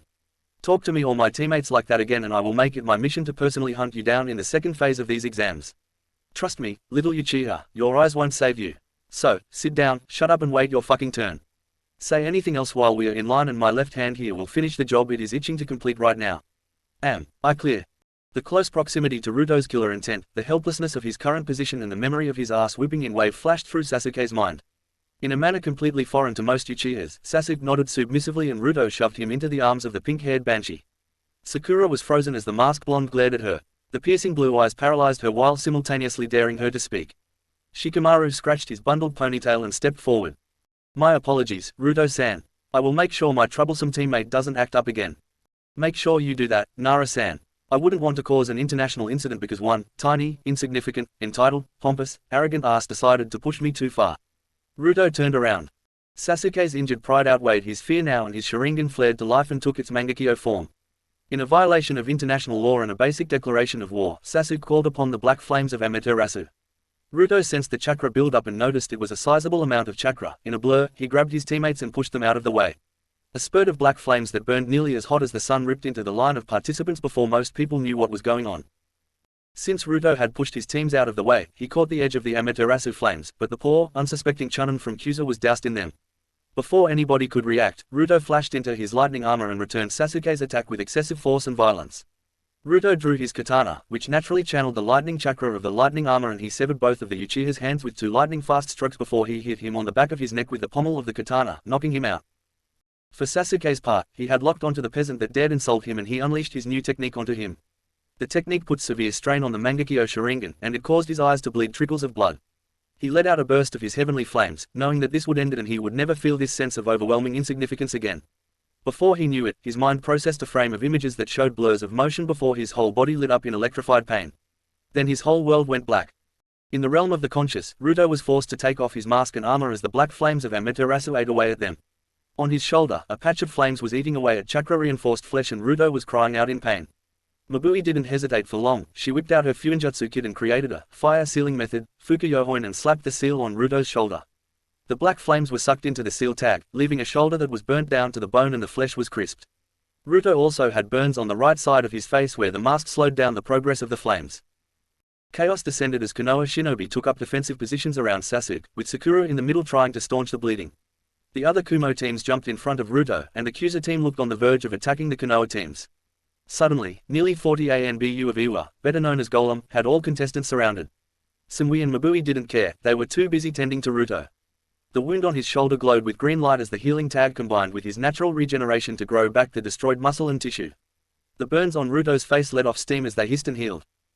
Shikamaru watched in a stunned silence as Sasuke might have started the fourth great shinobi war. His mind froze when he saw Ruto's face and memories of his childhood crashed into his hectic mind. He subconsciously stored the memories away for later processing as the tension reached new levels due to all of the surrounding shinobi closing in on the Konoha group. A Golem captain shouted in a threatening tone, "Konoha Nin, you will drop your weapons and stand down or we will be forced to consider your whole group as hostiles." Sakura screeched as she attempted to heal Sasuke, "What are you talking about?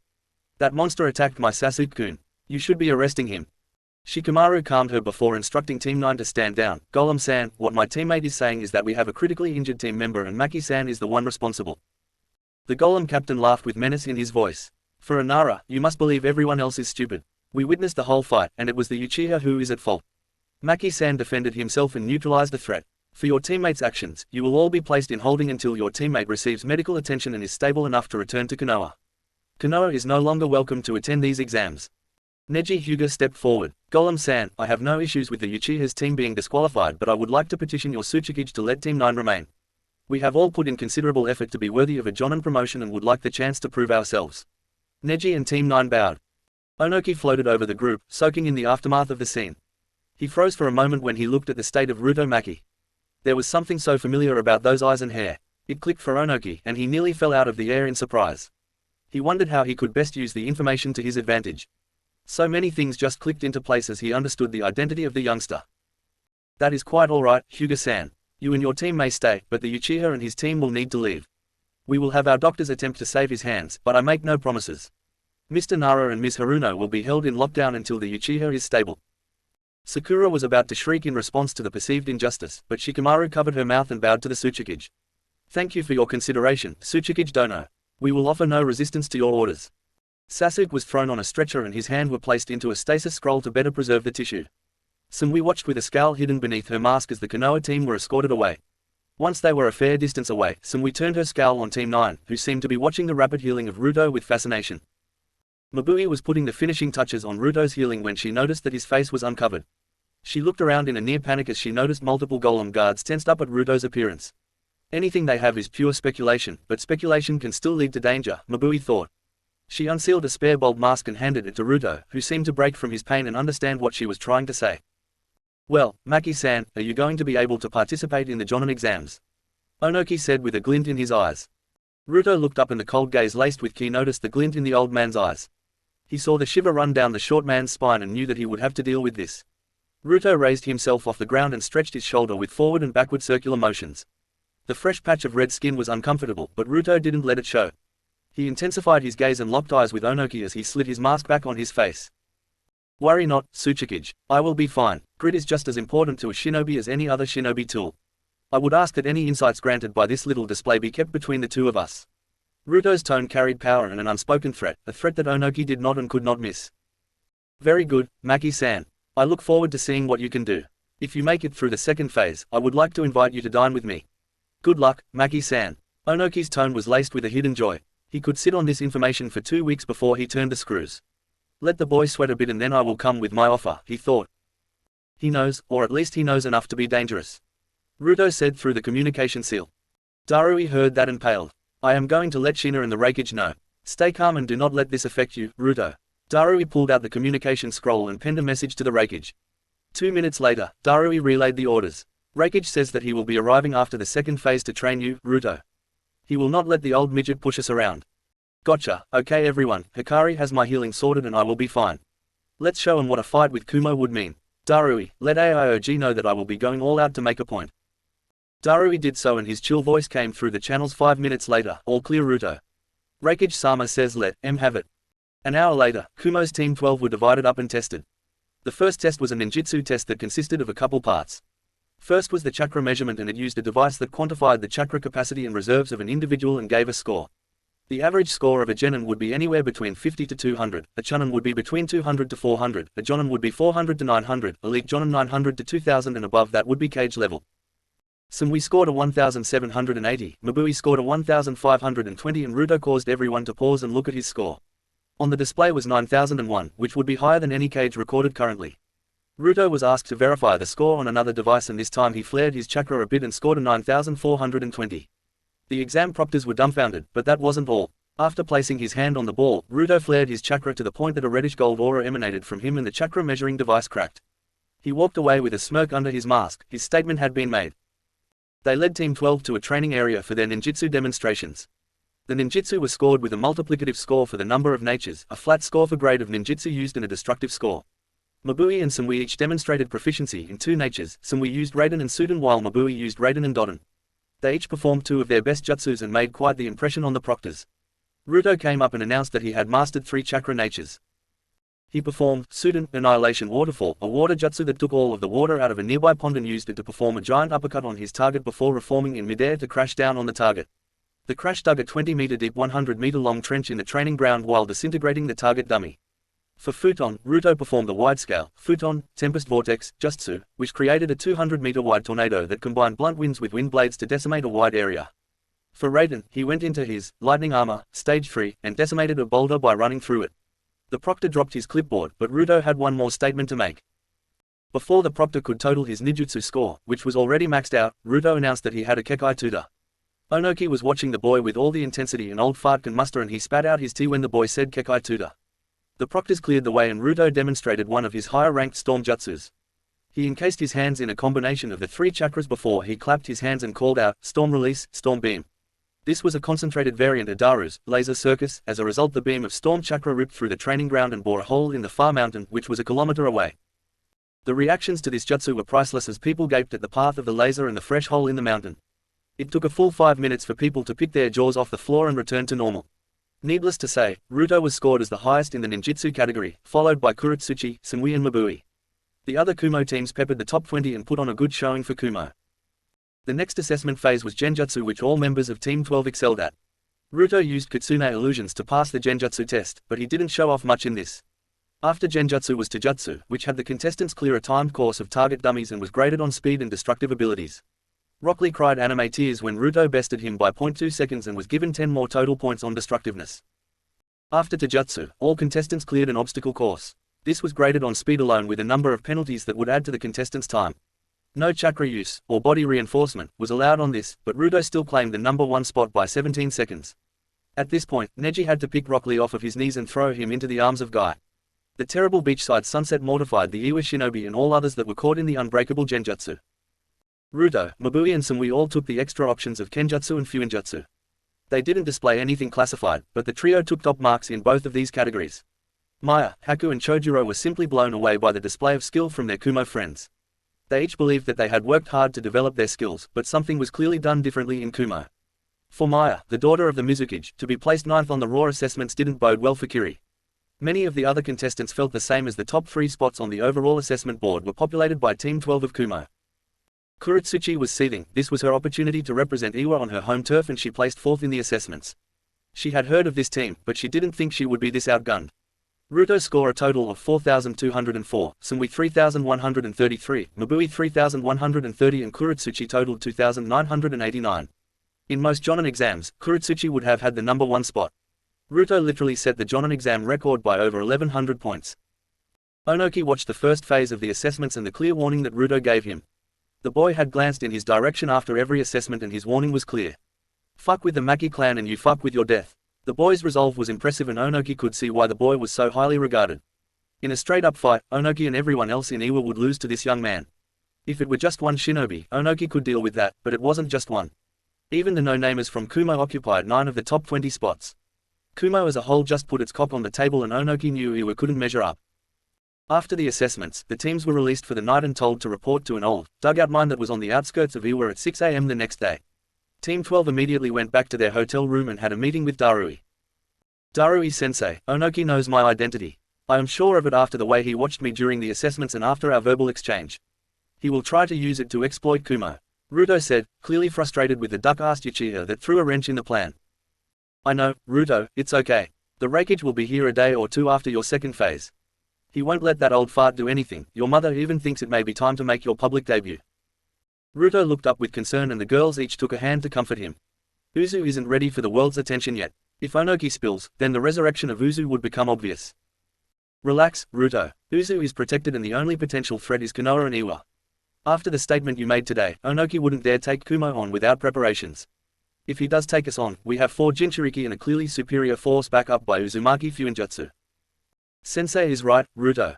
Be cool and everything will stay cool. Gaara created all of the beaches around Uzu, and he promised you as a blood brother that he would protect the island in your absence.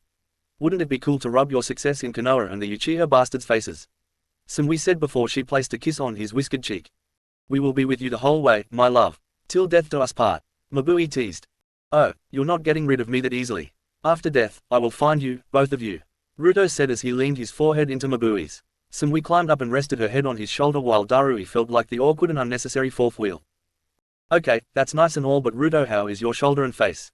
Darui asked, trying to get the necessary conversation out of the way so he can leave the lovebirds alone. Shoulder is tight and tender, but Hikari and my regeneration took care of the worst of it, sensei. Good to hear. Well, I'll leave you all to it. Breakfast is at 5 AM. Get your minds right and blow this exam away. As Darui left the room, Mabui got a sparkle in her eyes. Did you two see that Maya-chan and Haku-chan are here? They put up some pretty good scores, too. Yeah, I saw the scores, but I didn't see either of them. Naruto answered, laying back on the bed. Sumui curled into Naruto's chest and placed a gentle kiss on his tender shoulder. Well, maybe we should look for them during the break. It would be great catching up with old friends.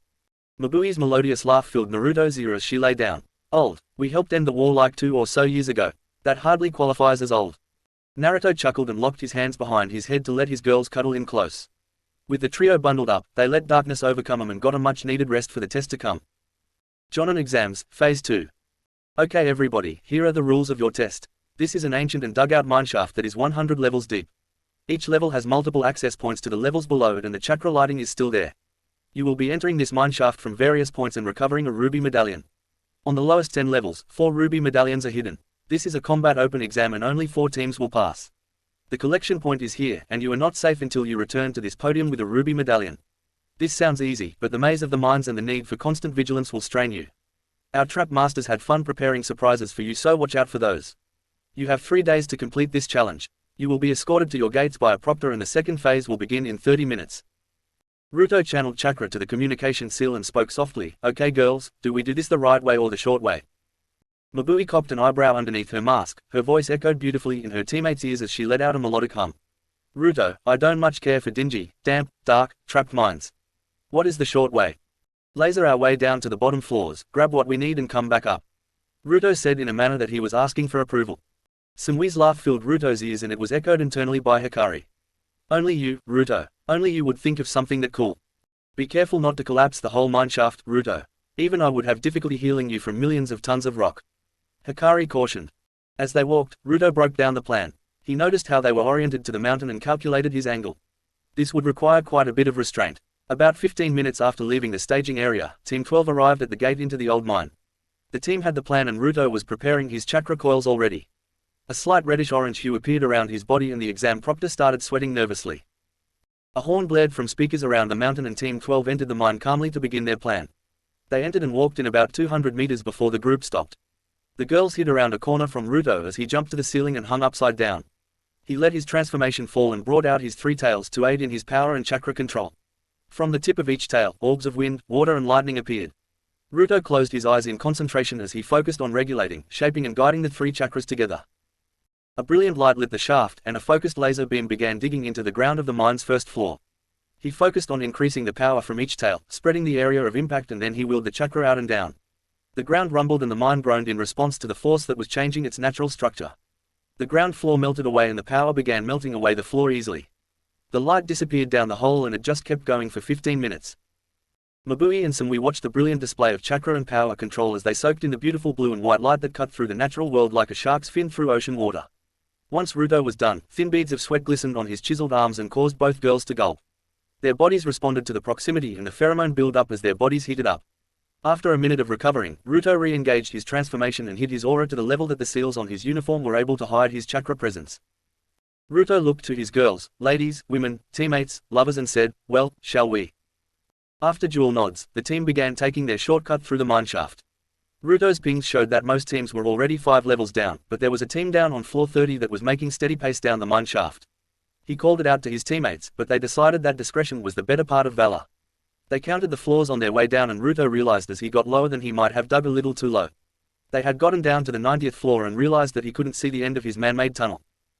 Mabui giggled, "Go a little overboard, my love." Ruto adopted his sheepish pose and gave the back of his neck a good rub. "Maybe. Well, it's cool that we are already down here. Ruto, Kitsune eyes please, I don't feel like dealing with traps. We will comb this floor and work our way down." Hi, Simui-chan. Mabui, mind mapping out this floor for us so we can find our shortcut again? Oh, that reminds me. We should probably trap this exit, don't want to make it too easy for the competition if they find out shortcut. Mabui chimed in. 2 nods confirmed this thought and the evil trio set nearly 80 seal traps around that entrance and the entrance of floors 80 to 100. Nothing lethal, but definitely painful and debilitating. The group began their jaunt through the lower levels with Ruto leading the way. They entered a chamber that was probably an old rest area for the miners and Ruto halted their merry procession. In front of the group were 4 rock golems that had not locked onto them yet. With a couple of hand signs, 3 balls of potent lightning tore into 3 of the golems and crumbled them into dust. Ruto enjoyed dismantling the last one with his greatsword encased in lightning chakra. What was once a bulky rock golem was chopped into 20 or more rock pieces in less than 3 seconds. Turned out that floor 90 was a bust and the group made their way down to level 91. Ruto's pings told the team that there was a team that had made their way down to the 90th floor and one team had encountered the surprises at the shortcut. Ruto let the girls know and they began to pick up their pace as they searched the 91st floor. After determining that this floor was a bust and setting some trapped seals, they made their way down to 92. They had searched a good portion of the 92nd floor when they encounter a big dig chamber with rock pathways leading over steep drops. It seems like there was a chasm that began on this floor and the group could see entrances and 8 more levels below them. Strapped to a stalagmite hanging over a circular earthen island, the group saw a red twinkle. Ruto focused on it and pointed it out, but there were 4 more rock golems on the island and a couple of traps around the edges. After a minute making a plan and the girls talking Ruto out of simply blowing the golems up, the group descended to the island platform and charged their swords with Raiden chakra. They each took 1 golem and Simui put in some extra effort to make sure that she could deal with the 4th. After dealing with the golems, the group looked up at the stalagmite hanging from the ceiling that was 40 feet above them. Ruto put 2 hands around Mabui's waist and hitched her up to his shoulder level. She squealed as she was surprised by Ruto's sudden touch and then she protested what Ruto was about to do. Before her protests registered, she was flying through the air toward the tip of the stalagmite. She flipped her body around and she landed feet first on the sharp piece of earth. She stuck herself to the sharpened rock with chakra and worked her way down to the glowing red pendant. She grabbed it firmly in her grasp and jumped down to the island platform before she playfully slapped Ruto's chest. The group began their climb to the entrance on the 92nd floor, but they stiffened when they sensed the enemy ambush waiting for them above. Rather than fight over a chasm, Ruto decided to play it diplomatically. The group ducked under an overhang and Ruto created 3 clones that hinged themselves. Rather than waiting to hear out the conversation, the group entered the 94th floor and began the climb up. With Ruto's clone squad, Ruto called out, "Well, I would hope that we could talk this out. I really don't feel like killing the Tsuchikichi's granddaughter. You have 10 seconds to show yourselves and speak before I relent and give in to my baser instincts." Kuretsuchi shivered. She was strong, she knew she was strong, but she also knew that she was no match for the monster before her. "Why don't you save yourselves the trouble and hand over the ruby pendant? This enclosed area and such a steep drop, wouldn't want a great Ruto Maki, Tenshi no Raijin, to meet an early death. Is that how you really want to play this, girl?" Ruto's clone growled out. Kuretsuchi and her teammates felt sweat trickle down their spines. I guess not. Is there anyone else down here yet?" "Nope, you are the second. Floors 91 and 92 are clear. The nearest group is around the 80th floor right now and I have 3 squads stuck in my traps." Ruto's clone replied in a totally friendly tone, which contrasted so sharply with his previous statement. Kuretsuchi turned and whispered with her teammates before they came to a decision. "Alright, you can pass. It isn't worth the risk fighting with a team like yours." Kuretsuchi spun in a panic as the 2 female teammates puffed into smoke and Ruto's clone whispered from behind her. "Good choice, Kuro-chan." Before Kuretsuchi or her teammates could eliminate the threat, the Ruto clone puffed into smoke. The Kamizura teammate, a B user, shared her terrified thoughts. "That guy is fucking terrifying."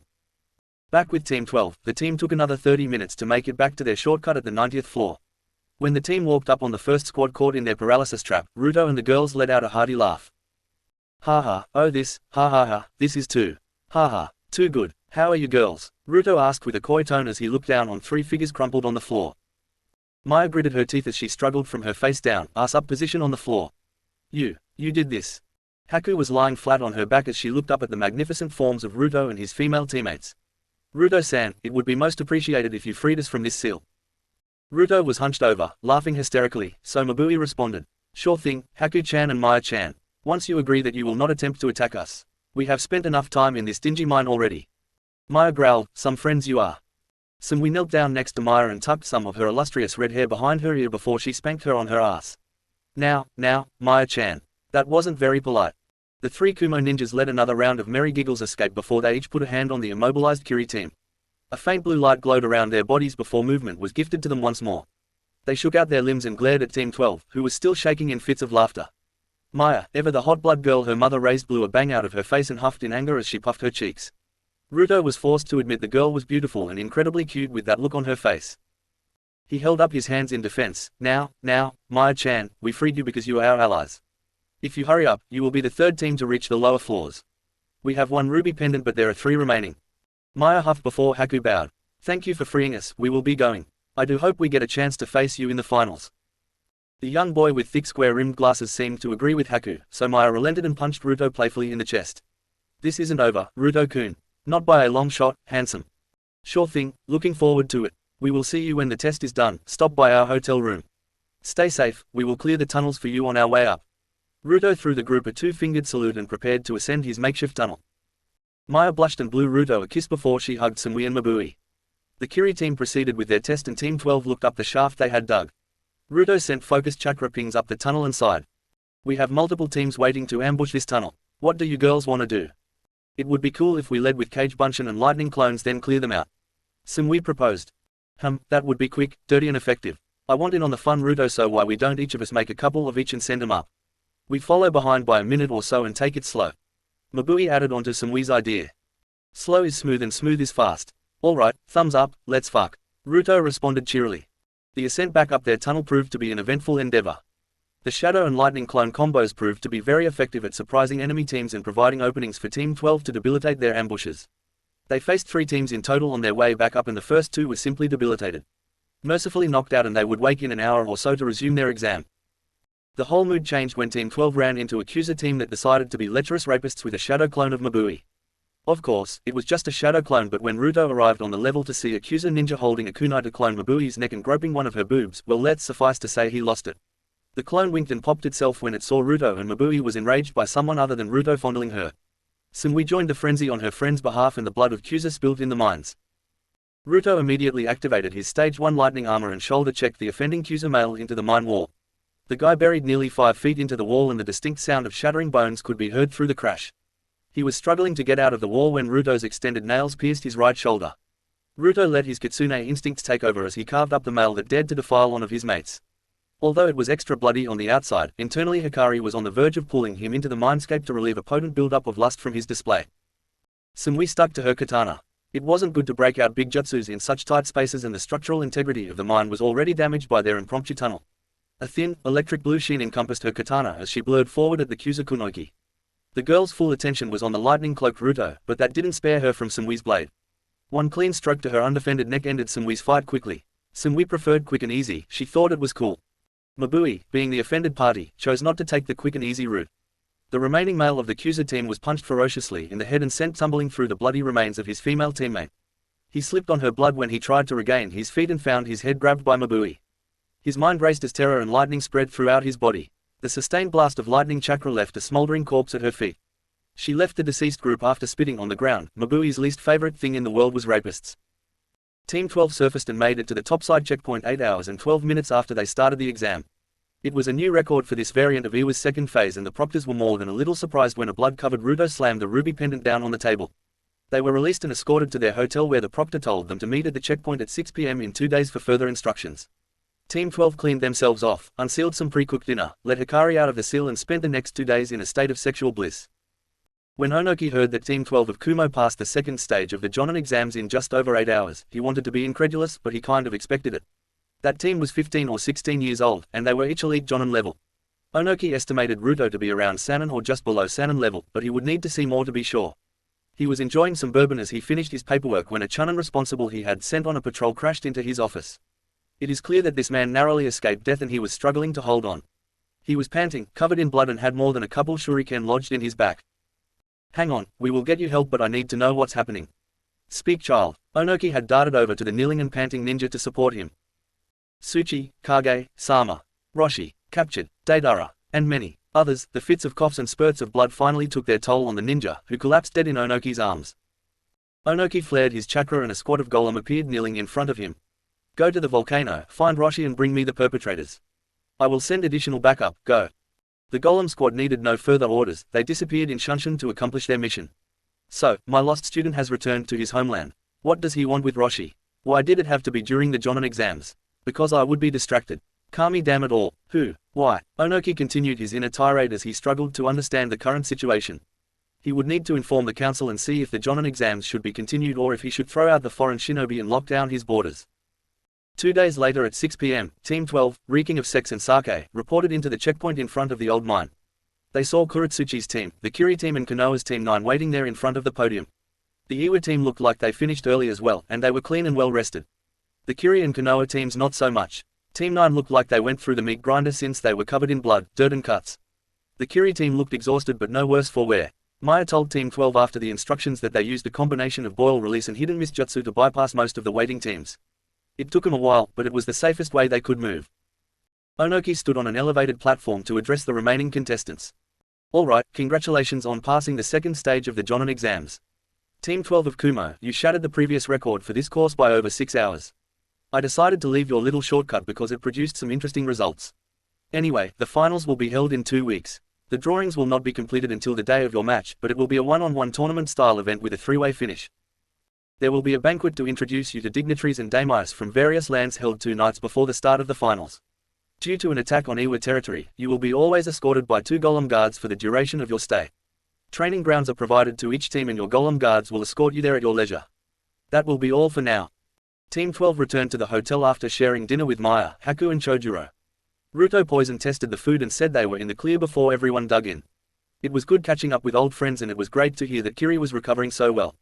The anti-bloodline faction had suffered multiple losses since the war ended and very few remained. They were reduced to missing nin and highwaymen and they were dying out by the day. Chojuro and Haku represented the new generation of the 7 swordsmen. Haku wielded the Nuibari, a needle sword with Fuinjutsu ninja wire that is used to immobilize targets. Chojuro wielded Haramakare, which was a 2-handled blade that was highly chakra conductive and was capable of changing forms. Throughout the dinner, Samui and Mabui wore confident smirks on their faces as they watched Maya's attempts at seduction. It wasn't that Ruto was unresponsive to them, it was that Ruto was on a completely different level than the well-endowed and innocent redhead. Every naive and innocent attempt at flirting was met head-on by Ruto and it left Maya a tomato-red blushing mess for most of the dinner. Ruto had set up a privacy barrier that allowed him to remove his mask, since the Kiri team already knew his identity and he wanted to be himself around friends. Haku remained the silent type, but Ruto could tell she had gained some confidence and found her own way since he last saw her. The girl carried a calming confidence about her, and she watched everything play out with a graceful smile on her lips while chipping in commentary every now and then.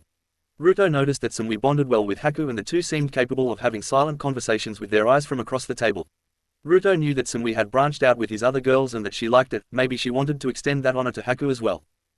3 days after the end of the second phase, Ai and Shina showed up to begin training Team 12. When they heard the full story about the incident between Sasuke and Ruto, they were beyond livid. Especially when Naruto told them about Onoki possibly discovering his true identity, among other people. Ai and Shina said that they would handle it, but the world began spinning for the Kumo shinobi. The night before the Jonin exam banquet, the Kumo contingent was relaxing and had just got back from dinner when all hell broke loose. A knock came on their door and Shina was the one to answer it. Standing in front of her was a man she wished she never had to see again. His long mane of white hair, that goofy-ass grin and ridiculous outfit with the unique Hishiate marking him as the Toad Sannin, Jiraiya. Before Shina could slam the door in his face, a hand stopped the door from closing. You know, after I saw your kid demasked, I asked myself how I missed it. I asked myself how the ninja world could be so blind. But the main question I ask myself is why you never reached out to me, Kushina. Flashback. Following his orders, Jiraiya was scoping out Iwa and there was an event that would provide the perfect opportunity. The Jonin exams are a great time to scope out talent from around the elemental nations, especially when the talent includes his main target, Ruto Maki. Thus, Jiraiya waited patiently for the exams to start, idly noticing that this Kumo team really was cautious. He got nothing from him except noting that the tall blonde was definitely banging his two teammates. So, after giggling perversely and scribbling a couple things down in his notes, Jiraiya waited patiently.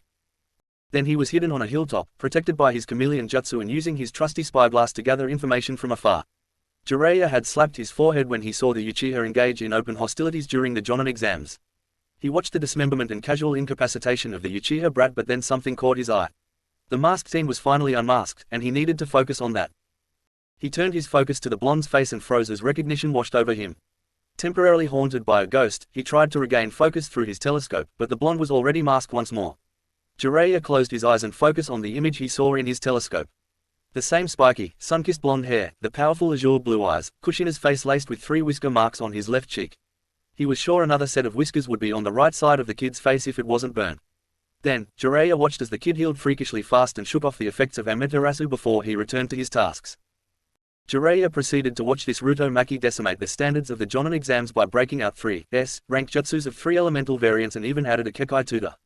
The whole time he watched the performance, especially when the kid drew up his Fuinjutsu seal with ease, he imagined himself watching Minato. The images of the past repeatedly haunted him and he could no longer ignore his gut instinct. He would need solid proof before he could confront them, and he was patient enough to wait and find it. Then, he watched AI waltz into Iwa alongside a woman that rang the same reminiscent alarm bells in his head. As soon as he saw Shina's face, he had his confirmation, and everything clicked into place. It was so thinly veiled that it was ridiculous. Kushina's body was never recovered, the Maki name, which is just the tail end of Uzumaki, the rumors of Uzu's recovery, their first names followed the same suit as their last names. The reason Sun had defected to Kumo became clear in Jiraiya's mind. Then one overwhelming thought crushed him: why didn't Kushina trust him and include him? End of flashback. Jiraiya was stunned by the speed that a paralysis seal was slapped on him, and he was further surprised by the ease with which Kushina dragged him into the room and threw him on the floor. The nail in the coffin of Jiraiya's hope was the burning fury in Kushina's eyes and the look of absolute apathy in Naruto's azure orbs. Well, I guess I should say I am happy to meet my so-called Kyofu, but you lost the right to that title almost immediately after you gained it. Why are you here, Jiraiya? Naruto's cold voice cut across the room and pierced Jiraiya's heart. Heya, Gaki. No, you can stop right there.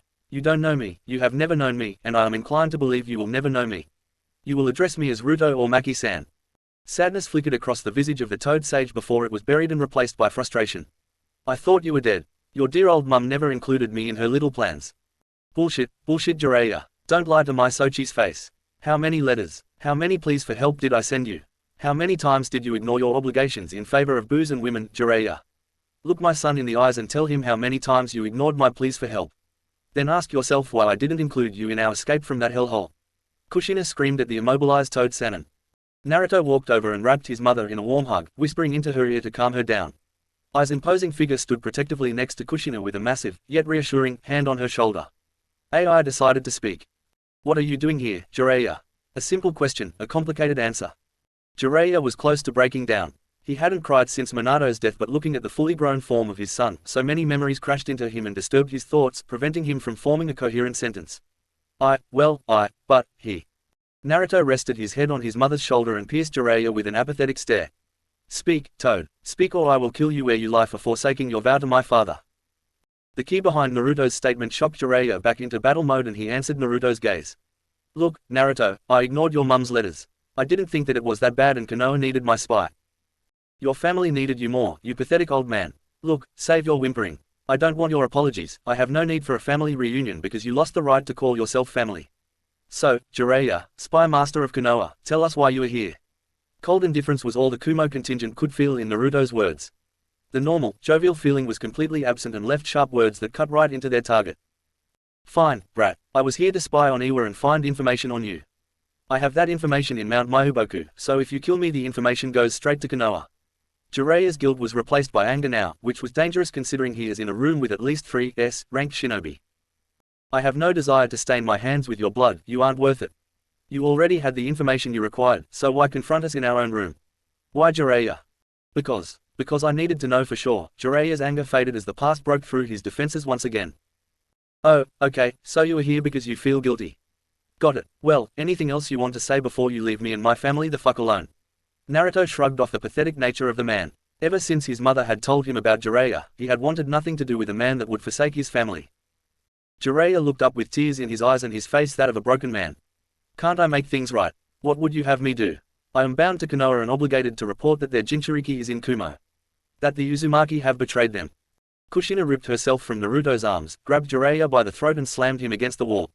As she spoke, her blonde hair flickered about in agitated tails. Don't you dare say I am the one that betrayed Konoha. Danzo sent 20 rude ninjas after me and Kakashi. I faked my own death to escape, but I was already betrayed, my family was already betrayed, Minato was already betrayed. And yet, you remained. Ever the loyal lapdog of Konoha, never asking why, never even investigating why I was so desperate for your help. Then you have the nerve to call my son the Jinchuriki and treat him as some weapon, just like they did. Throughout Kushina's statement, Jiraiya's confidence and anger fell. Oxygen failed to get to his brain and his eyes bulged, then Kushina dropped him limply to the floor. The look in her eyes said the same thing Naruto said earlier, you are not worth killing. Jiraiya coughed and gasped for breath before he looked up at the apathetic crowd in front of him. Minato died defending Konoha, he gave his life for that brat to protect the village. You say I pissed on his will and my obligations, what about you? You joined a village that he saved you from. You have dropped Konoha from its reign of supremacy and created enemies for the village you once swore to protect. Jiraiya was cut off again by Naruto. Naruto's hair shadowed his eyes and his gaze was fixed on the ground. His aura threatened to explode, and he was shaking with absolute rage, but he spoke in a whisper. Get out of here Jiraiya. Next I see you, you are my enemy. I spare you this once in honor of my father, but I will answer your charges. My father died protecting a village that was supposed to honor his sacrifice and give me a home. Power-hungry fools robbed me of my inheritance, which alone wouldn't have meant too much. Then, they beat me, nearly killed me when I was 4 and then again when I was 5. In between those birthdays, they imposed a woman that would drag me by my hair out of the safety of my home and throw me at the feet of enraged villagers. My medical record shows over 60 visits to the hospital in under a year. Naruto's tone was starting to escalate, and chakra was taking shape around him. Then they tried to kill my mother because she wouldn't die naturally on the back-to-back S-ranked missions they threw her on. They threatened those I loved, and you dare say that I betrayed the village. Let me save you your moral dilemma, Jiraiya, I will show the world exactly who I am. You tell Fugaku, you tell Danzo, if they want me then to come and get me, motherfuckers. Jiraiya looked incredulous at that statement and the firmness of Naruto's resolve. He looked to AI, who smirked back at him and said, I stand behind my successor's words. If Konoha wants to get crushed, they can bring it on. Uzu once stood against the might of 3 nations and overwhelming odds. Kushina-chan has seen fit to equip Kumo to do the same. If war is what Konoha wants, they can come and get it. Now leave, you disgust me. Naruto carried Jiraiya out of the room and down to the reception area of the hotel.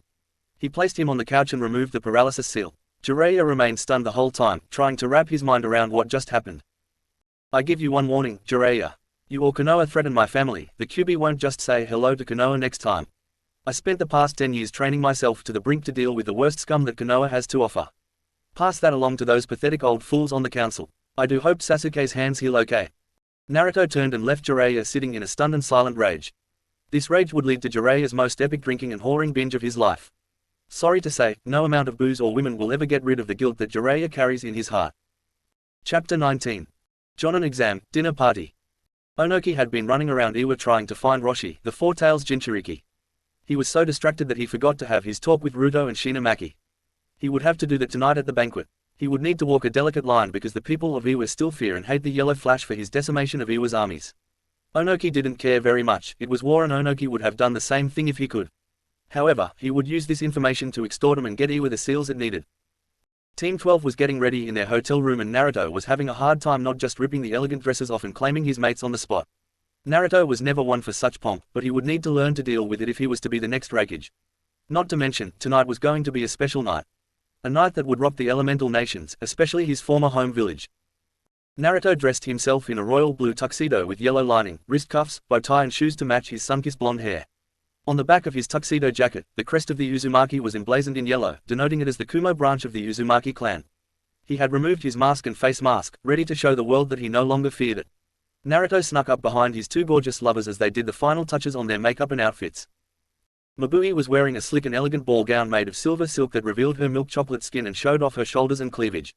The gown went down to her ankles and painted her in the image of a refined goddess. Her silvery white hair was done up in a bun and 2 thin white bangs framed her angelic face.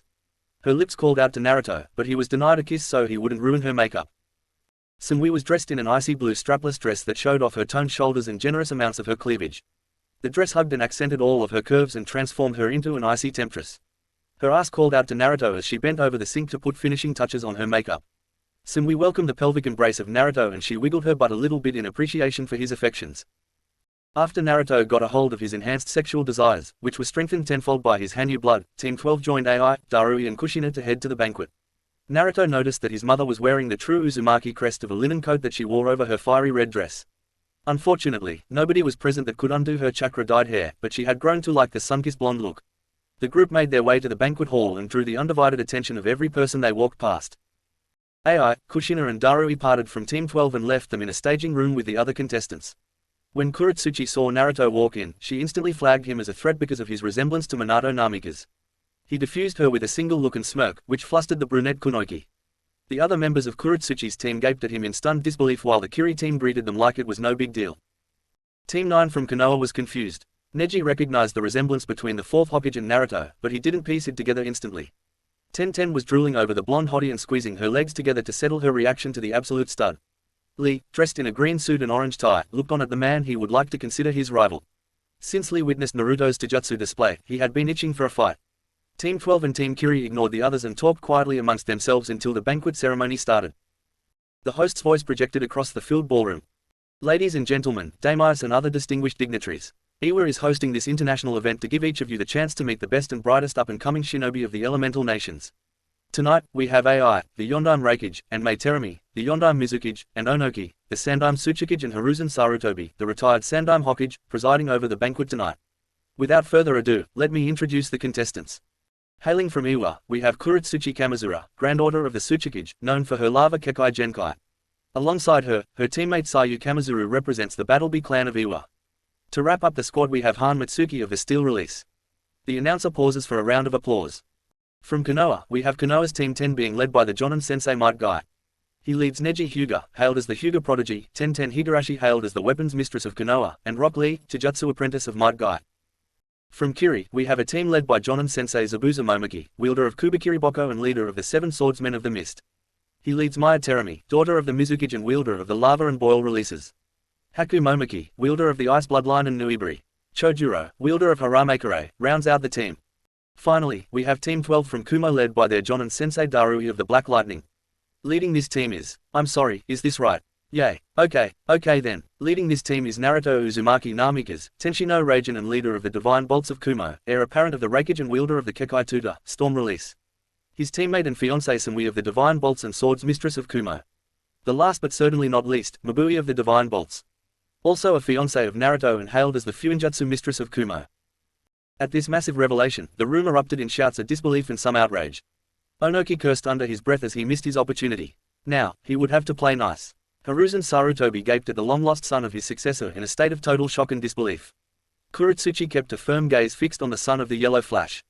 The people from Iwa shouted that the son of that man shouldn't be allowed in Iwa. Neji Hyuga glared at the traitor of Konoha. Jiraiya was in attendance, but he was already drunk off his ass and wasn't paying attention. Ai simply sat there with his arms crossed and a confident smirk plastered on his face.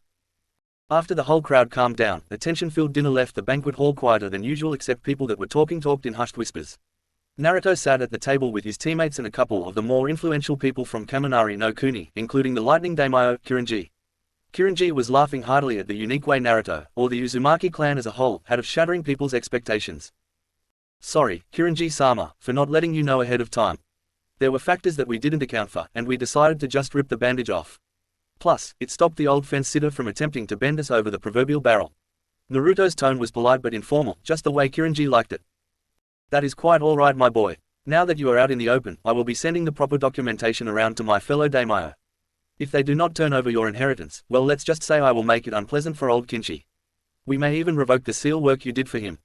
Samui spoke up. Daimyo-sama, do you really think the greedy bastards in Fire Country didn't cut corners and steal Ruto's inheritance for themselves as soon as he was pronounced dead? Kirinji sighed. You are quite right, child.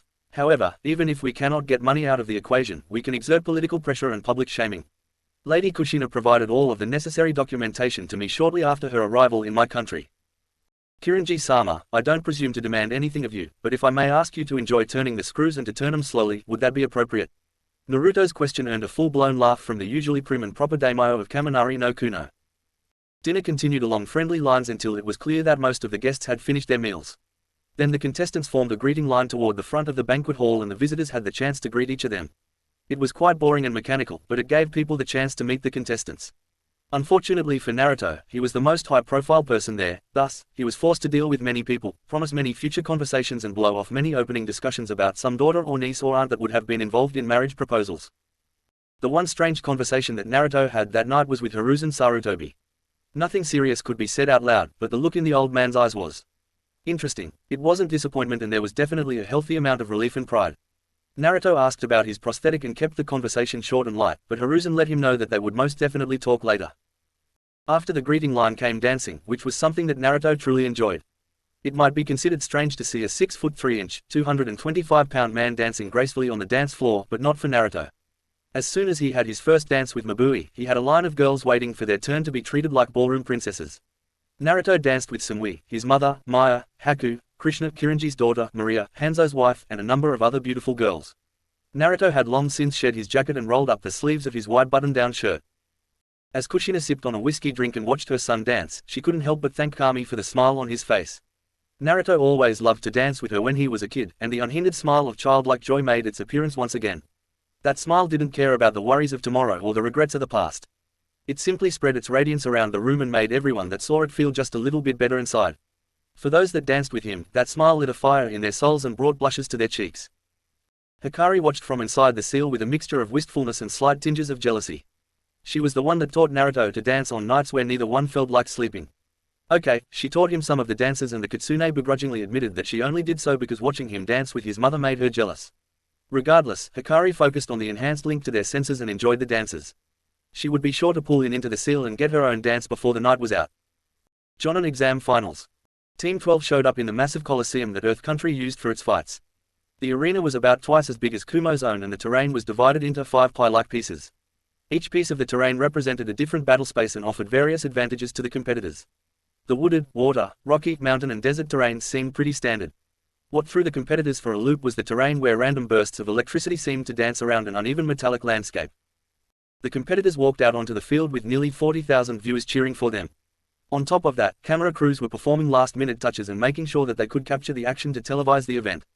They walked to the center of the field where the 5 landscapes merged, and the Jonin proctor, Akatsuchi, led the group through the opening speech and instructed them on the rules of the fights. After getting their instructions, the competitors drew numbers and the matches looked like this. Match 1 Naruto vs. Rock Lee, Match 2 Mabui vs. Neji Hyuga, Match 3 Maya vs. Sayu, Match 4 Ten vs. Sumui, Match 5 Haku vs. Han, Match 6 Chojuro vs. Kuratsuchi. The competitors cleared the field and the enthusiastic Rock Lee bounced around in a green blur. The overexcitable Konoha Chunin was like the bouncy ball that the kid on crack in the candy store threw. Eventually, Lee settled down and stood across from Naruto.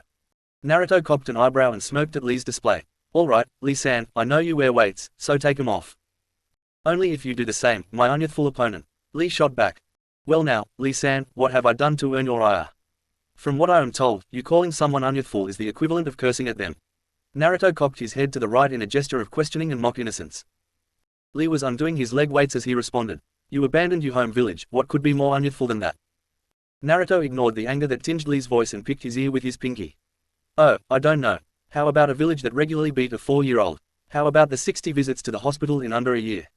How about said village attempting to assassinate my mother? If that isn't enough reason, how about that village stealing my birthright and inheritance from me? You tell me, Lee, would you remain loyal to such an unyouthful village? Naruto's voice was caught by seals that projected it around a stadium which had since gone incredibly silent. Lee was frozen with his left ankle weight in hand, and his big round eyes with caterpillar mounts bore into Naruto looking for any sign of deceit. Of course, there was none. Lee's head fell and his bowl cut shadowed his eyes before anime tears began flowing. If that is true, Naruto-san, then I apologize for my village's unyouthful actions. Naruto waved him off. Don't worry about it, Lee. Now, let's see if your flames of youth match up to my buddy Atsu's fiery passion for life. Come and let your flames burn brightly, Lee, because I will keep this match strictly to jutsu. Naruto undid his gravity and weight seals in preparation for this high-speed matchup. Lee rose from his knee and threw a fist into the air. That is the most youthful display of fiery youth that this youthful youth of Konoha has ever seen in my most youthful life.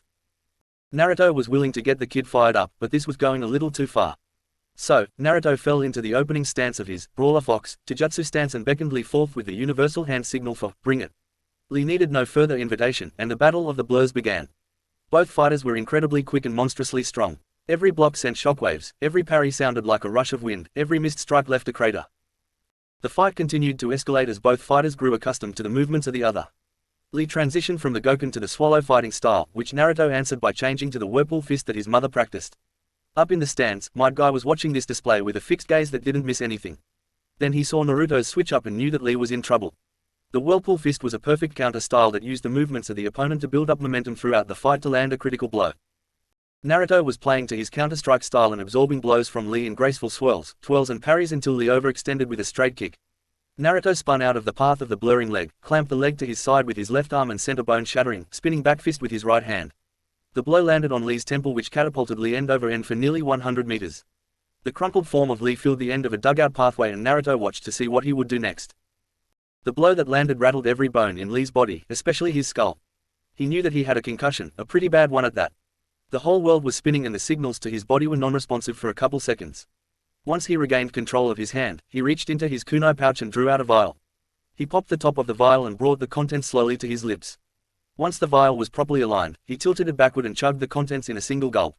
Like a magic potion, Lee was able to move again, and he stumbled to his feet. Lee stood swaying shakily on his feet, hiccuping every now and then. The flush on his cheeks told Naruto that he was drunk, which greatly confused Naruto, who was scratching the back of his head as he tried to figure out what the hell was going on. "You all right there, Lee? You don't seem to be doing too well," he asked his opponent. "Hick, don't you, hick, worry about, hick, Minaru hick-san. Hick, just be, hick, ready." In between hiccups, the fire in Lee's eyes returned and he stumbled forward toward Naruto. Naruto couldn't for the life of him understand what was going on. Lee went from a practiced and clean fighter to a lucky brawler. Each of his stumbles were ungraceful, but they helped Lee dodge Naruto's strike. Lee's strikes were stronger and more unpredictable, which meant they landed on Naruto more often. They didn't really debilitate Naruto, but they definitely hurt. In the contestants' box, Tenten was shaking her head and she talked to Neji. "I can't believe he brought that out in a public fight. I hope Naruto-san can beat him, otherwise everyone in this arena is in danger." Neji answered her, completely disgusted by the display. "The drunken fist is an unusual style and I agree that it should never be displayed in such a public setting. Even though Lee is a natural prodigy with it, it is still disgraceful. On the bright side, he is doing better against his opponent." Tenten replied cheerfully. "The whole idea of this exam is to prove yourself worthy of a Jonin promotion. This type of fighting would never be condoned on a mission. Lee can't even stand up straight." Neji countered. Back in the arena, Naruto started to understand what was going on and it made him smile. It was truly a brilliant opportunity to fight such a unique combat style. Deciding to take it up a level, Naruto channeled lightning chakra throughout his body, not even the stage 1 lightning cloak but enough to speed up his responses. He disappeared in a crackle of lightning as he dashed at Lee. If Lee would naturally dodge, then Naruto didn't plan on aiming for him. Naruto performed a jumping roundhouse kick which Lee tripped and ducked under, but Naruto instantly flipped his body and turned the attack into a heel drop. Lee stumbled to the left and dodged the heel drop, but the ground that shattered under the weight of the blow sent him flailing through the air. Naruto disappeared in another crackle of lightning and caught Lee around the waist as he flew through the air. Naruto's lightning armor crackled to life, and he performed a Liger Bomb on Lee. After the dust and debris cleared, there was a 10-meter wide crater with human legs sticking up limply in the middle of the crater. Naruto watched on impassively as the proctor jumped into the crater to check on Lee's state. Surprisingly, the legs began moving and after a couple seconds Lee was back on his feet, but something was different. Something was wrong. Then Naruto and the proctor noticed that Lee didn't have any pupils, his eyes were rolled back. Lee stood in a loose, combat-ready stance on pure instinct. Naruto could respect that, and he didn't wish to damage Lee any further. "Proctor-san, I wouldn't get too close to him, but Lee-san is unconscious. I do not wish to permanently damage such a youthful opponent." The proctor called the match in Naruto's favor and the whole stadium heard Guy's thunderous applause and repeated shouts of Lee's name. Naruto disappeared in a lightning shunshin and appeared next to Mabui. He gave her a passionate kiss and wished her good luck in her rematch with Neji. Up in the cage and judge box, the votes were being taken. Each country's representative was allowed to select one judge for a complete panel of judges. The discussion about the fight was interesting, but each judge had expected the outcome. AI led the discussion as the Taijutsu expert amongst the judges. "Hiruzen Dono, it is good to see such a dedicated young man. His prowess in Taijutsu is worthy of consideration, but his mentality left something to be desired. Although that was the first time I got to witness a master of the drunken fist, truly an interesting fighting style." Hiruzen chuckled. "Yes, Rock Lee is an interesting young man. I have always enjoyed his positive attitude. Alas, I must concede to your point that he is not yet ready for the Jonin rank." Onoki cut in and glared at Kushina, who stood proudly at Ai's right shoulder. "You Uzumakis are fearsome. Tell me, Lady Shina, what are your plans for Uzushiogakure? I have heard of its reconstruction, but we have gotten nothing out of it. And it will continue to be that way, Onoki Dono. So long as you do not raise your swords against Uzu or Kumo, we will stay our swords." Kushina shot back. AI cut in, not liking the direction this was going. "Can we please return to judging the contestants? Onoki, you will be invited for diplomatic talks after these exams have concluded." Onoki waved AI off. "Look, it is obvious to all of us.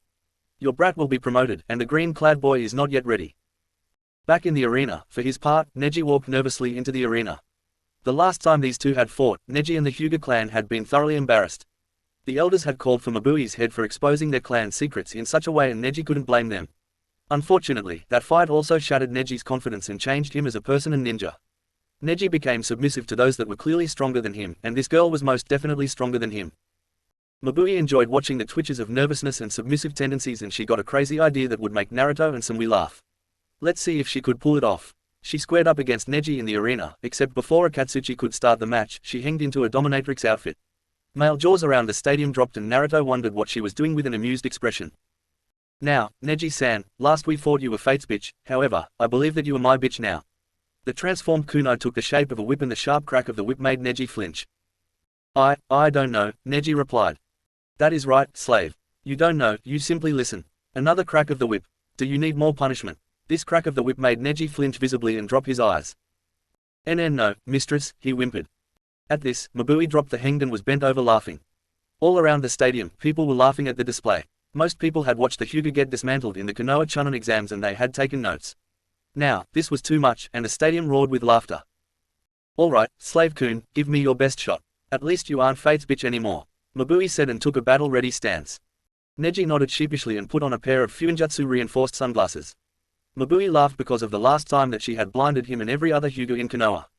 Akatsuchi started the fight and jumped out of the way. Neji blurred toward the trees in the wooded landscape and Mabui walked along after him. She casually pulled 2 seals out of her pouch and stopped about 50 meters away from the woods. She slapped one seal down at the base of the feet and attached the other seal to a kunai she was holding.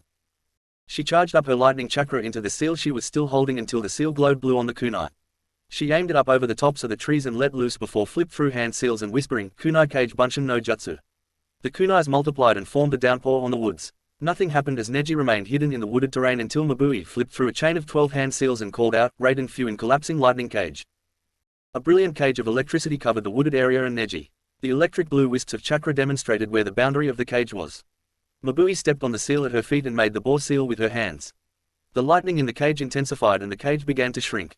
The cage shrank slowly and methodically for nearly a whole minute. As the lightning collided with the tree caught on fire and was shredded to sawdust, which lit up in brilliant blazes of blue fire.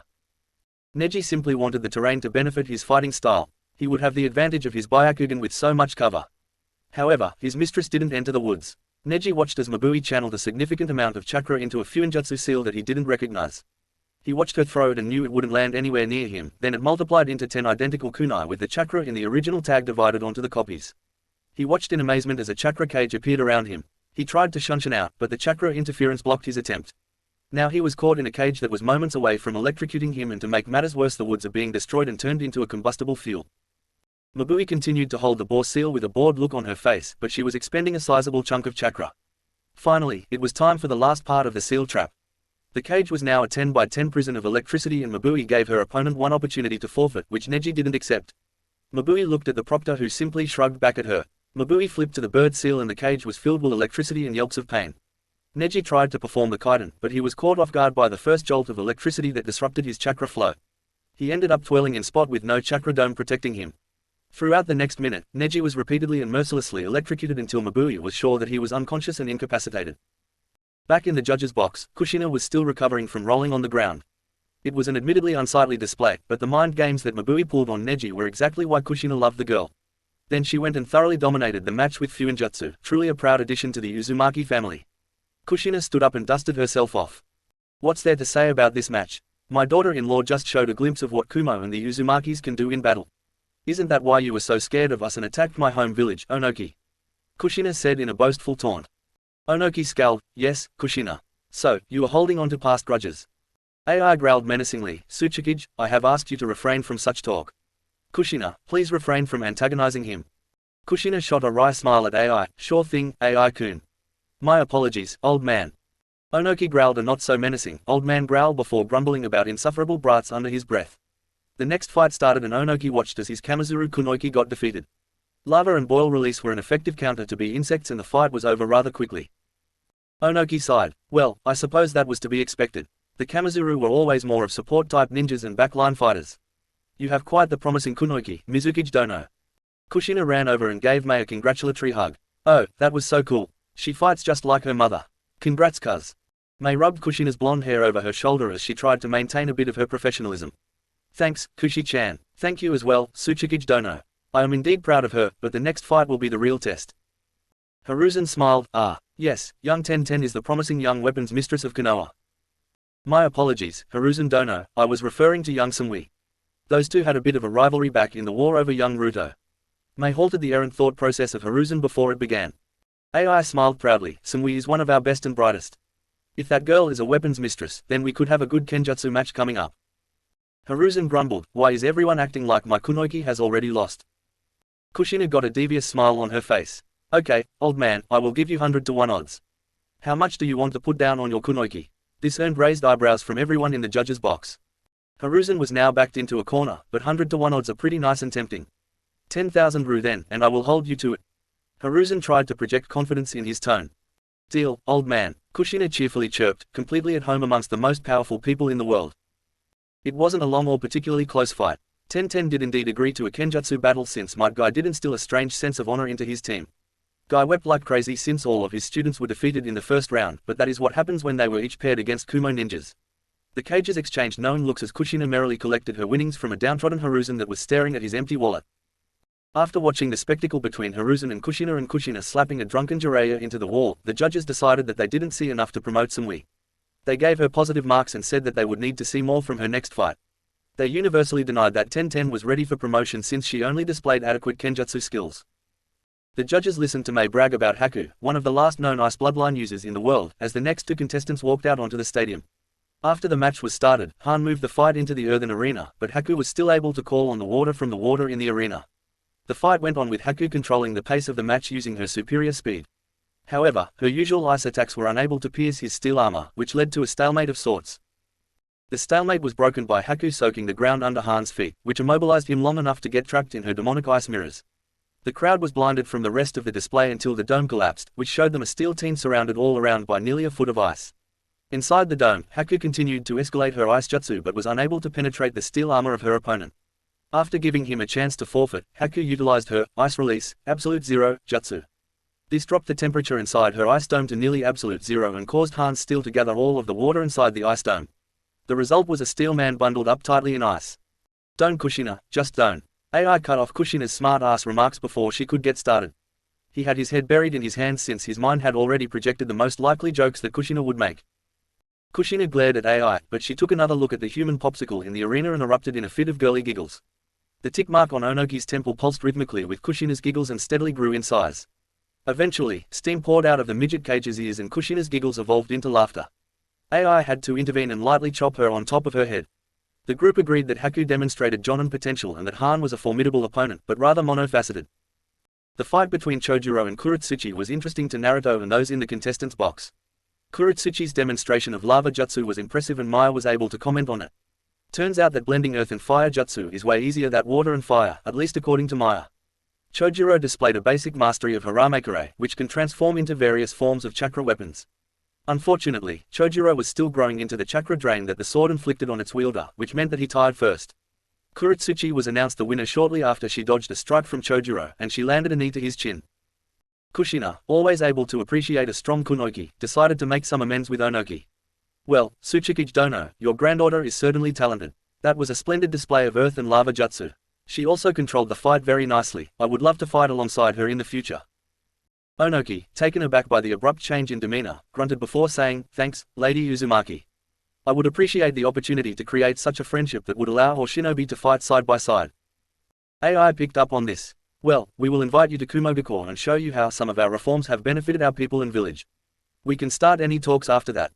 Onoki nodded and hid a smile. He knew that he needed to be on friendly terms with Kumo and hid a smirk at the sour look on Hiruzen's face. That is a welcome suggestion, AI Dono. Why the sour face, old monkey? Hiruzen scoffed, so, when the son of the Kuroi Senko is in Konoha, you want to kill him. However, if he is in Kumo, you wish to make friends with your so-called greatest enemy. Don't play petty games with me, old monkey. If my people and nation can benefit from a friendship, why wouldn't I seek to take advantage of that? A kage is duty-bound to do what is best for his, or her in the Mizukage's case, people. Onoki retorted sharply. Hiruzen suppressed a growl. If Fugaku didn't fuck things up and chase the Uzumakis out of the village, this never would have happened. Unfortunately, Hiruzen knew he would have to report this to the Konoha Council and things would escalate from there. A drunk Jiraiya stumbled forward and spoke with a disrespectful tone to Onoki. Look at the lil ole, man, hick, actin' strong, hick. From what I hears, use guys lost, Roshi, earlier this month. Onoki was now enraged. A surprising amount of killing intent filled the booth and caused everyone's hairs to stand on end. Oh, so you know about that, do you? So, should I assume it was Konoha that took my Jinchuriki? A thick tension hung in the air and eyes darted all over the place. Every cage or judge inspected the other. It was clear to everyone that Hiruzen was shocked to hear the news and he was clearly ashamed of his student's behavior. AI and Kushina locked eyes knowing that this was somehow linked to the attack on Takideko and the disappearance of the Seven Tails. Onoki's face had darkened, and his eyes were fixed on Jiraiya, who had realized that he severely fucked up. While Jiraiya struggled to form words, Hiruzen stepped in. Onoki dono, Konoha has nothing to do with such a thing. We are here for these exams and that is it. We will keep an eye out for your lost Jinchuriki. Were there any clues you could share with us to help identify the attackers? Onoki grumbled and debated whether or not to share the information. I do not trust Konoha, Hiruzen. It is nothing against you. However, the 1 tails, 3 tails, 7 tails and now 4 tails have been attacked, killed or gone missing in the last year or two. I believe that in itself is suspicious. AI was in a thinking pose and had maintained steady eye contact with Kushina as they sorted out the information. Of course, they each knew where Gaara was, but the other Biju were causes for concern. Onoki dono, Kumo is more than willing to help you locate this group. My intelligence officers have formed a dossier of sorts and have identified certain S-ranked individuals that are most likely responsible. Onoki coughed in surprise before he recovered himself. S-ranks, why have I not heard of this? Kushina took over for AI. Look, Onoki, sooner falling in a day is suspicious and my informants told me that it was due to massive explosions and a puppet army.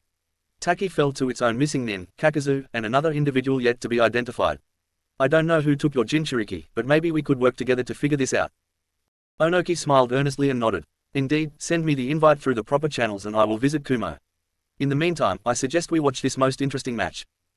As all of the judges' attention returned to the field, they noticed that a unique battle was truly underway. Mabui and Naruto each had their Fuinjutsu kits out and they were throwing around seals liberally. Explosions countered by barrier seals, kunai multiplying and flying toward Naruto only to be repelled by an equal number of shuriken. These flying instruments were engraved with Fuinjutsu that replicated the shuriken, kunai cage bunshin jutsus. Mabui had a look of absolute bliss on her face as she cranked out seal after seal. Each move she made was countered effortlessly by Naruto and vice versa. She noticed that she was being backed onto the lightning field by Naruto, who remained true to his word in keeping this a Fuinjutsu fight. Mabui tried throwing 4 kunai and setting up a barrier around Naruto, who threw out incendiary tags to destroy the tags attached to the kunai. She then whipped 2 more kunai with flash tags to buy her some time. Naruto saw the 2 kunai flying at him and quickly identified the tags before he closed his eyes and reinforced his eyelids with a layer of chakra. He pinged her to get her current position and tossed 5 kunai high into the air. The flash tags went off, which also forced Mabui to close her eyes and made her miss the airborne tags that Naruto just threw. Both contestants opened their eyes and restarted the fight. Naruto's fingers glowed blue as he wrote a seal in the air before he placed his palm on a tag. The palm tag was attached to a kunai and he tossed it to Mabui's left. Mabui reacted to explosive tag that was clearly aimed to make her dodge to her right. Unfortunately, she had no other option, but then the air seal went off and shot a concentrated wind ball at Mabui's new location. Mabui once again dodged to her right side and tossed a taser seal at Naruto. As the taser tag flew through the air, 5 kunai clinked to the ground and surrounded Mabui in a hexagonal barrier. The taser tag Mabui threw flew true and impacted on Naruto's left leg, which sent a jolt of electricity through Naruto. The foreign chakra jolted his system and forced him to take a knee. For Mabui, she was fixed in her position and unable to do anything. She couldn't move at all, and her chakra was locked up while she simultaneously felt the immense drain on her chakra. She was struggling to remain standing, and her breath was coming out in pants, but that did nothing to suppress the brilliant and breathtaking smile on her face. After a minute or so, Naruto was able to move freely, and he walked over to Mabui while shaking out his leg. He looked at the proctor meaningfully, which caused the proctor to snap out of his daze and called a match in Naruto's favor. He dropped the barrier and caught Mabui before she could fall to the ground. He scooped her into a princess carry and walked off the field while chatting amicably with her. Up in the judges' box, all eyes were on Kushina, who just finished explaining how that was a standard Fuinjutsu exam for those wishing to go from journeyman to master sealer. They were all impressed by the display and agreed to promote both shinobi to jonin, much to AI and Kushina's joy. The other cage each recognized the battlefield implications from such a display, especially when combined with such overwhelming combat prowess. After Kushina's explanation, a stunned silence fell on the judges' box until the start of the next match. Maya and Samui eyed each other from across the field with small, hidden smiles on their faces. The proctor had started the match, but the two remained fixed in their positions with their eyes locked in the first phase of this battle. For Maya, she was searching for an answer to the question that she asked Samui on the way down. 2 minutes ago, Maya was walking side by side with Samui. Samui-chan, now that Kiri has stabilized, my mother plans on sending 2 bloodlines to Kumo. If I volunteered, would you be willing to share Naruto-kun? I always remembered each of you fondly, but seeing him again confirmed my feelings and I want to know. Sunwi was honestly surprised it took her this long to ask. She knew that Naruto hid nothing from her and that he had done nothing out of his way to attract her affections. That's cool with me, but it is not my choice. Let me ask you this, why do you want Ruto-kun? Maya shot a look at Sunwi, evaluating her posture and response. Why wouldn't I want the hero of Kiri? Sunwi's gaze hardened. So, it is because of his status then. Not cool. Maya sputtered out in shock and shook her hands rapidly in front of her. No, no, no, no, no. I mean, no, that's not the only reason. Maya's gaze shifted to her feet, and she started twiddling her fingers. Who wouldn't love the man that saves their nation? But I can tell that he is real, like totally genuine and kind. Then I see how he treats you girls, and I can't stop the jealousy that creeps into my chest. Back on the battlefield, Sunwi was evaluating this Kunoiki, not just as an opponent but as a potential mate for Naruto. She was strong, no doubt about that. She seemed kind and genuine enough, but that wasn't enough. She determined that a fight would be the only way to get to know her, so she firmed her resolve and shifted to her taijutsu stance. Maya, I don't know if Naruto likes you and quite frankly, I can't make up my mind myself. Speak to me through this fight and show me who you are. If you are cool enough, then I will give you my stamp of ice-cold approval. Maya nodded and took up her lava fist taijutsu style. To the crowd's surprise, Maya's cheeks bulged and she sparked 2 globs of glowing lava on her hands. The lava shifted around her forearms and solidified into gauntlets. Sunwi smirked and cased her fists in lightning, one of the first stages of Naruto's lightning armor that he taught her in Mabui. Each girl smirked before they disappeared in bursts of speed. Clashes of blue, orange and red appeared around the arena. They weren't fixed into one of the arena variants as the battle danced around battlegrounds. Each sparking of blue and orange drew oohs and ahs from the crowd as they witnessed a high-level kunoiki fight. Sunwi was laughing, internally of course. A cool person such as her would never laugh out loud in the middle of a battle. She gracefully deflected blow after blow from Maya and was impressed by the girl's ninjutsu. Sunwi increased her speed a bit and created some space to switch to a ninjutsu battle. She could have won the fight with Kenjutsu, but Sunwi was very poor at holding back with her sword. She always struggled to hold the bloodlust at bay whenever she palmed her sword. She believed that Reikuzaki, her sword's name, called for her opponent's blood whenever she wielded it. Returning to the fight, Sunwi flashed through hand seals and used a base-level, Raiden, beast tracking, jutsu that created 3 wolves made of lightning that dashed toward Maya. The girl didn't hesitate as she used 2 hand seals and bulged her cheeks before she spat 3 globes of lava and erased 2 of the 3 lightning wolves. The last one lunged at Maya, who ducked and rolled the attack before she placed her hand on the ground and an earth spike bisected the lightning wolf. As Maya regained her bearing, she noticed that Sunwi had just finished sealing and saw a lightning dragon wrap around Sunwi before darting toward her. Maya countered the attack with a Kiri special, Suden, Water Dragon. The twin dragons fought briefly for dominance before the lightning dragon won out. The lightning dragon was smaller after its fight with the water dragon, but it was still fearsome as it roared toward Maya. Maya panicked a bit but erected a lava wall that halted the beast's progress. Sunwi's concentration was fixed on her lightning dragon until she saw the lava wall erected. She let go of the jutsu to focus on her next move. She dashed around the wall and saw Maya panting with her hands still on the ground. Sunwi decided that she had tested the girl enough, so she used her top speed to take Maya's back. She placed both hands on the girl's shoulder blades and used Raiden, Shock Current. Maya's body glowed blue and sparkled with lightning as the foreign chakra shocked her system and rendered her unconscious. In the judge's box, Mei was clutching her chest in concern. Otherwise, her features remained schooled as the fierce Mizukichi she was. When Maya rose to her feet with the aid of Sunwi's shoulder, a brief smile flitted upon her face. Refuge Dono, I do believe that we will need to be more aggressive in our negotiations to discover the secrets of Kumo's success. Your shinobi are clearly on a different level than we have come to expect. Mei's tone was flirty and seductive, which earned a scowl from Kushina. Kushina couldn't catch the scowl that escaped from her throat. She then asked herself why she would react in such a way. Ever since the talk with Naruto, she had been more open to her feelings for AI. She still clung on to her affection for Minato, but she was admittedly torn between the 2 great men. She shoved the feelings down to deal with it at a later date. Oh, Mei-chan, I believe we can work something out.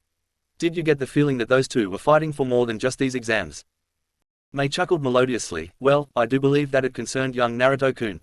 Which reminds me, those 2 bloodlines we owe you. If I agree to Maya being one of those offered, could we select the suitor? AI aside, I don't know whether to be proud or jealous of my pupil. Sounds like we will need to schedule another visit, or would you prefer to conduct a joint visit with Tsuchikage Dono?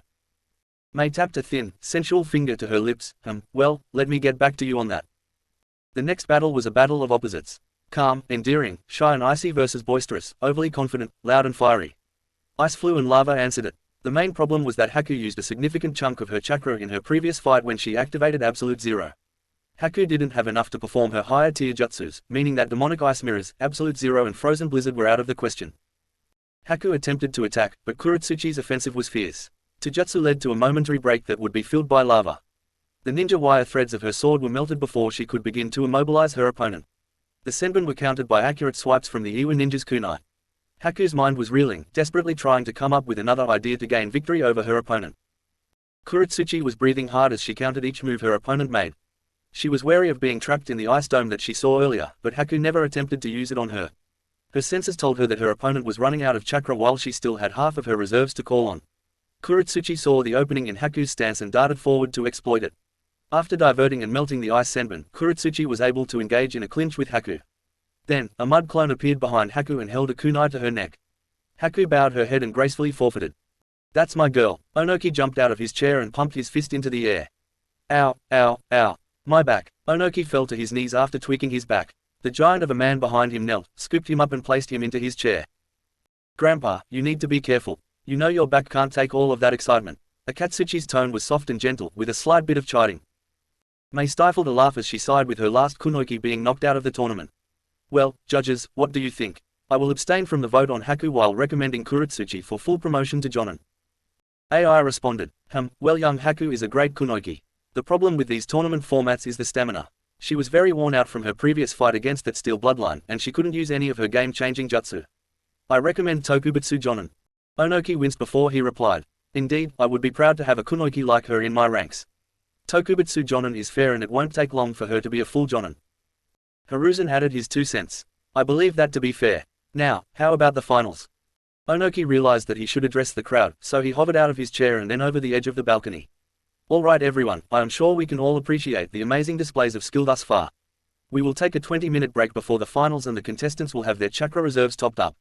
The finals will be a free-for-all, three-way finish. Use the restroom and place your bets because you won't want to miss this." Onoki turned around and noticed the massive blondes talking to one another. AI nodded and whispered something to Naruto before the blonde puffed into smoke. Onoki cocked an eyebrow at AI, which AI returned with a cocky smirk. "Well, Naruto requested a 2v1 and asked permission to show off a special skill. I am not going to tell you what because I wish to witness the look on your face firsthand." Kushina giggled, "Is it really time for the world to know?" AI simply nodded in response, and everybody looked on highly intrigued. 20 minutes later, the 3 finalists walked onto the field to the roar of the crowd. Naruto had discussed with the 2 kunoiki that they should come at him first. Kuretsuchi initially protested but changed her mind when she saw the serious look on Sumi's face. Sumi focused her resolve and committed herself to giving her all against Naruto, since it would require her all if they were to last even a minute. Kuretsuchi shook off her surprise and looked Naruto up and down. She was forced to gulp and suppress the warmth spreading throughout her body. Every fiber of Naruto's being screamed alpha and Kuretsuchi couldn't suppress her body's response to such a specimen. The glance turned into a stare, which turned into a full-body scan that would be on the same level to a Hyuga activating their Byakugan. It only ended because Kuretsuchi caught the cocked eyebrow and pleasant smirk on Naruto's face. "Okay you 3, this is the finals of the Iwa Jonin exams, and it will be a free-for-all format. The same rules apply, and I expect a fair fight where you will obey my commands at all times. Ready, begin." The proctor's voice echoed across the arena and was answered by a deafening roar from the crowd. Sumi remained tense and she ignored Kuretsuchi and focused on Naruto, the obvious and most pressing threat. No mate of Naruto would ever bow down in a fight, he expected them all to fight fiercely and never give in. She gasped and her mind panicked when she saw 8 storm chains sprout from Naruto's back. She knew it was all for naught when the chains wrapped around his wrists, hands, shins and feet. Kuretsuchi took in the glowing chains that seemed to emit white, black and blue sparks. She knew they were bad news when she sensed the power coming off the chains and even more when the 4 of the chains created gauntlets and greaves. That didn't even include the 4 chains waving lazily behind the blonde hunk. She readied herself and steadied her resolve. Naruto sighed contentedly as his power unleashed itself and Hikari purred in his mind. She was most pleased at her mate's display of power and was happy that he was no longer hiding from the world. Naruto answered her feelings with a mental hug that seemed to embrace Hikari from behind. After a projected kiss over the mating mark on Hikari's neck, Naruto focused on his 2 opponents. Sumi had her sword out and sheathed in lightning while Kuretsuchi had her 2 standard kunai out. Target acquired. Before anyone knew what was happening, Kuretsuchi was on the back foot and her kunai shattered and her hands were shocked with a potent power. She couldn't focus on the numbing feeling as a blow from Naruto's left hand hit her gut. She flew back 5 meters and her body failed to respond normally due to the shock of the storm-powered punch. Luckily, Sumi came in to protect Kuretsuchi and distract Naruto. Sumi intervened and opened with a Thunderstrike slash, which Naruto casually blocked with his right gauntlet. Sumi transitioned into Tempest Current and she spun rapidly while lashing out with blows from various angles with each spin. Each strike was blocked by one of Naruto's gauntlets and counter-strikes came from one of Naruto's 4 storm chains. If Sumui hadn't experienced this style of fighting before, she would have been easily overwhelmed. Luckily for Sumui, she wasn't the apprentice of Yugito Ni for nothing. Sumui's lightning-covered blade blurred to counter the incoming strikes from Naruto's lightning chains, and she was nearly overwhelmed until Kuretsuchi found her way back into the fight. Naruto smiled fiercely as he felt the incoming wave of lava before he stomped a foot on the ground and a wall of storm chains rose from the ground and halted the advance of the lava. Kuretsuchi's shock at her lava flow river being countered was priceless and opened her up to a lash from a storm chain that emerged from the ground behind her. Sumui couldn't afford to worry about Kuretsuchi because she was fighting off a coordinated attack from 4 storm chains, barely keeping pace with the seemingly sentient chains. The secret behind Naruto's 4-chain attack was that it mirrored his 4 natural tails. The 4th one sprouted overnight after the encounter with Jiraiya, which Hikari said Naruto's rage subconsciously pulled some of her power to finish his 4th tail overnight. Thus, each of the 4 storm chains was as natural to move as his Kitsune tails. Naruto decided he wanted a true one-on-one with Sumui, so he blurred over to the down form of Kuretsuchi and one of his chains tapped her back and applied a paralysis seal which took her out of the fight. He turned calmly to Sumui, who took the moment to catch her breath and prepare a jutsu for Naruto. A lightning dragon greeted Naruto's vision as he turned, and he flipped through a couple seals rapidly before a white, translucent wind dragon roared to life in time to counter Sumui's lightning dragon.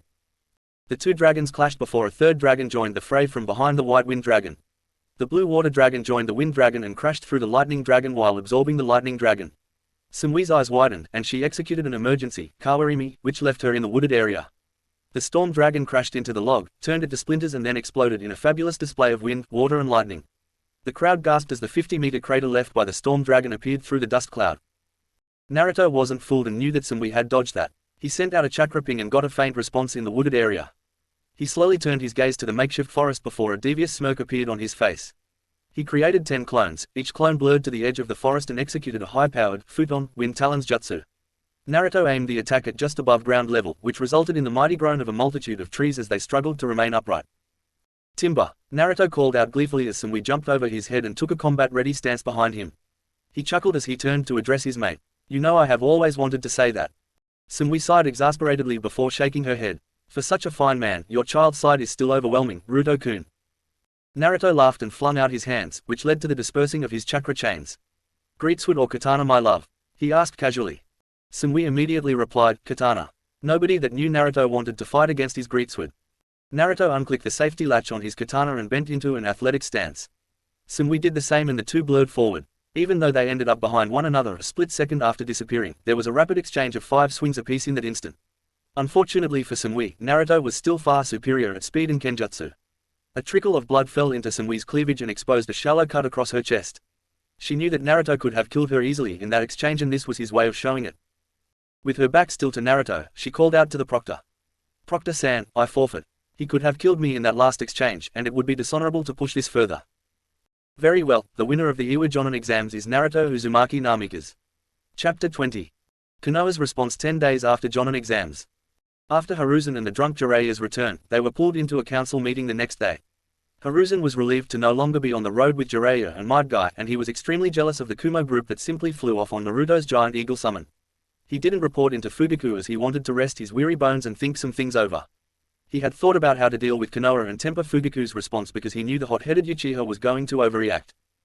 The next day, Hiruzen found himself in the familiar Konoha council room at 9 AM with the full Konoha council assembled. The room was abuzz, and it was not a positive environment that greeted the Sandaime Hokage. He fixed an impartial expression on his face and took his seat in the Sarutobi clan position. He watched Fugaku walk in with a scowl on his face and Danzo followed shortly after him. Fugaku set the pace for the meeting by flaring an impressive amount of killing intent to silence the room.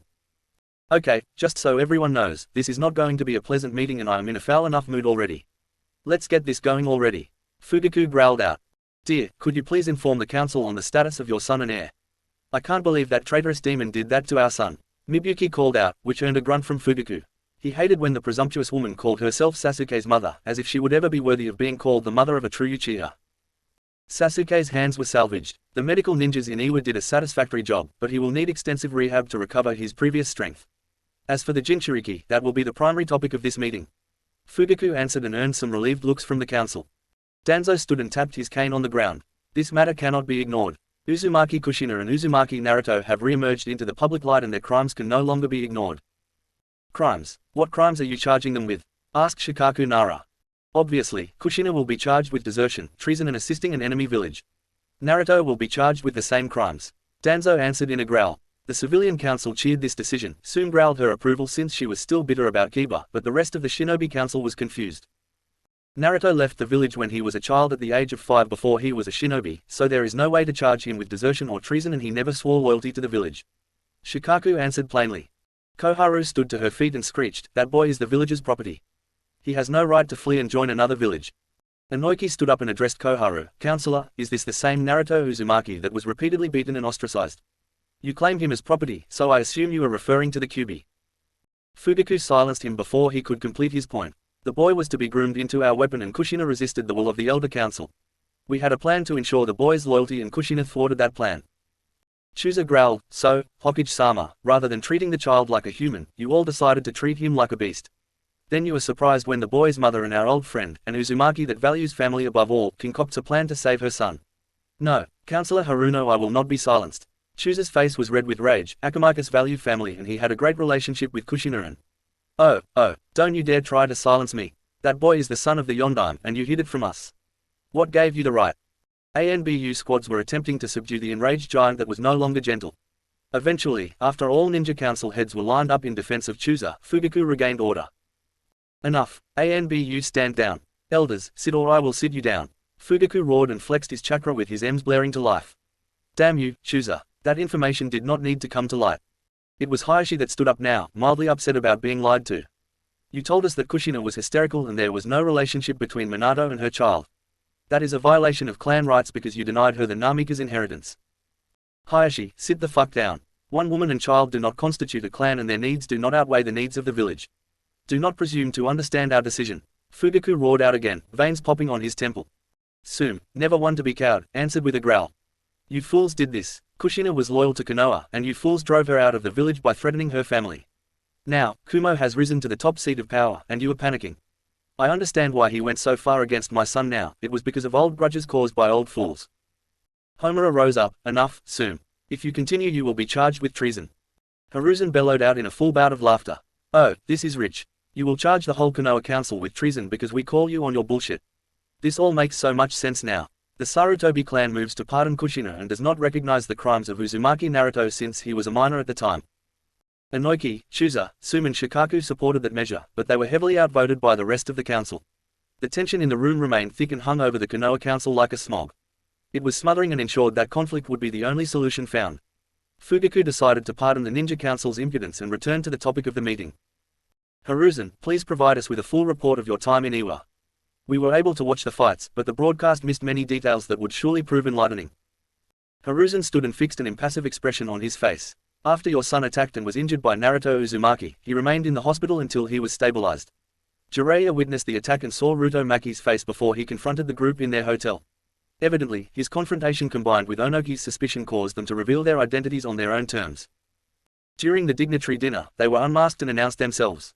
To the best of my knowledge, they have told nobody except AI of their reasons for leaving Konoha. Kushina told me that if we leave them alone then there would be no issues. I would advise this council to heed that warning. If you go after the Uzumaki family in attempts to reclaim the Kyuubi and charge them with treason, then you are declaring war on Kumo."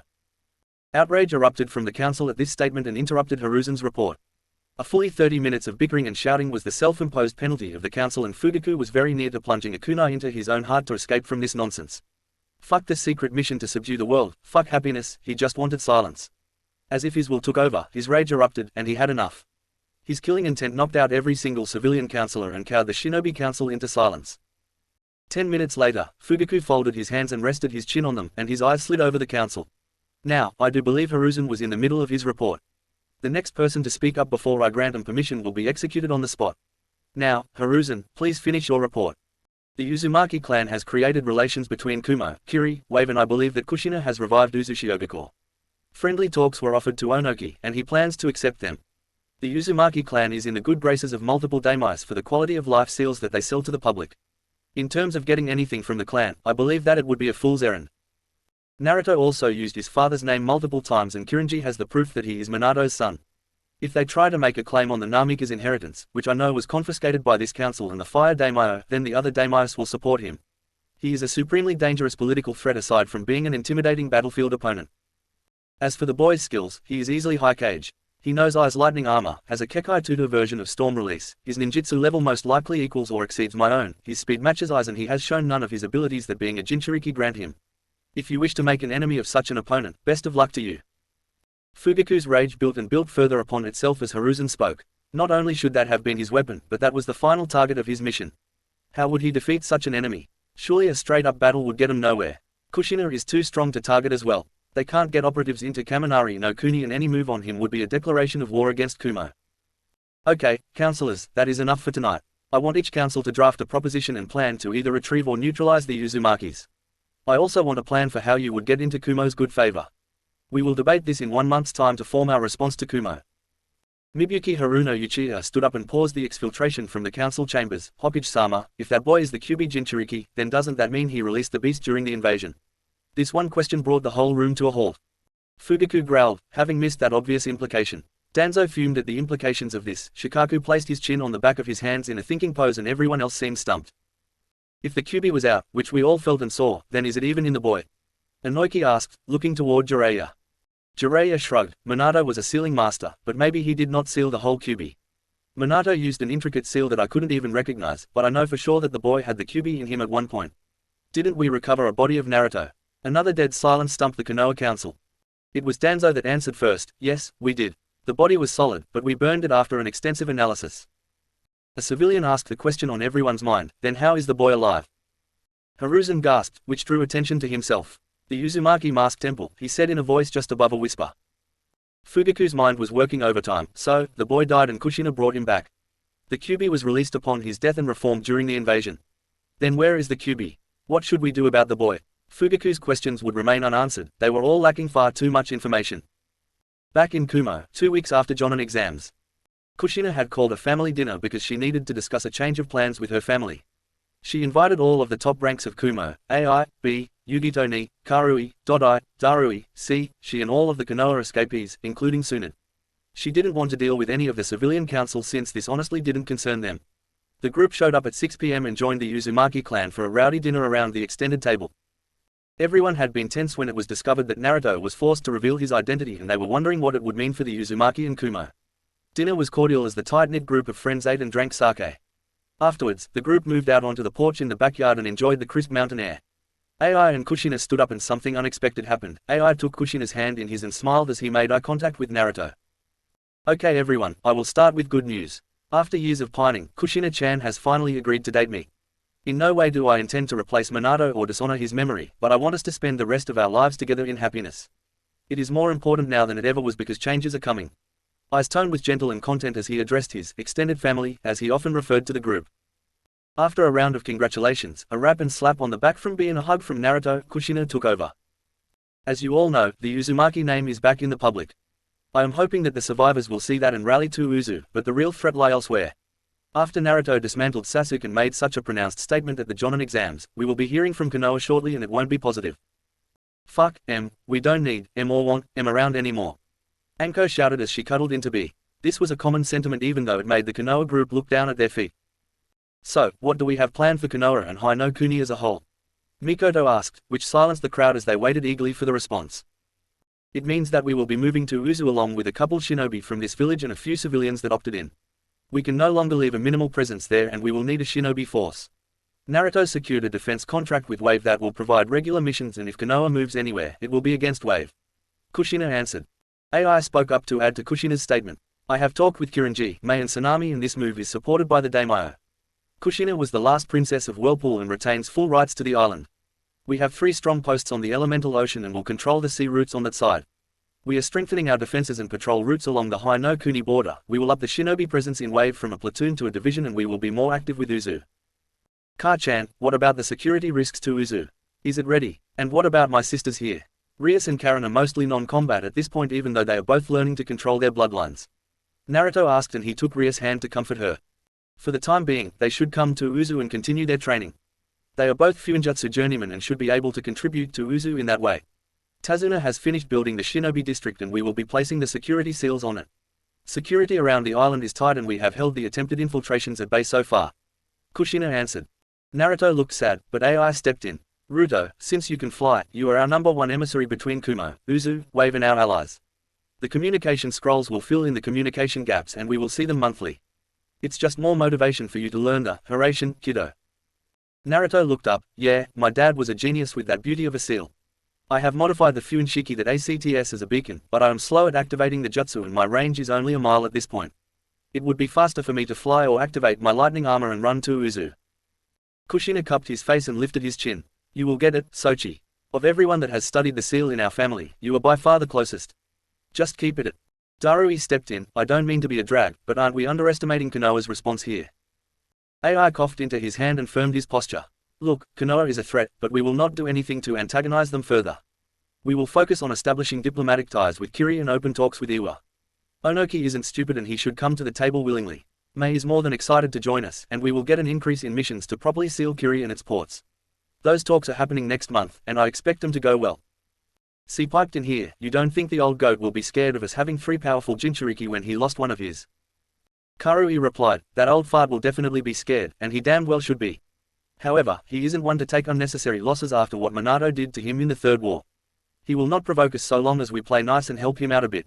When Onoki and, fuck, what is that old Earth Daimyo's name? Ah, thanks, Sachimaru. Yeah, well when they tour through Kaminari no Kuni they will see what benefits working with us will bring.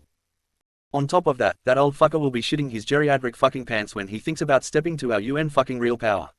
Plus, that old fuck wouldn't ally with Konoha if Fugaku offered to suck him off personally. Tayuya piped up merrily.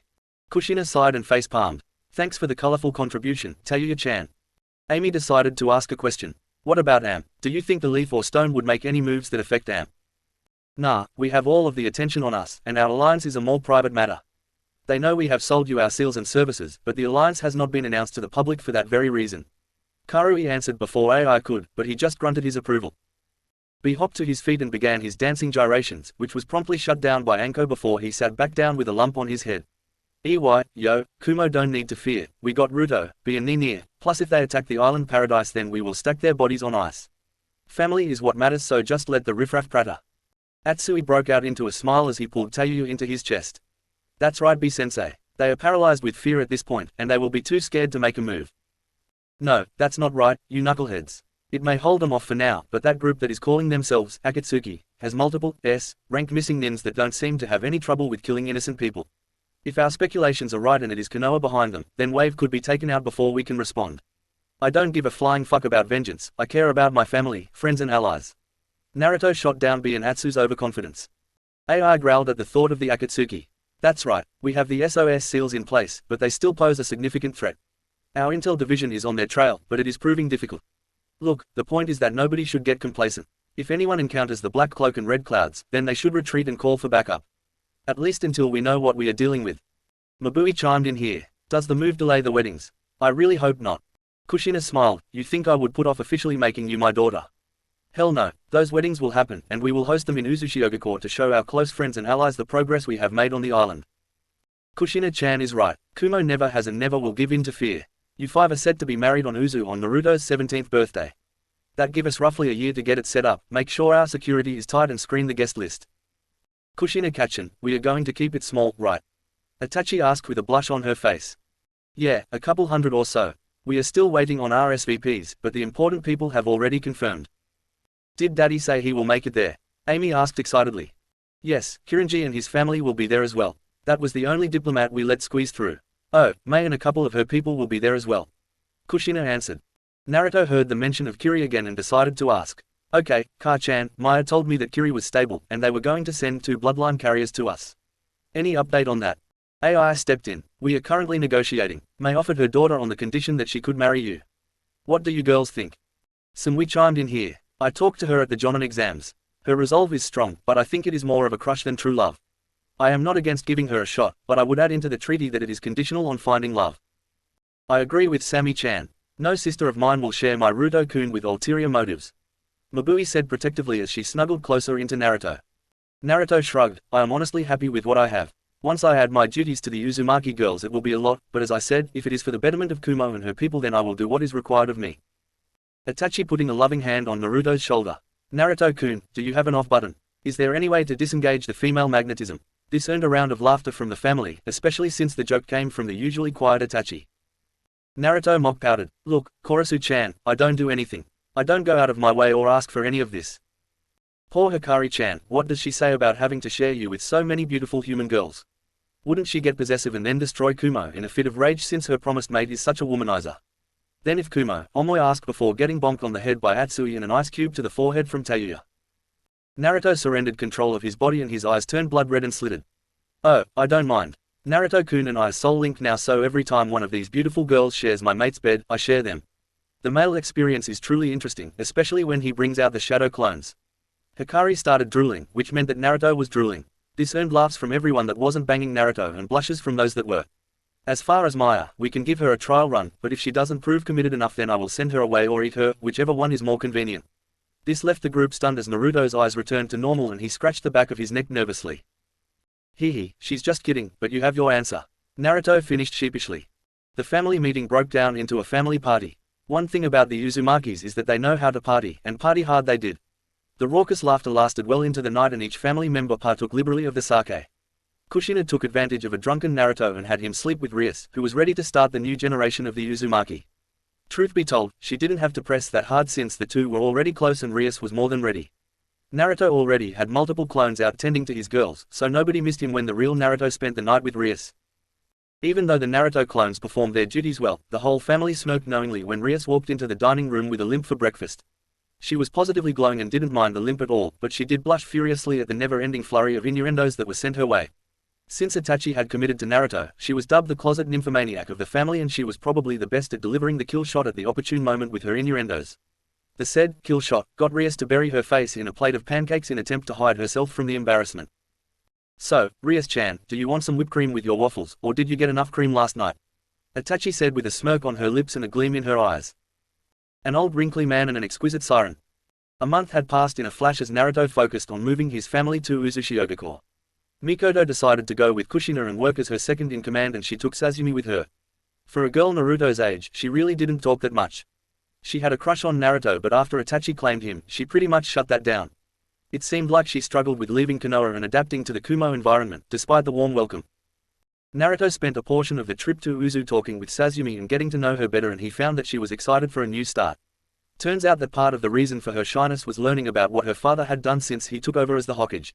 She repeatedly apologized to Naruto for his treatment and each time he told her it was completely unnecessary for her to apologize. By the end of the week-long migration trip to Uzu, Naruto considered Sasumi a friend, which was good considering she would be his sister-in-law soon enough. Naruto spent a week in Uzu helping people get settled in, applying protection and genjutsu seals around the island, checking the whirlpool defenses and helping his mother with anything she needed. He spent the nights with Rias and Karen, who were sad that they would no longer be staying with him. While Rias was more than ready to fulfill her duty, as Kushina put it, Karen was still hesitant, and Naruto respected that. During the Uzumaki repopulation discussion that Kushina held in the clan, it was decided that any Uzumaki female would bear a minimum of 2 Uzumaki children with Naruto. That didn't mean that the girls would need to sleep with him, since artificial insemination was an option, but each girl elected to do it naturally.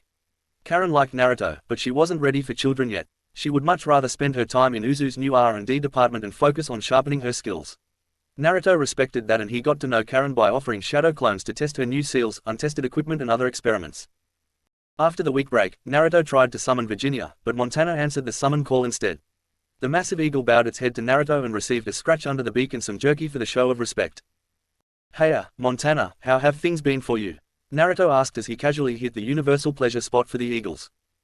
"Good Naruto-sama, the Eagle clan is delighted to have a summoner again. It has got everyone practicing their wind techniques again and the clan is far livelier." Naruto gave Montana one of his gigawatt smiles. "That's great to hear. So, where is Virginia today?" "She is training with the sage, Old York. That grumpy old bird insisted on training her in the sage arts so she may better prepare you," Montana replied after snatching some venison jerky out of the air. "Oh, okay, well, nothing fancy today, just need a ride home. I will pay the standard price if that is alright with you. You want Uzu fish or Kumo fish?" "I am partial to the fish here on Uzu, Naruto-sama." After creating a water prison with 100 fish or so, Naruto let Montana eat her fill before she flew him back to Kumo. Naruto really enjoyed the flights because it gave him time alone with his thoughts. Things had been really hectic, and it wasn't looking to end anytime soon. He had a lot of people that he needed to protect that were spread out quite a bit. He needed to get the ration down, at least for travel purposes. The thoughts of not being able to react in time to save his family or those he loves haunted his nightmares, and said nightmares were becoming more common now that he had been unmasked. He took solace in knowing that one of his mates would always be safe so long as he lived. The fiery red vixen had turned into the biggest blessing of Naruto's life. If he could choose again, he would change nothing. A couple years of torment were nothing compared to the love of his biju mate. The soul bond they shared had heightened everything and deepened their relationship to an absurd degree. Even if they had only spent a total of a month together outside the seal, Naruto spent almost every night away from Kumo in the seal with her. Her presence felt so right, and he knew that it was only a matter of time until she could safely leave his body for good to join her growing family in the outside world. His thoughts flickered to Mabui, his silver-haired beauty that had been with him the longest. She was a soft and genuine soul that bore an immense love for life and those close to her.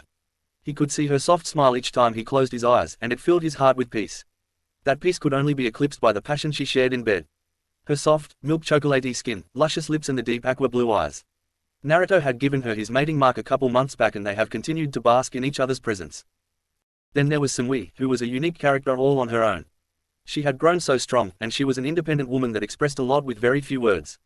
Yet, when she was in bed her cool personality melted and she became quite submissive. She was also the girl that liked trying new things in the bedroom.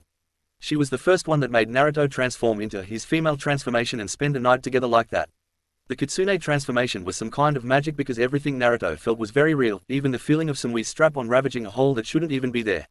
Naruto nearly fell off Montana as he reminisced upon that memory, but the sudden shock caused him to recenter himself and wipe the trickle of blood from his nose. Amy was unique amongst his girls. She was fiery, passionate, dominant, expressive, and for some reason she loved him deeply. It was an awkward one-sided feeling at first, but her persistence and strength broke through with Naruto. The girl loved her family and village with a protectiveness that Naruto could identify with. The trips to Am were fun for Naruto and the people of Am were a jovial people despite the heavy rain. Despite Amy's ferocity, she was the only girl that Naruto had yet to sleep with. She claimed she wanted to honor the treaty and uphold her family's honor and clan traditions, but Naruto could feel that she was just nervous about being that vulnerable. The bond with Itachi held a special and different place in Naruto's heart. The time from his childhood feels more like a lucid dream than a solid memory. The re-emergence of a childhood promise was the spark that lit the fire of long-lost childhood feelings. Feelings of innocence, safety and love willingly converted themselves into fond reminiscence, lust and companionship. Naruto could say that he loved Itachi, but it doesn't need to be said between the two of them. Naruto is the only one allowed past Itachi's walls and he is the only one that has held the soft, gentle and warm side of the woman. Thinking about all that, he really didn't know if he wanted to add Maya to the group. There were so many things that he already wanted to do with his current girls that it felt redundant, adding another girl in before he fully bonded with the girls that currently held his heart. He meant what he said when he said that he would do what is best for Kumo, but is him marrying Maya best for Kumo? Doesn't he know a plethora of good guys he could introduce her to that would be able to win her heart? Well, if Naruto knew one thing, he knew that love couldn't be forced. When it came to this matter, he would simply go with the flow and see where the winds took him.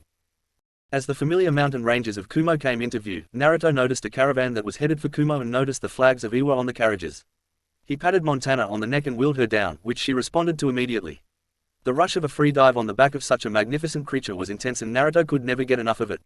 The pure adrenaline when he hit terminal velocity was addicting and the roar of the wind felt deafening and completely natural at the same time. Like it was his true state of being. Montana broke out of her free dive to glide a couple meters above the surface and Naruto laughed at the looks on the Iwa caravan's faces. Montana banked and circled back around to slow her speed and Naruto landed in front of the Iwa caravan. Samurai and ninjas alike rushed to the front of the caravan to protect their masters with deadly serious looks on their faces. They maintained their postures even when Naruto hopped down from Montana's back and greeted them. The tension lasted until a massive man with a truly bulbous nose stepped in front of the ninjas and waved a massive hand at Naruto. "Hey there, Naruto-san, I am Akatsuchi and that was quite the entrance you made. Might I inquire as to the reason of your surprise visit?" The giant of a man spoke in a goofy and nasally voice. "Hiya, Akatsuchi-san, I was flying back to Kumo and saw y'all here. Thought that I would get some quality time in with our potential allies. Mind if I join you for the rest of your journey to Kumo?" A tiny old man with a similarly bulbous nose floated over Akatsuchi's right shoulder. "That would do just fine. You may join the Earth Daimyo and myself for the remainder of our journey." Naruto dipped his head in a show of respect. "Thank you for the honor, Tsuchikage Dono." Naruto climbed into the sizable carriage with Onoki and saw the Earth Daimyo sitting with his wife. Naruto noticed the woman must be 10 years or more younger than the Earth Daimyo and he admitted that she was a beautiful woman. Naruto bowed his head to the two sitting across from him. "Tsuchimaru Dono, forgive me for not knowing the name of such a beautiful woman, but I cannot recall the name of your wife." "Oh ho, such flattery, my name is Joanna, and you must be the Naruto Uzumaki that everyone is talking about." The woman introduced herself with her face hidden behind an ornate fan. Onoki grunted, "Indeed he is, Joanna-sama. So, Uzumaki-san, to what do we owe the pleasure?" Naruto rubbed the back of his neck sheepishly. "Well, I have never really been one for formalities. I saw you traveling and thought that we could have a long overdue talk. In return for your hospitality, I will give you some free demo seals that will alleviate your back pain, Onoki Dono. I could offer you something as well, Lady Joanna. Onoki's eyes sparkled at the thought of getting rid of his back pain. Well, you have my attention. Joanna cut him off. Oh, please, Onoki, don't ruin such a moment. Tell me, Naruto-kun, what could you do to get rid of my back pain? Naruto smiled. Well, Lady Joanna, we have been working on seals that make everyone's life just a bit more enjoyable. I have some fairly well-endowed fiancés and they suffer from back pains due to their busts and the uncomfortable braziers that they wear. We developed a woman's bra with fuinjutsu that lightens the load and alleviates back pain related to such womanly issues. Joanna rose from her seat and took both of Naruto's hands in her own. The woman wasn't dainty, and her DD breasts were not small as her cleavage showed more in her current position. Oh, that is most kind and fascinating of you. Are you saying that you will offer these products to me? Of course, Lady Joanna.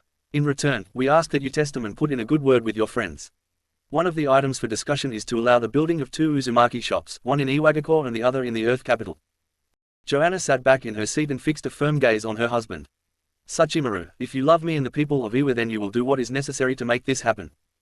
Sachimaru chuckled heartily. Ho ho ho, Naruto-san, you are quite the political maneuverer. Already recruited my wife to your cause. Naruto shrugged. Sachimaru Dono, you use whatever cards are in your hand. We will be sure to give you a couple of our finer products, Lady Joanna. Now, I wanted to talk with the two of you to get a better understanding of Iwa's stance on me as the legacy of my father. The mood in the carriage fell a bit, but Onoki finally grunted. It is not good. Your father left quite the impression on the people of Iwa. While I understand that it was wartime, the fact that he killed over 1,000 people left a deep scar on the broken families that remained. Indeed, Naruto-san, that is the case. I don't believe that the sins of the father should be shouldered by the sons, but I would be among the minority. That will be a big issue moving forward. Sachimaru added. Naruto sighed. Look, I figured as much. I am not asking that they forgive and forget, but open hostilities will not be tolerated. We have worked hard to help the people of Kaminari no Kuni, Wave, Kiri, and we are willing to help more. I just don't want old grudges to obstruct the path to a brighter future. That is commendable, Naruto-san. If we didn't believe it were possible, then we wouldn't be here now. Sachimaru answered in a professional tone. If these seals work as well as you say and these reforms help the people of Iwa, then that will go a long way in making amends. Onoki added. Naruto smiled coyly. Look, gentlemen, while we want that, we will conduct fair business. The grudge card can be played both ways, although I admit it is not a hand I wish to play. Onoki and Sachimaru shifted uncomfortably. Neither one of them needed to ask what he was referring to. The answer was clear. Uzushiogakure. Onoki, never one to be cowed for long, fixed the young man with a fierce gaze. Uzumaki-san, many things happened in the past. Some of them are cherished as great achievements, some are left to rot on the shelves of history, others create black marks on the ledger of history. When you have lived as long as I have, sadly the black marks stack up. I will say this, I apologize for the near destruction of your clan. Naruto was pleasantly surprised by the apology, but he kept his face schooled and dipped his head in a show of respect. It is clear that your experience has granted you wisdom, Onoki Dono. I would likewise like to apologize on behalf of the Namikaze family for the suffering my father inflicted on your people. Naruto raised his head and met Onoki's stern gaze. It is my hope to lay old grudges to rest and look forward to a new and better world. The carriage ride lasted for another 30 minutes before Naruto hopped out of the carriage and gave a casual wave to Ai and his mother. He walked up and stood behind them as they went to greet Onoki and Sachimaru. Ai got a positive message from Naruto's smile and the gleam in his eyes, which started the negotiations off in a positive light. The Iwa contingent chose to dismount from the carriage to better absorb what was clearly a new and improved Kumo as they walked up to the Refuge tower. Ai Dono, it is truly inspiring to see your nation prospering after your recent changes. Onoki started with some flattery. Ai chuckled. Thank you for the compliment, Onoki. Could we drop the honorifics when we are not in a formal setting? The Uzumakis have rubbed off on me and I find them quite burdensome. Sachimaru let out a hearty chuckle. I always liked that about you, Ai. So, tell me, how did you cultivate such mountainous terrain and make it productive for harvesting crops? Ai looked to Kushina, who took over. Well, I would say it comes down to using ninjutsu as a tool and understanding what you are cultivating. In the old days, Uzushiogakure used to be able to grow a myriad of crops all in a tropical environment. So, we applied that principle to Kumo. What the natural environment lacks in nourishment, we can provide with ninjutsu or fuinjutsu. Onoki put a hand to his chin in a clear show of thought. That is interesting. What kind of ninjutsu?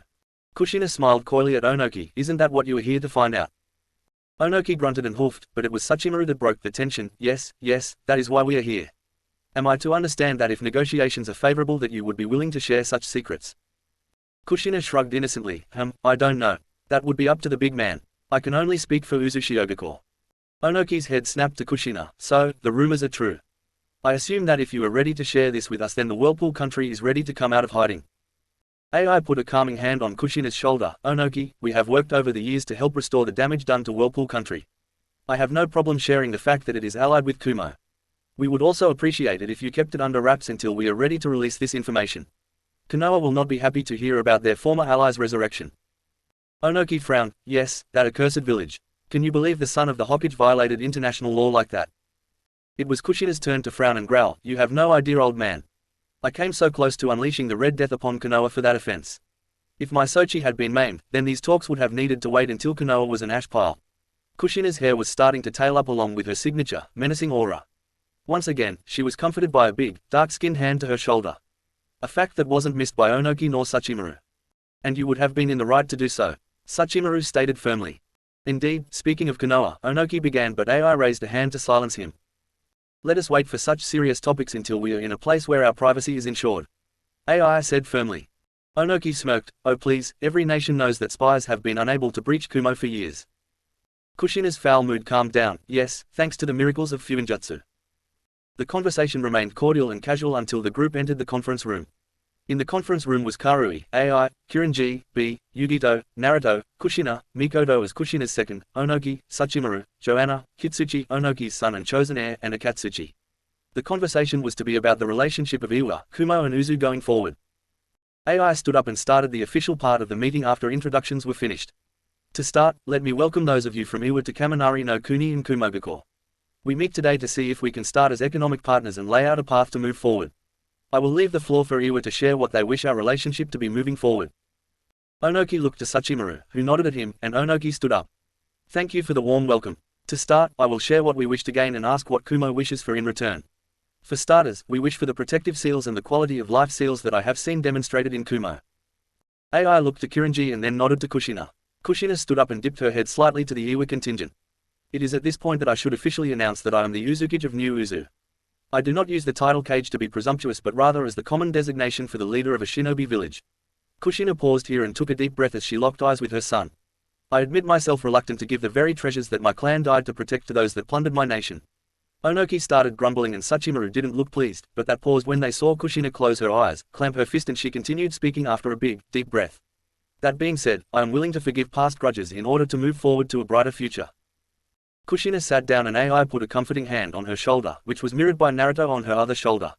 Before Iwa could respond, Naruto stood up. Forgive me for speaking out of turn. Tsuchikage Dono and Daimyo Dono, it is as we spoke of earlier. I too wish to make this world a better place.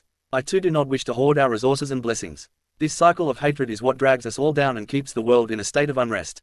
I want to be a force to break that cycle. I want to recruit your aid in breaking that cycle. I want to show the world that the deepest set old grudges cannot stand in the face of those working toward a joint goal. I ask that no matter what agreement is made here today, that you take a solemn vow to help your people move past old grudges. Naruto finished his elegant and passionate address with a bow and took a seat while placing his hand back in his mother's. Sachimaru, Onoki and Kitsuchi sat in a stunned silence and mulled over the words of the two Uzumakis. Finally, Sachimaru spoke up. We are grateful for your consideration. I find your goal admirable, Naruto-san. I also find your terms agreeable. What say you, Onoki Dono? Onoki shuffled uncomfortably because he was directly involved in both key incidents. He took an additional minute to think over his words. During that minute, his old and wizened eyes locked gazes with each of the important figures sitting across the table from him. The boy is to be the next Refuge, correct? Onoki processed AI, smiling and nodding. Very well, Kitsuchi is to be my replacement once he has completed his training and I feel that he is ready. Kitsuchi, as the future leader of Iwagakure, what say you? Kitsuchi stood up and looked directly at Naruto. The two gained tunnel vision as their eyes engaged in a battle of wills and a searching of souls. Finally, Kitsuchi broke the high-stakes staring contest and spoke. If Naruto agrees to work toward peace, and make no mistake, it will be a long and arduous path should we agree to endeavor upon it, then I am willing to try. Kirinji, wanting to alleviate some of the tension, clapped his hands and slapped a jovial smile on his face. That is great to hear. Let me tell you, Sachimaru, if you integrate similar reforms to what we have, your nation will prosper and rejoice in your reign. Sachimaru nodded. That is the plan. So, it seems we are amenable then. Tell me, Refuge Dono, what would it cost us to gain access to these seals? AI deferred to Kushina again and his woman took the lead. With respect, I believe a ramping up would be appropriate. Give your people a taste, let us put up a couple shops and see if they are willing to forgive and move on. For the bigger projects, if a treaty is agreed upon, then you can pay for missions for the more intricate sealing projects. Onoki grunted, knowing that this would cost a lot. Okay, can you put this in perspective for us? What would it cost for the seals such as your enhanced privacy barriers? What about the seals Lady Joanna requested? What would it cost per acre to treat and convert our lands? Kushina smiled. Well, for those things, the privacy barrier seals are 200 Ru for the single-use seals. If you wish for permanent ones, then that cost A, C, rank mission. The seals on the woman's clothing, those being the push-up bra with pain relief and the underwear with anti-rape seals, are 350 Ru per set. The seals we use on the converted land. I would say you are at about 150 Ru per acre, but that agriculture is more about ninjutsu and regular upkeep. Sachimaru clapped excitedly. That seems reasonable. Could you explain the last part a bit more? AI took over here. Please understand, Sachimaru Dono, that we wish to have our agreement down in writing before we share such details. The Iwa side relaxed and was forced to accept that. Onoki spoke. Very well, Iwa is open to non-aggression pact for a 10-year duration. I propose we review this agreement every other year and see if each nation is ready to progress further. AI remained stoic as he addressed that. That sounds acceptable. So, you wish to leave it at non-aggression. Do you wish for mutual trade as well? Sachimaru waved a hand casually in front of his face. Of course, that was a given. Very well, moving on to our next item. I think it is something important to you and we want to offer this information freely. AI stopped here, building up the anticipation. Well, out with it then, youngblood. Onoki said exasperatedly. It has to do with your missing Jinchuriki. AI started before getting interrupted by Onoki standing up and slamming his fists on his desk. Calm down, Onoki. AI said firmly. Calm down, old man. It wasn't us. Onoki grumbled but sat back down. Very well, what do you know? AI sighed, desperately hoping that B would stay quiet. We have had inside men in Konoha since Kushina left. They came to me a couple years back with information that Konoha was going after Jinchuriki since they were at the QB. AI raised his hand to stop Onoki and Kitsuchi's interruption. Before the Chunin exams, we received word that a group of apostates that call themselves the Akatsuki. Among the members my intel named was Kakazu the Immortal, Kisame Hoshigate, Sasori of the Red Sands, Hidden the Jashinist and Deidara. The last name drew shouts of anger from the Iwa side. He was their missing ninja after all. A growling Onoki calmed Kitsuchi down and then turned to address AI. Is this confirmed? Naruto stood up. Look, old man, I am going to tell you something so that you trust us and understand how personal this is to us. You already know that I am an Uzumaki and a Namikaze. What you don't know, at this point Naruto paused and released his transformation.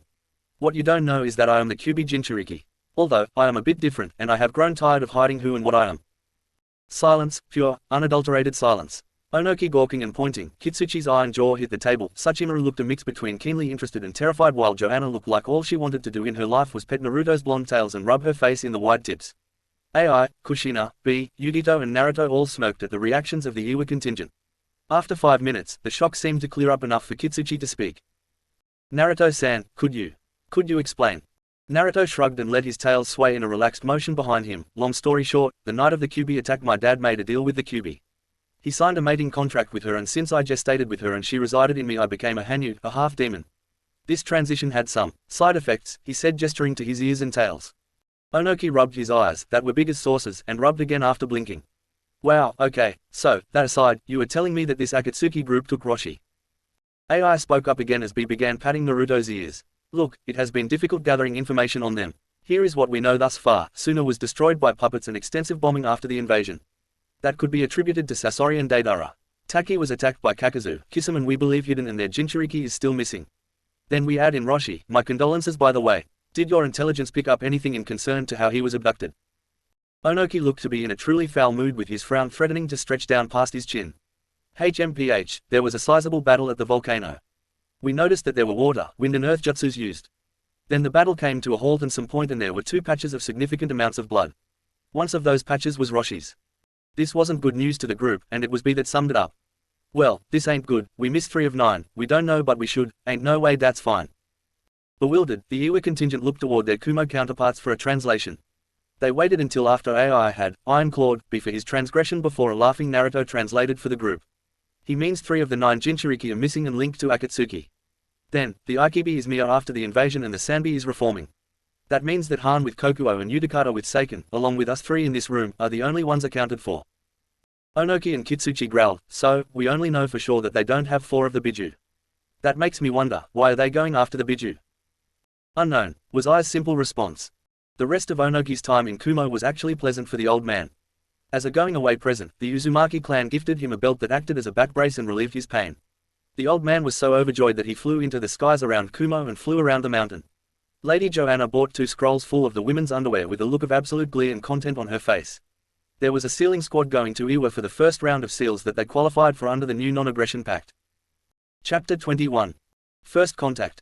As Onoki was leaving Kumogakure, something important and world-changing was happening in a field near Konoha's Forest of Death.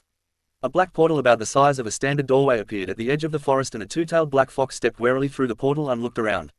As soon as it was through, the portal fizzled out of existence with a sharp crackle, and the kitsune turned around rapidly, surprised that the portal was closed so rapidly. Kitsunbe shook his head at the surprise and returned himself to the task at hand.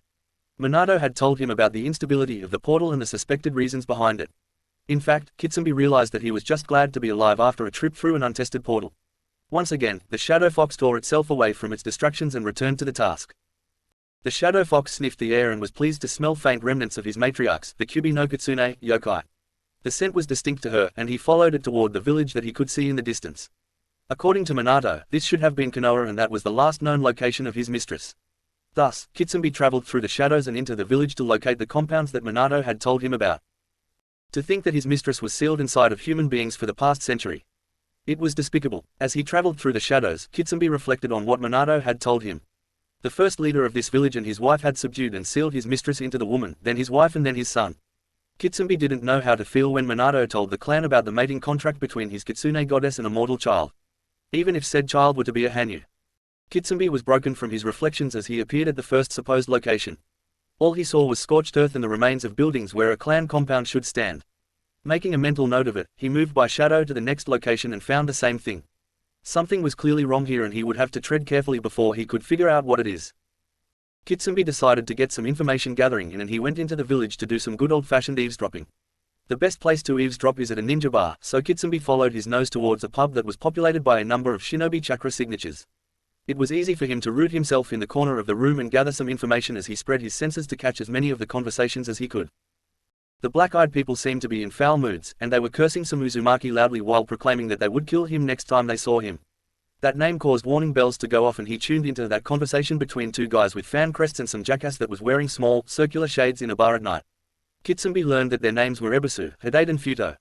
"Yeah, I was there, and I saw the traitorous brat." Ebisu bragged loudly. "If it weren't for international law, I would have killed him on the spot." Ebisu puffed his chest out boisterously. Hidate raised an eyebrow. "I didn't know you were in the S ranks." Futo laughed and backed up his clansman. "Yeah, if an Uchiha elite couldn't fell the demon, then what chance would you have?" Ebisu hung his head before raising it defiantly. "That demon is a fraud. It could never stand up against the might of a Konoha shinobi. That is why it fled to Kumo." "That's not what I heard," Futo started. "Rumor has it was that the kid died, and his mum brought him back with some freaky Uzumaki shit." "Damn demons and traitors," Hidate muttered. "That Uzumaki bitch will get hers," Ebisu said once more in a loud and boisterous tone. "Lord Fugaku will make sure that she pays for her crimes. Evidently, we can add raising the dead to her offenses." "Yeah, I saw the kid's body. It is kinda crazy that we incinerated it years ago and he is walking around now," Futo said before finishing his beer. "Then the damned Kyubi appeared in the village during the invasion," Hidate added while shivering. "That was truly terrifying." Ebisu growled. "It is obviously that boy's fault. I don't care what anyone says. I don't care if he was accounted for during the invasion. It is no coincidence that the boy was here at the time and the demon reappeared." Kitsunbe ignored the Uchiha's mutterings, and he decided that was enough information for him. Seems like he would need to figure out where this Kumo is. The Kitsune clan hadn't been able to travel to this world in nearly a century, and it wasn't common knowledge where each village lay.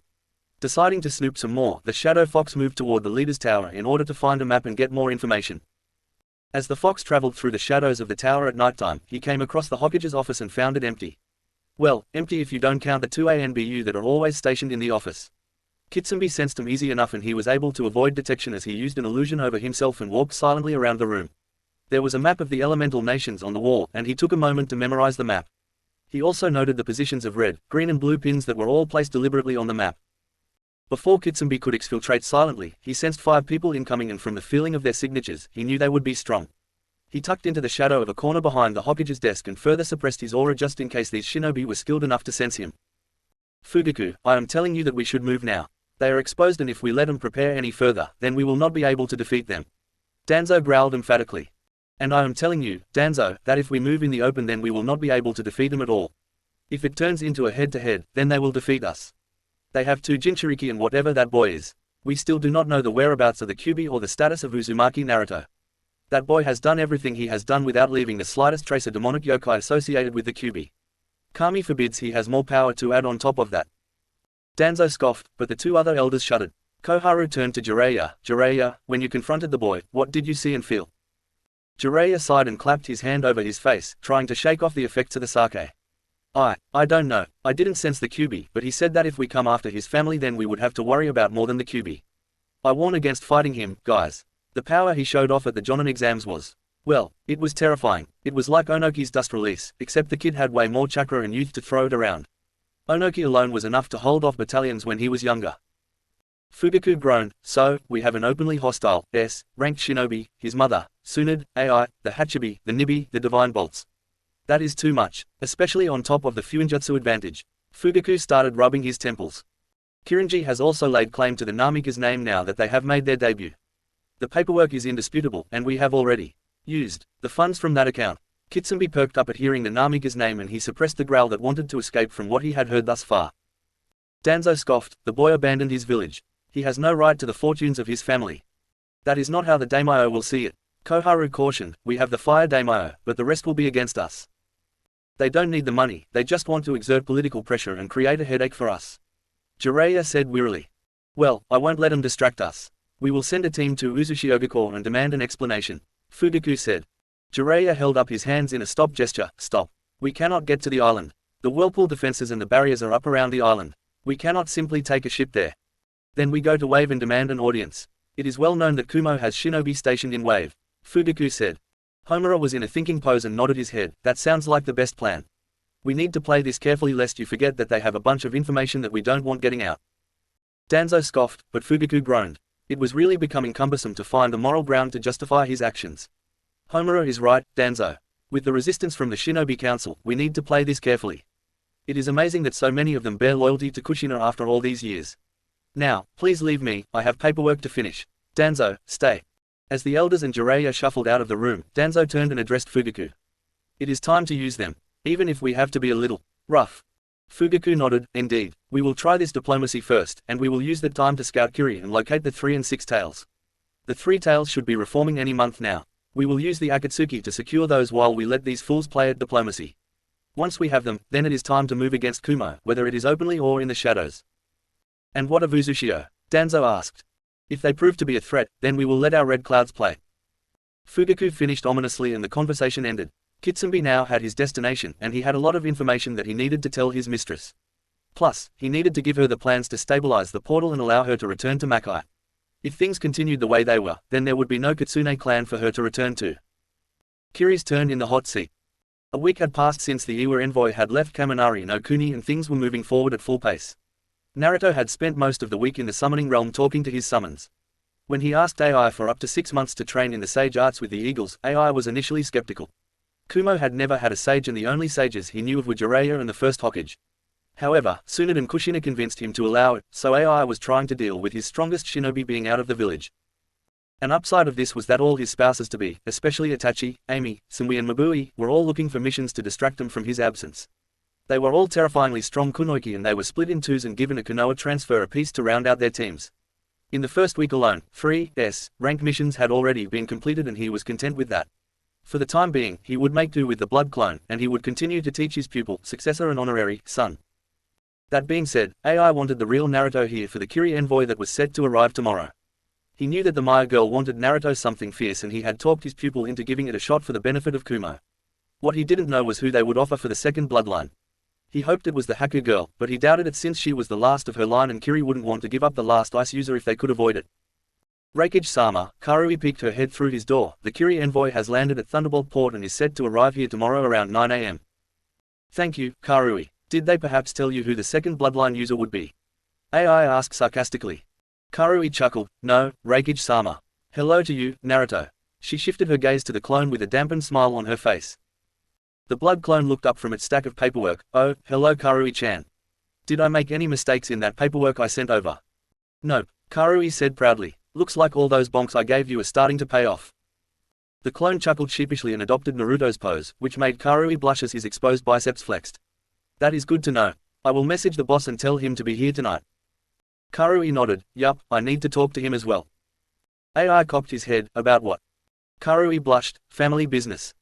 AI nodded with understanding since he knew at least part of the ongoing situation very well.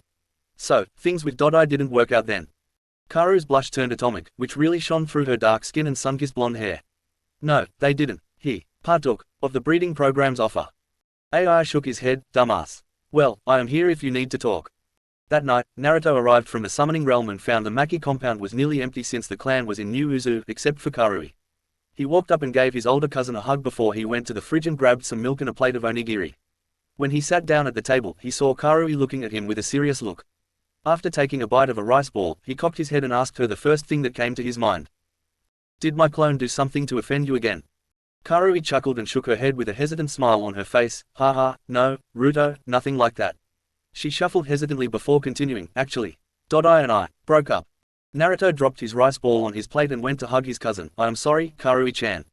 What did that idiot do? Karui stifled a sniffle and turned to look into Naruto's eyes. Her golden amber orbs were beautiful when paired with her dark skin and blonde hair. I don't care about him anymore. Ruto, I know this is weird. I know it is hard. But I want to start my family. I am hitting my 30s and I don't want to miss my shot. I want to help the clan and I know that this isn't the normal love, but I love you. Naruto did his best to remain calm, confident and caring, and he took a deep breath before responding.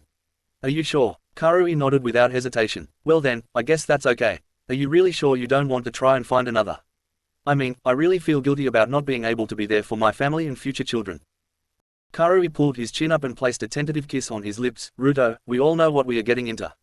Plus, once things settle down, we can all live together, and I don't know anyone else that can create a clone for each kid and spoil them rotten the way you do. I will tell you why I love you and you can decide from there. Karui pulled on her experience and guided the conversation, knowing very well how hesitant Naruto was about the situation. Naruto appreciated the sentiment, but he was the man of the house and considered it his duty to take the lead.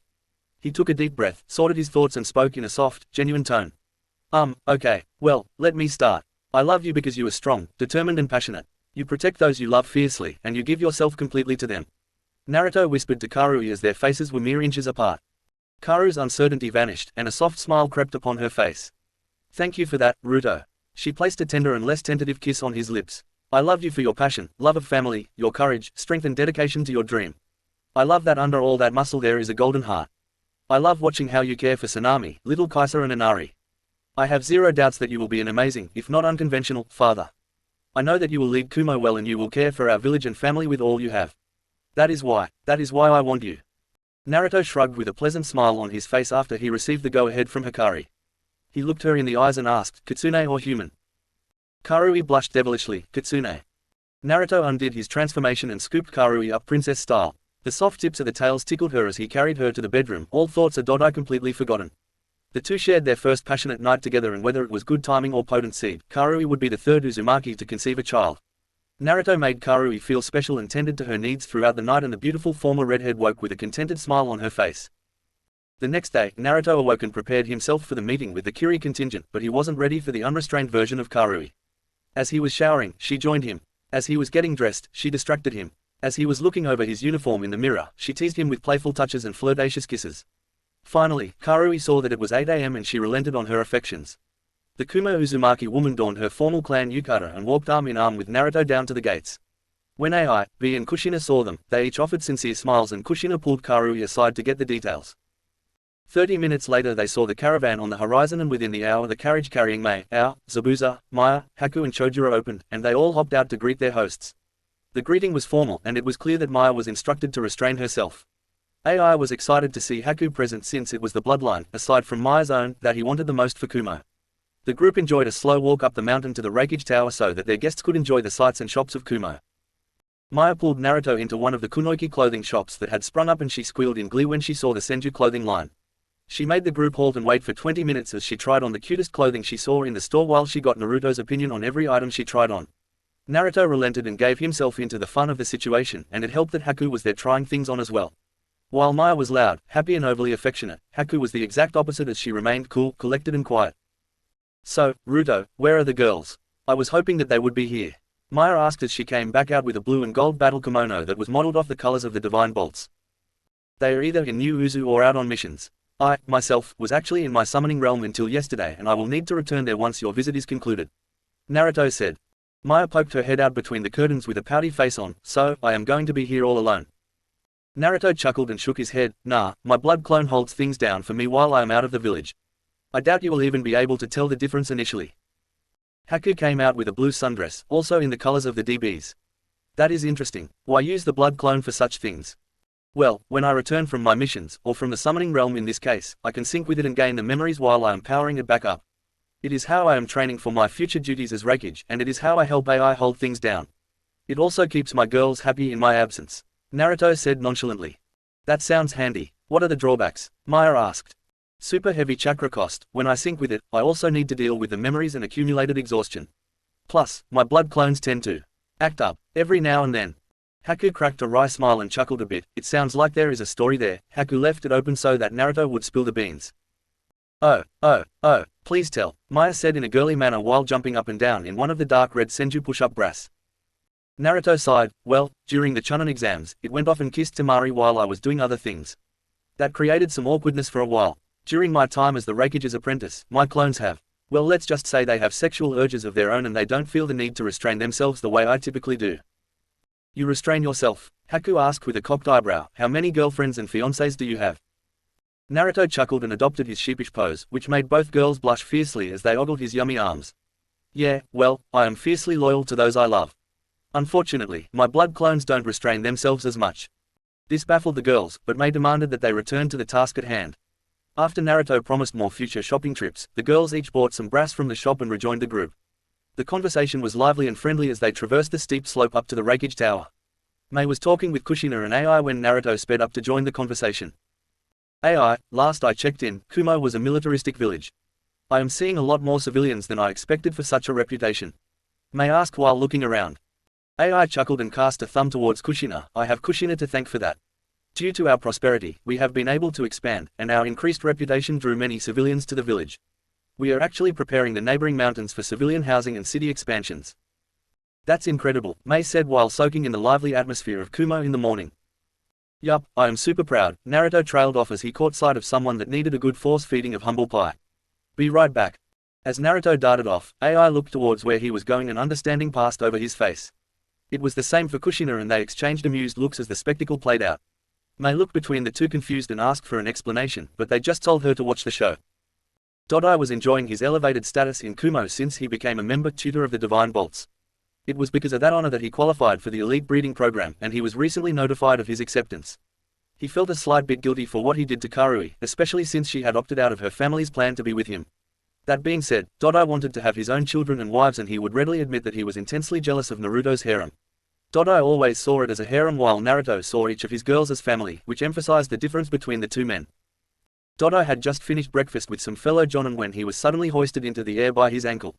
He screamed out in frustration until he was able to collect himself enough to see he was being held up by a chakra chain. The chain snaked around a corner, and he was pulled backwards with it until he was hovering upside down on the main street of Kumo in the main square. He looked down to see a scowling Naruto, which was a scary scene for any man, woman or child to witness when the scowl was directed at oneself. Naruto, what's the meaning of this? Dodai asked shakily as an oppressive wave of killing intent hit him. Naruto flared his ki and deepened his scowl. What did I tell you would happen if you hurt a member of my family? Naruto's tone was deep and husky as the demonic chakra influenced his vocal cords. Dodai shook his head and waved his hands in front of him. I told Karui that she could be my head wife, but I wanted to take part in the breeding program. Well, she didn't like that. Naruto's scowl deepened as the public shaming continued. So, what? You wanted a harem and my cousin because wasn't. Naruto paused as Karu's hand landed on his shoulder and a pleading look flashed across her face. Dodai scoffed, as if you have any reason to judge me for wanting multiple wives. Women around the square scowled and growled at that. Naruto's eyes turned red and slitted, and his tail sprouted out behind him while his kitsune ears were exposed to Kumo's public for the first time. There were gasps all around as women swooned and men took a step back in fear. The rampaging emotions were causing Naruto to lose control of his chakra and he was pulling on a bit of Hikari's yokai. His voice was now a growl as he addressed Dodai, and Karui didn't even try to stop him anymore. Look, bud, the opening was so menacing that it made the airborne Dodai flinch. In all the time training the DBs, he had never seen this side of Naruto.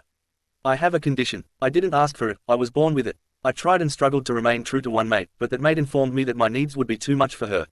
Even then, I tried to settle, but my duty to Kumo and family kind of forced my hand. I was forcibly enrolled in the CRA. I didn't apply for a breeding program when I had a woman that loved me. Don't compare the two of us. Women around the square were cheering for Naruto and they wanted him something fierce. His new appendages only made him more attractive to the females, and it probably helped that his pheromones in his four-tailed Hanyu form had them soaking through their panties. Mei and the Kiri contingent watched on in stunned amazement as Naruto shamed one of Kumo's top shinobi easily. Ruto. AI barked, that is enough. Naruto instantly turned around, snapped off a salute and retracted his chains, which dropped Dodai unceremoniously onto the ground. Yes, Reikage-sama. Dodai scrambled to his feet and also saluted the Reikage, as you wish, Reikage-sama. Dodai, return to your assigned mission. We will talk later. AI growled, Ruto, we have guests, please behave yourself.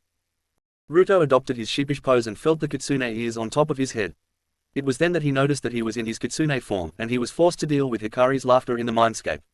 Naruto didn't feel like hiding it anymore, so he stayed in his kitsune form and walked up to the Reikage Tower with pride. The new look drew gasps and mutterings from the crowd, and AI groaned about all the paperwork this would create for him.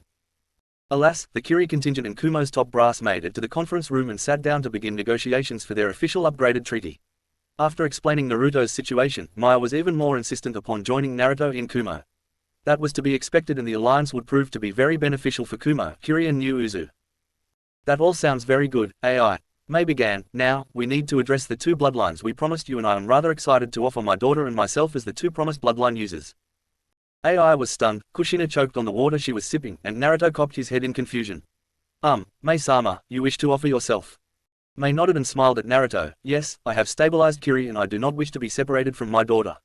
If Kumo accepts, the Kiri Council has approved Ao as my successor. Truth be told, he handles most of the serious operations at this point in order to let me focus on rebuilding. I love Kiri, but I love my daughter more. AI coughed into his hand to clear his throat and gather his thoughts, well, that is rather generous. Did you have an intended? Mei smiled seductively at AI, yes, AI-kun, I wish to marry you.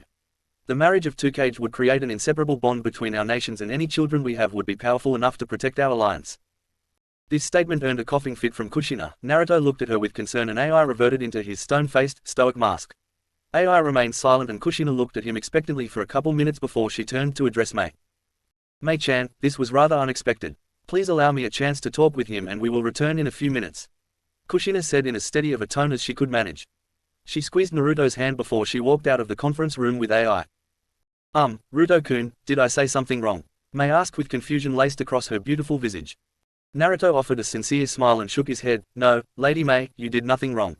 Your offer caught us off guard is all. It is new, but my mother and AI recently started a relationship. Naruto held up a hand to stop Mei's freakout before it could start. Lady Mei, we will each do what is best for Kumo. You are an absolutely amazing woman, and you would be a wonderful addition to Kumo. I ask that we just let him process things. Mei nodded to this, and an unsteady silence hovered over the conference room. In another room, Kushina placed a privacy barrier up and pulled AI into a hug. They held the hug for a couple minutes in silence and AI didn't know where to begin. It was Kushina that pushed him away and her violet eyes clashed with his cocoa irises. AI-kun, I want you to accept her offer, Kushina said quietly. Why? AI stuttered out, surprised by her words. Kushina's eyes reached into his soul and gripped his heart as she said, AI, we have both asked my son to do the same for Kumo. It is undeniably in Kumo's best interest for you to accept this offer. AI, I can't give you children. And I am fine with that. AI protested. Ruto is already a man I consider my own son. Kushina shook her head sadly, AI, you are a great man and a leader of this village. Even after you step down, you will be one of the strongest shinobi and you will be my son's advisor. Kumo needs you and I want you to have a family of your own. Ruto is mine, AI said passionately. It may not be by blood, but that young man is mine, yours and Minato's. Kushi-chan, we just got started. AI, you asked my son to accept Amy and Maya for the same reasons that I am giving you. I appreciate your love, I really do. To be honest, it will change very little between us. It will allow you to build a family with a beautiful and powerful woman while securing the future for Kumo. It is your duty to Kumo, AI-kun. Kushina said softly, yet firmly. AI hung his head and big tears began streaming down his cheeks. Kushina stepped up on her tippy toes, wiped the tears from his cheeks and placed a tender kiss on his lips. AI pulled her into a firm and passionate hug. He had pined for this woman for the past 10 years and they were just getting started. It was the first time in Ai's career that he wanted to throw away his duty to Kumo and prioritize himself. Alas, he swallowed that feeling and released Kushina. I will try, AI said under his breath before he shook himself out and put the mask of the Reikage back on. Just give it a chance, Kushina said in a chipper voice, who knows, my distant cousin may wish to model you after Ruto. She teased AI and made him chuckle before they walked back into the conference room together. Lady Shina, Mei began but paused when Kushina held up her hand. Kushina offered Mei a smile, your offer is generous, and it is clearly in the best interests of both nations. If I get to spend more time with my cousin, then that is all the better. AI cleared the frog from his throat and followed that up, it is as Lady Kushina says. I accept your offer and I am willing to give us a try if you are. The big hunk of a man offered a sincere smile to Mei that made the Mizukage blush. Ao stepped in. If that is the case, then upon your marriage I will take over as the Mizukage. Moving forward, as per the terms of the treaty, I would like to request a couple Fuinjutsu instructors to aid in Kiri's Fuinjutsu lessons. I would like to have them trained as much as possible before the newest levels are entrusted to us upon your marriage. Kushina stepped forward on this. In honor of our partnership with Kumo and Kiri, I will select 10 instructors to assist you in your academy. We will loan them to you in 1-year rotations until your own instructors can be trained up. I will caution you, the lower levels of Uzumaki ceiling are easy enough. We have less than 10 people in Kumo that have exceeded past level 8 and 7 of those 10 are Uzumakis. It is a difficult art and we cannot promise results. Ao nodded. That was to be expected. We simply wish to get the basic training handled so that we may be more self-sufficient. Mei stepped in. Ao, I nominate you as my successor and I entrust you with the duties of the Mizukage while I attend to the treaty here. Ao bowed. It will be done, Lady Mei. Zabuza grunted. She just wanted to run away from the paperwork. Haku slapped Zabuza on the shoulder. Father, do not say such things in a formal environment.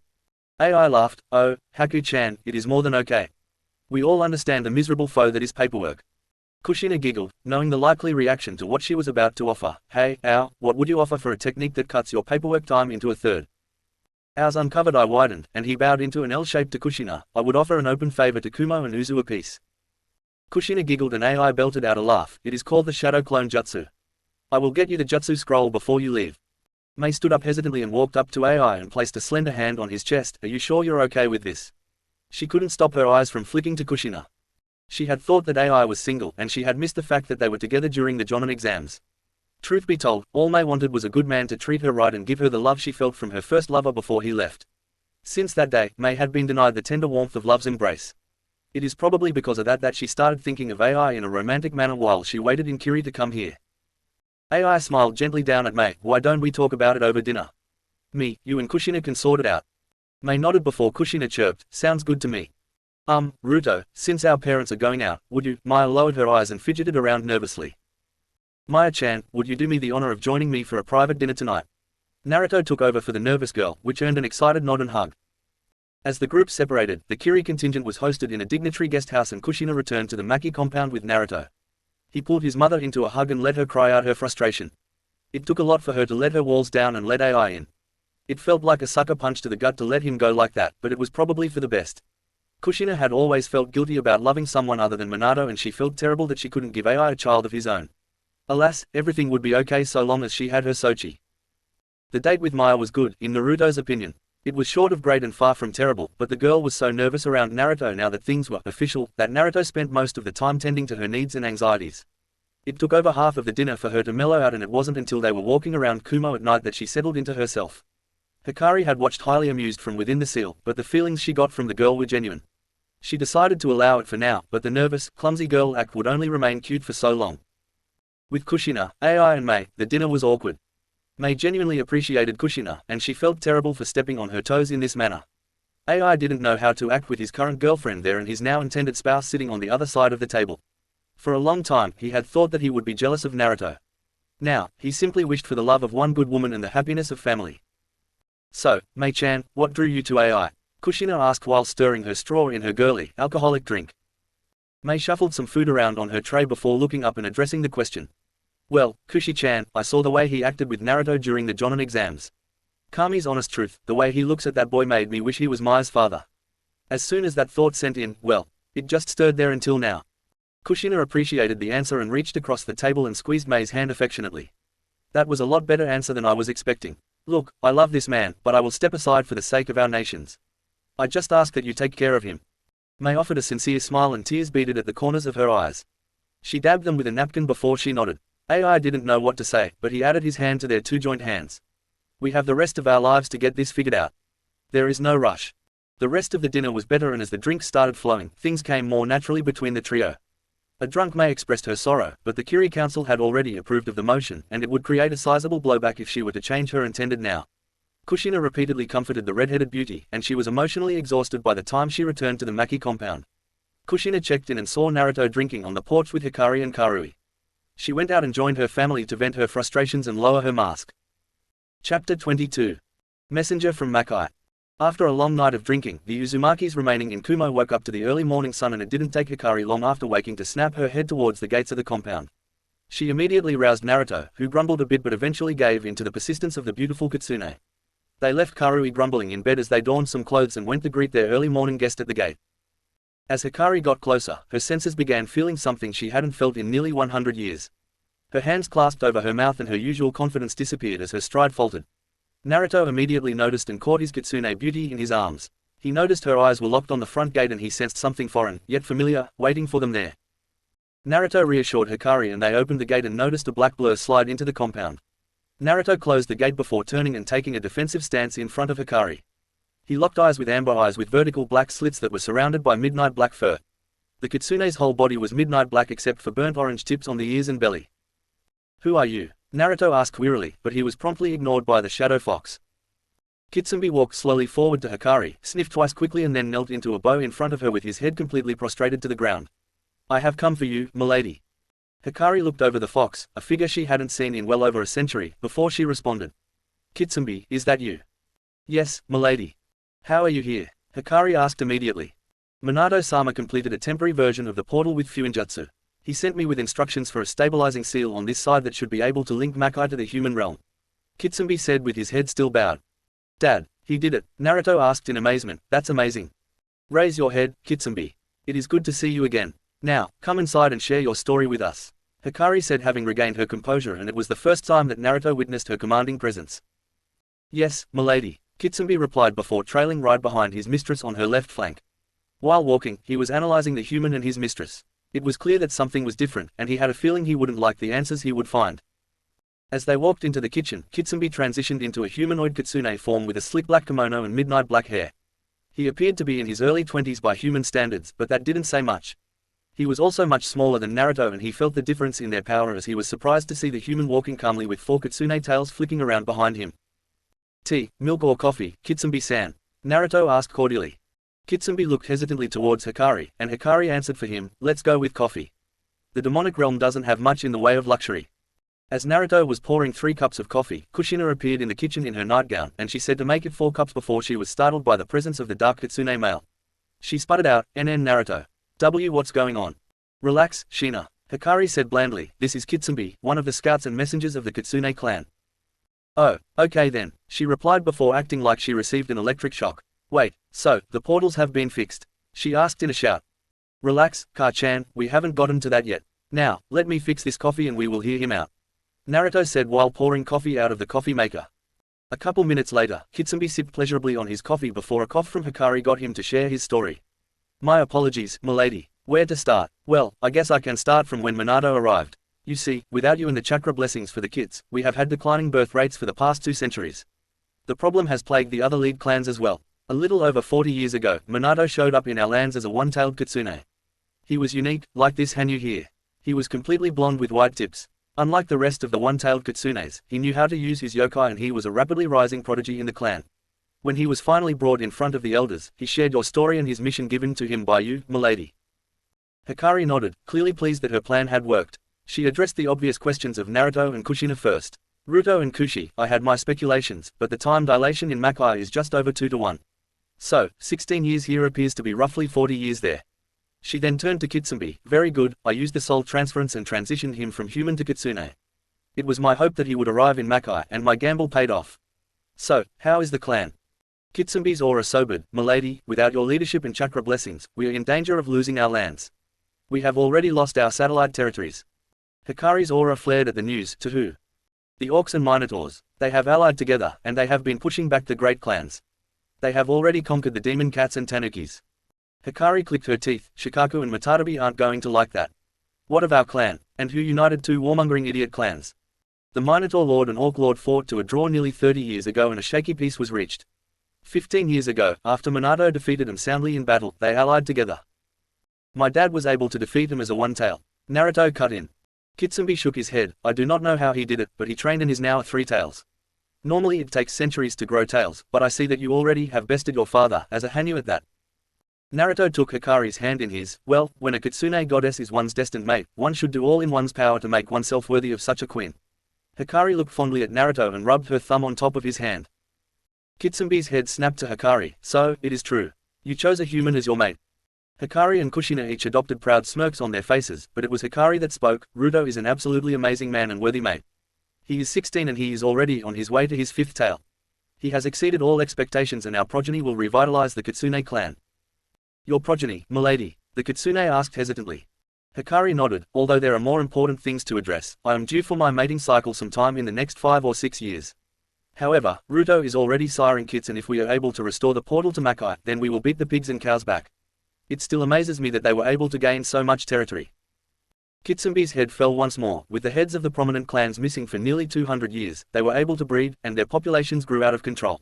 We are working with the Octopus clan and others to hold them at bay, but it is a losing fight. For every 100 of them that dies, they can breed back in months. For every one of us that dies, it takes decades. Hikari nodded somberly. I understand. Now, tell me about this portal and what is needed from us on this side. Kitsune pulled out a notebook from his pocket and handed it reverently to Hikari, who glanced at it before handing it to Naruto. My mate is much like his father. He is a Fuinjutsu master and he will be the one to decipher his father's work. Naruto created 10 clones who took the notebook and went to work in the study. So, why are you the only messenger sent? The portal was unstable and the cost was too great. It took 10 5-tailed Kitsune warriors to power the portal and it closed immediately after I passed through. Kitsune replied somberly. Minato-sama speculated that the portal would be a one-time use. With the pressure from the Orcs and Minotaur, we couldn't fully commit to the project. Naruto placed a reassuring hand on the Kitsune's shoulder. We will get it figured out. We have some problems on our end to address as well, but we will be able to get it figured out and I will protect both of my families. Kitsune looked up in awe, having gotten his first taste of Naruto's charisma and leadership. He was now closer to understanding the reverent look that Hikari was giving her mate. Kitsune bowed his head to Naruto. Yes, my lord. Naruto waved his hands in front of him. No, none of that formal BS. You can call me Ruto and until we can figure out a way back, you are free to stay here as family.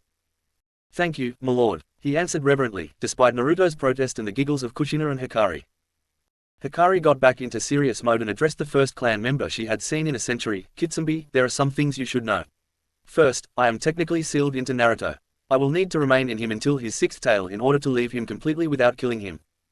Kitsune cocked his head to the side in confusion. Milady, you are sealed in him. Is that why your aura is much weaker than normal? Yes, Hikari answered simply before pausing and continuing. I do not need to explain myself to you. I entered into a contract with Minato in order to escape human persecution and it allowed me to select Ruto as my mate. It was the best decision of my long life, and I couldn't be more content. Now, is there anything else you need to report before getting settled in? Yes, milady, Kitsune said while bowing before he told them about what he overheard in Konoha before he traveled to Kumo. Once I arrived here, I was able to sense your, or more likely Ruto-sama's aura. Almost immediately. Throughout the story, Naruto, Kushina and Hikari were scowling and killing intent was leaking off of the in droves. Naruto spoke first. While this isn't hard proof, it is more than enough to validate our concerns. Be patient, Sochi, Kushina said while reeling in her own ki. We will catch them in the act and move on them. It sounds like Fugaku and the cripple are the ones controlling the Akatsuki.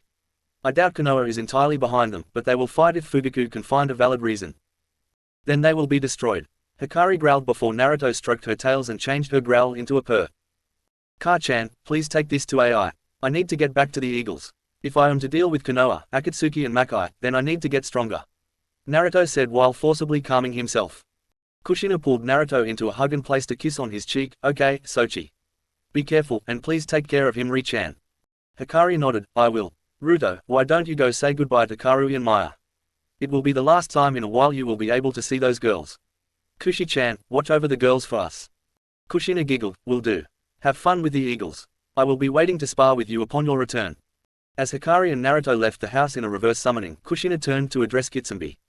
Alright, well, why don't we get you settled in and then I will introduce you to the Refuge. Kitsune was hesitant. He doesn't take orders from anyone that isn't a clan member or his mistress. Who are you, ma'am? Kushina chuckled. Well, I am Ruto's mother, which means I will be the mother-in-law of your mistress in a couple months. Oh, well, okay then. Relax, Kitsune. If you're going to be stuck here, you may as well enjoy it. We Uzumakis are a rowdy bunch, and we despise formality. Now, while we get you settled, will you tell me more about my Minato-kun? You are the wife of Minato-sama, Kitsune said in shock before clumsily bowing. Yes, and relax. Now, how is Minato-kun? Kushina waved off the bow and walked towards the bedrooms. Well, he still loves you dearly. He has many kitsune women that wish to mate with him, but he has denied them all. We have all heard stories about his human lover, the previous vessel of our mistress. Kushina chuckled and blushed a bit. So, he still loves me? Very much so, milady. Kushina hummed before throwing herself into the task of getting the newest Uzumaki set up in the village. She had a lot to think about, and it was almost a divine sign that the issues with Mei and AI came up right before news of Minato arrived. She walked past the study where she could hear the clones talking animatedly about the portal. She set the humanoid fox up in the guest room before taking him out on the town and buying some clothes and essentials for him. Eagle's Rest, Appalachian Mountains, 2 months into training.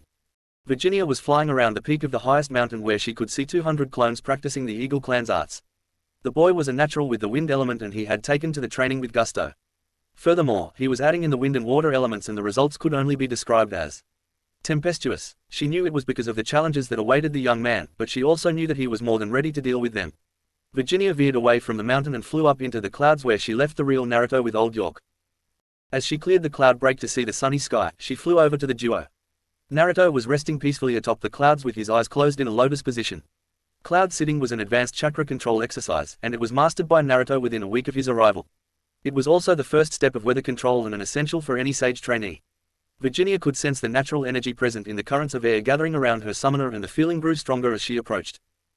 Old York saw his young pupil flying through the skies, and he left his summoner to his meditation. As he banked and matched Virginia's speed, he opened the conversation. "What brings you here, young one?" Virginia clicked her beak in agitation. "Look, geezer, I am hundreds of years old. Just because you are a flying fossil doesn't make me a young one." Old York let out a wheezy laugh. "Very well, what brings you here?" "I wish to check on Naruto. I have worked with his clones, but you have monopolized him since his return," she answered agitatedly. Old York laughed once more in the creepy way only old men can. "JJG, relax young one, we are moving to the next stage of his training. It requires his complete attention." "The next stage already?" York nodded. "Yes, he is ready. He is already cycling the sky energy. If the toads weren't our adversaries, I would have already bragged to old Gamamaru and Bunter about it." "Impressive," Virginia said as her eyes locked back onto the man she had come to respect. "Any word from young Delaware?" Old York asked after tracing her admiring gaze to their summoner. "No, the Refuge is pleased with the blood clone's work, but he wants Naruto back as soon as possible," Virginia answered absent-mindedly. "Not to mention, he is due to be married in a couple months and his mates want to spend time with him." Old York trickled blood from his beak as memories of the sexy pictures he found among Naruto's possessions hit his old brain. "Ah, yes, well, it shouldn't be much longer at this rate." Kumo Refuge's office, 3.5 months into Naruto's training. AI was sitting in his office after his morning workout, and he took his seat next to the blood clone of Naruto. It had been a strange couple months for AI. His relationship with Kushina was shaky, and his new relationship with Mei was unexpectedly pleasant. He knew the woman was beautiful, but he didn't expect things to progress so naturally. The red-headed beauty was fully committed to getting to know him, and she was an attentive girlfriend. Fiancé, or whatever term the treaty used for the engagement period. That being said, AI felt super guilty for the effects his new relationship was having on Kushina. He had tried to be attentive to the woman, but things had changed completely. It was purely professional and platonic interactions, which contrasted sharply with the past 12 years of flirtiness and joking. AI also noticed that Kushina was spending most of her time in New Uzu, which was part of the plan, so maybe he was overthinking things. AI dropped the dumbbell that he was absent-mindedly curling and sipped on his coffee before he returned back to his paperwork. That was when Karui kicked the door open with a panicked look on her face. AI instantly jumped to his feet, and the Naruto clone kept reviewing the mission paperwork since it had grown accustomed to the over-dramatic actions of the two. "Refuge-sama," Karui shouted as she bounded down to Ai's desk in panic. "Relax, Karui. Take a breath and explain," AI said firmly, knowing that very few things could rattle Karui in such a way. He took the scroll from her dainty hand as she was panicking, and tears were beginning to fall. As AI read the note, the blood clone began comforting Karui. It took AI reading the communication scroll 3 times before he was able to break himself out of his shock. "Code Yellow," the message started, which already had AI on high alert. Code Yellow meant casualties and ninja captured. Mission to Rice Country failed. Ambushed by Orochimaru 2 hours ago. Tayuya and Atsui captured. Omoi critically injured. Ni Yugito requesting immediate reinforcements. In cave 15 miles north of Rice capital. AI was stunned beyond belief. This was horrible, terrifying, catastrophic. He felt a hand from the Naruto clone, and he snapped his mind out of the panic and forced himself back into Refuge mode. "Naruto, call the original back now." "Bolt," AI shouted, and moments later a squad of Bolt was on bended knee in front of him. QRF to assist Ni Yugito and her team needed. Move out in 10 minutes. Destination is 15 miles north of Rice capital. As the Bolt disappeared, AI scooped Karui up and tapped her lightly on her cheeks. "Karui, I need you to alert Kushina. Also send recall orders to Mabui, Samui, Itachi, Amy, Genma and Yugao. Next, get me as many teams as you can in the next hour." Karui nodded shakily. "Why yes, Refuge-sama. Appalachian Mountains 8 p.m., same day as abduction."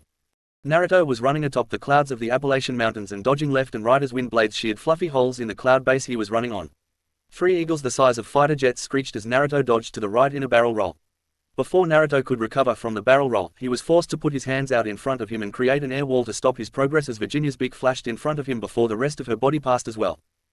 Before Naruto could enjoy the feeling of successfully dodging a senjutsu-empowered Virginia, he was forced into a series of back handsprings of the bank of the clouds to dodge a successive series of wind talon blades from the old codger of an eagle sage that looked to be sweating from the effort he was putting into skewering his student.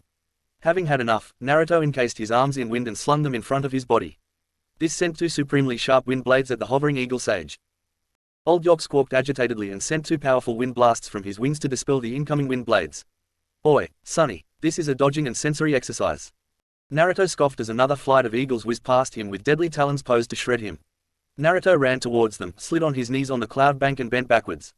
He slid under the trio of eagle talons and let his back skate along the clouds before he put his hands down and expelled a burst of blunt air from each hand.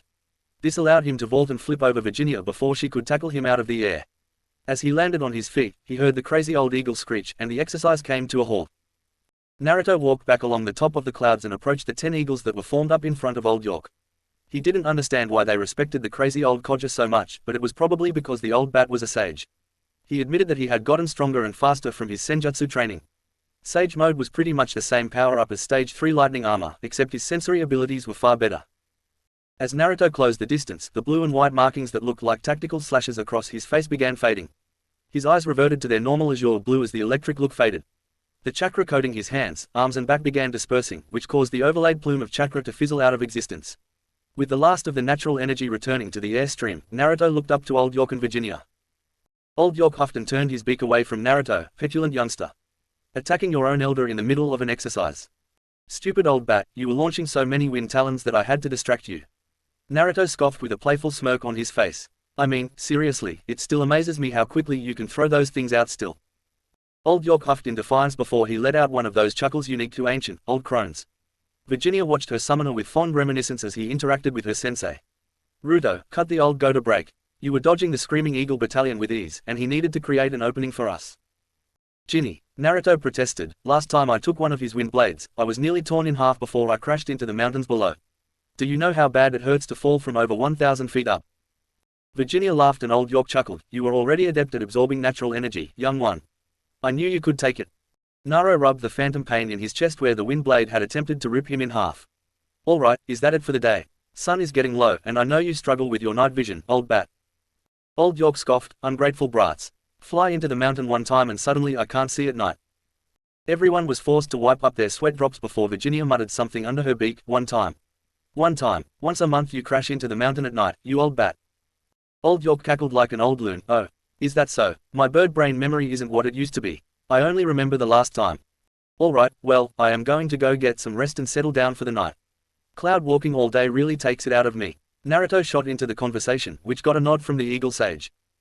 Naruto let the chakra in his feet fade and he plummeted through the clouds. He channeled wind chakra to his back and arms and glided through the sky that was painted a myriad of colors by the sunset as he controlled his fall back down to the eagle's nest. As he approached the mountain peak, he pushed wind chakra out of his chest and used that to slow his descent.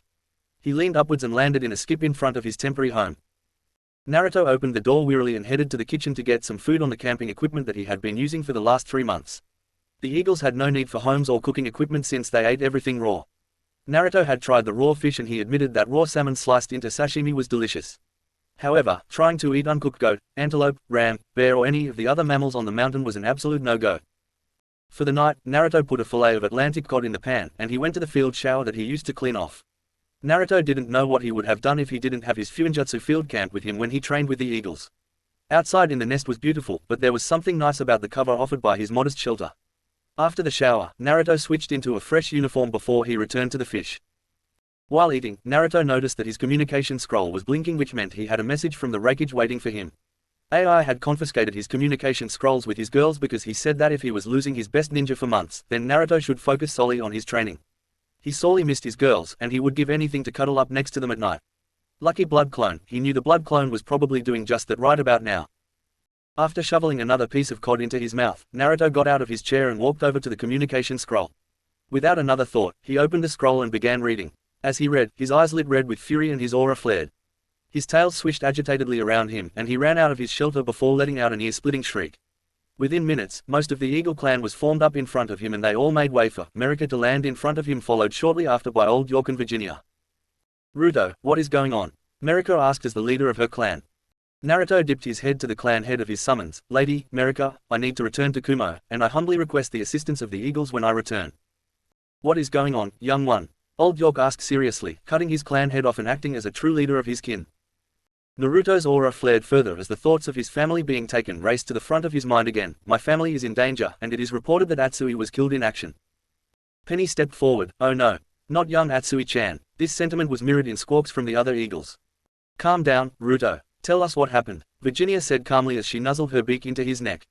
Naruto reflexively scratched her neck as he answered, "I just read a message from AI. Orochimaru ambushed the Squad 13 of the Divine Bolts and hurt Yugito and Omoi. It was said that Atsui was dead and Tayuya was captured."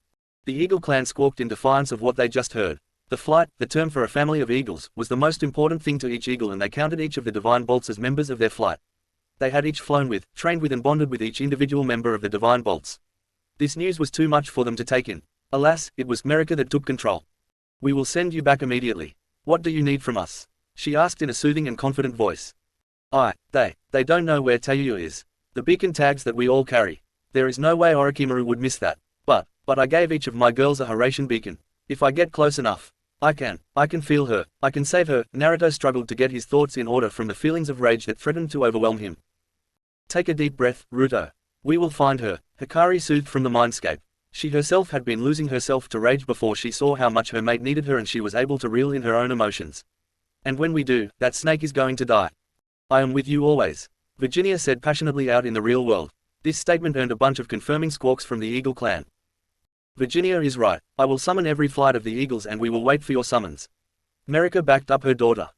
"Remember, young one, listen to the winds and synchronize with them. The winds will help you find your family," Old York added before he sent Naruto back to Kumo. Refuge's office 8:30 p.m., night of abduction. Naruto appeared in the office in a puff of smoke, and he wasn't surprised to see that the office was in full-on mission mode despite the time of night. In the office, AI, Kushina, Tsunade, Karui, Mei, Darui, Killer Bee and she were taking in status reports and updating the battle map that was displayed on the wall of the office. AI had pins tracking teams that were approaching the border with Rice Country and Naruto could see that they were already spread out. It took all of Naruto's self-restraint to not jump out of Ai's window and join the search. "What's the news, Refuge-sama?" Naruto said formally and forcefully, which made the room still and everyone turned in an instinctive response to his commanding tone. "Sochi," Kushina said softly as she darted over to him to wrap him in a hug. She had used her familiar, gifted to her by America in honor of her son, to travel quickly to Kumo from Uzu. "Ruto, teams are getting set up at the border. We can't search at night in a foreign country with foes like Orochimaru lurking," AI said firmly. Naruto listened to Hikari and took a deep breath before responding. That didn't stop his voice from deepening and turning into a growl. "Refuge-sama, I have a family member captured and in the hands of the vilest person in the elemental nations. A person, mind you, that is known for human experimentation.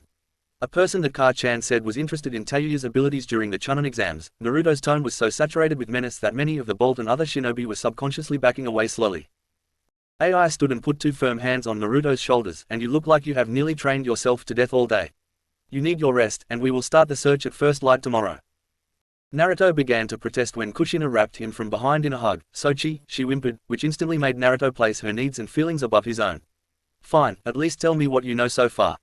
AI nodded and walked over to the map. As he spoke, Darui pointed out the relevant spots on the map. At 9 a.m. this morning, Yugito's Divine Bolts were ambushed outside of Rice capital by Orochimaru. They were going to negotiate an official treaty with the daimyo, who wants to sever ties with Orochimaru. She is holed up roughly 15 miles north of the capital and we haven't gotten teams into Rice country yet. We have been communicating with Yugito all day, but she doesn't want to activate her distress beacon because Orochimaru's forces are actively looking for her. She reports she has stabilized Omoi, but he is in need of further medical attention. Nibi has stabilized her injuries and she is going to be okay holding out throughout the night. Naruto growled as he looked at the tactical map. "Known enemy strength." "Unknown," Darui answered. Yugito reported Orochimaru, a crystal user, a Hozuki male, some sort of berserker, an explosion release user and a Kusa ninja that used grass and flowers. Other than that, there are an unknown number of enemies and underground bases in Rice country. Tayuya's location is unknown. Naruto was growling lowly as he listened. "Plan of attack. Tomorrow, all teams will move out in a coordinated net. Teams that encounter a base will activate a chakra beacon," Darui answered. Naruto scoffed, how many of those teams will be able to actually locate a hideout of Orochimaru? They are undoubtedly protected by genjutsu and other barriers. AI squeezed his shoulder, Ruto, that is enough. We will find her. Naruto shook Ai's hand off his shoulder, no. He started passionately. I will summon the Eagle Clan and join the search. She has a Harassian beacon, I just need to get close enough to feel it. I will create clones and they can fly with my eagles to search faster. The eagles are ready, and I can move out tonight. Ai's grip hardened on Naruto's shoulder, no, you will get your rest. You can move out tomorrow. Naruto's growl now echoed off the walls of the Refuge's office and his yokai started flaring out in a cloak around him. AI activated his lightning armor in response, but it was Kushina's chakra chains that settled the argument before it could escalate. As her chains wrapped around the two men, their chakra and yokai receded and she glared at the two of them. Naruto, your plan is good, and we can do it tomorrow, Kushina emphasized tomorrow adamantly. Ka-chan, Naruto's rage rapidly transitioned to despair and his voice cracked. I can't, I won't be able to sleep with her out there. Kushina locked eyes with Tsunade, who nodded and approached Naruto slowly while smiling at him in an understanding way, I know, kiddo. I will put you to sleep and Hikari will keep you there. We will be up and at M before first light and we will all go looking for Tayuya-chan. Naruto cast a betrayed look at Tsunade before he pleaded, wait. I need to let the eagles know. Tsunade stayed her hand and Kushina unraveled her chains. Naruto shook his body out, bit his thumb and weaved through the hand seals for a summoning. Idaho, a smaller messenger eagle, appeared in the Refuge's office. He bowed to Naruto upon seeing his summoner. Idaho, tell Lady Marika that we will move out tomorrow at first light. That is, 7.5 hours from now, I will request as many flights as she is willing to give. Naruto said. Idaho bowed, it will be done, Naruto-sama. We saw with you. He disappeared in a puff of smoke and tension returned to the office. Ruto, let Tsunade help you rest. I swear, we will find her tomorrow. Get your clone's memories and then Tsunade will put you to sleep. That is an order. AI finished firmly. Naruto walked over to his clone, linked hands and accepted the chakra memory influx, which compounded his exhaustion, and then nodded to Tsunade. She put him to sleep and Kushina caught him before he could hit the floor. She handed him off to Killer Bee, pretty much the only man other than AI that could match Naruto's stature, and the Jinchuriki pair left the office to the Maki compound. Karui went with them, and she would tend to Naruto over the night while Kushina remained in the command center. Naruto appeared in the mindscape next to Hikari and the Kitsune beauty guided him to her bed and slept with him there while stroking his hair and tails. She kept him in a state of rest because she knew that he would never allow himself to sleep otherwise. His training had been exhausting and if he were going to confront the Snake Sannin tomorrow, then he would need this rest. Hikari found herself resting in the tangled embrace of her mate and the two remained there until awoken by Kushina the next morning. Chapter 23. Wrath of the Tenshi no Raijin. Naruto was awoken by Kushina the following morning at 4 a.m. He immediately snapped to his memories of Tayuya's abduction raced into his thoughts and monopolized his mind. His mother's calming embrace brought him back to the task at hand and he created a horde of clones to prepare his gear. As the clones were doing that, Naruto went out back and summoned Virginia and Georgia in his training ground. We stand ready to fly, Virginia said animatedly. Georgia nodded her head and nuzzled her beak into Naruto. It is as my sister says. The whole clan is ready for takeoff. Naruto gave the two an appreciative look, thanks. Here is the plan. Georgia, I am going to send you back and you will pass this on to the eagles. As Georgia dispelled, Kushina and the clones joined Naruto on the training ground. Naruto changed into his combat gear and overstocked on everything for the mission ahead. Kushina was to stay behind in the command center with AI in order to coordinate the forces joining the assault from New Uzu. Naruto was going to fly to the border and rendezvous with his girls before he joined them in the search. Naruto and his girls would fly low altitude with the eagles over Rice Country and Naruto's clones would be searching for the Harassian beacon that he gave Tayuya. With a final hug from his mother and Karui, he hopped onto Virginia's back and gave one final wave goodbye as the sun was beginning its greeting to the mountains. By the time Naruto reached the border, the first crack of sunlight was appearing over the horizon. He found his girls' camp with no issues and Virginia landed gracefully just outside the camp. Naruto's feet had barely hit the ground before he was tackled by a number of females. Among the bundle was Samui, Mabui, Itachi, Amy and Maya. He took less than a minute to share his plan with the eagles and then the go command came through the communication scroll. Naruto, in his kitsune form, flared his chakra and was able to summon almost the entirety of the Eagle clan. 113 members of the Eagle clan formed up behind Marika and they each dipped their heads to Naruto. The Kumo shinobi in the area were gobsmacked by the rapid summoning of so many eagles and they watched on in fascination as 113 Narutos formed and jumped on the back of each eagle. His girls each joined a clone on the eagles that would fly closest to the real Naruto and then the eagles took flight in a titanic gust of flattening winds. The real Naruto was riding Marika, since he was the only one allowed to do so and it would have been insulting to saddle her with a clone. As she soared through the air, he scratched her neck and spoke softly. Lady Marika, I am going to meditate and feel for the Harassian beacon. I ask you to keep us at about 150 to 200 feet altitude. Mid-speed should be fine, I just need to get a ping on the beacon and we can attack from there. Understood, Ruto. Can I join you in the battle? Marika asked. Naruto chuckled despite the tension in the air, it would be my honor to fight alongside you. Now, it is time to let them know that they fucked up. Naruto and 112 meditating clones gathered so much natural energy that the air current rallied to his will in response. As the flight of 113 eagles soared over the border of rice country, a thick coating of cumulonimbus clouds formed in the sky and seemed to circle around Naruto. The clouds started a pure white before the air saturated with a thick static tension and the clouds blackened in response. It took less than 5 minutes for the sky to darken from the blackening cloud cover before thunder echoed across the lands and lightning flashed across the skies. The Senjutsu storm was fierce in its intensity and it saturated the air with electricity to the point that the air tasted coppery. Naruto willed the rains to remain contained in the clouds, which meant a lightning storm was moving into the land of rice paddies at an astounding speed. The winds were fierce as they propelled the flight of the eagles forward as they moved across the landscape in a spread-out, V, formation. Ai, Kushina and the others watched the clear morning skies darken to the south as the search began. Sheer massive formation of storm clouds moved in a storm front that made the onlookers shiver as they could feel the power from such a great distance. The lightning show put on was spectacular and terrifying in nature. The low rumble of distant thunder was menacing as every Kumo ninja watching the miraculous display was grateful that such a force of nature fought for them. From within the seal, Hikari was watching through the mental link and every aspect of the powerful scene was exciting her in ways she had never been excited. She was familiar with the tension and anticipation that preceded a battle. She was familiar with the thirst for blood and revenge in honor of a family member. She was familiar with the surge of power that protecting one's own brought on. However, she was hopelessly unprepared for these feelings to crash into her all at once as she watched her mate through the seal link. She was so turned on by Naruto's protective thoughts accompanied by the display of power. Her nipples hardened under her linen gown as she saw him call upon his allies and led his forces into foreign lands. Her chest tightened when she saw him summon the wrath of nature and her womanhood constricted when she felt the potency of his power. The final blow that caused Hikari's first release that moistened her lower lips was the deep and undying love and compassion her chosen had for each member of his family. As she came down from her high, she attuned her senses with his own to truly enjoy the impending show. On Naruto's flanks, each of his girls felt his protective aura and they did not fear the wrath of the storms. Mabui was filled with understanding and resolve as Mother Nature joined Naruto's cause. Sunwi was motivated by the inspiring beat of the rumbling thunder. Maya was a mixture of exhilarated and intimidated by the darkening skies and rapid onset storm. Amy was turned on and fully engaged by the flashes of lighting and she truly understood why her father dubbed him the Tenchi no Raijin. Itachi felt protected amidst the chaos by Naruto's overwhelming aura. If one were to get a bird's eye view, one would see eagles extending for miles and miles. Each eagle was massive in size and the winds from their beating wings flattened the terrains below and terrified the civilian population of rice country. The tension in the air was further emphasized as thunder rumbled like a menacing war drum. Lighting flashed in the skies like the stories of a wrathful Zeus and lightning cracked the ground with increasing intensity and frequency as the flight continued.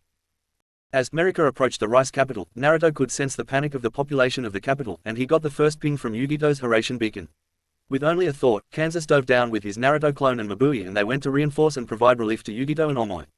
Naruto continued with the rest of the flight for another 10 minutes before one of his clones activated the signal flare and dispelled to share its memories with the others.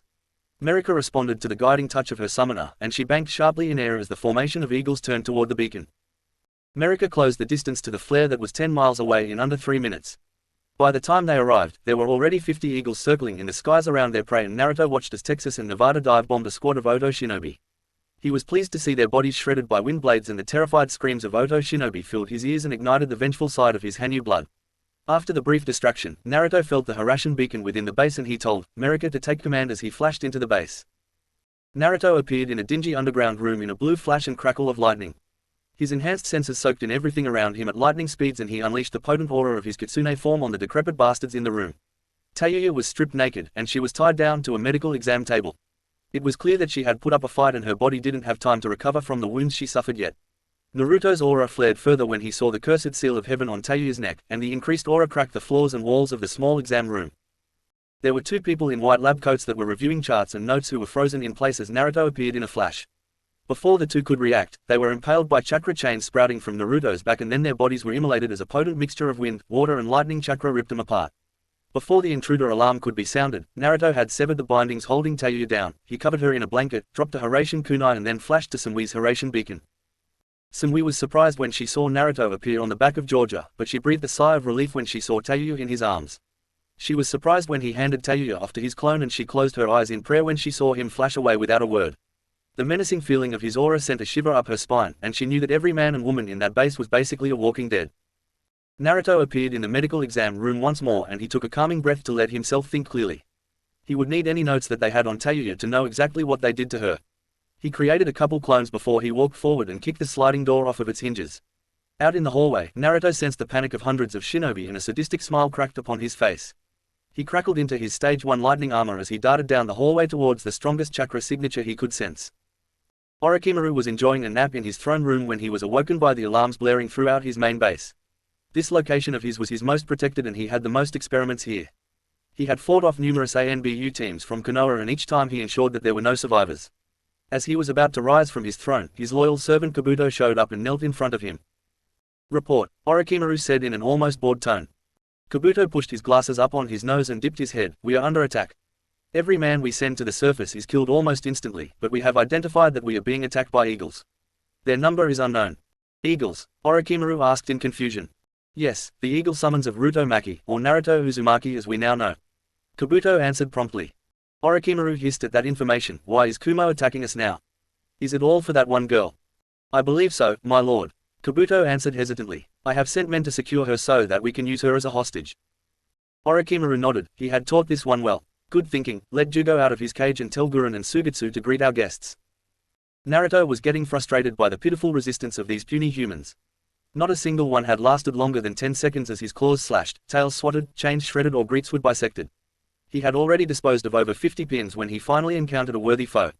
He had continued moving toward the strongest chakra signature, but the one in front of him wasn't bad. That being said, when Naruto saw her form a pink crystal in her hand, it ignited his Hanyu blood because of the reports of a crystal user that AI gave. "So, you were one of those that killed my friend and captured my sister." Naruto growled menacingly as tails and chains flickered agitatedly behind him. Gurren was a strong and loyal kunoichi of Orochimaru. She hadn't felt fear in years and the only man that could make he fear anything was the snake Sannin himself. Despite that, Gurren felt the trickle of sweat trace down her neck, and she felt the saliva in her throat harden before she forced it down with a big gulp. She armed herself with her signature crystal kunai and took a shaky battle posture.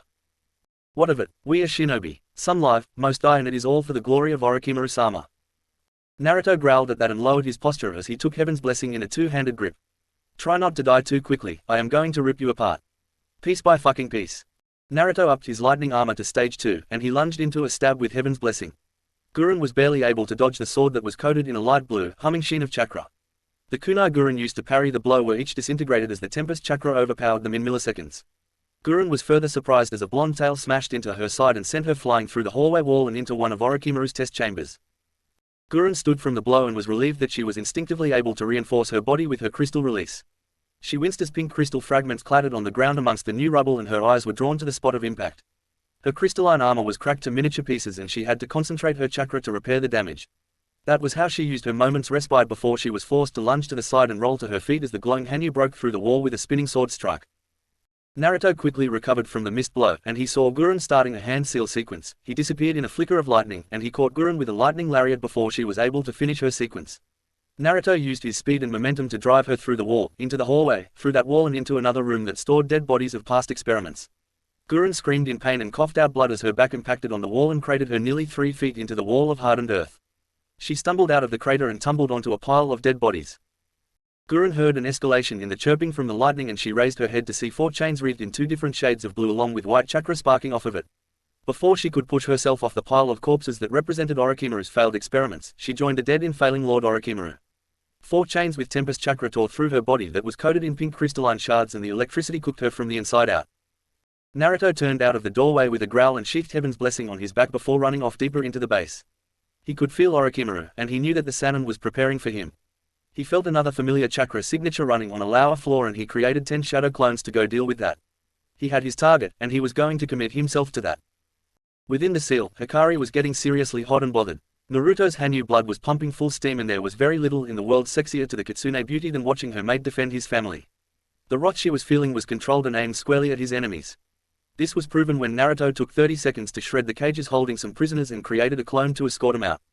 Hikari watched and licked her lips as her hand began warming her up for what was sure to be an amazing session later on. Naruto tore through the plebs that Orochimaru called his men with ease as he approached Orochimaru's chakra signature. His enhanced senses could smell the snake amidst the overwhelming stench of the lab, and he knew he was through this door and he was alone. Naruto mule kicked the door to Orochimaru's lair and saw the snake Sannin standing at the ready with 2 massive snake summons behind him. Naruto flared into his lightning armor stage 3 and roared as he charged Orochimaru with no further words needed. Heaven's blessing clanged against Kusanagi as Naruto entered the opening rendition of the Barbarian's Tide. The style was fierce on its own due to Naruto's immense strength and speed, however, the speed and power granted to him by lightning armor, stage 3, was immense and it made the deadly dance with the massive blade even more deadly. Orochimaru was more than a little surprised by the raw battle prowess of the Hanyu. His battle instincts and enhanced dodging ability were necessary for him to survive this fight. Each time the Kusanagi absorbed a blow, Orochimaru would skid back, and his arms would rattle. His snake summons covered his opening caused by the debilitating blows, but the enraged Hanyu was more than capable of disposing of the snakes. Manili, Manda's daughter, was nearly cut entirely in half before she dispelled, and her corpse was returned to Manda. Naruto whirled on a diamond in a crackle of lightning. Mintoro, Manda's son, was pinned into the floor of the chambers with the greatsword pinning him to the ground through his skull. Naruto ripped the greatsword out of the ground as the body of the snake dispelled back to the summoning realm. Orochimaru used the time bought by his summons to summon forth something that should have remained dead. Orochimaru used the Impure World Resurrection to summon Ori Uzumaki and Kato Uzumaki. Naruto didn't know who they were, but their Uzumaki traits were clear, and Naruto roared in frustration at the use of his fallen kin in such a despicable manner. "Cousin, what are we doing here?" Ori asked as she looked around the dark room. "I don't know, cousin. The smell of death and this ominous chakra doesn't bode well though," Kato said. Ku, I have brought you back to fight for me," Orochimaru said as he placed the control tags in the back of their heads. "Now, show me what you are capable of." Before the control tags could take complete effect, Orochimaru was cut in half at the waist by a lightning-fast slash from Naruto's katana. Naruto turned around after the blade clicked back into its scabbard only to see snakes erupt from either side of Orochimaru's wound and they bound the Sannin back together. Before Naruto could contemplate the disgusting display, Naruto was forced to dodge a sword swing from Kato. Naruto bent back under the blow and lashed out with a kick that caught the reincarnation in the chest. Then Ori darted forward with a sealing tag in hand. Naruto lashed out with a tempest chain, and it pierced her heart with the tag mere inches away from his chest. He saw the tag and knew that it had something to do with chakra disruption. His chain flung the body away and it smashed into Kato, who was pulling himself out of the wall. Orochimaru had been watching with a frown and he was ready to re-engage in the battle. He would have loved to place his mark on such a host, but he could feel the demonic chakra radiating off the man in front of him. Plus, the four tales were extremely interesting to him, and he had to know more. That being said, his opponent was faster and stronger than him, which meant he had to be more cunning. Orochimaru used the brief distraction to gather chakra and he hunched over before he used the formation of 10,000 snakes. The snakes erupted out of him and filled the chamber as they sped towards their target with imitations of the Kusanagi poking out of their throats. Naruto sheathed his swords and blurred through hand signs before he slammed his hand into the ground. The whole chamber was filling with potent Raiden chakra as lightning sped through the ground towards Orochimaru and lashed up erratically, destroying everything above it. The overpowered, electromagnetic murder was overkill in such a confined chamber. Orochimaru's snakes were dispelled en masse as the potent lightning ripped through them and dispelled them. Orochimaru himself was forced to jump up onto the ceiling of the chamber to dodge the potent lightning attack. That was when he saw Naruto rip the head off Kato before a tempest chain tore through the skull and the resurrected corpse fell to the ground. Naruto's rage provided a brief opening, and he took a kick in the back from the female Uzumaki and stumbled forward. Naruto's body suddenly felt heavier as a seal activated where Ori's foot hit him. Being a seal master, Naruto guided one of his tempest chains to where he felt the seal absorbing his chakra. The tempest chakra flared into the seal and shattered it with ease as Naruto took a defensive position with his hand hovering over his katana hilt. Trapped in between the two remaining opponents, Naruto's lightning armor illuminated the destroyed underground chamber in eerie sparks of blue lighting. In a blur, Ori stepped forward to engage in Taijutsu once more and she was cut into 4 pieces for her trouble. Orochimaru was impressed by the Kenjutsu display, but that didn't stop him from taking advantage of the opening. He lashed out with the Kusanagi, and the blade caught Naruto off guard when it extended into his shoulder. He roared out in pain as the poison burned his skin. However, with the snake Sannin reveling in his brief victory, he was in for a jolt as the chakra-conductive blade of the Kusanagi channeled Naruto's lightning chakra into Orochimaru's hands. Orochimaru was jolted before he could let go of the Kusanagi. Naruto ripped the blade out of his shoulder without further ado, and his yokai was more than enough to burn the potent poison out of his system. Naruto ducked under a kick from Ori and was surprised that she was reformed already. He wrapped her in 2 tempest chains and repeated what he did to the male Uzumaki, and he saw the ash and dust surrounding the body crumpled to the ground to show a random corpse. Naruto tossed the corpse away with disgust and looked up at Orochimaru, who was still stuck to the ceiling. He glared at the Sannin, but he decided to talk. His voice came out in a deep and husky growl as he spoke. "Where is Atsui?" Orochimaru cocked his head to the side. "Who?" Naruto's chakra flared and his tempest chains rattled. "The male on the team you ambushed." "Where is he?" Orochimaru wasn't intimidated by the key, but the chakra presence was starting to make him feel heavy. "We took him to one of the exam rooms. He was a fine specimen." Ku. Naruto's fists clenched and trickles of blood fell to the floor as Naruto restrained his anger. You will die today, snake. For attacking and killing those I consider family, you will die. Ku, big words for one so young. At the rate you are burning through chakra, you won't last long. After those words, snakes erupted from below ground and wrapped around Naruto. Before they were able to sink their fangs into him, the lightning armor cooked them. Naruto cocked his head to the side and a feral smirk was on his face. You are nothing special, snake. Naruto gathered chakra to his tails in preparation for his next move. Orochimaru frowned. You are a problem. You should be focused on Konoha, not me. Naruto barked out a laugh. Konoha will get what's coming to it. You, however, will die today. Orochimaru hissed in displeasure. Why not have me as an ally against Konoha? I killed one of yours, but you returned a favor 100-fold to my men. Naruto scoffed. You don't make friends with snakes in the grass. You cut their heads off and burn their bodies. Plus, you marked my family. You marked an Uzumaki. Naruto escalated into a roar. Before Orochimaru could respond, he was forced to dodge as the tails aimed forward over Naruto's shoulders and beams of electric blue, aqua blue and translucent white combined into a powerful beam that tore a 10-meter hole in the roof he was standing on and caused an explosion that filled the chamber. Light, wind and rain suddenly entered the underground chamber through the new opening. Orochimaru decided for a sneak attack in the chaos, but the kusanagi clanged against a sword and a lightning power kick crashed into his chest and sent him through 4 walls. Naruto pinged to get Orochimaru's position, and he weaved through hand signs for one of his more potent jutsus that was probably not smart to use underground. Naruto took a deep breath, flared his hands out wide and gathered wind chakra to them, and he breathed out the potent blunt force wind from his mouth before 8 wind blades followed the blunt wind that tore walls asunder. The wind style, wind blade gale, disintegrated everything in its path with the fearsome power of the wind. He felt the base starting to collapse and he jumped out the new hole he recently created in the ceiling. Orochimaru was recovering from the kick when a wind blast shattered the walls he just flew through and then he was trisected by wind blades. Luckily for Orochimaru, the 3 wind blades only severed his lower body. Orochimaru used his regeneration jutsu and pulled himself out of the throat of his old body. He realized that his base was beginning to collapse from the amount of jutsu used. He activated his hiding in the surface technique to climb his way to the surface. Moments earlier, a clone popped and informed Naruto that Atsu's body had been recovered. That particular clone had killed a rampaging man that could transform his body.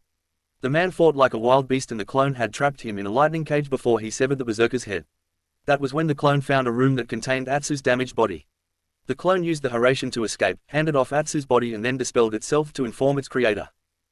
Naruto emerged from the base and let his lightning armor fade. He was starting to feel the chakra drain, but he had much more in the tank and Hikari was more than happy to provide him some of hers.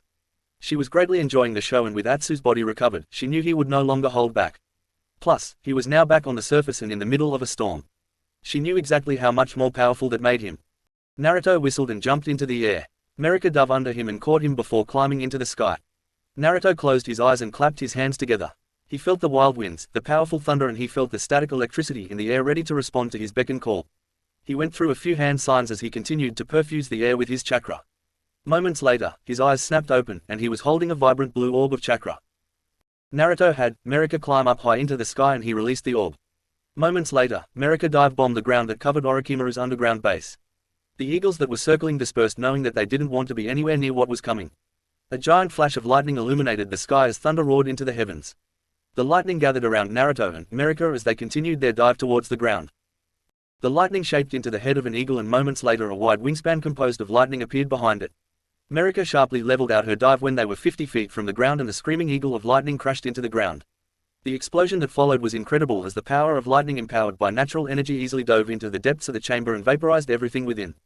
The Sage Arts, Screaming Eagle, was one of the more powerful jutsus Naruto learned and the results could speak for themselves. Orochimaru had surfaced and found that there were eagles circling around his base and one of them was flying high into the sky. He decided to fall back to live and fight another day. His loyal servant Kabuto was at his side and also looking into the sky. When they saw a bright orb of blue chakra get released, they were curious.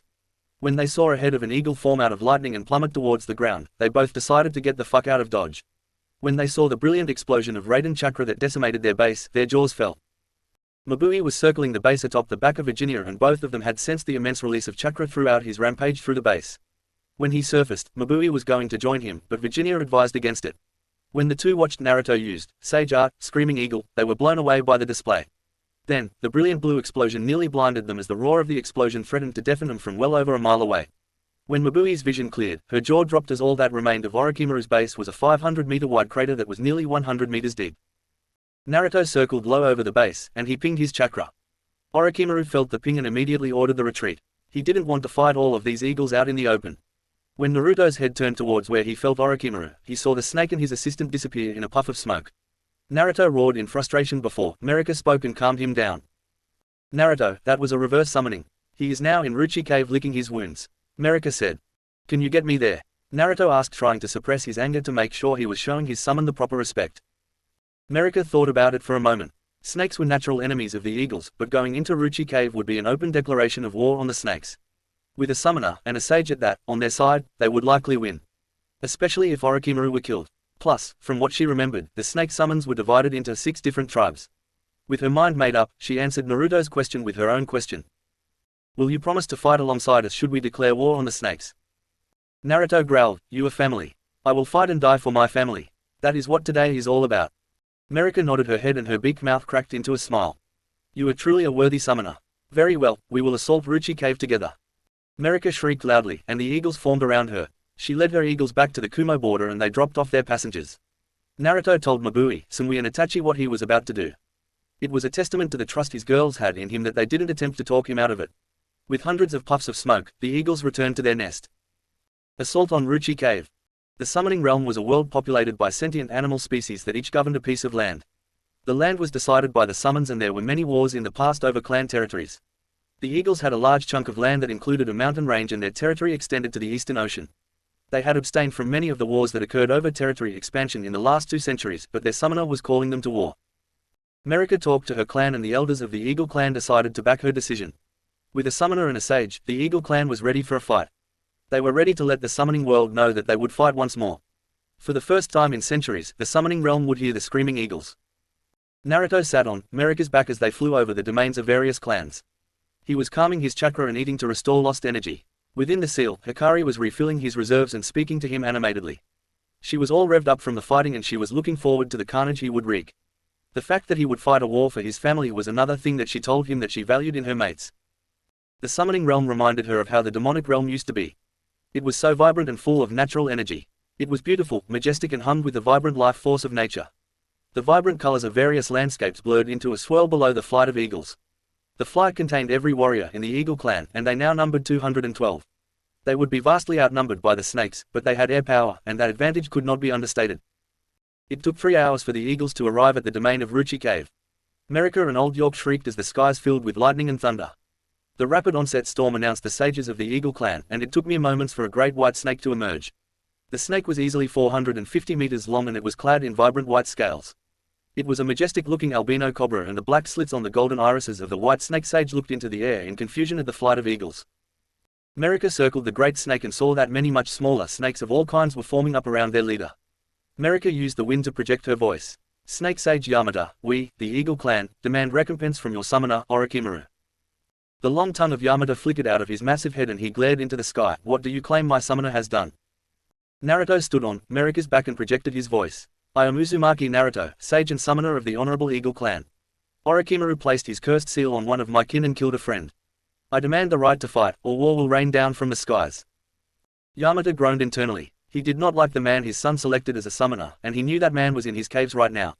It was a cowardly act to retreat to your summons in an attempt to escape. His clan's reputation had suffered terribly in both the human and summoning realm due to Orochimaru. He saw this as an opportunity to get rid of him and possibly eliminate a problem child. Manda had grown too big for his scales, and this would either humble him or end him. He took nearly a minute to think before he responded. Your right is recognized by me, and your fight is with Manda's kin and his kin alone. Should you involve my other children, you will fight the vast power of the 6 snake tribes. Old York answered that, it is good to see you once more, old rival. Perhaps when this is over, we could scrap like we did back in the day. Yamada let out a sound that sounded like a chuckle. Very well, settle your business. Manda and his kin will receive no help from my other children and the summoner will remain here until this grudge is settled. I do not wish to keep my eyes on the skies for years to come. Manda and his kin reside 5 miles to the south in Beni Valley. You can take 10 with you, summoner. Naruto nodded. I thank you for this opportunity and I recognize your honor, great sage. My fight is with Orochimaru, and I have a great replacement for him should you decide to humor me once this fight is over. Yamada didn't respond. He simply ordered the snakes around him and Naruto saw them slither out in all directions with a purpose. Mirika issued orders and she selected Virginia, Georgia, Maine, Tennessee, Texas, Alaska, Rado, Wisconsin and Kansas to join in the assault on Manda's kin. The birds formed up in a V formation and their substantial forms rode the front of blackening storm clouds over the snake's domain. Lighting flashed in brilliant blue hues as darkness overtook this region of the summoning realm. Naruto's senjutsu was more vibrant within the summoning realm and it resonated sharply with his Hanyu chakra. The storm brewed faster than before and sheets of rain poured down on the snakes as winds began blowing at gale forces. The wild storm didn't affect the eagles as they led the stormfront to their target destination in a majestic display of power. Once they arrived at their destination, eagles dove down to the ground and created tornadoes, others dove down on the front of a lightning bolt. Others still directed sheets of rain into cutting blades with their power over the winds. Needless to say, all of the snakes in this region sought cover from the devastating storm. Some crawled into caves, others burrowed on the spot and the remainder attempted to raise some form of chakra-based cover.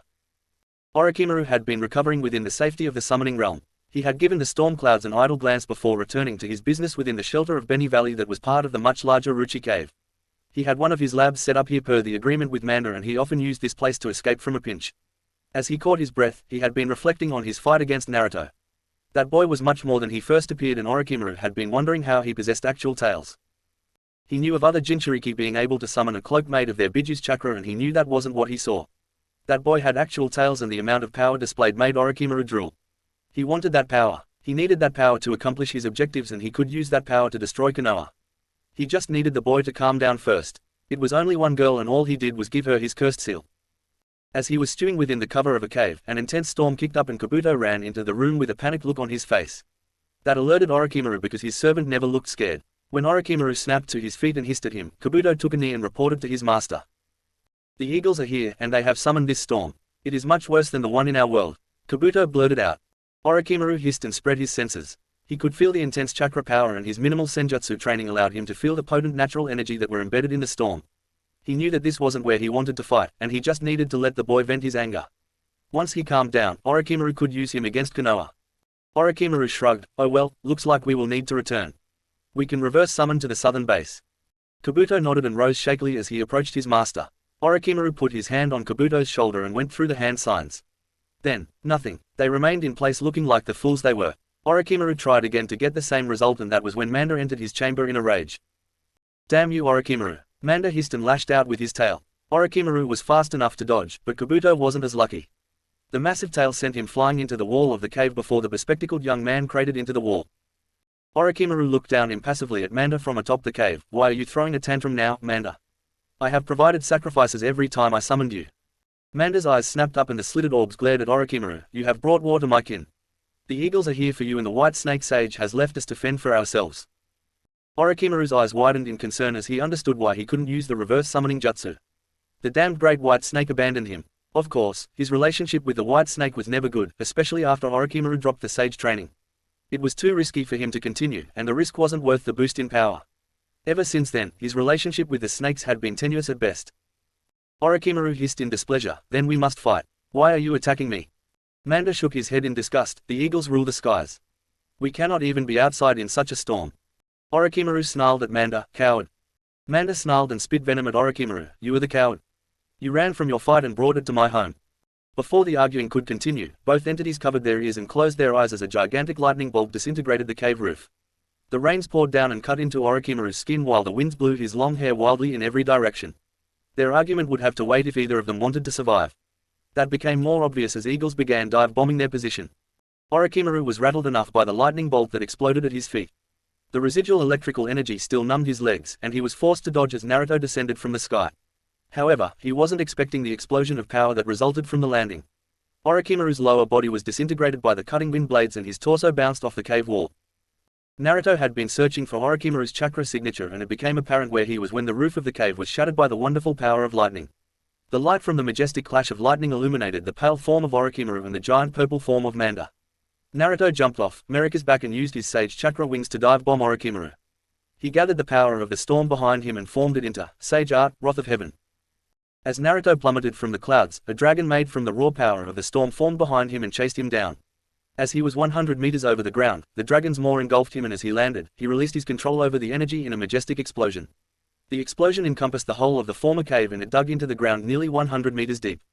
The unearthed snakes were shredded and electrified by the display of raw power. However, Manda was able to get away from the explosion alongside Orochimaru. Orochimaru pulled himself out of his former body and he glistened in his own fluids as he stood to his feet. That was the second shedding in 24 hours and each one sacrificed 20% of his remaining chakra.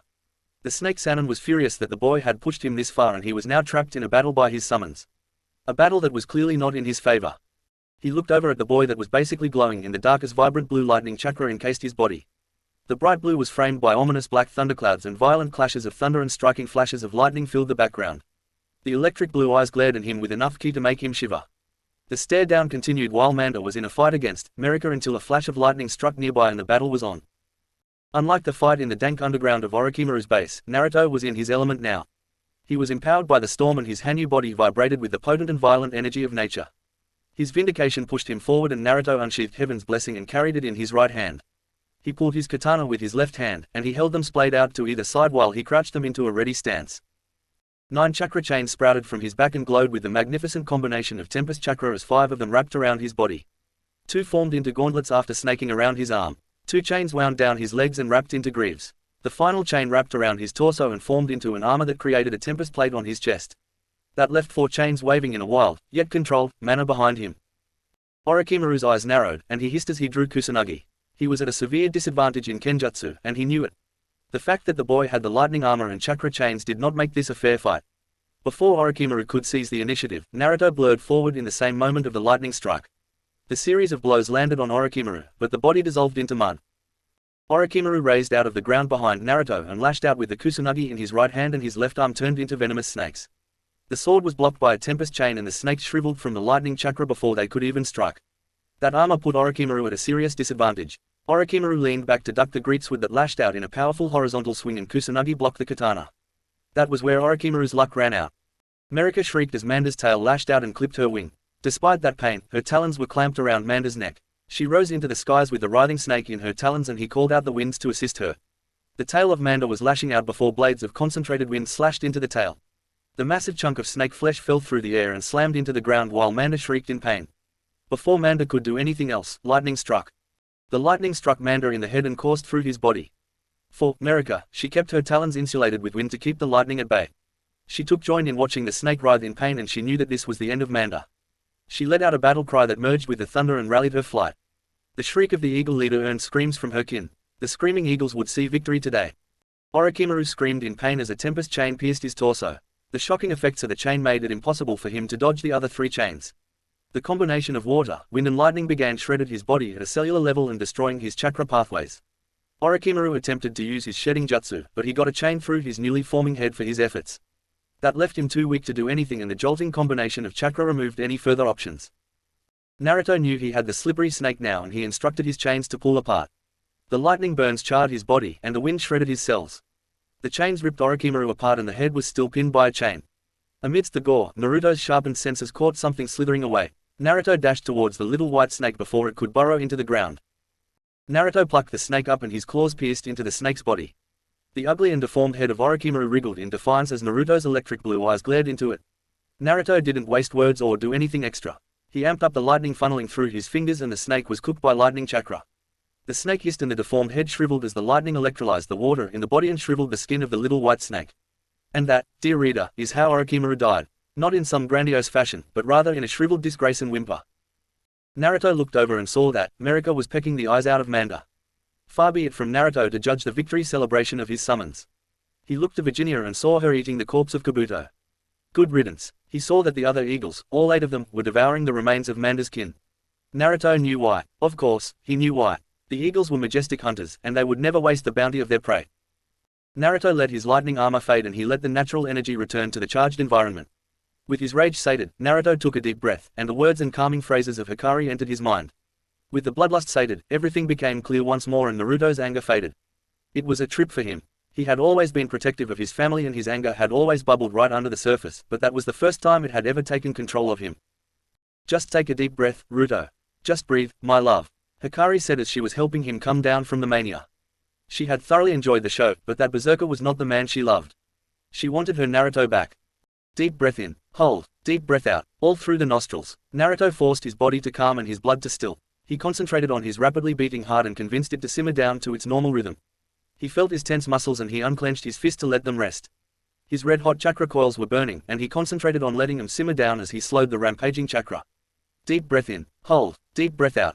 Virginia had finished her spoils and he had turned to see Naruto standing there with his eyes closed and face up to the sky. She felt his chakra calming and knew that he was coming down from his first true battle height. She had never seen him so enraged or so intense. She had never felt the skies gather so completely behind any individual, even Old York. The way nature resonated with his anger was so unique and entrancing. The way he rallied the whole Eagle clan so readily to his core was fearsome, and it was the mark of a true leader. Virginia walked over the soaked and charred ground through the gentle drops of rain. The rain slowed, and now its gentle drops gave off a peaceful feel as hundreds of snake corpses lay scattered around the area. Virginia nuzzled her beak under Naruto's neck, and she felt his hand rub her sweet spot affectionately within seconds of the first contact. She closed her eyes in appreciation for this man, their summoner. "Thanks, Virginia," Naruto whispered softly with his eyes still closed. Virginia shook her head gently and spoke back, "Nothing to thank us for. Your family is our family. Your enemies are our enemies, Naruto-sama." None of that. It is just Ruto, or Naruto if you must," Naruto said softly while rubbing down the length of Virginia's neck. Marika watched the scene affectionately as she guzzled down her bounty. It had been a long time since she had a post-battle feast, and she was grateful for this day. The Great White Sage staying out of the fight made it easier, but she still wasn't sure about 10 of her clan taking on hundreds of snakes. Of course, they were empowered by the majestic summoner of theirs. She had never seen the clouds rally so readily behind a mere mortal.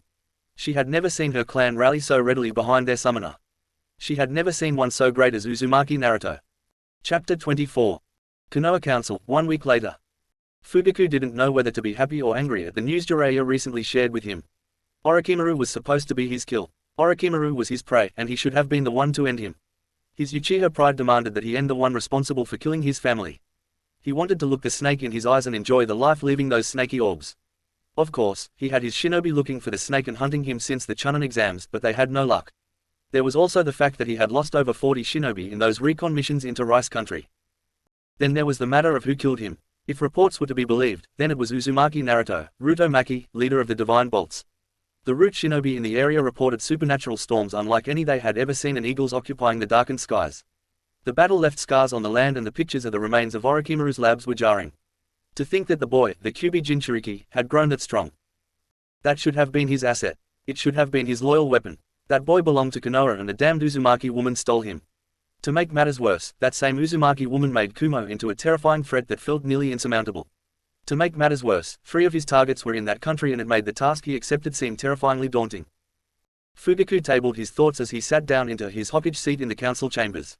Jiraiya, Danzo, Homura and Koharu were standing behind him, and they took their seats next. The Shinobi and Civilian Council sat next, and they all looked expectantly at Fugaku.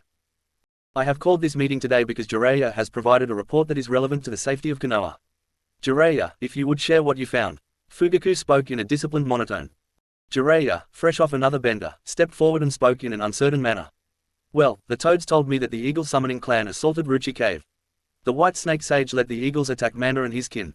Orochimaru and the Cobra tribe of the Snake clan are dead. Other than that, Kumo made a decisive move on Orochimaru, and they took out at least 20 of his labs over the last week.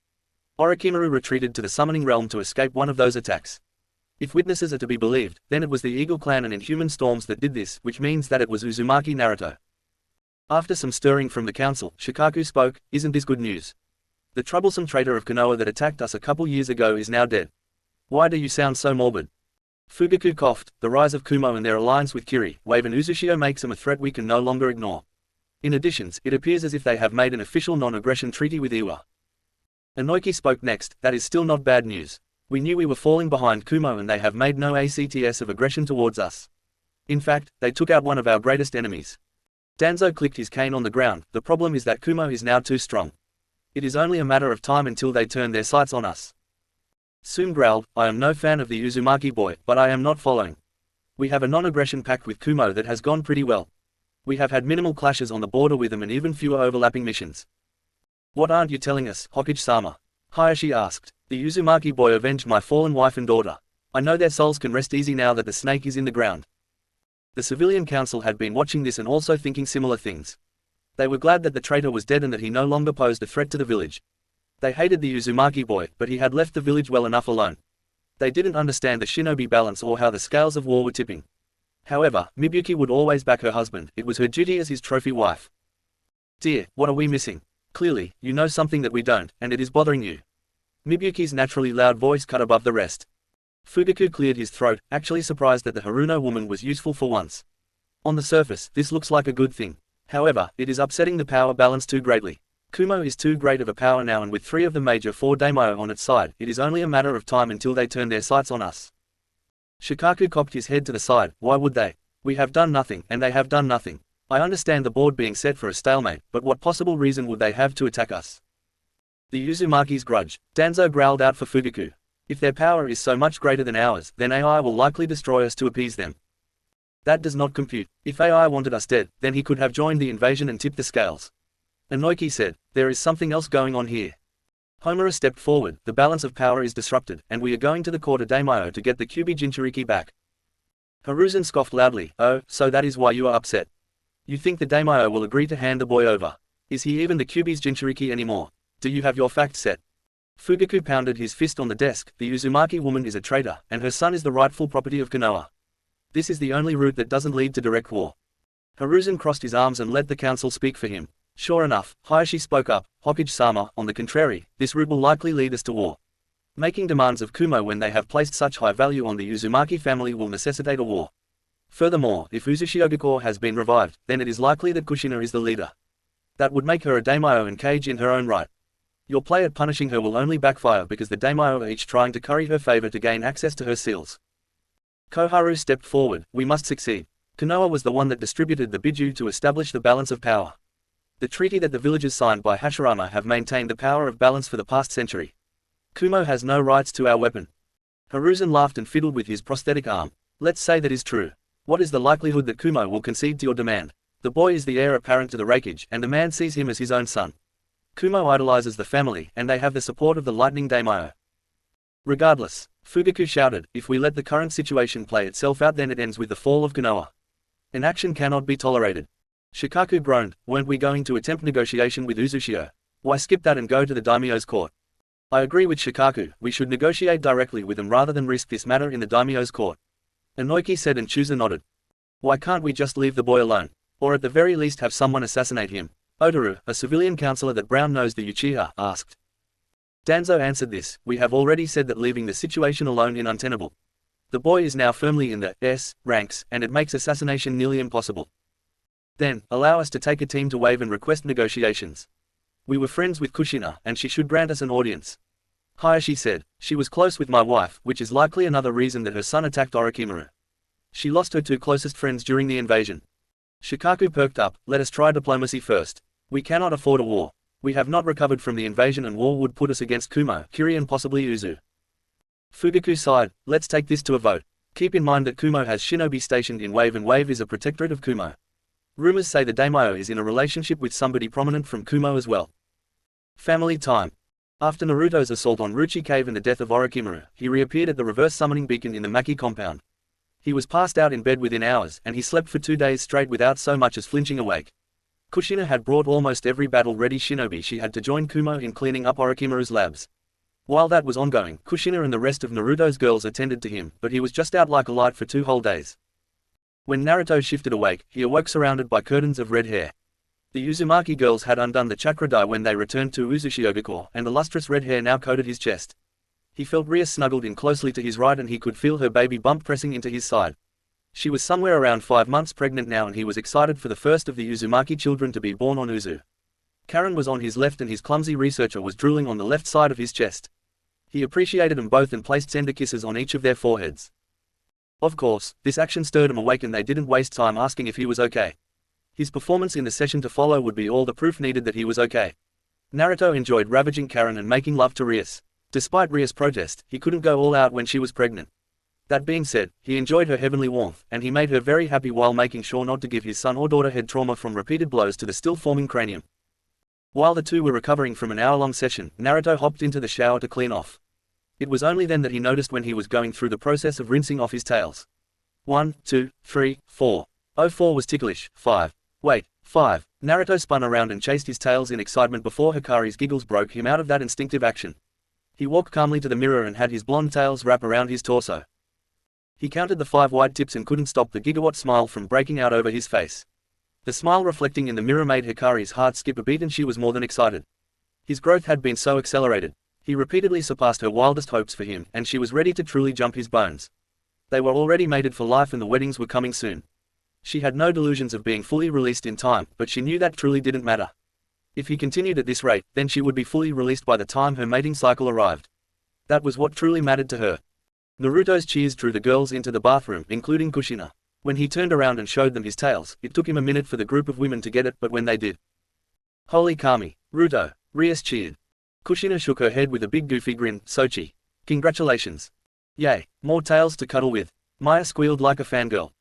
Karen remained quiet and composed, but she had a contented smile on her face as she leaned against the doorway.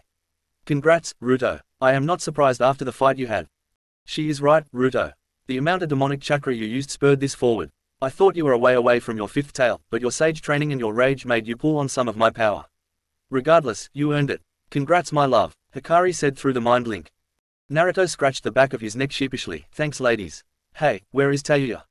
Kushina smiled softly. She is on bed rest. I removed her cursed seal yesterday and it took quite a bit out of her. Naruto nodded at that and gave his mum a grateful smile. Thanks, Ka-chan. I was so mad when I saw that seal on her. The rest of it was all a blur as my rage took over. Where are Mabui, Samui, Itachi and Amy? They and the rest of the Jonin are cleaning up the remains of Otogakure. We were hired by the Rice Daimyo to do it. He didn't want that many missing nin running around his country. He was mighty grateful to you, by the way, Ruto. Kushina said merrily. Kitsunbe stuck his head into the room with a tired look on his face. What was all that noise about? He asked while yawning. Naruto got his fifth tail, Rias said proudly while latching onto Naruto's arm.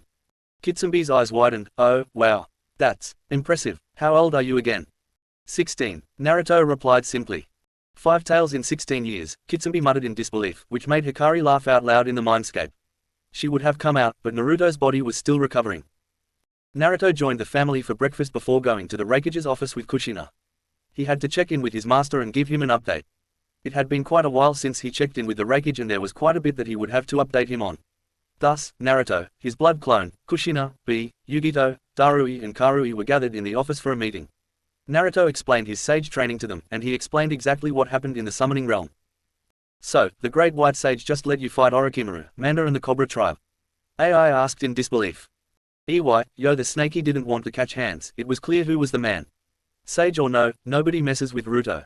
B said in his arrhythmic rap. This made the room laugh while AI buried his head in his hands. Naruto chuckled. Yeah, well, evidently the Eagles beat the Snakes in 2 of the past wars. The Eagles had abstained from participating in wars for the past 200 years, but they were more than willing to rally behind me. That's my Sochi. Kushina beamed. AI nodded and continued. So, there is no war between the Eagles and Snakes. Naruto nodded. Okay, good. Now, what is the update on Makai? Naruto shrugged. I had a clone team working on my dad's notes. We are not to a production stage yet, but it shouldn't take too long to get to the first test phase. It also gave me a good idea for my Haration that may enable me to travel across countries. Every leaned in for this one, but it was Kushina that was most excited. Well, spill it. That would mean you could come to New Uzu more often. Naruto nodded and offered a smile. Well, the beacon component in my father's notes is strong enough to feel through dimensions. I was thinking, maybe I can make stronger beacon tags that I can leave in each of my main locations.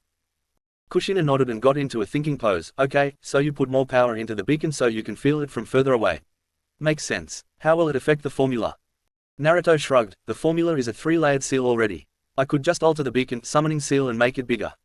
I have a clone team on it, and I will be bringing a test with me when we go to Uzu for the weddings. Darui shook his head. You just keep redefining the line between possible and impossible.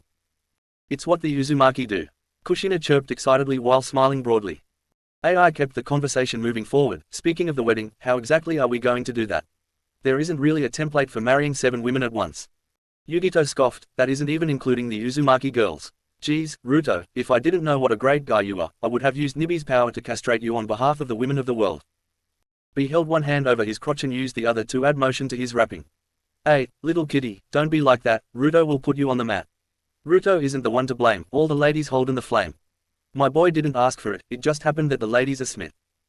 Naruto chuckled. Thanks, B. I appreciate the backup. As for the wedding sensei, Hikari will take the lead and will answer the vows on behalf of the ladies. After the vows, we will adhere to Uzumaki tradition and offer our blood to the whirlpool. Kushina nodded proudly. That is right. Adding them to the main whirlpool will make the island recognize them. If their love isn't pure, then the whirlpool will consume them, or so legend states. That's not morbid, Darui muttered. Crazy Uzumakis, Yugito followed it up. AI clapped his hands. Good. Sounds good. The invites have been sent out and we are set to televise the wedding for Kumo, Lightning Capital and Wave. Kushina, are the hotels up and running on the island? Yup. Kushina answered simply and elaborated when Every looked at her expectantly. The sailor hotels have been up and running for a while. The luxury hotels are ready for the dignitaries. With the business out of the way, when will my girls be coming home? Naruto asked. Cleanup in Odo is scheduled to take 2 weeks. Your girls are leading squads and taking out the remaining hidden bases. AI said. Darui added, each time we find one base, there are more locations discovered. The snake had so many damned bases it is unbelievable. Naruto nodded, okay, well, that's good, I guess. I was just hoping to see them. AI laughed, it's just a couple of weeks, Ruto. You went away for almost 4 months. Why not go to Uzu and check in on Sanami and Inari while you are at it? Naruto sighed, yeah, okay. So, I am free to roam for a while. AI nodded, sure thing. Take the time to get the beacon done and work on the teleporter. If we can get those two done, then we are closer to achieving your goals. Plus, the Kitsune would be some additional firepower.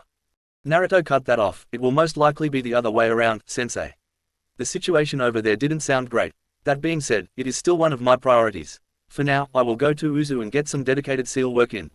When the beacons are ready, I will drop them off to our allies. AI nodded, very well. Keep your communication scroll on you and be ready for any summons. Naru is holding things down well in the office for the time being. Naruto cocked his head to the right in question, Naru. Karui laughed, it is what we have taken to calling the blood clone. Since your nickname is Ruto, we figured the blood clone could just go by Naru. Naruto locked eyes with his blood clone who simply shrugged and winked at him. Naruto shook his head, he had evidently missed it during the last memory transfer. Whatever works, I am going to pack up and head out. I will fly the girls back to New Uzu. You coming, Ka-chan? Wave Country, Sanami 2 weeks after Orochimaru's defeat. Sanami carried baby Kaisa with her as she walked through her town, her country. It was still surreal for her to realize that these were officially her people. It was super helpful to have backing from Kirinji, AI and Kushina when it came to being named a leader, but she was already ready to hand off the official title to Kushina. She wanted to help Kushina govern over Wave, but the title of daimyo didn't feel right to her. She looked down at the sleeping boy that was resting in the swaddle she wore. He was almost a year old, and he had really developed. She loved his sun-kissed blonde hair that had the ocean blue tips. It was the perfect combination of his father and herself. The angelic baby face was so content while he was sleeping that it filled her heart with joy. She adjusted the swaddle carrier a bit on her shoulders and looked up into the town. Ashio village was fully recovered from Gato. The buildings were new and pristine, there were 3 active ports, and the town was bustling with life and activity. She walked past 2 Kumo shinobi who bowed reverently to her, which she returned in kind. They idolized Naruto, and every Kumo shinobi that went through a rotation in Wave treated her with the same respect that they gave Naruto. It was yet another thing that Sanami was grateful to her blonde stud for. Thinking of Naruto still made Sanami blush. That young man had been such a blessing on her family and country. He readily stepped into the father role for Inari, and he blessed her with Kaisa. Rather than act like some sperm donor, he has incorporated her into his family, and she couldn't ask for any more. His tender touch, loving eyes and protective nature made Sanami thank Kami for him multiple times a day. His messages made her chest tighten and heart swell, and she couldn't remember ever being this happy in her life. The Uzumaki women each spoiled her like crazy, and Kushina regularly stopped by to check in on her.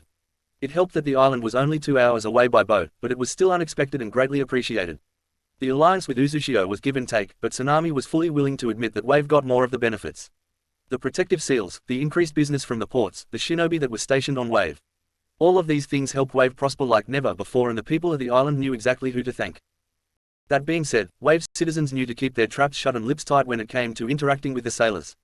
Wave went from an innocuous third world island to a central trading hub and high-value target in less than a year.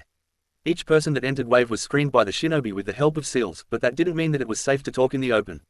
As Naruto warned her, Wave had caught and released multiple spies in the past couple months after Naruto's identity was revealed, which served as the proof to his warning. Sanami rounded the corner out of the market district while greeting her people and walked into the police station. She checked in with Shi regularly in order to stay on top of Wave's security. She walked past a group of 10 Kumo shinobi and their Wave apprentices and back into Shi's office. The blonde-haired man looked up from his paperwork and offered her a sincere smile. "Good morning, Sanami-sama. How can I help you today?" he asked pleasantly. Sanami huffed playfully. "First, you can stop with the Sama nonsense. You know I don't like it. Second, I was just doing my rounds and wanted to know if there was anything I should be made aware of." She shrugged. "Caught a couple of spies from unknown nations yesterday trying to come in through the ports. They are being detained and questioned until the ship they arrived on has completed its trading. The emergency seals are up and effective on the bridge and each of the ports. Your police force has proven effective at screening newcomers and things are looking good." Sanami nodded with a smile on her face. "Thanks for all of your assistance. I couldn't have done all this without you guys." Before she could respond, a Kumo Chunin from the patrols entered Shi's office and bowed to the two of them. Upon prodding, he gave his report. Teiku, there are 9 Konoha shinobi at the bridge requesting an official audience with Sanami-sama. She looked to Sanami before looking back at the Chunin. For what reason and were you able to identify them? The Chunin nodded. Inoki Yamanaka, Shuzo Akamaki and Shikaku Nara are leading the contingent. They are accompanied by their children as well as Hayashi, Hinata and Neji Hyuga. She frowned. That is an information extraction team if I have ever seen one. Did they state their purpose for the meeting? The Chunin shifted nervously. They say that they wish to use Sanami-sama to gain a meeting with Lady Shina. Kumo shinobi still referred to Kushina in this way out of habit and as a matter of respect. Sanami didn't like this. She didn't have a way to protect herself from such shinobi, and even the garrison here would be hard-pressed to deal with such a team. What should we do, Shi-san? She was already writing a message on a scroll. I will inform Lady Shina, Ruto and the Refuge first of all. Second, you should hand off baby Kaisa to your protective detail and get ready for an official proceeding. He then turned to address the Chunin. You will have them wait in the inn on the fire country side of the bridge. Shakaku saw the same Chunin approaching the guard post alone, and he knew that things were going to be troublesome. He informed the group to stay calm and let him handle things, which really wasn't a problem for them. I am sorry for the wait, Nara-san. Daimyo-sama requests that you wait at the inn on the fire country side of the bridge. A representative will be out to speak with you shortly. The Kumo Chunin said. Why can't we wait in the city? We watched a bunch of merchants go past us on the bridge. Ino chimed into the conversation despite the fierce look from her father. Inoki spoke up. I apologize for my daughter's rudeness, but I would like to know the answer to that as well. Konoha is on good terms with Wave, and it has a non-aggression pact with Kumo. The Chunin shifted uncomfortably. My orders are to have you wait in the inn. Chuzo beamed a smile and slapped a friendly hand on Inoki's shoulder. Let's not stir up trouble. We can grab a bite to eat and wait. We did drop in on him unannounced. His friendly attitude earned a grateful look from the Chunin and other Kumo shinobi manning the guard post. I assure you that the relevant parties know that you are here, and you will get a prompt response. The Kumo Chunin answered before watching the Konoha group leave the bridge. That's certainly not a good sign. They are treating us like adversaries already. Shikamaru spoke what everyone was thinking. Shikaku wore a thoughtful look on his face. Well, it is likely that the Uzumaki clan has substantial pull in Wave. We may have a non-aggression pact, but that forgets what lies underneath the situation. You mean that Ruto guy, right dad? Ino asked, the guy that hurt Sasuke-kun. Shikamaru shook his head. Ruto-san was in the right to execute Sasuke on the spot. The fact that he didn't show self-restraint. His identity being revealed makes things make much more sense now though. Hayashi remained stoic as he walked. Yes, it does offer insight. I still remember Kushina's plea for help. Hitomi never forgave me for denying her. Chuzo frowned. We were all told that she was exaggerating. We were all lied to. And then Naruto died, right? Hinata asked the group. That is what we believe. Shikaku said, which begs the question of how he is alive. There are too many unknowns to make sense of the situation. Elsewhere, Naruto and Kushina were looking at the scrolls and communicating with AI on how best to handle things. Naruto was insistent on going and not leaving Sanami to handle this alone. Kushina wanted to just go and get this over with. AI was pleading for caution because he didn't wish for failure or an open declaration of war. All in all, they were split on what to do and they were trying to get it sorted. They expected an envoy at one point or another.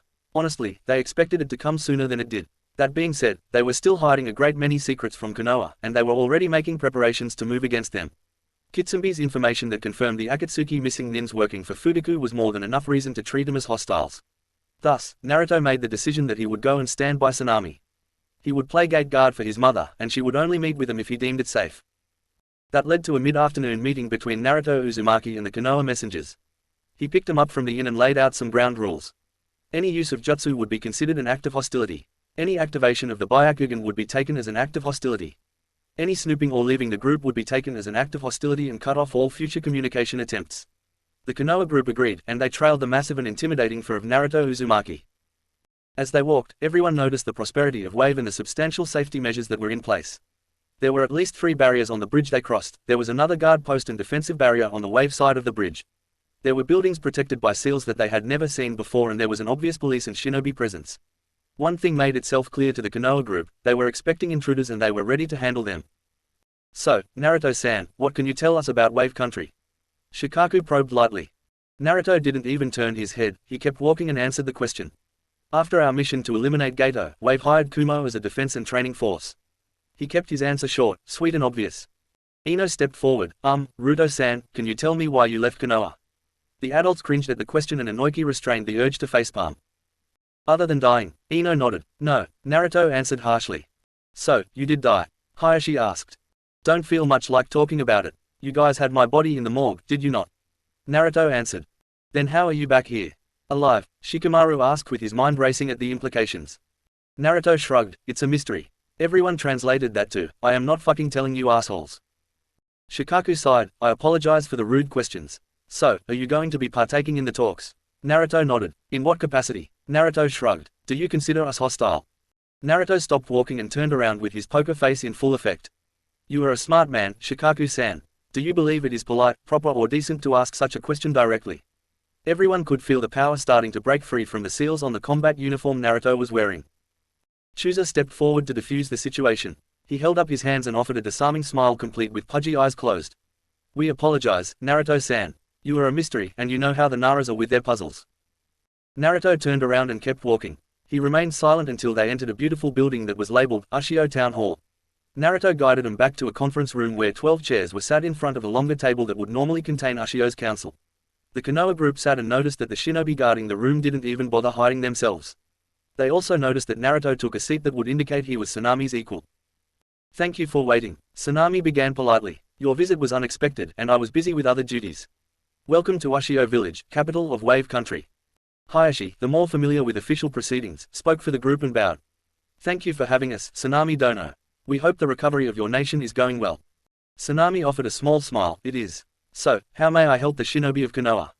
Hayashi slowly removed a scroll from his white silk kimono. We are here for two reasons. First, Konoha wishes to offer an alliance agreement. Second, we wish for you to organize a meeting between Konoha and the Uzumaki. Sanami made a practiced motion with her hand and one of the shinobi walked forward. She was so out of her element that she was struggling to remember all of the formalities. She was grateful Naruto was here to assist her through the shinobi grabbed the official scroll with the seal of the Hokage on it and brought it to Naruto. Naruto inspected the scroll for traps before handing it to Sanami. This action told the Konoha group a lot about the pecking order of things in Wave. Sanami delayed reading the alliance scroll. I will have my council review this later and I will send a messenger with our response. As for Lady Shina, I will leave that to Naruto-kun to handle. Naruto nodded. What business do you have with my mother? His tone was perfectly balanced and professional, but it had just enough menace to make the shinobi choose their words carefully. Do you speak for Uzumaki, Uzumaki-san? Hayashi asked. No, my mother is capable of speaking for herself. Then, I believe it best for us to leave it at a request for a meeting, then. Declined. Naruto answered immediately. Why an immediate denial? Does she not wish for old alliances to benefit both countries? Hayashi asked. To what are you referring, Hyuga Dono? Naruto countered. Uzushio and Konoha are historical allies bonded by blood and marriage. Hayashi answered. It is mighty convenient to have selective memory, isn't it, Hyuga Dono? Naruto snapped back. Konoha has always honored the alliance with Uzushio. It is why we still bear your clan emblem, Hayashi said while struggling to maintain his professionalism. Do you believe that, truly? Naruto asked. Yes, I do. Then you can leave. I have no tolerance for ignorant fools. Naruto said with finality. Uzumaki-san, please wait. We are friends of your mother. We only wish to speak with her to avoid the situation escalating. Chooser said out of turn. Akamaki-san, for the year that my mother requested your support while I was being beaten, what did the Akamaki clan do? Chooser's chin sunk to his chest. Naruto looked at the rest. The same question can be asked of each of you. If you have a good answer, I will entertain this conversation. If you have drivel, then you may leave now. Uzumaki-san, it wasn't as black and white as you make it seem. There were other factors at play. We had our orders from our Hokage. Inoki pleaded. Naruto barked out a brief and derisive laugh. Ha ha, you see, Yamanaka-san, that would qualify as drivel. Friends don't act the way each of you acted, so your claim to friendship is mute. What would you know about it, boy? Hayashi growled. He had stomached the tone and he was through with it. Naruto held up a hand to stop the shinobi from acting and Sanami for protesting. I lived through it, Hyuga-san. In fact, the only clan I would consider pardoning of those offenses would be the Nara. Shikamaru nodded in understanding, but Hayashi didn't know. And what made the Nara different than the rest? Naruto shook his head. Well, Hyuga, the Nara didn't instruct their children to isolate me. The Nara never took part in the beatings and Shikamaru remained my friend until the day I died in that village.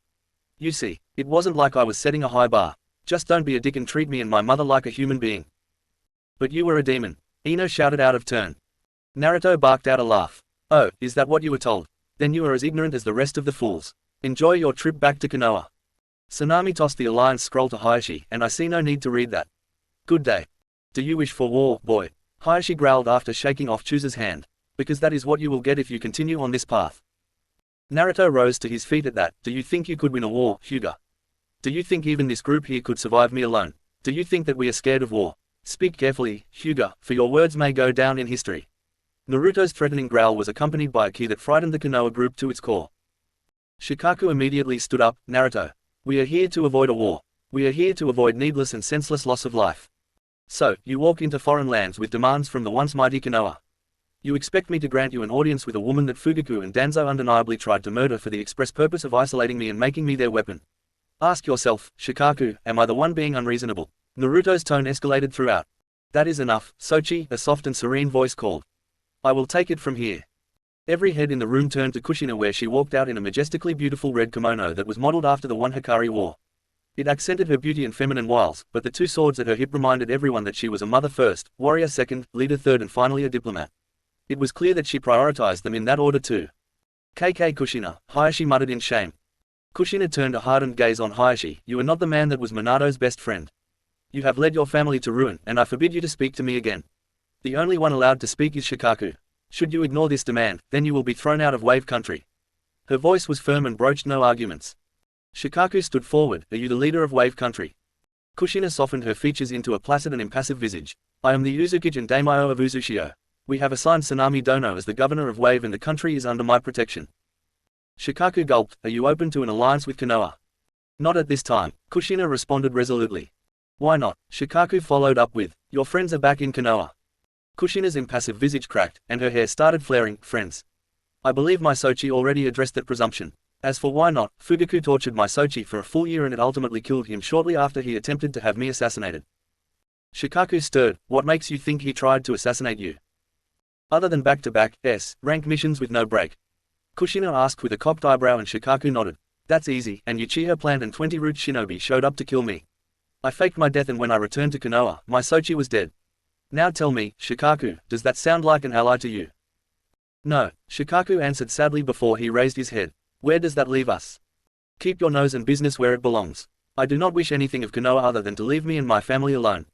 Kushina answered bluntly. Shikaku sighed. This is going to be troublesome. What happened to the Kyuubi? Kushina shrugged. Don't know. My Sochi is not a Jinchuriki, if that is what you are asking. Then what is he and how is he alive?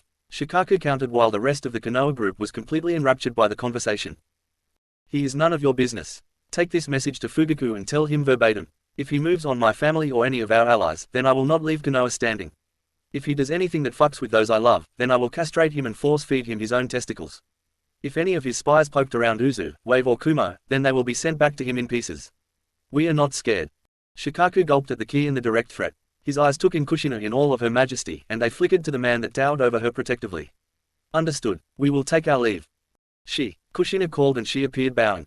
Escort them to the inn on the other side of the bridge and pay for their overnight stay. If they attempt to re-enter Ushio, then they are considered hostile. Yes, Lady Shina, she said with a bow. As the Konoha group was escorted out, Naruto wrapped his mother in a hug and her chest began heaving in frustration. They knew that this would happen, and they were concerned about what would come next. They played on Konoha's ignorance of what happened with Naruto and used it to weave a narrative that would leave them in the dark. They had no illusions about Konoha's response. It was time for Cold War, and it was only a matter of time until it went hot. Part of the planned response was for Sanami to reside in New Uzu until Konoha was dealt with. The Wave Council agreed to this, not like they had much say in it, and Tazuna would act on her behalf while she would travel to Ushio for the weekly council meetings. Uzushio would be on complete lockdown and only the merchant vessels with seals of the Uzumaki would be able to get through the barriers. They also strengthened the military presence in Wave because it was clear that would be the easiest and most obvious target for Konoha. One bright side of these changes for Sanami was a couple nights with Naruto alone in Ushio. When she arrived in Uzushiogakure, she experienced what it was like to share Naruto for the first time. Despite her initial hesitation, she found it pleasant to be surrounded by a big family. It took her a little while to get comfortable with seeing multiple girls with multiple Narutos, but she considered it to be a blessing that only Naruto could provide. The next blessing Naruto gave her was her third child that was baking in her womanly oven. She slapped him something fierce for this because she wanted to look beautiful in her wedding dress. Her protestations halted and everyone cackled with laughter when Naruto made her pass out with manly reassurances. Needless to say, Sanami was more than ready to become a true Uzumaki by the time the wedding arrived. Konoha's response, 3 days after meeting in Wave. Fugaku was holding a private meeting with Danzo and Black Zetsu in his office to get an update. It had been months since he sent Zetsu and the Akatsuki to Kiri and he was hoping for good news. And good news he received. Well, the Akatsuki proved effective and Kakazu was able to capture Yudikata with help from Hidden. The boy is in bad shape, but he is confined in the cellars of Rude now. The Sanbi was sealed away into the holy pot that once sealed Shukaku. We took that from Suna, and we were able to seal the Sanbi in it with help from Deidara's explosions to coax it out, Kisam's Samehada and poisons from Sasori. Black Zetsu finished the initial report. Good, Fugaku said with a wicked grin. Did you encounter any Kiri forces? Black Zetsu cackled. We killed them and sent some white Zetsu clones to assume their identities to infiltrate Kiri. We do not believe that Kiri is aware, but that remains to be seen. Fugaku nodded. Anything else? Black Zetsu nodded. With so many Biju ready to be sealed, we decided to grant you Madara-sama's Rinnegan. Understand this, Fugaku, that this is a gift. If you fail us, we will remove this privilege. Danzo's eyes widened at the mention of the Rinnegan. Will this be enough power to fight against Kumo? Why seal the Biju away when we still need them to fight? Black Zetsu seemed to contemplate that. Well, that is a conundrum. Kumo is way too strong right now. We can weaken Kiri with the white Zetsu clones. However, the army is not ready yet and we will need more time to develop them all. Fugaku sighed. There is also the issue of the Kyuubi. Shikaku returned and informed me of the conversation with Kushina and Naruto. It is clear that Wave is not friendly to us. They also said that Naruto did indeed die. Tell me, Zetsu, you know more about shinobi history than anybody. You orchestrated the downfall of the Uzumaki. Could they revive the dead? Black Zetsu looked contemplative and nodded. Yes. From what we know, it only takes a sacrifice and a mask. The Uzumaki mask temple was cleared out shortly after Kushina's disappearance. So, the boy died. Then what happened to the Kyuubi? Danzo asked. Black Zetsu shrugged. If the vessel died, then it should reform. It reformed during your invasion, but it has gone quiet. You reported that it disappeared through a portal, but Madara closed the portals to Makai. I do not believe that it was actually able to return to Makai. It is a craft fox. It was the last Biju to be captured and subdued for a reason, after all. Shouldn't you be able to feel its chakra? Fugaku asked. If the demon uses it, yes. That being said, the Kyuubi is sentient and smart. After being enslaved for the better part of a century, it is probably lying low. Zetsu answered contemplatively. Danzo grunted at that. I say we make new Jinchuriki loyal to us. When the time comes that we wish to seal the beasts, then they won't need to know. Fugaku turned to Zetsu. I want to give my son the Four Tails. It will help with healing his hands and amplify the fire affinity he possesses. Once I give him my Mangekyo, he will possess the eternal Mangekyo. This will make him an asset strong enough to fight against the strongest Kumo has to offer.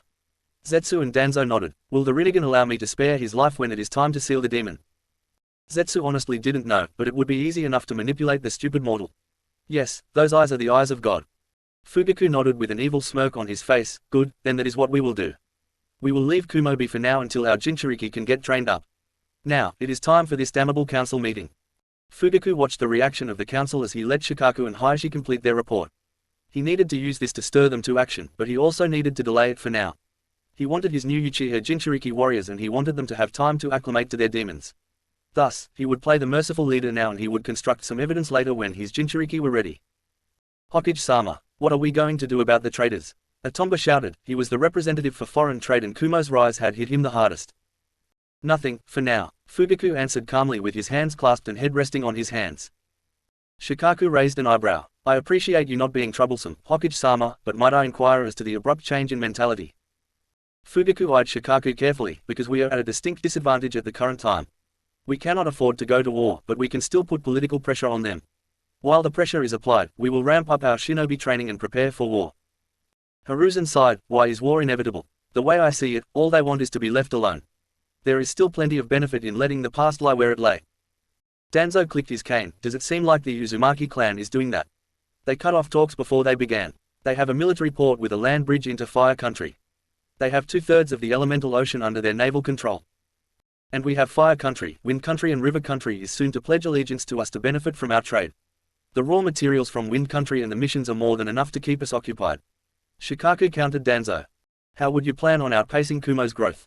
Their education system, seals and military training appear to be better than ours. Not to mention they have actual allies that are to be bound by marriage. Hayashi added his unfavorable logic. Fugaku sighed. We will recruit more, train more and we will set more rigid standards for our shinobi. The alliances and marriages will fall apart if we manage to kill Uzumaki Naruto. Hiruzen chuckled wryly. Yeah, because that will be easy. Let's plan on killing a 16-year-old, S-rank shinobi that is the son of a Kage, the apprentice of another Kage and is named heir apparent to the Reikage. Not even you could pose a challenge to the boy, Hokage Dono. He is but one man. Kumo is spread thin, and they have many weaknesses, Homura said with dust puffing out of his throat with every word. Care to elaborate on that? Sume asked dubiously. Their alliance is spread out. Kiri is a week away by ship, Am is almost 2 days travel by foot and Wave and Uzushio are at least 1 day away from Kumo. If it comes to war, then they cannot defend all of their territories simultaneously. Danzo broke it down crippled geezer style. Aren't we forgetting the seal protections? Inoki asked before clarifying. Wave was protected by no less than 5 barriers from the bridge alone. Based on intelligence reports, it is just as challenging to enter from the ports. The seas are patrolled and that doesn't even take into consideration how many daimyos you would piss off if we were to start this war for shaky reasons. Hayashi nodded and spoke. He is right. The daimyo could care less if we are the number one or not. Koharu scowled. Those rich nobles only care about their coffers and luxuries. Sume coughed something like, pot meat kettle, which earned chuckles from the shinobi council and scowls from the rest of the council. Fugaku pounded the desk. We will hold for now. The ramp-up will begin and we will be prepared for war. The stage is set, and it would be foolish not to be ready. Chapter 25. Wedding Preparations. The time for the most unique wedding ever was coming soon, and that meant that Uzu Island was abuzz with people trying to complete their assigned preparations. Kurenai had remained on Uzu as one of the academy instructors, however, she was now responsible for the flower arrangements. She was initially worried about the transition from Konoha to a new way of life, but those worries were soon assuaged as the task of helping new Uzu thrive filled her with a contented happiness. She had been missing her boyfriend something fierce, and she was hoping that he would be relieved from his mission load soon to come to the island and spend some quality time with her. Kurenai waved to the Sand Sibs, as they were still called, and Temari ran over to join her. They waved goodbye to Gaara and Kankuro before they walked out into the jungle and headed toward the volcano. That was where the most vibrant flora was, and they wanted to get a truly remarkable selection for each of the brides. As they were walking, the two Kunoiki gossiped. Kurenai ducked under a low-hanging tree limb and started the conversation. So, Temari, any of the boys around here catch your interest? Temari blushed and concentrated on the path through the dense jungle. Not really, she muttered. Kurenai giggled. Are you still hung up on Naruto? Temari's blush deepened, and she sighed. Well, I thought we had something going at the Chunin exams, and it turns out it was just his horny blood clone. Then he helped my brother and saved us from Suna's destruction and provided us a new home. Kurenai shook her head in bemusement. Her little brother really had a Kunoiki magnetism that was unrivaled. Well, that was a while ago. You talked to anyone since then? Temari sighed. No, not really. I don't even have a date to the wedding. Even Gaara has a date to the wedding. Kurenai giggled. Oh yeah. Him and little Hanabi are cute together. What about Kankuro? Temari's blush faded and was replaced by rage at the thought. If that puppet-crazed brother of mine got a date before me, then I would commit seppuku on the spot. Temari sighed and let go of her frustration. Luckily, he is as hopeless as ever. Kurenai tapped her chin in thought. What about? Enough about me. Temari cut her off before continuing. What is this I hear about the former Ice Queen of Konoha having a boyfriend? It was Kurenai's turn to blush, and blush she did. Well, it kind of just happened. I took a couple missions with him over the summer break and found out he is a great guy. Temari nodded at that. He sure is. How are things going with him? Shouldn't he be arriving soon? Yup, Kurenai chirped happily. Any day now. The cleanup of Oto took longer than we expected. Temari scowled at the thought. I am just mad that we still have to hide from Konoha. I wanted to go and take part in that. Atsui was a really cool guy, and Tayuya is still taking it really hard. Kurenai's happy mood faded. Trust me, Temari-chan, you didn't want to see what was in those labs. I went for the initial surge and those memories still pop up in my nightmares. Even still, Temari protested. The Uzumakis have done so much for us that I want the chance to pay them back. Kurenai nodded with a small smile on her face. Then just focus on your tasks and get stronger. You have done an amazing job training the students and protecting new Uzu. Temari sighed. Sure. Well, when it is time to fight, I am not letting Naruto sideline me anymore. So, he is really going to marry 7 girls at once? Yup, Kurenai said while shaking her head. If it were any other guy, I would trap him in a genjutsu severe and long enough to turn him gay. But it's Naruto, Temari finished for her, and they broke out in giggles. Have you heard about Mikoto and Hitomi? Kurenai asked in a gossipy tone. Of course, Temari responded in a similar tone. The whole island has at this point. Hard not to after Hitomi forgot to put up silencing seals. Kurenai giggled and shook her head. To think that Darui, the laziest ninja in Kumo, and Hitomi, the prim and proper Hyuga, could make that much noise. Temari cackled in laughter when it was put like that. I don't know if that is more surprising than Mikoto. She is a dominant woman, and to see her walking around with Yugito caught me off guard. I didn't know they swang that way. Kurenai shrugged. I asked Mikoto about it in the hot springs. She said that she was sick of dealing with pigs and Yugito was always a lesbian since. Well, since an incident. That being said, they signed up for Operation New General. Temari facepalmed. How many babies is that blonde barker going to have? Kurenai giggled. Well, now that he is flashing everywhere and leaving clones, I heard the girls joke that he could have 1 baby for each clone he makes. Temari blushed at the thought. So, he is willing to take more women?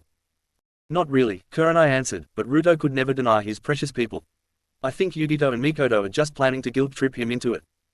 Temari cast an incredulous look at Kurenai. Guilt trip him into having sex with them? Kurenai shrugged. Honestly, I could care less. We all know he will provide, and those two women are grown enough to make their own decisions. Temari sighed and muttered, maybe I should try that.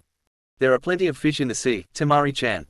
Kurenai chirped. It's just that the Uzu Ocean is pretty female-heavy. You aren't interested in any of the other Kumo boys. Temari shrugged, dunno, guess I will have to see who is with who at the wedding. The girls finally made it to the base of the volcano and noticed the brilliant plants that grew out of the nutrient-rich volcanic ash.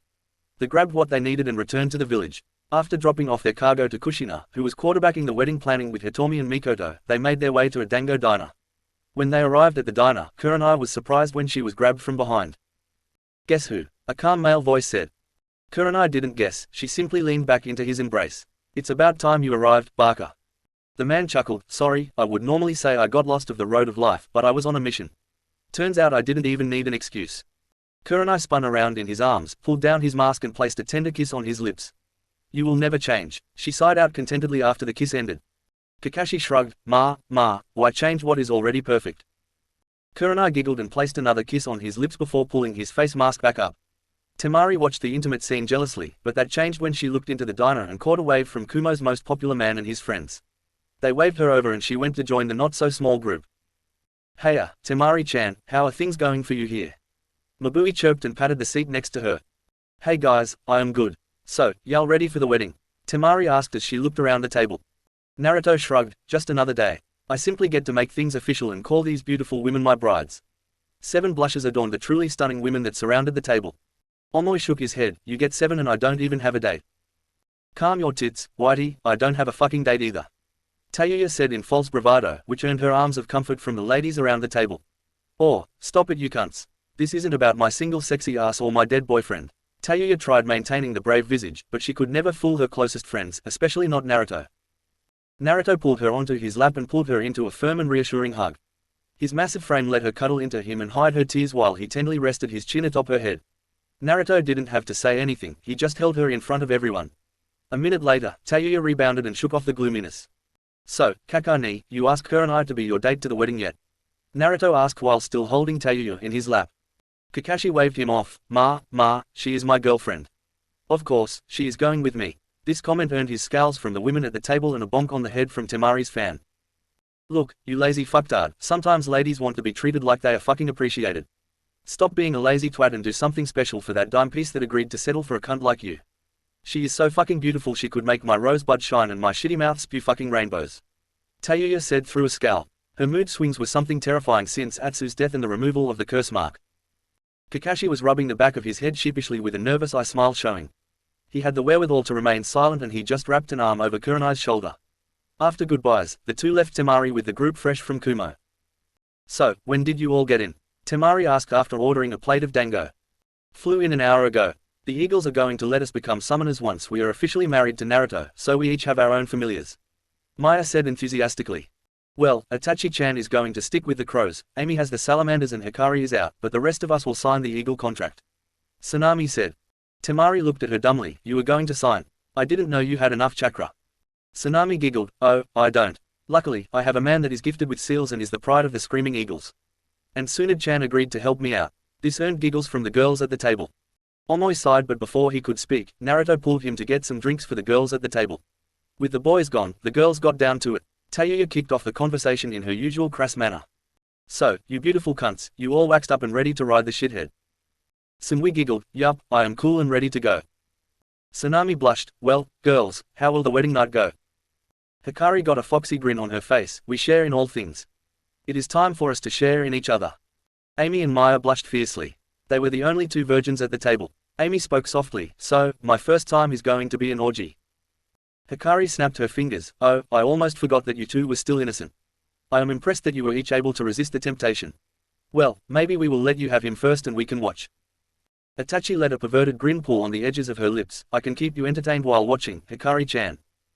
Hikari giggled perversely, oh, I know you can, Chi-chan. I still remember what you did to Naruto quite vividly.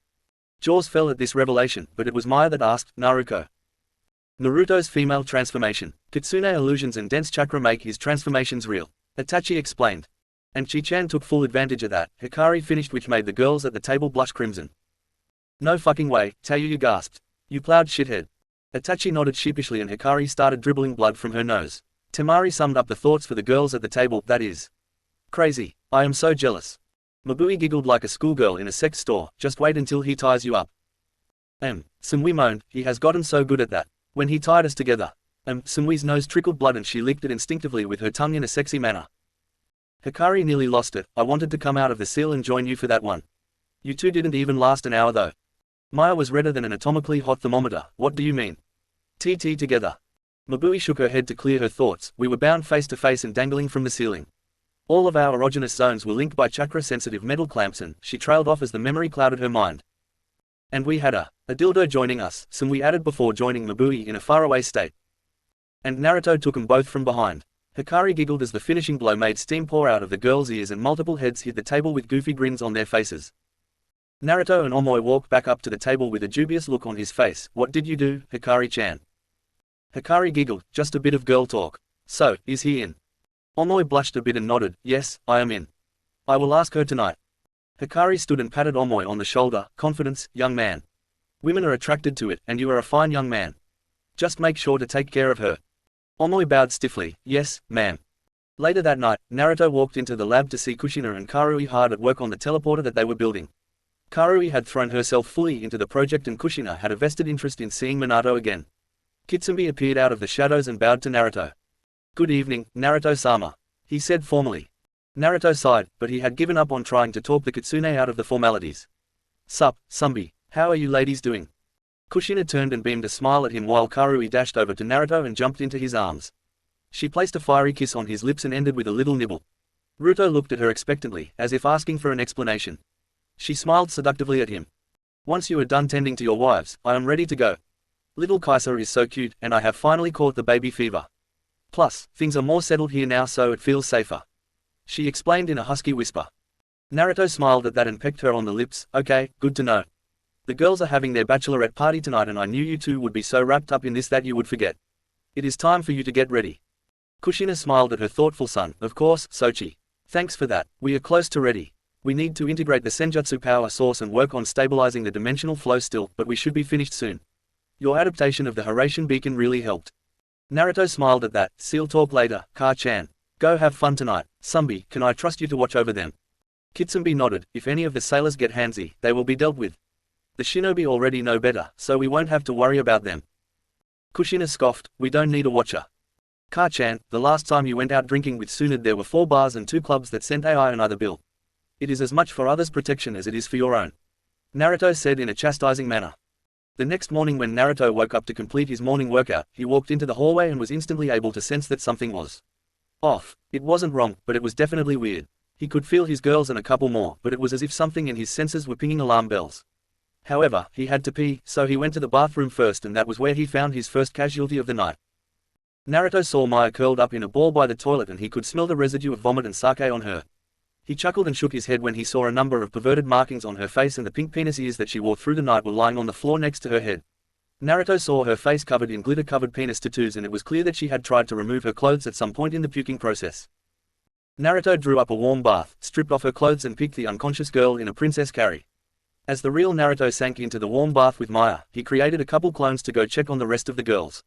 He began removing the penis tattoos because he knew that she would be super embarrassed about those and he didn't need her any shy than she already was. The auburn-haired beauty shifted into his embrace as the warm water lapped over her skin. Naruto's clones nearly dispelled themselves as they explored the rest of the house. Tayuya was passed out in the hallway, or more precisely, in her doorway. She was half naked as if she passed out in the process of stripping her clothes off. She looked disheveled and hungover, but the clone scooped her up and took her to the bath. Amy was passed out on the kitchen table, lying flat on her back and she had a pool of drool on the table. It seemed like she changed into a Playboy rabbit costume at some point in the night and she was cuddling a feathery pink scarf to her side. Kushina was passed out face first in Tsunade's bust, who was lying on her back on the couch. The disheveled clothing revealed far more skin and underwear on his mother and aunt than Naruto wanted to see, but it wasn't too bad. Sumui and Mabui were cuddled together on the floor at the foot of the couch that Kushina and Tsunade occupied. Itachi was wrapped up like a cat on the chair in just her underwear. Tsunami was absent, but that made sense to Naruto since she was pregnant, so she wasn't likely to drink. There were sake bottles and bachelorette paraphernalia all over the room. It was a scene of perverted chaos that was wild in its nature and completely saturated in female debauchery. Naruto's clones ended up carrying all women present to the bath that he was in. His mother made damn sure that the family could bathe together, and they fit together easily within the tub. Each Naruto clone stayed with a girl until they were fully awake, and some were forced to stay even after that. Thus, Naruto's workout turned into a group bath with the women he loved most in this world. Thanks, brat, Tsunade grunted. No problem, Ba-chan. Where is Shizune? Naruto asked after noticing the absence of Tsunade's apprentice. Tsunade yawned and waved him off. No worries, she is with Genma. Naruto raised an eyebrow. Since when have those two been at it? Tsunade shrugged and her massive bust jiggled. Since the evacuation. Maya yawned and cuddled further into Naruto. Ah, my head. Tsunade-sama, do you have anything for hangovers? Tsunade chuckled and moved through the bath to place two glowing green hands on Maya's temples. Maya let out a moan of relief as Tsunade used her anti-hangover jutsu on the girl. The legendary medic patted her head and returned to her spot. She could care less that Naruto got to see her legendary rack. She offered a wink to the blushing man and continued the conversation. So, wedding in a couple days. How are you feeling? She asked with a knowing look. Naruto shrugged. Already love them, will always love them, will never let them go, so. Yeah, nothing changes except a piece of paper. This earned smiles from the girls that were waking up and Hikari snuggled into his right side. Feeling is mutual, Ruto-kun. Plus, we are already mated, so this is really just a human ceremony. See what I mean? Naruto asked with a playful smirk to Tsunade. Lucky brat, if I don't want to send you to die out, then I need someone to fertilize the eggs that I harvested before I went through menopause. Tsunade said. Karen entered the bathroom and stepped into the bath. I have told you that it will be no problem, you just need to select a sperm donor. Without being forceful or overly obvious, Ruto would be the obvious choice as he still has some senju in his blood. Tsunade looked awkwardly at Naruto. I don't disagree, there is just something. Oh, can it Tsunade? Kushina groaned while grabbing her head. My Sochi is committing to more than that with even closer relatives. Quit making excuses and just do it. Your eggs may have dried up, but your womb can still carry. For now. Tsunade frowned at the truth behind the statement. She wanted to carry the child and she knew that even that ability would be robbed from her in time. I will think about it. This week is about these yahoos though. So, Itachi-chan, how do you feel getting married along with 6 other women? One of whom is a demoness. Lucky, was Itachi's shy response as she blushed profusely. Oh ho, well look at you go Ruto. Able to keep all of these girls and your family happy. That is something special, Tsunade said cheekily. Can you honestly say you were surprised? I mean, look at that body. So yummy, Amy said, which earned a round of head nods and giggles from the girls. Can't argue with that, Tsunade conceded and the group enjoyed the rest of their time in the bath. Exquisite wedding. Naruto breathed in deep as he adjusted his formal kimono in the mirror. Suddenly, AI appeared behind his back left shoulder with B at his right. Each of the massive men placed a sizable palm on Naruto's shoulder in support. Naruto led an appreciative, if not slightly nervous, smile greet the two through the mirror. With one more pat down, Naruto considered his kimono good. Naruto was dressed in a royal blue kimono with golden edgings. He had really taken to the color of the divine bolts, and he had agreed to the adaptation of the seal for the Uzumaki clan. A vibrant golden Uzumaki clan symbol with a Kumo symbol in the center occupied a modestly sized portion on the back of his kimono in between his shoulder blades. The front of his kimono was trimmed with the same golden lining along the natural edges of the cloth. It made for a supremely sharp appearance that highlighted his natural tone and figure. Look, bud, shake out those nerves. You have been waiting for this day for years. Maybe the number grew, but you have been looking forward to marrying Hikari since you were 8. AI comforted him. Yo, little bro, you got a bunch of beautiful ladies waiting on you. You can't back out now fool, ya fool. Take a deep breath and breathe and there is no way they will leave. B said in his usual fashion. Darui sighed. Look, Ruto, they are right. You will be just fine. There isn't a single person out there that doesn't believe that. Thanks for the double negative, Darui, Naruto said while chuckling. Hanzo stepped forward with a firm look on his visage. I have found you worthy and entrust my daughter's happiness to you. Should you break her heart, I will end you. He emphasized the last point, and when Hanzo the salamander flares his ki, well, people take him seriously. B chuckled nervously and handed him a shot glass. Kumo fire whiskey brother, then we can go see your mother. The men in the room each joined Naruto in a shot, then another, and then another. The smell of fire whiskey perfused the room and things seemed to lighten up a bit. Naruto didn't know why he was actually nervous. It was probably just an instinctive response to promising marriage and children to so many beautiful women at once. He only needed to stay calm and think of their beautiful faces to get his bearings back under him. Elsewhere, in the women's changing room, pandemonium ensued. Weddings were bad enough when there was only one wife to tend to. With 7 brides being prepared, well, it was chaos. The Uzumaki women and friends of the brides ran this way and that in an attempt to grab makeup, check hair or do any number of ridiculous actions that brides have their bridesmaids do. That chaos lasted until 20 minutes before the ceremony started when Kushina came into the room. Kushina planted her hands on her hips in an authoritative position and used her Uzumaki voice to get control of the room. Enough. The girls froze in place and turned their heads to Kushina. Girls, you look beautiful. You all know the plan and you are professional kunoichi, or a daimyo, for Kami's sake. Get control of yourselves and get your minds right.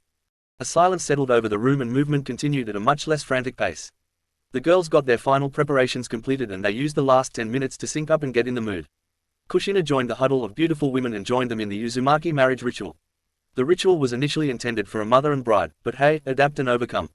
Kushina spoke softly to the huddle of women that had their hands linked. To my beautiful daughters-to-be, I say this. I love each of you with all that I am, and I count you among family. I entrust my son to you. Make him happy and share in that happiness with him. Fill him with love and let his love fill you. Bear with him through troubled time and rejoice with him in the victories. Grow our family in love and bring honor to the Uzumaki clan. Hikari answered on behalf of the girls. Thank you, mother. From this day forward, guide us on the path of life. Be our shelter from stormy seas. Give us your guidance and love so that we may join with your son and become one with your family.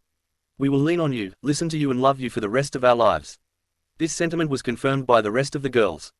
Woo, Kushina said with exaggeration, now that the formalities are out of the way, all that remains is rice wine baby. Tsunade stepped in and handed out sake saucers to each of the girls and the ones there to support them. She allowed Kushina to lead the toast. Welcome to the Uzumaki family. If you forget all else, remember this, family before all, always and forever. Family before all, the serenely ethereal voices of the most beautiful women in the lands cheered. After the drinks, the brides were left alone in the room with 5 minutes before the ceremony. Kushina went to take her place by her son's side. He looked so dashing in his royal blue kimono and she was so proud to see the new Uzumaki emblem on his back. Her heart swelled with affection as her linked her arm with hers and then they walked down the carpeted aisle of the Uzumaki shrine. Words didn't need to be exchanged between mother and son. This whole thing started with them against the world and Kushina would be there by his side till she breathed her last. Naruto knew this and Kushina knew that the feeling was mutual. Their warmth and chakra radiated contentedly with one another, and it served as proof that their familial bond was strong enough to triumph above all. Kushina and Naruto walked proudly down the aisle with their friends, family, fellow shinobi and people of Wave, Kiri, Am, Kumo and Uzushio. The Uzumaki shrine was decorated with an assortment of the chosen flowers of each of the brides. The combined floral scent was ethereal and heavenly, and it set the room as the music announced him. Naruto locked eyes with Ai who was standing in the position of his best man. He once again felt his sensei's pride through the eye contact, and he was elated to notice that it was similar to that of his mother's. It was familiar, rich and proud in nature as if Ai considered Naruto his own. Naruto took his position in front of the altar and turned around to watch his girls approach. Kushina took up her ceremonial position because she was the eldest true Uzumaki remaining. As the music shifted to announce the brides, the crowd of nearly 500 rose to their feet and turned to watch the entrance of brides. Naruto reveled in the stunned gasp as the audience was awed by the beauty of his soon-to-be wives. The girls looked truly radiant as they walked down the aisle hand in hand. The girls were wearing beautiful dresses that were in the traditional red of the Uzumaki with golden hemming.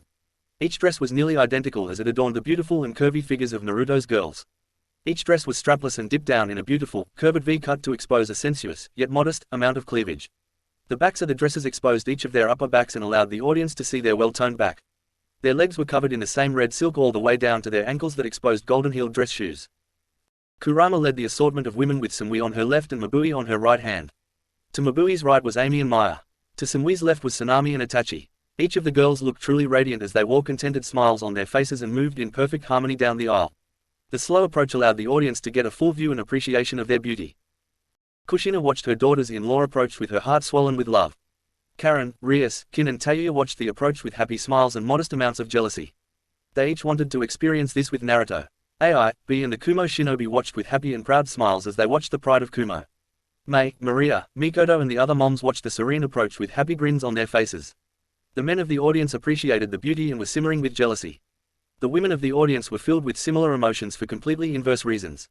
All in all, the music came to a halt as the women took their places in front of Naruto. The unusual ceremony started with the 7 girls facing away from the crowd as they stayed with hands clasped in front of the altar. Naruto stood in front of them and facing the crowd, but his eyes and attention were given fully to each of his brides. Kushina was behind the altar with 8 ceremonial candles lit. The groomsmen were arranged in a line on the right side of the altar while the bridesmaids were on the left side. Kushina channeled chakra to her voice and began the ceremony. Welcome all to the wedding of Naruto Uzumaki to Hikari, Mabui, Sumui, Amy, Maya, Itachi and Sanami. As the head of the Uzumaki clan, I am honored to bring these 7 beautiful women into my clan and family. Before we get started today, the brides and groom have asked for a minute of silence for Atsui of the Divine Bolts and the comrades lost in the assault on Otogakure. Everyone bowed their heads and offered their prayers for the souls of the fallen. A trickle of tears came from each of the Divine Bolts and those that had the honor to know the fiery hot passion of Atsui. There were also 40 Kumo shinobi lost in the assaults on the various labs, and it was a startling reminder to everyone present how quickly life can end. As the reverent minute of absolute silence came to an end, Kushina continued the ceremony. It is the losses and trials of a shinobi's life that makes days like today so important to commemorate. The love that I have witnessed between each of these people standing before you is something truly beautiful. It all started with the birth of my Sochi and a marriage contract. It spurred him forward and gave him something to fight for, strive for and protect each and every day. That motivation led to the amazing man that has touched each of our lives in some way. The light he exuded drew many women toward him, and I will be the first to admit that I didn't expect to be marrying him off to 7 beautiful women. Kushina paused here and let the audience, and girls, laugh while Naruto scratched the back of his neck sheepishly with a goofy grin on his face. That being said, each of these girls is an absolute blessing on my family and my Sochi. I welcome them into the family with my whole heart and no trepidation. Without further ado, let us commence the Uzumaki binding ceremony. Kushina stepped around the altar with a ceremonial band that was especially made for today. Normally, it only bound 2 hands together, however, there were 8 people being bound today and a new ceremonial band was crafted. Kushina started with Naruto and beckoned him closer to the girls. He stepped forward and locked eyes with each girl as the ceremonial band was linked with their hands. With the final girl bound, Kushina placed her hand on a seal that resided on the center of the band. Let your love be like the island, let it offer you shelter and protection from the stormy seas. Let it be immovable and enduring so that it may provide a foundation for your family. Let your love illuminate the night like the gentle moon as it guides you on calm seas. As the moon illuminates the night in its soft glow, let your love provide solace in each other's darkness. Let your love burn with the passion of the sun so that it may provide light and life to your family. As the sun lights the world, let your love empower your happiness and ward off your darkness. Let love be your guiding principle and remember that family comes before all, always and forever. The powerful and emotional words of the Uzumaki matriarch reached into the hearts of the audience and drew them in. Not a single face remained dry, and every person clutched their heart while grabbing their loved one's hand. The groom was stifling his tears, but alas, he failed when a single tear traced down the left side of his cheek. The brides weren't as lucky as trickles of tears left faint trails in their otherwise majestic makeup. Overall, the Uzumaki ceremony drew a powerful response from the audience. After Kushina let the audience recover from the emotional surge, she continued the ceremony. It is now time for the groom to announce his vows. Naruto shifted nervously, closed his eyes, took a deep breath and opened his eyes that were saturated with love and compassion. The startling azure blue twinkled with sincerity as he began speaking. I would like to start by admitting that I am the luckiest man in the world. From the day I was born I was shielded by the love of my mother and the promise to a goddess. Since that day, our love has grown and expanded in the most beautifully unexpected way. To Hikari, my soul, I say thank you. To Mabui, my heart, I say I love you. To Samui, my cool queen, I say forever. To Itachi, my light, I say always. To Sanami, my serenity, I promise faith and loyalty. To Amy, my fire, I promise passion. To Maya, my joy, I promise eternity. To each of my gorgeous brides, I swear to love you forever and cherish you always. I happily and willfully bind my soul to yours for this life, the next and the remainder of eternity. The girls' hands were bound, which stopped them from clearing away the sparkling tears that were trickling down their faces. Despite that, each of their eyes glistened in contentment and sparkled with joy. Their serene smiles filled Naruto's heart and earned gasps from the audience that was watching on a screen. The aura that radiated from the podium was nearly all-encompassing as it enshrouded those present in a soft and warm blanket of tranquility. Hikari did her best to clear the frog from her throat as she spoke for the girls. She wasn't sure what to expect out of a human ceremony, but it had exceeded all of her expectations. As she looked into the eyes of her soulmate, her red eyes softened as the red orbs glistened with love and happiness. She spoke softly and allowed the seals to spread her voice. Naruto Uzumaki, it was difficult trying to cram the overwhelming emotions of so many passionate women into one vow, but we tried. We choose to start our vows by promising a continuation and eternal growth of the love that has served as our foundation. We cherish you for your heart, give ourselves to your soul, connect to you in your wisdom, offer ourselves to your strength, follow you for your leadership, and we can't wait to ravage that yummy body for the rest of our days. Hikari paused here to let the audience blush and laugh embarrassedly. We each can't wait to experience this life with you by your side, and we are grateful for the sisters our union grants us. From now until death do us part, and evermore, we promise to love you and our family with all that we are. Kushina's smile was beneficent as she placed her hands on the center of the band and pushed chakra into the seal. The ceremonial band glowed a brilliant gold and blew up in a chakra light explosion that left sparkling gold dust amidst the brides and groom. In the ceremonial band's place were sparkling golden rings that were each engraved with an Uzumaki diamond. It was a brilliant display, and each of those rings carried the Uzumaki soul binding seal and could not be removed. Despite the finality of it, each of the girls smiled brilliantly as they glimpsed the matching rings. Naruto's gigawatt smile lifted the hearts of every in attendance, and he kissed each of his brides in a panty-droppingly passionate fashion as his mother announced him husband and wives. Rather than concluding the ceremony there, Naruto led his wives out of the temple, across the beach, and they started walking toward the central whirlpool that guarded the island. At the base of this whirlpool was the master seal of the Uzumaki, and it was necessary for all couples to be accepted by the island. The group walked across the turbulent waters in peace to the very edge of the whirlpool. Everyone watched on from the beach as they strolled out, and most people couldn't believe they were getting so close to the center of the whirlpool. The group came to a halt and Naruto removed a ceremonial dagger from the sleeve of his kimono. He slit his palm and passed it to Hikari, who passed it down the line of girls. Hikari's chakra leaked out and mixed with the waters that swirled with the blood of her new family. Each of the girls watched and waited, not knowing what to expect. There was a brilliant blue flash of chakra light from the seal that resided on the base of the ocean floor nearly 150 feet below.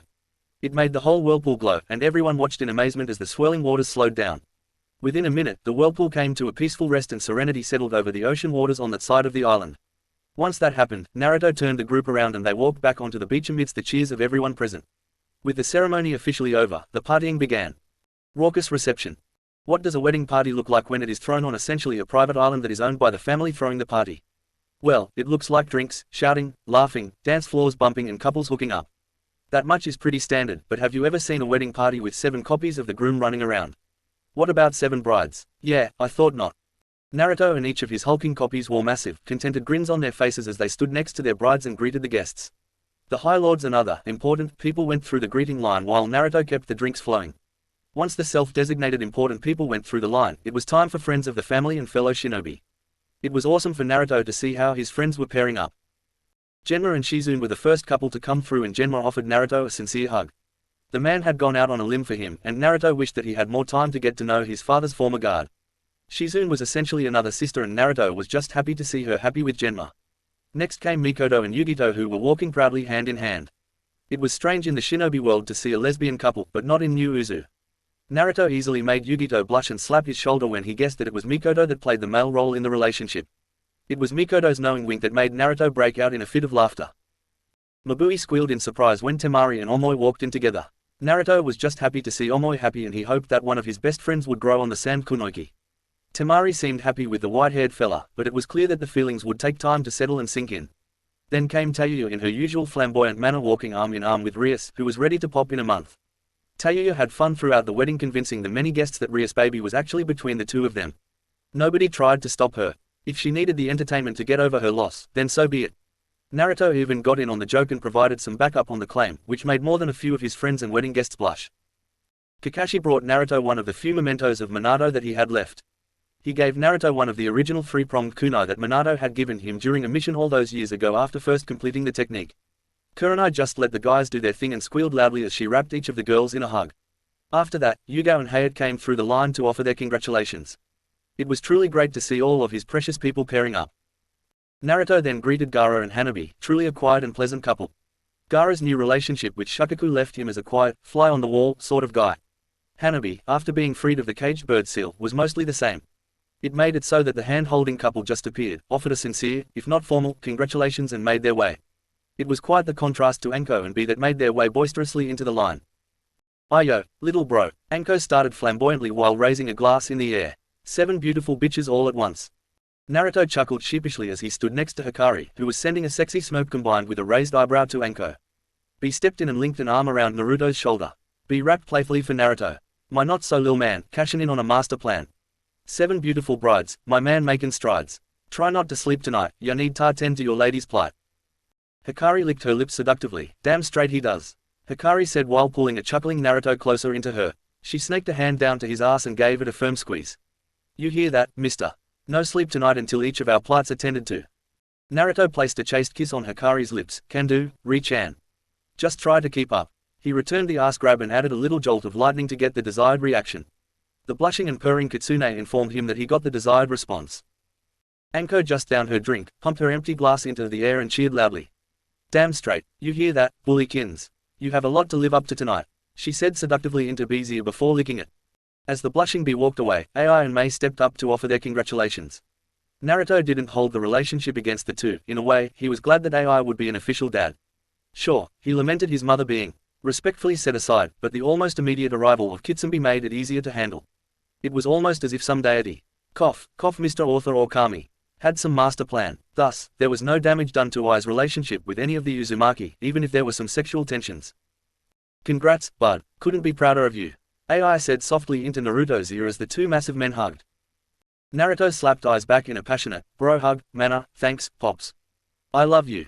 Ai broke the hug and ruffled Naruto's wild blonde locks. Love you too, bud. After Mei released Hikari, she pulled Naruto's head into her sizable and very exposed bust. How did she manage that when Naruto is like 5 inches taller than her? Oh, Ruto, welcome to the family. I am so excited.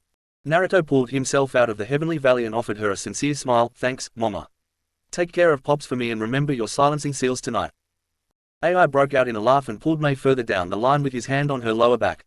He called over his shoulder, same to you, bud. Stamina training tonight. The simple implication made Naruto laugh and shake his head. The reception continued into a sincerely amazing night. The party dragged on and migrated onto the beach. The cool night air, bonfires and endless drinks each contributed to the jubilation, but as each couple left and the beach cleared, the jubilant madness came to an end. At least, the public jubilation did. It gave way to nights of passion and debauchery. One such room was legendary in this manner. Chapter 26. Wedding Lemon Time. When the official reception ended and the party migrated to the beach, Naruto and each of his girls sent a shadow clone to spend time with the hardy partiers. Naruto was more or less dragged into the honeymoon suite of the nicest hotel on the island, Waves End Resort and Hotel. The suite was amazing, and it was pretty clear that Kushina had it prepared to accommodate the unique night. They entered in red carpet fashion with rose petals laid upon the carpet. There was champagne bubbly provided in multiple golden buckets of ice. There were sensual snacks and erotic desserts laid out on a table, and the girls plucked the chocolate-covered strawberries up and munched on them. The pleasurable moan served to rev Naruto up, and he was the first to undo his wedding kimono. The girls quickly followed suit, and the action was taken to the private onsen that was set into a balcony that overlooked the ocean. The excited squeals of joy from the hot, sexy, seductive, tantalizing, curvaceous, bodacious and sensually exposed women riled Naruto's Hanyu blood up something fierce. It was impossible for him to resist his mating instincts in such a situation, and his 5 blonde tails appeared and his white-tipped ears migrated to the top of his head. The girls were blasted by a dense wave of potent pheromones that drew an immediate and intense reaction from the girls. Hikari moaned seductively, licked her lips sexily and reciprocated Naruto's action by removing her illusion as well and allowed her beauty to show. Maya blushed furiously as Hikari pulled her into her arms, placed a sexy kiss on her lips and passed her into Naruto's arms. Hikari did the same thing to Amy, and that was how the virgins, Amy and Maya, were given to Naruto with Hikari's blessing. Hikari whispered seductively into Naruto's ear and got a sexy smirk from Naruto, who then formed 5 shadow clones. The group migrated to the onsen to get the foreplay started. Naruto was no stranger to 2-on-1 situations anymore, and he put his experience to good use. He pulled the girls onto each of his knees so that they were shoulder to shoulder. This left 4 heavenly globes resting just above the water's surface right under Naruto's chin. The 4 nipples were unique in their pairs, as Amy's were a darker purplish brown while Maya's were a rich pink. Their size and shapes varied, but each set made Naruto lick his lips in lust and anticipation. Naruto placed a tender and loving kiss on Maya's lips first, since she was still the shyest of his girls. He followed that up immediately by tending to Amy next. The rest of the girls kept things quiet as they cuddled into their shadow clones and kept the kissing and moaning to low levels as they watched their sisters' firsts. Hikari watched like the true queen of the group with an amazingly content and seductive grin on her face. Itachi was biting her lip and holding back her inner nympho while a Naruto clone gave her a seductive massage. Mabui and Samui had chosen to sandwich themselves in between their shadow clones, and they were cuddling in close with each other while fondly watching the scene. Naruto's hands pulled Maya and Amy in, and his tails snaked around their waists. Each girl was starting to moan louder as Naruto began tending to them simultaneously. He divided his attention evenly, and his hands worked in harmony in their womanly warmth. Shortly after entering the heavenly slits, his fingers began pistoning in and out. The dexterous fingers tended to the G-spot while the thumbs rubbed on the clitoris of each girl. Maya's shy moans were so freaking sexy to Naruto's ears, while Amy's husky moans revved up his pocket rocket. Then Naruto sent a second tail to each girl and used the heavenly white tips to apply stimulation to their budding nipples. This was too much for each virgin, and their legs clamped in unison, their bodies shivered simultaneously, and their womanhoods exploded with vigor in a sweet release. Each of the girls couldn't help but moan in a jealous lust, and they started to get more aggressive with each other or their clones.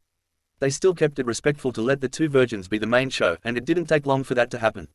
At the girls' urging, Naruto lifted himself onto the side of the onsen, and he was immediately tended to by 2 tongues and 4 lips. The first tentative licks, the sensual wrapping of the shaft with their tongues and the way they worked in unison to please him made Naruto lean back on his defined arms while his head craned back in pleasure. Maya was starting to get really into it as her pleasure collaborated with Naruto's pheromones to rev them all the way up. As they each tended to the shaft, their hands started rubbing each other's snatches. Maya's tongue collided with Amy's in a manner that made their eyes lock as they moaned huskily with a divinely sexy moan. They then started kissing each other with vigor, and Naruto's cock just happened to be in between. The way the lips smothered and tongues lavished soft praise onto each other made Naruto's cock twitch in anticipation. After a couple minutes, the kiss broke when Amy took Maya's head and guided it to the head of the beast. With a gentle coaxing from Amy, Maya took Naruto's cock into her mouth. Amy left Maya to her task and pulled herself out of the onsen before smothering Naruto's lips with her own. She kissed him passionately before standing over him and pulling his head into her soaked slit. Her hips started rocking a bit as she ground her vagina into Naruto's face in an attempt to drown him in her juices and smother him in her love. Amy moaned huskily as she face-fucked her man. Down Maya kept to her task, but she swapped places after 10 or so minutes. She had heard Amy's releases and she wanted some of her own. After that swap, it only took another 5 minutes for Naruto to warn the girls of his first impending orgasm. Maya jumped back into the onsen and resumed the dual assault on the shaft. The girls shared the first release as the white milk of life filled each of their mouths and saturated their taste buds. While the girls were still digesting, each of them was grabbed out of the onsen by fluffy tails and pulled into the bedroom. Amy and Maya squealed in delight and anticipation as their man carried them to the bed. The other girls decided to get a quick orgasm or two from their clones before they went to spectate. When the girls rejoined, Naruto was lined up with Amy's slit while Maya was leaned against the bedrest and biting her lower lip in seductive anticipation. Maya was rubbing her snatch to keep it warm as she watched Naruto claim her new sister. Amy's moan when Naruto entered her sent ripples through each woman as their vaginas quivered in anticipation. Amy's nails had dug into Naruto's shoulder blades, and none of the girls could blame her. The feeling of 9 inches with an intimidating girth was a lot for any virgin to take in.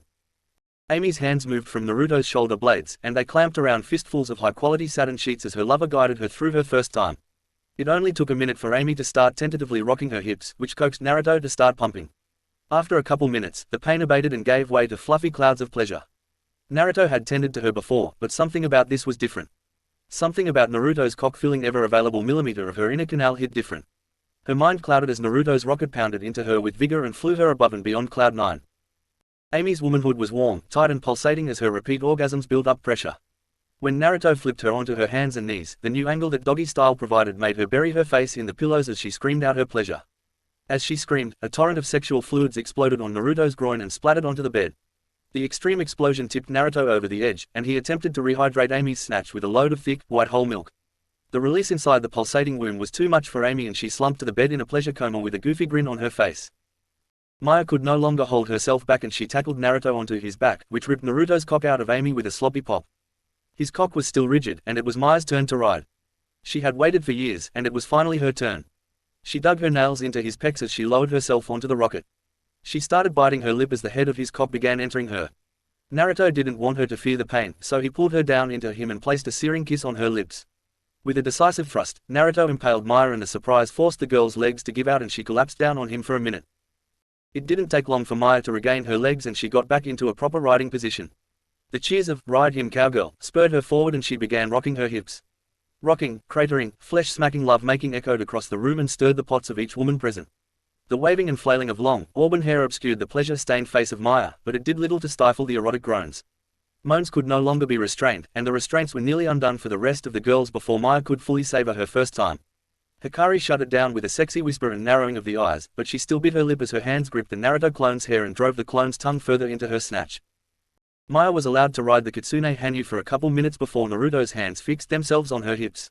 The girl's ride had slowed down as her eyes rolled up in pleasure and her tongue hung out in a sexy pan. Naruto started pistoning into the former virgin at a frantic pace. The only thing holding Maya up was Naruto's hands and a single tail to maintain her balance. Maya was nearly a boneless mess as the pleasure cortex in her brain was overloading from repeat stimulation. After a couple minutes, Maya suddenly awoke with a powerful orgasmic scream as Naruto released inside of her. The temporary consciousness faded, and the beautiful redhead crumpled on the bed with a big goofy grin on her face. "Okay, girls, restraints are off. Have at him," Hikari said while giggling seductively. Sumui and Mabui placed Maya down by Amy before they began a dual assault on Naruto. They were the first original tag team and they thoroughly enjoyed partaking in Naruto together. Each girl was surprised when Hikari sprouted a cock with her transformation and Itachi equipped a strap-on. With Naruto in Mabui's pussy, Hikari claimed her ass. With Sumi's slit on Naruto's mouth, Itachi took her ass. Sumui and Mabui made out with each other in a sloppy fashion as they hovered over Naruto. The five were completely unrestrained as a jaw-dropped Tsunami watched on while a Naruto clone took her from behind. "These shinobi are crazy," she thought while her mind began clouding after her first release. "And I fucking love it," she shouted in her thoughts as her second orgasm hit hard and made her quiver in pleasure. As Tsunami was tended to, the group of five continued to switch positions like an orgasmic Rubik's Cube. Each girl was stuffed full at one point and they each tasted one another as the pleasure twister continued. As the hours dragged on, each girl was given at least one ride from Naruto that culminated in a batch of potent seed. After waking up from her first pleasure coma, Amy was almost immediately sent back into the land of sexy dreams by Itachi and a Naruto clone. Maya received a similar treatment as the brightly blushing girl was impaled by a clone while watching Hikari and Itachi scissoring each other with vigor. Naruto's mind was starting to get cloudy as his dopamine-saturated brain and contented heart called him to a sweet sleep. However, there was still a grand finale to be had and he wanted to go out with a bang as the sun started to rise over the ocean's surface. Naruto summoned 15 shadow clones and inversed the numbers on his girls. As Maya and Amy lost another of their virginities, the silencing seals on the room were broken. It was simply too much noise for too long a period for the seals to hold up. Each girl was either spitted as a Naruto cock stifled their moans of pleasure while a southern hole was plugged, or they were double stuffed. Hikari took 3 Narutos for herself to fill all 3 sensual orifices at once. Itachi attempted it but soon crumpled atop the bottom Naruto in pleasure overload. Sumui laid atop Mabui, who laid atop a Naruto clone, as they were simultaneously ravaged. Sanami was riding a Naruto in a chair reverse cowgirl while taking one in the mouth. The whole resort heard the screams of pleasure from girls that were each being double-teamed in a variety of ways. The Uzumaki clanswomen smiled in their dreams as the orgasmic shouts added a sexy edge to their dreams. Kirinji was super jealous and slightly upset that his beauty sleep was interrupted by such lewd conduct. That was until the sensual noises actually registered in his head and a nosebleed sent him blissfully back to the lands of dreams. Ai and Mei were woken up early and decided to make the most of it with their own morning session. Yeah, the whole resort had a variety of similar reactions to the loud and sensual alarm clock coming from the honeymoon suite. As for the newlyweds, well, they were each laying in crumpled and intertwined heaps on a bed that would most definitely need to be replaced by the hotel. The silly grins, goofy smiles and droplets of drool each spelled out a wild night that completed satiated all present. Naruto found himself buried in a hot mess of heavenly mounds and soft skin all tangled up in a beautiful mess of silky hair. Each girl cuddled instinctively into a tail except Hikari, who laid on the right arm of her Hanyu. As for the left arm, well, that spot belonged to the milk chocolate Mabui that was spooned from behind by Sumui. All in all, Naruto was in a very messy and sexy-smelling heaven. Chapter 27. On the move. Fugaku walked through the root facility with Danzo and Sasuke. Sasuke was appointed Fugaku's will in the Akatsuki, which really didn't go over too smoothly with a bunch of S ranks. That being said, the Uchiha Hokage gave them most everything they could need or want, so they tolerated the brat. As Fugaku approached the chamber, Sasuke let out a low whistle and the trio saw a group of 3 figures form up in front of the sex members of the Akatsuki. The 3 Uchiha chosen to bear the Biju were a date with Sanbi, Tetsu got Rokubi and Itsuo contained Nanabi. Sasuke had the Yunbi because of his high fire affinity, and he now had the ape under the effects of the Mangekyo Sharingan. Each Jinchuriki had tracking seals, loyalty seals and, unknown to them, remote-activated chakra suppression seals. Through Sharingan suppression and manipulation, they were each able to enter their Biju cloaks to at least one tail. Their bodies were still adapting to the demonic chakra and that seemed to be the limit.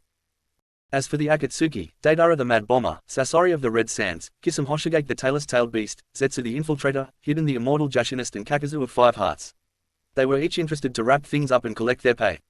However, they knew when to be quiet and the creepy cripple and Rinnegan Hokage were definitely reasons to stay quiet. Thanks for coming. Fugaku started simply. It is time we get started. Each of you will be conducting destabilizing operations. To start, we will make a direct strike on the Gobi. It may complicate things, but we need Iwa out of the picture so we can focus on Kumo. Won't Kumo get involved if we go back into the heart of Earth Country? I mean, I am game for some chaotic and explosive art, but Iwa is strong, aren't? Deidara said. Fugaku nodded, that is why we will offer a distraction for Kumo to deal with. Deidara and Sasori will go to the land of waves. I want the Daimyo and I want the Kumo detachment dealt with. Leader Sama, rumor has it that the Daimyo, Sanami, no longer lives on the island. Zetsu informed the group. She hasn't been seen doing her regular rounds in a couple months. Fugaku clicked his teeth, but Danzo stepped in. The Daimyo is simply a puppet anyway. We only wanted her as leverage against the Uzumaki. Take out the detached force and Konoha will take over that strategic position. We need to put pressure on Uzushiogacore so that they will be forced to come to the negotiating table. Sasori grunted, so, is this an all-out attack or a hit and run? The Kumo shinobi and whatever they have in Uzushiogacore will pose a significant resistance once they hear about the attack. Danzo clicked his cane on the ground, not to worry. You will have at least half a day for Uzu to respond. You will have 5 days for Kumo to respond to such an attack. Are we sure about that? Didn't we find out Orochimaru was wiped out within a day of attacking some team from Kumo? How did they respond so fast? Kakazu cautioned. Fugaku scoffed, Kumo borders Odo and the Eagles enabled a rapid response. So, the Eagles can bring reinforcement faster too, Sasori continued Kakazu's line of thought. Danzo growled, they would still have to send a messenger bird. That is almost a 2-day flight for such a bird from Wave to Kumo. Sasuke scoffed, let them come, or are you, rank in name only. More sacrifices for Jashin-sama. Hiden said emphatically. So, what do we get to do in Iwa? Fugaku nodded, Hiden, you and Kakazu will create a distraction. Kisame and the Jinchuriki will be led by Sasuke and they will attack and subdue the Gobi. Kisame, I entrust you with this and you will need to be quick. Danzo nodded and stamped his cane, you will have 100 of the lesser root. They will be addressed as acolytes of the Akatsuki, and they are all equipped with incineration seals. This will stir the pot, but it cannot fall back on Konoha. Hi, Cripple-sama, White Zetsu said, which earned laughs from Kisame, Deidara and Hiden. So, I can offer as many people to Jashin-sama as I want? Hiden asked enthusiastically. Fugaku scowled. This is an operation. Once the retreat is ordered, you are expected to fall back. Before then, do as you please. I would be careful if I were you, Hiden. Onoki has the dust release, and I don't think your immortality would survive that. Kakazu cautioned. I have fought him before and it is a frightening ability. Not even my threads could survive it. Danzo was secretly hoping to be rid of the Jashinist, but he wouldn't say it aloud. The attacks will commence in 2 weeks' time at dusk. We want this synchronized to make sure that Kumo cannot respond to Iwa. Fugaku put a proud hand on Sasuke's shoulder. Son, this cannot be linked back to us. I entrust you with this operation. Complete this mission, then we can focus on the Uzumaki. This said stoically while watching the sadistic grin emerging on Sasuke's face. While looking truly deranged and evil, Sasuke responded with his lips barely cracking a smirk. Yes, father. Kumogakure, 2 weeks after Naruto's wedding. Naruto had just returned from a mission to Kirigakure where he received some bad news. He had immediately shared that news with his mother and AI before he returned to the Uzumaki compound. He got a couple hours of training in with Kitsume, Itachi and Maya before he collapsed into the private onsen. Of course, nothing in his compound was truly private and he was joined by Itachi to enjoy the soak. So, Naruto, have you recovered from that honeymoon yet? Itachi asked with a girly giggle. Naruto chuckled as he lay his head back on the edge of the onsen while Itachi slid onto his lap. I don't even know how I am supposed to recover from that. Wasn't R&R the point of the honeymoon vacation? Itachi stuck a hand under the water and guided Naruto into her before she began grinding her hips. You know what they say, too much of a good thing is still too much. Naruto growled huskily, says my beautiful wife that is currently riding me. Are you complaining, mister? Nope. Good, now shut up and enjoy it. Mommy is ready for her own bun. Itachi finished in a seductive whisper. She had caught the baby fever something fierce and had convinced Naruto to remove the anti-pregnancy seal at the start of the honeymoon. Naruto chuckled and used his hands to tend to Itachi's nipples. Yup, well, if it didn't take during the honeymoon. Shut it, mister. I will just keep trying until Tsunade tells me I am good to go. Fair enough. Naruto ended the casual conversation and threw himself into the task. Maya slid the door open with a sexy pout on her face as she saw Naruto taking Itachi from behind. No fair, I want some. Itachi's pleasure-soaked eyes looked into Maya's over her shoulder. You want a baby too? Cause that's what's going on here, Maya-chan. Maya blushed and she looked away shyly. No, not yet. But, I will take a clone. As Maya was getting reacquainted with the overfull feeling, Naruto asked, so, Maya, how do you like your new team? Maya smiled, I am honored to be part of the Divine Bolts. I know it will never be the same, but, I want to look after Yuya-chan and the paranoid schizophrenic. Itachi moaned loudly as Naruto duped a load in her, just be yourself and give it time. You're a good girl and they will accept you in time. Did you get your tattoo yet? Naruto asked. No, I will get it tomorrow. Maya replied while trying to keep her mind straight. What tattoo? Itachi asked seductively as she switched up the position to start writing. All of the DBs are getting a tattoo to commemorate Atsui. I think I will get mine on my right triceps. Naruto answered. Itachi replied as Naruto hit her spot. Maya added as the Naruto clone spurted the chakra imitation of his seed into her. As if called by the orgasmic screams, Karui plowed through the rice paper door with a panicked look on her face. This immediately cleared the minds of the couples, and they looked at her expectantly. Naruto, wave is under attack. Naruto immediately hopped up and channeled chakra into the tattoo over his left clavicle. His combat uniform appeared on his naked body, and he looked firmly at Karui. Did AI give you orders? Why haven't they called me with the beacon? Karui looked unsure, but she still maintained urgency. Don't know, we got a scroll message 5 minutes ago. I think you were distracted. Naruto shook of the shame, and he fixed a firm look on his face. Tell AI I am going to wave. Do we know who is attacking? Is Uzu going to send reinforcements? Karui held up a hand. Wait. It is the Akatsuki. Deidara and Sasori were identified, and the emergency seals have been deployed. Naruto scowled. I can't wait. The barriers won't hold up against that much firepower. Deidara especially. Karu's face hardened. AI ordered you to wait. Itachi, suit up. Meet Darui in the office and you three will be the first response. Naruto turned to Itachi. 2 minutes, chi. He looked back to Karui. Okay, stay here and I will flash you to his office. It is at times like this that I really wish I could transport more than 2 people. Maya broke out of her shock and pulled herself out of the onsen. She pulled Naruto's face to look directly into her eyes. Don't hold back. I love you. Naruto finished the kiss with Maya and winked at her. I won't. He turned to Karui. Please tell me Tsunami wasn't on the island. Karui frowned. Her and Inari were visiting during a council meeting. They are safe for now. Wave Country, Ushio Village. Now this is our aunt. Deidara screamed excitedly as he sent a clay swallow diving towards a group of panicking civilians on the docks. He had enjoyed the first minute or two of senseless slaughter as he saw shinobi scampering around below him. After the explosion cleared, Sasori grunted, "Take me down. I need to get in there. I can't let you hog the show when we have such an audience." As Sasori said that, a blue sheen appeared in the sky and the next volley of clay birds crashed into it and exploded midair.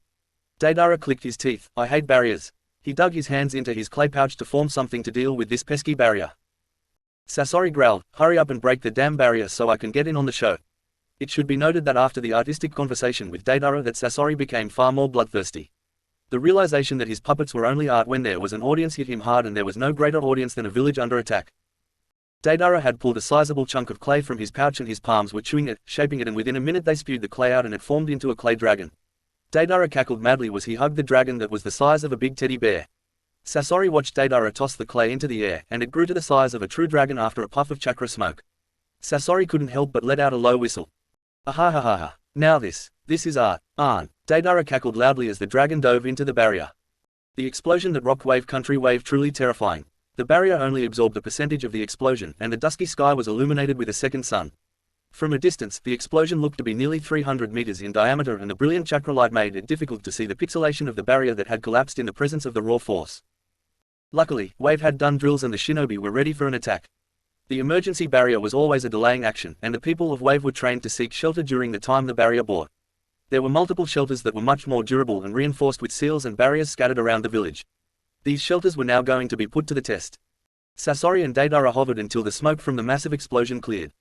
Both artists wanted to truly appreciate the explosion, and they did so from their position hovering over Ashio village. After the moment of pride passed, Deidara had his bird dive through the remains of the smoke and dust cloud. As the bird cleared the smoke, both artists were disappointed by what they saw. Even though the barrier shattered, the damage to the city was minimal. In fact, the only place that was hit hard was the docks, since the seal reinforcement was weakest there. The merchant and defense vessels were rattled, and multiple sails were broken and in a state of disarray. "Where is our audience?" Sasori growled. Deidara grabbed his hair and screamed in disappointment, "They didn't even see my art, It is time to blow them out of their hidey holes." Sasori lashed out with his tail and knocked away a volley of kunai that came from a guard tower that was on the edge of the village. "Looks like they want to be a part of Act 2, he said madly in his growling tone laced with excitement. Sasori and Deidara then fought against an entrenched force for the next 10 minutes. They were winning the fight, but the seals and defenses provided by the tower were substantial. The training of the Kumo shinobi exceeded both of their expectations. There was surprisingly little blood spilled for the brief bout of ranked combat. Deidara was losing his patience, and he was saving up for another big jutsu as Sasori used the Sandime Kazekage to combat the Kumo shinobi. Suddenly, Sasori jumped up and climbed high into the sky on Deidara's clay bird as the blonde artist was ready for his next big show. "Are you ready for this?" Deidara shouted excitedly. "This is the end of Act 2. Sasori was mad that Deidara's art was hogging so much of the show, but it would be his turn to have fun once the guard tower was destroyed. Deidara shaped this massive clay figurine into a fat and bloated version of himself that puffed into a figurine roughly 10 times his normal size. As Deidara released his control over the clay, the figure plummeted down towards the guard tower. Sasori's eyes caught a deep blue flash appear on the edge of the village, and then he watched in amazement as a beam of lightning and water tore through the air and shredded the clay figurine. There was an explosion, but it wasn't the figurine blowing up. It was a brilliant blue chakra explosion that looked like it contained an absurd amount of Raiden chakra. The remains of the figurine crackled with electricity as it fell to the ground with a thud. "Looks like you have a dud there, Deidara the tranny bomber." A voice came from the man shrouded in blue lightning. Deidara zoomed in on the figure with his monocle and his face paled a bit. Sasori, my man, that is Ruto Maki." Sasori growled for a bit before responding, "How did he get here so fast?" "I don't know, Deidara said in agitation as he looked at the dud of an explosive that was still crackling with lightning on the ground. Then the greeting registered in Deidara's mind, and he screamed out in frustration. "I am no tranny. I will let you taste my art, Itachi whispered to Naruto, and Darui leaned his head in to listen to the plan. "Ruto, you can fly, so he is yours. You also have the elemental advantage. Leave Sasori to Darui, and I will create the opening, you capitalize." The trip broke up with a resolute nod, and Naruto summoned Virginia in a massive puff of smoke. Deidara and Sasori knew that they needed to split up, otherwise the air combat would make Sasori useless. Sasori jumped to the ground in his Hiroku puppet, and he still had chakra strings connected to the third Kazekage with a healthy amount of iron sand hovering around the puppet. As Naruto took off into the air, Sasori squared off against two of the strongest shinobi in Kumo. Battle in the ocean skies. Virginia soared into the sky at astounding speeds, and she swerved around, and barrel rolled over 5 clay swallows that flew through the air like bullets at the eagle Hanyu pair. The birds sailed into the ground and peppered the landscape with high-powered explosions. Naruto continued his ascent, and he growled as Deidara attempted to fly away. His growl turned menacing as he used his chakra to provide a supportive wind for Virginia, and the bird rapidly closed the distance. "The sky is my domain, Arn," Deidara shouted over his shoulder as he released 2 handfuls of clay spiders. Naruto answered the spiders with a volley of lightning-coated kunai that were able to take out 8 of the 10 spiders. The neutralized spiders didn't detonate, but 2 spiders detonated below Virginia and made for a turbulent flight. The eagle screeched and redoubled her efforts to catch up to the slower bird. Naruto weaved through hand signs and gathered enough Raiden chakra to his palms that it became visible. He clapped his hands together and a lightning bolt traced upwards into the sky in pursuit of Deidara. Deidara felt the build-up of chakra and he instinctively barrel-rolled around the inverse lightning strike. His hair stood on end and his nose picked up the overwhelming smell of ozone for a moment before he was forced to dodge another lightning strike. The 2 birds flew through the air as explosions and lightning jutsu filled the sky for nearly 5 minutes before there was a sudden lapse in the action. Naruto opened his eyes in his sage mode after the clone he had gathering senjutsu chakra puffed into smoke. He immediately began calling on the power of the winds and clouds began forming over Deidara. The air started humming with static electricity and the mad bomber of Iwa knew that it meant nothing good for him. Lightning started flashing and thunder started booming in dark clouds as Deidara continued to climb. Deidara may be brash, but he was also smart. He knew that clouds would end if he climbed higher and he ordered his clay bird to do just that. He took a spark of lightning from the clouds as he climbed, but the bird managed to clear the cloud bank. As Deidara cleared the ominous clouds and went leveled out, he looked down in amazement on the dark clouds that were flashing with lightning and rumbling with thunder. Deidara's battle instincts flared, and he ordered his bird to barrel roll out of the way as Virginia descended with talons splayed out. As Deidara recovered from the barrel roll, he failed to notice the much smaller form of Naruto. At the last second, he jumped off his bird as a great sword shift in lightning bisected his clay bird from beak to tail. Deidara flipped into a free fall as he was heading back down into the ominous clouds. Naruto banked hard and sheathed Heaven's Blessing before he arced into the air and dove down after the free-falling Deidara. Naruto gathered the power of the tempest around him as he dove, and it formed into the beak of a screaming eagle. His glowing form tracked Deidara, and he saw the mad bomber pulling clay out of his pouch. Sure enough, moments later it formed into another clay bird. Deidara was able to form the bird mere meters above the cloud bank that was absolutely saturated with static electricity. He had the bird level out above the cloud bank, and he looked around in a panic. All of his instincts were flaring, and he no longer wanted to be a part of this battle in the sky. His eyes widened to saucers as he saw a tempest eagle's head descending on him with its beak open. He threw a piece of clay as hard as he could away from the bird before his bird was engulfed by the tempest eagle. The dark clouds thundered loudly as the explosion caused a temporary clearance in the clouds due to the forceful explosion. The chakra light explosion from the eagle and Deidara's clay body exploding was truly majestic in the darkened night sky. From below, the guards watching from the guard tower watched as blue lightning arced from a central focus all over the night sky. The flash of light also created a large shadow of an eagle as Virginia changed directions towards her new target. Deidara was panting heavily as he fell through the cloud bank. The explosion had sent him careening through the clouds in an uncontrolled tailspin. The mad bomber of Iwa once again dug his hands into his clay pouches and realized that he was perilously low on clay. The blonde bomber was trying to form his clay when he was caught in the talons of a massive eagle and wind blades severed his hands from his arms. Deidara screamed in pain as the eagle carried him below the storm clouds. Virginia slowed to a hover in the night sky below the blackened clouds. It didn't take long for Naruto to join her as his power kept him hovering in front of a cursing Deidara. Naruto kept the bomber in the sky so as not to endanger populace of Wave. He wanted to get some information out of the brash bomber of Iwa. Naruto's eyes glimmered electrically with power as he smirked at Deidara, who was flailing in Virginia's talons. "So, Deidara, who sent you here to attack this village?" Deidara scowled. "Go to hell, Arn. My art will send you there, Arn." Naruto chuckled and shook his head. "So, Fugaku made you loyal, eh? I didn't think someone like you would ever accept a loyalty seal." His eyes narrowed at the seal on the base of Deidara's neck.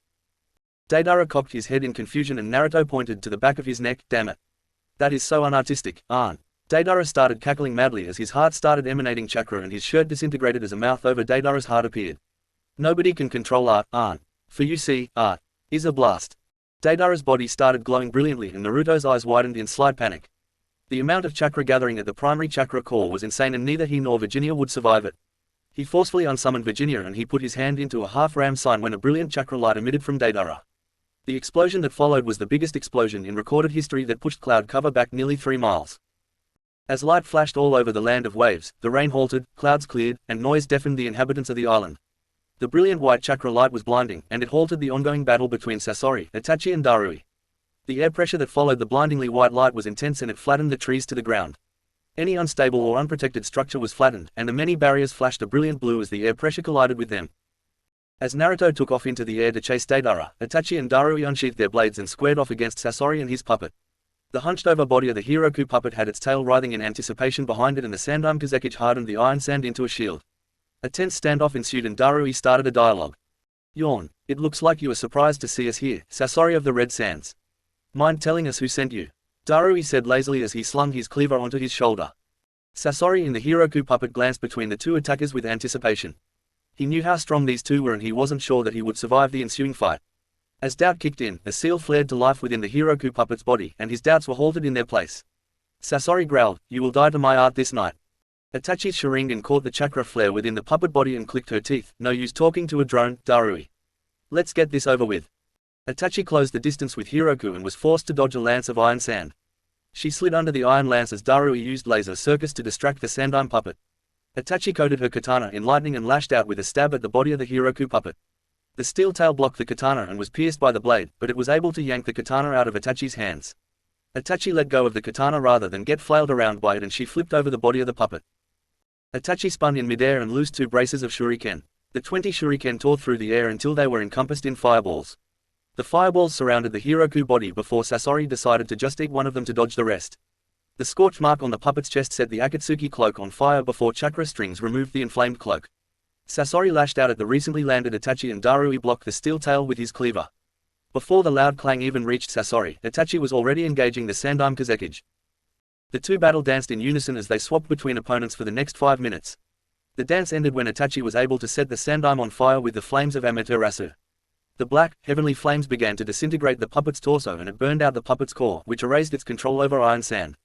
It took less than a minute before the heavenly flames to consume it entirely.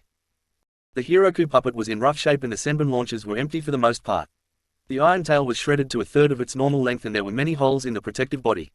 As the Sandime burned, Daru's lightning-covered sword was able to deal the finishing blow to the puppeteer's outer body.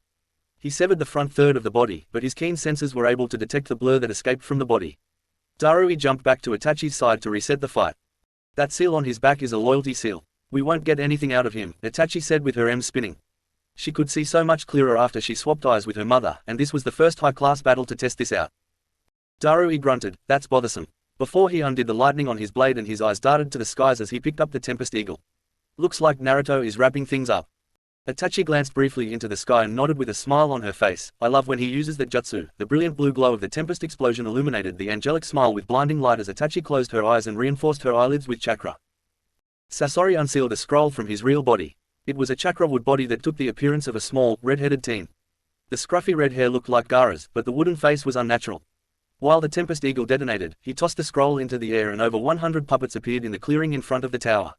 Sasori sank into a battle-ready position as he got ready to perform his Dance of 100 Puppets. The intermittent flashes of blue light cast an eerie glow that spread tension over the battlefield. Itachi and Darui squared off, but Itachi's eyes suddenly widened as she looked into the sky. She saw a magnificent chakra light forming and she jumped over to Darui, whose senses had already detected the chakra build-up. Suddenly, a blinding light even bigger than Naruto's screaming eagle illuminated in the sky and was followed almost instantly by a raw and powerful air pressure. Itachi pulled Darui into her and a red-orange skeletal ribcage erupted around the duo. Sasori was ready to attack when Deidara activated one of his more powerful jutsu. Sasori hated the imitation of art, but it was definitely effective. The massive wave of pressure and damaging wind slammed into Sasori's puppet army and flattened damn near half of them while Sasori used the other puppets to soak the impact of the shockwave. His puppet body rattled, and the force was strong enough to send him skidding back. He really wished that he had the iron sands available to him at this point, but alas, he didn't, and his puppets were paying the price. Once the explosion cleared, a huge hole remained in the dense cloud cover of the night sky. The moonlight poured down on the battlefield and Sasori was testing his chakra strings to see how many of his puppets were still operational. Before he could get his legs back under him, he gasped as his core was penetrated by a long orange sword coming from a glowing red ethereal figure. The Susanoo that had grown around Itachi had its arm outstretched and the blade penetrated nearly the entire torso of Sasori. Itachi grunted as her chakra construct took the brunt of the explosion. The ethereal orange-red chakra flickered brilliantly as the Susanoo hid behind the shield to absorb the impact. Itachi's keen eyes saw a temporary opening brought by the distracting explosive. The puppeteer gasped as his only weak spot was devastated by a fiery chakra blade. Blood poured out of the seal that contained Sasori's brain and key organs, which caused Sasori's puppets to clatter to the ground. The puppeteer fell to his knees as his vessel was destroyed and his chakra poured out of the containment seal. Naruto shook off the effects of the blinding light as he took a knee inside a bunker. Before he could truly gather his bearings, he was tackled to the ground by a mature, pregnant woman and an 11-year-old. His toddler of a son joined the dog pile and Naruto couldn't halt the smile that broke out on his face. That was when the shockwave of the explosion hit the bunker and rattled at something fierce. Panicked cries filled the room, and he could hear Inari and Kaisa whimpering while he saw the distressed look on Tsunami's face. He pulled the three into a hug and gave Tsunami a kiss in front of nearly 50 Ushio villagers. He looked around and gave them a calming wave. "What is going on out there, Ruto?" Tsunami asked after the shock of seeing him appear faded. Naruto rubbed her back soothingly and replied loud enough for everyone to hear, "Two Akatsuki attacked. We got your message and came right away. I finished off the bomber and left Itachi and Darui to handle the other one." This earned a gasp from those seeking shelter in the bunker. "Are they going to be okay?" Inari asked with concern while he reached into a kunai pouch strapped to his right leg. Naruto ruffled his hair. "Sure thing, bucko. Thanks for looking after your mum and brother for me." Inari blushed bashfully before he looked up with eyes filled with naive determination. It is my job when you are away, Papa.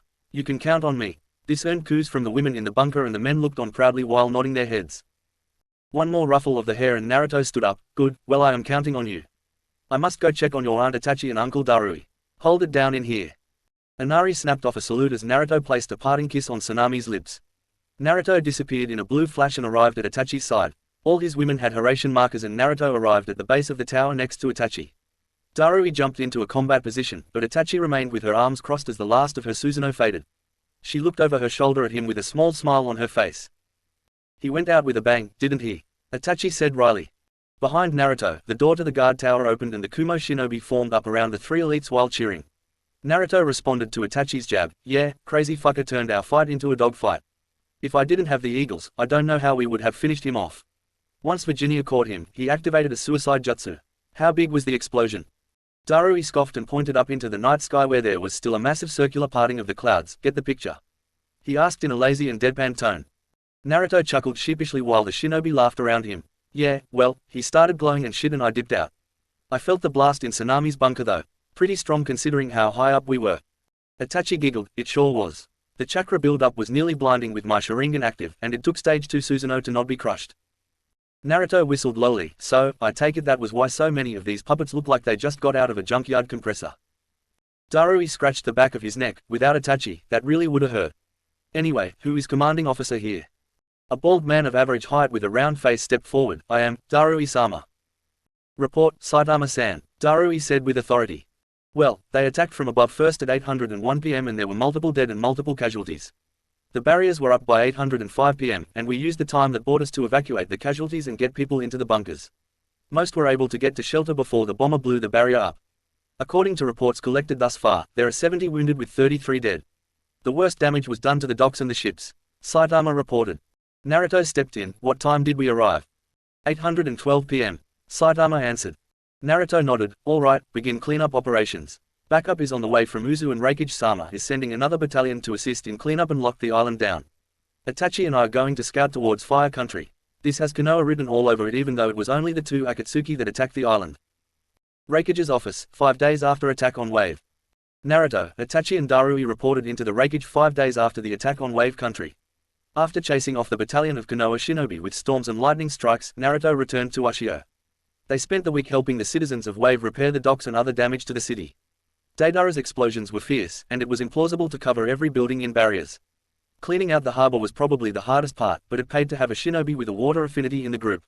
Plus, the Uzu reinforcements arrived and helped out. The Sand Sibs got some time off the island, and they got a chance to hang out with Naruto in Wave. It was nice catching up with them and some of the squads from Uzushio. They were going to remain for a month-long rotation in Wave. Hanabi, Sazumi and some of the other Konoha evacuees enjoyed some time off Uzushio as they mingled with the lively people of Wave. They were allowed off the island in much the same way that the Divine Bolts were. Uzu's whirlpools appeared to be the island's masked ANBU. In reality, they were anyone that needed to keep their public identity hidden until Konoha was dealt with. They wore dark red masks with black whirlpool markings on the cheeks. Their uniforms were the Uzumaki red vests with black long-sleeve shirts and black ANBU-style pants. They each carried katanas or wakizashis on their hips and every single one had a fuinjutsu pouch. It was only moments before appearing in Ai's office that he bid farewell to the teams. That being said, he still had 20 clones in Wave to help out where they could, so in a way, he was still there. Man, it became difficult to keep track of Naruto after the Haracian truly came into play. Despite that, 3 of the strongest shinobi in Kumo were reporting into AI. After their report, they all waited for AI to process it and reply. While Naruto walked over to his blood clone to sync up, Ai's mind was racing with the implications of the discussed information. It was a lot to take in, and AI didn't desire to see his peaceful life uprooted by war. He wanted to continue the prosperity. He wanted to continue spending his time with Mei and training Naruto. After watching his successor sync with his clone, he finally spoke in a solemn and serious tone. While you three were in wave, Iwa suffered a serious attack. He held up his hand to stop any questions from Naruto, the only one passionate enough to interrupt him. Iwa was attacked directly by the Akatsuki on the same night, at roughly the same time that you dealt with them in wave. Iwagakure had it far worse though. They were assaulted by 4 members of the Akatsuki and over 100 feet acolytes. During the attack, Onoki was injured and Kitsuchi was killed. Naruto's face was blank, but AI could see the repressed anger. Did they identify the attackers? AI nodded stoically with his hands crossed under his chin. Hidden, Kakazu, Kisame and reports of the plant creature. We got new news on the plant creature as well. Evidently, it can create clones that imitate chakra signatures, and it can implant spores that absorb chakra from shinobi.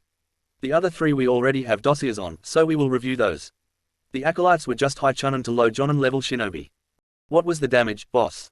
Darui asked. Ai's stoic face turned into a frown. They have over 200 dead shinobi with far more wounded. They lost nearly 200 civilians before they were able to evacuate. Han, the Five-Tails Jinchuriki, was also captured. Kitsuchi died protecting him. Naruto let out a long and deep breath before he looked up with hardened eyes. Are we finally going to move on Konoha then? AI shook his head in the negative. No, not yet. Plus, I haven't told you the worst part yet. Naruto fell silent and Darui shifted nervously. There were 4 Jinchuriki present during the attack. They couldn't be identified, but it confirms that the Akatsuki is using the Jinchuriki to fight.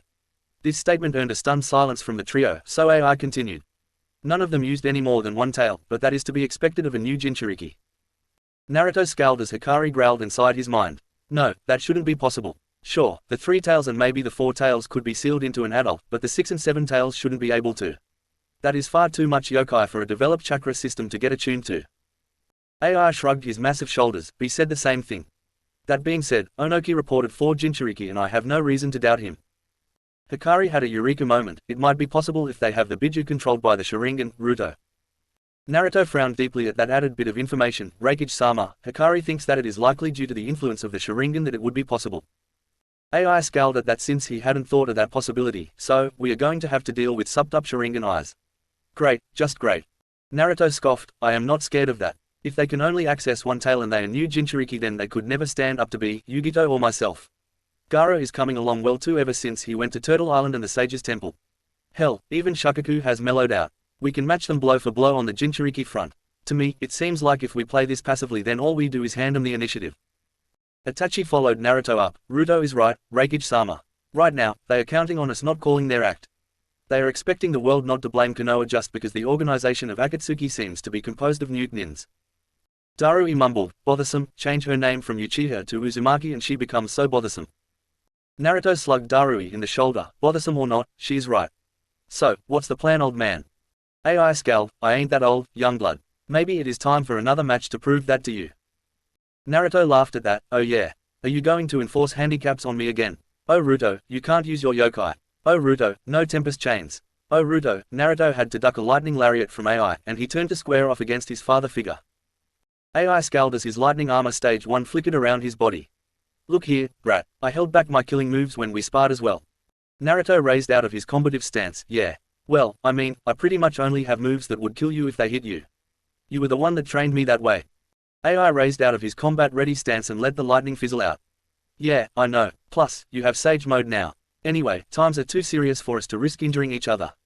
Onoki is going to call for a 4-cage summit. Of course, Ao and I will go in order to put pressure on Fugaku to show up.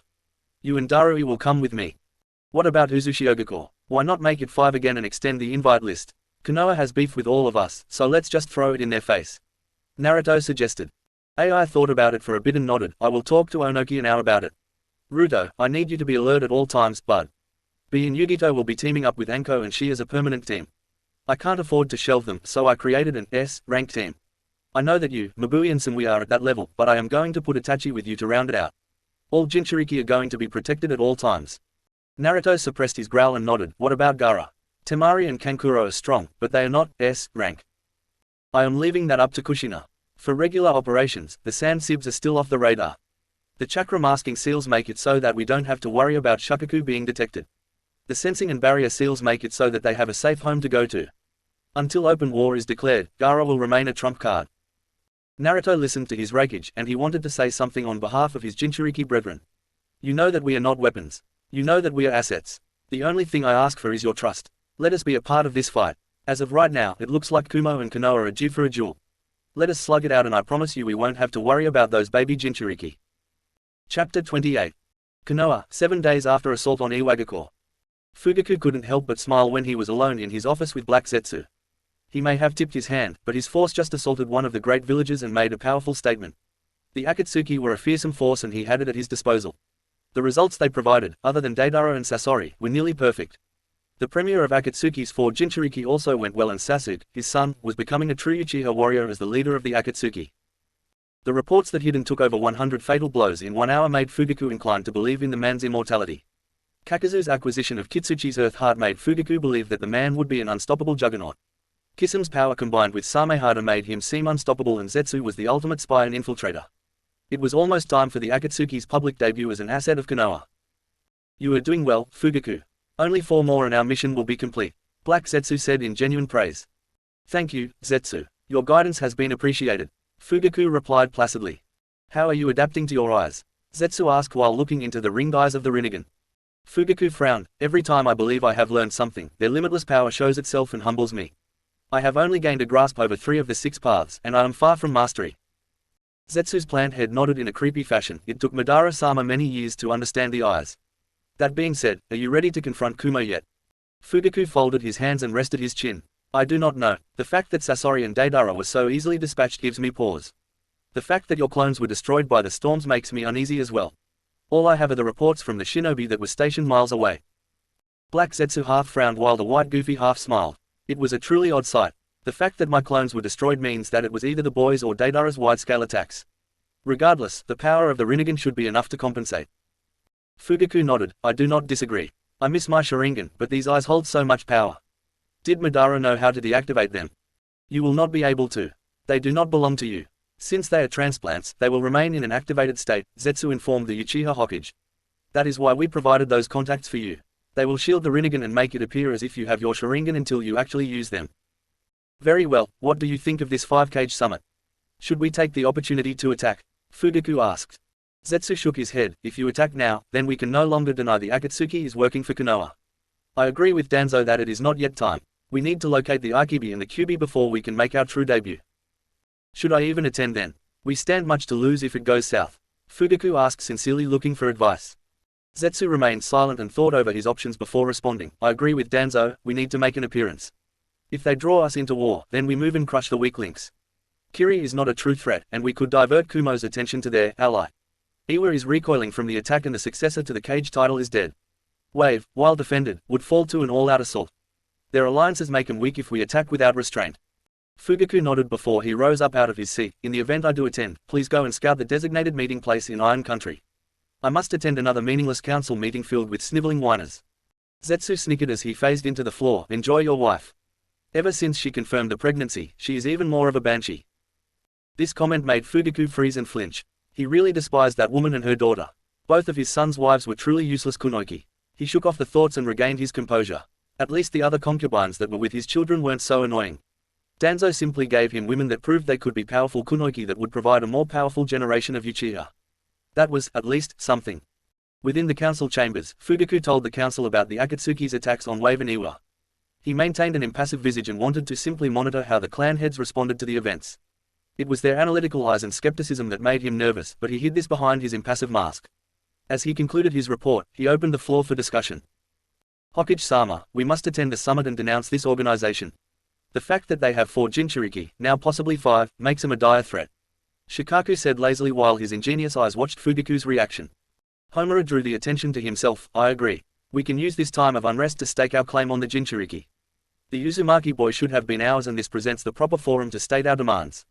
If they want our assistance versus this Akatsuki, then we can demand him as the price of our cooperation.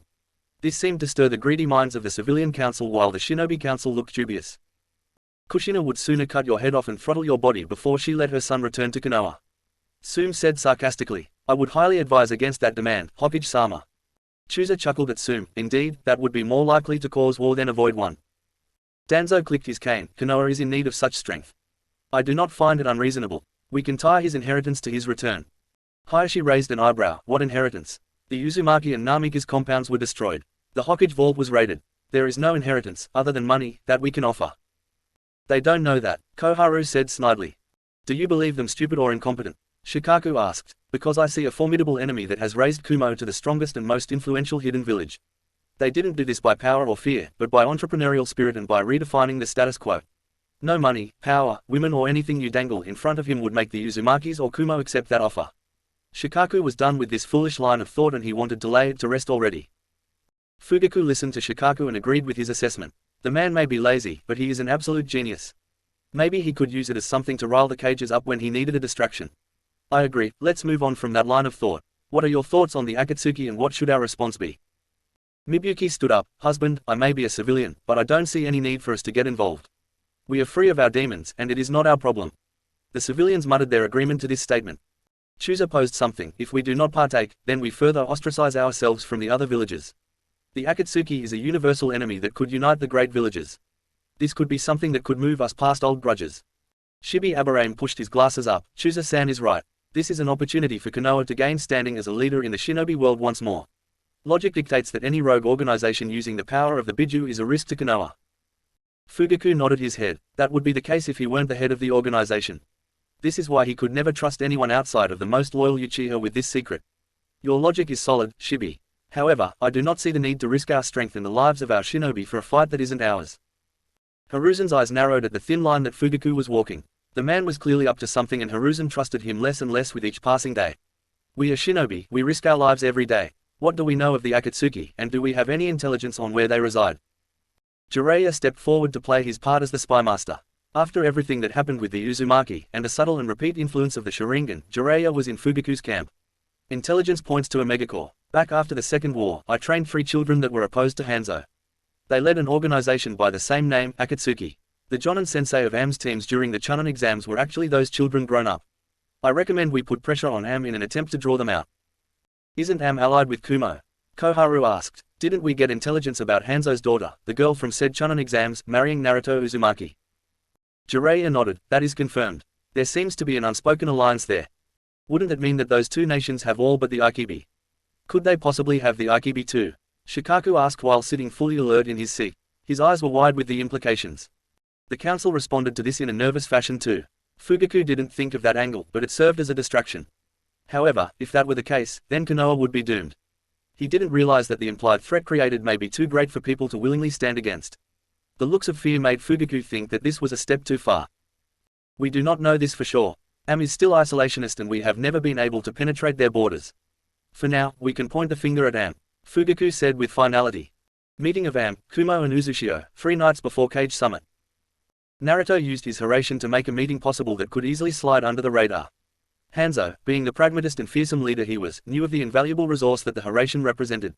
It wasn't even its combat prowess that made it so fearsome. It was the potential to be anywhere in the world in a flash. That was a paradigm shifter that could rock the elemental nations. It was this paradigm shift that allowed AI, Kushina, Naruto, Hanzo, Yahiko, Konan and Nagato to have a meeting. Things were coming to a head and Hanzo knew it was about time for a megacore to come out of its isolationist policies. Thus, Hanzo hosted the conversation within his classy study, and he began the serious conversation after the pleasantries were over. So, you are going to this summit in Iron Country. What is your true goal for this meeting? Sure, Onoki knows that Konoha is pulling the strings by now. Hanzo said in his usual gruff voice. AI took a sip of his drink before responding. What I am about to tell you cannot be shared needlessly. We had a messenger from Makai, the land of demons. The Sage of 6 Paths originally took the leader of the 9 greatest clans of Makai and divided the Juubi's chakra between the demons. We only call them demons because they are a longer-lived race from a different world. Of course, they have much denser chakra than we do, which caused humans to fear them and resulted in their capture. Naruto took over here. Since the Biju was sealed, ever since Madara took control of the Kyuubi for the first time, the link to Makai was severed. Before, it was as easy for them to travel to this world as the animals of the summoning realm. However, something severed that connection. When my father made the contract with Hikari, she was able to send him to that realm at the cost of his life. He created a portal and we had a visitor come through. Since then, we have worked to create a more stable portal to reconnect with the great clans. Hanzo took in the information stoically, but it was the passionate Yahiko that responded first. Wow, that is a lot to take in. So, is there a reason you are telling this to us? Naruto nodded. The kitsune that came through arrived in Konoha. He sensed something was wrong when he found the destroyed compounds and he did some snooping. He brought us proof that Akatsuki was being maneuvered from the darkness of Konoha. Fugaku and Danzo seemed to be leading the organization from the shadows. Kushina, AI and Naruto let the others process this information in silence. They exchanged looks with one another that said everything that need be said with a single glance. Finally, Hanzo spoke. Why tell us this now? Kushina took this question, because now it is coming to a head, and I think Am will be involved. Why would Am be involved, Kushina-sama? Nagato asked respectfully. Because I don't think it was a mistake that they took your former organization's name. I think they will take this opportunity to misdirect, and I wanted to know what you thought of it, Hanzo Dono. Kushina answered. Hanzo mulled this over. What is Onoki wishing to do? Have you informed him of this information? AI fielded this one, not this exactly. We have told him about intelligence reports that point to Konoha. I think he believes us, and this attack should convince him of it. The fact that Wave was attacked simultaneously should make that much obvious. And what of Kiri? Conan asked. AI blushed at this one. Well, my marriage to Mei makes that a pretty concrete alliance. Ao is on our side, and we are working together to cement the alliance. Hanzo wrinkled his brow. Why would they make enemies of the whole shinobi world? What gives them such confidence? Surely it isn't only a couple Jinchuriki. Kushina frowned and scoffed at this. The pride of the Uchiha cannot be underestimated. Their eyes are strong, but they fill them with a sense of pride and arrogance. Plus, they believe that we do not know this information and they don't know that we are close enough to trust each other with it. Hanzo nodded. Very well, if they attempt to point the finger in our direction, then I would ask you to vouch for us. I believe the desired outcome is to isolate Konoha and pin the blame on them. They have gone too far, and it is time to put them in their place. AI nodded with a smirk. I was thinking the same thing. That being said, Kushina, why don't you ask Hanzo what you wanted to ask him? Kushina smiled towards Nagato. You are a trusted member of a megacorps and you are an Uzumaki. I wanted to invite you to be my guard so that Am is not truly left out of these deliberations. Hanzo gave an appreciative look to Kushina and turned to Nagato. I would like you to go. I trust you with this task and I will expect a full report. Nagato stood and bowed deeply at the waist. It will be done. Iwagakure, Cage Tower, 2 days before Cage Summit. Naruto flew into Iwagakure on the back of Virginia and made no aggressive moves as he dismounted the bird and was surrounded by golem guards. He waited patiently with his mask on and hands up until he was escorted to the Cage Tower. He remained surrounded by 8 golem guards as he walked to the front of Onoki's desk. The old man's head was still covered in bandages and Naruto saw his right shoulder was bandaged as well. Naruto stood in place and bowed. Greetings, Tsuchikage Dono. I apologize for my unannounced arrival. I offer my sincere condolences for the loss of your son and all of the casualties from that cowardly attack. I come with a message from the Refuge for you. I ask for privacy, and I am willing to have my chakra sealed to get a private audience with you. Onoki looked at the boy analytically and waved his hands. The golem guards disappeared, which left Kuretsuchi and Akatsuki, the children of Kitsuchi, in the room. I believe you know my grandson and granddaughter. I will give you this audience, but I request they stay here. Naruto nodded and he waited for Onoki to activate the silencing seals. Do you wish for me to share the memories with all 3 of you or just yourself, Onoki Dono? Onoki cocked his head to the side. You can share memories. Naruto undid his transformation, which got a funny reaction from Kuretsuchi and Akatsuki shifted nervously. I am not a Kitsune Hanyu for no reason. Now, all 3 of you. Onoki nodded and Naruto shared the memories of Kitsubi snooping in Konoha, of his meeting with Kitsubi and the battle in Wave Country. The 3 saw the couple hours worth of memories in 15 minutes and Onoki frowned deeply. Kuretsuchi was on the verge of an outburst and Akatsuki remained shuffling agitatedly. Finally, Onoki spoke to Naruto. My boy, that was a lot to take in. That being said, I wouldn't be doing my due diligence if I just accepted those as memories and not illusions. What assurances can Kumo provide that you are being genuine? Naruto frowned slightly at that. Onoki Dono, I do not know how much further I can go. I came here in good faith to let you know what you were walking into. Konoha has been up to no good for the past 3 years and everything is coming to a head. That being said, I will ask this. Past the agreement I made with your deceased son, what assurances do you want from me? Onoki's eyes sparkled, and he couldn't wait to see the reaction of the youngsters. This was out of left field, but as soon as the idea implanted itself in his old brain, he couldn't dislodge it. The way I see it, you are bound by marriage and family to each of Kumo's allies. Is this true? Naruto nodded hesitantly, really not liking where this was going. Then, I wish for a marriage contract between my granddaughter, Kuretsuchi-chan, and yourself. While Naruto looked at him blankly, Kuretsuchi freaked the hell out. What in the actual fuck, Gramps? Have you finally gone senile? What in the? Akatsuki put his massive hands on Kuretsuchi's shoulders. Relax, little sister. This is a good idea. Kuretsuchi looked at him incredulously, but Onoki cut her off. Kuro-chan, please be silent. Iwagakure has been weakened and an alliance of marriage between Iwa and Kumo would benefit us greatly. Naruto sighed and rubbed his face. Are you aware that there are other respectable males in Kumo? I recently married 7 women at once. That isn't even considering her own feelings on the matter. Kuretsuchi put her hands on her hips and took a sassy stance. What, am I not good enough for you?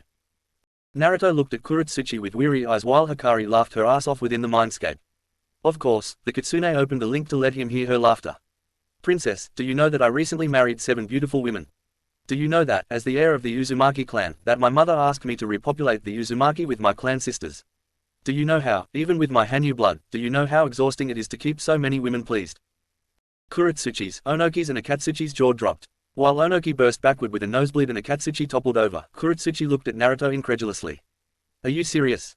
Naruto nodded wearily. It is a great honor and responsibility. I love each of my wives with all my heart and I work hard every day to let them know that. I informed you of this to let you in on my perspective. I think you are a beautiful girl and I know that you are strong. However, it wouldn't be fair to you to throw you into the mix now. How do you feel about that? Kuretsuchi blushed and shuffled nervously. I guess it makes me curious. At Naruto's dumbfounded look, she explained, I would like to know how you keep so many women happy and loyal. Naruto nodded and filled the room with shadow clones. I create clones every day to stay present in their lives and keep them happy. Let me tell you, it is a lot of work. Every day I get the memories of at least 100 days. That would honestly be a light day for me. As I said, I love my girls, but I would be lying if I said it were easy. Not to mention, my second child is due next week. Kuretsuchi blushed and remained contemplative as she fidgeted nervously until Onoki and Akatsuchi recovered consciousness. Onoki shook out the cobwebs and looked at the room full of Naruto's. Uzumaki-san, why is the room full of your clones? Naruto sighed. She asked me how I kept all of my girls happy. This made Onoki and Akatsuchi blow back with bigger nosebleeds than before. Rather than wait respectfully, Kuretsuchi slapped them awake while berating them for being perverts. It took a couple minutes and Naruto got to watch the ancient Tsuchikage get beaten by his granddaughter. After a couple minutes, the room settled back down and Naruto dispelled his clones. Onoki regained his composure, despite the fresh lumps on his head. We will table that offer for now. Iwa needs these two for stability anyways. So, why did you share this information with us, Uzumaki-san? Onoki said back in cage mode. To help you avoid any misdirection from Konoha's part. I also want you to be aware that this could very well be a trap. Konoha aggressive attack on Iwa and Wave tells us that they are nearly ready to move. It might be time for the struggle to come out of the shadows, which would make for a dire situation. Naruto said seriously. Onoki frowned and analyzed Naruto for a little bit. You know we took a hit, I will not deny that. What would you ask of Iwa? Naruto nodded at the obvious admission. Honestly, we just need you to hedge Konoha in. Our fighting force is more than capable of matching them. Even with them having 4, possibly 5, Jinchuriki. Onoki asked dubiously. Our reports said they only used 1 tail, was that accurate? Naruto asked and Onoki nodded sternly. Then yes, we will be just fine. We have several shinobi that are capable of handling such foes. Plus, chakra seals can easily sever the links to their Biju's chakra. Furthermore, this is just speculation, but we believe that each of the Jinchuriki are Uchiha. We believe this because it is the only likely explanation for how they were able to force submission of the Biju. Why do you think the Biju are being forced? Akatsuchi asked in a nasally voice.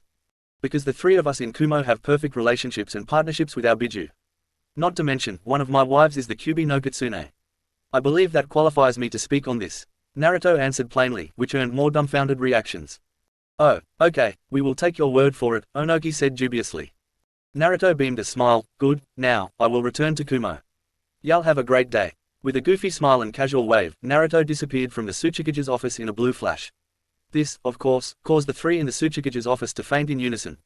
That was the final straw that overloaded their already strained brains. 5-Cage Summit. Naruto, Darui, Ai, Kushina, Nagato and Mikoto stood in the Raikage's office as they were preparing to depart for the 5-Cage Summit.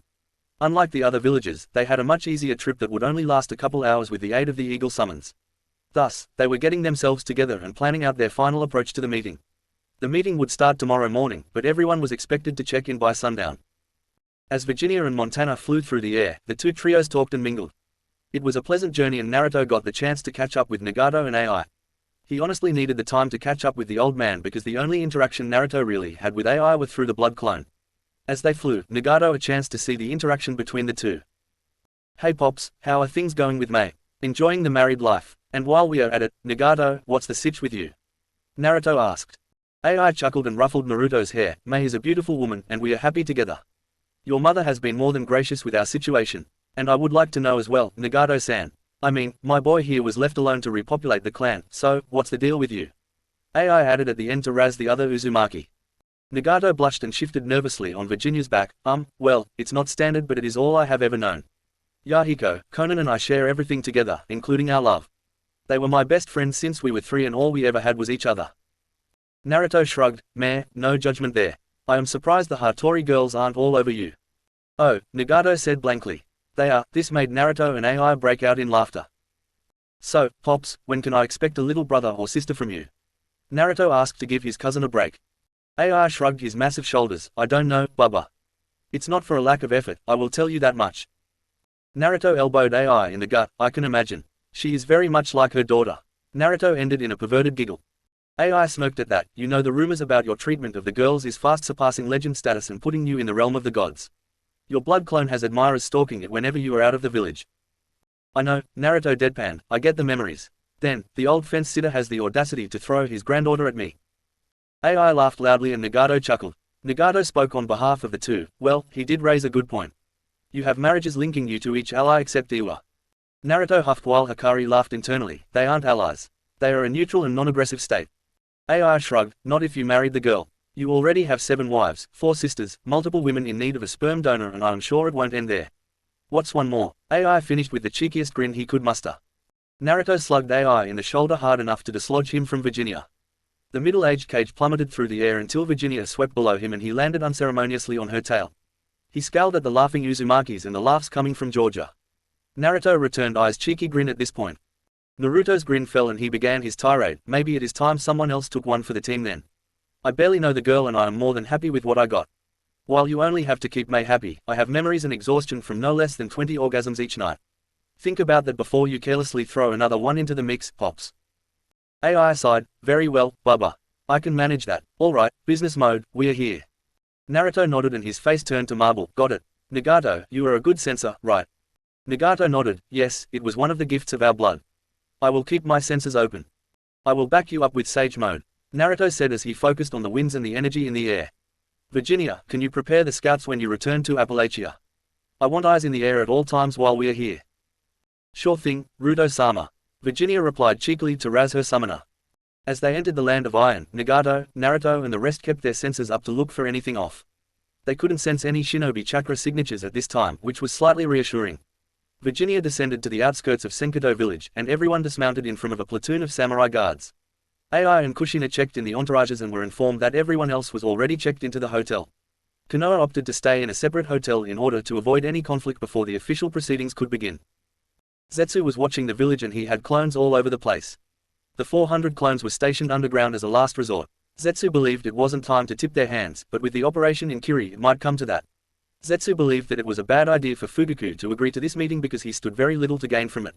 That being said, if shit did hit the fan, then it would be an amazing show. As Zetsu was watching over the village, his clones were spreading to relevant locations. He wasn't surprised that the Kumo shinobi applied a protective barrier over the hotel, but he could still spread his spores on the samurai.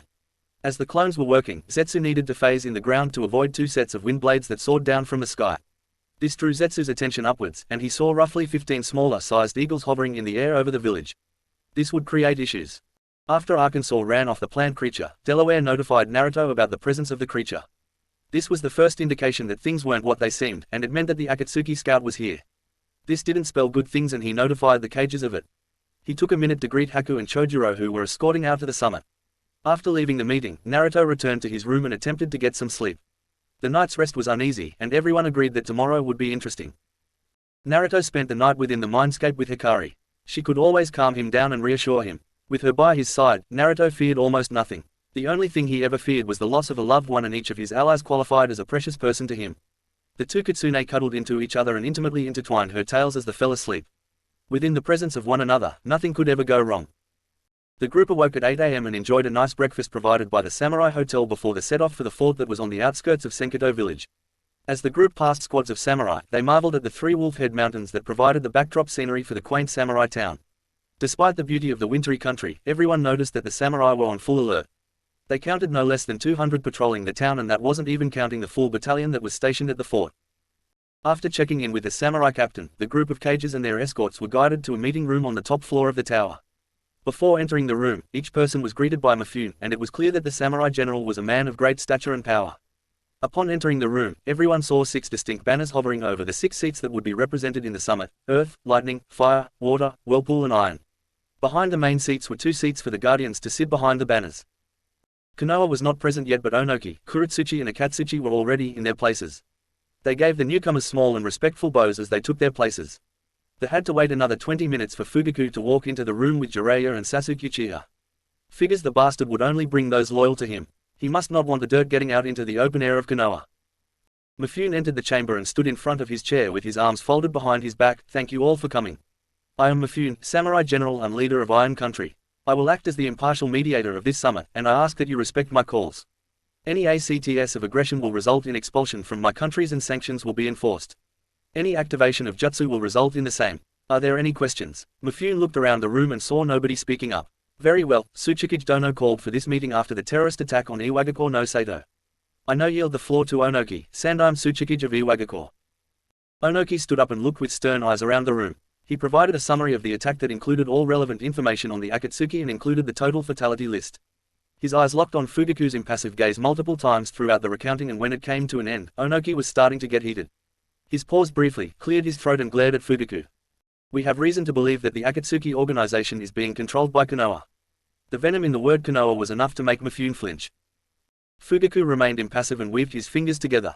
He casually placed his chin on his hands and looked back at Onoki impassively. Your proof? He challenged simply. Onoki scowled deeply and Akatsuchi was forcibly restraining Kuretsuchi. Kumo, Kiri and Uzushi have issued sworn statements under a blood contract that they did not perform the attack. Additionally, Fire Country borders wave and they were attacked on the same night as Iwa by 2 members of the Akatsuki. It was too early to give up the jig, but Onoki was rapidly losing his cool. Fugaku waved an airy hand in front of him. Conjecture. In fact, I believe that I have some relevant information. The origins of the Akatsuki organization stem from Rain Country. In fact, my guard, Jiraiya of the Sannin, trained the leaders of said organization. I believe that is far more reliable intelligence. Kushina coughed and interrupted. I think not. Nagato-kun, will you step forward and enlighten the summit, please? After Nagato got permission from Mifune, he stepped forward and bowed to the cage. Indeed, me and my 2 friends were trained by Jiraiya. We formed a resistance against Hattori Hanzo to end the violence in Am. Years later, we came to an agreement with Hanzo and the Akatsuki was no more. It should be noted that Shimura Danzo attempted to involve himself in Rain, and that was the reason for our allegiance to Hanzo-sama.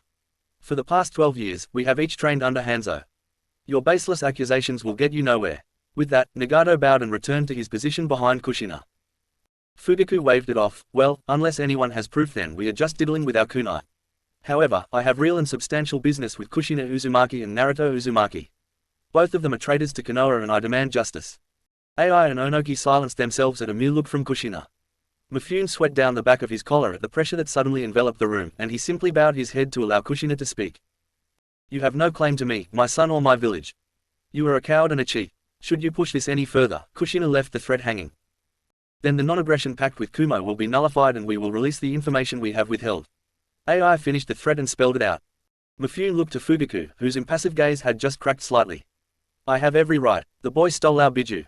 He is the Jinchuriki of the Kyubi no Kitsune who belongs to Konoha under the armistice treatise of Lord Hashirama Senju that all 5 villages signed onto. Furthermore, Kushina Uzumaki was a Konoha shinobi that faked her own death and is guilty of multiple counts of treason. Kushina just smiled glibly at Fugaku. Are you an idiot? She just let that hang there while Fugaku scowled. Mifune coughed. Do you have evidence to the contrary, Uzumaki Dono? Kushina turned and offered Mifune a bright smile. I was transferred as an active Uzushio shinobi to Konoha to become the 2nd Kyubi Jinchuriki. Part of that agreement was dual enrollment and citizenship between Konoha and Uzushio. In addition, you violated the terms of the agreement when you attempted to assassinate me on multiple occasions. You further violated any said agreement when you allowed your villagers to kill my son. As he never swore allegiance to Konoha and seeing as how he died within your custody, you can shove your petition up your ass. Watch your mouth, you filthy Uzumaki slut. Sasuke growled and Jiraiya stepped away from the idiotic Uchiha with a death wish. Hey, father fucker, no talking without permission. Unlike your pathetic and traitorous village, nobody outside of Konoha gives a flying fuck about your family name. Naruto chirped while leaning back in his seat. Guys like Sasuke were so easy to read and rile up. Sasuke growled but held himself back at the stop signal from his father. Fugaku responded to Kushina's revelations. Regardless, it is clear that the boy lives and he is property of Konoha. Ai growled and tapped his hand on the desk hard enough to shake it violently. No, he is not. In fact, it is Konoha that owes the Uzumaki Namikaze clans. We submitted the paperwork with proof of heritage and claim of inheritance. Needless to say, our investigators discovered that you stole the boy's rightful inheritance and both the Uzumaki and Namikaze compounds were destroyed while under your protection. You have no claim to the boy and nothing to offer him. Furthermore, any claim to the counter is considered an act of aggression. Fugaku scowled but pivoted instead, then I counter with Kushina's crimes. Her crimes of treason are incontrovertible. After leaving Konoha, she immediately allied with Kumo and violated her oath. Mifune coughed into his hand. Uzumaki Dono, Hokage Dono has a just claim here. Do you have any proof that the contract was violated? Furthermore, you claimed your son died, but we are all aware of his life and accomplishments. Kushina bowed lightly to Mifune. As for my supposed treason, this man tried on multiple attempts to kill me through direct and indirect means. He works with Shimura Danzo, the leader of Root, the shinobi with the blank ANBU mask with NE on them. I killed no less than 100 of these shinobi over the years as they attempted to kill me to isolate my son. You may be asking yourself why he would allow such a thing. The answer is simple: I denied him the right to my son. After I did so, he repeatedly allowed or organized beatings of my son. Between my son's 4th and 5th birthdays he was beaten multiple times and required treatment from the hospital on 54 separate locations. I will submit the documentation of events that was verified by multiple sources, and I will submit the original medical documents for review. No village that allows such a thing deserves my loyalty or allegiance. In fact, Fugaku should be grateful that I didn't burn the village to the ground before I left or during the invasion. The room listened in rapt attention to Kushina. The Uchiha's scowled, Jiraiya ducked his chin to his chest in shame, and the rest of the room looked with animosity towards Fugaku. Mifune looked around the room and took the measure of it. He believed that Konoha was in the wrong, but there had been no hard evidence submitted yet. Before he could request evidence, Fugaku asked the next question. You claim I killed your son. How is he alive? Do you deny that the boy is the Kyuubi Jinchuriki? Kushina's eyes narrowed, and she unleashed some ki since she was no longer able to restrain it. The Uzumaki clan has artifacts and powers that need not be shared in detail with the likes of you. One such artifact grants the Uzumaki the right to deal with the Shinigami. I resurrected my son and took him away from your accursed rule in exchange from the Kyuubi. He is no longer the Kyuubi Jinchuriki, and you have absolutely zero proof to the contrary. AI backed Kushina up, and he wasn't technically lying. Hikari simply lives within Naruto for the time being. His power is his own, and he rarely, if ever, pulls on Hikari's power. Kushina speaks the truth. The boy has been my apprentice for nearly 10 years. He has never used powers that are associated with Jinchuriki.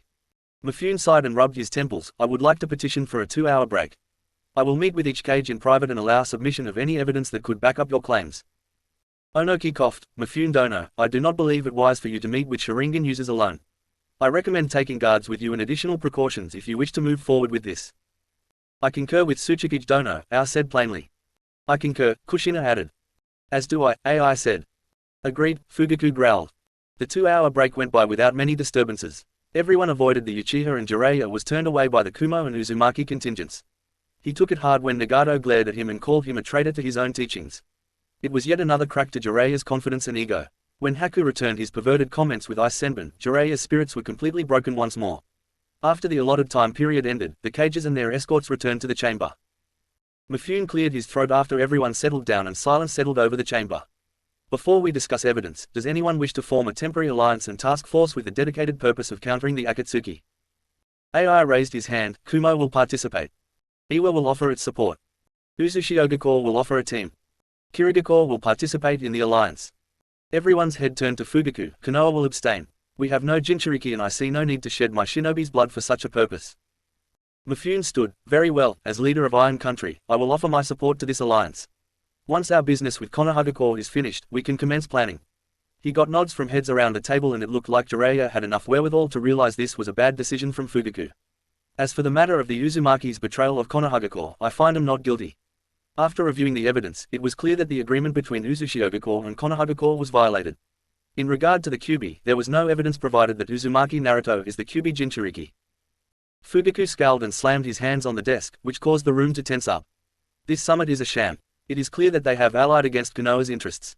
Mifune scowled at Fugaku. In regard to the Akatsuki, Iron Country recognizes the evidence submitted by the Refuge and Uzukage that L finds Konohagakure guilty of colluding with the Akatsuki. For your actions taken. Before Mifune could continue, all hell broke loose. Naruto nearly froze as Fugaku's eyes activated and he got a clear glimpse of the Rinnegan. As Fugaku raised his hands and gathered chakra, Naruto summoned a wall of chains in front of AI and his mother. Before the barrier could be completely effective, an immense gravitational force slammed into the chains and dispersed them before they could truly take form. When Kushina saw Fugaku stand, she had a similar reaction to her son. His golden chakra chains flared to life and attempted to create a barrier. His years of experience made her barrier more effective, but they couldn't absorb the entire that followed Fugaku's whisper of Shinra Tensei. This translates to universal push. The gravitational force rattled her rapidly assembled chain barrier and shattered it after 3 seconds of heavy impact. Kushina was sent tumbling through the shattered walls of the council room. AI immediately activated his lightning armor to counter the impact, and he saw the barrier of chakra chains spring up in front of him. Despite that, he was sent flying through the chamber's walls and a couple walls after that. Due to his lightning armor, the damage received was minimal, and he was the first to charge back into the chamber to engage the Hokage. The other cages were stunned by the display. Onoki was on the edge of the path, and Akatsuchi's earth barrier followed by Kuretsuchi's lava barrier were enough to withstand the impact. The fighting ensued so quickly that the 10 seconds the Iwa contingent remained behind the barrier may as well have been a lifetime.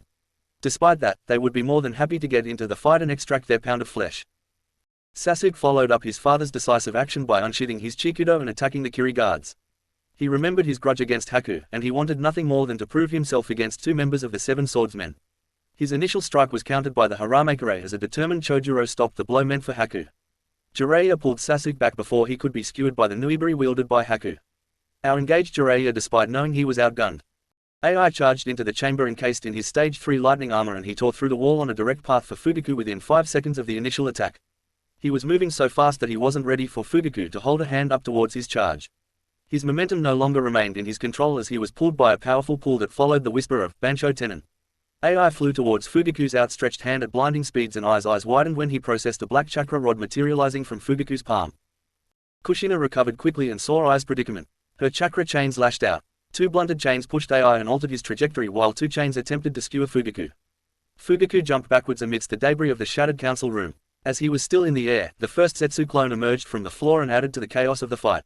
Fugaku knew that he needed to order the retreat, and he issued the orders amidst the chaos to Jiraiya and Sasuke.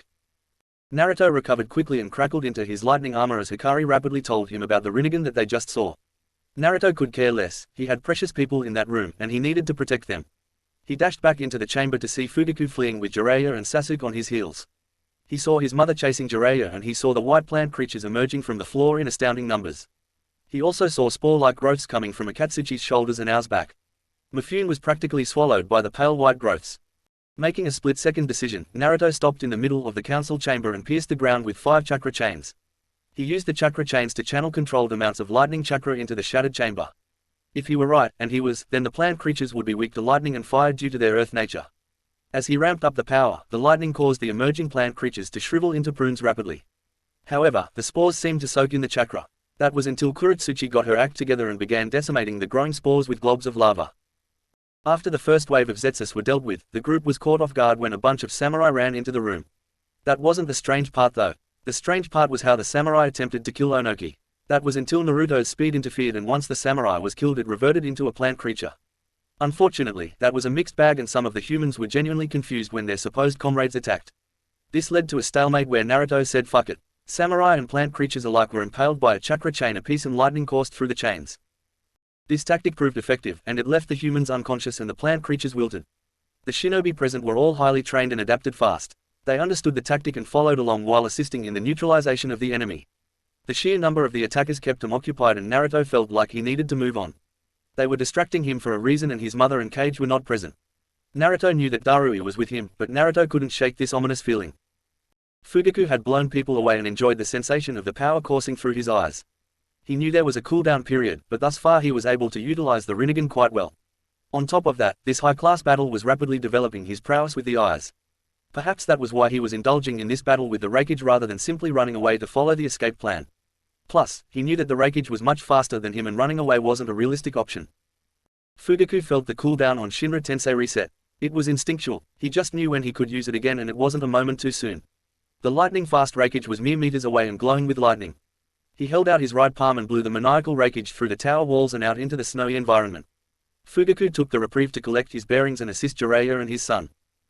Jiraiya was hard-pressed by the Red Death. Kushina was truly a formidable foe, and the dual blades kept him pressed and on the defensive. He had summoned Gamahiro, and before the chakra smoke even cleared, he was dispelled by numerous chakra chains piercing his chest. Jiraiya was using rasengan like they were kunai to block the blows he couldn't dodge from the endless tide of sword strikes. If it wasn't swords, it was chakra chains, and it had Jiraiya truly pressed and fixed on the defensive. Jiraiya was forced to harden his hair and use his wild lion's mane technique. Kushina's right katana got stuck in the mane of hair, and Jiraiya took the opportunity to use needle hell, which hardened the Sannin's hair and shot it out like porcupine needles. This caused Kushina to free her right sword and form a barrier with her chakra chains to block the hardened hair senbon. Once the senbon shower ended and Jiraiya retracted his hair, he was forced to dodge a pressurized stream of hardened water that ripped through the walls of the tower like they were soggy toilet paper. Jiraiya gulped as he processed his next move. Kushina was going in for the kill and she was truly enraged. He hadn't seen her this upset since he got caught peeking on her and Minato. The memories of the beating alone sent shivers down Jiraiya's spine as he decided on his next attack.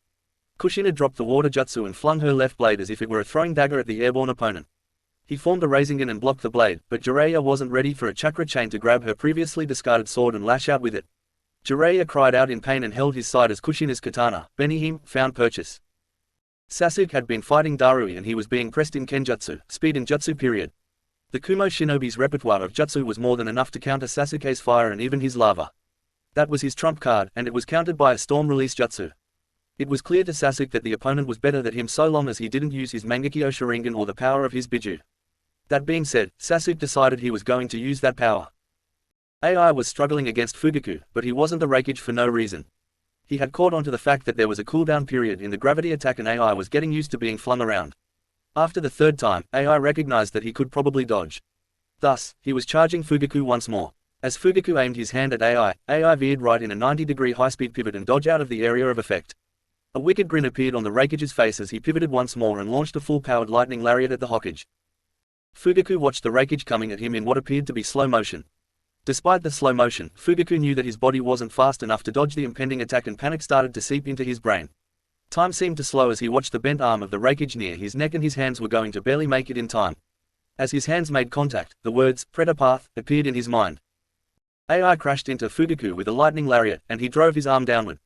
He felt the momentum of the attack take effect, but something was wrong. As AI drove Fugaku into the ground, an explosion of lightning chakra and chunks of earth went out from the crater. However, AI knew the attack didn't connect and he felt Fugaku latch onto his arm. AI felt the rapid draining of his chakra and his lightning armor flickered out of existence in mere moments. Naruto ran out of the meeting room and created 100 clones to begin dealing with the plant creatures on a wider scale. He was enraged and his Hanyu blood was pumping. He felt his mother engaged in battle and he wanted to go assist her before getting to the Refuge. He was moving at full speed, and he saw Jiraiya dropping on top of his mother while holding an Odama Rasengan. The Rasengan was grinding away at the chakra chains and Naruto moved instinctively.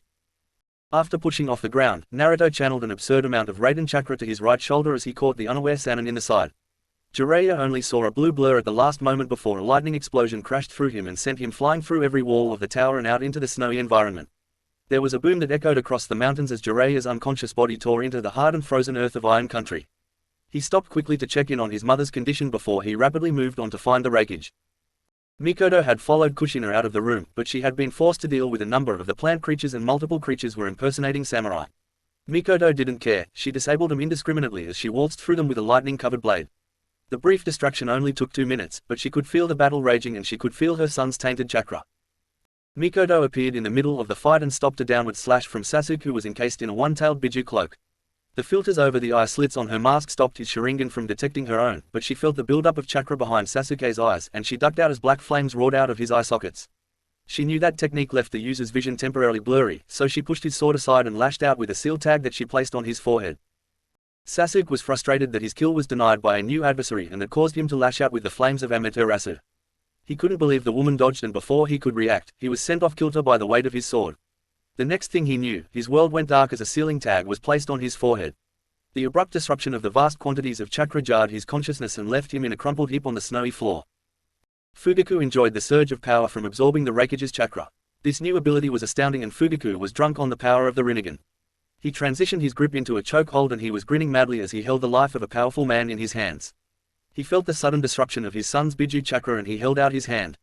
He whispered, "Bansho Tenin," and pulled his son's unconscious body towards him.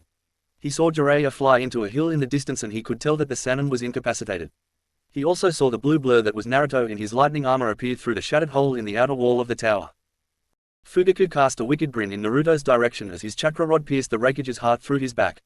The Refuge was incapacitated in a state of chakra shock from his chakra being absorbed and Fugaku's right hand was still draining his chakra. Thus, when the left hand of Fugaku pierced Ai's back, there was nothing he could do about it. Fugaku dropped the dying Refuge and caught his son's body. The following explosion of chakra shocked him, but it was time for him to go. Naruto followed the destructive trail Jiraiya's body created through the tower walls and paused on the precipice to take in his environment. His eyes rapidly absorbed the battle between Sasuke, Darui and Mikoto that he just bypassed. It looked as though Mikoto just finished the fight with a well-placed suppression tag. As he looked out onto the courtyard in front of the tower, and he froze when he processed what he saw. Fugaku was hovering over AI and holding him around the neck with his left hand. Naruto instantly wondered what happened to the lightning armor that always coated and protected his father figure. He couldn't wonder long because he saw Fugaku stabbing through Ai's body from behind with a black rod. Naruto's heightened synapses processed it all in slow motion and his body moved instinctively. He could close the 100-meter distance in mere seconds. He could get there. When the chakra rod pierced Ai's back, Naruto's body went into a state of shock and denial. He stumbled mid-stride and froze as he watched the scene with widened eyes. His mind, enhanced by the Raiden chakra, raced 100 miles a minute and he went through the stages of grief in mere seconds. Denial, there was no way the man that raised and trained him could lose to a guy like Fugaku. Anger, his body released all limiters and flooded his form with more chakra than he had ever wielded at once before. The wild nature of his chakra and the vast quantities of it pulled naturally on the strings of the environment and bent it to his subconscious will. Bargaining, Naruto thought that if he got Ai to a hospital instantly he would be able to save him. His body restarted its movement mid-stumble and he flashed to Ai in a blur of blue that left a string of after images. He lashed out at Fugaku who had just caught his son out of the air and the attack should have been faster than the man could handle. Depression, Fugaku and Sasuke disappeared in a puff of chakra smoke and Naruto plowed through the smoke and his momentum crashed to the ground in a tremendous explosion of chakra. Within seconds, as if drawn by Naruto's depression, the sky darkened and a blizzard full of hail and sleet fell onto the barren, snow-covered ground. The acceptance stage came at the price of Naruto venting his rage and sadness simultaneously. He slid to his knees over the limp form of his father figure and shielded his body from the sleet and hail. Lightning flashed and thunder rumbled in the stormy skies as Naruto removed the chakra rod from Ai's chest. Naruto's tears poured out of his eyes and immediately evaporated amidst that insane chakra pressure of the cloak, a demonic yokai that was clinging to Naruto's body. In desperation, Naruto pumped his chakra into Ai's system. He begged Hikari to guide it and help it heal his papa. He begged and couldn't hear the tender soothing of Hikari's voice through the maelstrom that filled the mental link. He remained bent on his knees for an untold amount of time as his rampant emotions poured out into the environment.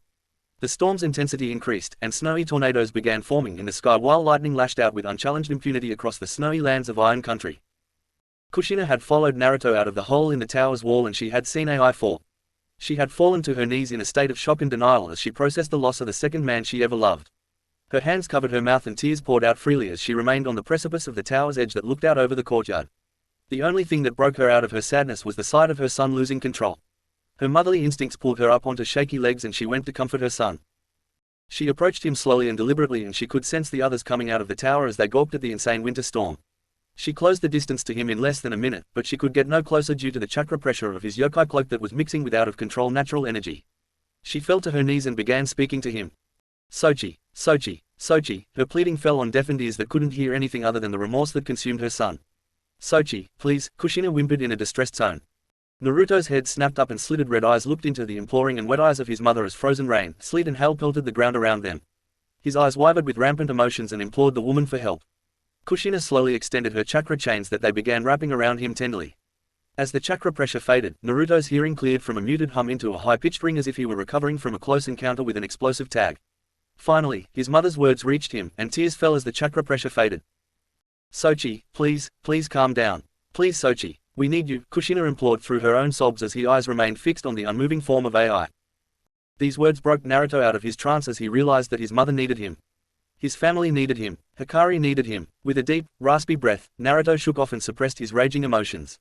Now wasn't the proper time for him to indulge in them. He saw everyone that survived the attack on the summit looking down at the dead body of Ai that had a single wound bleeding out of his chest where the chakra rod had penetrated.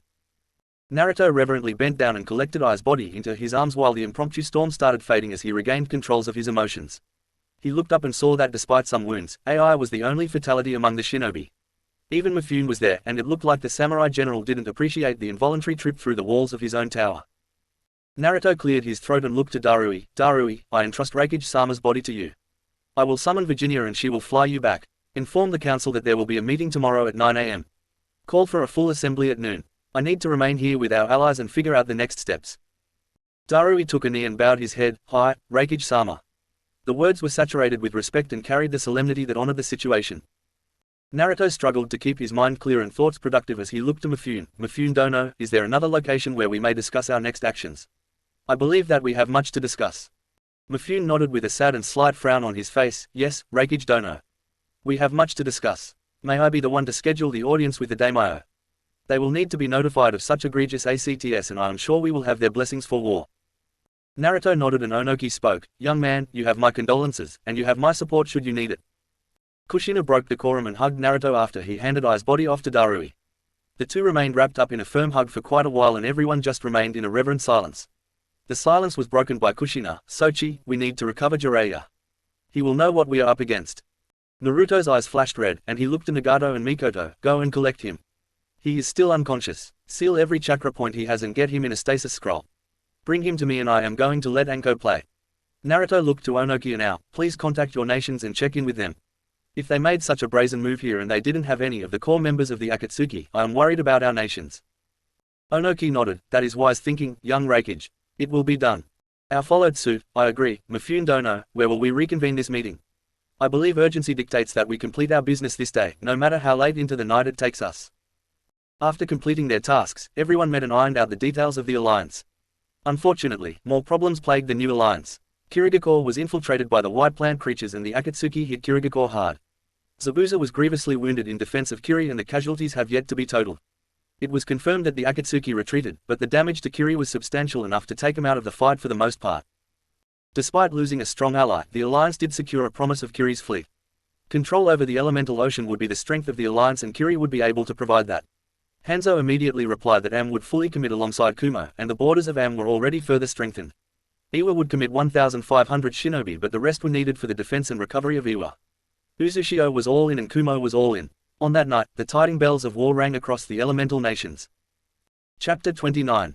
Kumo General Assembly, noon the following day. The return to Kumo was difficult for Naruto to swallow.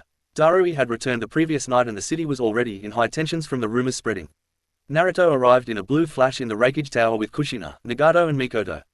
Naruto was immediately enveloped in a passionate hug by Bee and the busy Refuge Tower froze as Naruto appeared within the Refuge Tower.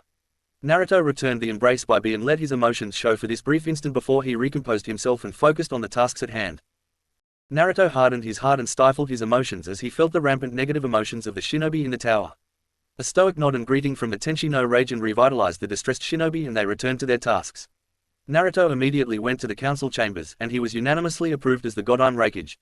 Kirinji was present and immediately approved the nomination. Mei was present and everyone's hearts wrenched in sorrow as she broke down in sobs throughout the meeting.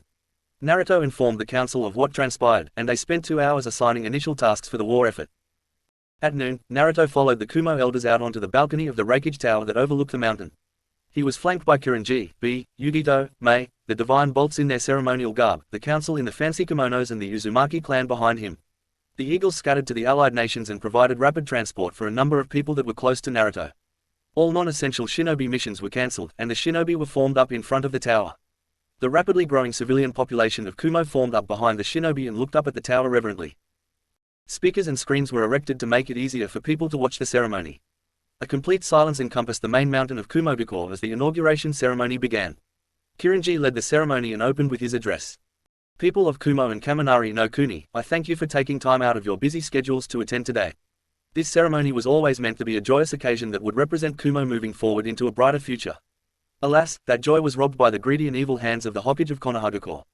It is with a heavy heart that I must inform you that AI, the lightning beast of Kumo, the Yondime Refuge of Kumogakure, was killed in battle yesterday during the Cage Summit. Kirinji paused here and let the information settle over the stunned crowd. People began weeping and shinobi began shifting in agitation at the confirmation that their honored Refuge was indeed dead. Kirinji raised a hand and silence, only penetrated by the stifled sobs of the audience, fell back over the mountain. Fugaku Uchiha, the Hokage of Konohagakure, launched an unprovoked attack on 4 cages and the samurai general of Iron Country. Simultaneously, his organization, the Akatsuki, launched an attack on our allies in Kirigakure. Yesterday was a dark day that will go down in history as the start of the 4th Great Shinobi War. Another pause for people to settle down and accept the information dump. Kirinji continued once more with the power and elegance that befit the title of Daimyo. In these turbulent times, a new leader must arise. This is a leader that you all know and respect. This is a leader that carries my full confidence and my full authority to wield the might of Kumogakure and the samurai forces of Kaminari no Kuni. This leader came to our lands when he was a young boy, and I am confident in saying that he has touched each and every one of your lives in some way. Amidst the darkness and chaotic turbulence, a ray of light descends from the skies. Some call him an angel and yet others call him a leader of the divine. Most of you know who I refer to already, so, without further ado, it is my pleasure to introduce you to your Godime Refuge, the Tenshi no Raijin, the leader of the Divine Bolts, the honorary son and apprentice of the Yondime Refuge. I give you Naruto Uzumaki Namikaze. Naruto stepped forward and donned the Refuge's robes and knelt down as Kirinji placed the Refuge hat on his head. Naruto's family and wives watched on in pride as Naruto assumed the mantle of the Refuge. Kushina shed tears of pride for her son. Mei shed tears of reverent joy for her son-in-law. Hikari watched on with her hand held over her heart as she could feel how much this moment meant to Naruto. She could also feel how sincerely he wished that it was AI placing the Refuge hat on his head.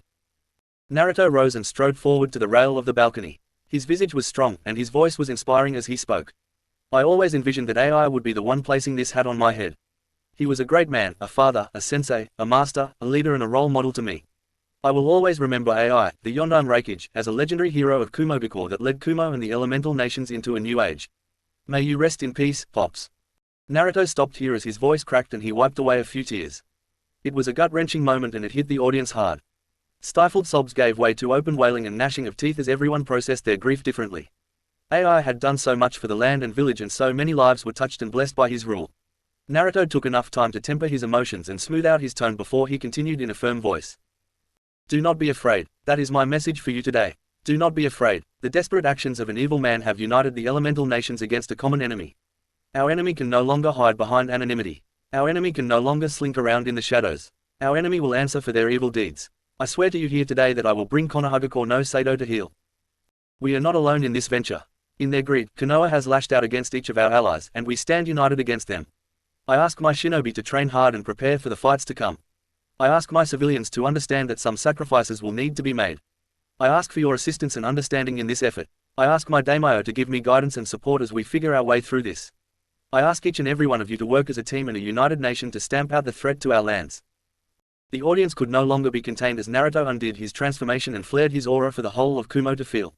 He did his best to inspire his people and stifle their worries.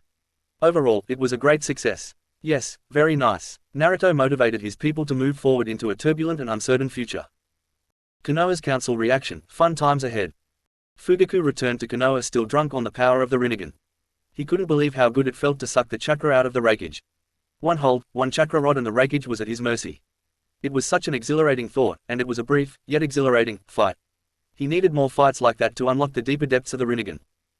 He had already worked out a plan with Zetsu, who reported the preemptive attack on Kirigakure was a success. That was two of the so-called greats out of the way and the stage was set for Konoha to square off against Kumo. Now he just needed to rally the council to his cause. This was probably going to be his hardest task yet. On that front, Zetsu brought in some good information. His clones saw the boy freak out after AI was killed. He saw the demonic transformation and witnessed the flare of chakra. He may have reported that it wasn't the Kyuubi's chakra, and he only had 5 tails, but that was still enough to galvanize support. The fire daimyo was more than a little mad at him, but he would be dealt with soon enough. Fugaku shivered at the thought of Zetsu devouring the body of the fire daimyo and impersonating him as he walked into the council chambers. Fugaku felt the nervous anticipation of the council. The nervous energy was palpable, and he knew that he would be walking a tightrope for this one. He expected a couple clans to try to ditch ship, but it would only take one clan to make an example. Fugaku was pleased to see that Mibuyuki seemed to have rallied the civilian council already. At least the damnable woman was good for something. Alright, I am sure you have heard rumors about the Cage Summit. Let's get that issue settled, then I will give a full report.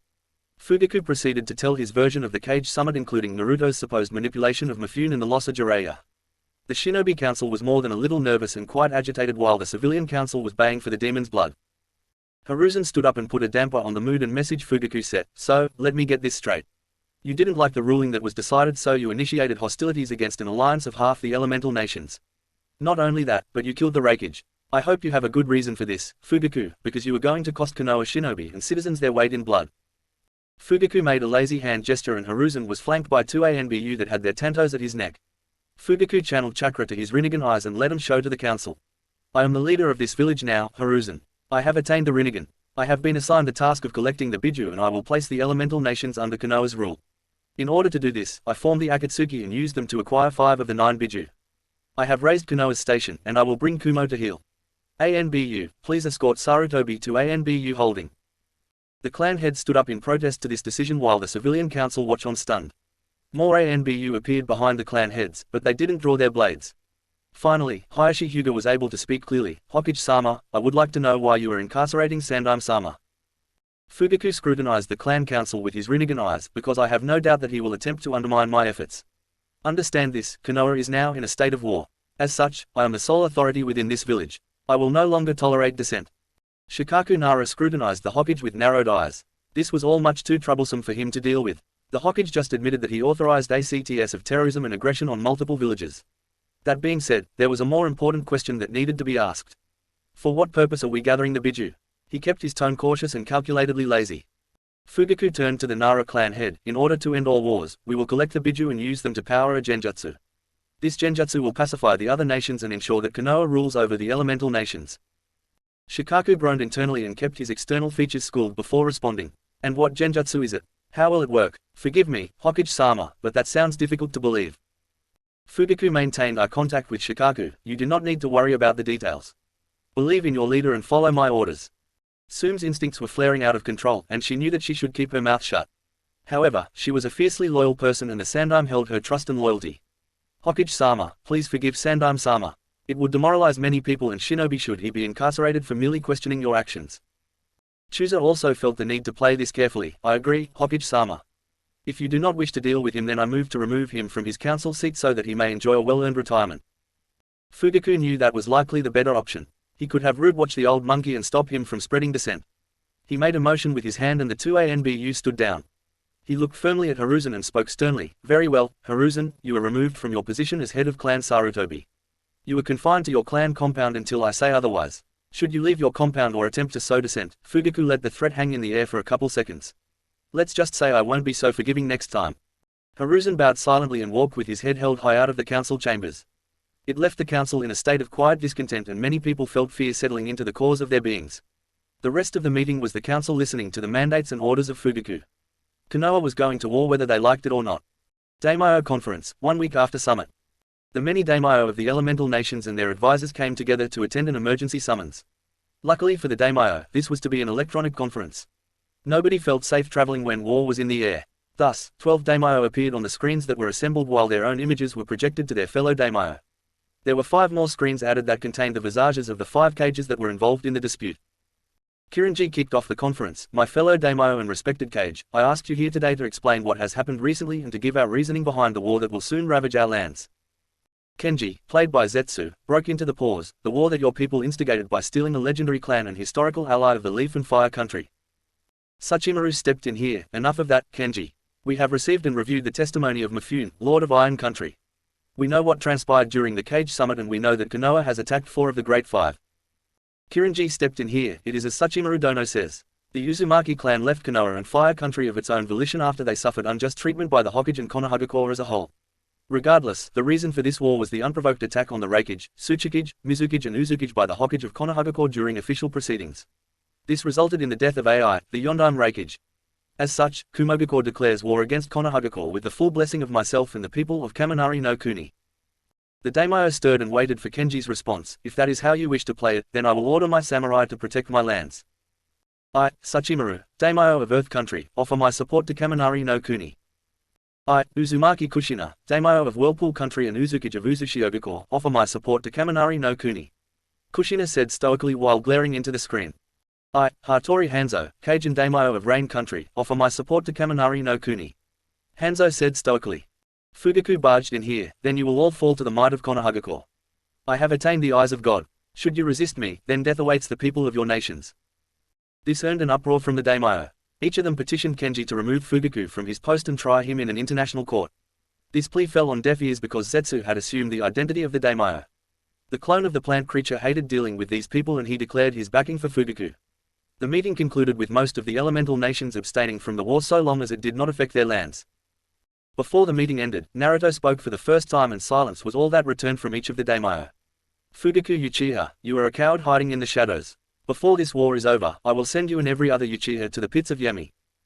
Setting up the board, 1 month after declaration of war. Naruto called upon his war council to review the current state of affairs. After the meeting with the daimyo, his declaration of war was signed and ratified by all of the main daimyo and many of the greater and lesser lords had written letters of support. Most of them had picked the side that they wanted to win, and the odds were heavily in Naruto's favor. The Uchiha Hokage with his pet daimyo were now surrounded and isolated. One of Naruto's first move was locking down the ports of Hinokuni in the elemental oceans. This move was enough to disrupt 40% of the foreign trade that kept Fire Country supplied. The next move was Iwa and Kumo locking down Hinokuni's northern border. Orders, ratified by the daimyo of each nation, prohibited travel into Fire Country and prevented traders from crossing the borders. This eliminated another 15% of foreign trade. Border outposts and detective seals were immediately deployed and set the early stage for the war. Of course, Konoha and the Fire Samurai didn't appreciate this, however, they quickly learned the folly of attacking forts reinforced with seals. It was Konoha's turn to experience what the Uzu invaders felt when they attacked fixed positions reinforced by seal masters. Within the first month, the casualty reports were skewed 10-1 in favor of Kumo. The bridge of divine bolts was the point of heaviest fighting. Konoha had attempted to destroy the bridge in a variety of manners that included explosives, fire jutsu, water jutsu, earth jutsu, etc. The reinforcement seals on the bridge prevented its destruction and the protective barriers thwarted many attempts. The 3 divisions of Kumo shinobi and the elite Whirlpool detachment were more than enough to thwart the attacks for the first month. Iwa had pushed in on the Suna border and applied pressure with no resistance there. For 1 month, they had made steady advances into Wind Country and set up a series of forts that would secure their supply lines through the desert. This pressure denied Hinokuni precious metals and oils that were valuable to the war effort.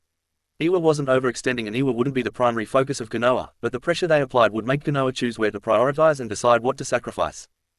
Am was more than capable of defending itself. Amy, she and Darui led a mixed division of Kumo shinobi to reinforce Am and conduct destabilizing operations in the northwestern portion of Hinokuni. The Hattori clan combined with Am's forces were more than enough to score multiple wins in that sector.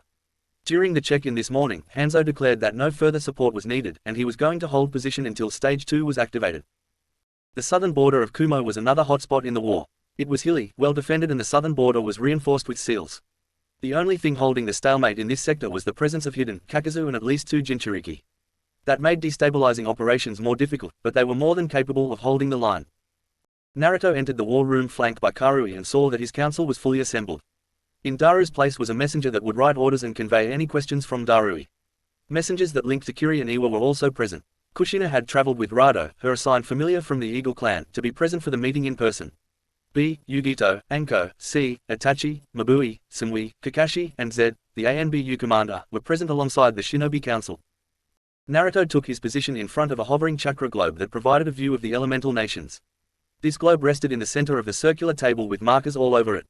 Naruto took a moment to gather his thoughts before speaking. All right everyone, thank you for coming. Stage 1 has been a success and we have secured our borders and allies. Before I get started, does anyone have recent updates from your divisions? Itachi stood up. The counter-infiltration corps caught 20 route that attempted to enter the country. They were easily subdued, but they are probing our defenses and they were able to get 10 miles into Kaminari no Kuni. Interrogation was impossible due to immolation seals. The messenger for Kiri spoke up at this point. The plant creatures that can assume others' identities are showing up more in Kiri. The identification seals are proving to be an effective counter, but the slowing of movement and interactions has created a limiter. The limit is slowing down operations and Kiri is not able to provide support for Stage 2. Naruto nodded. Thank you for letting me know, Kimiki. Is anyone else reporting similar problems? Kakashi and Anko stood up at the same time, but Anko differed to Kakashi. These creatures have appeared in Kumo's southern border as well. One of our disrupting teams was killed in combat and the creatures attempted to re-enter the fort. The seals caught them, but we lost one of our guards when they detonated explosive tags. Naruto frowned. So, they are resorting to suicide tactics. Makes sense since we don't know how many of the clones they have. Uzu is working on a better counter to the plant creatures. Any report on that, Uzukage dono? Kushina stood up. Karen is leading the effort. So far, we don't have anything definitive. What she has determined is that they are hypersensitive to natural energy. Unfortunately, you are the only sage, and the other Biju don't have your negative emotion sensing. Naruto nodded at the new information. When we initiate Stage 2, all divisions will have a clone to sense them out. If those clones are destroyed, then those forces are to fall back until another clone can provide support. The identification seals are not practical for a battlefield scenario. Kishi, scribe for Am, stood up. Reikage-sama, Hanzo-sama says that the plant creatures are susceptible to lightning fields and fire jutsus. They are easily able to absorb water and earth jutsu. He reports that his salamander's poisons are not effective against them either. B stood up. Yo, lil bro. Stage 2 is about the elite. With your clones it will be an easy feat. Have the boys and girls hold things down while you and I go around. Anko facepalmed. Translation, the elite forces can easily move in and attack at this point. We should have regular forces hold down defensive operations and we should strike out. We can use the eagles to go above. Naruto chuckled and shook his head. I hear you, B. However, I want to know where their elites are before we move out. Uzukage-sama, what is the status of New Uzu and Wave Country? Kushina stood up. No elite sighted. We estimate 3,000 samurai and 1,000 shinobi in the 3 forts that are holding the bridge on the Hinokuni side. The divisions there are not enough to take such a force out. We do not have access to northeastern sector until we remove that. No further attacks from them. No, Reikage dono. Defensive operations as well as the blockades are going smoothly. Kushina replied. My lord, Tami, the messenger from Iwa, started. Tsuchikage-sama wishes to know how far you want his forces to push. They have taken over the northwestern quarter of Wind Country. Keep the current pace. We don't need too much too fast. The most important thing is securing supply and reinforcement lines. Notify us immediately if and when the resistance increases. Naruto answered. Yugito got a nod from Naruto before speaking. These Jinchuriki that are on our southern border present the best targets. I say we push from our strongest point to begin stage 2. However, Refuge-sama, I request that you yourself abstain from the attack. Denied, Naruto answered immediately. I am your leader, but I am not a porcelain doll. I will be involved in key operations and subduing Biju will be easier for me than anyone else besides Itachi and Mikoto. Even then, they may not be able to override the Sharingan control that the Biju are likely subjected to already. Yugito bowed. My apologies, Refuge-sama. I am simply concerned about your health and welfare. Naruto offered a sincere smile to Yugito. I know, Yugito-chan, and it is appreciated. That being said, see, I need the sensor core to identify where these Jinchuriki are. If they are not in the main forts, then where are they? See raised from his seat and bowed. My apologies, Refuge-sama. They are outside our current ranges. I believe that you should be able to sense them once you are over them. B stood up. I know that we don't want to kill, but that makes this situation a little ill. Jinchuriki will put up a fight and I don't know if capture is right. Naruto looked firmly at B. I know that Yuki probably agrees with you on this, but capture should be our priority. I can break their seals and free the Biju should they agree to my demands. The portal to Makai is almost ready for activation and I will return them there to stave off the invasion. Zed coughed a little bit and stood hesitantly. Refuge-sama, if we can free them, then shouldn't we use them to help end this war? I do not understand why you choose to fight a war on 2 fronts. Naruto sighed and rubbed his temples. Zed, I know that you are newer to my full situation. Makai will affect us whether we want it to or not. Should the Kitsune clan and Octopus clans fall, then we face an invasion from over 150,000 orcs and minotaurs. Each of them representing a high Chunin to low Jonin level threat. That is the practical reason. My personal reason is that the demonic contract that was signed at my birth requires me to support my Kitsune queen. Zed bowed in repentance. Forgive me for questioning your will, Refuge-sama. Naruto waved him off. No problem, I know it is a lot to understand. Alright, inform your forces and those assigned to stage 2 that we move out in 3 days. We will move simultaneously and commence operations at 10:30 p.m. Chapter 30. Stage 2, a decisive attack. Hiden was heavily dissatisfied with the war so far. When he thought of war, he thought of senseless slaughter, sacrifices, blood and death everywhere. Thus far, he has been holed up in a fort and only had the opportunity to sacrifice 2 shinobi. This was lower than his usual monthly average by far and he was getting stir-crazy. The stalemate on the Kumo border bored him terribly and he needed a release. Oi, Uchiha, when do we get to have some fun? Jashin-sama is parched and craving blood. Hiden asked Adate Uchiha, Jinchuriki of the Sanbi. Adate looked at the Jashinist with his Sharingan active. We are waiting on orders. If you attack any of the forts, then you will be captured by seals the same as last time. Until we can neutralize their defenses, our orders are to hold the line. Kakazu growled at his irritable partner. Just shut up, Hiden. Once things escalate, you will have more sacrifices than you know what to do with. Hiden huffed. I am tired of waiting. And I am tired of your grumbling. If you don't stop, I will rip out your heart and integrate it into myself. Kakazu threatened menacingly. Adate rubbed his eyes wearily. He believed in the Uchiha supremacy, and he would follow Fugaku's orders, but was it necessary for him to babysit these 2? That is enough out of the 2 of you. I will send you on a patrol tomorrow morning. Maybe you can find some sacrifices there. Hiden nodded and sat back down while muttering a prayer to Jashin. Kakazu reclined back in his chair and closed his eyes. Adate returned to reading Ika Ika. He chuckled perversely as he thought that the Toad Sannin was actually good for something. He continued reading the salacious pages and hoped that his reading wouldn't be disturbed. Naruto walked out of the command center on the southern border of Kaminari no Kuni that held down Rajan Pass. It was one of the only access points to the country and if anyone wanted to bypass it then it meant a 50-mile detour to the west. This fort, Rajan Fort, held down the pass and it was where Kumo stalled out the Yondaim's attack during the Third War. The mountains surrounding it were minefields full of explosive tags and other traps. The Konoha side of the border was a similar no-man's land. These factors led to the pass being kept in a stalemate for the first month of the war. Behind Naruto, Itachi, Samui, Mabui, Yugito, Kakashi and 2 squads of Bolt A and BU followed. They were going to make full use of the Eagles to break this stalemate. As Naruto exited the command center, he saw that the fort was abuzz with activity as the regular forces got ready to launch the follow-on operations once the signal was given. He entered the courtyard and weaved through the hand signs for his summoning jutsu. All activity halted as Georgia, Virginia, Texas and Tennessee appeared in the courtyard. He whistled and within a minute, Delaware flew down and landed next to Naruto. Naruto-sama, the plant creatures are present in the mountains. It is likely that they will report the flight of our warrior eagles. Delaware reported. Naruto nodded and scratched Delaware's head. It's alright.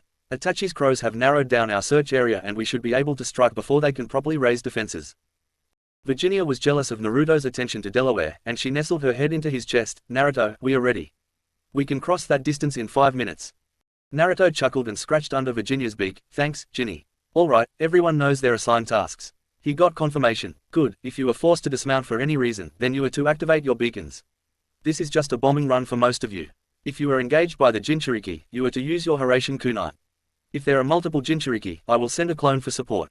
If we find the Akatsuki, they are Kos. Seals off, let's go. You were so sexy when you were in command mode, Ruto-kun. Hikari purred through the mind link with her hands already started to drift downwards. Thanks, Ri-chan. Since we are at war, I was thinking we could use tonight to debut your return. Any thoughts? Hikari's sensual purr turned into a bloodthirsty growl. Nothing could make me happier. The sooner we crush these petty mortals, the sooner I get to roast some pigs and overgrown cows.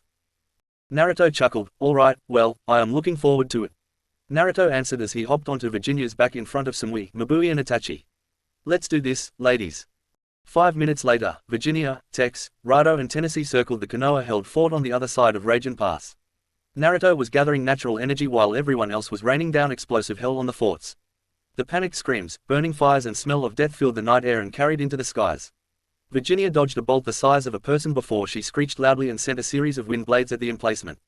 It was torn asunder as 6-5-meter-long wind blades shredded the ballista and shinobi manning it. Naruto's eyes cracked open. I got them. Ginny, pull out and leave the assault to the others. Georgia will follow us when we separate. Destination is 2 miles south-southwest. Virginia banked out of her rotation in the attack while the other Eagles continued the assault. The echoes of explosions sounded further and further away as Virginia and Georgia carried their riders, the elite strike team, towards their targets. Naruto rose out of his seated position, and he started flooding his body with chakra as his 5 tails flailed wildly behind him. Adate's reading was disturbed by a plant creature that rose out of the floor.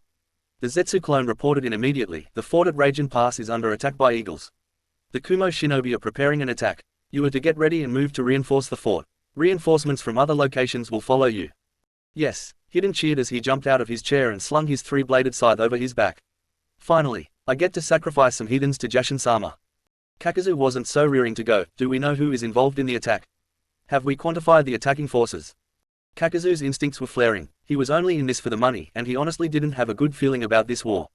On top of that, he was pretty much being held prisoner. Sure enough, Adate made a hand sign and Kakazu's mind became cloudy as the loyalty seals kicked in.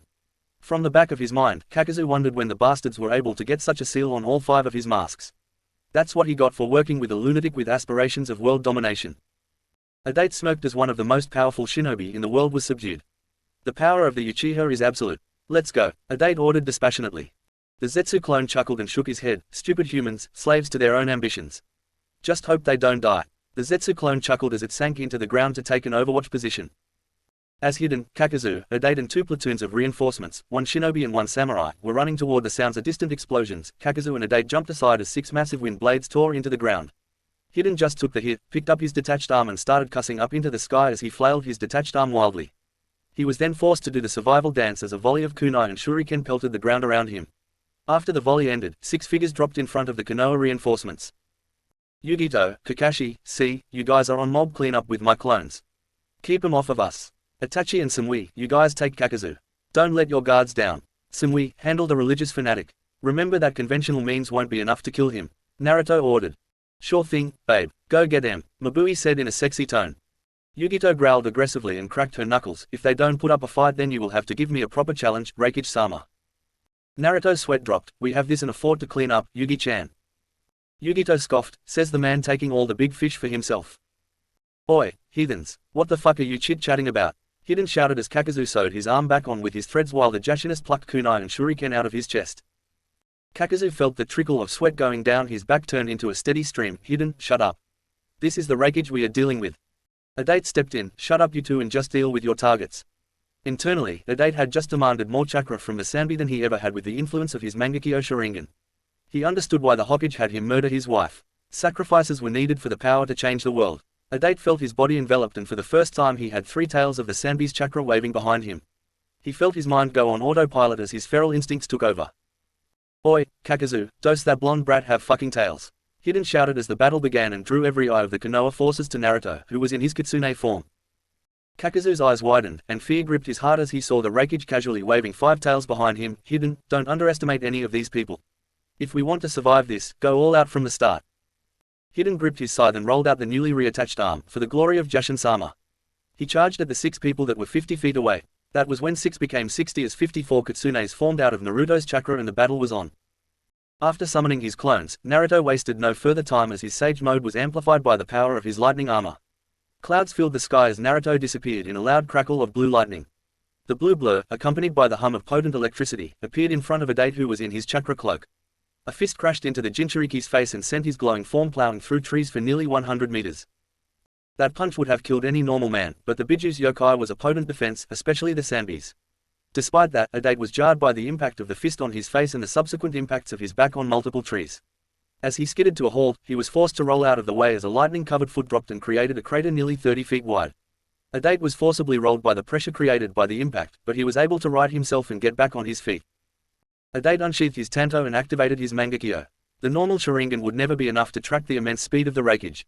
As he sank into his stance, he saw Naruto smirk ferally as he unsheathed Heaven's Blessing. Adate paled when he saw the size of the greatsword, and when Naruto's left hand was wrapped in tempest chains, Adate paled so badly that he almost appeared to be translucent. Naruto blurred forward with a greatsword sheathed in lightning. There wasn't even a clang as the sword sheared straight through the tanto, but Naruto was surprised when the greatsword buried itself in a muffled thump. Naruto looked down and saw that the lightning was embedded in coral that had encased Adate's arm. By the look on the Uchiha's face, he was surprised too. That didn't stop the Uchiha from smirking and thinking that this gave him the advantage. Naruto yanked the sword out of the coral and the lightning dispersed the coral before it was able to spread up the sword. Adate's smirk fell when he realized that he didn't have any blade now, and his eyes allowed him to barely duck in time. As the greatsword cleared his head, Adate lashed out with a punch to Naruto's chest. All that he got in return for his efforts was a shock of lightning to his hand and a raised eyebrow from Naruto. Adate realized that conventional warfare wouldn't work, and he channeled chakra into his eyes. Black flames erupted and attempted to catch the lightning-encased form of Naruto. As if they could, Naruto was the fastest man in the world, and most likely had been for a while at this point. Naruto dodged the flames and channeled Tempest Chakra into his right arm. He called out Tempest Lariat as he lunged at Adate. Adate knew he had missed, and he turned around just in time for his Sharingan to pick up the blue blur and the insanely toned arm encased in 3 colors of potent chakra that was coming for his neck. He couldn't move in time, but his use of the Sanbi's chakra reacted instinctively to protect the Jinchuriki's neck. That being said, the coral couldn't stand up to the potent mixture of Tempest Chakra and it was shredded in mere moments. Naruto forced his arm down and released the built-up Tempest Chakra into an explosion of lightning, wind and sharpened water. Naruto felt that the attack connected and penetrated the yokai cloak. He knew it wouldn't be enough to end this fight, but it was more than enough to lay him out. If only he could just kill the guy already, but that would be against Hikari's wishes. They wanted to capture and extract the Biju to send him back to Makai. Thus, Naruto was exercising restraint. Adate groaned from the bottom of the newly formed crater as he rolled onto his side and used his arms to prop him up. He coughed out blood from his dented airway and his eyes spun wildly as he lost the last of his rationality due to overpulling on the Sanbi's chakra. His MS spun wildly, and a purple chakra skeleton sheathed in red yokai formed around him. He stood to his feet and kept channeling the yokai to his eyes. A full torso and head formed along with 2 red swords around the Uchiha. Naruto knew that this would give him a fight and he instinctively released his chains and flared his chakra. Inside, Hikari also pushed a bit of her own chakra through their soul connection to offer some help. This was the first combat test of this, and she didn't want it to negatively affect his combat abilities.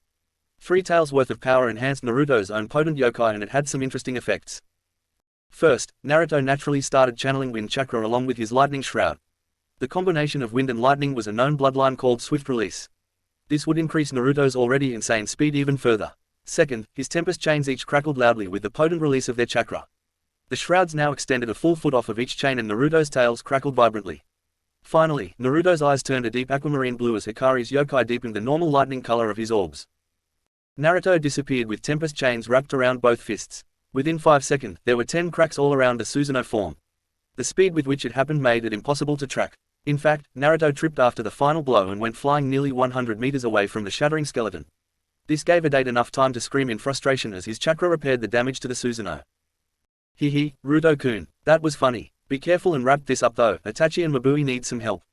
Hikari chided. Naruto stood to his feet and shook off the disorientation caused by the increased speed. Got it, Hikari-chan. Thanks for letting me know. Naruto disappeared in a crackle of white and blue chakra and there was an explosion a moment later as the Susanoo torso went flying. Naruto didn't stop there, he jumped into the air over the Susanoo that was still sliding backwards on the ground. He unwrapped his Tempest armor and sent 10 Tempest chains down at the chakra construct. 2 chains pierced and wrapped around each arm of the Susanoo. 4 chains pierced the torso of the Susanoo and wrapped around Adate. The final 2 chains wrapped around the neck of the Susanoo. In a brilliant flare of Tempest chakra through the chains, the Susanoo shattered and Adate screamed out in pain and desperation. The chains wrapping around Adate rapidly absorbed the Sanbi's chakra and Naruto stopped the flow of Tempest chakra to them. Instead, the chains wrapped tightly around the body and absorbed enough chakra to put the Jinchuriki into a catatonic state. Naruto let his lightning armor fade and he absorbed his chains before he unsealed a pre-made stasis scroll. A puff of smoke later and Adate Uchiha was clinging to life within a stasis scroll. At the beginning of the battle, Sumui faced off against Hidden with a single Naruto shadow clone backing her up. Sumui had ordered the clone not to get involved, so the clone just watched on with arms crossed and a smile on its face. He wanted to record this fight for his boss. It was the least he could do to repay the boss for how much lovin' the clones got from boss wives. He. The first sacrifice to Jashin-sama will please him greatly. What a fine piece of ass. Surely Jashin-sama will let me enjoy your body after I sacrifice your soul to him. Hidden ranted as he ran forward with his scythe. Before he could clear the distance, a potent streak of lightning came from the Naruto clone and burned a small hole in the Jashinist's shoulder. I recommend you don't talk about boss wife in such a way, you deranged lunatic. The clone warned before turning to Sumui. Sorry love, just couldn't let that one go. Sumui gave the clone a knowing grin and a wink. Stick around and I may make it worth your while once this is over, clone-kun. The clone blushed profusely and thanked his boss and the gods. Shut up, bitch. You die today, Hidden said as the hole in his chest was already closed.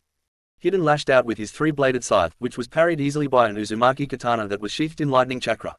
Sumui didn't stop with the simple counter. Her second slash left a gash on the torso of the mad Jashinist. The man screamed out in pain, but a moment later it seemed to turn to ecstasy. This confused Sumui for a second and she was forced to dodge the scythe once more. Sumui dodged and parried out of the way of a seemingly endless series of slashes. The slashes were wild and intense, but the openings he created were covered by the endless procession of reckless attacks. Sumui dodged out of another diagonal slash and used the time to pull a tag out of her vest and she immediately channeled chakra into it. The lightning barrier that sprang to life blocked the scythe and electrocuted the Jashinist. Hidden cackled loudly as the pain converted to pleasure seamlessly within his insane mind. Sumui clicked her teeth and used this brief break to come up with a plan while Hidden repeatedly attacked the barrier while reveling in the pain it caused him. Sumui nodded to herself as she pulled a bundle of tags out of her pouch. After the latest strike to the barrier, Sumui dropped the barrier and tossed the kunai at the Jashinist. It implanted itself in his chest while 5 tags fizzled with chakra. Sumui turned around as a blinding flash of chakra light briefly illuminated the night. Hidden screamed out in frustration as his eyes were blinded by the explosion. Damn you, you bitch, Jashin-sama will fuck your ass for all eternity once I sacrifice you to him. Sumui used the blinding to get around behind Hidden. She channeled a massive amount of Raiden chakra to her hands and slammed them on the ground as she called out, lightning style, supreme electromagnetic murder. The overflowing lightning chakra tore through the ground and Sumui guided it towards her flailing target.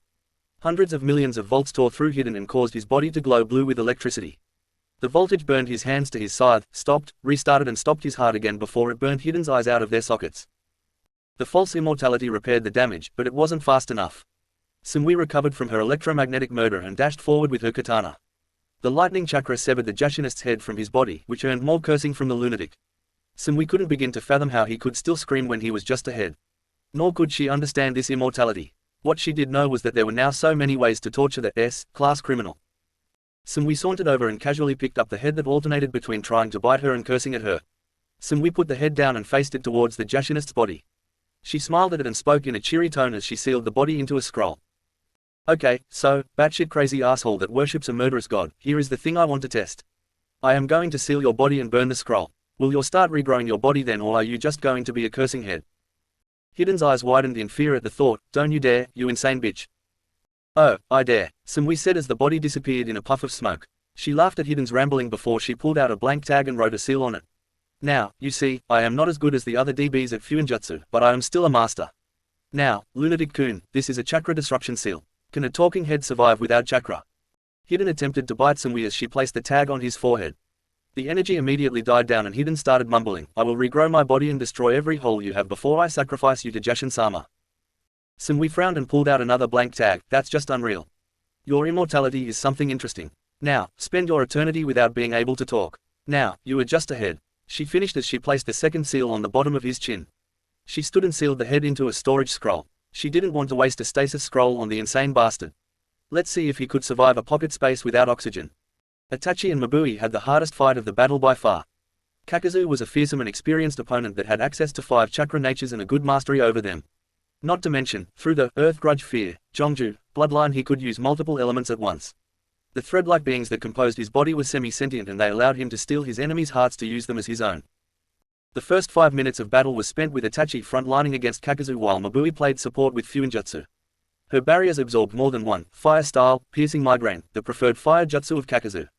The chakra absorption barrier was overloaded by Kakazu wind fire combination jutsu that turned the rock to slag and incinerated trees. Luckily, the barrier held long enough to protect the two, and they were starting to understand the most effective way to combat this foe. Itachi was frustrated by the fact that Kakazu's Earth Style, Diamond Armor, and Earth Style, Earth Spear, was so effective at countering her close-range jutsu. Her sword, sheathed in lightning or fire, wasn't enough to penetrate the hardened skin deep enough to leave a severe wound. Not to mention, each time she closed in, she would then have to evade the wind and fire masks that were darting around the battlefield. Failure leads to lessons learned when in the hands of prolific geniuses such as Itachi and Mabui. Itachi eventually figured out that the masks were the chakra core and the threads were their defense. We caught Kakazu in an electrocution trap and bought Itachi and herself enough time to take out a mask apiece. With wind and fire down, the fight became more even, however, it also enraged Kakazu. Lightning and water masks took their place on each of Kakazu's shoulders after he removed his cloak. Steel-like threads erupted from his body and mouth and made him look like a monster of legend. Kakazu parried a sword slash from Itachi and dashed toward Mabui, who was constructing a seal. The silver-haired beauty was sent flying by an earth-hardened fist, and she was only saved by Itachi grabbing Kakazu's attention.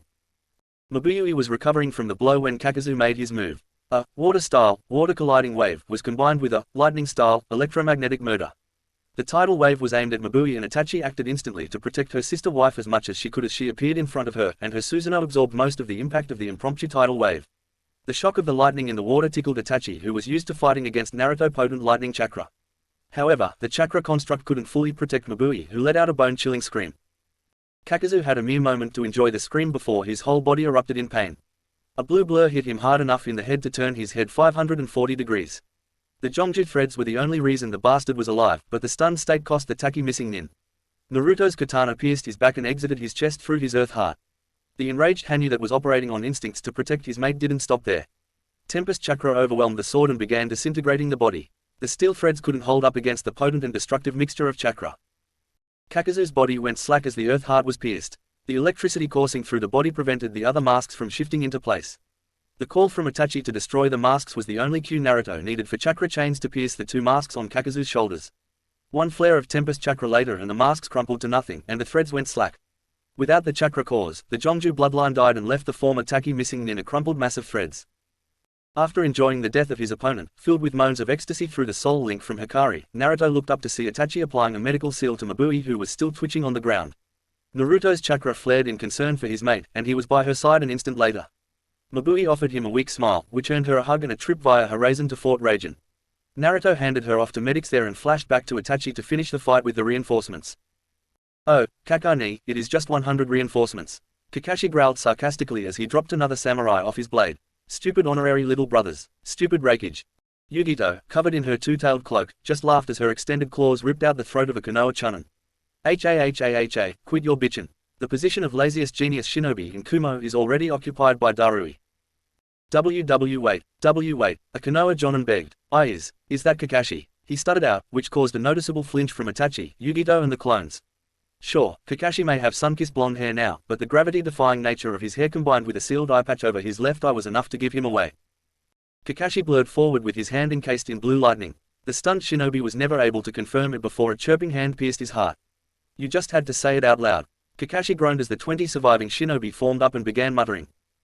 Hitaki Kakashi, a recognizable jonin, Oba, asked. "I thought you died during the invasion. I helped lay your body to rest." "Sup, Oba. I guess the jig's up. So, you fellas want to surrender?" Kakashi asked while giving his trademark one-handed wave. Mokubo Uchiha stepped forward. "Like hell, traitor. We are Konoha shinobi. Genin, run back to the next fort and inform them." He never got to finish his sentence as a bolt of lightning burned a hole in his neck and caused the head to roll off the shoulders. The genin that he was looking at began running away. That was when a blue flash and a blue blur stopped the genin, and the remaining 18 shinobi went weak at the knees. The rakeage was eliminating their escape route. None of them were foolish enough to believe that they could survive a fight against such a man. "I am not without mercy, and I don't detect any more Uchiha here. If you lay down your arms and surrender, you will be treated fairly under the international laws of warfare. If you refuse, you die." Naruto growled menacingly with his tails flipping around lazily behind him. Oba, being the ranking officer, dropped his kunai, which caused the others to follow suit. "We surrender." Naruto created 18 clones to lock up the prisoner's chakra, apply paralysis seals and then seal them into 18 scrolls. Fuinjutsu was just fucking awesome like that, as were shadow clones. What would normally take an hour took the blonde rakeage less than 5 minutes. He pocketed the stasis scrolls and let out a high-pitched whistle. Virginia landed with Georgia following moments later. Naruto, you should know that those plant creatures are everywhere. It is likely that they heard Kakashi's name. I only inform you of this so that you are not caught off guard by such information. Virginia said. Naruto rubbed her beak tenderly. Thanks, Ginny. I could care less at this point. In fact, it would be good to enrage the Hokage and show the decent people remaining in Konoha that we are fair. Who knows, we could get a couple deserters and lower morale. Kakashi rubbed the back of his neck while responding, yeah, it would be nice not having to hide my identity anymore. Yugito grabbed Naruto in a headlock. I was having fun with those, Refuge-sama. She gave him a playful noogie before Naruto rose up to his full height, which made him tower over the attractive blonde. Hehe, sorry Refuge-sama. I wouldn't mind letting Fugaku know that I am plowing his ex-wife while she is pregnant with your child. Naruto facepalmed, Yugi-chan. Yugito shrugged, what, who cares, I am next once this war is over, and our kids are going to be fucking lucky. Kakashi's visible eye widened, and his mask was pulled down fully by his dislocated jaw as he gaped at Naruto. You did it with Mikoto. Yugito giggled profusely, yup, and I got to watch. You did more than watch, Naruto moaned because Itachi had joined the conversation. Itachi tapped his shoulder and puckered out her lips. Naruto gave her a kiss before she smirked at him. You still owe me for that one. Naruto was damn lucky that his girls were more than willing to share thanks to how attentive his clones were. Naruto held up his hand in a stop gesture. Your mum and Yugito are your debtors for that. Itachi rubbed her belly. They can't give me what I want. Itachi pouted lightly before she jumped onto Naruto and wrapped her legs around him. Despite their best efforts, Itachi still hadn't gotten pregnant. It was a medical mystery with the amount of baby batter that was dumped in her heavenly oven. Naruto smiled into the kiss with Itachi. Shi-chan, we still have to wrap up the assault on the fort. Maybe even go for a bonus round with the reinforcements. How are you all doing on chakra? Kakashi raised his hand. I am at half. I can ride on Georgia and offer ranged support. Yugito cracked her knuckles. I am good to go. Itachi finished her kiss with Naruto. You stole my kill. I am good to go. How is Mabui? She will be fine. You know how it feels when foreign lightning gets into your system. Naruto said calmly despite his protective instincts flaring. Let's go, Yugito shouted with a bloodthirsty grin on her face. Tabby's all riled up and I want to wrap this up. Konoha Council 6 weeks into the war. Fugaku was growling at the latest status updates. He never thought that Konoha would be so inept when it came to waging war. Of course, he had probably pissed off most of the world, but they were ceding territory far too quickly. They had lost nearly half of Wind Country, which he didn't really care about. Kumo had pushed 10 miles into the northern border, and they were still unable to crack Wave's defenses. He may consider himself a god, but that didn't mean he could fight every battle at once. The loss of the Three Tails will set us back greatly, Black Zetsu said in a growl. Thank you, Captain Obvious. Fugaku growled back. Danzo frowned at the interaction, the Ruta holding the Kumo forces at bay. The Refuge hasn't appeared since the initial battle. The fact that Hidden, Kakazu and Adate were taken out in one battle was a huge blow. We spread our strongest forces too thin and the Refuge capitalized on it. Fugaku nodded while frowning. We will keep the remaining Jinchuriki together with Kisame. The question becomes where to use them and how to use the new Zetsu army. Their countermeasures for Zetsu on fixed locations makes them less than useful. I say that we have the Zetsu tunnel within Lightning Country and divide their attention.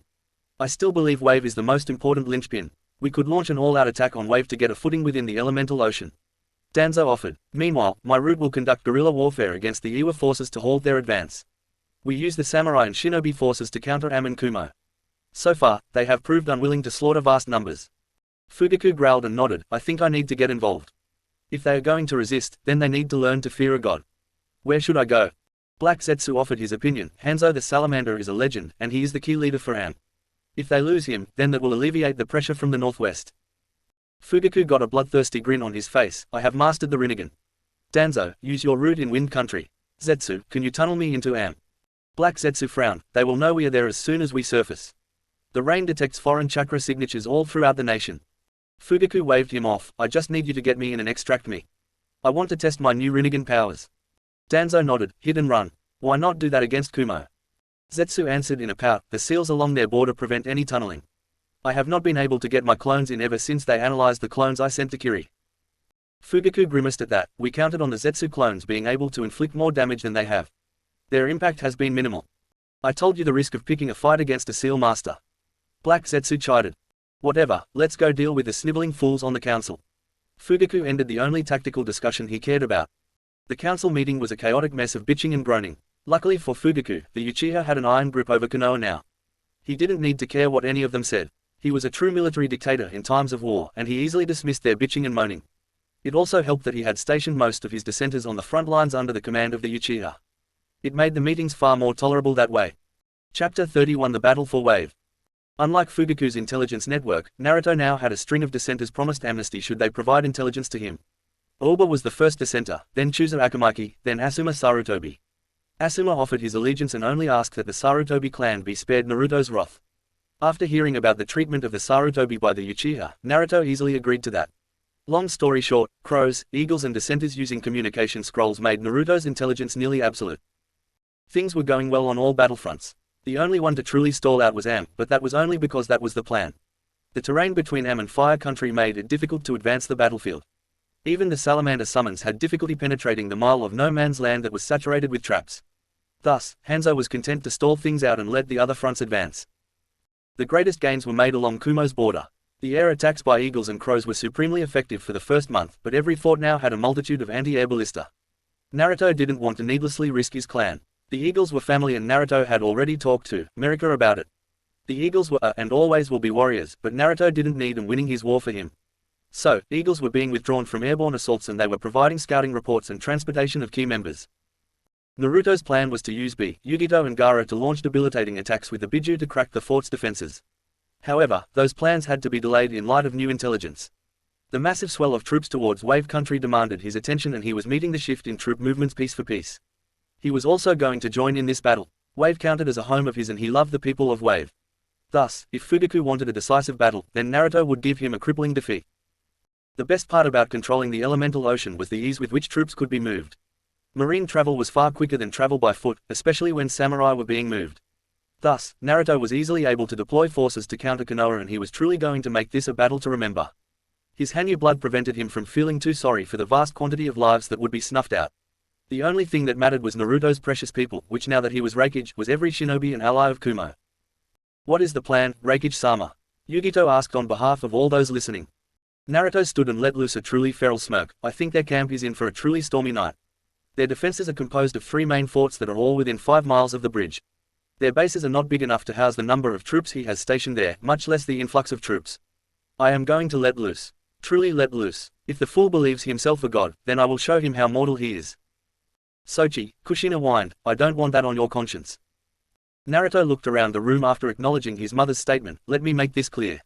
Everyone I love is in this room. My blood, sweat, tears, heart and soul are connected to each of you. For you, I would do anything. I am still very much human, but I would do anything with the power I have for the ones I love. If I can spare the lives of my men, then shouldn't I do so? If I can shoulder the hate and grief that will linger in Hai no Kuni, then shouldn't I do so? Naruto paused here and took a breath. Would me doing this make you love me any less? No, was the emphatic response from those attending the meeting, which was echoed by Hikari within the mindscape. My father fought all out and killed 1,000 men and women that each had families. The third Refuge fought against 10,000 men and killed a great many of them for Kumo. Do you see them as criminals or love them for their sacrifices? Naruto asked passionately. We love them, and we love you, Refuge-sama. Mabui said on behalf of the room. Yo, little bro. You know I got your back, for you to hell and back, there ain't a thing I wouldn't do, because Refuge-sama, I love you. Be said, and for once his raps earned cheers from everyone. Kushina nodded with a sad smile. I just want you to be happy, Sochi. Naruto beamed a smile and wrapped the Uzukage, his mother, in a hug. You all are my happiness. Just be ready to clean up. Kushina nodded sadly. We will be ready. Naruto got serious once more. I am giving you the Eastern Fort. Rado said that he would proudly carry you, but he cautioned that he cannot carry your transformed state.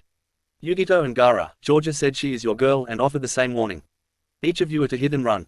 Just take out the walls and shake them up. Your job is not to end the fight, but simply start it. Gaara bowed. Yes, Refuge-sama. Kushina beamed a smile. I don't mean to interrupt, but to motive your partners. Well, we got word back from Makai. The dimensional separation is failing. Isobu has joined the resistance against the Orcs and Minotaur, and they are holding steady. Let's just wrap this up in a bloody bow. Naruto nodded. Thanks for the update. In time, the demonic clans will make for good allies. For now, we cannot count on their support due to the intensity of their own war.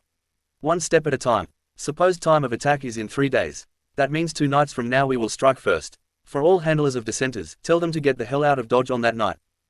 Yes, Refuge-sama. The room chorused.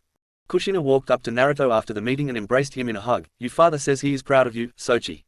Also, he is so cute as a kitsune. He can't transform yet, but he is so cute. She finished in a girly squeal. Naruto patted his mother's head. Good to know, Ka-chan.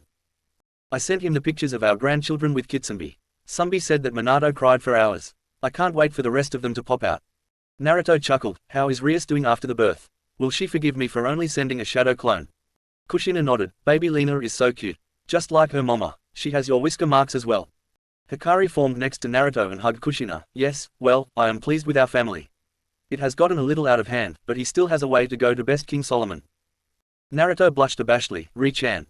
Kushina shrugged it off. I am the happiest grandma ever. Plus, I get all of my best friends as part of the family. Could King Solomon keep all of his wives so happy?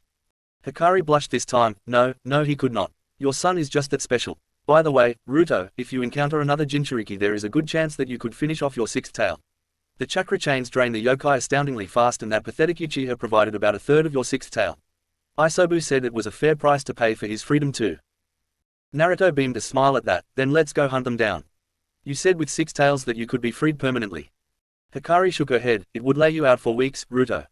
I want my freedom, but I can wait a little bit more. Plus, I have grown rather attached to our soul link. I want to keep pushing our synchronization and see how far it will go. You are almost demon now and that means that we could be together forever. Naruto paused at the new release of information. Why have I turned more demonic? Why is this the first I am hearing about it? Hikari frowned at the subdued response. Well, I just figured it out. The why is likely because of the amount of yokai you are harboring. The potency of the chakra has integrated into your system. Why are you not happy about this? Naruto fought back tears at the thought. I have grown so attached to all of my girls. I don't know if I would want to live forever without them. Hikari bonked Naruto on the head. Did you forget what I did to your father? With the dimensional barrier weakening, it will be even easier for me to do that. It is a costly procedure, but I will do it for you, Ruto. So, don't think like that, okay? Naruto nodded weakly and hugged Hikari. You know, I barely even felt the drain from you manifesting this time. Hikari nodded into the hug. You are so much stronger than I ever thought you would become. I am so proud to be your mate, Ruto. I love you so much and that love extends to each one of my sisters.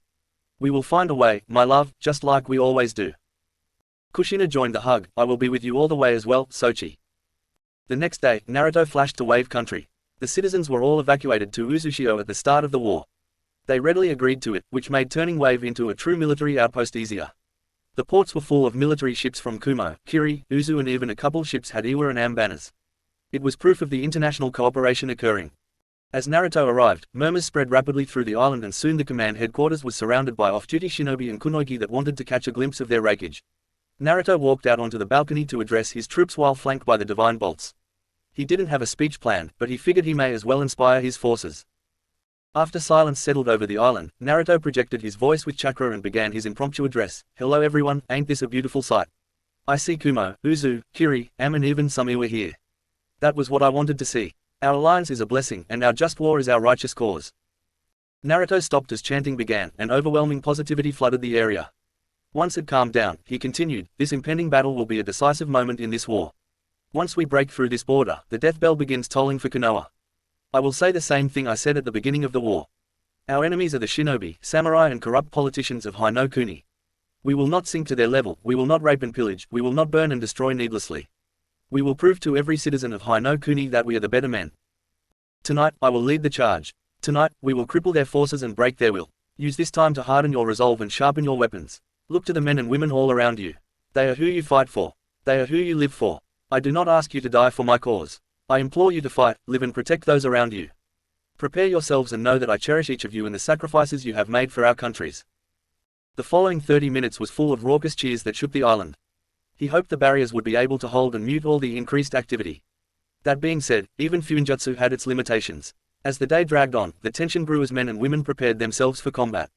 It hung in the air like a fart in an unventilated room. It settled over everyone as they dealt with the possibility of their own deaths and the gruesome images to come. By 8 p.m., ships were loaded silently, and they prepared their angles of attack for the assault. The bridge contained shinobi that were lined up shoulder to shoulder in preparation for the battle march once the signal was given. The reinforcements remained in a quiet formation behind the bridge. An unsettled quiet hung over the island once the sun set. Naruto walked out of the command headquarters with Gaara, Yugito and B. They each had their assigned tasks, and they had each hardened their resolve. Virginia, Georgia and Rado were already waiting for them outside the building. Naruto gave each of them hugs and words of encouragement. Sunui and Mabui mounted Virginia with Naruto. Kankuro, Temari and Itachi joined Gaara and Yugito on Georgia. B hopped on top of Rado with C, Anko and Tayuya. Each of the support riders would continue airborne operations once the defenses crumbled. The hard hitters would dismount and launch the opening assault while the support covered the retreat with a variety of tags that were attached to kunai. Once atop Virginia, Naruto gave the final nod to Kushina, who was holding down the HQ and controlling the battlefield. As the three eagles took to the air, shinobi around the island closed their eyes and offered up their prayers. The eagles climbed high to start with. Naruto needed sage mode and he was going to use the power of the storms. After circling the island a couple times, Georgia and Rado broke off for their assigned bases. Thunder began rumbling as storm clouds formed behind Naruto. The night sky darkened as the clouds blackened and lightning flashed erratically through the clouds. Naruto held the rain back as long as he flew over wave, but he would not restrain the storms for his enemies. Might Guy originally volunteered to remain behind in Konoha to take Kakashi's place as the inside man. Everybody underestimated him because they couldn't see past his mask. That being said, Guy had pulled Lee, Neji and Ten out of the camp for a patrol. Lee was already committed to departing from the unyouthful Konoha. Ten was ready to do the same, but she wouldn't leave without her father that was stuck serving as a blacksmith for the Uchiha. Neji was obstinate and unlikely to go along with the plan, but Guy didn't want to see him die. Guy knew the impending battle would be a terrible one and he didn't want any of his precious students to get caught up in it. The patrol took Team Guy down towards a port town that was struggling due to the prolonged embargo. A deep rumble of thunder that followed a flash of lightning drew Guy's attention to the west. He knew what that meant, and he stopped to watch the light show. Guy and his students would remain fixed in place as they watched the terrifying display of natural power that ensued. Naruto synchronized with Hikari while in sage mode and his control over the storm intensified as his potent yokai spread out among the clouds. Virginia, as a sage in training, was nearly drunk on the overwhelming amount of natural energy that was hovering around her. The crackle of energy in the air was intoxicating to her, but the pat on her neck from her summoner snapped her out of it. She dove from over a mile in the air as Naruto shaped the natural energy with the dive. This was the first time they were going to use the most devastating jutsu in the eagle's arsenal. Naruto clapped his hands together and eyes closed as the winds roared around him. He loved the feeling of terminal velocity as Virginia dove. He sheltered his girls in a wind barrier and used his control over the storm to form it around him. The eagle with a 200-meter wingspan made of wind and lightning formed around him easily. The 10 smaller eagles that dove behind him pushed his concentration to the max. As they broke through the low-hanging cumulonimbus clouds, the world froze as thousands of eyes locked onto Sage Art, Wrath of the Screaming Eagles. The wind and lightning chakra looked ethereal as the battle cry of the eagles echoed for miles around. The last 300 meters of the descent was over in mere seconds as Virginia banked out of the dive like a majestic fighter jet. The 11 elemental eagles continued their trajectory as one massive and 11 smaller explosions erased the central fort off the map in a terrifyingly majestic display of power. The explosion of light, chakra, electricity and wind rose nearly 150 meters into the air. The explosions blossomed together and formed into a dome of blinding chakra light that sent a mushroom cloud up into the cloud cover. As if the heavens wanted to honor the fearsome display, sheets of rain began pouring down and lightning flashed all over the area. Thunder echoed like a battle drum, and everything happened at once.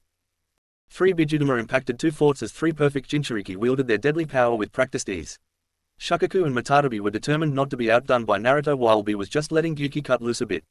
The eastern and western forts, already stunned by the storm and majestic explosion, erupted in twin explosions as Bijudama crashed into their outer walls. The twin explosions were the go signal for the marine forces that jumped out of their ships and used water walking to make their landings. Naruto recovered from the dive and Virginia made her way to the main encampment of the reinforcements. Naruto felt the full transformations as Biju yokai saturated the landscape and called out to his sage mode. Moments later, the Bijudama erupted and proved that things were going according to plan. With that, Naruto focused on the task at hand. Once again, Virginia climbed into the air, but this was going to be a controlled dive that would let Naruto use one of the jutsu he had been saving. As the controlled dive began, Naruto channeled chakra throughout his body and tails. His tails began glowing as Tempest chakra began forming in each of them. Naruto kept his hands clasped together to focus this jutsu after he went through the hand signs. His tails began glowing brighter and he brought them up over his head as the Tempest chakra formed into a ball over his head. Naruto's eyes snapped open as the dive got him into range and Virginia let out a menacing shriek that told Naruto it was time to let loose. The ball of chakra turned into a supercharged beam that was nearly 10 meters in diameter. The laser of Tempest chakra tore a destructive line from the front gate through the center of the encampment. As the Tempest beam made contact with the ground, the chakra dispersed in an explosion rather than digging into the earth. The chakra blossomed into a series of devastating explosions that ripped a destructive line through the encampment as Virginia leveled out and flew over the camp. Mabui and Samui each had clones that were helping them to throw out explosive tags. The smaller explosions that erupted on either side of the destructive trench sowed further death and chaos on the gathering of samurai and shinobi. After the first swipe, Virginia banked and circled around for another run at the camp. Naruto calmed his chakra and prepared himself for his next role during the next couple runs while his girls rained death down on the encampment. Ruto, you are good to go. Your reinforcements are 10 to 15 minutes out. The signatures you feel are 3 of the remaining Jinchuriki and the big one must be Kisame. Hikari said as she was fully synced with Naruto's senses. Naruto frowned, that was more than I was expecting. Hikari agreed, there is no need to put yourself in such a position without backup. Why not retrieve B, Gaara and Yugito? That would more than enough to even the odds. Naruto agreed with that and let his girls know that he would be right back. The three Jinchuriki didn't even question things when Naruto showed up amidst the sheets of rain and stormy skies in a blue flash. They each flashed with him back atop Virginia as she was pulling out of another run. Ginny, that is enough.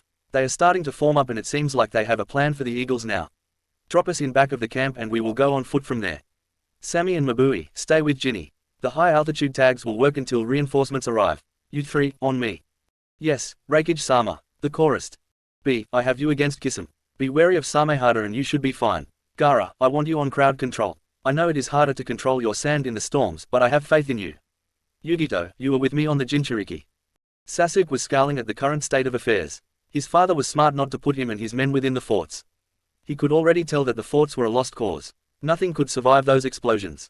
In fact, Sasuke was pretty damned intimidated by the man he used to consider a rival. Naruto Uzumaki was always a source of motivation when Sasuke was training. Despite that, Sasuke knew that he could not stand against the man. That was why he was surrounded by the strongest shinobi in Konoha. Sasuke activated the loyalty seals on each of his compatriots. He wasn't going to take a chance of them chickening out of this fight. If they lost this fight, then the war was as good as lost. He already ordered Zetsu to bring the creatures here to reinforce the camp. He just needed to rally the camp and begin the assault on Wave prematurely. His father should have known better than just leaving forts and encampments for the Reikage to pick off. Everyone is to stay on me. We will find their forces and eliminate them. Unseal the ballista scrolls and get them set up. A samurai general ran over to Sasuke's group. There are 1,000 of shinobi pouring off the bridge and multiple ships. They are moving, my lord, he said as he bowed to Sasuke. Sasuke grunted, gather our remaining forces and prepare them to engage. We should still outnumber them 3 to 1. They are just using scare tactics. The rain pelted Sasuke's face and those in his group flinched as lightning flashed all around them. Through the storm, Sasuke's M's flared and spun wildly. This was more than enough to make the samurai general move out. Kisame hitched Samehada over his shoulder. Well, I joined y'all for the chance for a good fight. Looks like we got that chance. 4 thuds sounded above the rain and caused the group of Uchiha Jinchuriki and Kisame to turn around. Sasuke instantly scowled when he saw who was in front of him. The Reikage and Hachibi Jinchuriki towered over the other two in the group. Their massive frames illuminated by the non-stop flashes of lightning that were always accompanied by the menacing rumble of thunder. If it isn't the little, pathetic, insignificant little fuck that I nearly put down in Iwa. Tell me, boy, do you wish to die tonight? Naruto said with his arms crossed in front of his chest. The tension grew as the standoff set in. The nearby explosions of crashes of thunder were enough to make the shinobi flinch. Sasuke scowled as Kisame snickered. I have gotten stronger since then, traitor. I have been itching for a rematch. Naruto waved a hand in front of his chest. Nah, you are still as pathetic as the day I severed your hands. Your papa gave you his eyes, that power isn't yours. Your papa also gave you Son Goku and I imagine your eyes borrow his power. Naruto tapped his chin here. Yeah, I think you are just a compendium of borrowed power, you pathetic bitch boy. Kisame's snickering was getting out of hand before he was silenced with a hand sign from Sasuke, who was scowling deeply. The red of his Sharingan glowing in the night along with the fires that dotted the encampment. Sasuke growled, says the man that grew up on the Kyuubi's power. Look at you. B started laughing before he broke into a rap. That ain't the power of the Kyuubi. Nah, that little lady just let it be. What you see in front of you is my man Naruto, the Hanyu. Naruto cracked his neck. What he said. Tetsu Uchiha, Jinchuriki of the Rokubi, asked, what did he say? Yugito stepped in and growled at the Uchiha. He said that Reikage-sama earned all of his power. When you killed him, he came back as a Hanyu, and he worked for every ounce of the power he possesses. Unlike your coward of a father in cage. Naruto held up a hand before the Uchiha group could overreact. Sasuke, it seems like you want a rematch. Let's go then, little bitch. Prove to me that you are more than some pathetic amalgamations of borrowed power. This caused everyone to lower into fighting stances. B took out 2 of his katanas while Yugito pushed chakra into the seals on her hands which caused her gauntlets to appear. Naruto just remained standing with his arms crossed and Gaara had uncorked his gourd. 4 Sharingan eyes looked back at him and many genjutsu were shattered effortlessly by Naruto's dense chakra that was beginning to flare up. The standoff was broken by a flash of lightning that crashed into the ground in between the two groups and the Reikage disappeared in a blur. He grabbed Itsuo, the Jinchuriki of the Chomei, and Sasuke, Jinchuriki of Son Goku, by the necks and disappeared in a blur. Rather than move out of the camp, Naruto directed his momentum to the center of the camp. He jumped in the air with each Jinchuriki caught in a double lightning lariat. He spun wildly and tossed the 2 Uchiha encased in stage 1 Biju cloaks down into the center of the camp. The explosion of mud, dirt and earth in the center of the camp was soon followed by one of Naruto's jutsu projects. Ever since recovering his father's scroll, he was determined to incorporate each of his elements into his father's creation. The Rasen Shuriken hummed to life in a screech of wind in his right hand and he hurled the jutsu down towards the newest crater. The blue sphere that was encased in a white layer of wind chakra and had 3 rotating wind blades on it tore through the storm towards their targets. Itsuo and Sasuke were able to recover in time and their Sharingan picked up the hyper-dense ball of chakra coming at them. Sasuke and Itsuo substituted with 2 samurai that were out of range and their Sharingan saw the 2 sacrifices get shredded by millions of wind blades. Sasuke pulled on more of Son Goku's chakra and attempted to catch Naruto in midair with an arrow composed of the purely black flames of Amaterasu. His M's ability was called Flame Control and it allowed the Uchiha to shape and control the heavenly flames with his right eye. The arrow of black flames tore through the air with the frightening accuracy of the Sharingan and its predictive abilities. Naruto saw that the arrow was headed for him, and he simply pushed off the air with the cloud stepping technique to avoid the devastating attack. He dodged multiple volleys of kunai and shuriken in the same way as he repeatedly stepped off the air to dodge and descend down faster than normal gravity would allow. Sasuke unsheathed his katana and encased it in lightning as the fight turned to point-blank range. His Sharingan able to track the speed of his lightning-cloaked opponent. Naruto's foot touched the soaked ground once and he pushed off in an explosion of speed. Naruto's right hand unsheathed the katana as he blurred past Sasuke. To his surprise, the Uchiha was able to block 4 of the 5 nearly instantaneous strikes. That didn't stop the 5th strike from lashing across his back. The chakra cloak was nearly enough to stop the chakra-encased blade, but it wasn't sufficient to totally negate it. Sasuke would bear the scar on his back for the rest of his short life. Naruto turned on a dime and avoided a fireball from Itsuo. The Jinchuriki of the Nanabi then sent multiple fireballs at the wreckage that was blurring in between them with minimal effort. Naruto wanted to deal with this Uchiha before Son Goku's chakra healed Sasuke. He pivoted 45 degrees from his latest dodge and sent a kunai right at the head of the Uchiha. Itsuo was able to track the insanely fast projectile thanks to his Sharingan. He dodged his head to the right and watched as the kunai sailed past. After committing the most fatal mistake against a user of the flying Raijin, Itsuo immediately regretted it. The flashes of lightning had illuminated the night sky, but the flash of dark blue light that originated from right behind Itsuo was different. Unfortunately for the newly made Jinchuriki, his body couldn't move fast enough. 4 chains sheathed in Tempest Chakra ate through the stage 1 cloak in mere seconds. The tips of the chains burrowed through the Uchiha's palms and snaked up to pierce through each shoulder. The 2 other chains pierced through the abdomen where the seal resided to disrupt the connection between Jinchuriki and Biju. Naruto discontinued the Tempest Chakra to the chains and simply reveled in the amount of chakra and yokai he was absorbing. In total, it was less than a third of his own chakra, but that was still a nice top-off after the amount of chakra he had flung around this night. The chains glowed red as the yokai of the Nanabi topped off Naruto's reserves and even added to them. Naruto was forced to dodge 3 oversized arrows made of black flame as the Uchiha Saiyan was back on his feet with 4 tails waving behind him. Naruto formed a clone and passed off the unconscious body of Itsuo. This was the battle he wanted. This was the revenge he wanted. There was the opponent he wanted to crush. Hikari couldn't agree more, and she opened the valve to the Soul Link and pushed more of her potent yokai through it. Once again, Naruto's Hanyu features flared up and the Tempest Shroud erupted around him. The glowing, deep blue eyes glared through the rain and wind and pierced Sasuke's soul. Despite the influence of Son Goku's yokai and the hatred granted to him by the eternal Mangekyo Sharingan, Sasuke's heart was seized by fear. He couldn't stand up to this power. Sure enough, moments later, Sasuke was only saved by instinct as a purple ribcage formed subconsciously in front of him and shattered milliseconds later as the right fist adorning 3 golden bracelets sent him flying backwards. Sasuke tumbled off the ground once before he cried out in pain as a combat boot crashed into the base of his spine. The abrupt change in momentum gave the Uchiha whiplash as he was kicked around like a kid's kickball at recess. The devastating series of jarring kicks threatened to plunge the Uchiha into unconsciousness, but he was finally able to right himself and dodge an axe kick from Naruto. Fear seized his heart while debilitating pain racked his body as a result of the repeated crushing blows. After dodging the kick, Sasuke attempted to create distance, but it was useless against the fastest man in the world. Naruto caught Sasuke around the waist and flipped a couple times in air before kicking off the air and propelling Sasuke and himself into the ground. Naruto was proud to use his own version of Eyes, Liger Bomb Drop. The results were devastating as the crater extended 150 meters from the point of impact and buried the Uchiha nearly 50 meters below what used to be ground level. Sasuke whimpered in pain and formed a hand sign. Naruto watched him and thought nothing of it. He wanted to get Son Goku out of this evil man. He wanted to send a message to Fugaku. Naruto started by pinning Sasuke's back to the bottom of the crater as 4 chains pierced his shoulders and hips. While they were draining chakra, Naruto smirked down at the pathetic Uchiha. He slowly unsheathed his katana while locking eyes with the broken Uchiha sign. "You know, Sasuke, I took these from you once already, but I think I will learn my lesson." Naruto growled as his Hanyu instincts were getting the better of him. Sasuke's eyes widened in fear as the katana dug into his right wrist. After a couple seconds, a burst of wind chakra severed the wrist in a spray of blood. Sasuke cried out in pain as his eyes tried to reactivate the Sharingan, but the chakra-draining effects of the chains prohibited it. Naruto smirked devilishly down at the whimpering Uchiha and the pointy edge of his katana hovered millimeters over Sasuke's left eye. The Uchiha turned his head away, but a chakra chain formed out of Naruto's back and forced Sasuke's head to face him. The Uchiha closed his eyes in an attempt to protect his Sharingan. Blood trickled out of his mouth as the katana sank down into the eye socket and robbed the Uchiha sign of his left Sharingan eye. His cry of pain was interrupted as Naruto was caught off guard by a sword that felt more like a club. The sword dug into Naruto's abdomen and sent him flying away from the downed Uchiha. 5 chakra chains flailed wildly behind him as his momentum sent him tumbling up the edge of the crater. Kisame stood protectively over the Uchiha as a plant creature emerged from the ground. Black Zetsu made the immediate decision to wrap itself around Sasuke before it disappeared into the ground.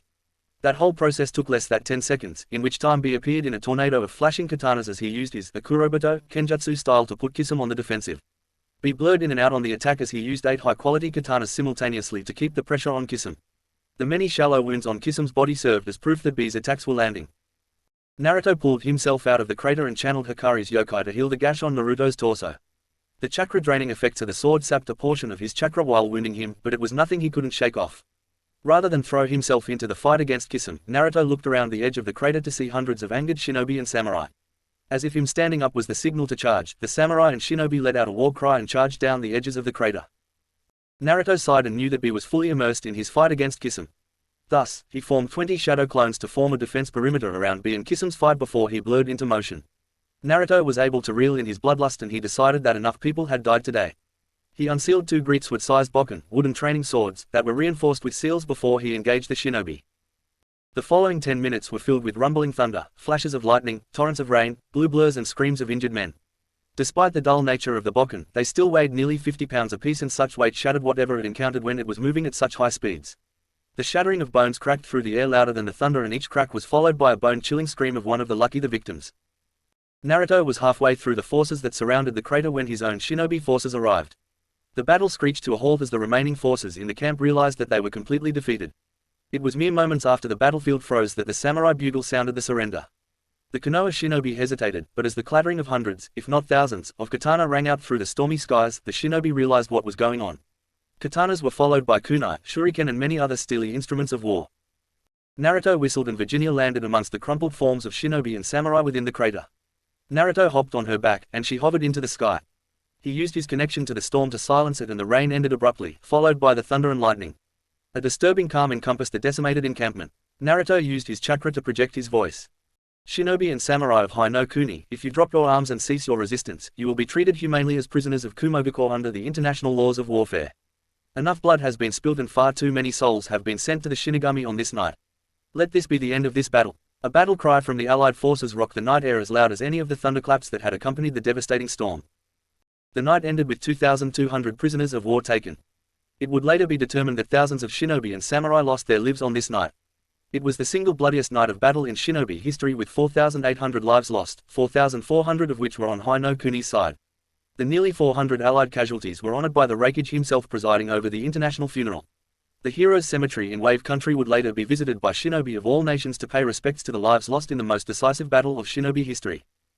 The night also removed 2 of Fugaku's Jinchuriki while Sasuke and Tetsu were able to flee. That just left Son Goku and Seiken out of Naruto's control. Kisame Hoshigaki and his fellow sword Samehada were also conquered on this night, which removed the last missing nin that composed the Akatsuki. It was a crippling blow that would break the will of the alliance in short time. Omega Corps, morning after Battle of Wave. Amy, Darui and a full division of shinobi were pulled from the front lines to respond to the urgent request for reinforcements from Omega Corps. They traveled through the night after the emergency reinforcement request reached them. None of them were ready for what they encountered after they traveled across the lake to get to the capital city of Omega Corps. Smoke was still billowing into the sky and fires yet burned as the ships landed at the destroyed port harbors on the edges of the island. Omega Corps no Sato was an industrialized village that specialized in the processing of iron and steel. The city boasted far more industrial capabilities than most of the 5 great nations, and this was where AM found its success. However, the buildings that had previously reached tens of stories into the sky were now crumbled messes of shattered stone. The once great city looked like it was rocked by a great explosion that originated from its center. The crater at the center of the city radiated outwards all the way to the edge of the island in the middle of the lake.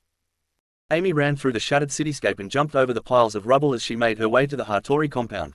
Tears filled her eyes as she ran past groups of shinobi attempting to excavate citizens and shinobi that were buried and trapped in the rubble.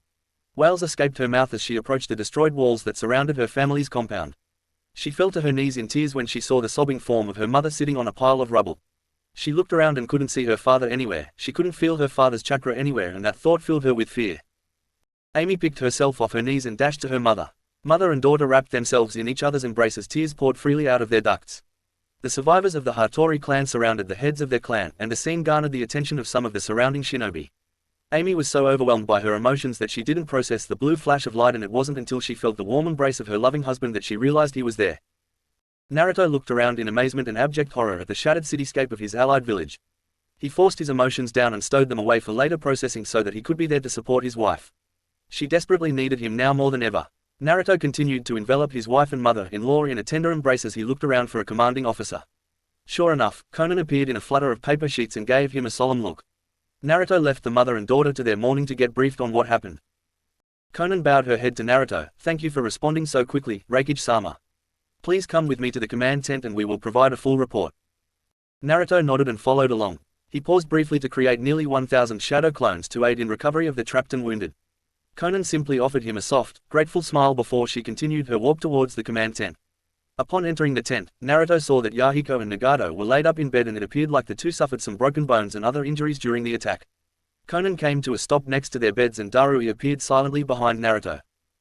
"Good to see you two will be okay." Naruto began. "Where is Hanzo and what happened here?" Yahiko frowned when Hanzo's name was mentioned and Nagato visibly flinched. The Hokage appeared alone within the city along with one of those plant creatures. Our rain sensory field picked up him, but by the time the first shinobi responded he was hovering in air above the city. We felt a significant amassing of chakra which at least allowed those of us experienced enough to put up some defenses.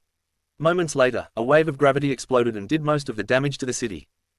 Naruto remained in a respectful silence as he listened to the report. He simply gave a nod and said, "Continue." Nagato took over. The damage was astronomical, and everything was in a state of chaos. Despite that, Hanzo-sama engaged the enemy in single combat. He fought the Hokage alone for 15 minutes before we were able to join the fight. It appears like the initial jutsu caused a backlash because the Hokage did not use gravity again for a full 20 minutes after the initial attack. Despite that, the Hokage fought off Hanzo and crippled him. That was when we engaged in the fight. The Hokage summoned multiple different animal summons that began wreaking havoc, and Konan handled those. We fought against the man but realized quickly that he could absorb chakra, he could alter his body, and he had some power that incapacitated our shinobi by just touching them. Yahiko picked up here. After fighting Fugaku for a couple minutes, Fugaku got his gravitational powers back. He just held out his hand and Hanzo was pulled to him. What happened next? I don't know. I don't know how to say it. It was like he ripped Hanzo-sama's soul out. Hikari chimed in here through the link. That is the power of the human path, and that is bad. That allowed Fugaku to get access to all of Hanzo's memories, which means he knows everything Hanzo knew. Naruto frowned up hearing that, but he relayed it to the group. The revelation made them pale, and it simultaneously enraged them. Naruto held up his hand and did his best to contain his anger. Despite his best efforts, a deep blue aura began surging from Naruto. "I believe the time for pleasantries and kitty gloves has passed. I will go directly to Konoha and take the fight to Fugaku. What I saw outside cannot be tolerated. What I saw outside is beyond a war crime. I will destroy Fugaku, the Uchiha clan, and Konoha. It is time for this to end." Nagato took over. "Naruto, please don't. The power of the Rinnegan is truly terrible. If you fought against it in a fair fight, I believe you could win. However, if you fight alone and behind enemy lines, then it could cost you your life."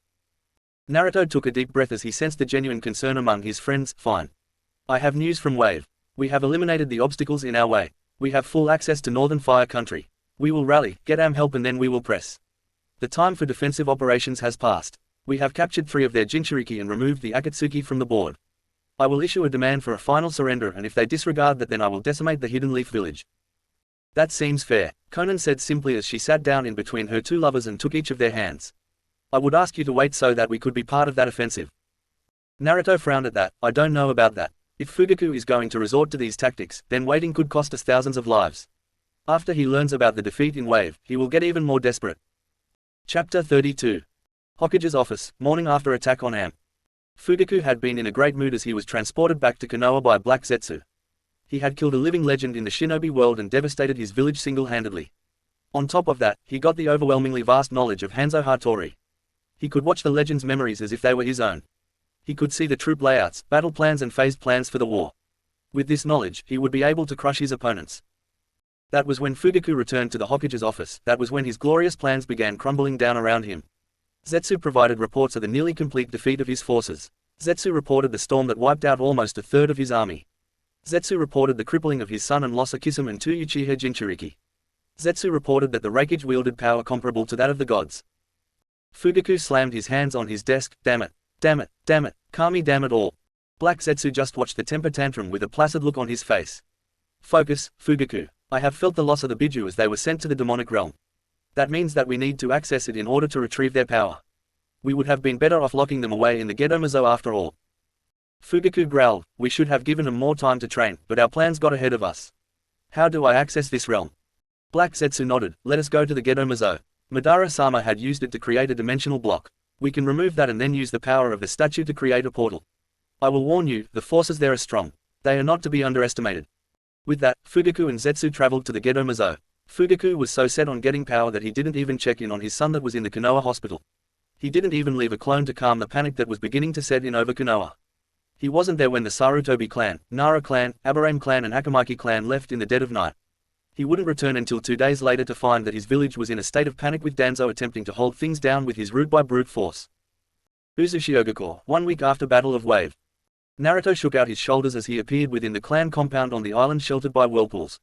It had been a long week as the weight of the war settled over the allied forces. After the victory in Wave, Iwa forces encountered guerrilla warfare that picked them apart and left them in a bad situation. The desert wasn't a hospitable place, and it was even less so when the water supply was poisoned. Then, of course, was the destruction of Am. Naruto couldn't leave his allies hanging in their time of need and he had directed a sizable number of resources and personnel to aid in the recovery of Am. The death toll and number of injured was staggering and growing daily. Nearly 3,000 shinobi and 20,000 civilians killed in one attack. Over 6,000 shinobi and 35,000 civilians injured. It was a truly devastating loss, and it sent a clear message to the allied forces. Fugaku Uchiha was the true enemy of the world, and he must be dealt with at all costs. Those 2 attacks were bad, but then there was the assault of the Zetsu. Nearly 3,000 plant creatures attacked the southern border of Kumo. The plant creatures were only mid to high Chunin level, but they were enough to sow chaos and discord when they appeared in such numbers. Naruto learned that the Kumo suffered 300 deaths and more casualties. It was yet another devastating loss of his precious people. Naruto hated the cost of war, and this motivated him even further to end the chaos. The week was filled with funeral services to honor the dead and they weighed heavy on the godam raikage of Kumo. Naruto shook his shoulders to shake off the imaginary weight of the stress. It wouldn't do for him to sulk in front of his family and mates. They were still alive, and they were the ones that mattered most to him. Thanks for coming, Sochi. Kushina said as she wrapped him in a warm embrace. Naruto felt his walls crumble as he sank into the embrace of his mother's arms.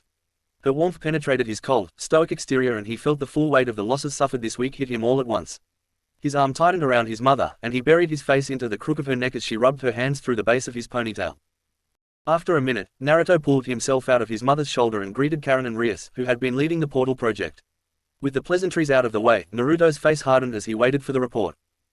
Karen stepped forward next to the portal device. We got a message from Minato and Kitsubi last night. They reported that Fugaku appeared in one of the battles between the Kitsune, turtles and orcs. He said that Fugaku used the Rinnegan to tip the scales of the fight. Isobu was able to escape, but the fact that Fugaku was present creates a host of problems for us. Naruto groaned and slapped a hand to his face. He dragged it down slowly at the implications of the most recent information. He knew about the portal because of the information he absorbed from Hanzo. The fact that he went to the demonic realm complicates things. Hikari formed to the right of Naruto and embraced him in a hug. Well, I think it is time for us to return. I want to introduce my 6-tailed hubby to the clan. Kushina's head snapped over. 6. When did that happen? Why am I just now hearing about it? Naruto sighed and shrugged. Chome was more than happy to top the 6th tail off in return for freeing her from the Genjutsu and Uchiha vessel. She isn't going to be happy about coming back here. Hikari slapped his shoulder playfully. Uzu is far safer than the demonic realm if Fugaku can access it. We are lucky that Isobu got away after seeing my father's eyes in the cursed man's possession. Naruto nodded with a small smile on his face. Very well, let's go greet the clan. Makai, Kitsune Territory, capital city of Koryu. Naruto, Kushina and Hikari stepped through a portal to Makai to see 2 Kitsune guards. They were 4-tailed Kitsune and they each had 2 swords on their waist as they stood on their haunches. Their postures were defensive and unyielding, but that all changed when they saw Hikari standing in their presence next to Naruto. Milady, they said before they bent over and ducked their heads to the floor. Hikari waved them off dismissively. Yes, I have returned. Now, take me to the council so that I may get an update. There is much to be discussed and little time to do it. The Red Fox rose from his bow. I am Kitsumiyu, it would be my honor to lead you, milady. May I inquire about the 2 humans? 1 human and 1 Hanyu with you. Naruto stepped forward with his chest out and spoke in a commanding tone. I am Naruto Uzumaki Namikaze, 6-tailed Kitsune Hanyu and mated partner of Hikari Uzumaki. This is my mother, Uzumaki Kushina, maid of Minato Namikaze. The 2 guards bowed and prostrated themselves once more. The Purple Fox spoke this time. It is an honor to meet you, my lord.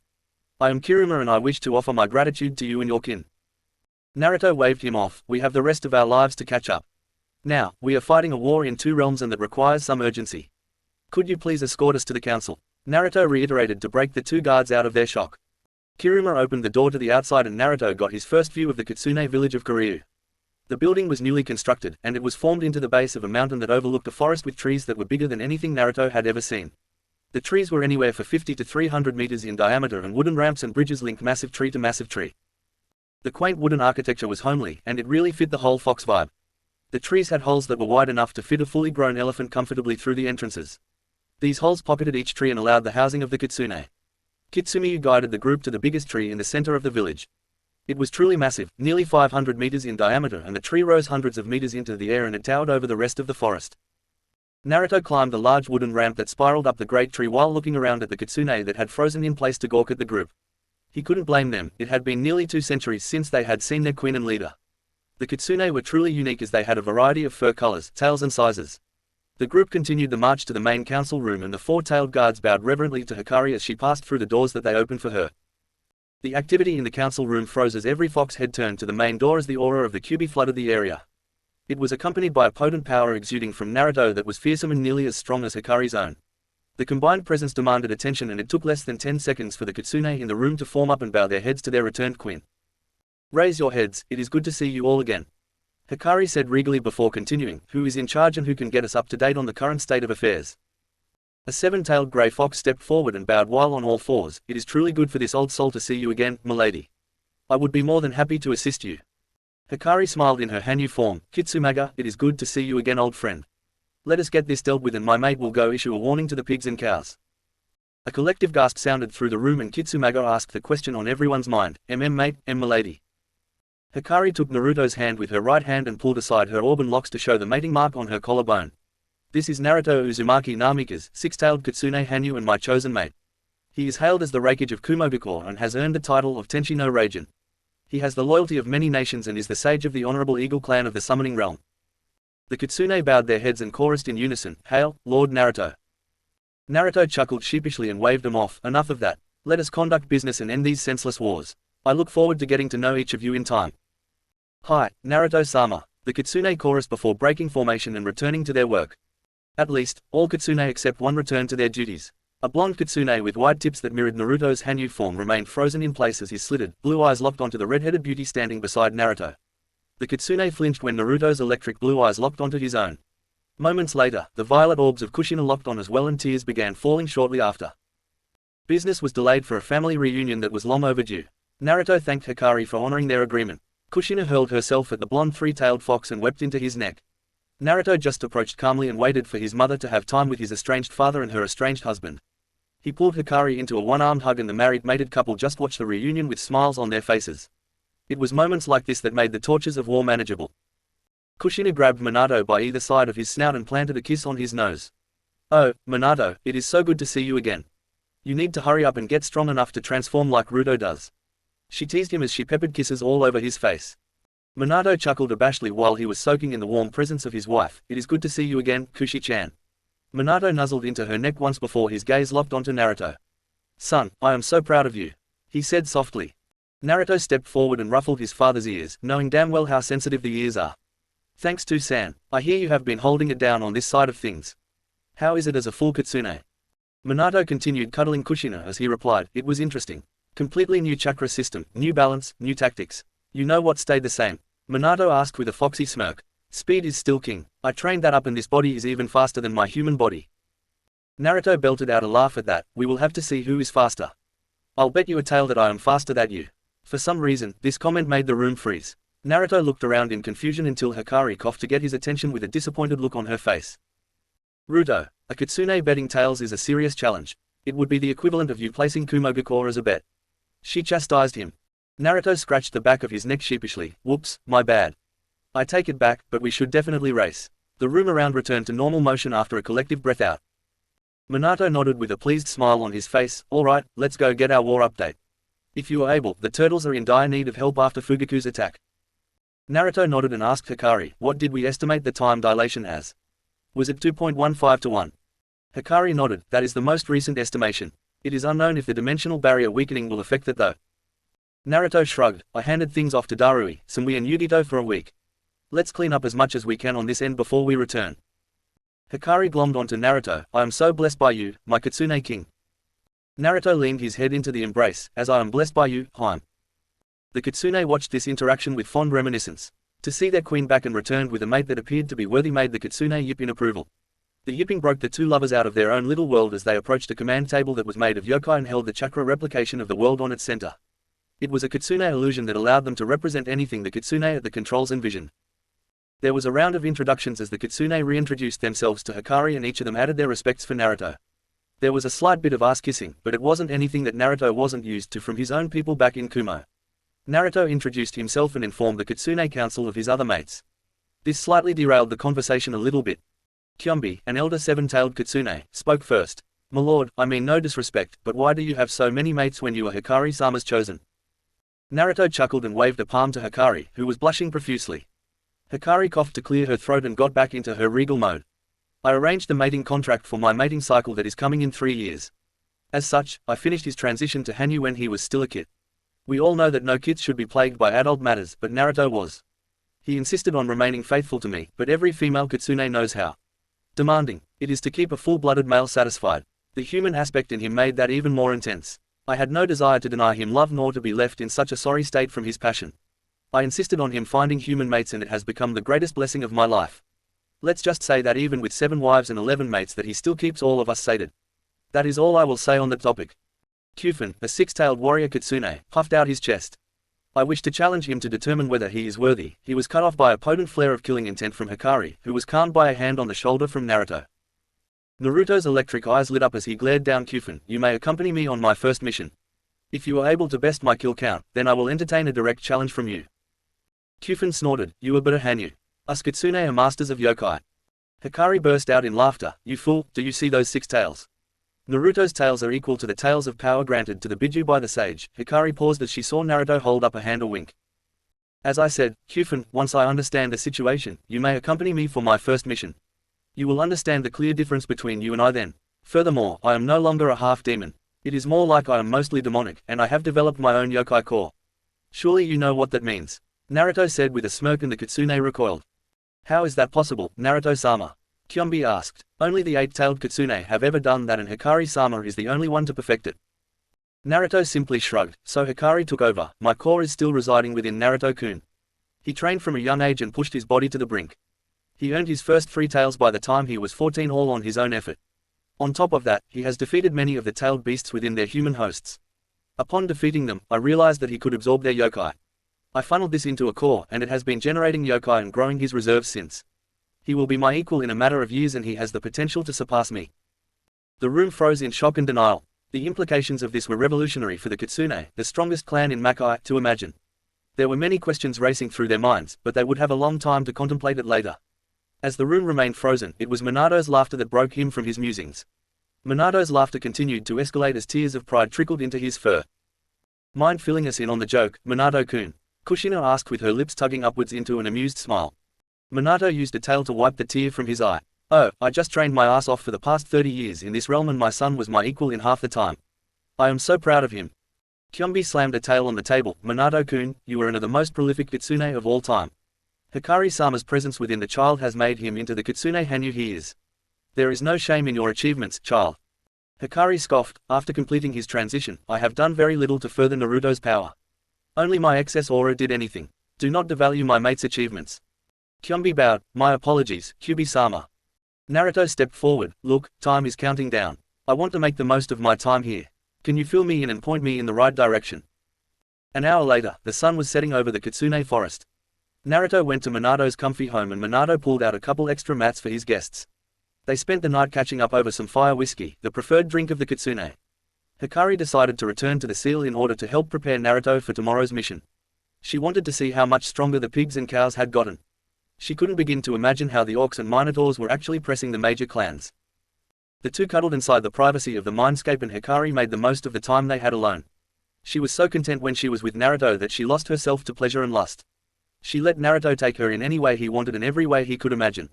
It always helped that every way Naruto took her made her scream out in pleasure. After their session, they enjoyed a good night's rest together with body against body and tails intertwined with tails. The next day, Naruto attempted to summon Virginia to the demonic realm after Hikari assured him that it would work. When Virginia arrived, she was more than a little surprised. It was the first time she had ever been summoned to Makai. The only eagles that had ever been to Makai were old York and Lady Merika. However, her reaction was nothing compared to the kitsune. The look on Kufin's face when Naruto told him to hop on was hilarious. Minato obliged with no objections and Kushina did as well. Finally, Kufin shrunk his size enough so that it wouldn't be a burden on the bird, and finally Naruto kipped up. He waved goodbye to Hikari, who the kitsune insisted stay within Kiryu for her own safety. Kufin also said that it wouldn't be fair if Hikari were to get involved in their competition. Hikari simply shrugged it off because she could always link senses with Naruto anyways thanks to the soul link. Thus, Hikari curled up on a bed in the command tower and linked her senses to Naruto's to make sure she didn't miss the show. In the air, Kufin gave directions to Naruto, who passed them to Virginia. They had roughly an hour-long trip and it allowed for a conversation. Of course, Kushina was eager to find out more about Minato's life as a kitsune. She wanted to know what it was going to be like when she accepted Hikari's deal. Well, they are a pleasant clan. The world is quite different and yet very similar in most ways. The biggest differences are clan practices and behavioral customs. Of course, there is far more war in this world than in the elemental nations as well, even if that is no longer the case. Yet, the camaraderie, kinship and joy of life is still here. It will be even better now that the realms are linked once more. Kushina nodded along. So, Kitsunbi told us that you have quite the fan club. Is that one of the similarities? Kufin laughed boisterously as Minato blushed. Kufin answered for him, indeed he does. He is the only demon I know that has ever declined so many mating offerings. It has made your name quite the urban legend, Kushina-sama. Kushina blushed and Naruto took over. So, what can you tell me about the orcs and Minotaur? What should we expect in battle? Minato got back into serious mode at the question. The orcs look like pig-human hybrids. The adults stand about 8 to 12 feet tall and typical and not well armed. Their elites wear plated armor and wield a variety of heavy weaponry. They are stronger than us but also much slower. Their strength is in their numbers and formations. The Minotaur are fierce warriors. They stand anywhere from 10 to 20 feet tall, and their hide is incredibly tough. My wind and lightning yokai has proved to be enough to deal with most of them. Their elites are a different story, however. The elites' hides are heavily chakra, yokai resistant and durable. They use brute strength and often wield dual-bladed axes or halberds. They typically fight in twos and their strength is devastating. Naruto nodded along and asked a question. What do they have for ranged attacks? Anything other than thrown weapons? Kufin answered this one. No, they see ranged attacks as dishonorable and will charge through them. Naruto smirked foxily. Good, very good. Hey Pops, you want to see how I completed the rasengan? Minato's jaw dropped. You completed it? Naruto nodded. Yes, I did. With all three of my primary elements. For an elite, I would use lightning style. For the pigs, I will try out the water style. For formations, I will hit him with the wind style. Hey, Ginny, can I use sage mode here? Virginia turned her head as she glided through the air. The natural energy here is weaker. It will take you longer to gather. We are approximately 15 minutes out. Kufin informed the group.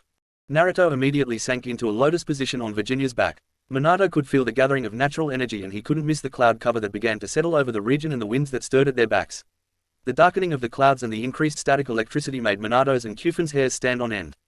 They were each watching the blonde Hanyu carefully as they sensed the rise in his chakra. Go down here, it looks like the battle has resumed. There is Isobu-sama, Kufin said over the roar of the wind. Ginny, let's introduce them to the eagles, Naruto said with a foxy smirk on his face. Rather than descend, Virginia banked upwards into the darkening cloud bank that formed suddenly over the area. As the screaming eagle composed of wind and lightning descended from the sky, the battle between the Turtle Clan and orcs froze. Naruto saw a group of armored minotaurs and a giant orc overlooking the battle. He smirked as he altered the trajectory of the screaming eagle towards what was obviously the command group. Kufin's jaw dropped after Virginia leveled out because Naruto's jutsu had just decimated an orc general, a couple orc captains and 10 minotaur elites in one fell swoop. Then, Kufin watched as the man jumped off of the eagle's back and formed two swirling spheres, one in each hand. Then wind blades appeared on them, and the spheres grew before he hurled them like a projectile at the amassed formation of orcs. In a vibrant explosion of wide chakra light, wind domes appeared that were 100 meters in diameter. Kufin remained frozen on Virginia's back after witnessing the display. Minato and Kushina had already dismounted and were engaging the enemy, but there was no way he could compete against that. The amount of power the Hanyu was throwing around was astounding. Virginia squawked in agitation and broke Kufin out of his stunned state. He jumped down and grew to his full size before he landed and engaged the orcs. Naruto immediately encased himself in his lightning armor and brought out his Tempest chains. He was far less reserved about killing these demons than he was about killing humans. Heaven's Blessing and Uzu no Hashi, the name he granted to his katana, were wielded in each hand while encased in copious amounts of wind chakra. He blurred through the slow pigs with zero hesitation and began decimating them by the tens and then the hundreds. He allowed his Hanyu instincts to take over and everyone designated an enemy would experience the full weight of his wrath. Minato was dealing with a group of orcs before he jumped out of the way as a blade of water lashed out of Kushina's katana. The sharpened and hardened water cut through 2 rows of orcs before the jutsu lost its potent edge. Minato capitalized on the new opening, and he dashed through the opening in the ranks as wind blades lashed out from his tails. The taller and slower orcs were unable to adjust in time and they died with almost no opposition. Isobu watched the shift in battle with a pleased smile on his rough face. He knew who had arrived as soon as the lightning eagle descended from the skies. He was less than pleased when he arrived in Makai to find his clan under assault. He was further displeased by the arrival of the human that stole his father's eyes. It put him in a tight spot, and these were much needed and most welcome reinforcements. Isobu marveled at how efficiently Naruto wielded his yokai. Perhaps that was why his father, the sage, said that the Biju were supposed to work with mankind. Surely, they would have been able to learn from one another if the humans hadn't given in to their fear. To Isobu, Naruto represented the true vision of what the sage had in mind when he said that. He freed him from his enslavement and captivity and immediately returned him to Makai. That was more than he could have asked from any human. Isobu's chakra resonated with the 2 techniques Naruto was wielding. It was a potent gathering of raw chakra and water chakra. It spun and resembled the Bijudama that he and his siblings were admittedly over-reliant on. He watched in amazement as the 2 spheres exploded and thousands of blades of water erupted from the impact. They were spinning at such a high speed that the water blades tore through anything that got in their path. Those 2 Rasengan decimated nearly 400 orcs on their own. The turtle clan rallied around the reinforcements and pushed back the orcs. Turtles were not overly aggressive and their offensive ninjutsu were fairly weak, but when multiple turtles worked together, they could summon the wrath of the seas. Isobu contributed to this effort and 2 tidal waves assaulted either side of the battlefield. Isobu chuckled as the blonde Hanyu shot him a cheeky look as he jumped into the air and landed on the backside of the tidal wave. Once the battle was over, Naruto, flanked by Minato and Kushina, trailed by a deeply humbled Kyufen, approached Isobu. Naruto gave the head of the turtle clan a curt bow of the head, which Isobu returned respectfully. "Thank you for your assistance, Uzumaki Naruto. I once again find myself in your debt," Isobu said in a humble and deep rumble. Naruto smiled. "Yeah, it hasn't been long. How is life in Makai treating you?" Isobu grumbled, "I am still recovering from my reformation. When Fugaku appeared not long ago, I was able to retreat deep into the waters with my clan. It was embarrassing, but I have no time for pride that would result in me being sealed once more. That was what I wanted to talk to you about, big guy. I don't want you getting captured, and I cannot stay in Makai long." "What would you have me do?" Isobu asked. "That is difficult. If I asked you to stay on Uzushiogakure until I can finish this war, what would you say?" Naruto asked genuinely. Isobu looked back with his lone eye and his craggy face frowned. "I cannot simply abandon my clan to hide. We can retreat to the waters should the human return." Naruto sighed. "All right, if you change your mind or need assistance, then contact the Kitsune." I assume this was enough to cement the alliance. Isobu nodded. "We will fight and defend alongside the Kitsune. Stay safe, Uzumaki Naruto. I owe you 2 favors now." Naruto waved him off. "Just do what you can to make Makai a better place. If you can trade some fresh fish with the Kitsune, that would be awesome too. Oh, and crabs. Please give him some crabs. Hikari-chan wants them when she returns here." Isobu chuckled deeply. "Very well. Travel safe, Uzumaki Dono." Chapter 33. The calm before the final storm. After returning from Makai, everyone was just a little happier than before they visited. Kushina was grateful to see Minato again and she was looking forward to her time with the Kitsune clan. Naruto was able to relieve some stress and remove some pressure on that side of the portal. Hikari was immensely relieved to see her kin again and she was pleased with how well received Naruto had been. After Kyufen recounted the battle, Naruto experienced a level of hero worship that no Kitsune other than Hikari had received. Overall, it was a pleasant and productive trip to Makai. Naruto returned and received a status update on the war. Fugaku had been quiet and moved into defensive positions. Konoha forces pulled out of Kaze no Kuni entirely and reinforced River Country's borders. River Country was much harder to assault and easier to defend than Kaze no Kuni. They had also gone scorched earth during the retreat to make it nearly impossible for the Iwa forces to pursue. Getting an army through a 4-day trip through the desert is no small feat. Wave Country had recovered the dead and established a solid base within Fire Country. They were just holding positions and waiting for orders to assault. There was still a presence of allied forces that would be able to withstand most direct assaults. The use of seals to reinforce structures and barriers that would delay the Hokage should he arrive, and a variety of other defenses were erected. It paid off to have a shinobi corps gifted in the sealing arts. Am had been taken care of by the combined might of the alliance. It was overflowing with medical shinobi, supplies and support. The situation was still dire and quite desperate, but it was stabilizing day by day. Most of the citizens were evacuated to Kaminari no Kuni and only engineers, construction workers and the critically wounded remained on the island. The recovery of a megacore would take a while, but like every other wound, it would heal in time. Naruto dismissed the council after the updates were given and he said that all forces were to use the next week to prepare, relax and get their minds right. He then left a blood clone and went to New Uzu to get some time with his family. It might not have been the appropriate time for it, but family came before all and Naruto missed his family. Thus, he abducted his girls from their battlefield positions, collected the Uzumaki girls and prepared a feast's worth of food for family dinner. "Thanks for the food, Ruto-kun," Amy said as she cuddled into Naruto. The girls agreed to let her have the real Naruto after the attack on Am. "How are you holding up, Amy-chan?" Naruto asked while everyone else offered sympathetic glances. Amy sighed, "It is tough, and I know it will hit me harder later on. For now, I just want to kick the shit out of every Uchiha alive." Her look of anger turned abashed as she glanced at Itachi. "Sorry, Chi-chan, that obviously doesn't include my favorite 3 Uchiha." Itachi waved her off. "We are Uzumaki now. My father lost himself and my brother was always a lost cause. The rest of the clan was just as guilty. I bear more love for every single one of you than any of them." Maya grabbed Itachi's hand and gave it a gentle squeeze. Anko turned to Kushina and spoke in her teasing tone. "So, Mama, how was it seeing Papa Fox again?" Kushina blushed. "Well, it was great. It was a little frustrating that he can't transform yet, but let's just say I left him with some proper motivation to get stronger."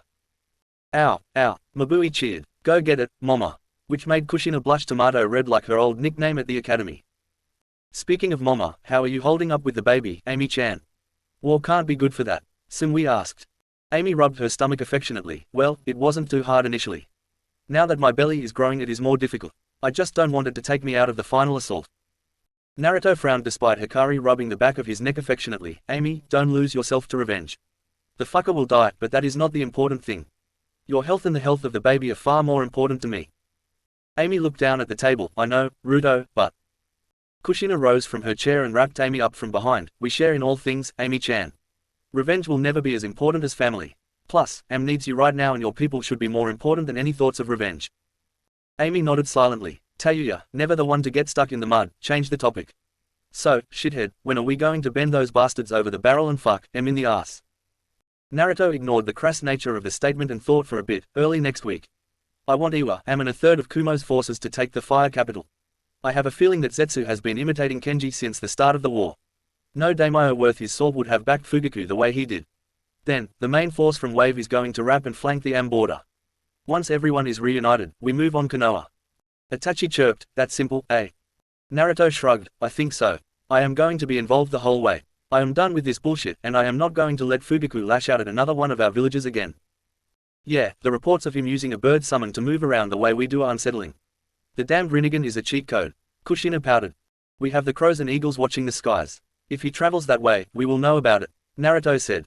"What happened to the dissenters and the refugees?" Tsunami asked. "They are currently being held with their chakra sealed in Wave Country. Most of the samurai are no problem, the dissenters are assisting with prisoner containment and the rest will be tried by a communal once the war is over. The Nara, Akamaki, Aburame and Sarutobi clans just turned themselves into our forces at Wave as well. Sazumi told me that you captured the Yamanaka girl. She also said that the Haruno girl died during the assault on the encampment." Itachi added to the conversation. "It is nice that a couple of the few decent remaining people in Konoha joined us." "Good riddance," Naruto muttered. "Now I won't have to worry about my eardrums being blown out. And yes, I am glad that they will be spared from the final assault." Kushina nodded at that. "What are you going to do with the branch Hyuga? We couldn't trust them early on, but they would be indebted to us if we remove their seals." Mabui offered the solution. "What about a fealty contract? They swear never to raise arms against the Uzumaki and their allies in return for their freedom." "Seems cool," Simui said as she polished off another crab leg. "But those elders need to die. I don't want to deal with them." "Agreed," said almost everyone around the table. "Can we just hurry up and end the war so I can have a baby of my own?" Maya pleaded. "I want one so badly."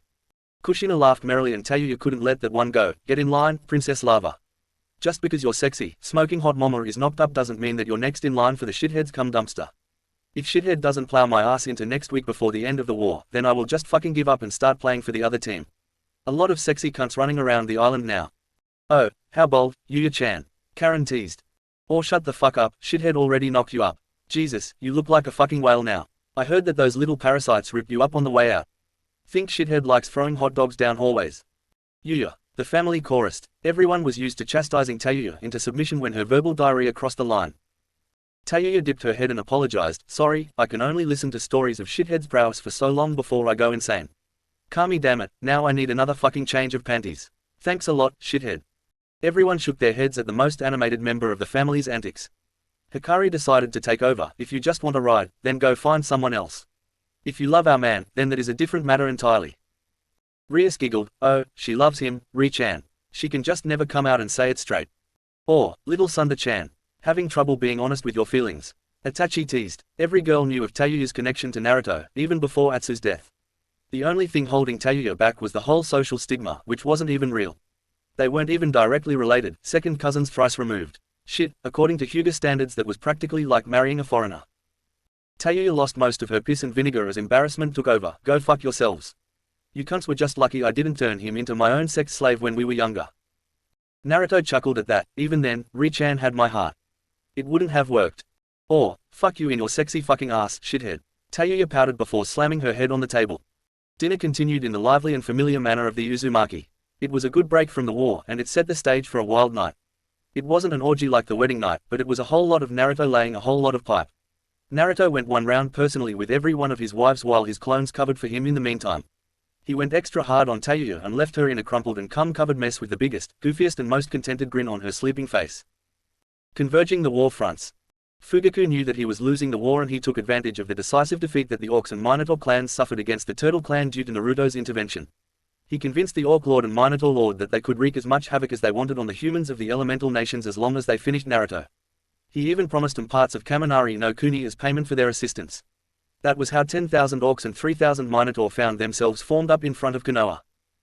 Fugaku, this is foolish, Black Zetsu said while lamenting the fact that the fool was far too strong for him to betray at the current moment.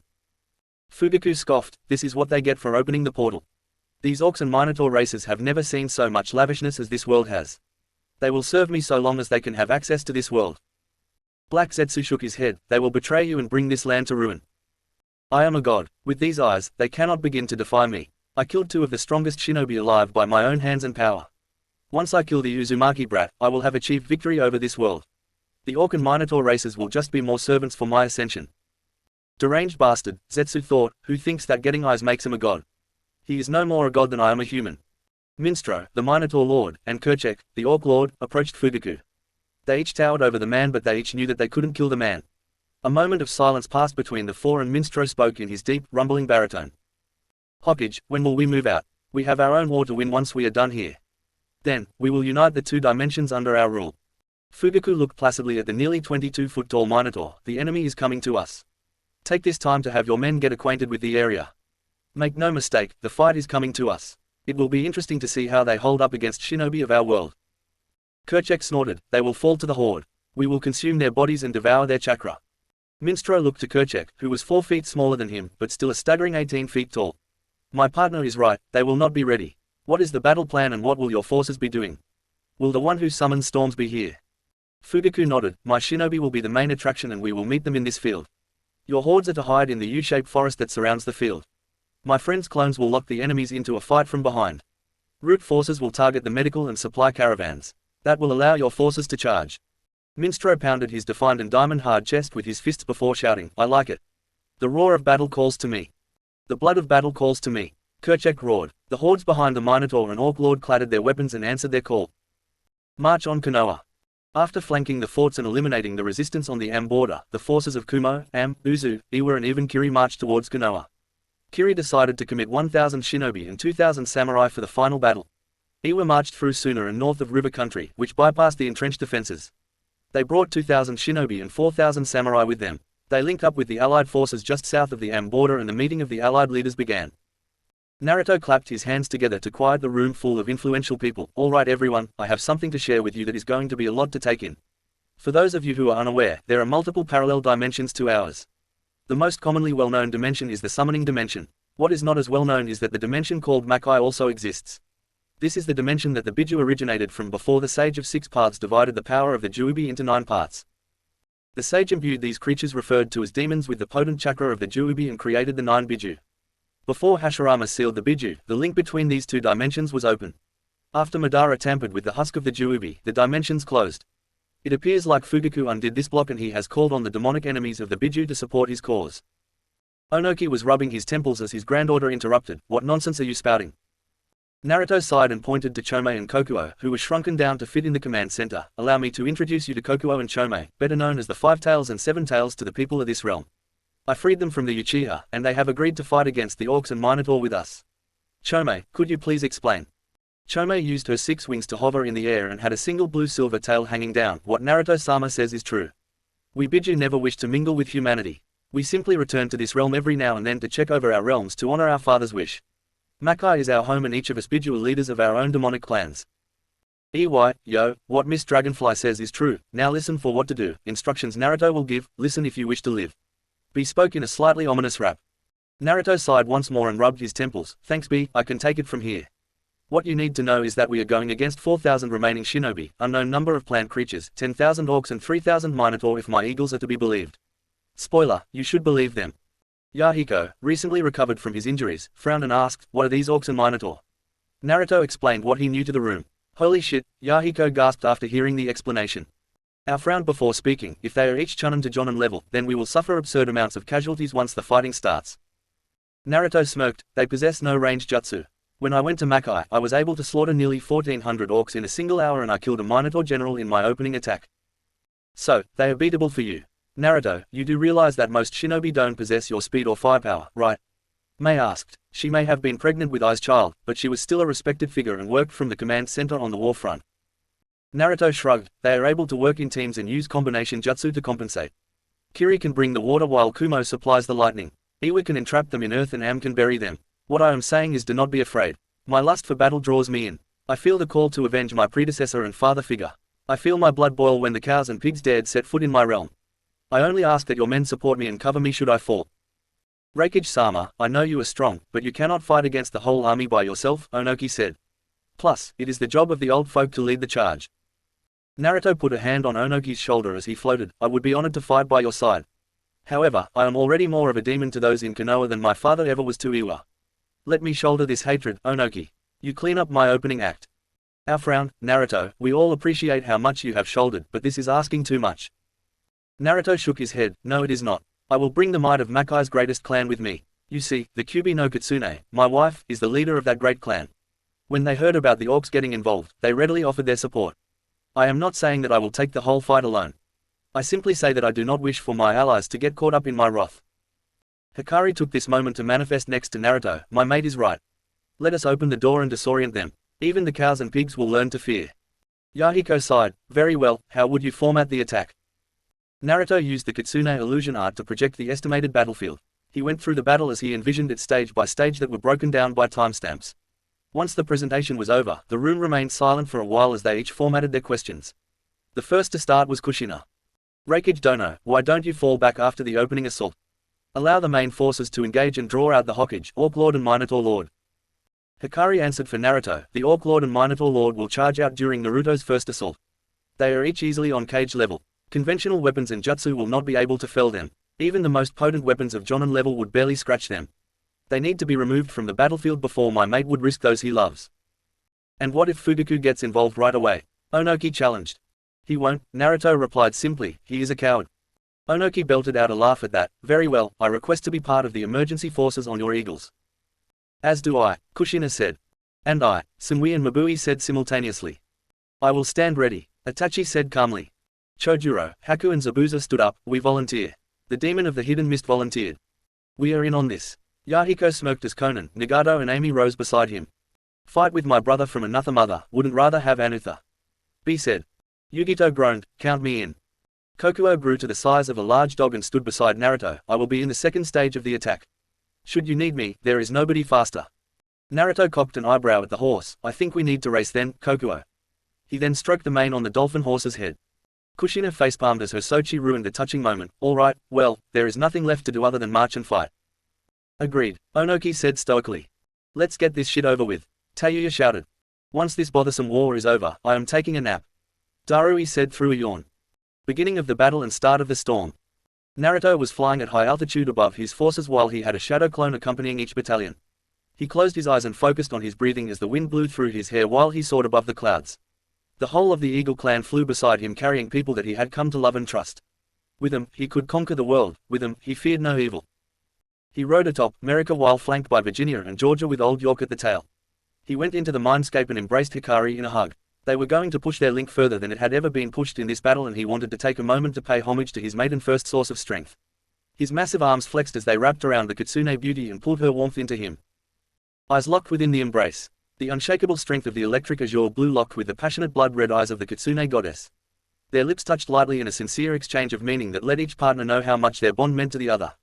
After a fluttering of the eyelids, eyes locked once more as soul connected entirely to soul. "I trust you with all that I am," Naruto whispered lightly. "As do I," Hikari replied softly before Naruto leaned forward and touched his forehead to hers. Naruto exited the mindscape and felt Hikari begin to synchronize with his yokai core. He felt her overwhelming power flood his coils and his tails started glowing in power. 3 more tails that were composed of bright red-orange chakra formed out of his coccyx and swayed naturally behind him. Simultaneously, Naruto used his increased chakra to pull on more of the natural energy in the air. A sage must maintain a balance and could only pull as much natural energy as the chakra he had. With Hikari bolstering his already insane chakra, Naruto caused a tempest to form instantaneously in response to the titanic gathering of natural energy within the skies over Hino Kuni. While Naruto glowed with power brighter than the sun, the world witnessed the birth of a true tempest. The whole of the elemental nations became encased in a rapidly swirling cloud cover that all centered over Fire Country. Despite the wide range of the storm, the rains only began to fall in Hino Kuni. Despite the intensity of the storm, the thunder controlled itself and rumbled rhythmically along with the beat of Naruto's heart. Despite the violence of the tempest, no harm or harsh rains fell on his allies. His wrath was reserved in its entirety for his enemies. Naruto rose to his feet as the golden glow of Hikari's hardened yokai encased his form. The Senjutsu chakra formed a brilliant light blue coating around the yokai cloak. The 9 tails glowed golden and emitted sparks that turned into gusts of wind, sheets of rain or strikes of potent lightning. With his preparations made, he reached down and patted the neck of Merika to let her know he was ready. The rest of the eagles remained above and watched their leaders dive in a majestic display of grace and power down towards the cloud bank. The Konoha, Orc and Minotaur forces looked into the sky as a massive vortex formed among the darkening clouds. Shouts rang out through their ranks and defenses were formed on top of defenses as they began shaking in fear. They had all heard stories of what came next, and they didn't know if they would survive what was to follow. They didn't know if they could survive the wrath of the Tenshi no Raijin, bringer of storms. Fugaku looked up from the Hokage Tower as the skies darkened. His Rinnegan detected a massive swell of chakra that looked like a bright sun shining through the pitch-black clouds and sheets of rain. He felt the Kyuubi's chakra once more, but it felt different, very different. The chakra felt all-powerful, calm and determined. Not like the rage he remembered from the Kyuubi attack or invasion. Fugaku watched in horror as the biggest tornado he has ever seen descended from the sky on the back of a golden sun that radiated shocks of electricity and wind. Fugaku didn't know what was going to happen, but he knew that his plans would not stand up to a force such as that.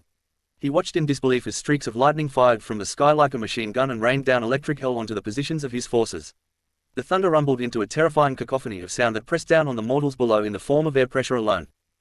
The golden light formed into the head of a kitsune fox, and it let loose a roar from thunder as it descended from the sky. Naruto called out, "Sage arts, might of Inari."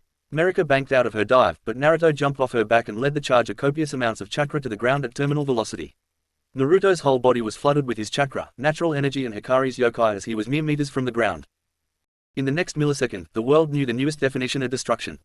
As Naruto impacted the ground, he unleashed his potent combination of energy into the ground and caused a tidal wave of earth. However, before the tidal wave of earth could take off, a blunt force wind slammed into the whole surrounding area that was strong enough to flatten and rattle the earth. The wind was followed by a tremendous streak of lightning that joined the assault and struck down onto Naruto's position. Naruto had landed in the central point of the enemy formation. The formation nearest him was disintegrated from the raw power before the true show even began. The earth that began erupting was flattened by the wind, but it refused to stay in place after so much energy was transferred into it. If it couldn't roll outwards, then it would explode outwards. As the wind slammed into it, the violent wind sent shards and chunks of earth flying faster than speeding bullets all around the area. As the lightning descended, its charge spread through the volatile grounds and sheets of rain. Shinobi fell as shrapnel composed of hardened earth pierced their defenses and shredded their bodies. The wind blast that accompanied Naruto's dive collided with the ground and exploded outwards. It sent shinobi, samurai, orcs and minotaur flying indiscriminately. It flattened trees and decimated defenses. Its force reached the walls and buildings of Konoha and ripped the roofs of their homes. Its wrath screamed outwards and shredded the puny mortals that dared to defy its natural power. Lightning seared the skies and electrified the rain as it tore its way through the skies and connected with their master. Their master collected the potent power before letting it explode outwards in a terrifying display of mastery over the lightning element. Blue arcs of electricity erupted from the center of the newly formed crater and joined the symphony of natural disaster. It arced from raindrop to raindrop and sheet of rain to sheet of rain while it electrocuted everything in between. Onoki nearly shit his pants as he watched the display from the clouds. It simultaneously astounded and terrified him. If Minato was a demon, then Naruto would be the devil himself. At least, he would be, but Naruto was on his side. Naruto's efforts were saving the lives of his men and women. Naruto's destruction was Iwa's salvation. Itachi watched on in a worried amazement. Her man was always so willing to shoulder the burdens of those he loved. Despite that terrible habit, not once had he let her down. Not once had he disappointed her. He had always charged forward majestically with no trace of fear or trepidation. His courage made her love him more, his strength inspired her, and his protective aura enveloped her in peace and let her know that everything would be okay, despite the chaos. Sunwi watched on in genuine jealousy of her husband's mastery over the lightning element. Mere years ago, she at least considered herself within touching distance. That soon turned into watching him run ahead of her, but she never let the sight of his back bother her. He had always wielded his power on behalf of those he loved. He loved so passionately, so selflessly and so intensely that it inspired her and kept her moving forward. Mabui watched on with her hands clenched over her chest as her husband made his defining statement to the world. If you mess with those he loves, he will spare you no mercy. His wrath was all-encompassing like the storm. His anger was always wielded in defense of those he counted as precious. His strength was always born for those he wished to protect. His love was protective, selfless and complete, and that was all Mabui needed. Amy watched from afar as she led forces on the back lines. Her keen chakra sensing felt Naruto elevate to the point of godhood. Her eyes looked to the skies where she knew Naruto was about to do something amazing. The air crackled with his chakra, and it tickled her skin in a fond protectiveness. She watched as he descended from the skies on the back of his faithful summon. She felt the powerful explosion as wind rocked her camp from miles away. Despite its power, it only served to reassure her and calm her heart. Maya watched from atop Constant as her husband led the charge against his enemies. His golden form inspired her and made her womanhood tingle. The power he held at his disposal inspired her to reach greater heights, even if she could not stand side by side with him. Her chakra boiled as the explosion decimated everything within 500 meters of its epicenter. Her heart raced as Constant dived to play his part in the second stage of the attack. Hikari was reveling in the overwhelming sensation of the full synchronization. The entirety of her being mingled with her mate's own, and the feeling couldn't be put into words. It was ethereal, wonderful, magnificent, and as soon as you tried to put it into words, it disappeared from the tip of the tongue in a mysterious wisp. Despite the frustrating inability to put it into words, the feeling was intoxicating and overpowering as her power exploded into the surviving environment. Her demon blood resonated with her mates as their souls cried out, and the demon in her reveled in the thousands of deaths that started this destined battle. Kushina dove through the skies atop Florida, and she let out her battle cry as her son did something no mortal man had done since the times of the sage. Her heart swelled with pride as the wind ripped through her hair and formed it into long tails behind her. Her motherly instinct urged Florida down faster as she wanted to join the fight by her son's side. Her womanly instinct saw Minato racing onto the battlefield through the chaos, and she wanted to join him and fight by his side. Kakashi watched as the man that he used to call a little brother decimated people that he used to call friends. Of course, he also killed Root, Orcs, Minotaur and every other kind of enemy, but he thought about those that chose to fight with his former home.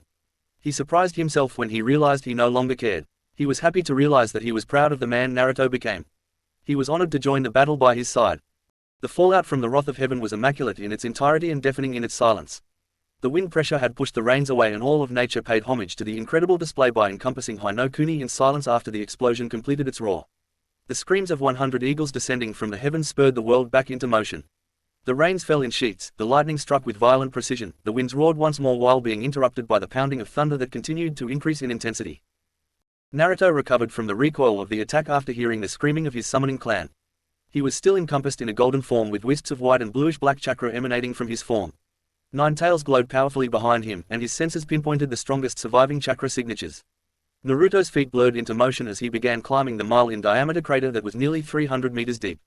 He eclipsed the edge of the crater and momentarily froze as the destruction of his attack sank in.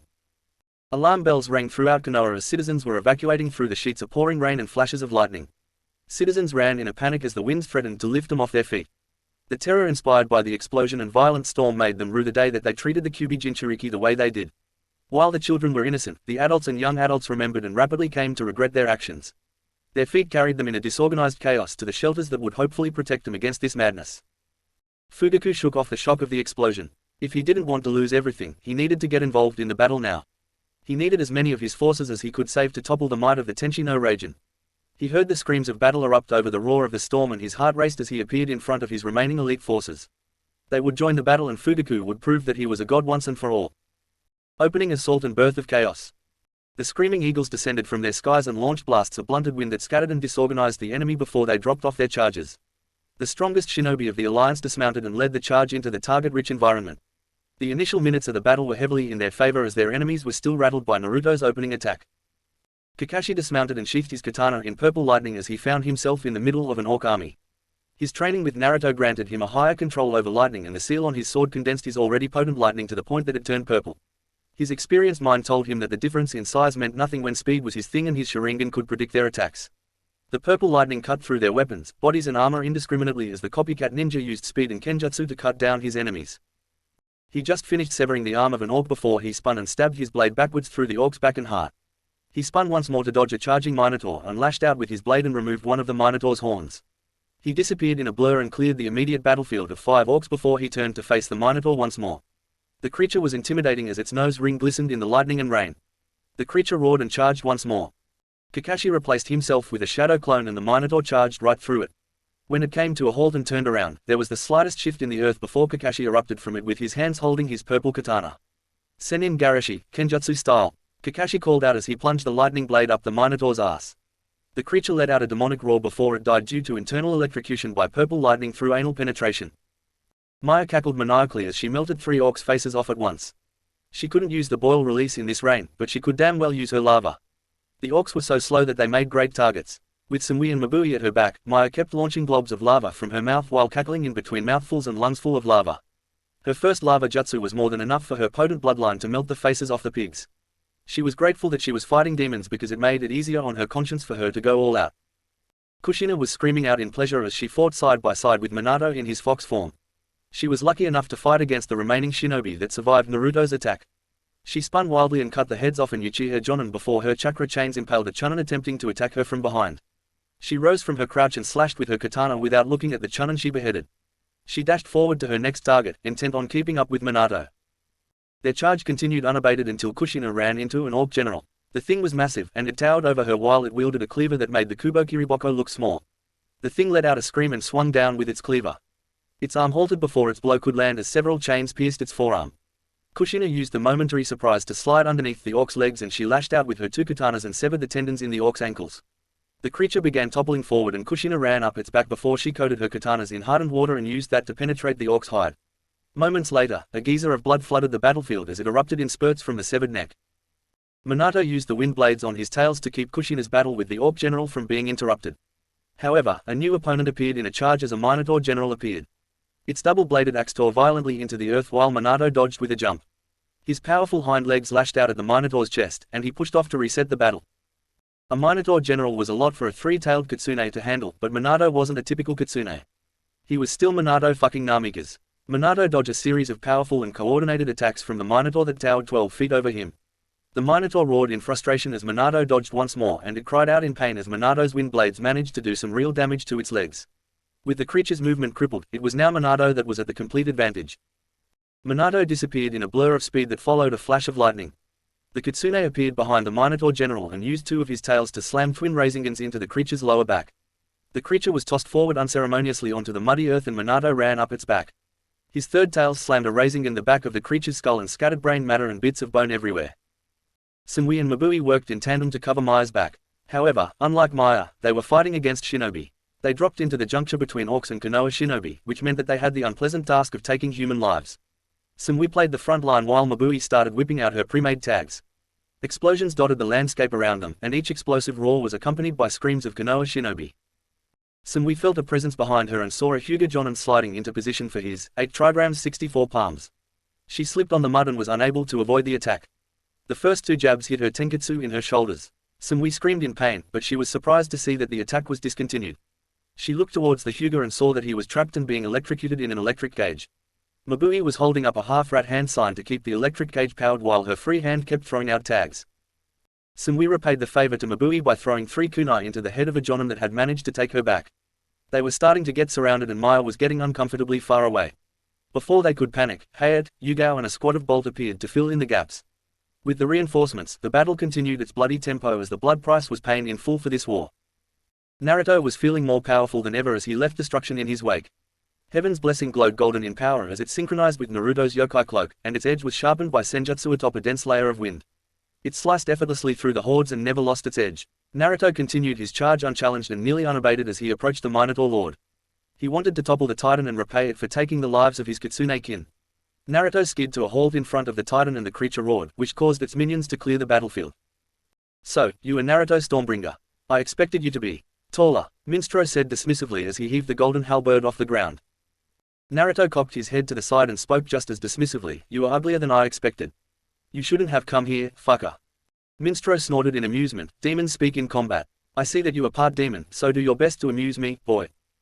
Naruto nodded and Tempest chakra erupted around him. He went through 3 hand seals and clapped his hands together. In the blink of an eye, a Tempest beam crashed into the armor of Minstrel's chest. The armor had a hole burnt straight through it, but the chest only appeared to be singed.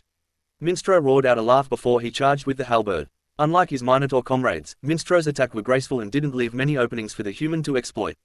It pressed Naruto and kept the Hanyu on the defensive as the Minotaurs watching roared out in support of their commander. Naruto jumped over a horizontal slash as ran up the pole of the halberd. Minstrel yanked the shaft up in an attempt to throw Naruto into the air. Naruto countered by lashing out with his left hand and a golden chakra chain erupted from it and tore into the creature's shoulder. Naruto pulled hard and simultaneously absorbed his chakra chain back into him. This caused Naruto to launch at the Minotaur like a speeding bullet and he spun wildly with Heaven's blessing. A great clang followed by the shearing of metal told Naruto that he managed to cut through the bottom third of the Minotaur's halberd. Minstrel was aggravated that the Hanyu was able to break his prized halberd. He lashed out with the bladed bottom portion that may as well have been a greasewood all on its own. Naruto deflected the blow and kicked off the Minotaur's abdomen in an explosion of Tempest chakra. The violent chakra managed to wound the abdomen, but it was not much in the grand scheme of things. It just served to reset the fight. Naruto used the distance to break out his Titan Killer. A golden rasengan formed in his hand, and he funneled the power of lightning into the sphere. It began cackling with lightning and the ball sparked as Naruto threw it towards the Minotaur Lord. Mitsuo began laughing as the sphere disappeared, but that changed moments later when the spear crashed into his chest and began piercing through it. Blood exploded from the wound and lightning crackled across the creature's form and electrocuted it. Naruto was more than a little surprised when the jutsu didn't burn a hole through the creature, but he guessed the battle would have been a little disappointing if it were that easy. Naruto didn't let him temporary advantage pass and he blurred forward at insane speeds. He formed Tempest chains and wrapped them around his hands before Naruto jumped into a spiral and held both of his hands out in front of him. In his best imitation of the Inuzuka, he drilled into the Minotaur's chest while aiming for the point that the Rasengan weakened. Blood erupted from the wound and was immolated moments later by the potent chakra. The attack ground to a halt as Naruto's arms were buried in the Minotaur Lord's chest. Tempest chains flailed into the hole in the chest and began decimating internal organs in an attempt to kill the massive beast from the inside out. Naruto was nearly blown backwards by the spurt of blood that accompanied each beat of the Minotaur's shredded heart. The gross spectacle was made slightly better by the fact that the yokai cloak burned off the blood before it could settle onto his skin. Naruto received the warning from Hikari that it was time to pull back and rest, so he jumped nearly 100 meters into the air. He didn't even need to whistle before he saw Marika blurring towards him. He landed effortlessly atop her back, and he let his yokai cloak fade and the senjutsu chakra recede. It was time for him to rest his coils and get ready for the real battle. Chapter 34. Tearing out the roots and death of a cripple. There was a collection of screeches from the eagles that were hovering over the battlefield that signaled the retreat for the elite forces. The plan was for them to regroup and redeploy to cover the weak spots of the allied charge. While chaos reigned supreme, Kushina and Minato jumped into the air together and Florida was there to swoop under them and catch them. They climbed back into the sky and got to see the battlefield from an aerial point of view. As Naruto calmed his senjutsu chakra and separated from Hikari's yokai, the clouds lightened and sun started peeking through to illuminate the battlefield. The most prominent feature was the mile-wide crater that was edged by ripples of destruction and dead bodies. Around the immense crater corpses were scattered and splotches of blood left their mark on the sundered earth. It was clear that the enemy force was in disarray, and it was perfect for the ensuing allied charge. The front lines of the allied forces were 500 meters away from the enemy's shattered lines and the craziest part of the battle was about to begin. Kushina and Minato were taken to the back lines and Kushina's keen eyes caught flickers of enemy movement that were circling around a far flank. She growled when she saw the blank masks and she shouted to redirect Florida down. A couple of the eagles followed, and everyone was able to see what Kushina saw. The elites were going to deroot the forest. It was long overdue, and the Red Death would be more than happy to offer her services. Karen, who was back with the medical teams, was focusing the eye of Kagura, her potent sensory ability, to keep track of the battlefield. Naruto's overwhelming aura had flooded her senses and dulled her to everything around her. Once Naruto powered down, she was able to extend her senses once more. She felt the clash of the main forces and she could feel chakra signatures flickering out of existence at a startling rate. War was hell and Karen couldn't escape from it due to her abilities. Karen cleared her mind and kept her senses spread. That was when she felt the collection of nearly 500 emotionless signatures flanking and she sensed the plant creatures beginning to emerge from behind the medical caravan. She flared her chakra to get everyone's attention and she channeled chakra into the necklace that Naruto gave her. With the signal sent, Karen set to work erecting the defensive barriers. Within a minute, 10 Naruto clones joined her and one of those clones dispersed to inform the boss about what was going on. Kushina saw the barrier get erected and she saw the plant creatures emerging from the ground. She saw the quick reaction forces start moving to engage the plant creatures, but they completely missed the root shinobi. She directed Florida down and let the massive bird of prey launch the opening attack. She jumped off before Minato and began taking her revenge on the bastards that started her whole journey to Kumo. Kushina was joined by Minato, then Kakashi, Kurenai, Anko, Yugito, Darui and C, who all took notice of the urgent request for reinforcements. 8 shinobi against 400 wasn't great odds, but reinforcements were on the way. Plus, root shinobi could never fight to their fullest potential. Without emotions, they never knew what they were fighting for. They just acted on orders and completed them without passion or emotion. They could never surpass their natural limits because that kind of growth required the very emotions that made them human. Danzo watched his forces getting decimated by a mere handful of shinobi. This was it, this was the decisive battle, and his veteran instincts told him that things were not going well. Despite the numerical advantage, Danzo could not fathom a way to defeat the Refuge nor the forces that backed him up. Despite that, Danzo was old, weary and stubborn as a mule. He was not going to retreat. He would rather die fighting and take some people with him before he went to whatever awaited him after death. Danzo unsealed his right arm and used his Sharingan eyes to their fullest as he counted the reinforcements that were arriving. Despite his old age, he was still able to best the first 5 shinobi that attempted to fight him. This was noticed immediately, and he was enveloped in a defensive circle of root shinobi that were entrapped by roughly 20 of the allied forces. Before Danzo could order the engagement, long, luscious and beautiful red hair caught his attention and he locked eyes with the Red Death, previously of Konoha. Kushina threw out 4 kunai that were 50 feet apart and a purple barrier sprung into existence. Kushina glared down the old cripple and a seal activated over her heart that countered the influence of Danzo's Sharingan. She stalked forward to him and the 10 root shinobi that were standing protectively in front of him. A wicked smile found its way onto her face. "You have no idea how long I have waited for this day, you evil cripple," Kushina said with a calm menace. Danzo growled, "I am glad that I will get to take my revenge on you, you disgraceful woman. You are the one that ruined everything. You are responsible for our fall." Kushina circled the root shinobi that were waiting on their master's orders as she replied, "Your own evil greed started this. You and Fugaku brought this onto yourselves. I simply took care of my family, as any mother should. I will skip gleefully into the next life knowing that you will rot in the pits of Yami." "Root," Danzo ordered and the 10 root agents attacked in unison. Kushina danced through the opposition with twin swords lashing out. Blood sprayed in an artistic ode to the beauty of Kushina's dance. The deathly glory danced and shimmered on the battlefield for the next few minutes as souls were sent into the afterlife. Kushina flipped lightly over a vacuum bullet and rolled forward gracefully from the pressurized explosion. Kushina ended her roll with one of her katanas in the gut of the final root and it was just her and Danzo remaining now. She saw the ghastly white arm that was dotted with 10 Sharingan eyes. She saw the Mangekyo Sharingan spinning and the cripple weaving through hand signs. A series of vacuum bullets crashed into a thick water wall and Kushina sent chains piercing through the wall of water towards the cripple. Danzo dodged and used his cane, that transformed into a tanto, to knock the chains aside. The battle increased in intensity as Kushina activated her chakra to its fullest and water encased her blades. Kushina spun while collecting, channeling and releasing her chakra with each slash of the sword. The volley of water blades collided with a vacuum wall or vacuum bullet as Danzo fought against the fierce redhead that used to be a prodigy of Konoha but was now a legend of Kumo. Finally, one of the water blades was able to penetrate his defenses and Danzo's torso fell forward off his lower body before he shimmered out of existence. Kushina stopped her dance and kept her blades at the ready when Danzo's body disappeared. Kushina dodged urgently as she felt a presence appear behind her. She brought one of her blades up in time to block Danzo's sword, but she was kicked violently in her chest. She rolled with the blow and came to a halt in a crouched position with one of her hands rubbing out the pain in her boob. Her armor dulled the impact, but it still hurt her tits, damn it. She growled menacingly as she took advantage of the standstill to determine what happened.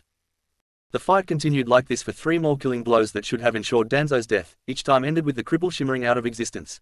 After the 4th death, Kushina noticed that 4 Sharingan eyes on his unnatural arm were closed, and she put 2 and 2 together. She spit blood out of her mouth and smiled a menacing smile with blood-covered teeth. Taking one of those vacuum shots to the head really hurt. Now, she had an idea of what she needed to do. "You are a disgusting cretin," Kushina began as she rose to her feet and let her chakra chains flail wildly behind her. "The best thing to do to cretins is smoosh them, eradicate them, then burn them to crisps." Danzo growled as perspiration dotted his brow. He had been pushing himself and, despite his best efforts, his chakra was not limitless. "Wretched bitch, you cannot defeat me." Kushina's smile broadened as more chains erupted. "I immobilized the fucking QB after I gave birth to my Sochi. This is nothing. Your withered and crippled ass could never be enough to finish me." Kushina's chains darted forward, and Danzo was forced to begin dodging once again. The adamantine chains pressed him and cornered him into the barrier. His Sharingan saw the chains tapping 8 points on the ground and Danzo's eye widened. He fought to escape his impending doom, but one of the chains took advantage of his panic and pierced the shoulder of the ghastly white arm. Danzo cried out in pain as the adamantine chain started wrapping around the arm formed from Hashirama's cells. He tried to activate the Izanagi once more to simply escape the situation, but the adamantine chain was disrupting the flow of chakra to the Sharingan eyes. Danzo panicked further as another chain pierced his gut, then another wrapped around his neck, legs, torso and left arm. Danzo was completely encased in chains that sapped his chakra and disabled his resistance. Kushina activated the 8 seals that were placed on the ground and Danzo's chakra ceased moving through his chakra circulatory system. His old and weary body could no longer stand and support his weight without the reinforcement of chakra. The cripple's thoughts raced in panic as his chakra was drained away at an alarming rate and the chains grew in thickness and durability with the presence of the foreign chakra. Kushina smiled wickedly as she walked forward towards Danzo. "You know, evil cripple, I think I will start by removing that arm." A shink of her sword unsheathing and a click of its resheathing later and the arm fell to the ground in a splotch as the chains unfurled. "Now, that right eye of yours doesn't look like it belongs to you, does it?" "Let's see." Kushina tapped her chin in an exaggerated thinking pose before she smiled and pulled out a sealing tag. She created a miniature explosive tag and applied it over the occipital bone with a wicked grin on her face. "Now, let's see how you like this.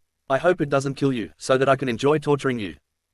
Danzo's normal eye widened in panic as Kushina formed the ram hand sign. A miniature explosion occurred that was followed by a spray of blood that spurted from a hole in Danzo's head where the Sharingan eye used to be. He screamed out in unimaginable pain when his frontal cortex was exposed to the world. He wanted to use his hand to cover the wound, but he was still wrapped up in the damnable chains. Kushina cackled in glee and tapped her chin again in thought. She snapped her fingers and one of the chakra chains tapped Danzo on the forehead and a seal appeared where the chain touched. Danzo's screams of pain grew louder as the sealing arts, enhanced sensitivity, seal activated. It was a favorite among the torture and interrogation community because it heightened neural sensitivity by nearly 100 times normal. She then began using the sharp tips of her chains to poke holes in non-vital spots all over Danzo's body. The sheer pain that Danzo experienced in his final moments was unquantifiable. The cripple died with his head lopped off and body burned by Kushina. The acrid stench of his burning flesh didn't disappear in a shimmer this time. The cripple was dead for good. Kushina took a moment to look up into the stormy sky through the barrier. With her head fully leaned back she took a deep breath and released a fearsome victory cry. Fugaku's fall. Fugaku hovered over the battlefield, and he frowned deeply as he realized his forces were going to lose despite the reinforcements from the demonic realm. He didn't expect the Kitsune clan to get involved nor to have the 5- and 6-tailed Biju participate in the attack. The Bijudama that were launched early in the battle were devastating in nature and took out many of the orcs. The complete disarray of his forces made it impossible for him to rally them through conventional means. Oh well, it was time for the world to recognize the true god in their midst. Naruto was riding atop America and he felt the man he was waiting for hovering in the sky. Was he an idiot or was he just that prideful? The sky was his domain and it was time for Naruto to put the false god in his place. Naruto once again synchronized with Hikari and commanded the natural energy around him. The ever-present clouds darkened in response and the storm started once more. The start of the storm was indicated by 5 shots of lightning that all converged on a single point in an explosion of Raiden chakra. Fugaku used the chakra he had gathered for the Diva path and immediately converted it to the Preta path as his sharp eyes picked up on the beginning flicker of lightning. The chakra formed a blue barrier around his body that absorbed most of the chakra that was incorporated into the lightning strikes. However, Fugaku was confounded when he was still damaged by the lightning. He didn't know that the Preta path refused to absorb the Senjutsu chakra because his body would not be able to handle it. Fugaku roared in pain and frustration as lightning chakra locked up his body in a burning pain. Marika dove down and gave out a fearsome cry as she pierced through the air in a predatorial dive. Naruto stood in a crouch on her back, and he saw Fugaku dodge Marika's talons. Naruto launched himself at high speeds and kicked Fugaku out of the air. Fugaku sailed through the air and crashed onto the muddy battleground in a spatter of mud. Naruto air stepped down and prepared 2 Rasen shuriken that he threw at the down form. Fugaku rose and his Rinnegan easily picked up in the incoming hyper-dense balls of chakra. He held out his hands and focused the Preta path to his front. The chakra was absorbed into his hands, but the hands were shredded by the wind blades and the tenketsu were burning from the dense chakra that was forcibly absorbed through his hands. Despite the burn, Fugaku grinned wickedly as he felt invigorated by the chakra. Fugaku changed his arm into a series of blades as Naruto descended from the air with his katana coated in Tempest chakra.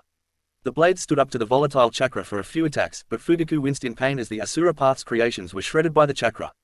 Fugaku needed to change things up and he lashed out with an almighty push. The terrifying power of the Diva Path used the gathered chakra and forced it out in an explosive push. Naruto flew backwards and instinctively used his control over the wind to slow his flight by creating multiple layers of air cushions. His chakra chains tore into the ground and slowed him further. He ended up landing backwards in a skid as his feet dug into the muddy ground. His feet blurred into motion and left a crackle of wind and lightning in his wake. He caught Fugaku during his recoil period and the greatsword was unslung and he lashed out viciously. Fugaku formed a shield with the Asura Path to absorb the blow. The shield shattered under the great might of Naruto's strength and Fugaku was the one to get catapulted backwards this time. Naruto didn't stop there, he gathered chakra and formed it in his hand. He channeled the Rasengan into his hand and threw the electric orb toward his airborne opponent. Fugaku saw the gathering of chakra and he saw it disappear. He was on the defensive and he righted himself in time to see the chakra re-emerge. The lightning sphere sparked back into existence a mere 5 meters in front of him. Fugaku had enough time to activate the Predator path and it spared him most of the impact. However, once again, Fugaku felt the jutsu impact and inflict damage on his body. Okay, Hikari-chan, so he can't absorb the full jutsu. Why is that? Naruto thought as he was analyzing what was happening. It is the senjutsu component. He may have my father's eyes, but he is not a sage. He can't process the natural energy. Hikari postulated. Naruto nodded externally and smirked, then let's see him deal with this. 2 Rasengans formed in his hands, and they glowed a light and placid green color that just exuded natural energy. He blurred forward at the Hokage that had come to a stop. Naruto had to drop the Rasengans and he formed a wind wall to absorb the brunt gravitational force Fugaku threw at him. He was still blown backwards despite the amount of wind he channeled into the technique. Damn cheat code eyes. Naruto picked himself out of the mud and the yokai cloak still glowed vividly around him. He easily shook off the damage from the gravity and he decided that it was time for a regime change. Hundreds of clones sprouted around Naruto and took positions around the battlefield that seemed recently vacated. It was almost as if the shinobi and creatures fighting knew that they didn't want to be caught up in a fight between 2 such powerhouses. Golden clones closed in on Fugaku and they were repelled by a 360-degree wave of gravity that sent most of the clones flying backwards. Fugaku was surprised that the clones weren't dispelled outright, but he couldn't think on it because the real Naruto was tearing his way through the mud towards him. Each step was filled with wind and lightning that propelled him forward faster and faster. The distance closed rapidly, and Naruto lashed out with 2 Senjutsu Rasengans at Fugaku's torso. Fugaku activated the Predator path and was able to catch one of the fists in his hand. However, the other Rasengan slammed into Fugaku's chest and began violently rending his flesh apart. Fugaku desperately tried to absorb the chakra, but he couldn't process the natural energy. He released the other hand and jumped backwards with the violent momentum of the Rasengan, which propelled him into the muddy ground and formed a new trench in a violent fashion. Fugaku's chest roared in pain as a few of his ribs were exposed to the world. Some words came into his mind, and he called out Naruto path. A statue emerged from the ground in a ghastly fashion and its tongue formed a pathway into the mouth. Fugaku walked hesitantly into the mouth of the King of Hell and moments later he walked out perfectly healed. This confounded Naruto, but he just figured that he would have to keep it. Naruto did indeed keep it and many other craters were formed over the next 20 minutes of the battle. The two were so deeply engrossed in their own fight that Fugaku failed to notice that the allied forces were really decimating what remained of his own forces. His son was captured, the other remaining Jinchuriki was armless and captured and the Orc Lord was killed by the Divine Bolts. The willpower of the allied forces was far greater than the shinobi operating on fear and threats of death from the Hokage. Naruto's yokai cloak was flickering as Hikari was struggling to maintain the connection and extend it. Naruto was pushing past his limits and damaging his chakra coils, but she knew that it was necessary to finish this fight. She looked through Naruto's eyes at the disheveled form of Fugaku and knew that he was close to his limit as well. He had summoned numerous animals, used the Diva path excessively and Naruto had repeatedly smashed his Ashura path's constructs. Despite that, Hikari panicked when she saw what Fugaku was doing. Fugaku held the weight of a black hole in his hand, and he tossed it into the air with a maniacal grin on his face. The Chibaku Tensei was literally a black hole, and it would suck in everyone present in its godly demonstration of the glory of gravity. This was the power of a god and Fugaku cackled madly despite the immense chakra drain that left him panting on a knee. Naruto felt the pull of the black hole and resisted it. He thought that the only way to end such a jutsu would be to kill its creator. He gathered his remaining resolve and tossed a Hiraishin kunai at Fugaku's position.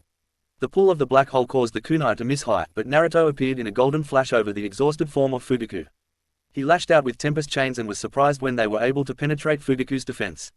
He retracted the chains and pushed off an air cushion towards Fugaku. Naruto pelted towards Fugaku with both hands held out in front of him.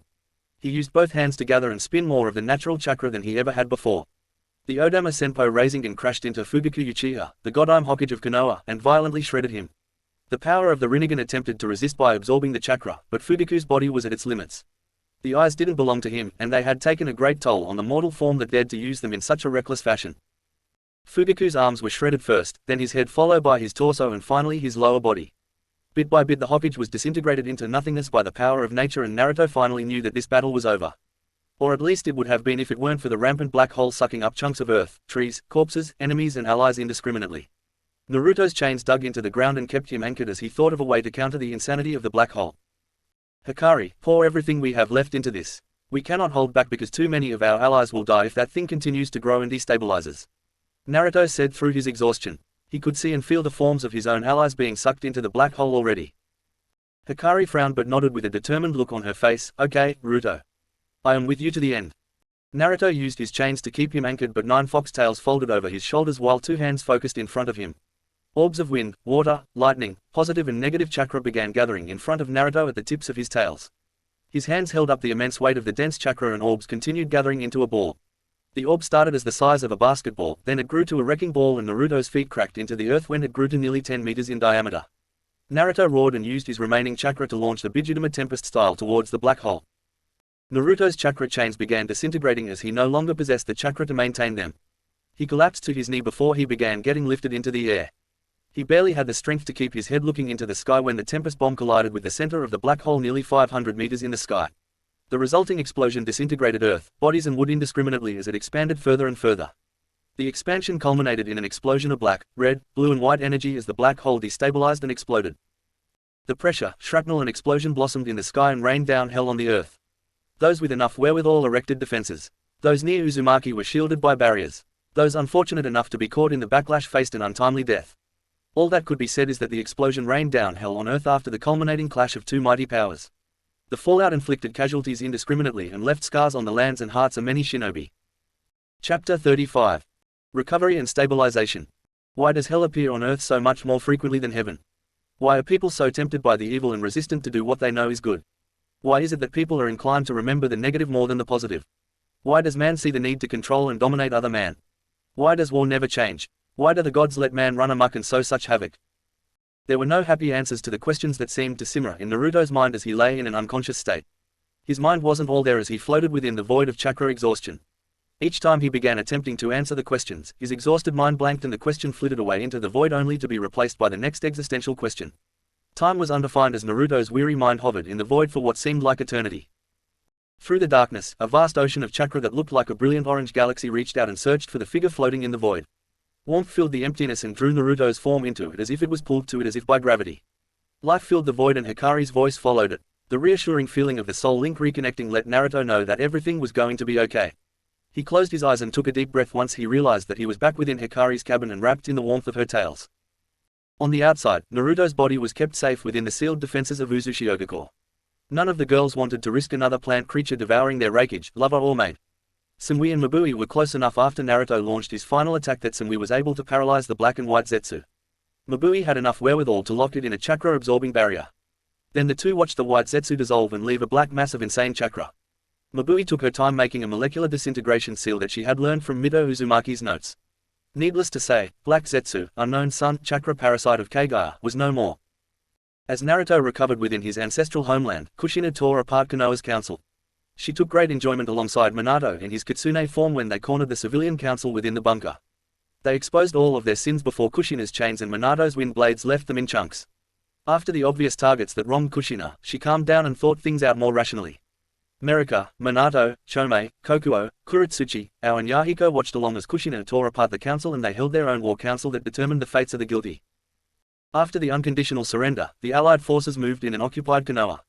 The prevailing philosophy was that the children and younger generations were innocent. Kushina was insistent on this, and the other Kage agreed once the Biju and Demon clans backed her. That didn't stop a slew of executions from following the defeat of Fugaku. Uzumaki truth seals and screening seals were used as evidence upon interrogation of every surviving shinobi and influential civilian. The screening took 3 days as clan head after clan head pleaded their case. Shinobi families did the same and many were spared death while quite a few died unceremoniously. Mikoto, Itachi and Sazumi revealed themselves and were allowed to determine the fate of the Uchiha. Sasuke was jailed along with the other Uchiha Jinchuriki, but their fates were only on hold until Naruto woke up to extract the Biju. The Uchiha elders were universally beheaded, and their bodies were burned in a joint grave with the tombstone of Blood Traitor. The Uchiha children, non-shinobi parents, clan vassals and clan artisans were all sealed with prisoner seals and the clan assets were seized. Overall, the Uchiha clan paid the most for its offenses and there was much wailing and gnashing of teeth. Each of the shinobi clans were also sealed, but they were spared the prisoner seals. They were given probation seals that could paralyze them and lock their chakra upon activation. The Kurama, Hyuga, Yamanaka, and Inuzuka were all sealed in this way to ensure compliance. Each of the clans were truly fractured and diminished from the battle's losses. Each of the clans looked hopeless as if they were dead men walking. The Fire Capital also surrendered unconditionally when they stopped long enough to realize that a Zetsu clone was imitating the Fire Lord. The samurai captain responsible for the capital's defense was the one that cut off the Fire Lord's hand and saw that he didn't bleed normal blood. Iwa and Am had the honor of occupying the Fire Capital until the other daimyo could meet and determine its fate. They mainly just held up operations in the city until the leaders decided what needed to be done. Naruto awoke 4 days after the final attack within the state-of-the-art medical wing of Uzushio's hospital. His eyes squeezed in protestation of the blinding fluorescent lights, his nose wrinkled at the overwhelming antiseptic smell. His muscles were weary and tight from the immense overuse of yokai, chakra and natural energy. His throat was completely parched and drier than Gaara's sand gourd in the middle of Wind Country's desert. His body was wrapped in bandages that contained seals to aid in his recovery, which made him feel stiffer than he already was. Naruto groaned and leaned over on the bed to grab the cup of water that was sitting on the bedside table. He grabbed the cup and sucked it down greedily. He looked out the window and saw that it was nighttime, which made him curse the fact that the hospital lights were left on. He saw that Tsunami, Rias and Karen were there waiting for him, and they were all passed out in a variety of uncomfortable-looking positions. Rather than wake him up, he closed his eyes and dove into the mindscape. He cracked the bedroom door open silently and slid into the bed next to a sleeping Hikari. The great Kyuubi no Kitsune was cuddling into a Naruto body pillow. It was really a cute sight. Naruto slid into the big spoon position and kissed her neck lightly before closing his eyes. This time the blackness didn't bother him because he was wrapped up in the crimson warmth of his Kitsune queen.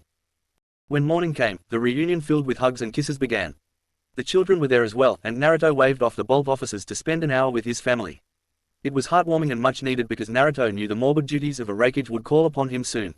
One can't just fight a battle including tens of thousands and not expect a messy cleanup on the other end. Naruto kissed his mates goodbye and forced his body to move despite the protest of the doctors. Things were going well until he ran into Tsunade and Shizune, who each wore twin scowls on their faces.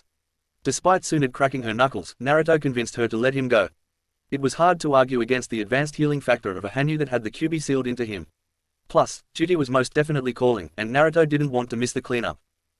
Walking out of the hospital, Naruto was glommed onto by Maya, who was his designated ride since he couldn't use chakra to summon or Haration. Maya had Virginia and Georgia already summoned and waiting for him. It was great having his wives able to summon the eagles at times like this. Naruto leaned into Virginia as she cuddled her massive head into him. Words didn't need to be exchanged between the two. The experiences they went through together made words unnecessary due to the intense level of trust and intimacy built over years of experience together. Naruto kipped onto Virginia's back and Maya flew on Georgia, who also insisted on staying by Naruto's side. They flew over the elemental ocean and made it into Fire Country within an hour. Naruto saw the scars left from the Battle of Wave as he blurred over the landscape. The scars soon disappeared, and the beautiful landscape of Fire Country blurred together for the next hour as he traveled to Konoha. The marred landscape just outside of Konoha was both magnificent and ominous as Virginia descended in preparation to land. There was a great cheer that filled the air when Virginia landed in front of Konoha's gates. The city was damaged, and the outer walls had seen better days. The carnage that originated nearly 3 miles north of the walls reached the walls of Konoha. The forest was flattened and destroyed with chunks of earth and shredded trees everywhere. The walls were manned by allied shinobi and the flags of Kumo, Kiri, and Uzu were flying over the front gate. Naruto was surrounded by the surviving shinobi, and he smiled at them wearily as he made his way into the village he once called a home. Before Naruto could take his first steps into the village, he was glommed by Itachi, Mabui, Samui, Amy and then Maya joined in from behind. The girls each got a kiss before they walked through the village to the Hokage Tower. The village was way quieter than he remembered, but he figured that was because people were told to stay in their homes until everything was decided. The girls brought him up to date on the latest developments and he was just sorry that he missed the execution of the village council. Mabui held the door to Konoha's council room open for Naruto and he walked in to see Kushina, Kuretsuchi, Yahiko and Darui sitting around the main table. Yugito, Akatsuchi, Haku, Nagato and Konan were also in the room. They all rose when they saw Naruto entering and whatever they were talking about no longer mattered. He gave them all a tired smile and waved them back into their seats. "Let's get this going. I want to get out of this shithole of a village as soon as I can," Naruto said cheekily. "Are you going to be okay, Sochi?" Kushina asked with concern lacing her voice. Naruto nodded. "Yeah, I just pushed myself too far when trying to break that damned gravity ball. Why don't you fill me in on what I missed and what the plan is?" The mood sobered a little bit and Kuretsuchi spoke first. "Well, Gramps finally kicked the bucket and so did my brother. Final count of my forces indicates that we lost nearly half of what we brought. Our took over, Zabuza died along with 300 of our shinobi." Darui looked like he didn't want to speak, but he relented. "Reikage-sama, our forces were leading the charge when the gravity sphere was loosed. We lost nearly 800 shinobi that included Dodai, Shien, Omoi." Naruto was holding up well, but that last name hit him like a sledgehammer to the face. He had been with Omoi since he was 7 years old and Omoi was more of a brother than anyone else in the Divine Bolts or Kumo forces. Naruto slumped in his chair and his chin fell to his chest. His body convulsed and shed tears for a minute before deep and shaky breaths attempted to calm him down. "Continue," Naruto muttered. Yahiko spoke. "Am suffered 250 dead and many injuries, but we will survive." Kushina spoke in a motherly tone this time. Uzu suffered minimal casualties, and there is more good news. Danzo, Fugaku, some black parasite that was the origin of the plant creatures, the Jinchuriki and Konoha's council have all been neutralized. On top of that, it was proven that the fire daimyo was killed by one of the plant creatures and it was imitating him. The fire capital has agreed to concede to our demands. Naruto nodded, and I assume that is what this meeting is about. Kuretsuchi nodded, yup. So, your mother was telling me that you plan to release all biju. Care to elaborate on that? Naruto shrugged. I am strong enough to release the Kyuubi and let her return home. I believe Gaara, B and Yugito also consent to this. Which means that after I rip the biju out of the Uchiha, the biju will all be returned to Makai. With the portals open, my hope is that humanity can negotiate with the demonic realm. Each side stands to gain more from cooperation than attempted domination. Ao nodded but hesitated for a moment before asking, aren't you married to the Kyuubi? Naruto nodded, indeed I am. Hikari will be able to traverse back and forth, and her mating cycle is in a little over 2 years. You have nothing to fear from me nor the Kitsune clan. All I wish for is a world working together to become a better place. For your assistance in this war, I will share all Kumo knowledge with you, which includes our agricultural reforms and practices. Kushina stood up at this. I will offer the same. Fuinjutsu is the key to understanding this world, and I will open a school for international training on Uzushiokako. There will be rules that are linked to contracts signed to ensure that my clan's knowledge will only be used for good. Yahiko stood up next, and will offer our industrial techniques to assist in rebuilding and development. Ao, catching on to the trend, stood next. We can offer our marine techniques and shipping. We will also offer to secure the elemental oceans from pirates and other disruptors. Finally, Kuretsuchi stood up. We have a variety of earth techniques that should be able to help. If you all are serious about working together, then Iwa will play its part. Naruto nodded with a smile on his face. Good. Now, what do we have left to do to clean up Konoha and Fire Country? Darui sighed. It has been so damn bothersome. The council is mostly dead, the Uchiha are awaiting sentencing, the remaining clans all have probation seals on them. Those dissenters that provided information have been allowed to join their clans while they are locked down to their compounds. For the most part, Konoha is destroyed. They lost over 3,000 shinobi yesterday and they will be in need of massive assistance to simply recover. Kushina added, there are a total of 1,156 shinobi remaining in Konoha. Before the war, that number was over 8,000. There are 26,000 civilians alive currently.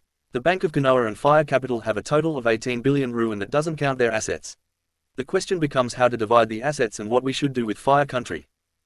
Naruto sighed, that includes what we should do with Wind Country since the government there was toppled by the Uchiha clan. So, who wants what? Kuretsuchi cleared her throat. We have no need of Suna since they have many of the same minerals that we do in our country.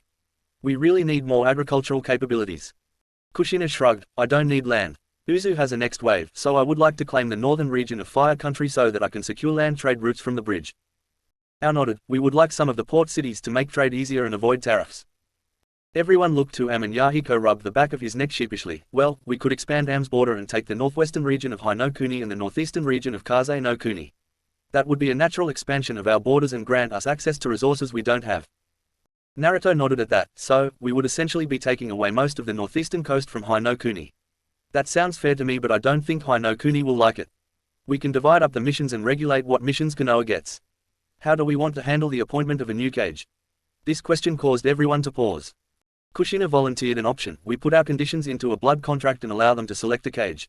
The cage will be mandated to sign the contract. We can offer the same solution to the daimyo. The way I see it, we have them by the balls, and we should use it to get what we want. Naruto took over after that. The blood contracts are a good idea. In fact, I think creating a neutrality agreement for all 5 cage bound by blood would be a good thing. That being said, it is now time for me to ask each of you to be the better men and women I know you are. The people of Fire Country are not completely innocent, but they were merely following the orders of their leaders. We should be merciful in our victory to make way for a better future. Kuretsuchi was growling, I lost my father, brother and grandfather to these bastards. Naruto nodded with an understanding smile on his face, and I killed an untold number of fathers, mothers, sons, daughters, aunts and uncles during this war as well. We have the power to effect change and we shouldn't squander this opportunity for simple revenge, Kuretsuchi-chan. Kuretsuchi clenched her fist and wiped away a tear before nodding slowly. Understood, Reikage-sama. 3 years later, Kiryu, Kitsune territory of Makai. Naruto was sitting in a medical room next to Hikari that was in her humanoid form. She was panting and covered in sweat while Tsunade, Hinata and Shizune took care of her medical needs and the needs of the 5 children that were just born. Each of the children had small fox ears that were blonde or orange in color with a single tail to match. Naruto remained with his hand held firmly by the queen of the Kitsune. You did great, my love. Naruto said with a magnificent smile on his face despite the pain emanating from his crushed hand. Hikari looked up wearily to Naruto, where are our kids? Naruto smiled. They are getting cleaned off. They are just fine and perfectly healthy. I am so proud of you, Kuheim. Hikari found a smile working its way onto her face as her red hair clung to her form. Thanks, my king. Once I get cleaned up, we can get the rest of the family in here. Naruto shook his head and chuckled. They are all running amok at the festival. Just get your strength together for the presentation. Hikari closed her eyes and took a deep breath, but her rest was interrupted by 5 kits being placed in her arms and across her chest. Her crimson eyes shone in joy as she wrapped her tails around her kits and held them close. Naruto leaned over and allowed his tails to encase them as well. They remained like this for a bit before Naruto rose and placed a kiss of gratitude on Hikari's sweet lips. 30 minutes later, Hikari and Naruto walked out onto the balcony of the central tree that overlooked Koryu. The Kitsune clan was formed up below and the 8 other Biju were present with representatives from each of their respective clans. The summoning eagles, snakes, salamanders and crows were also present among the crowd of Kitsune as representatives of the summoning realm. In addition, there were 4 Uzumaki women in the crowd with 7 blonde or red-headed children running around. Then the group of Naruto's official wives were waiting for him on the balcony with each of them holding their own children and swollen bellies. Or in Tsunami's case, the 3 children that Naruto had blessed her with along with Inari. Naruto walked forward in his red kimono flanked by Hikari who was wearing a red, ceremonial yukata. 18 tails, 9 blonde and 9 orange, flickered behind the royal couple of the Kitsune clan. The 2 of them looked regal and proud as they walked out of the enclosure. They carried their children forward to the edge of the balcony and the Kitsune clan erupted in yips while the humans present cheered. The other demonic clans, summoning clans and Biju bowed their heads in respect to the queen of the Kitsune and the king of demons. Naruto went through each of his children and introduced them to his kin, clan and demon realm. These kids represented the treaty between the human, demonic and summoning realms. The treaty represented the hope for the future, a future of peace. That was why the feeling was so jubilant as Naruto lifted his children one by one and shared their names. This beautiful red-headed girl is granted the name Inari, in honor of the goddess of the foxes. This little kid, with his blonde hair and orange tips, is Romo, in honor of the sage. My life is blessed, and my heart is won by this one's yokai. This little girl, with her beautiful red coat and white tips is named Shina, in honor of my mother. My second boy has the prankster spirit in him. I can feel the mischievous nature in his yokai already. We give him the name Kitsanu as homage to Susanoo, god of storms and mischief. Finally, my son that electrocuted me upon first touch, to him I shall grant the name of Tempest. Naruto allowed the cheers to go on for some time before he handed the kits off to his wives and stepped forward with Kurama's hand in his. We have made great strides in the name of peace over the last 3 years. You have each honored me with your sincere efforts and diligent work. It has been glorious to see 3 realms prosper and it is my hope that this will continue for future generations. To my dearest friends, family, people, demons and summons, I simply wish to say thank you. Naruto and Hikari bowed and left the gathering to go wild in celebration of the newborn princes and princesses of the demon realm.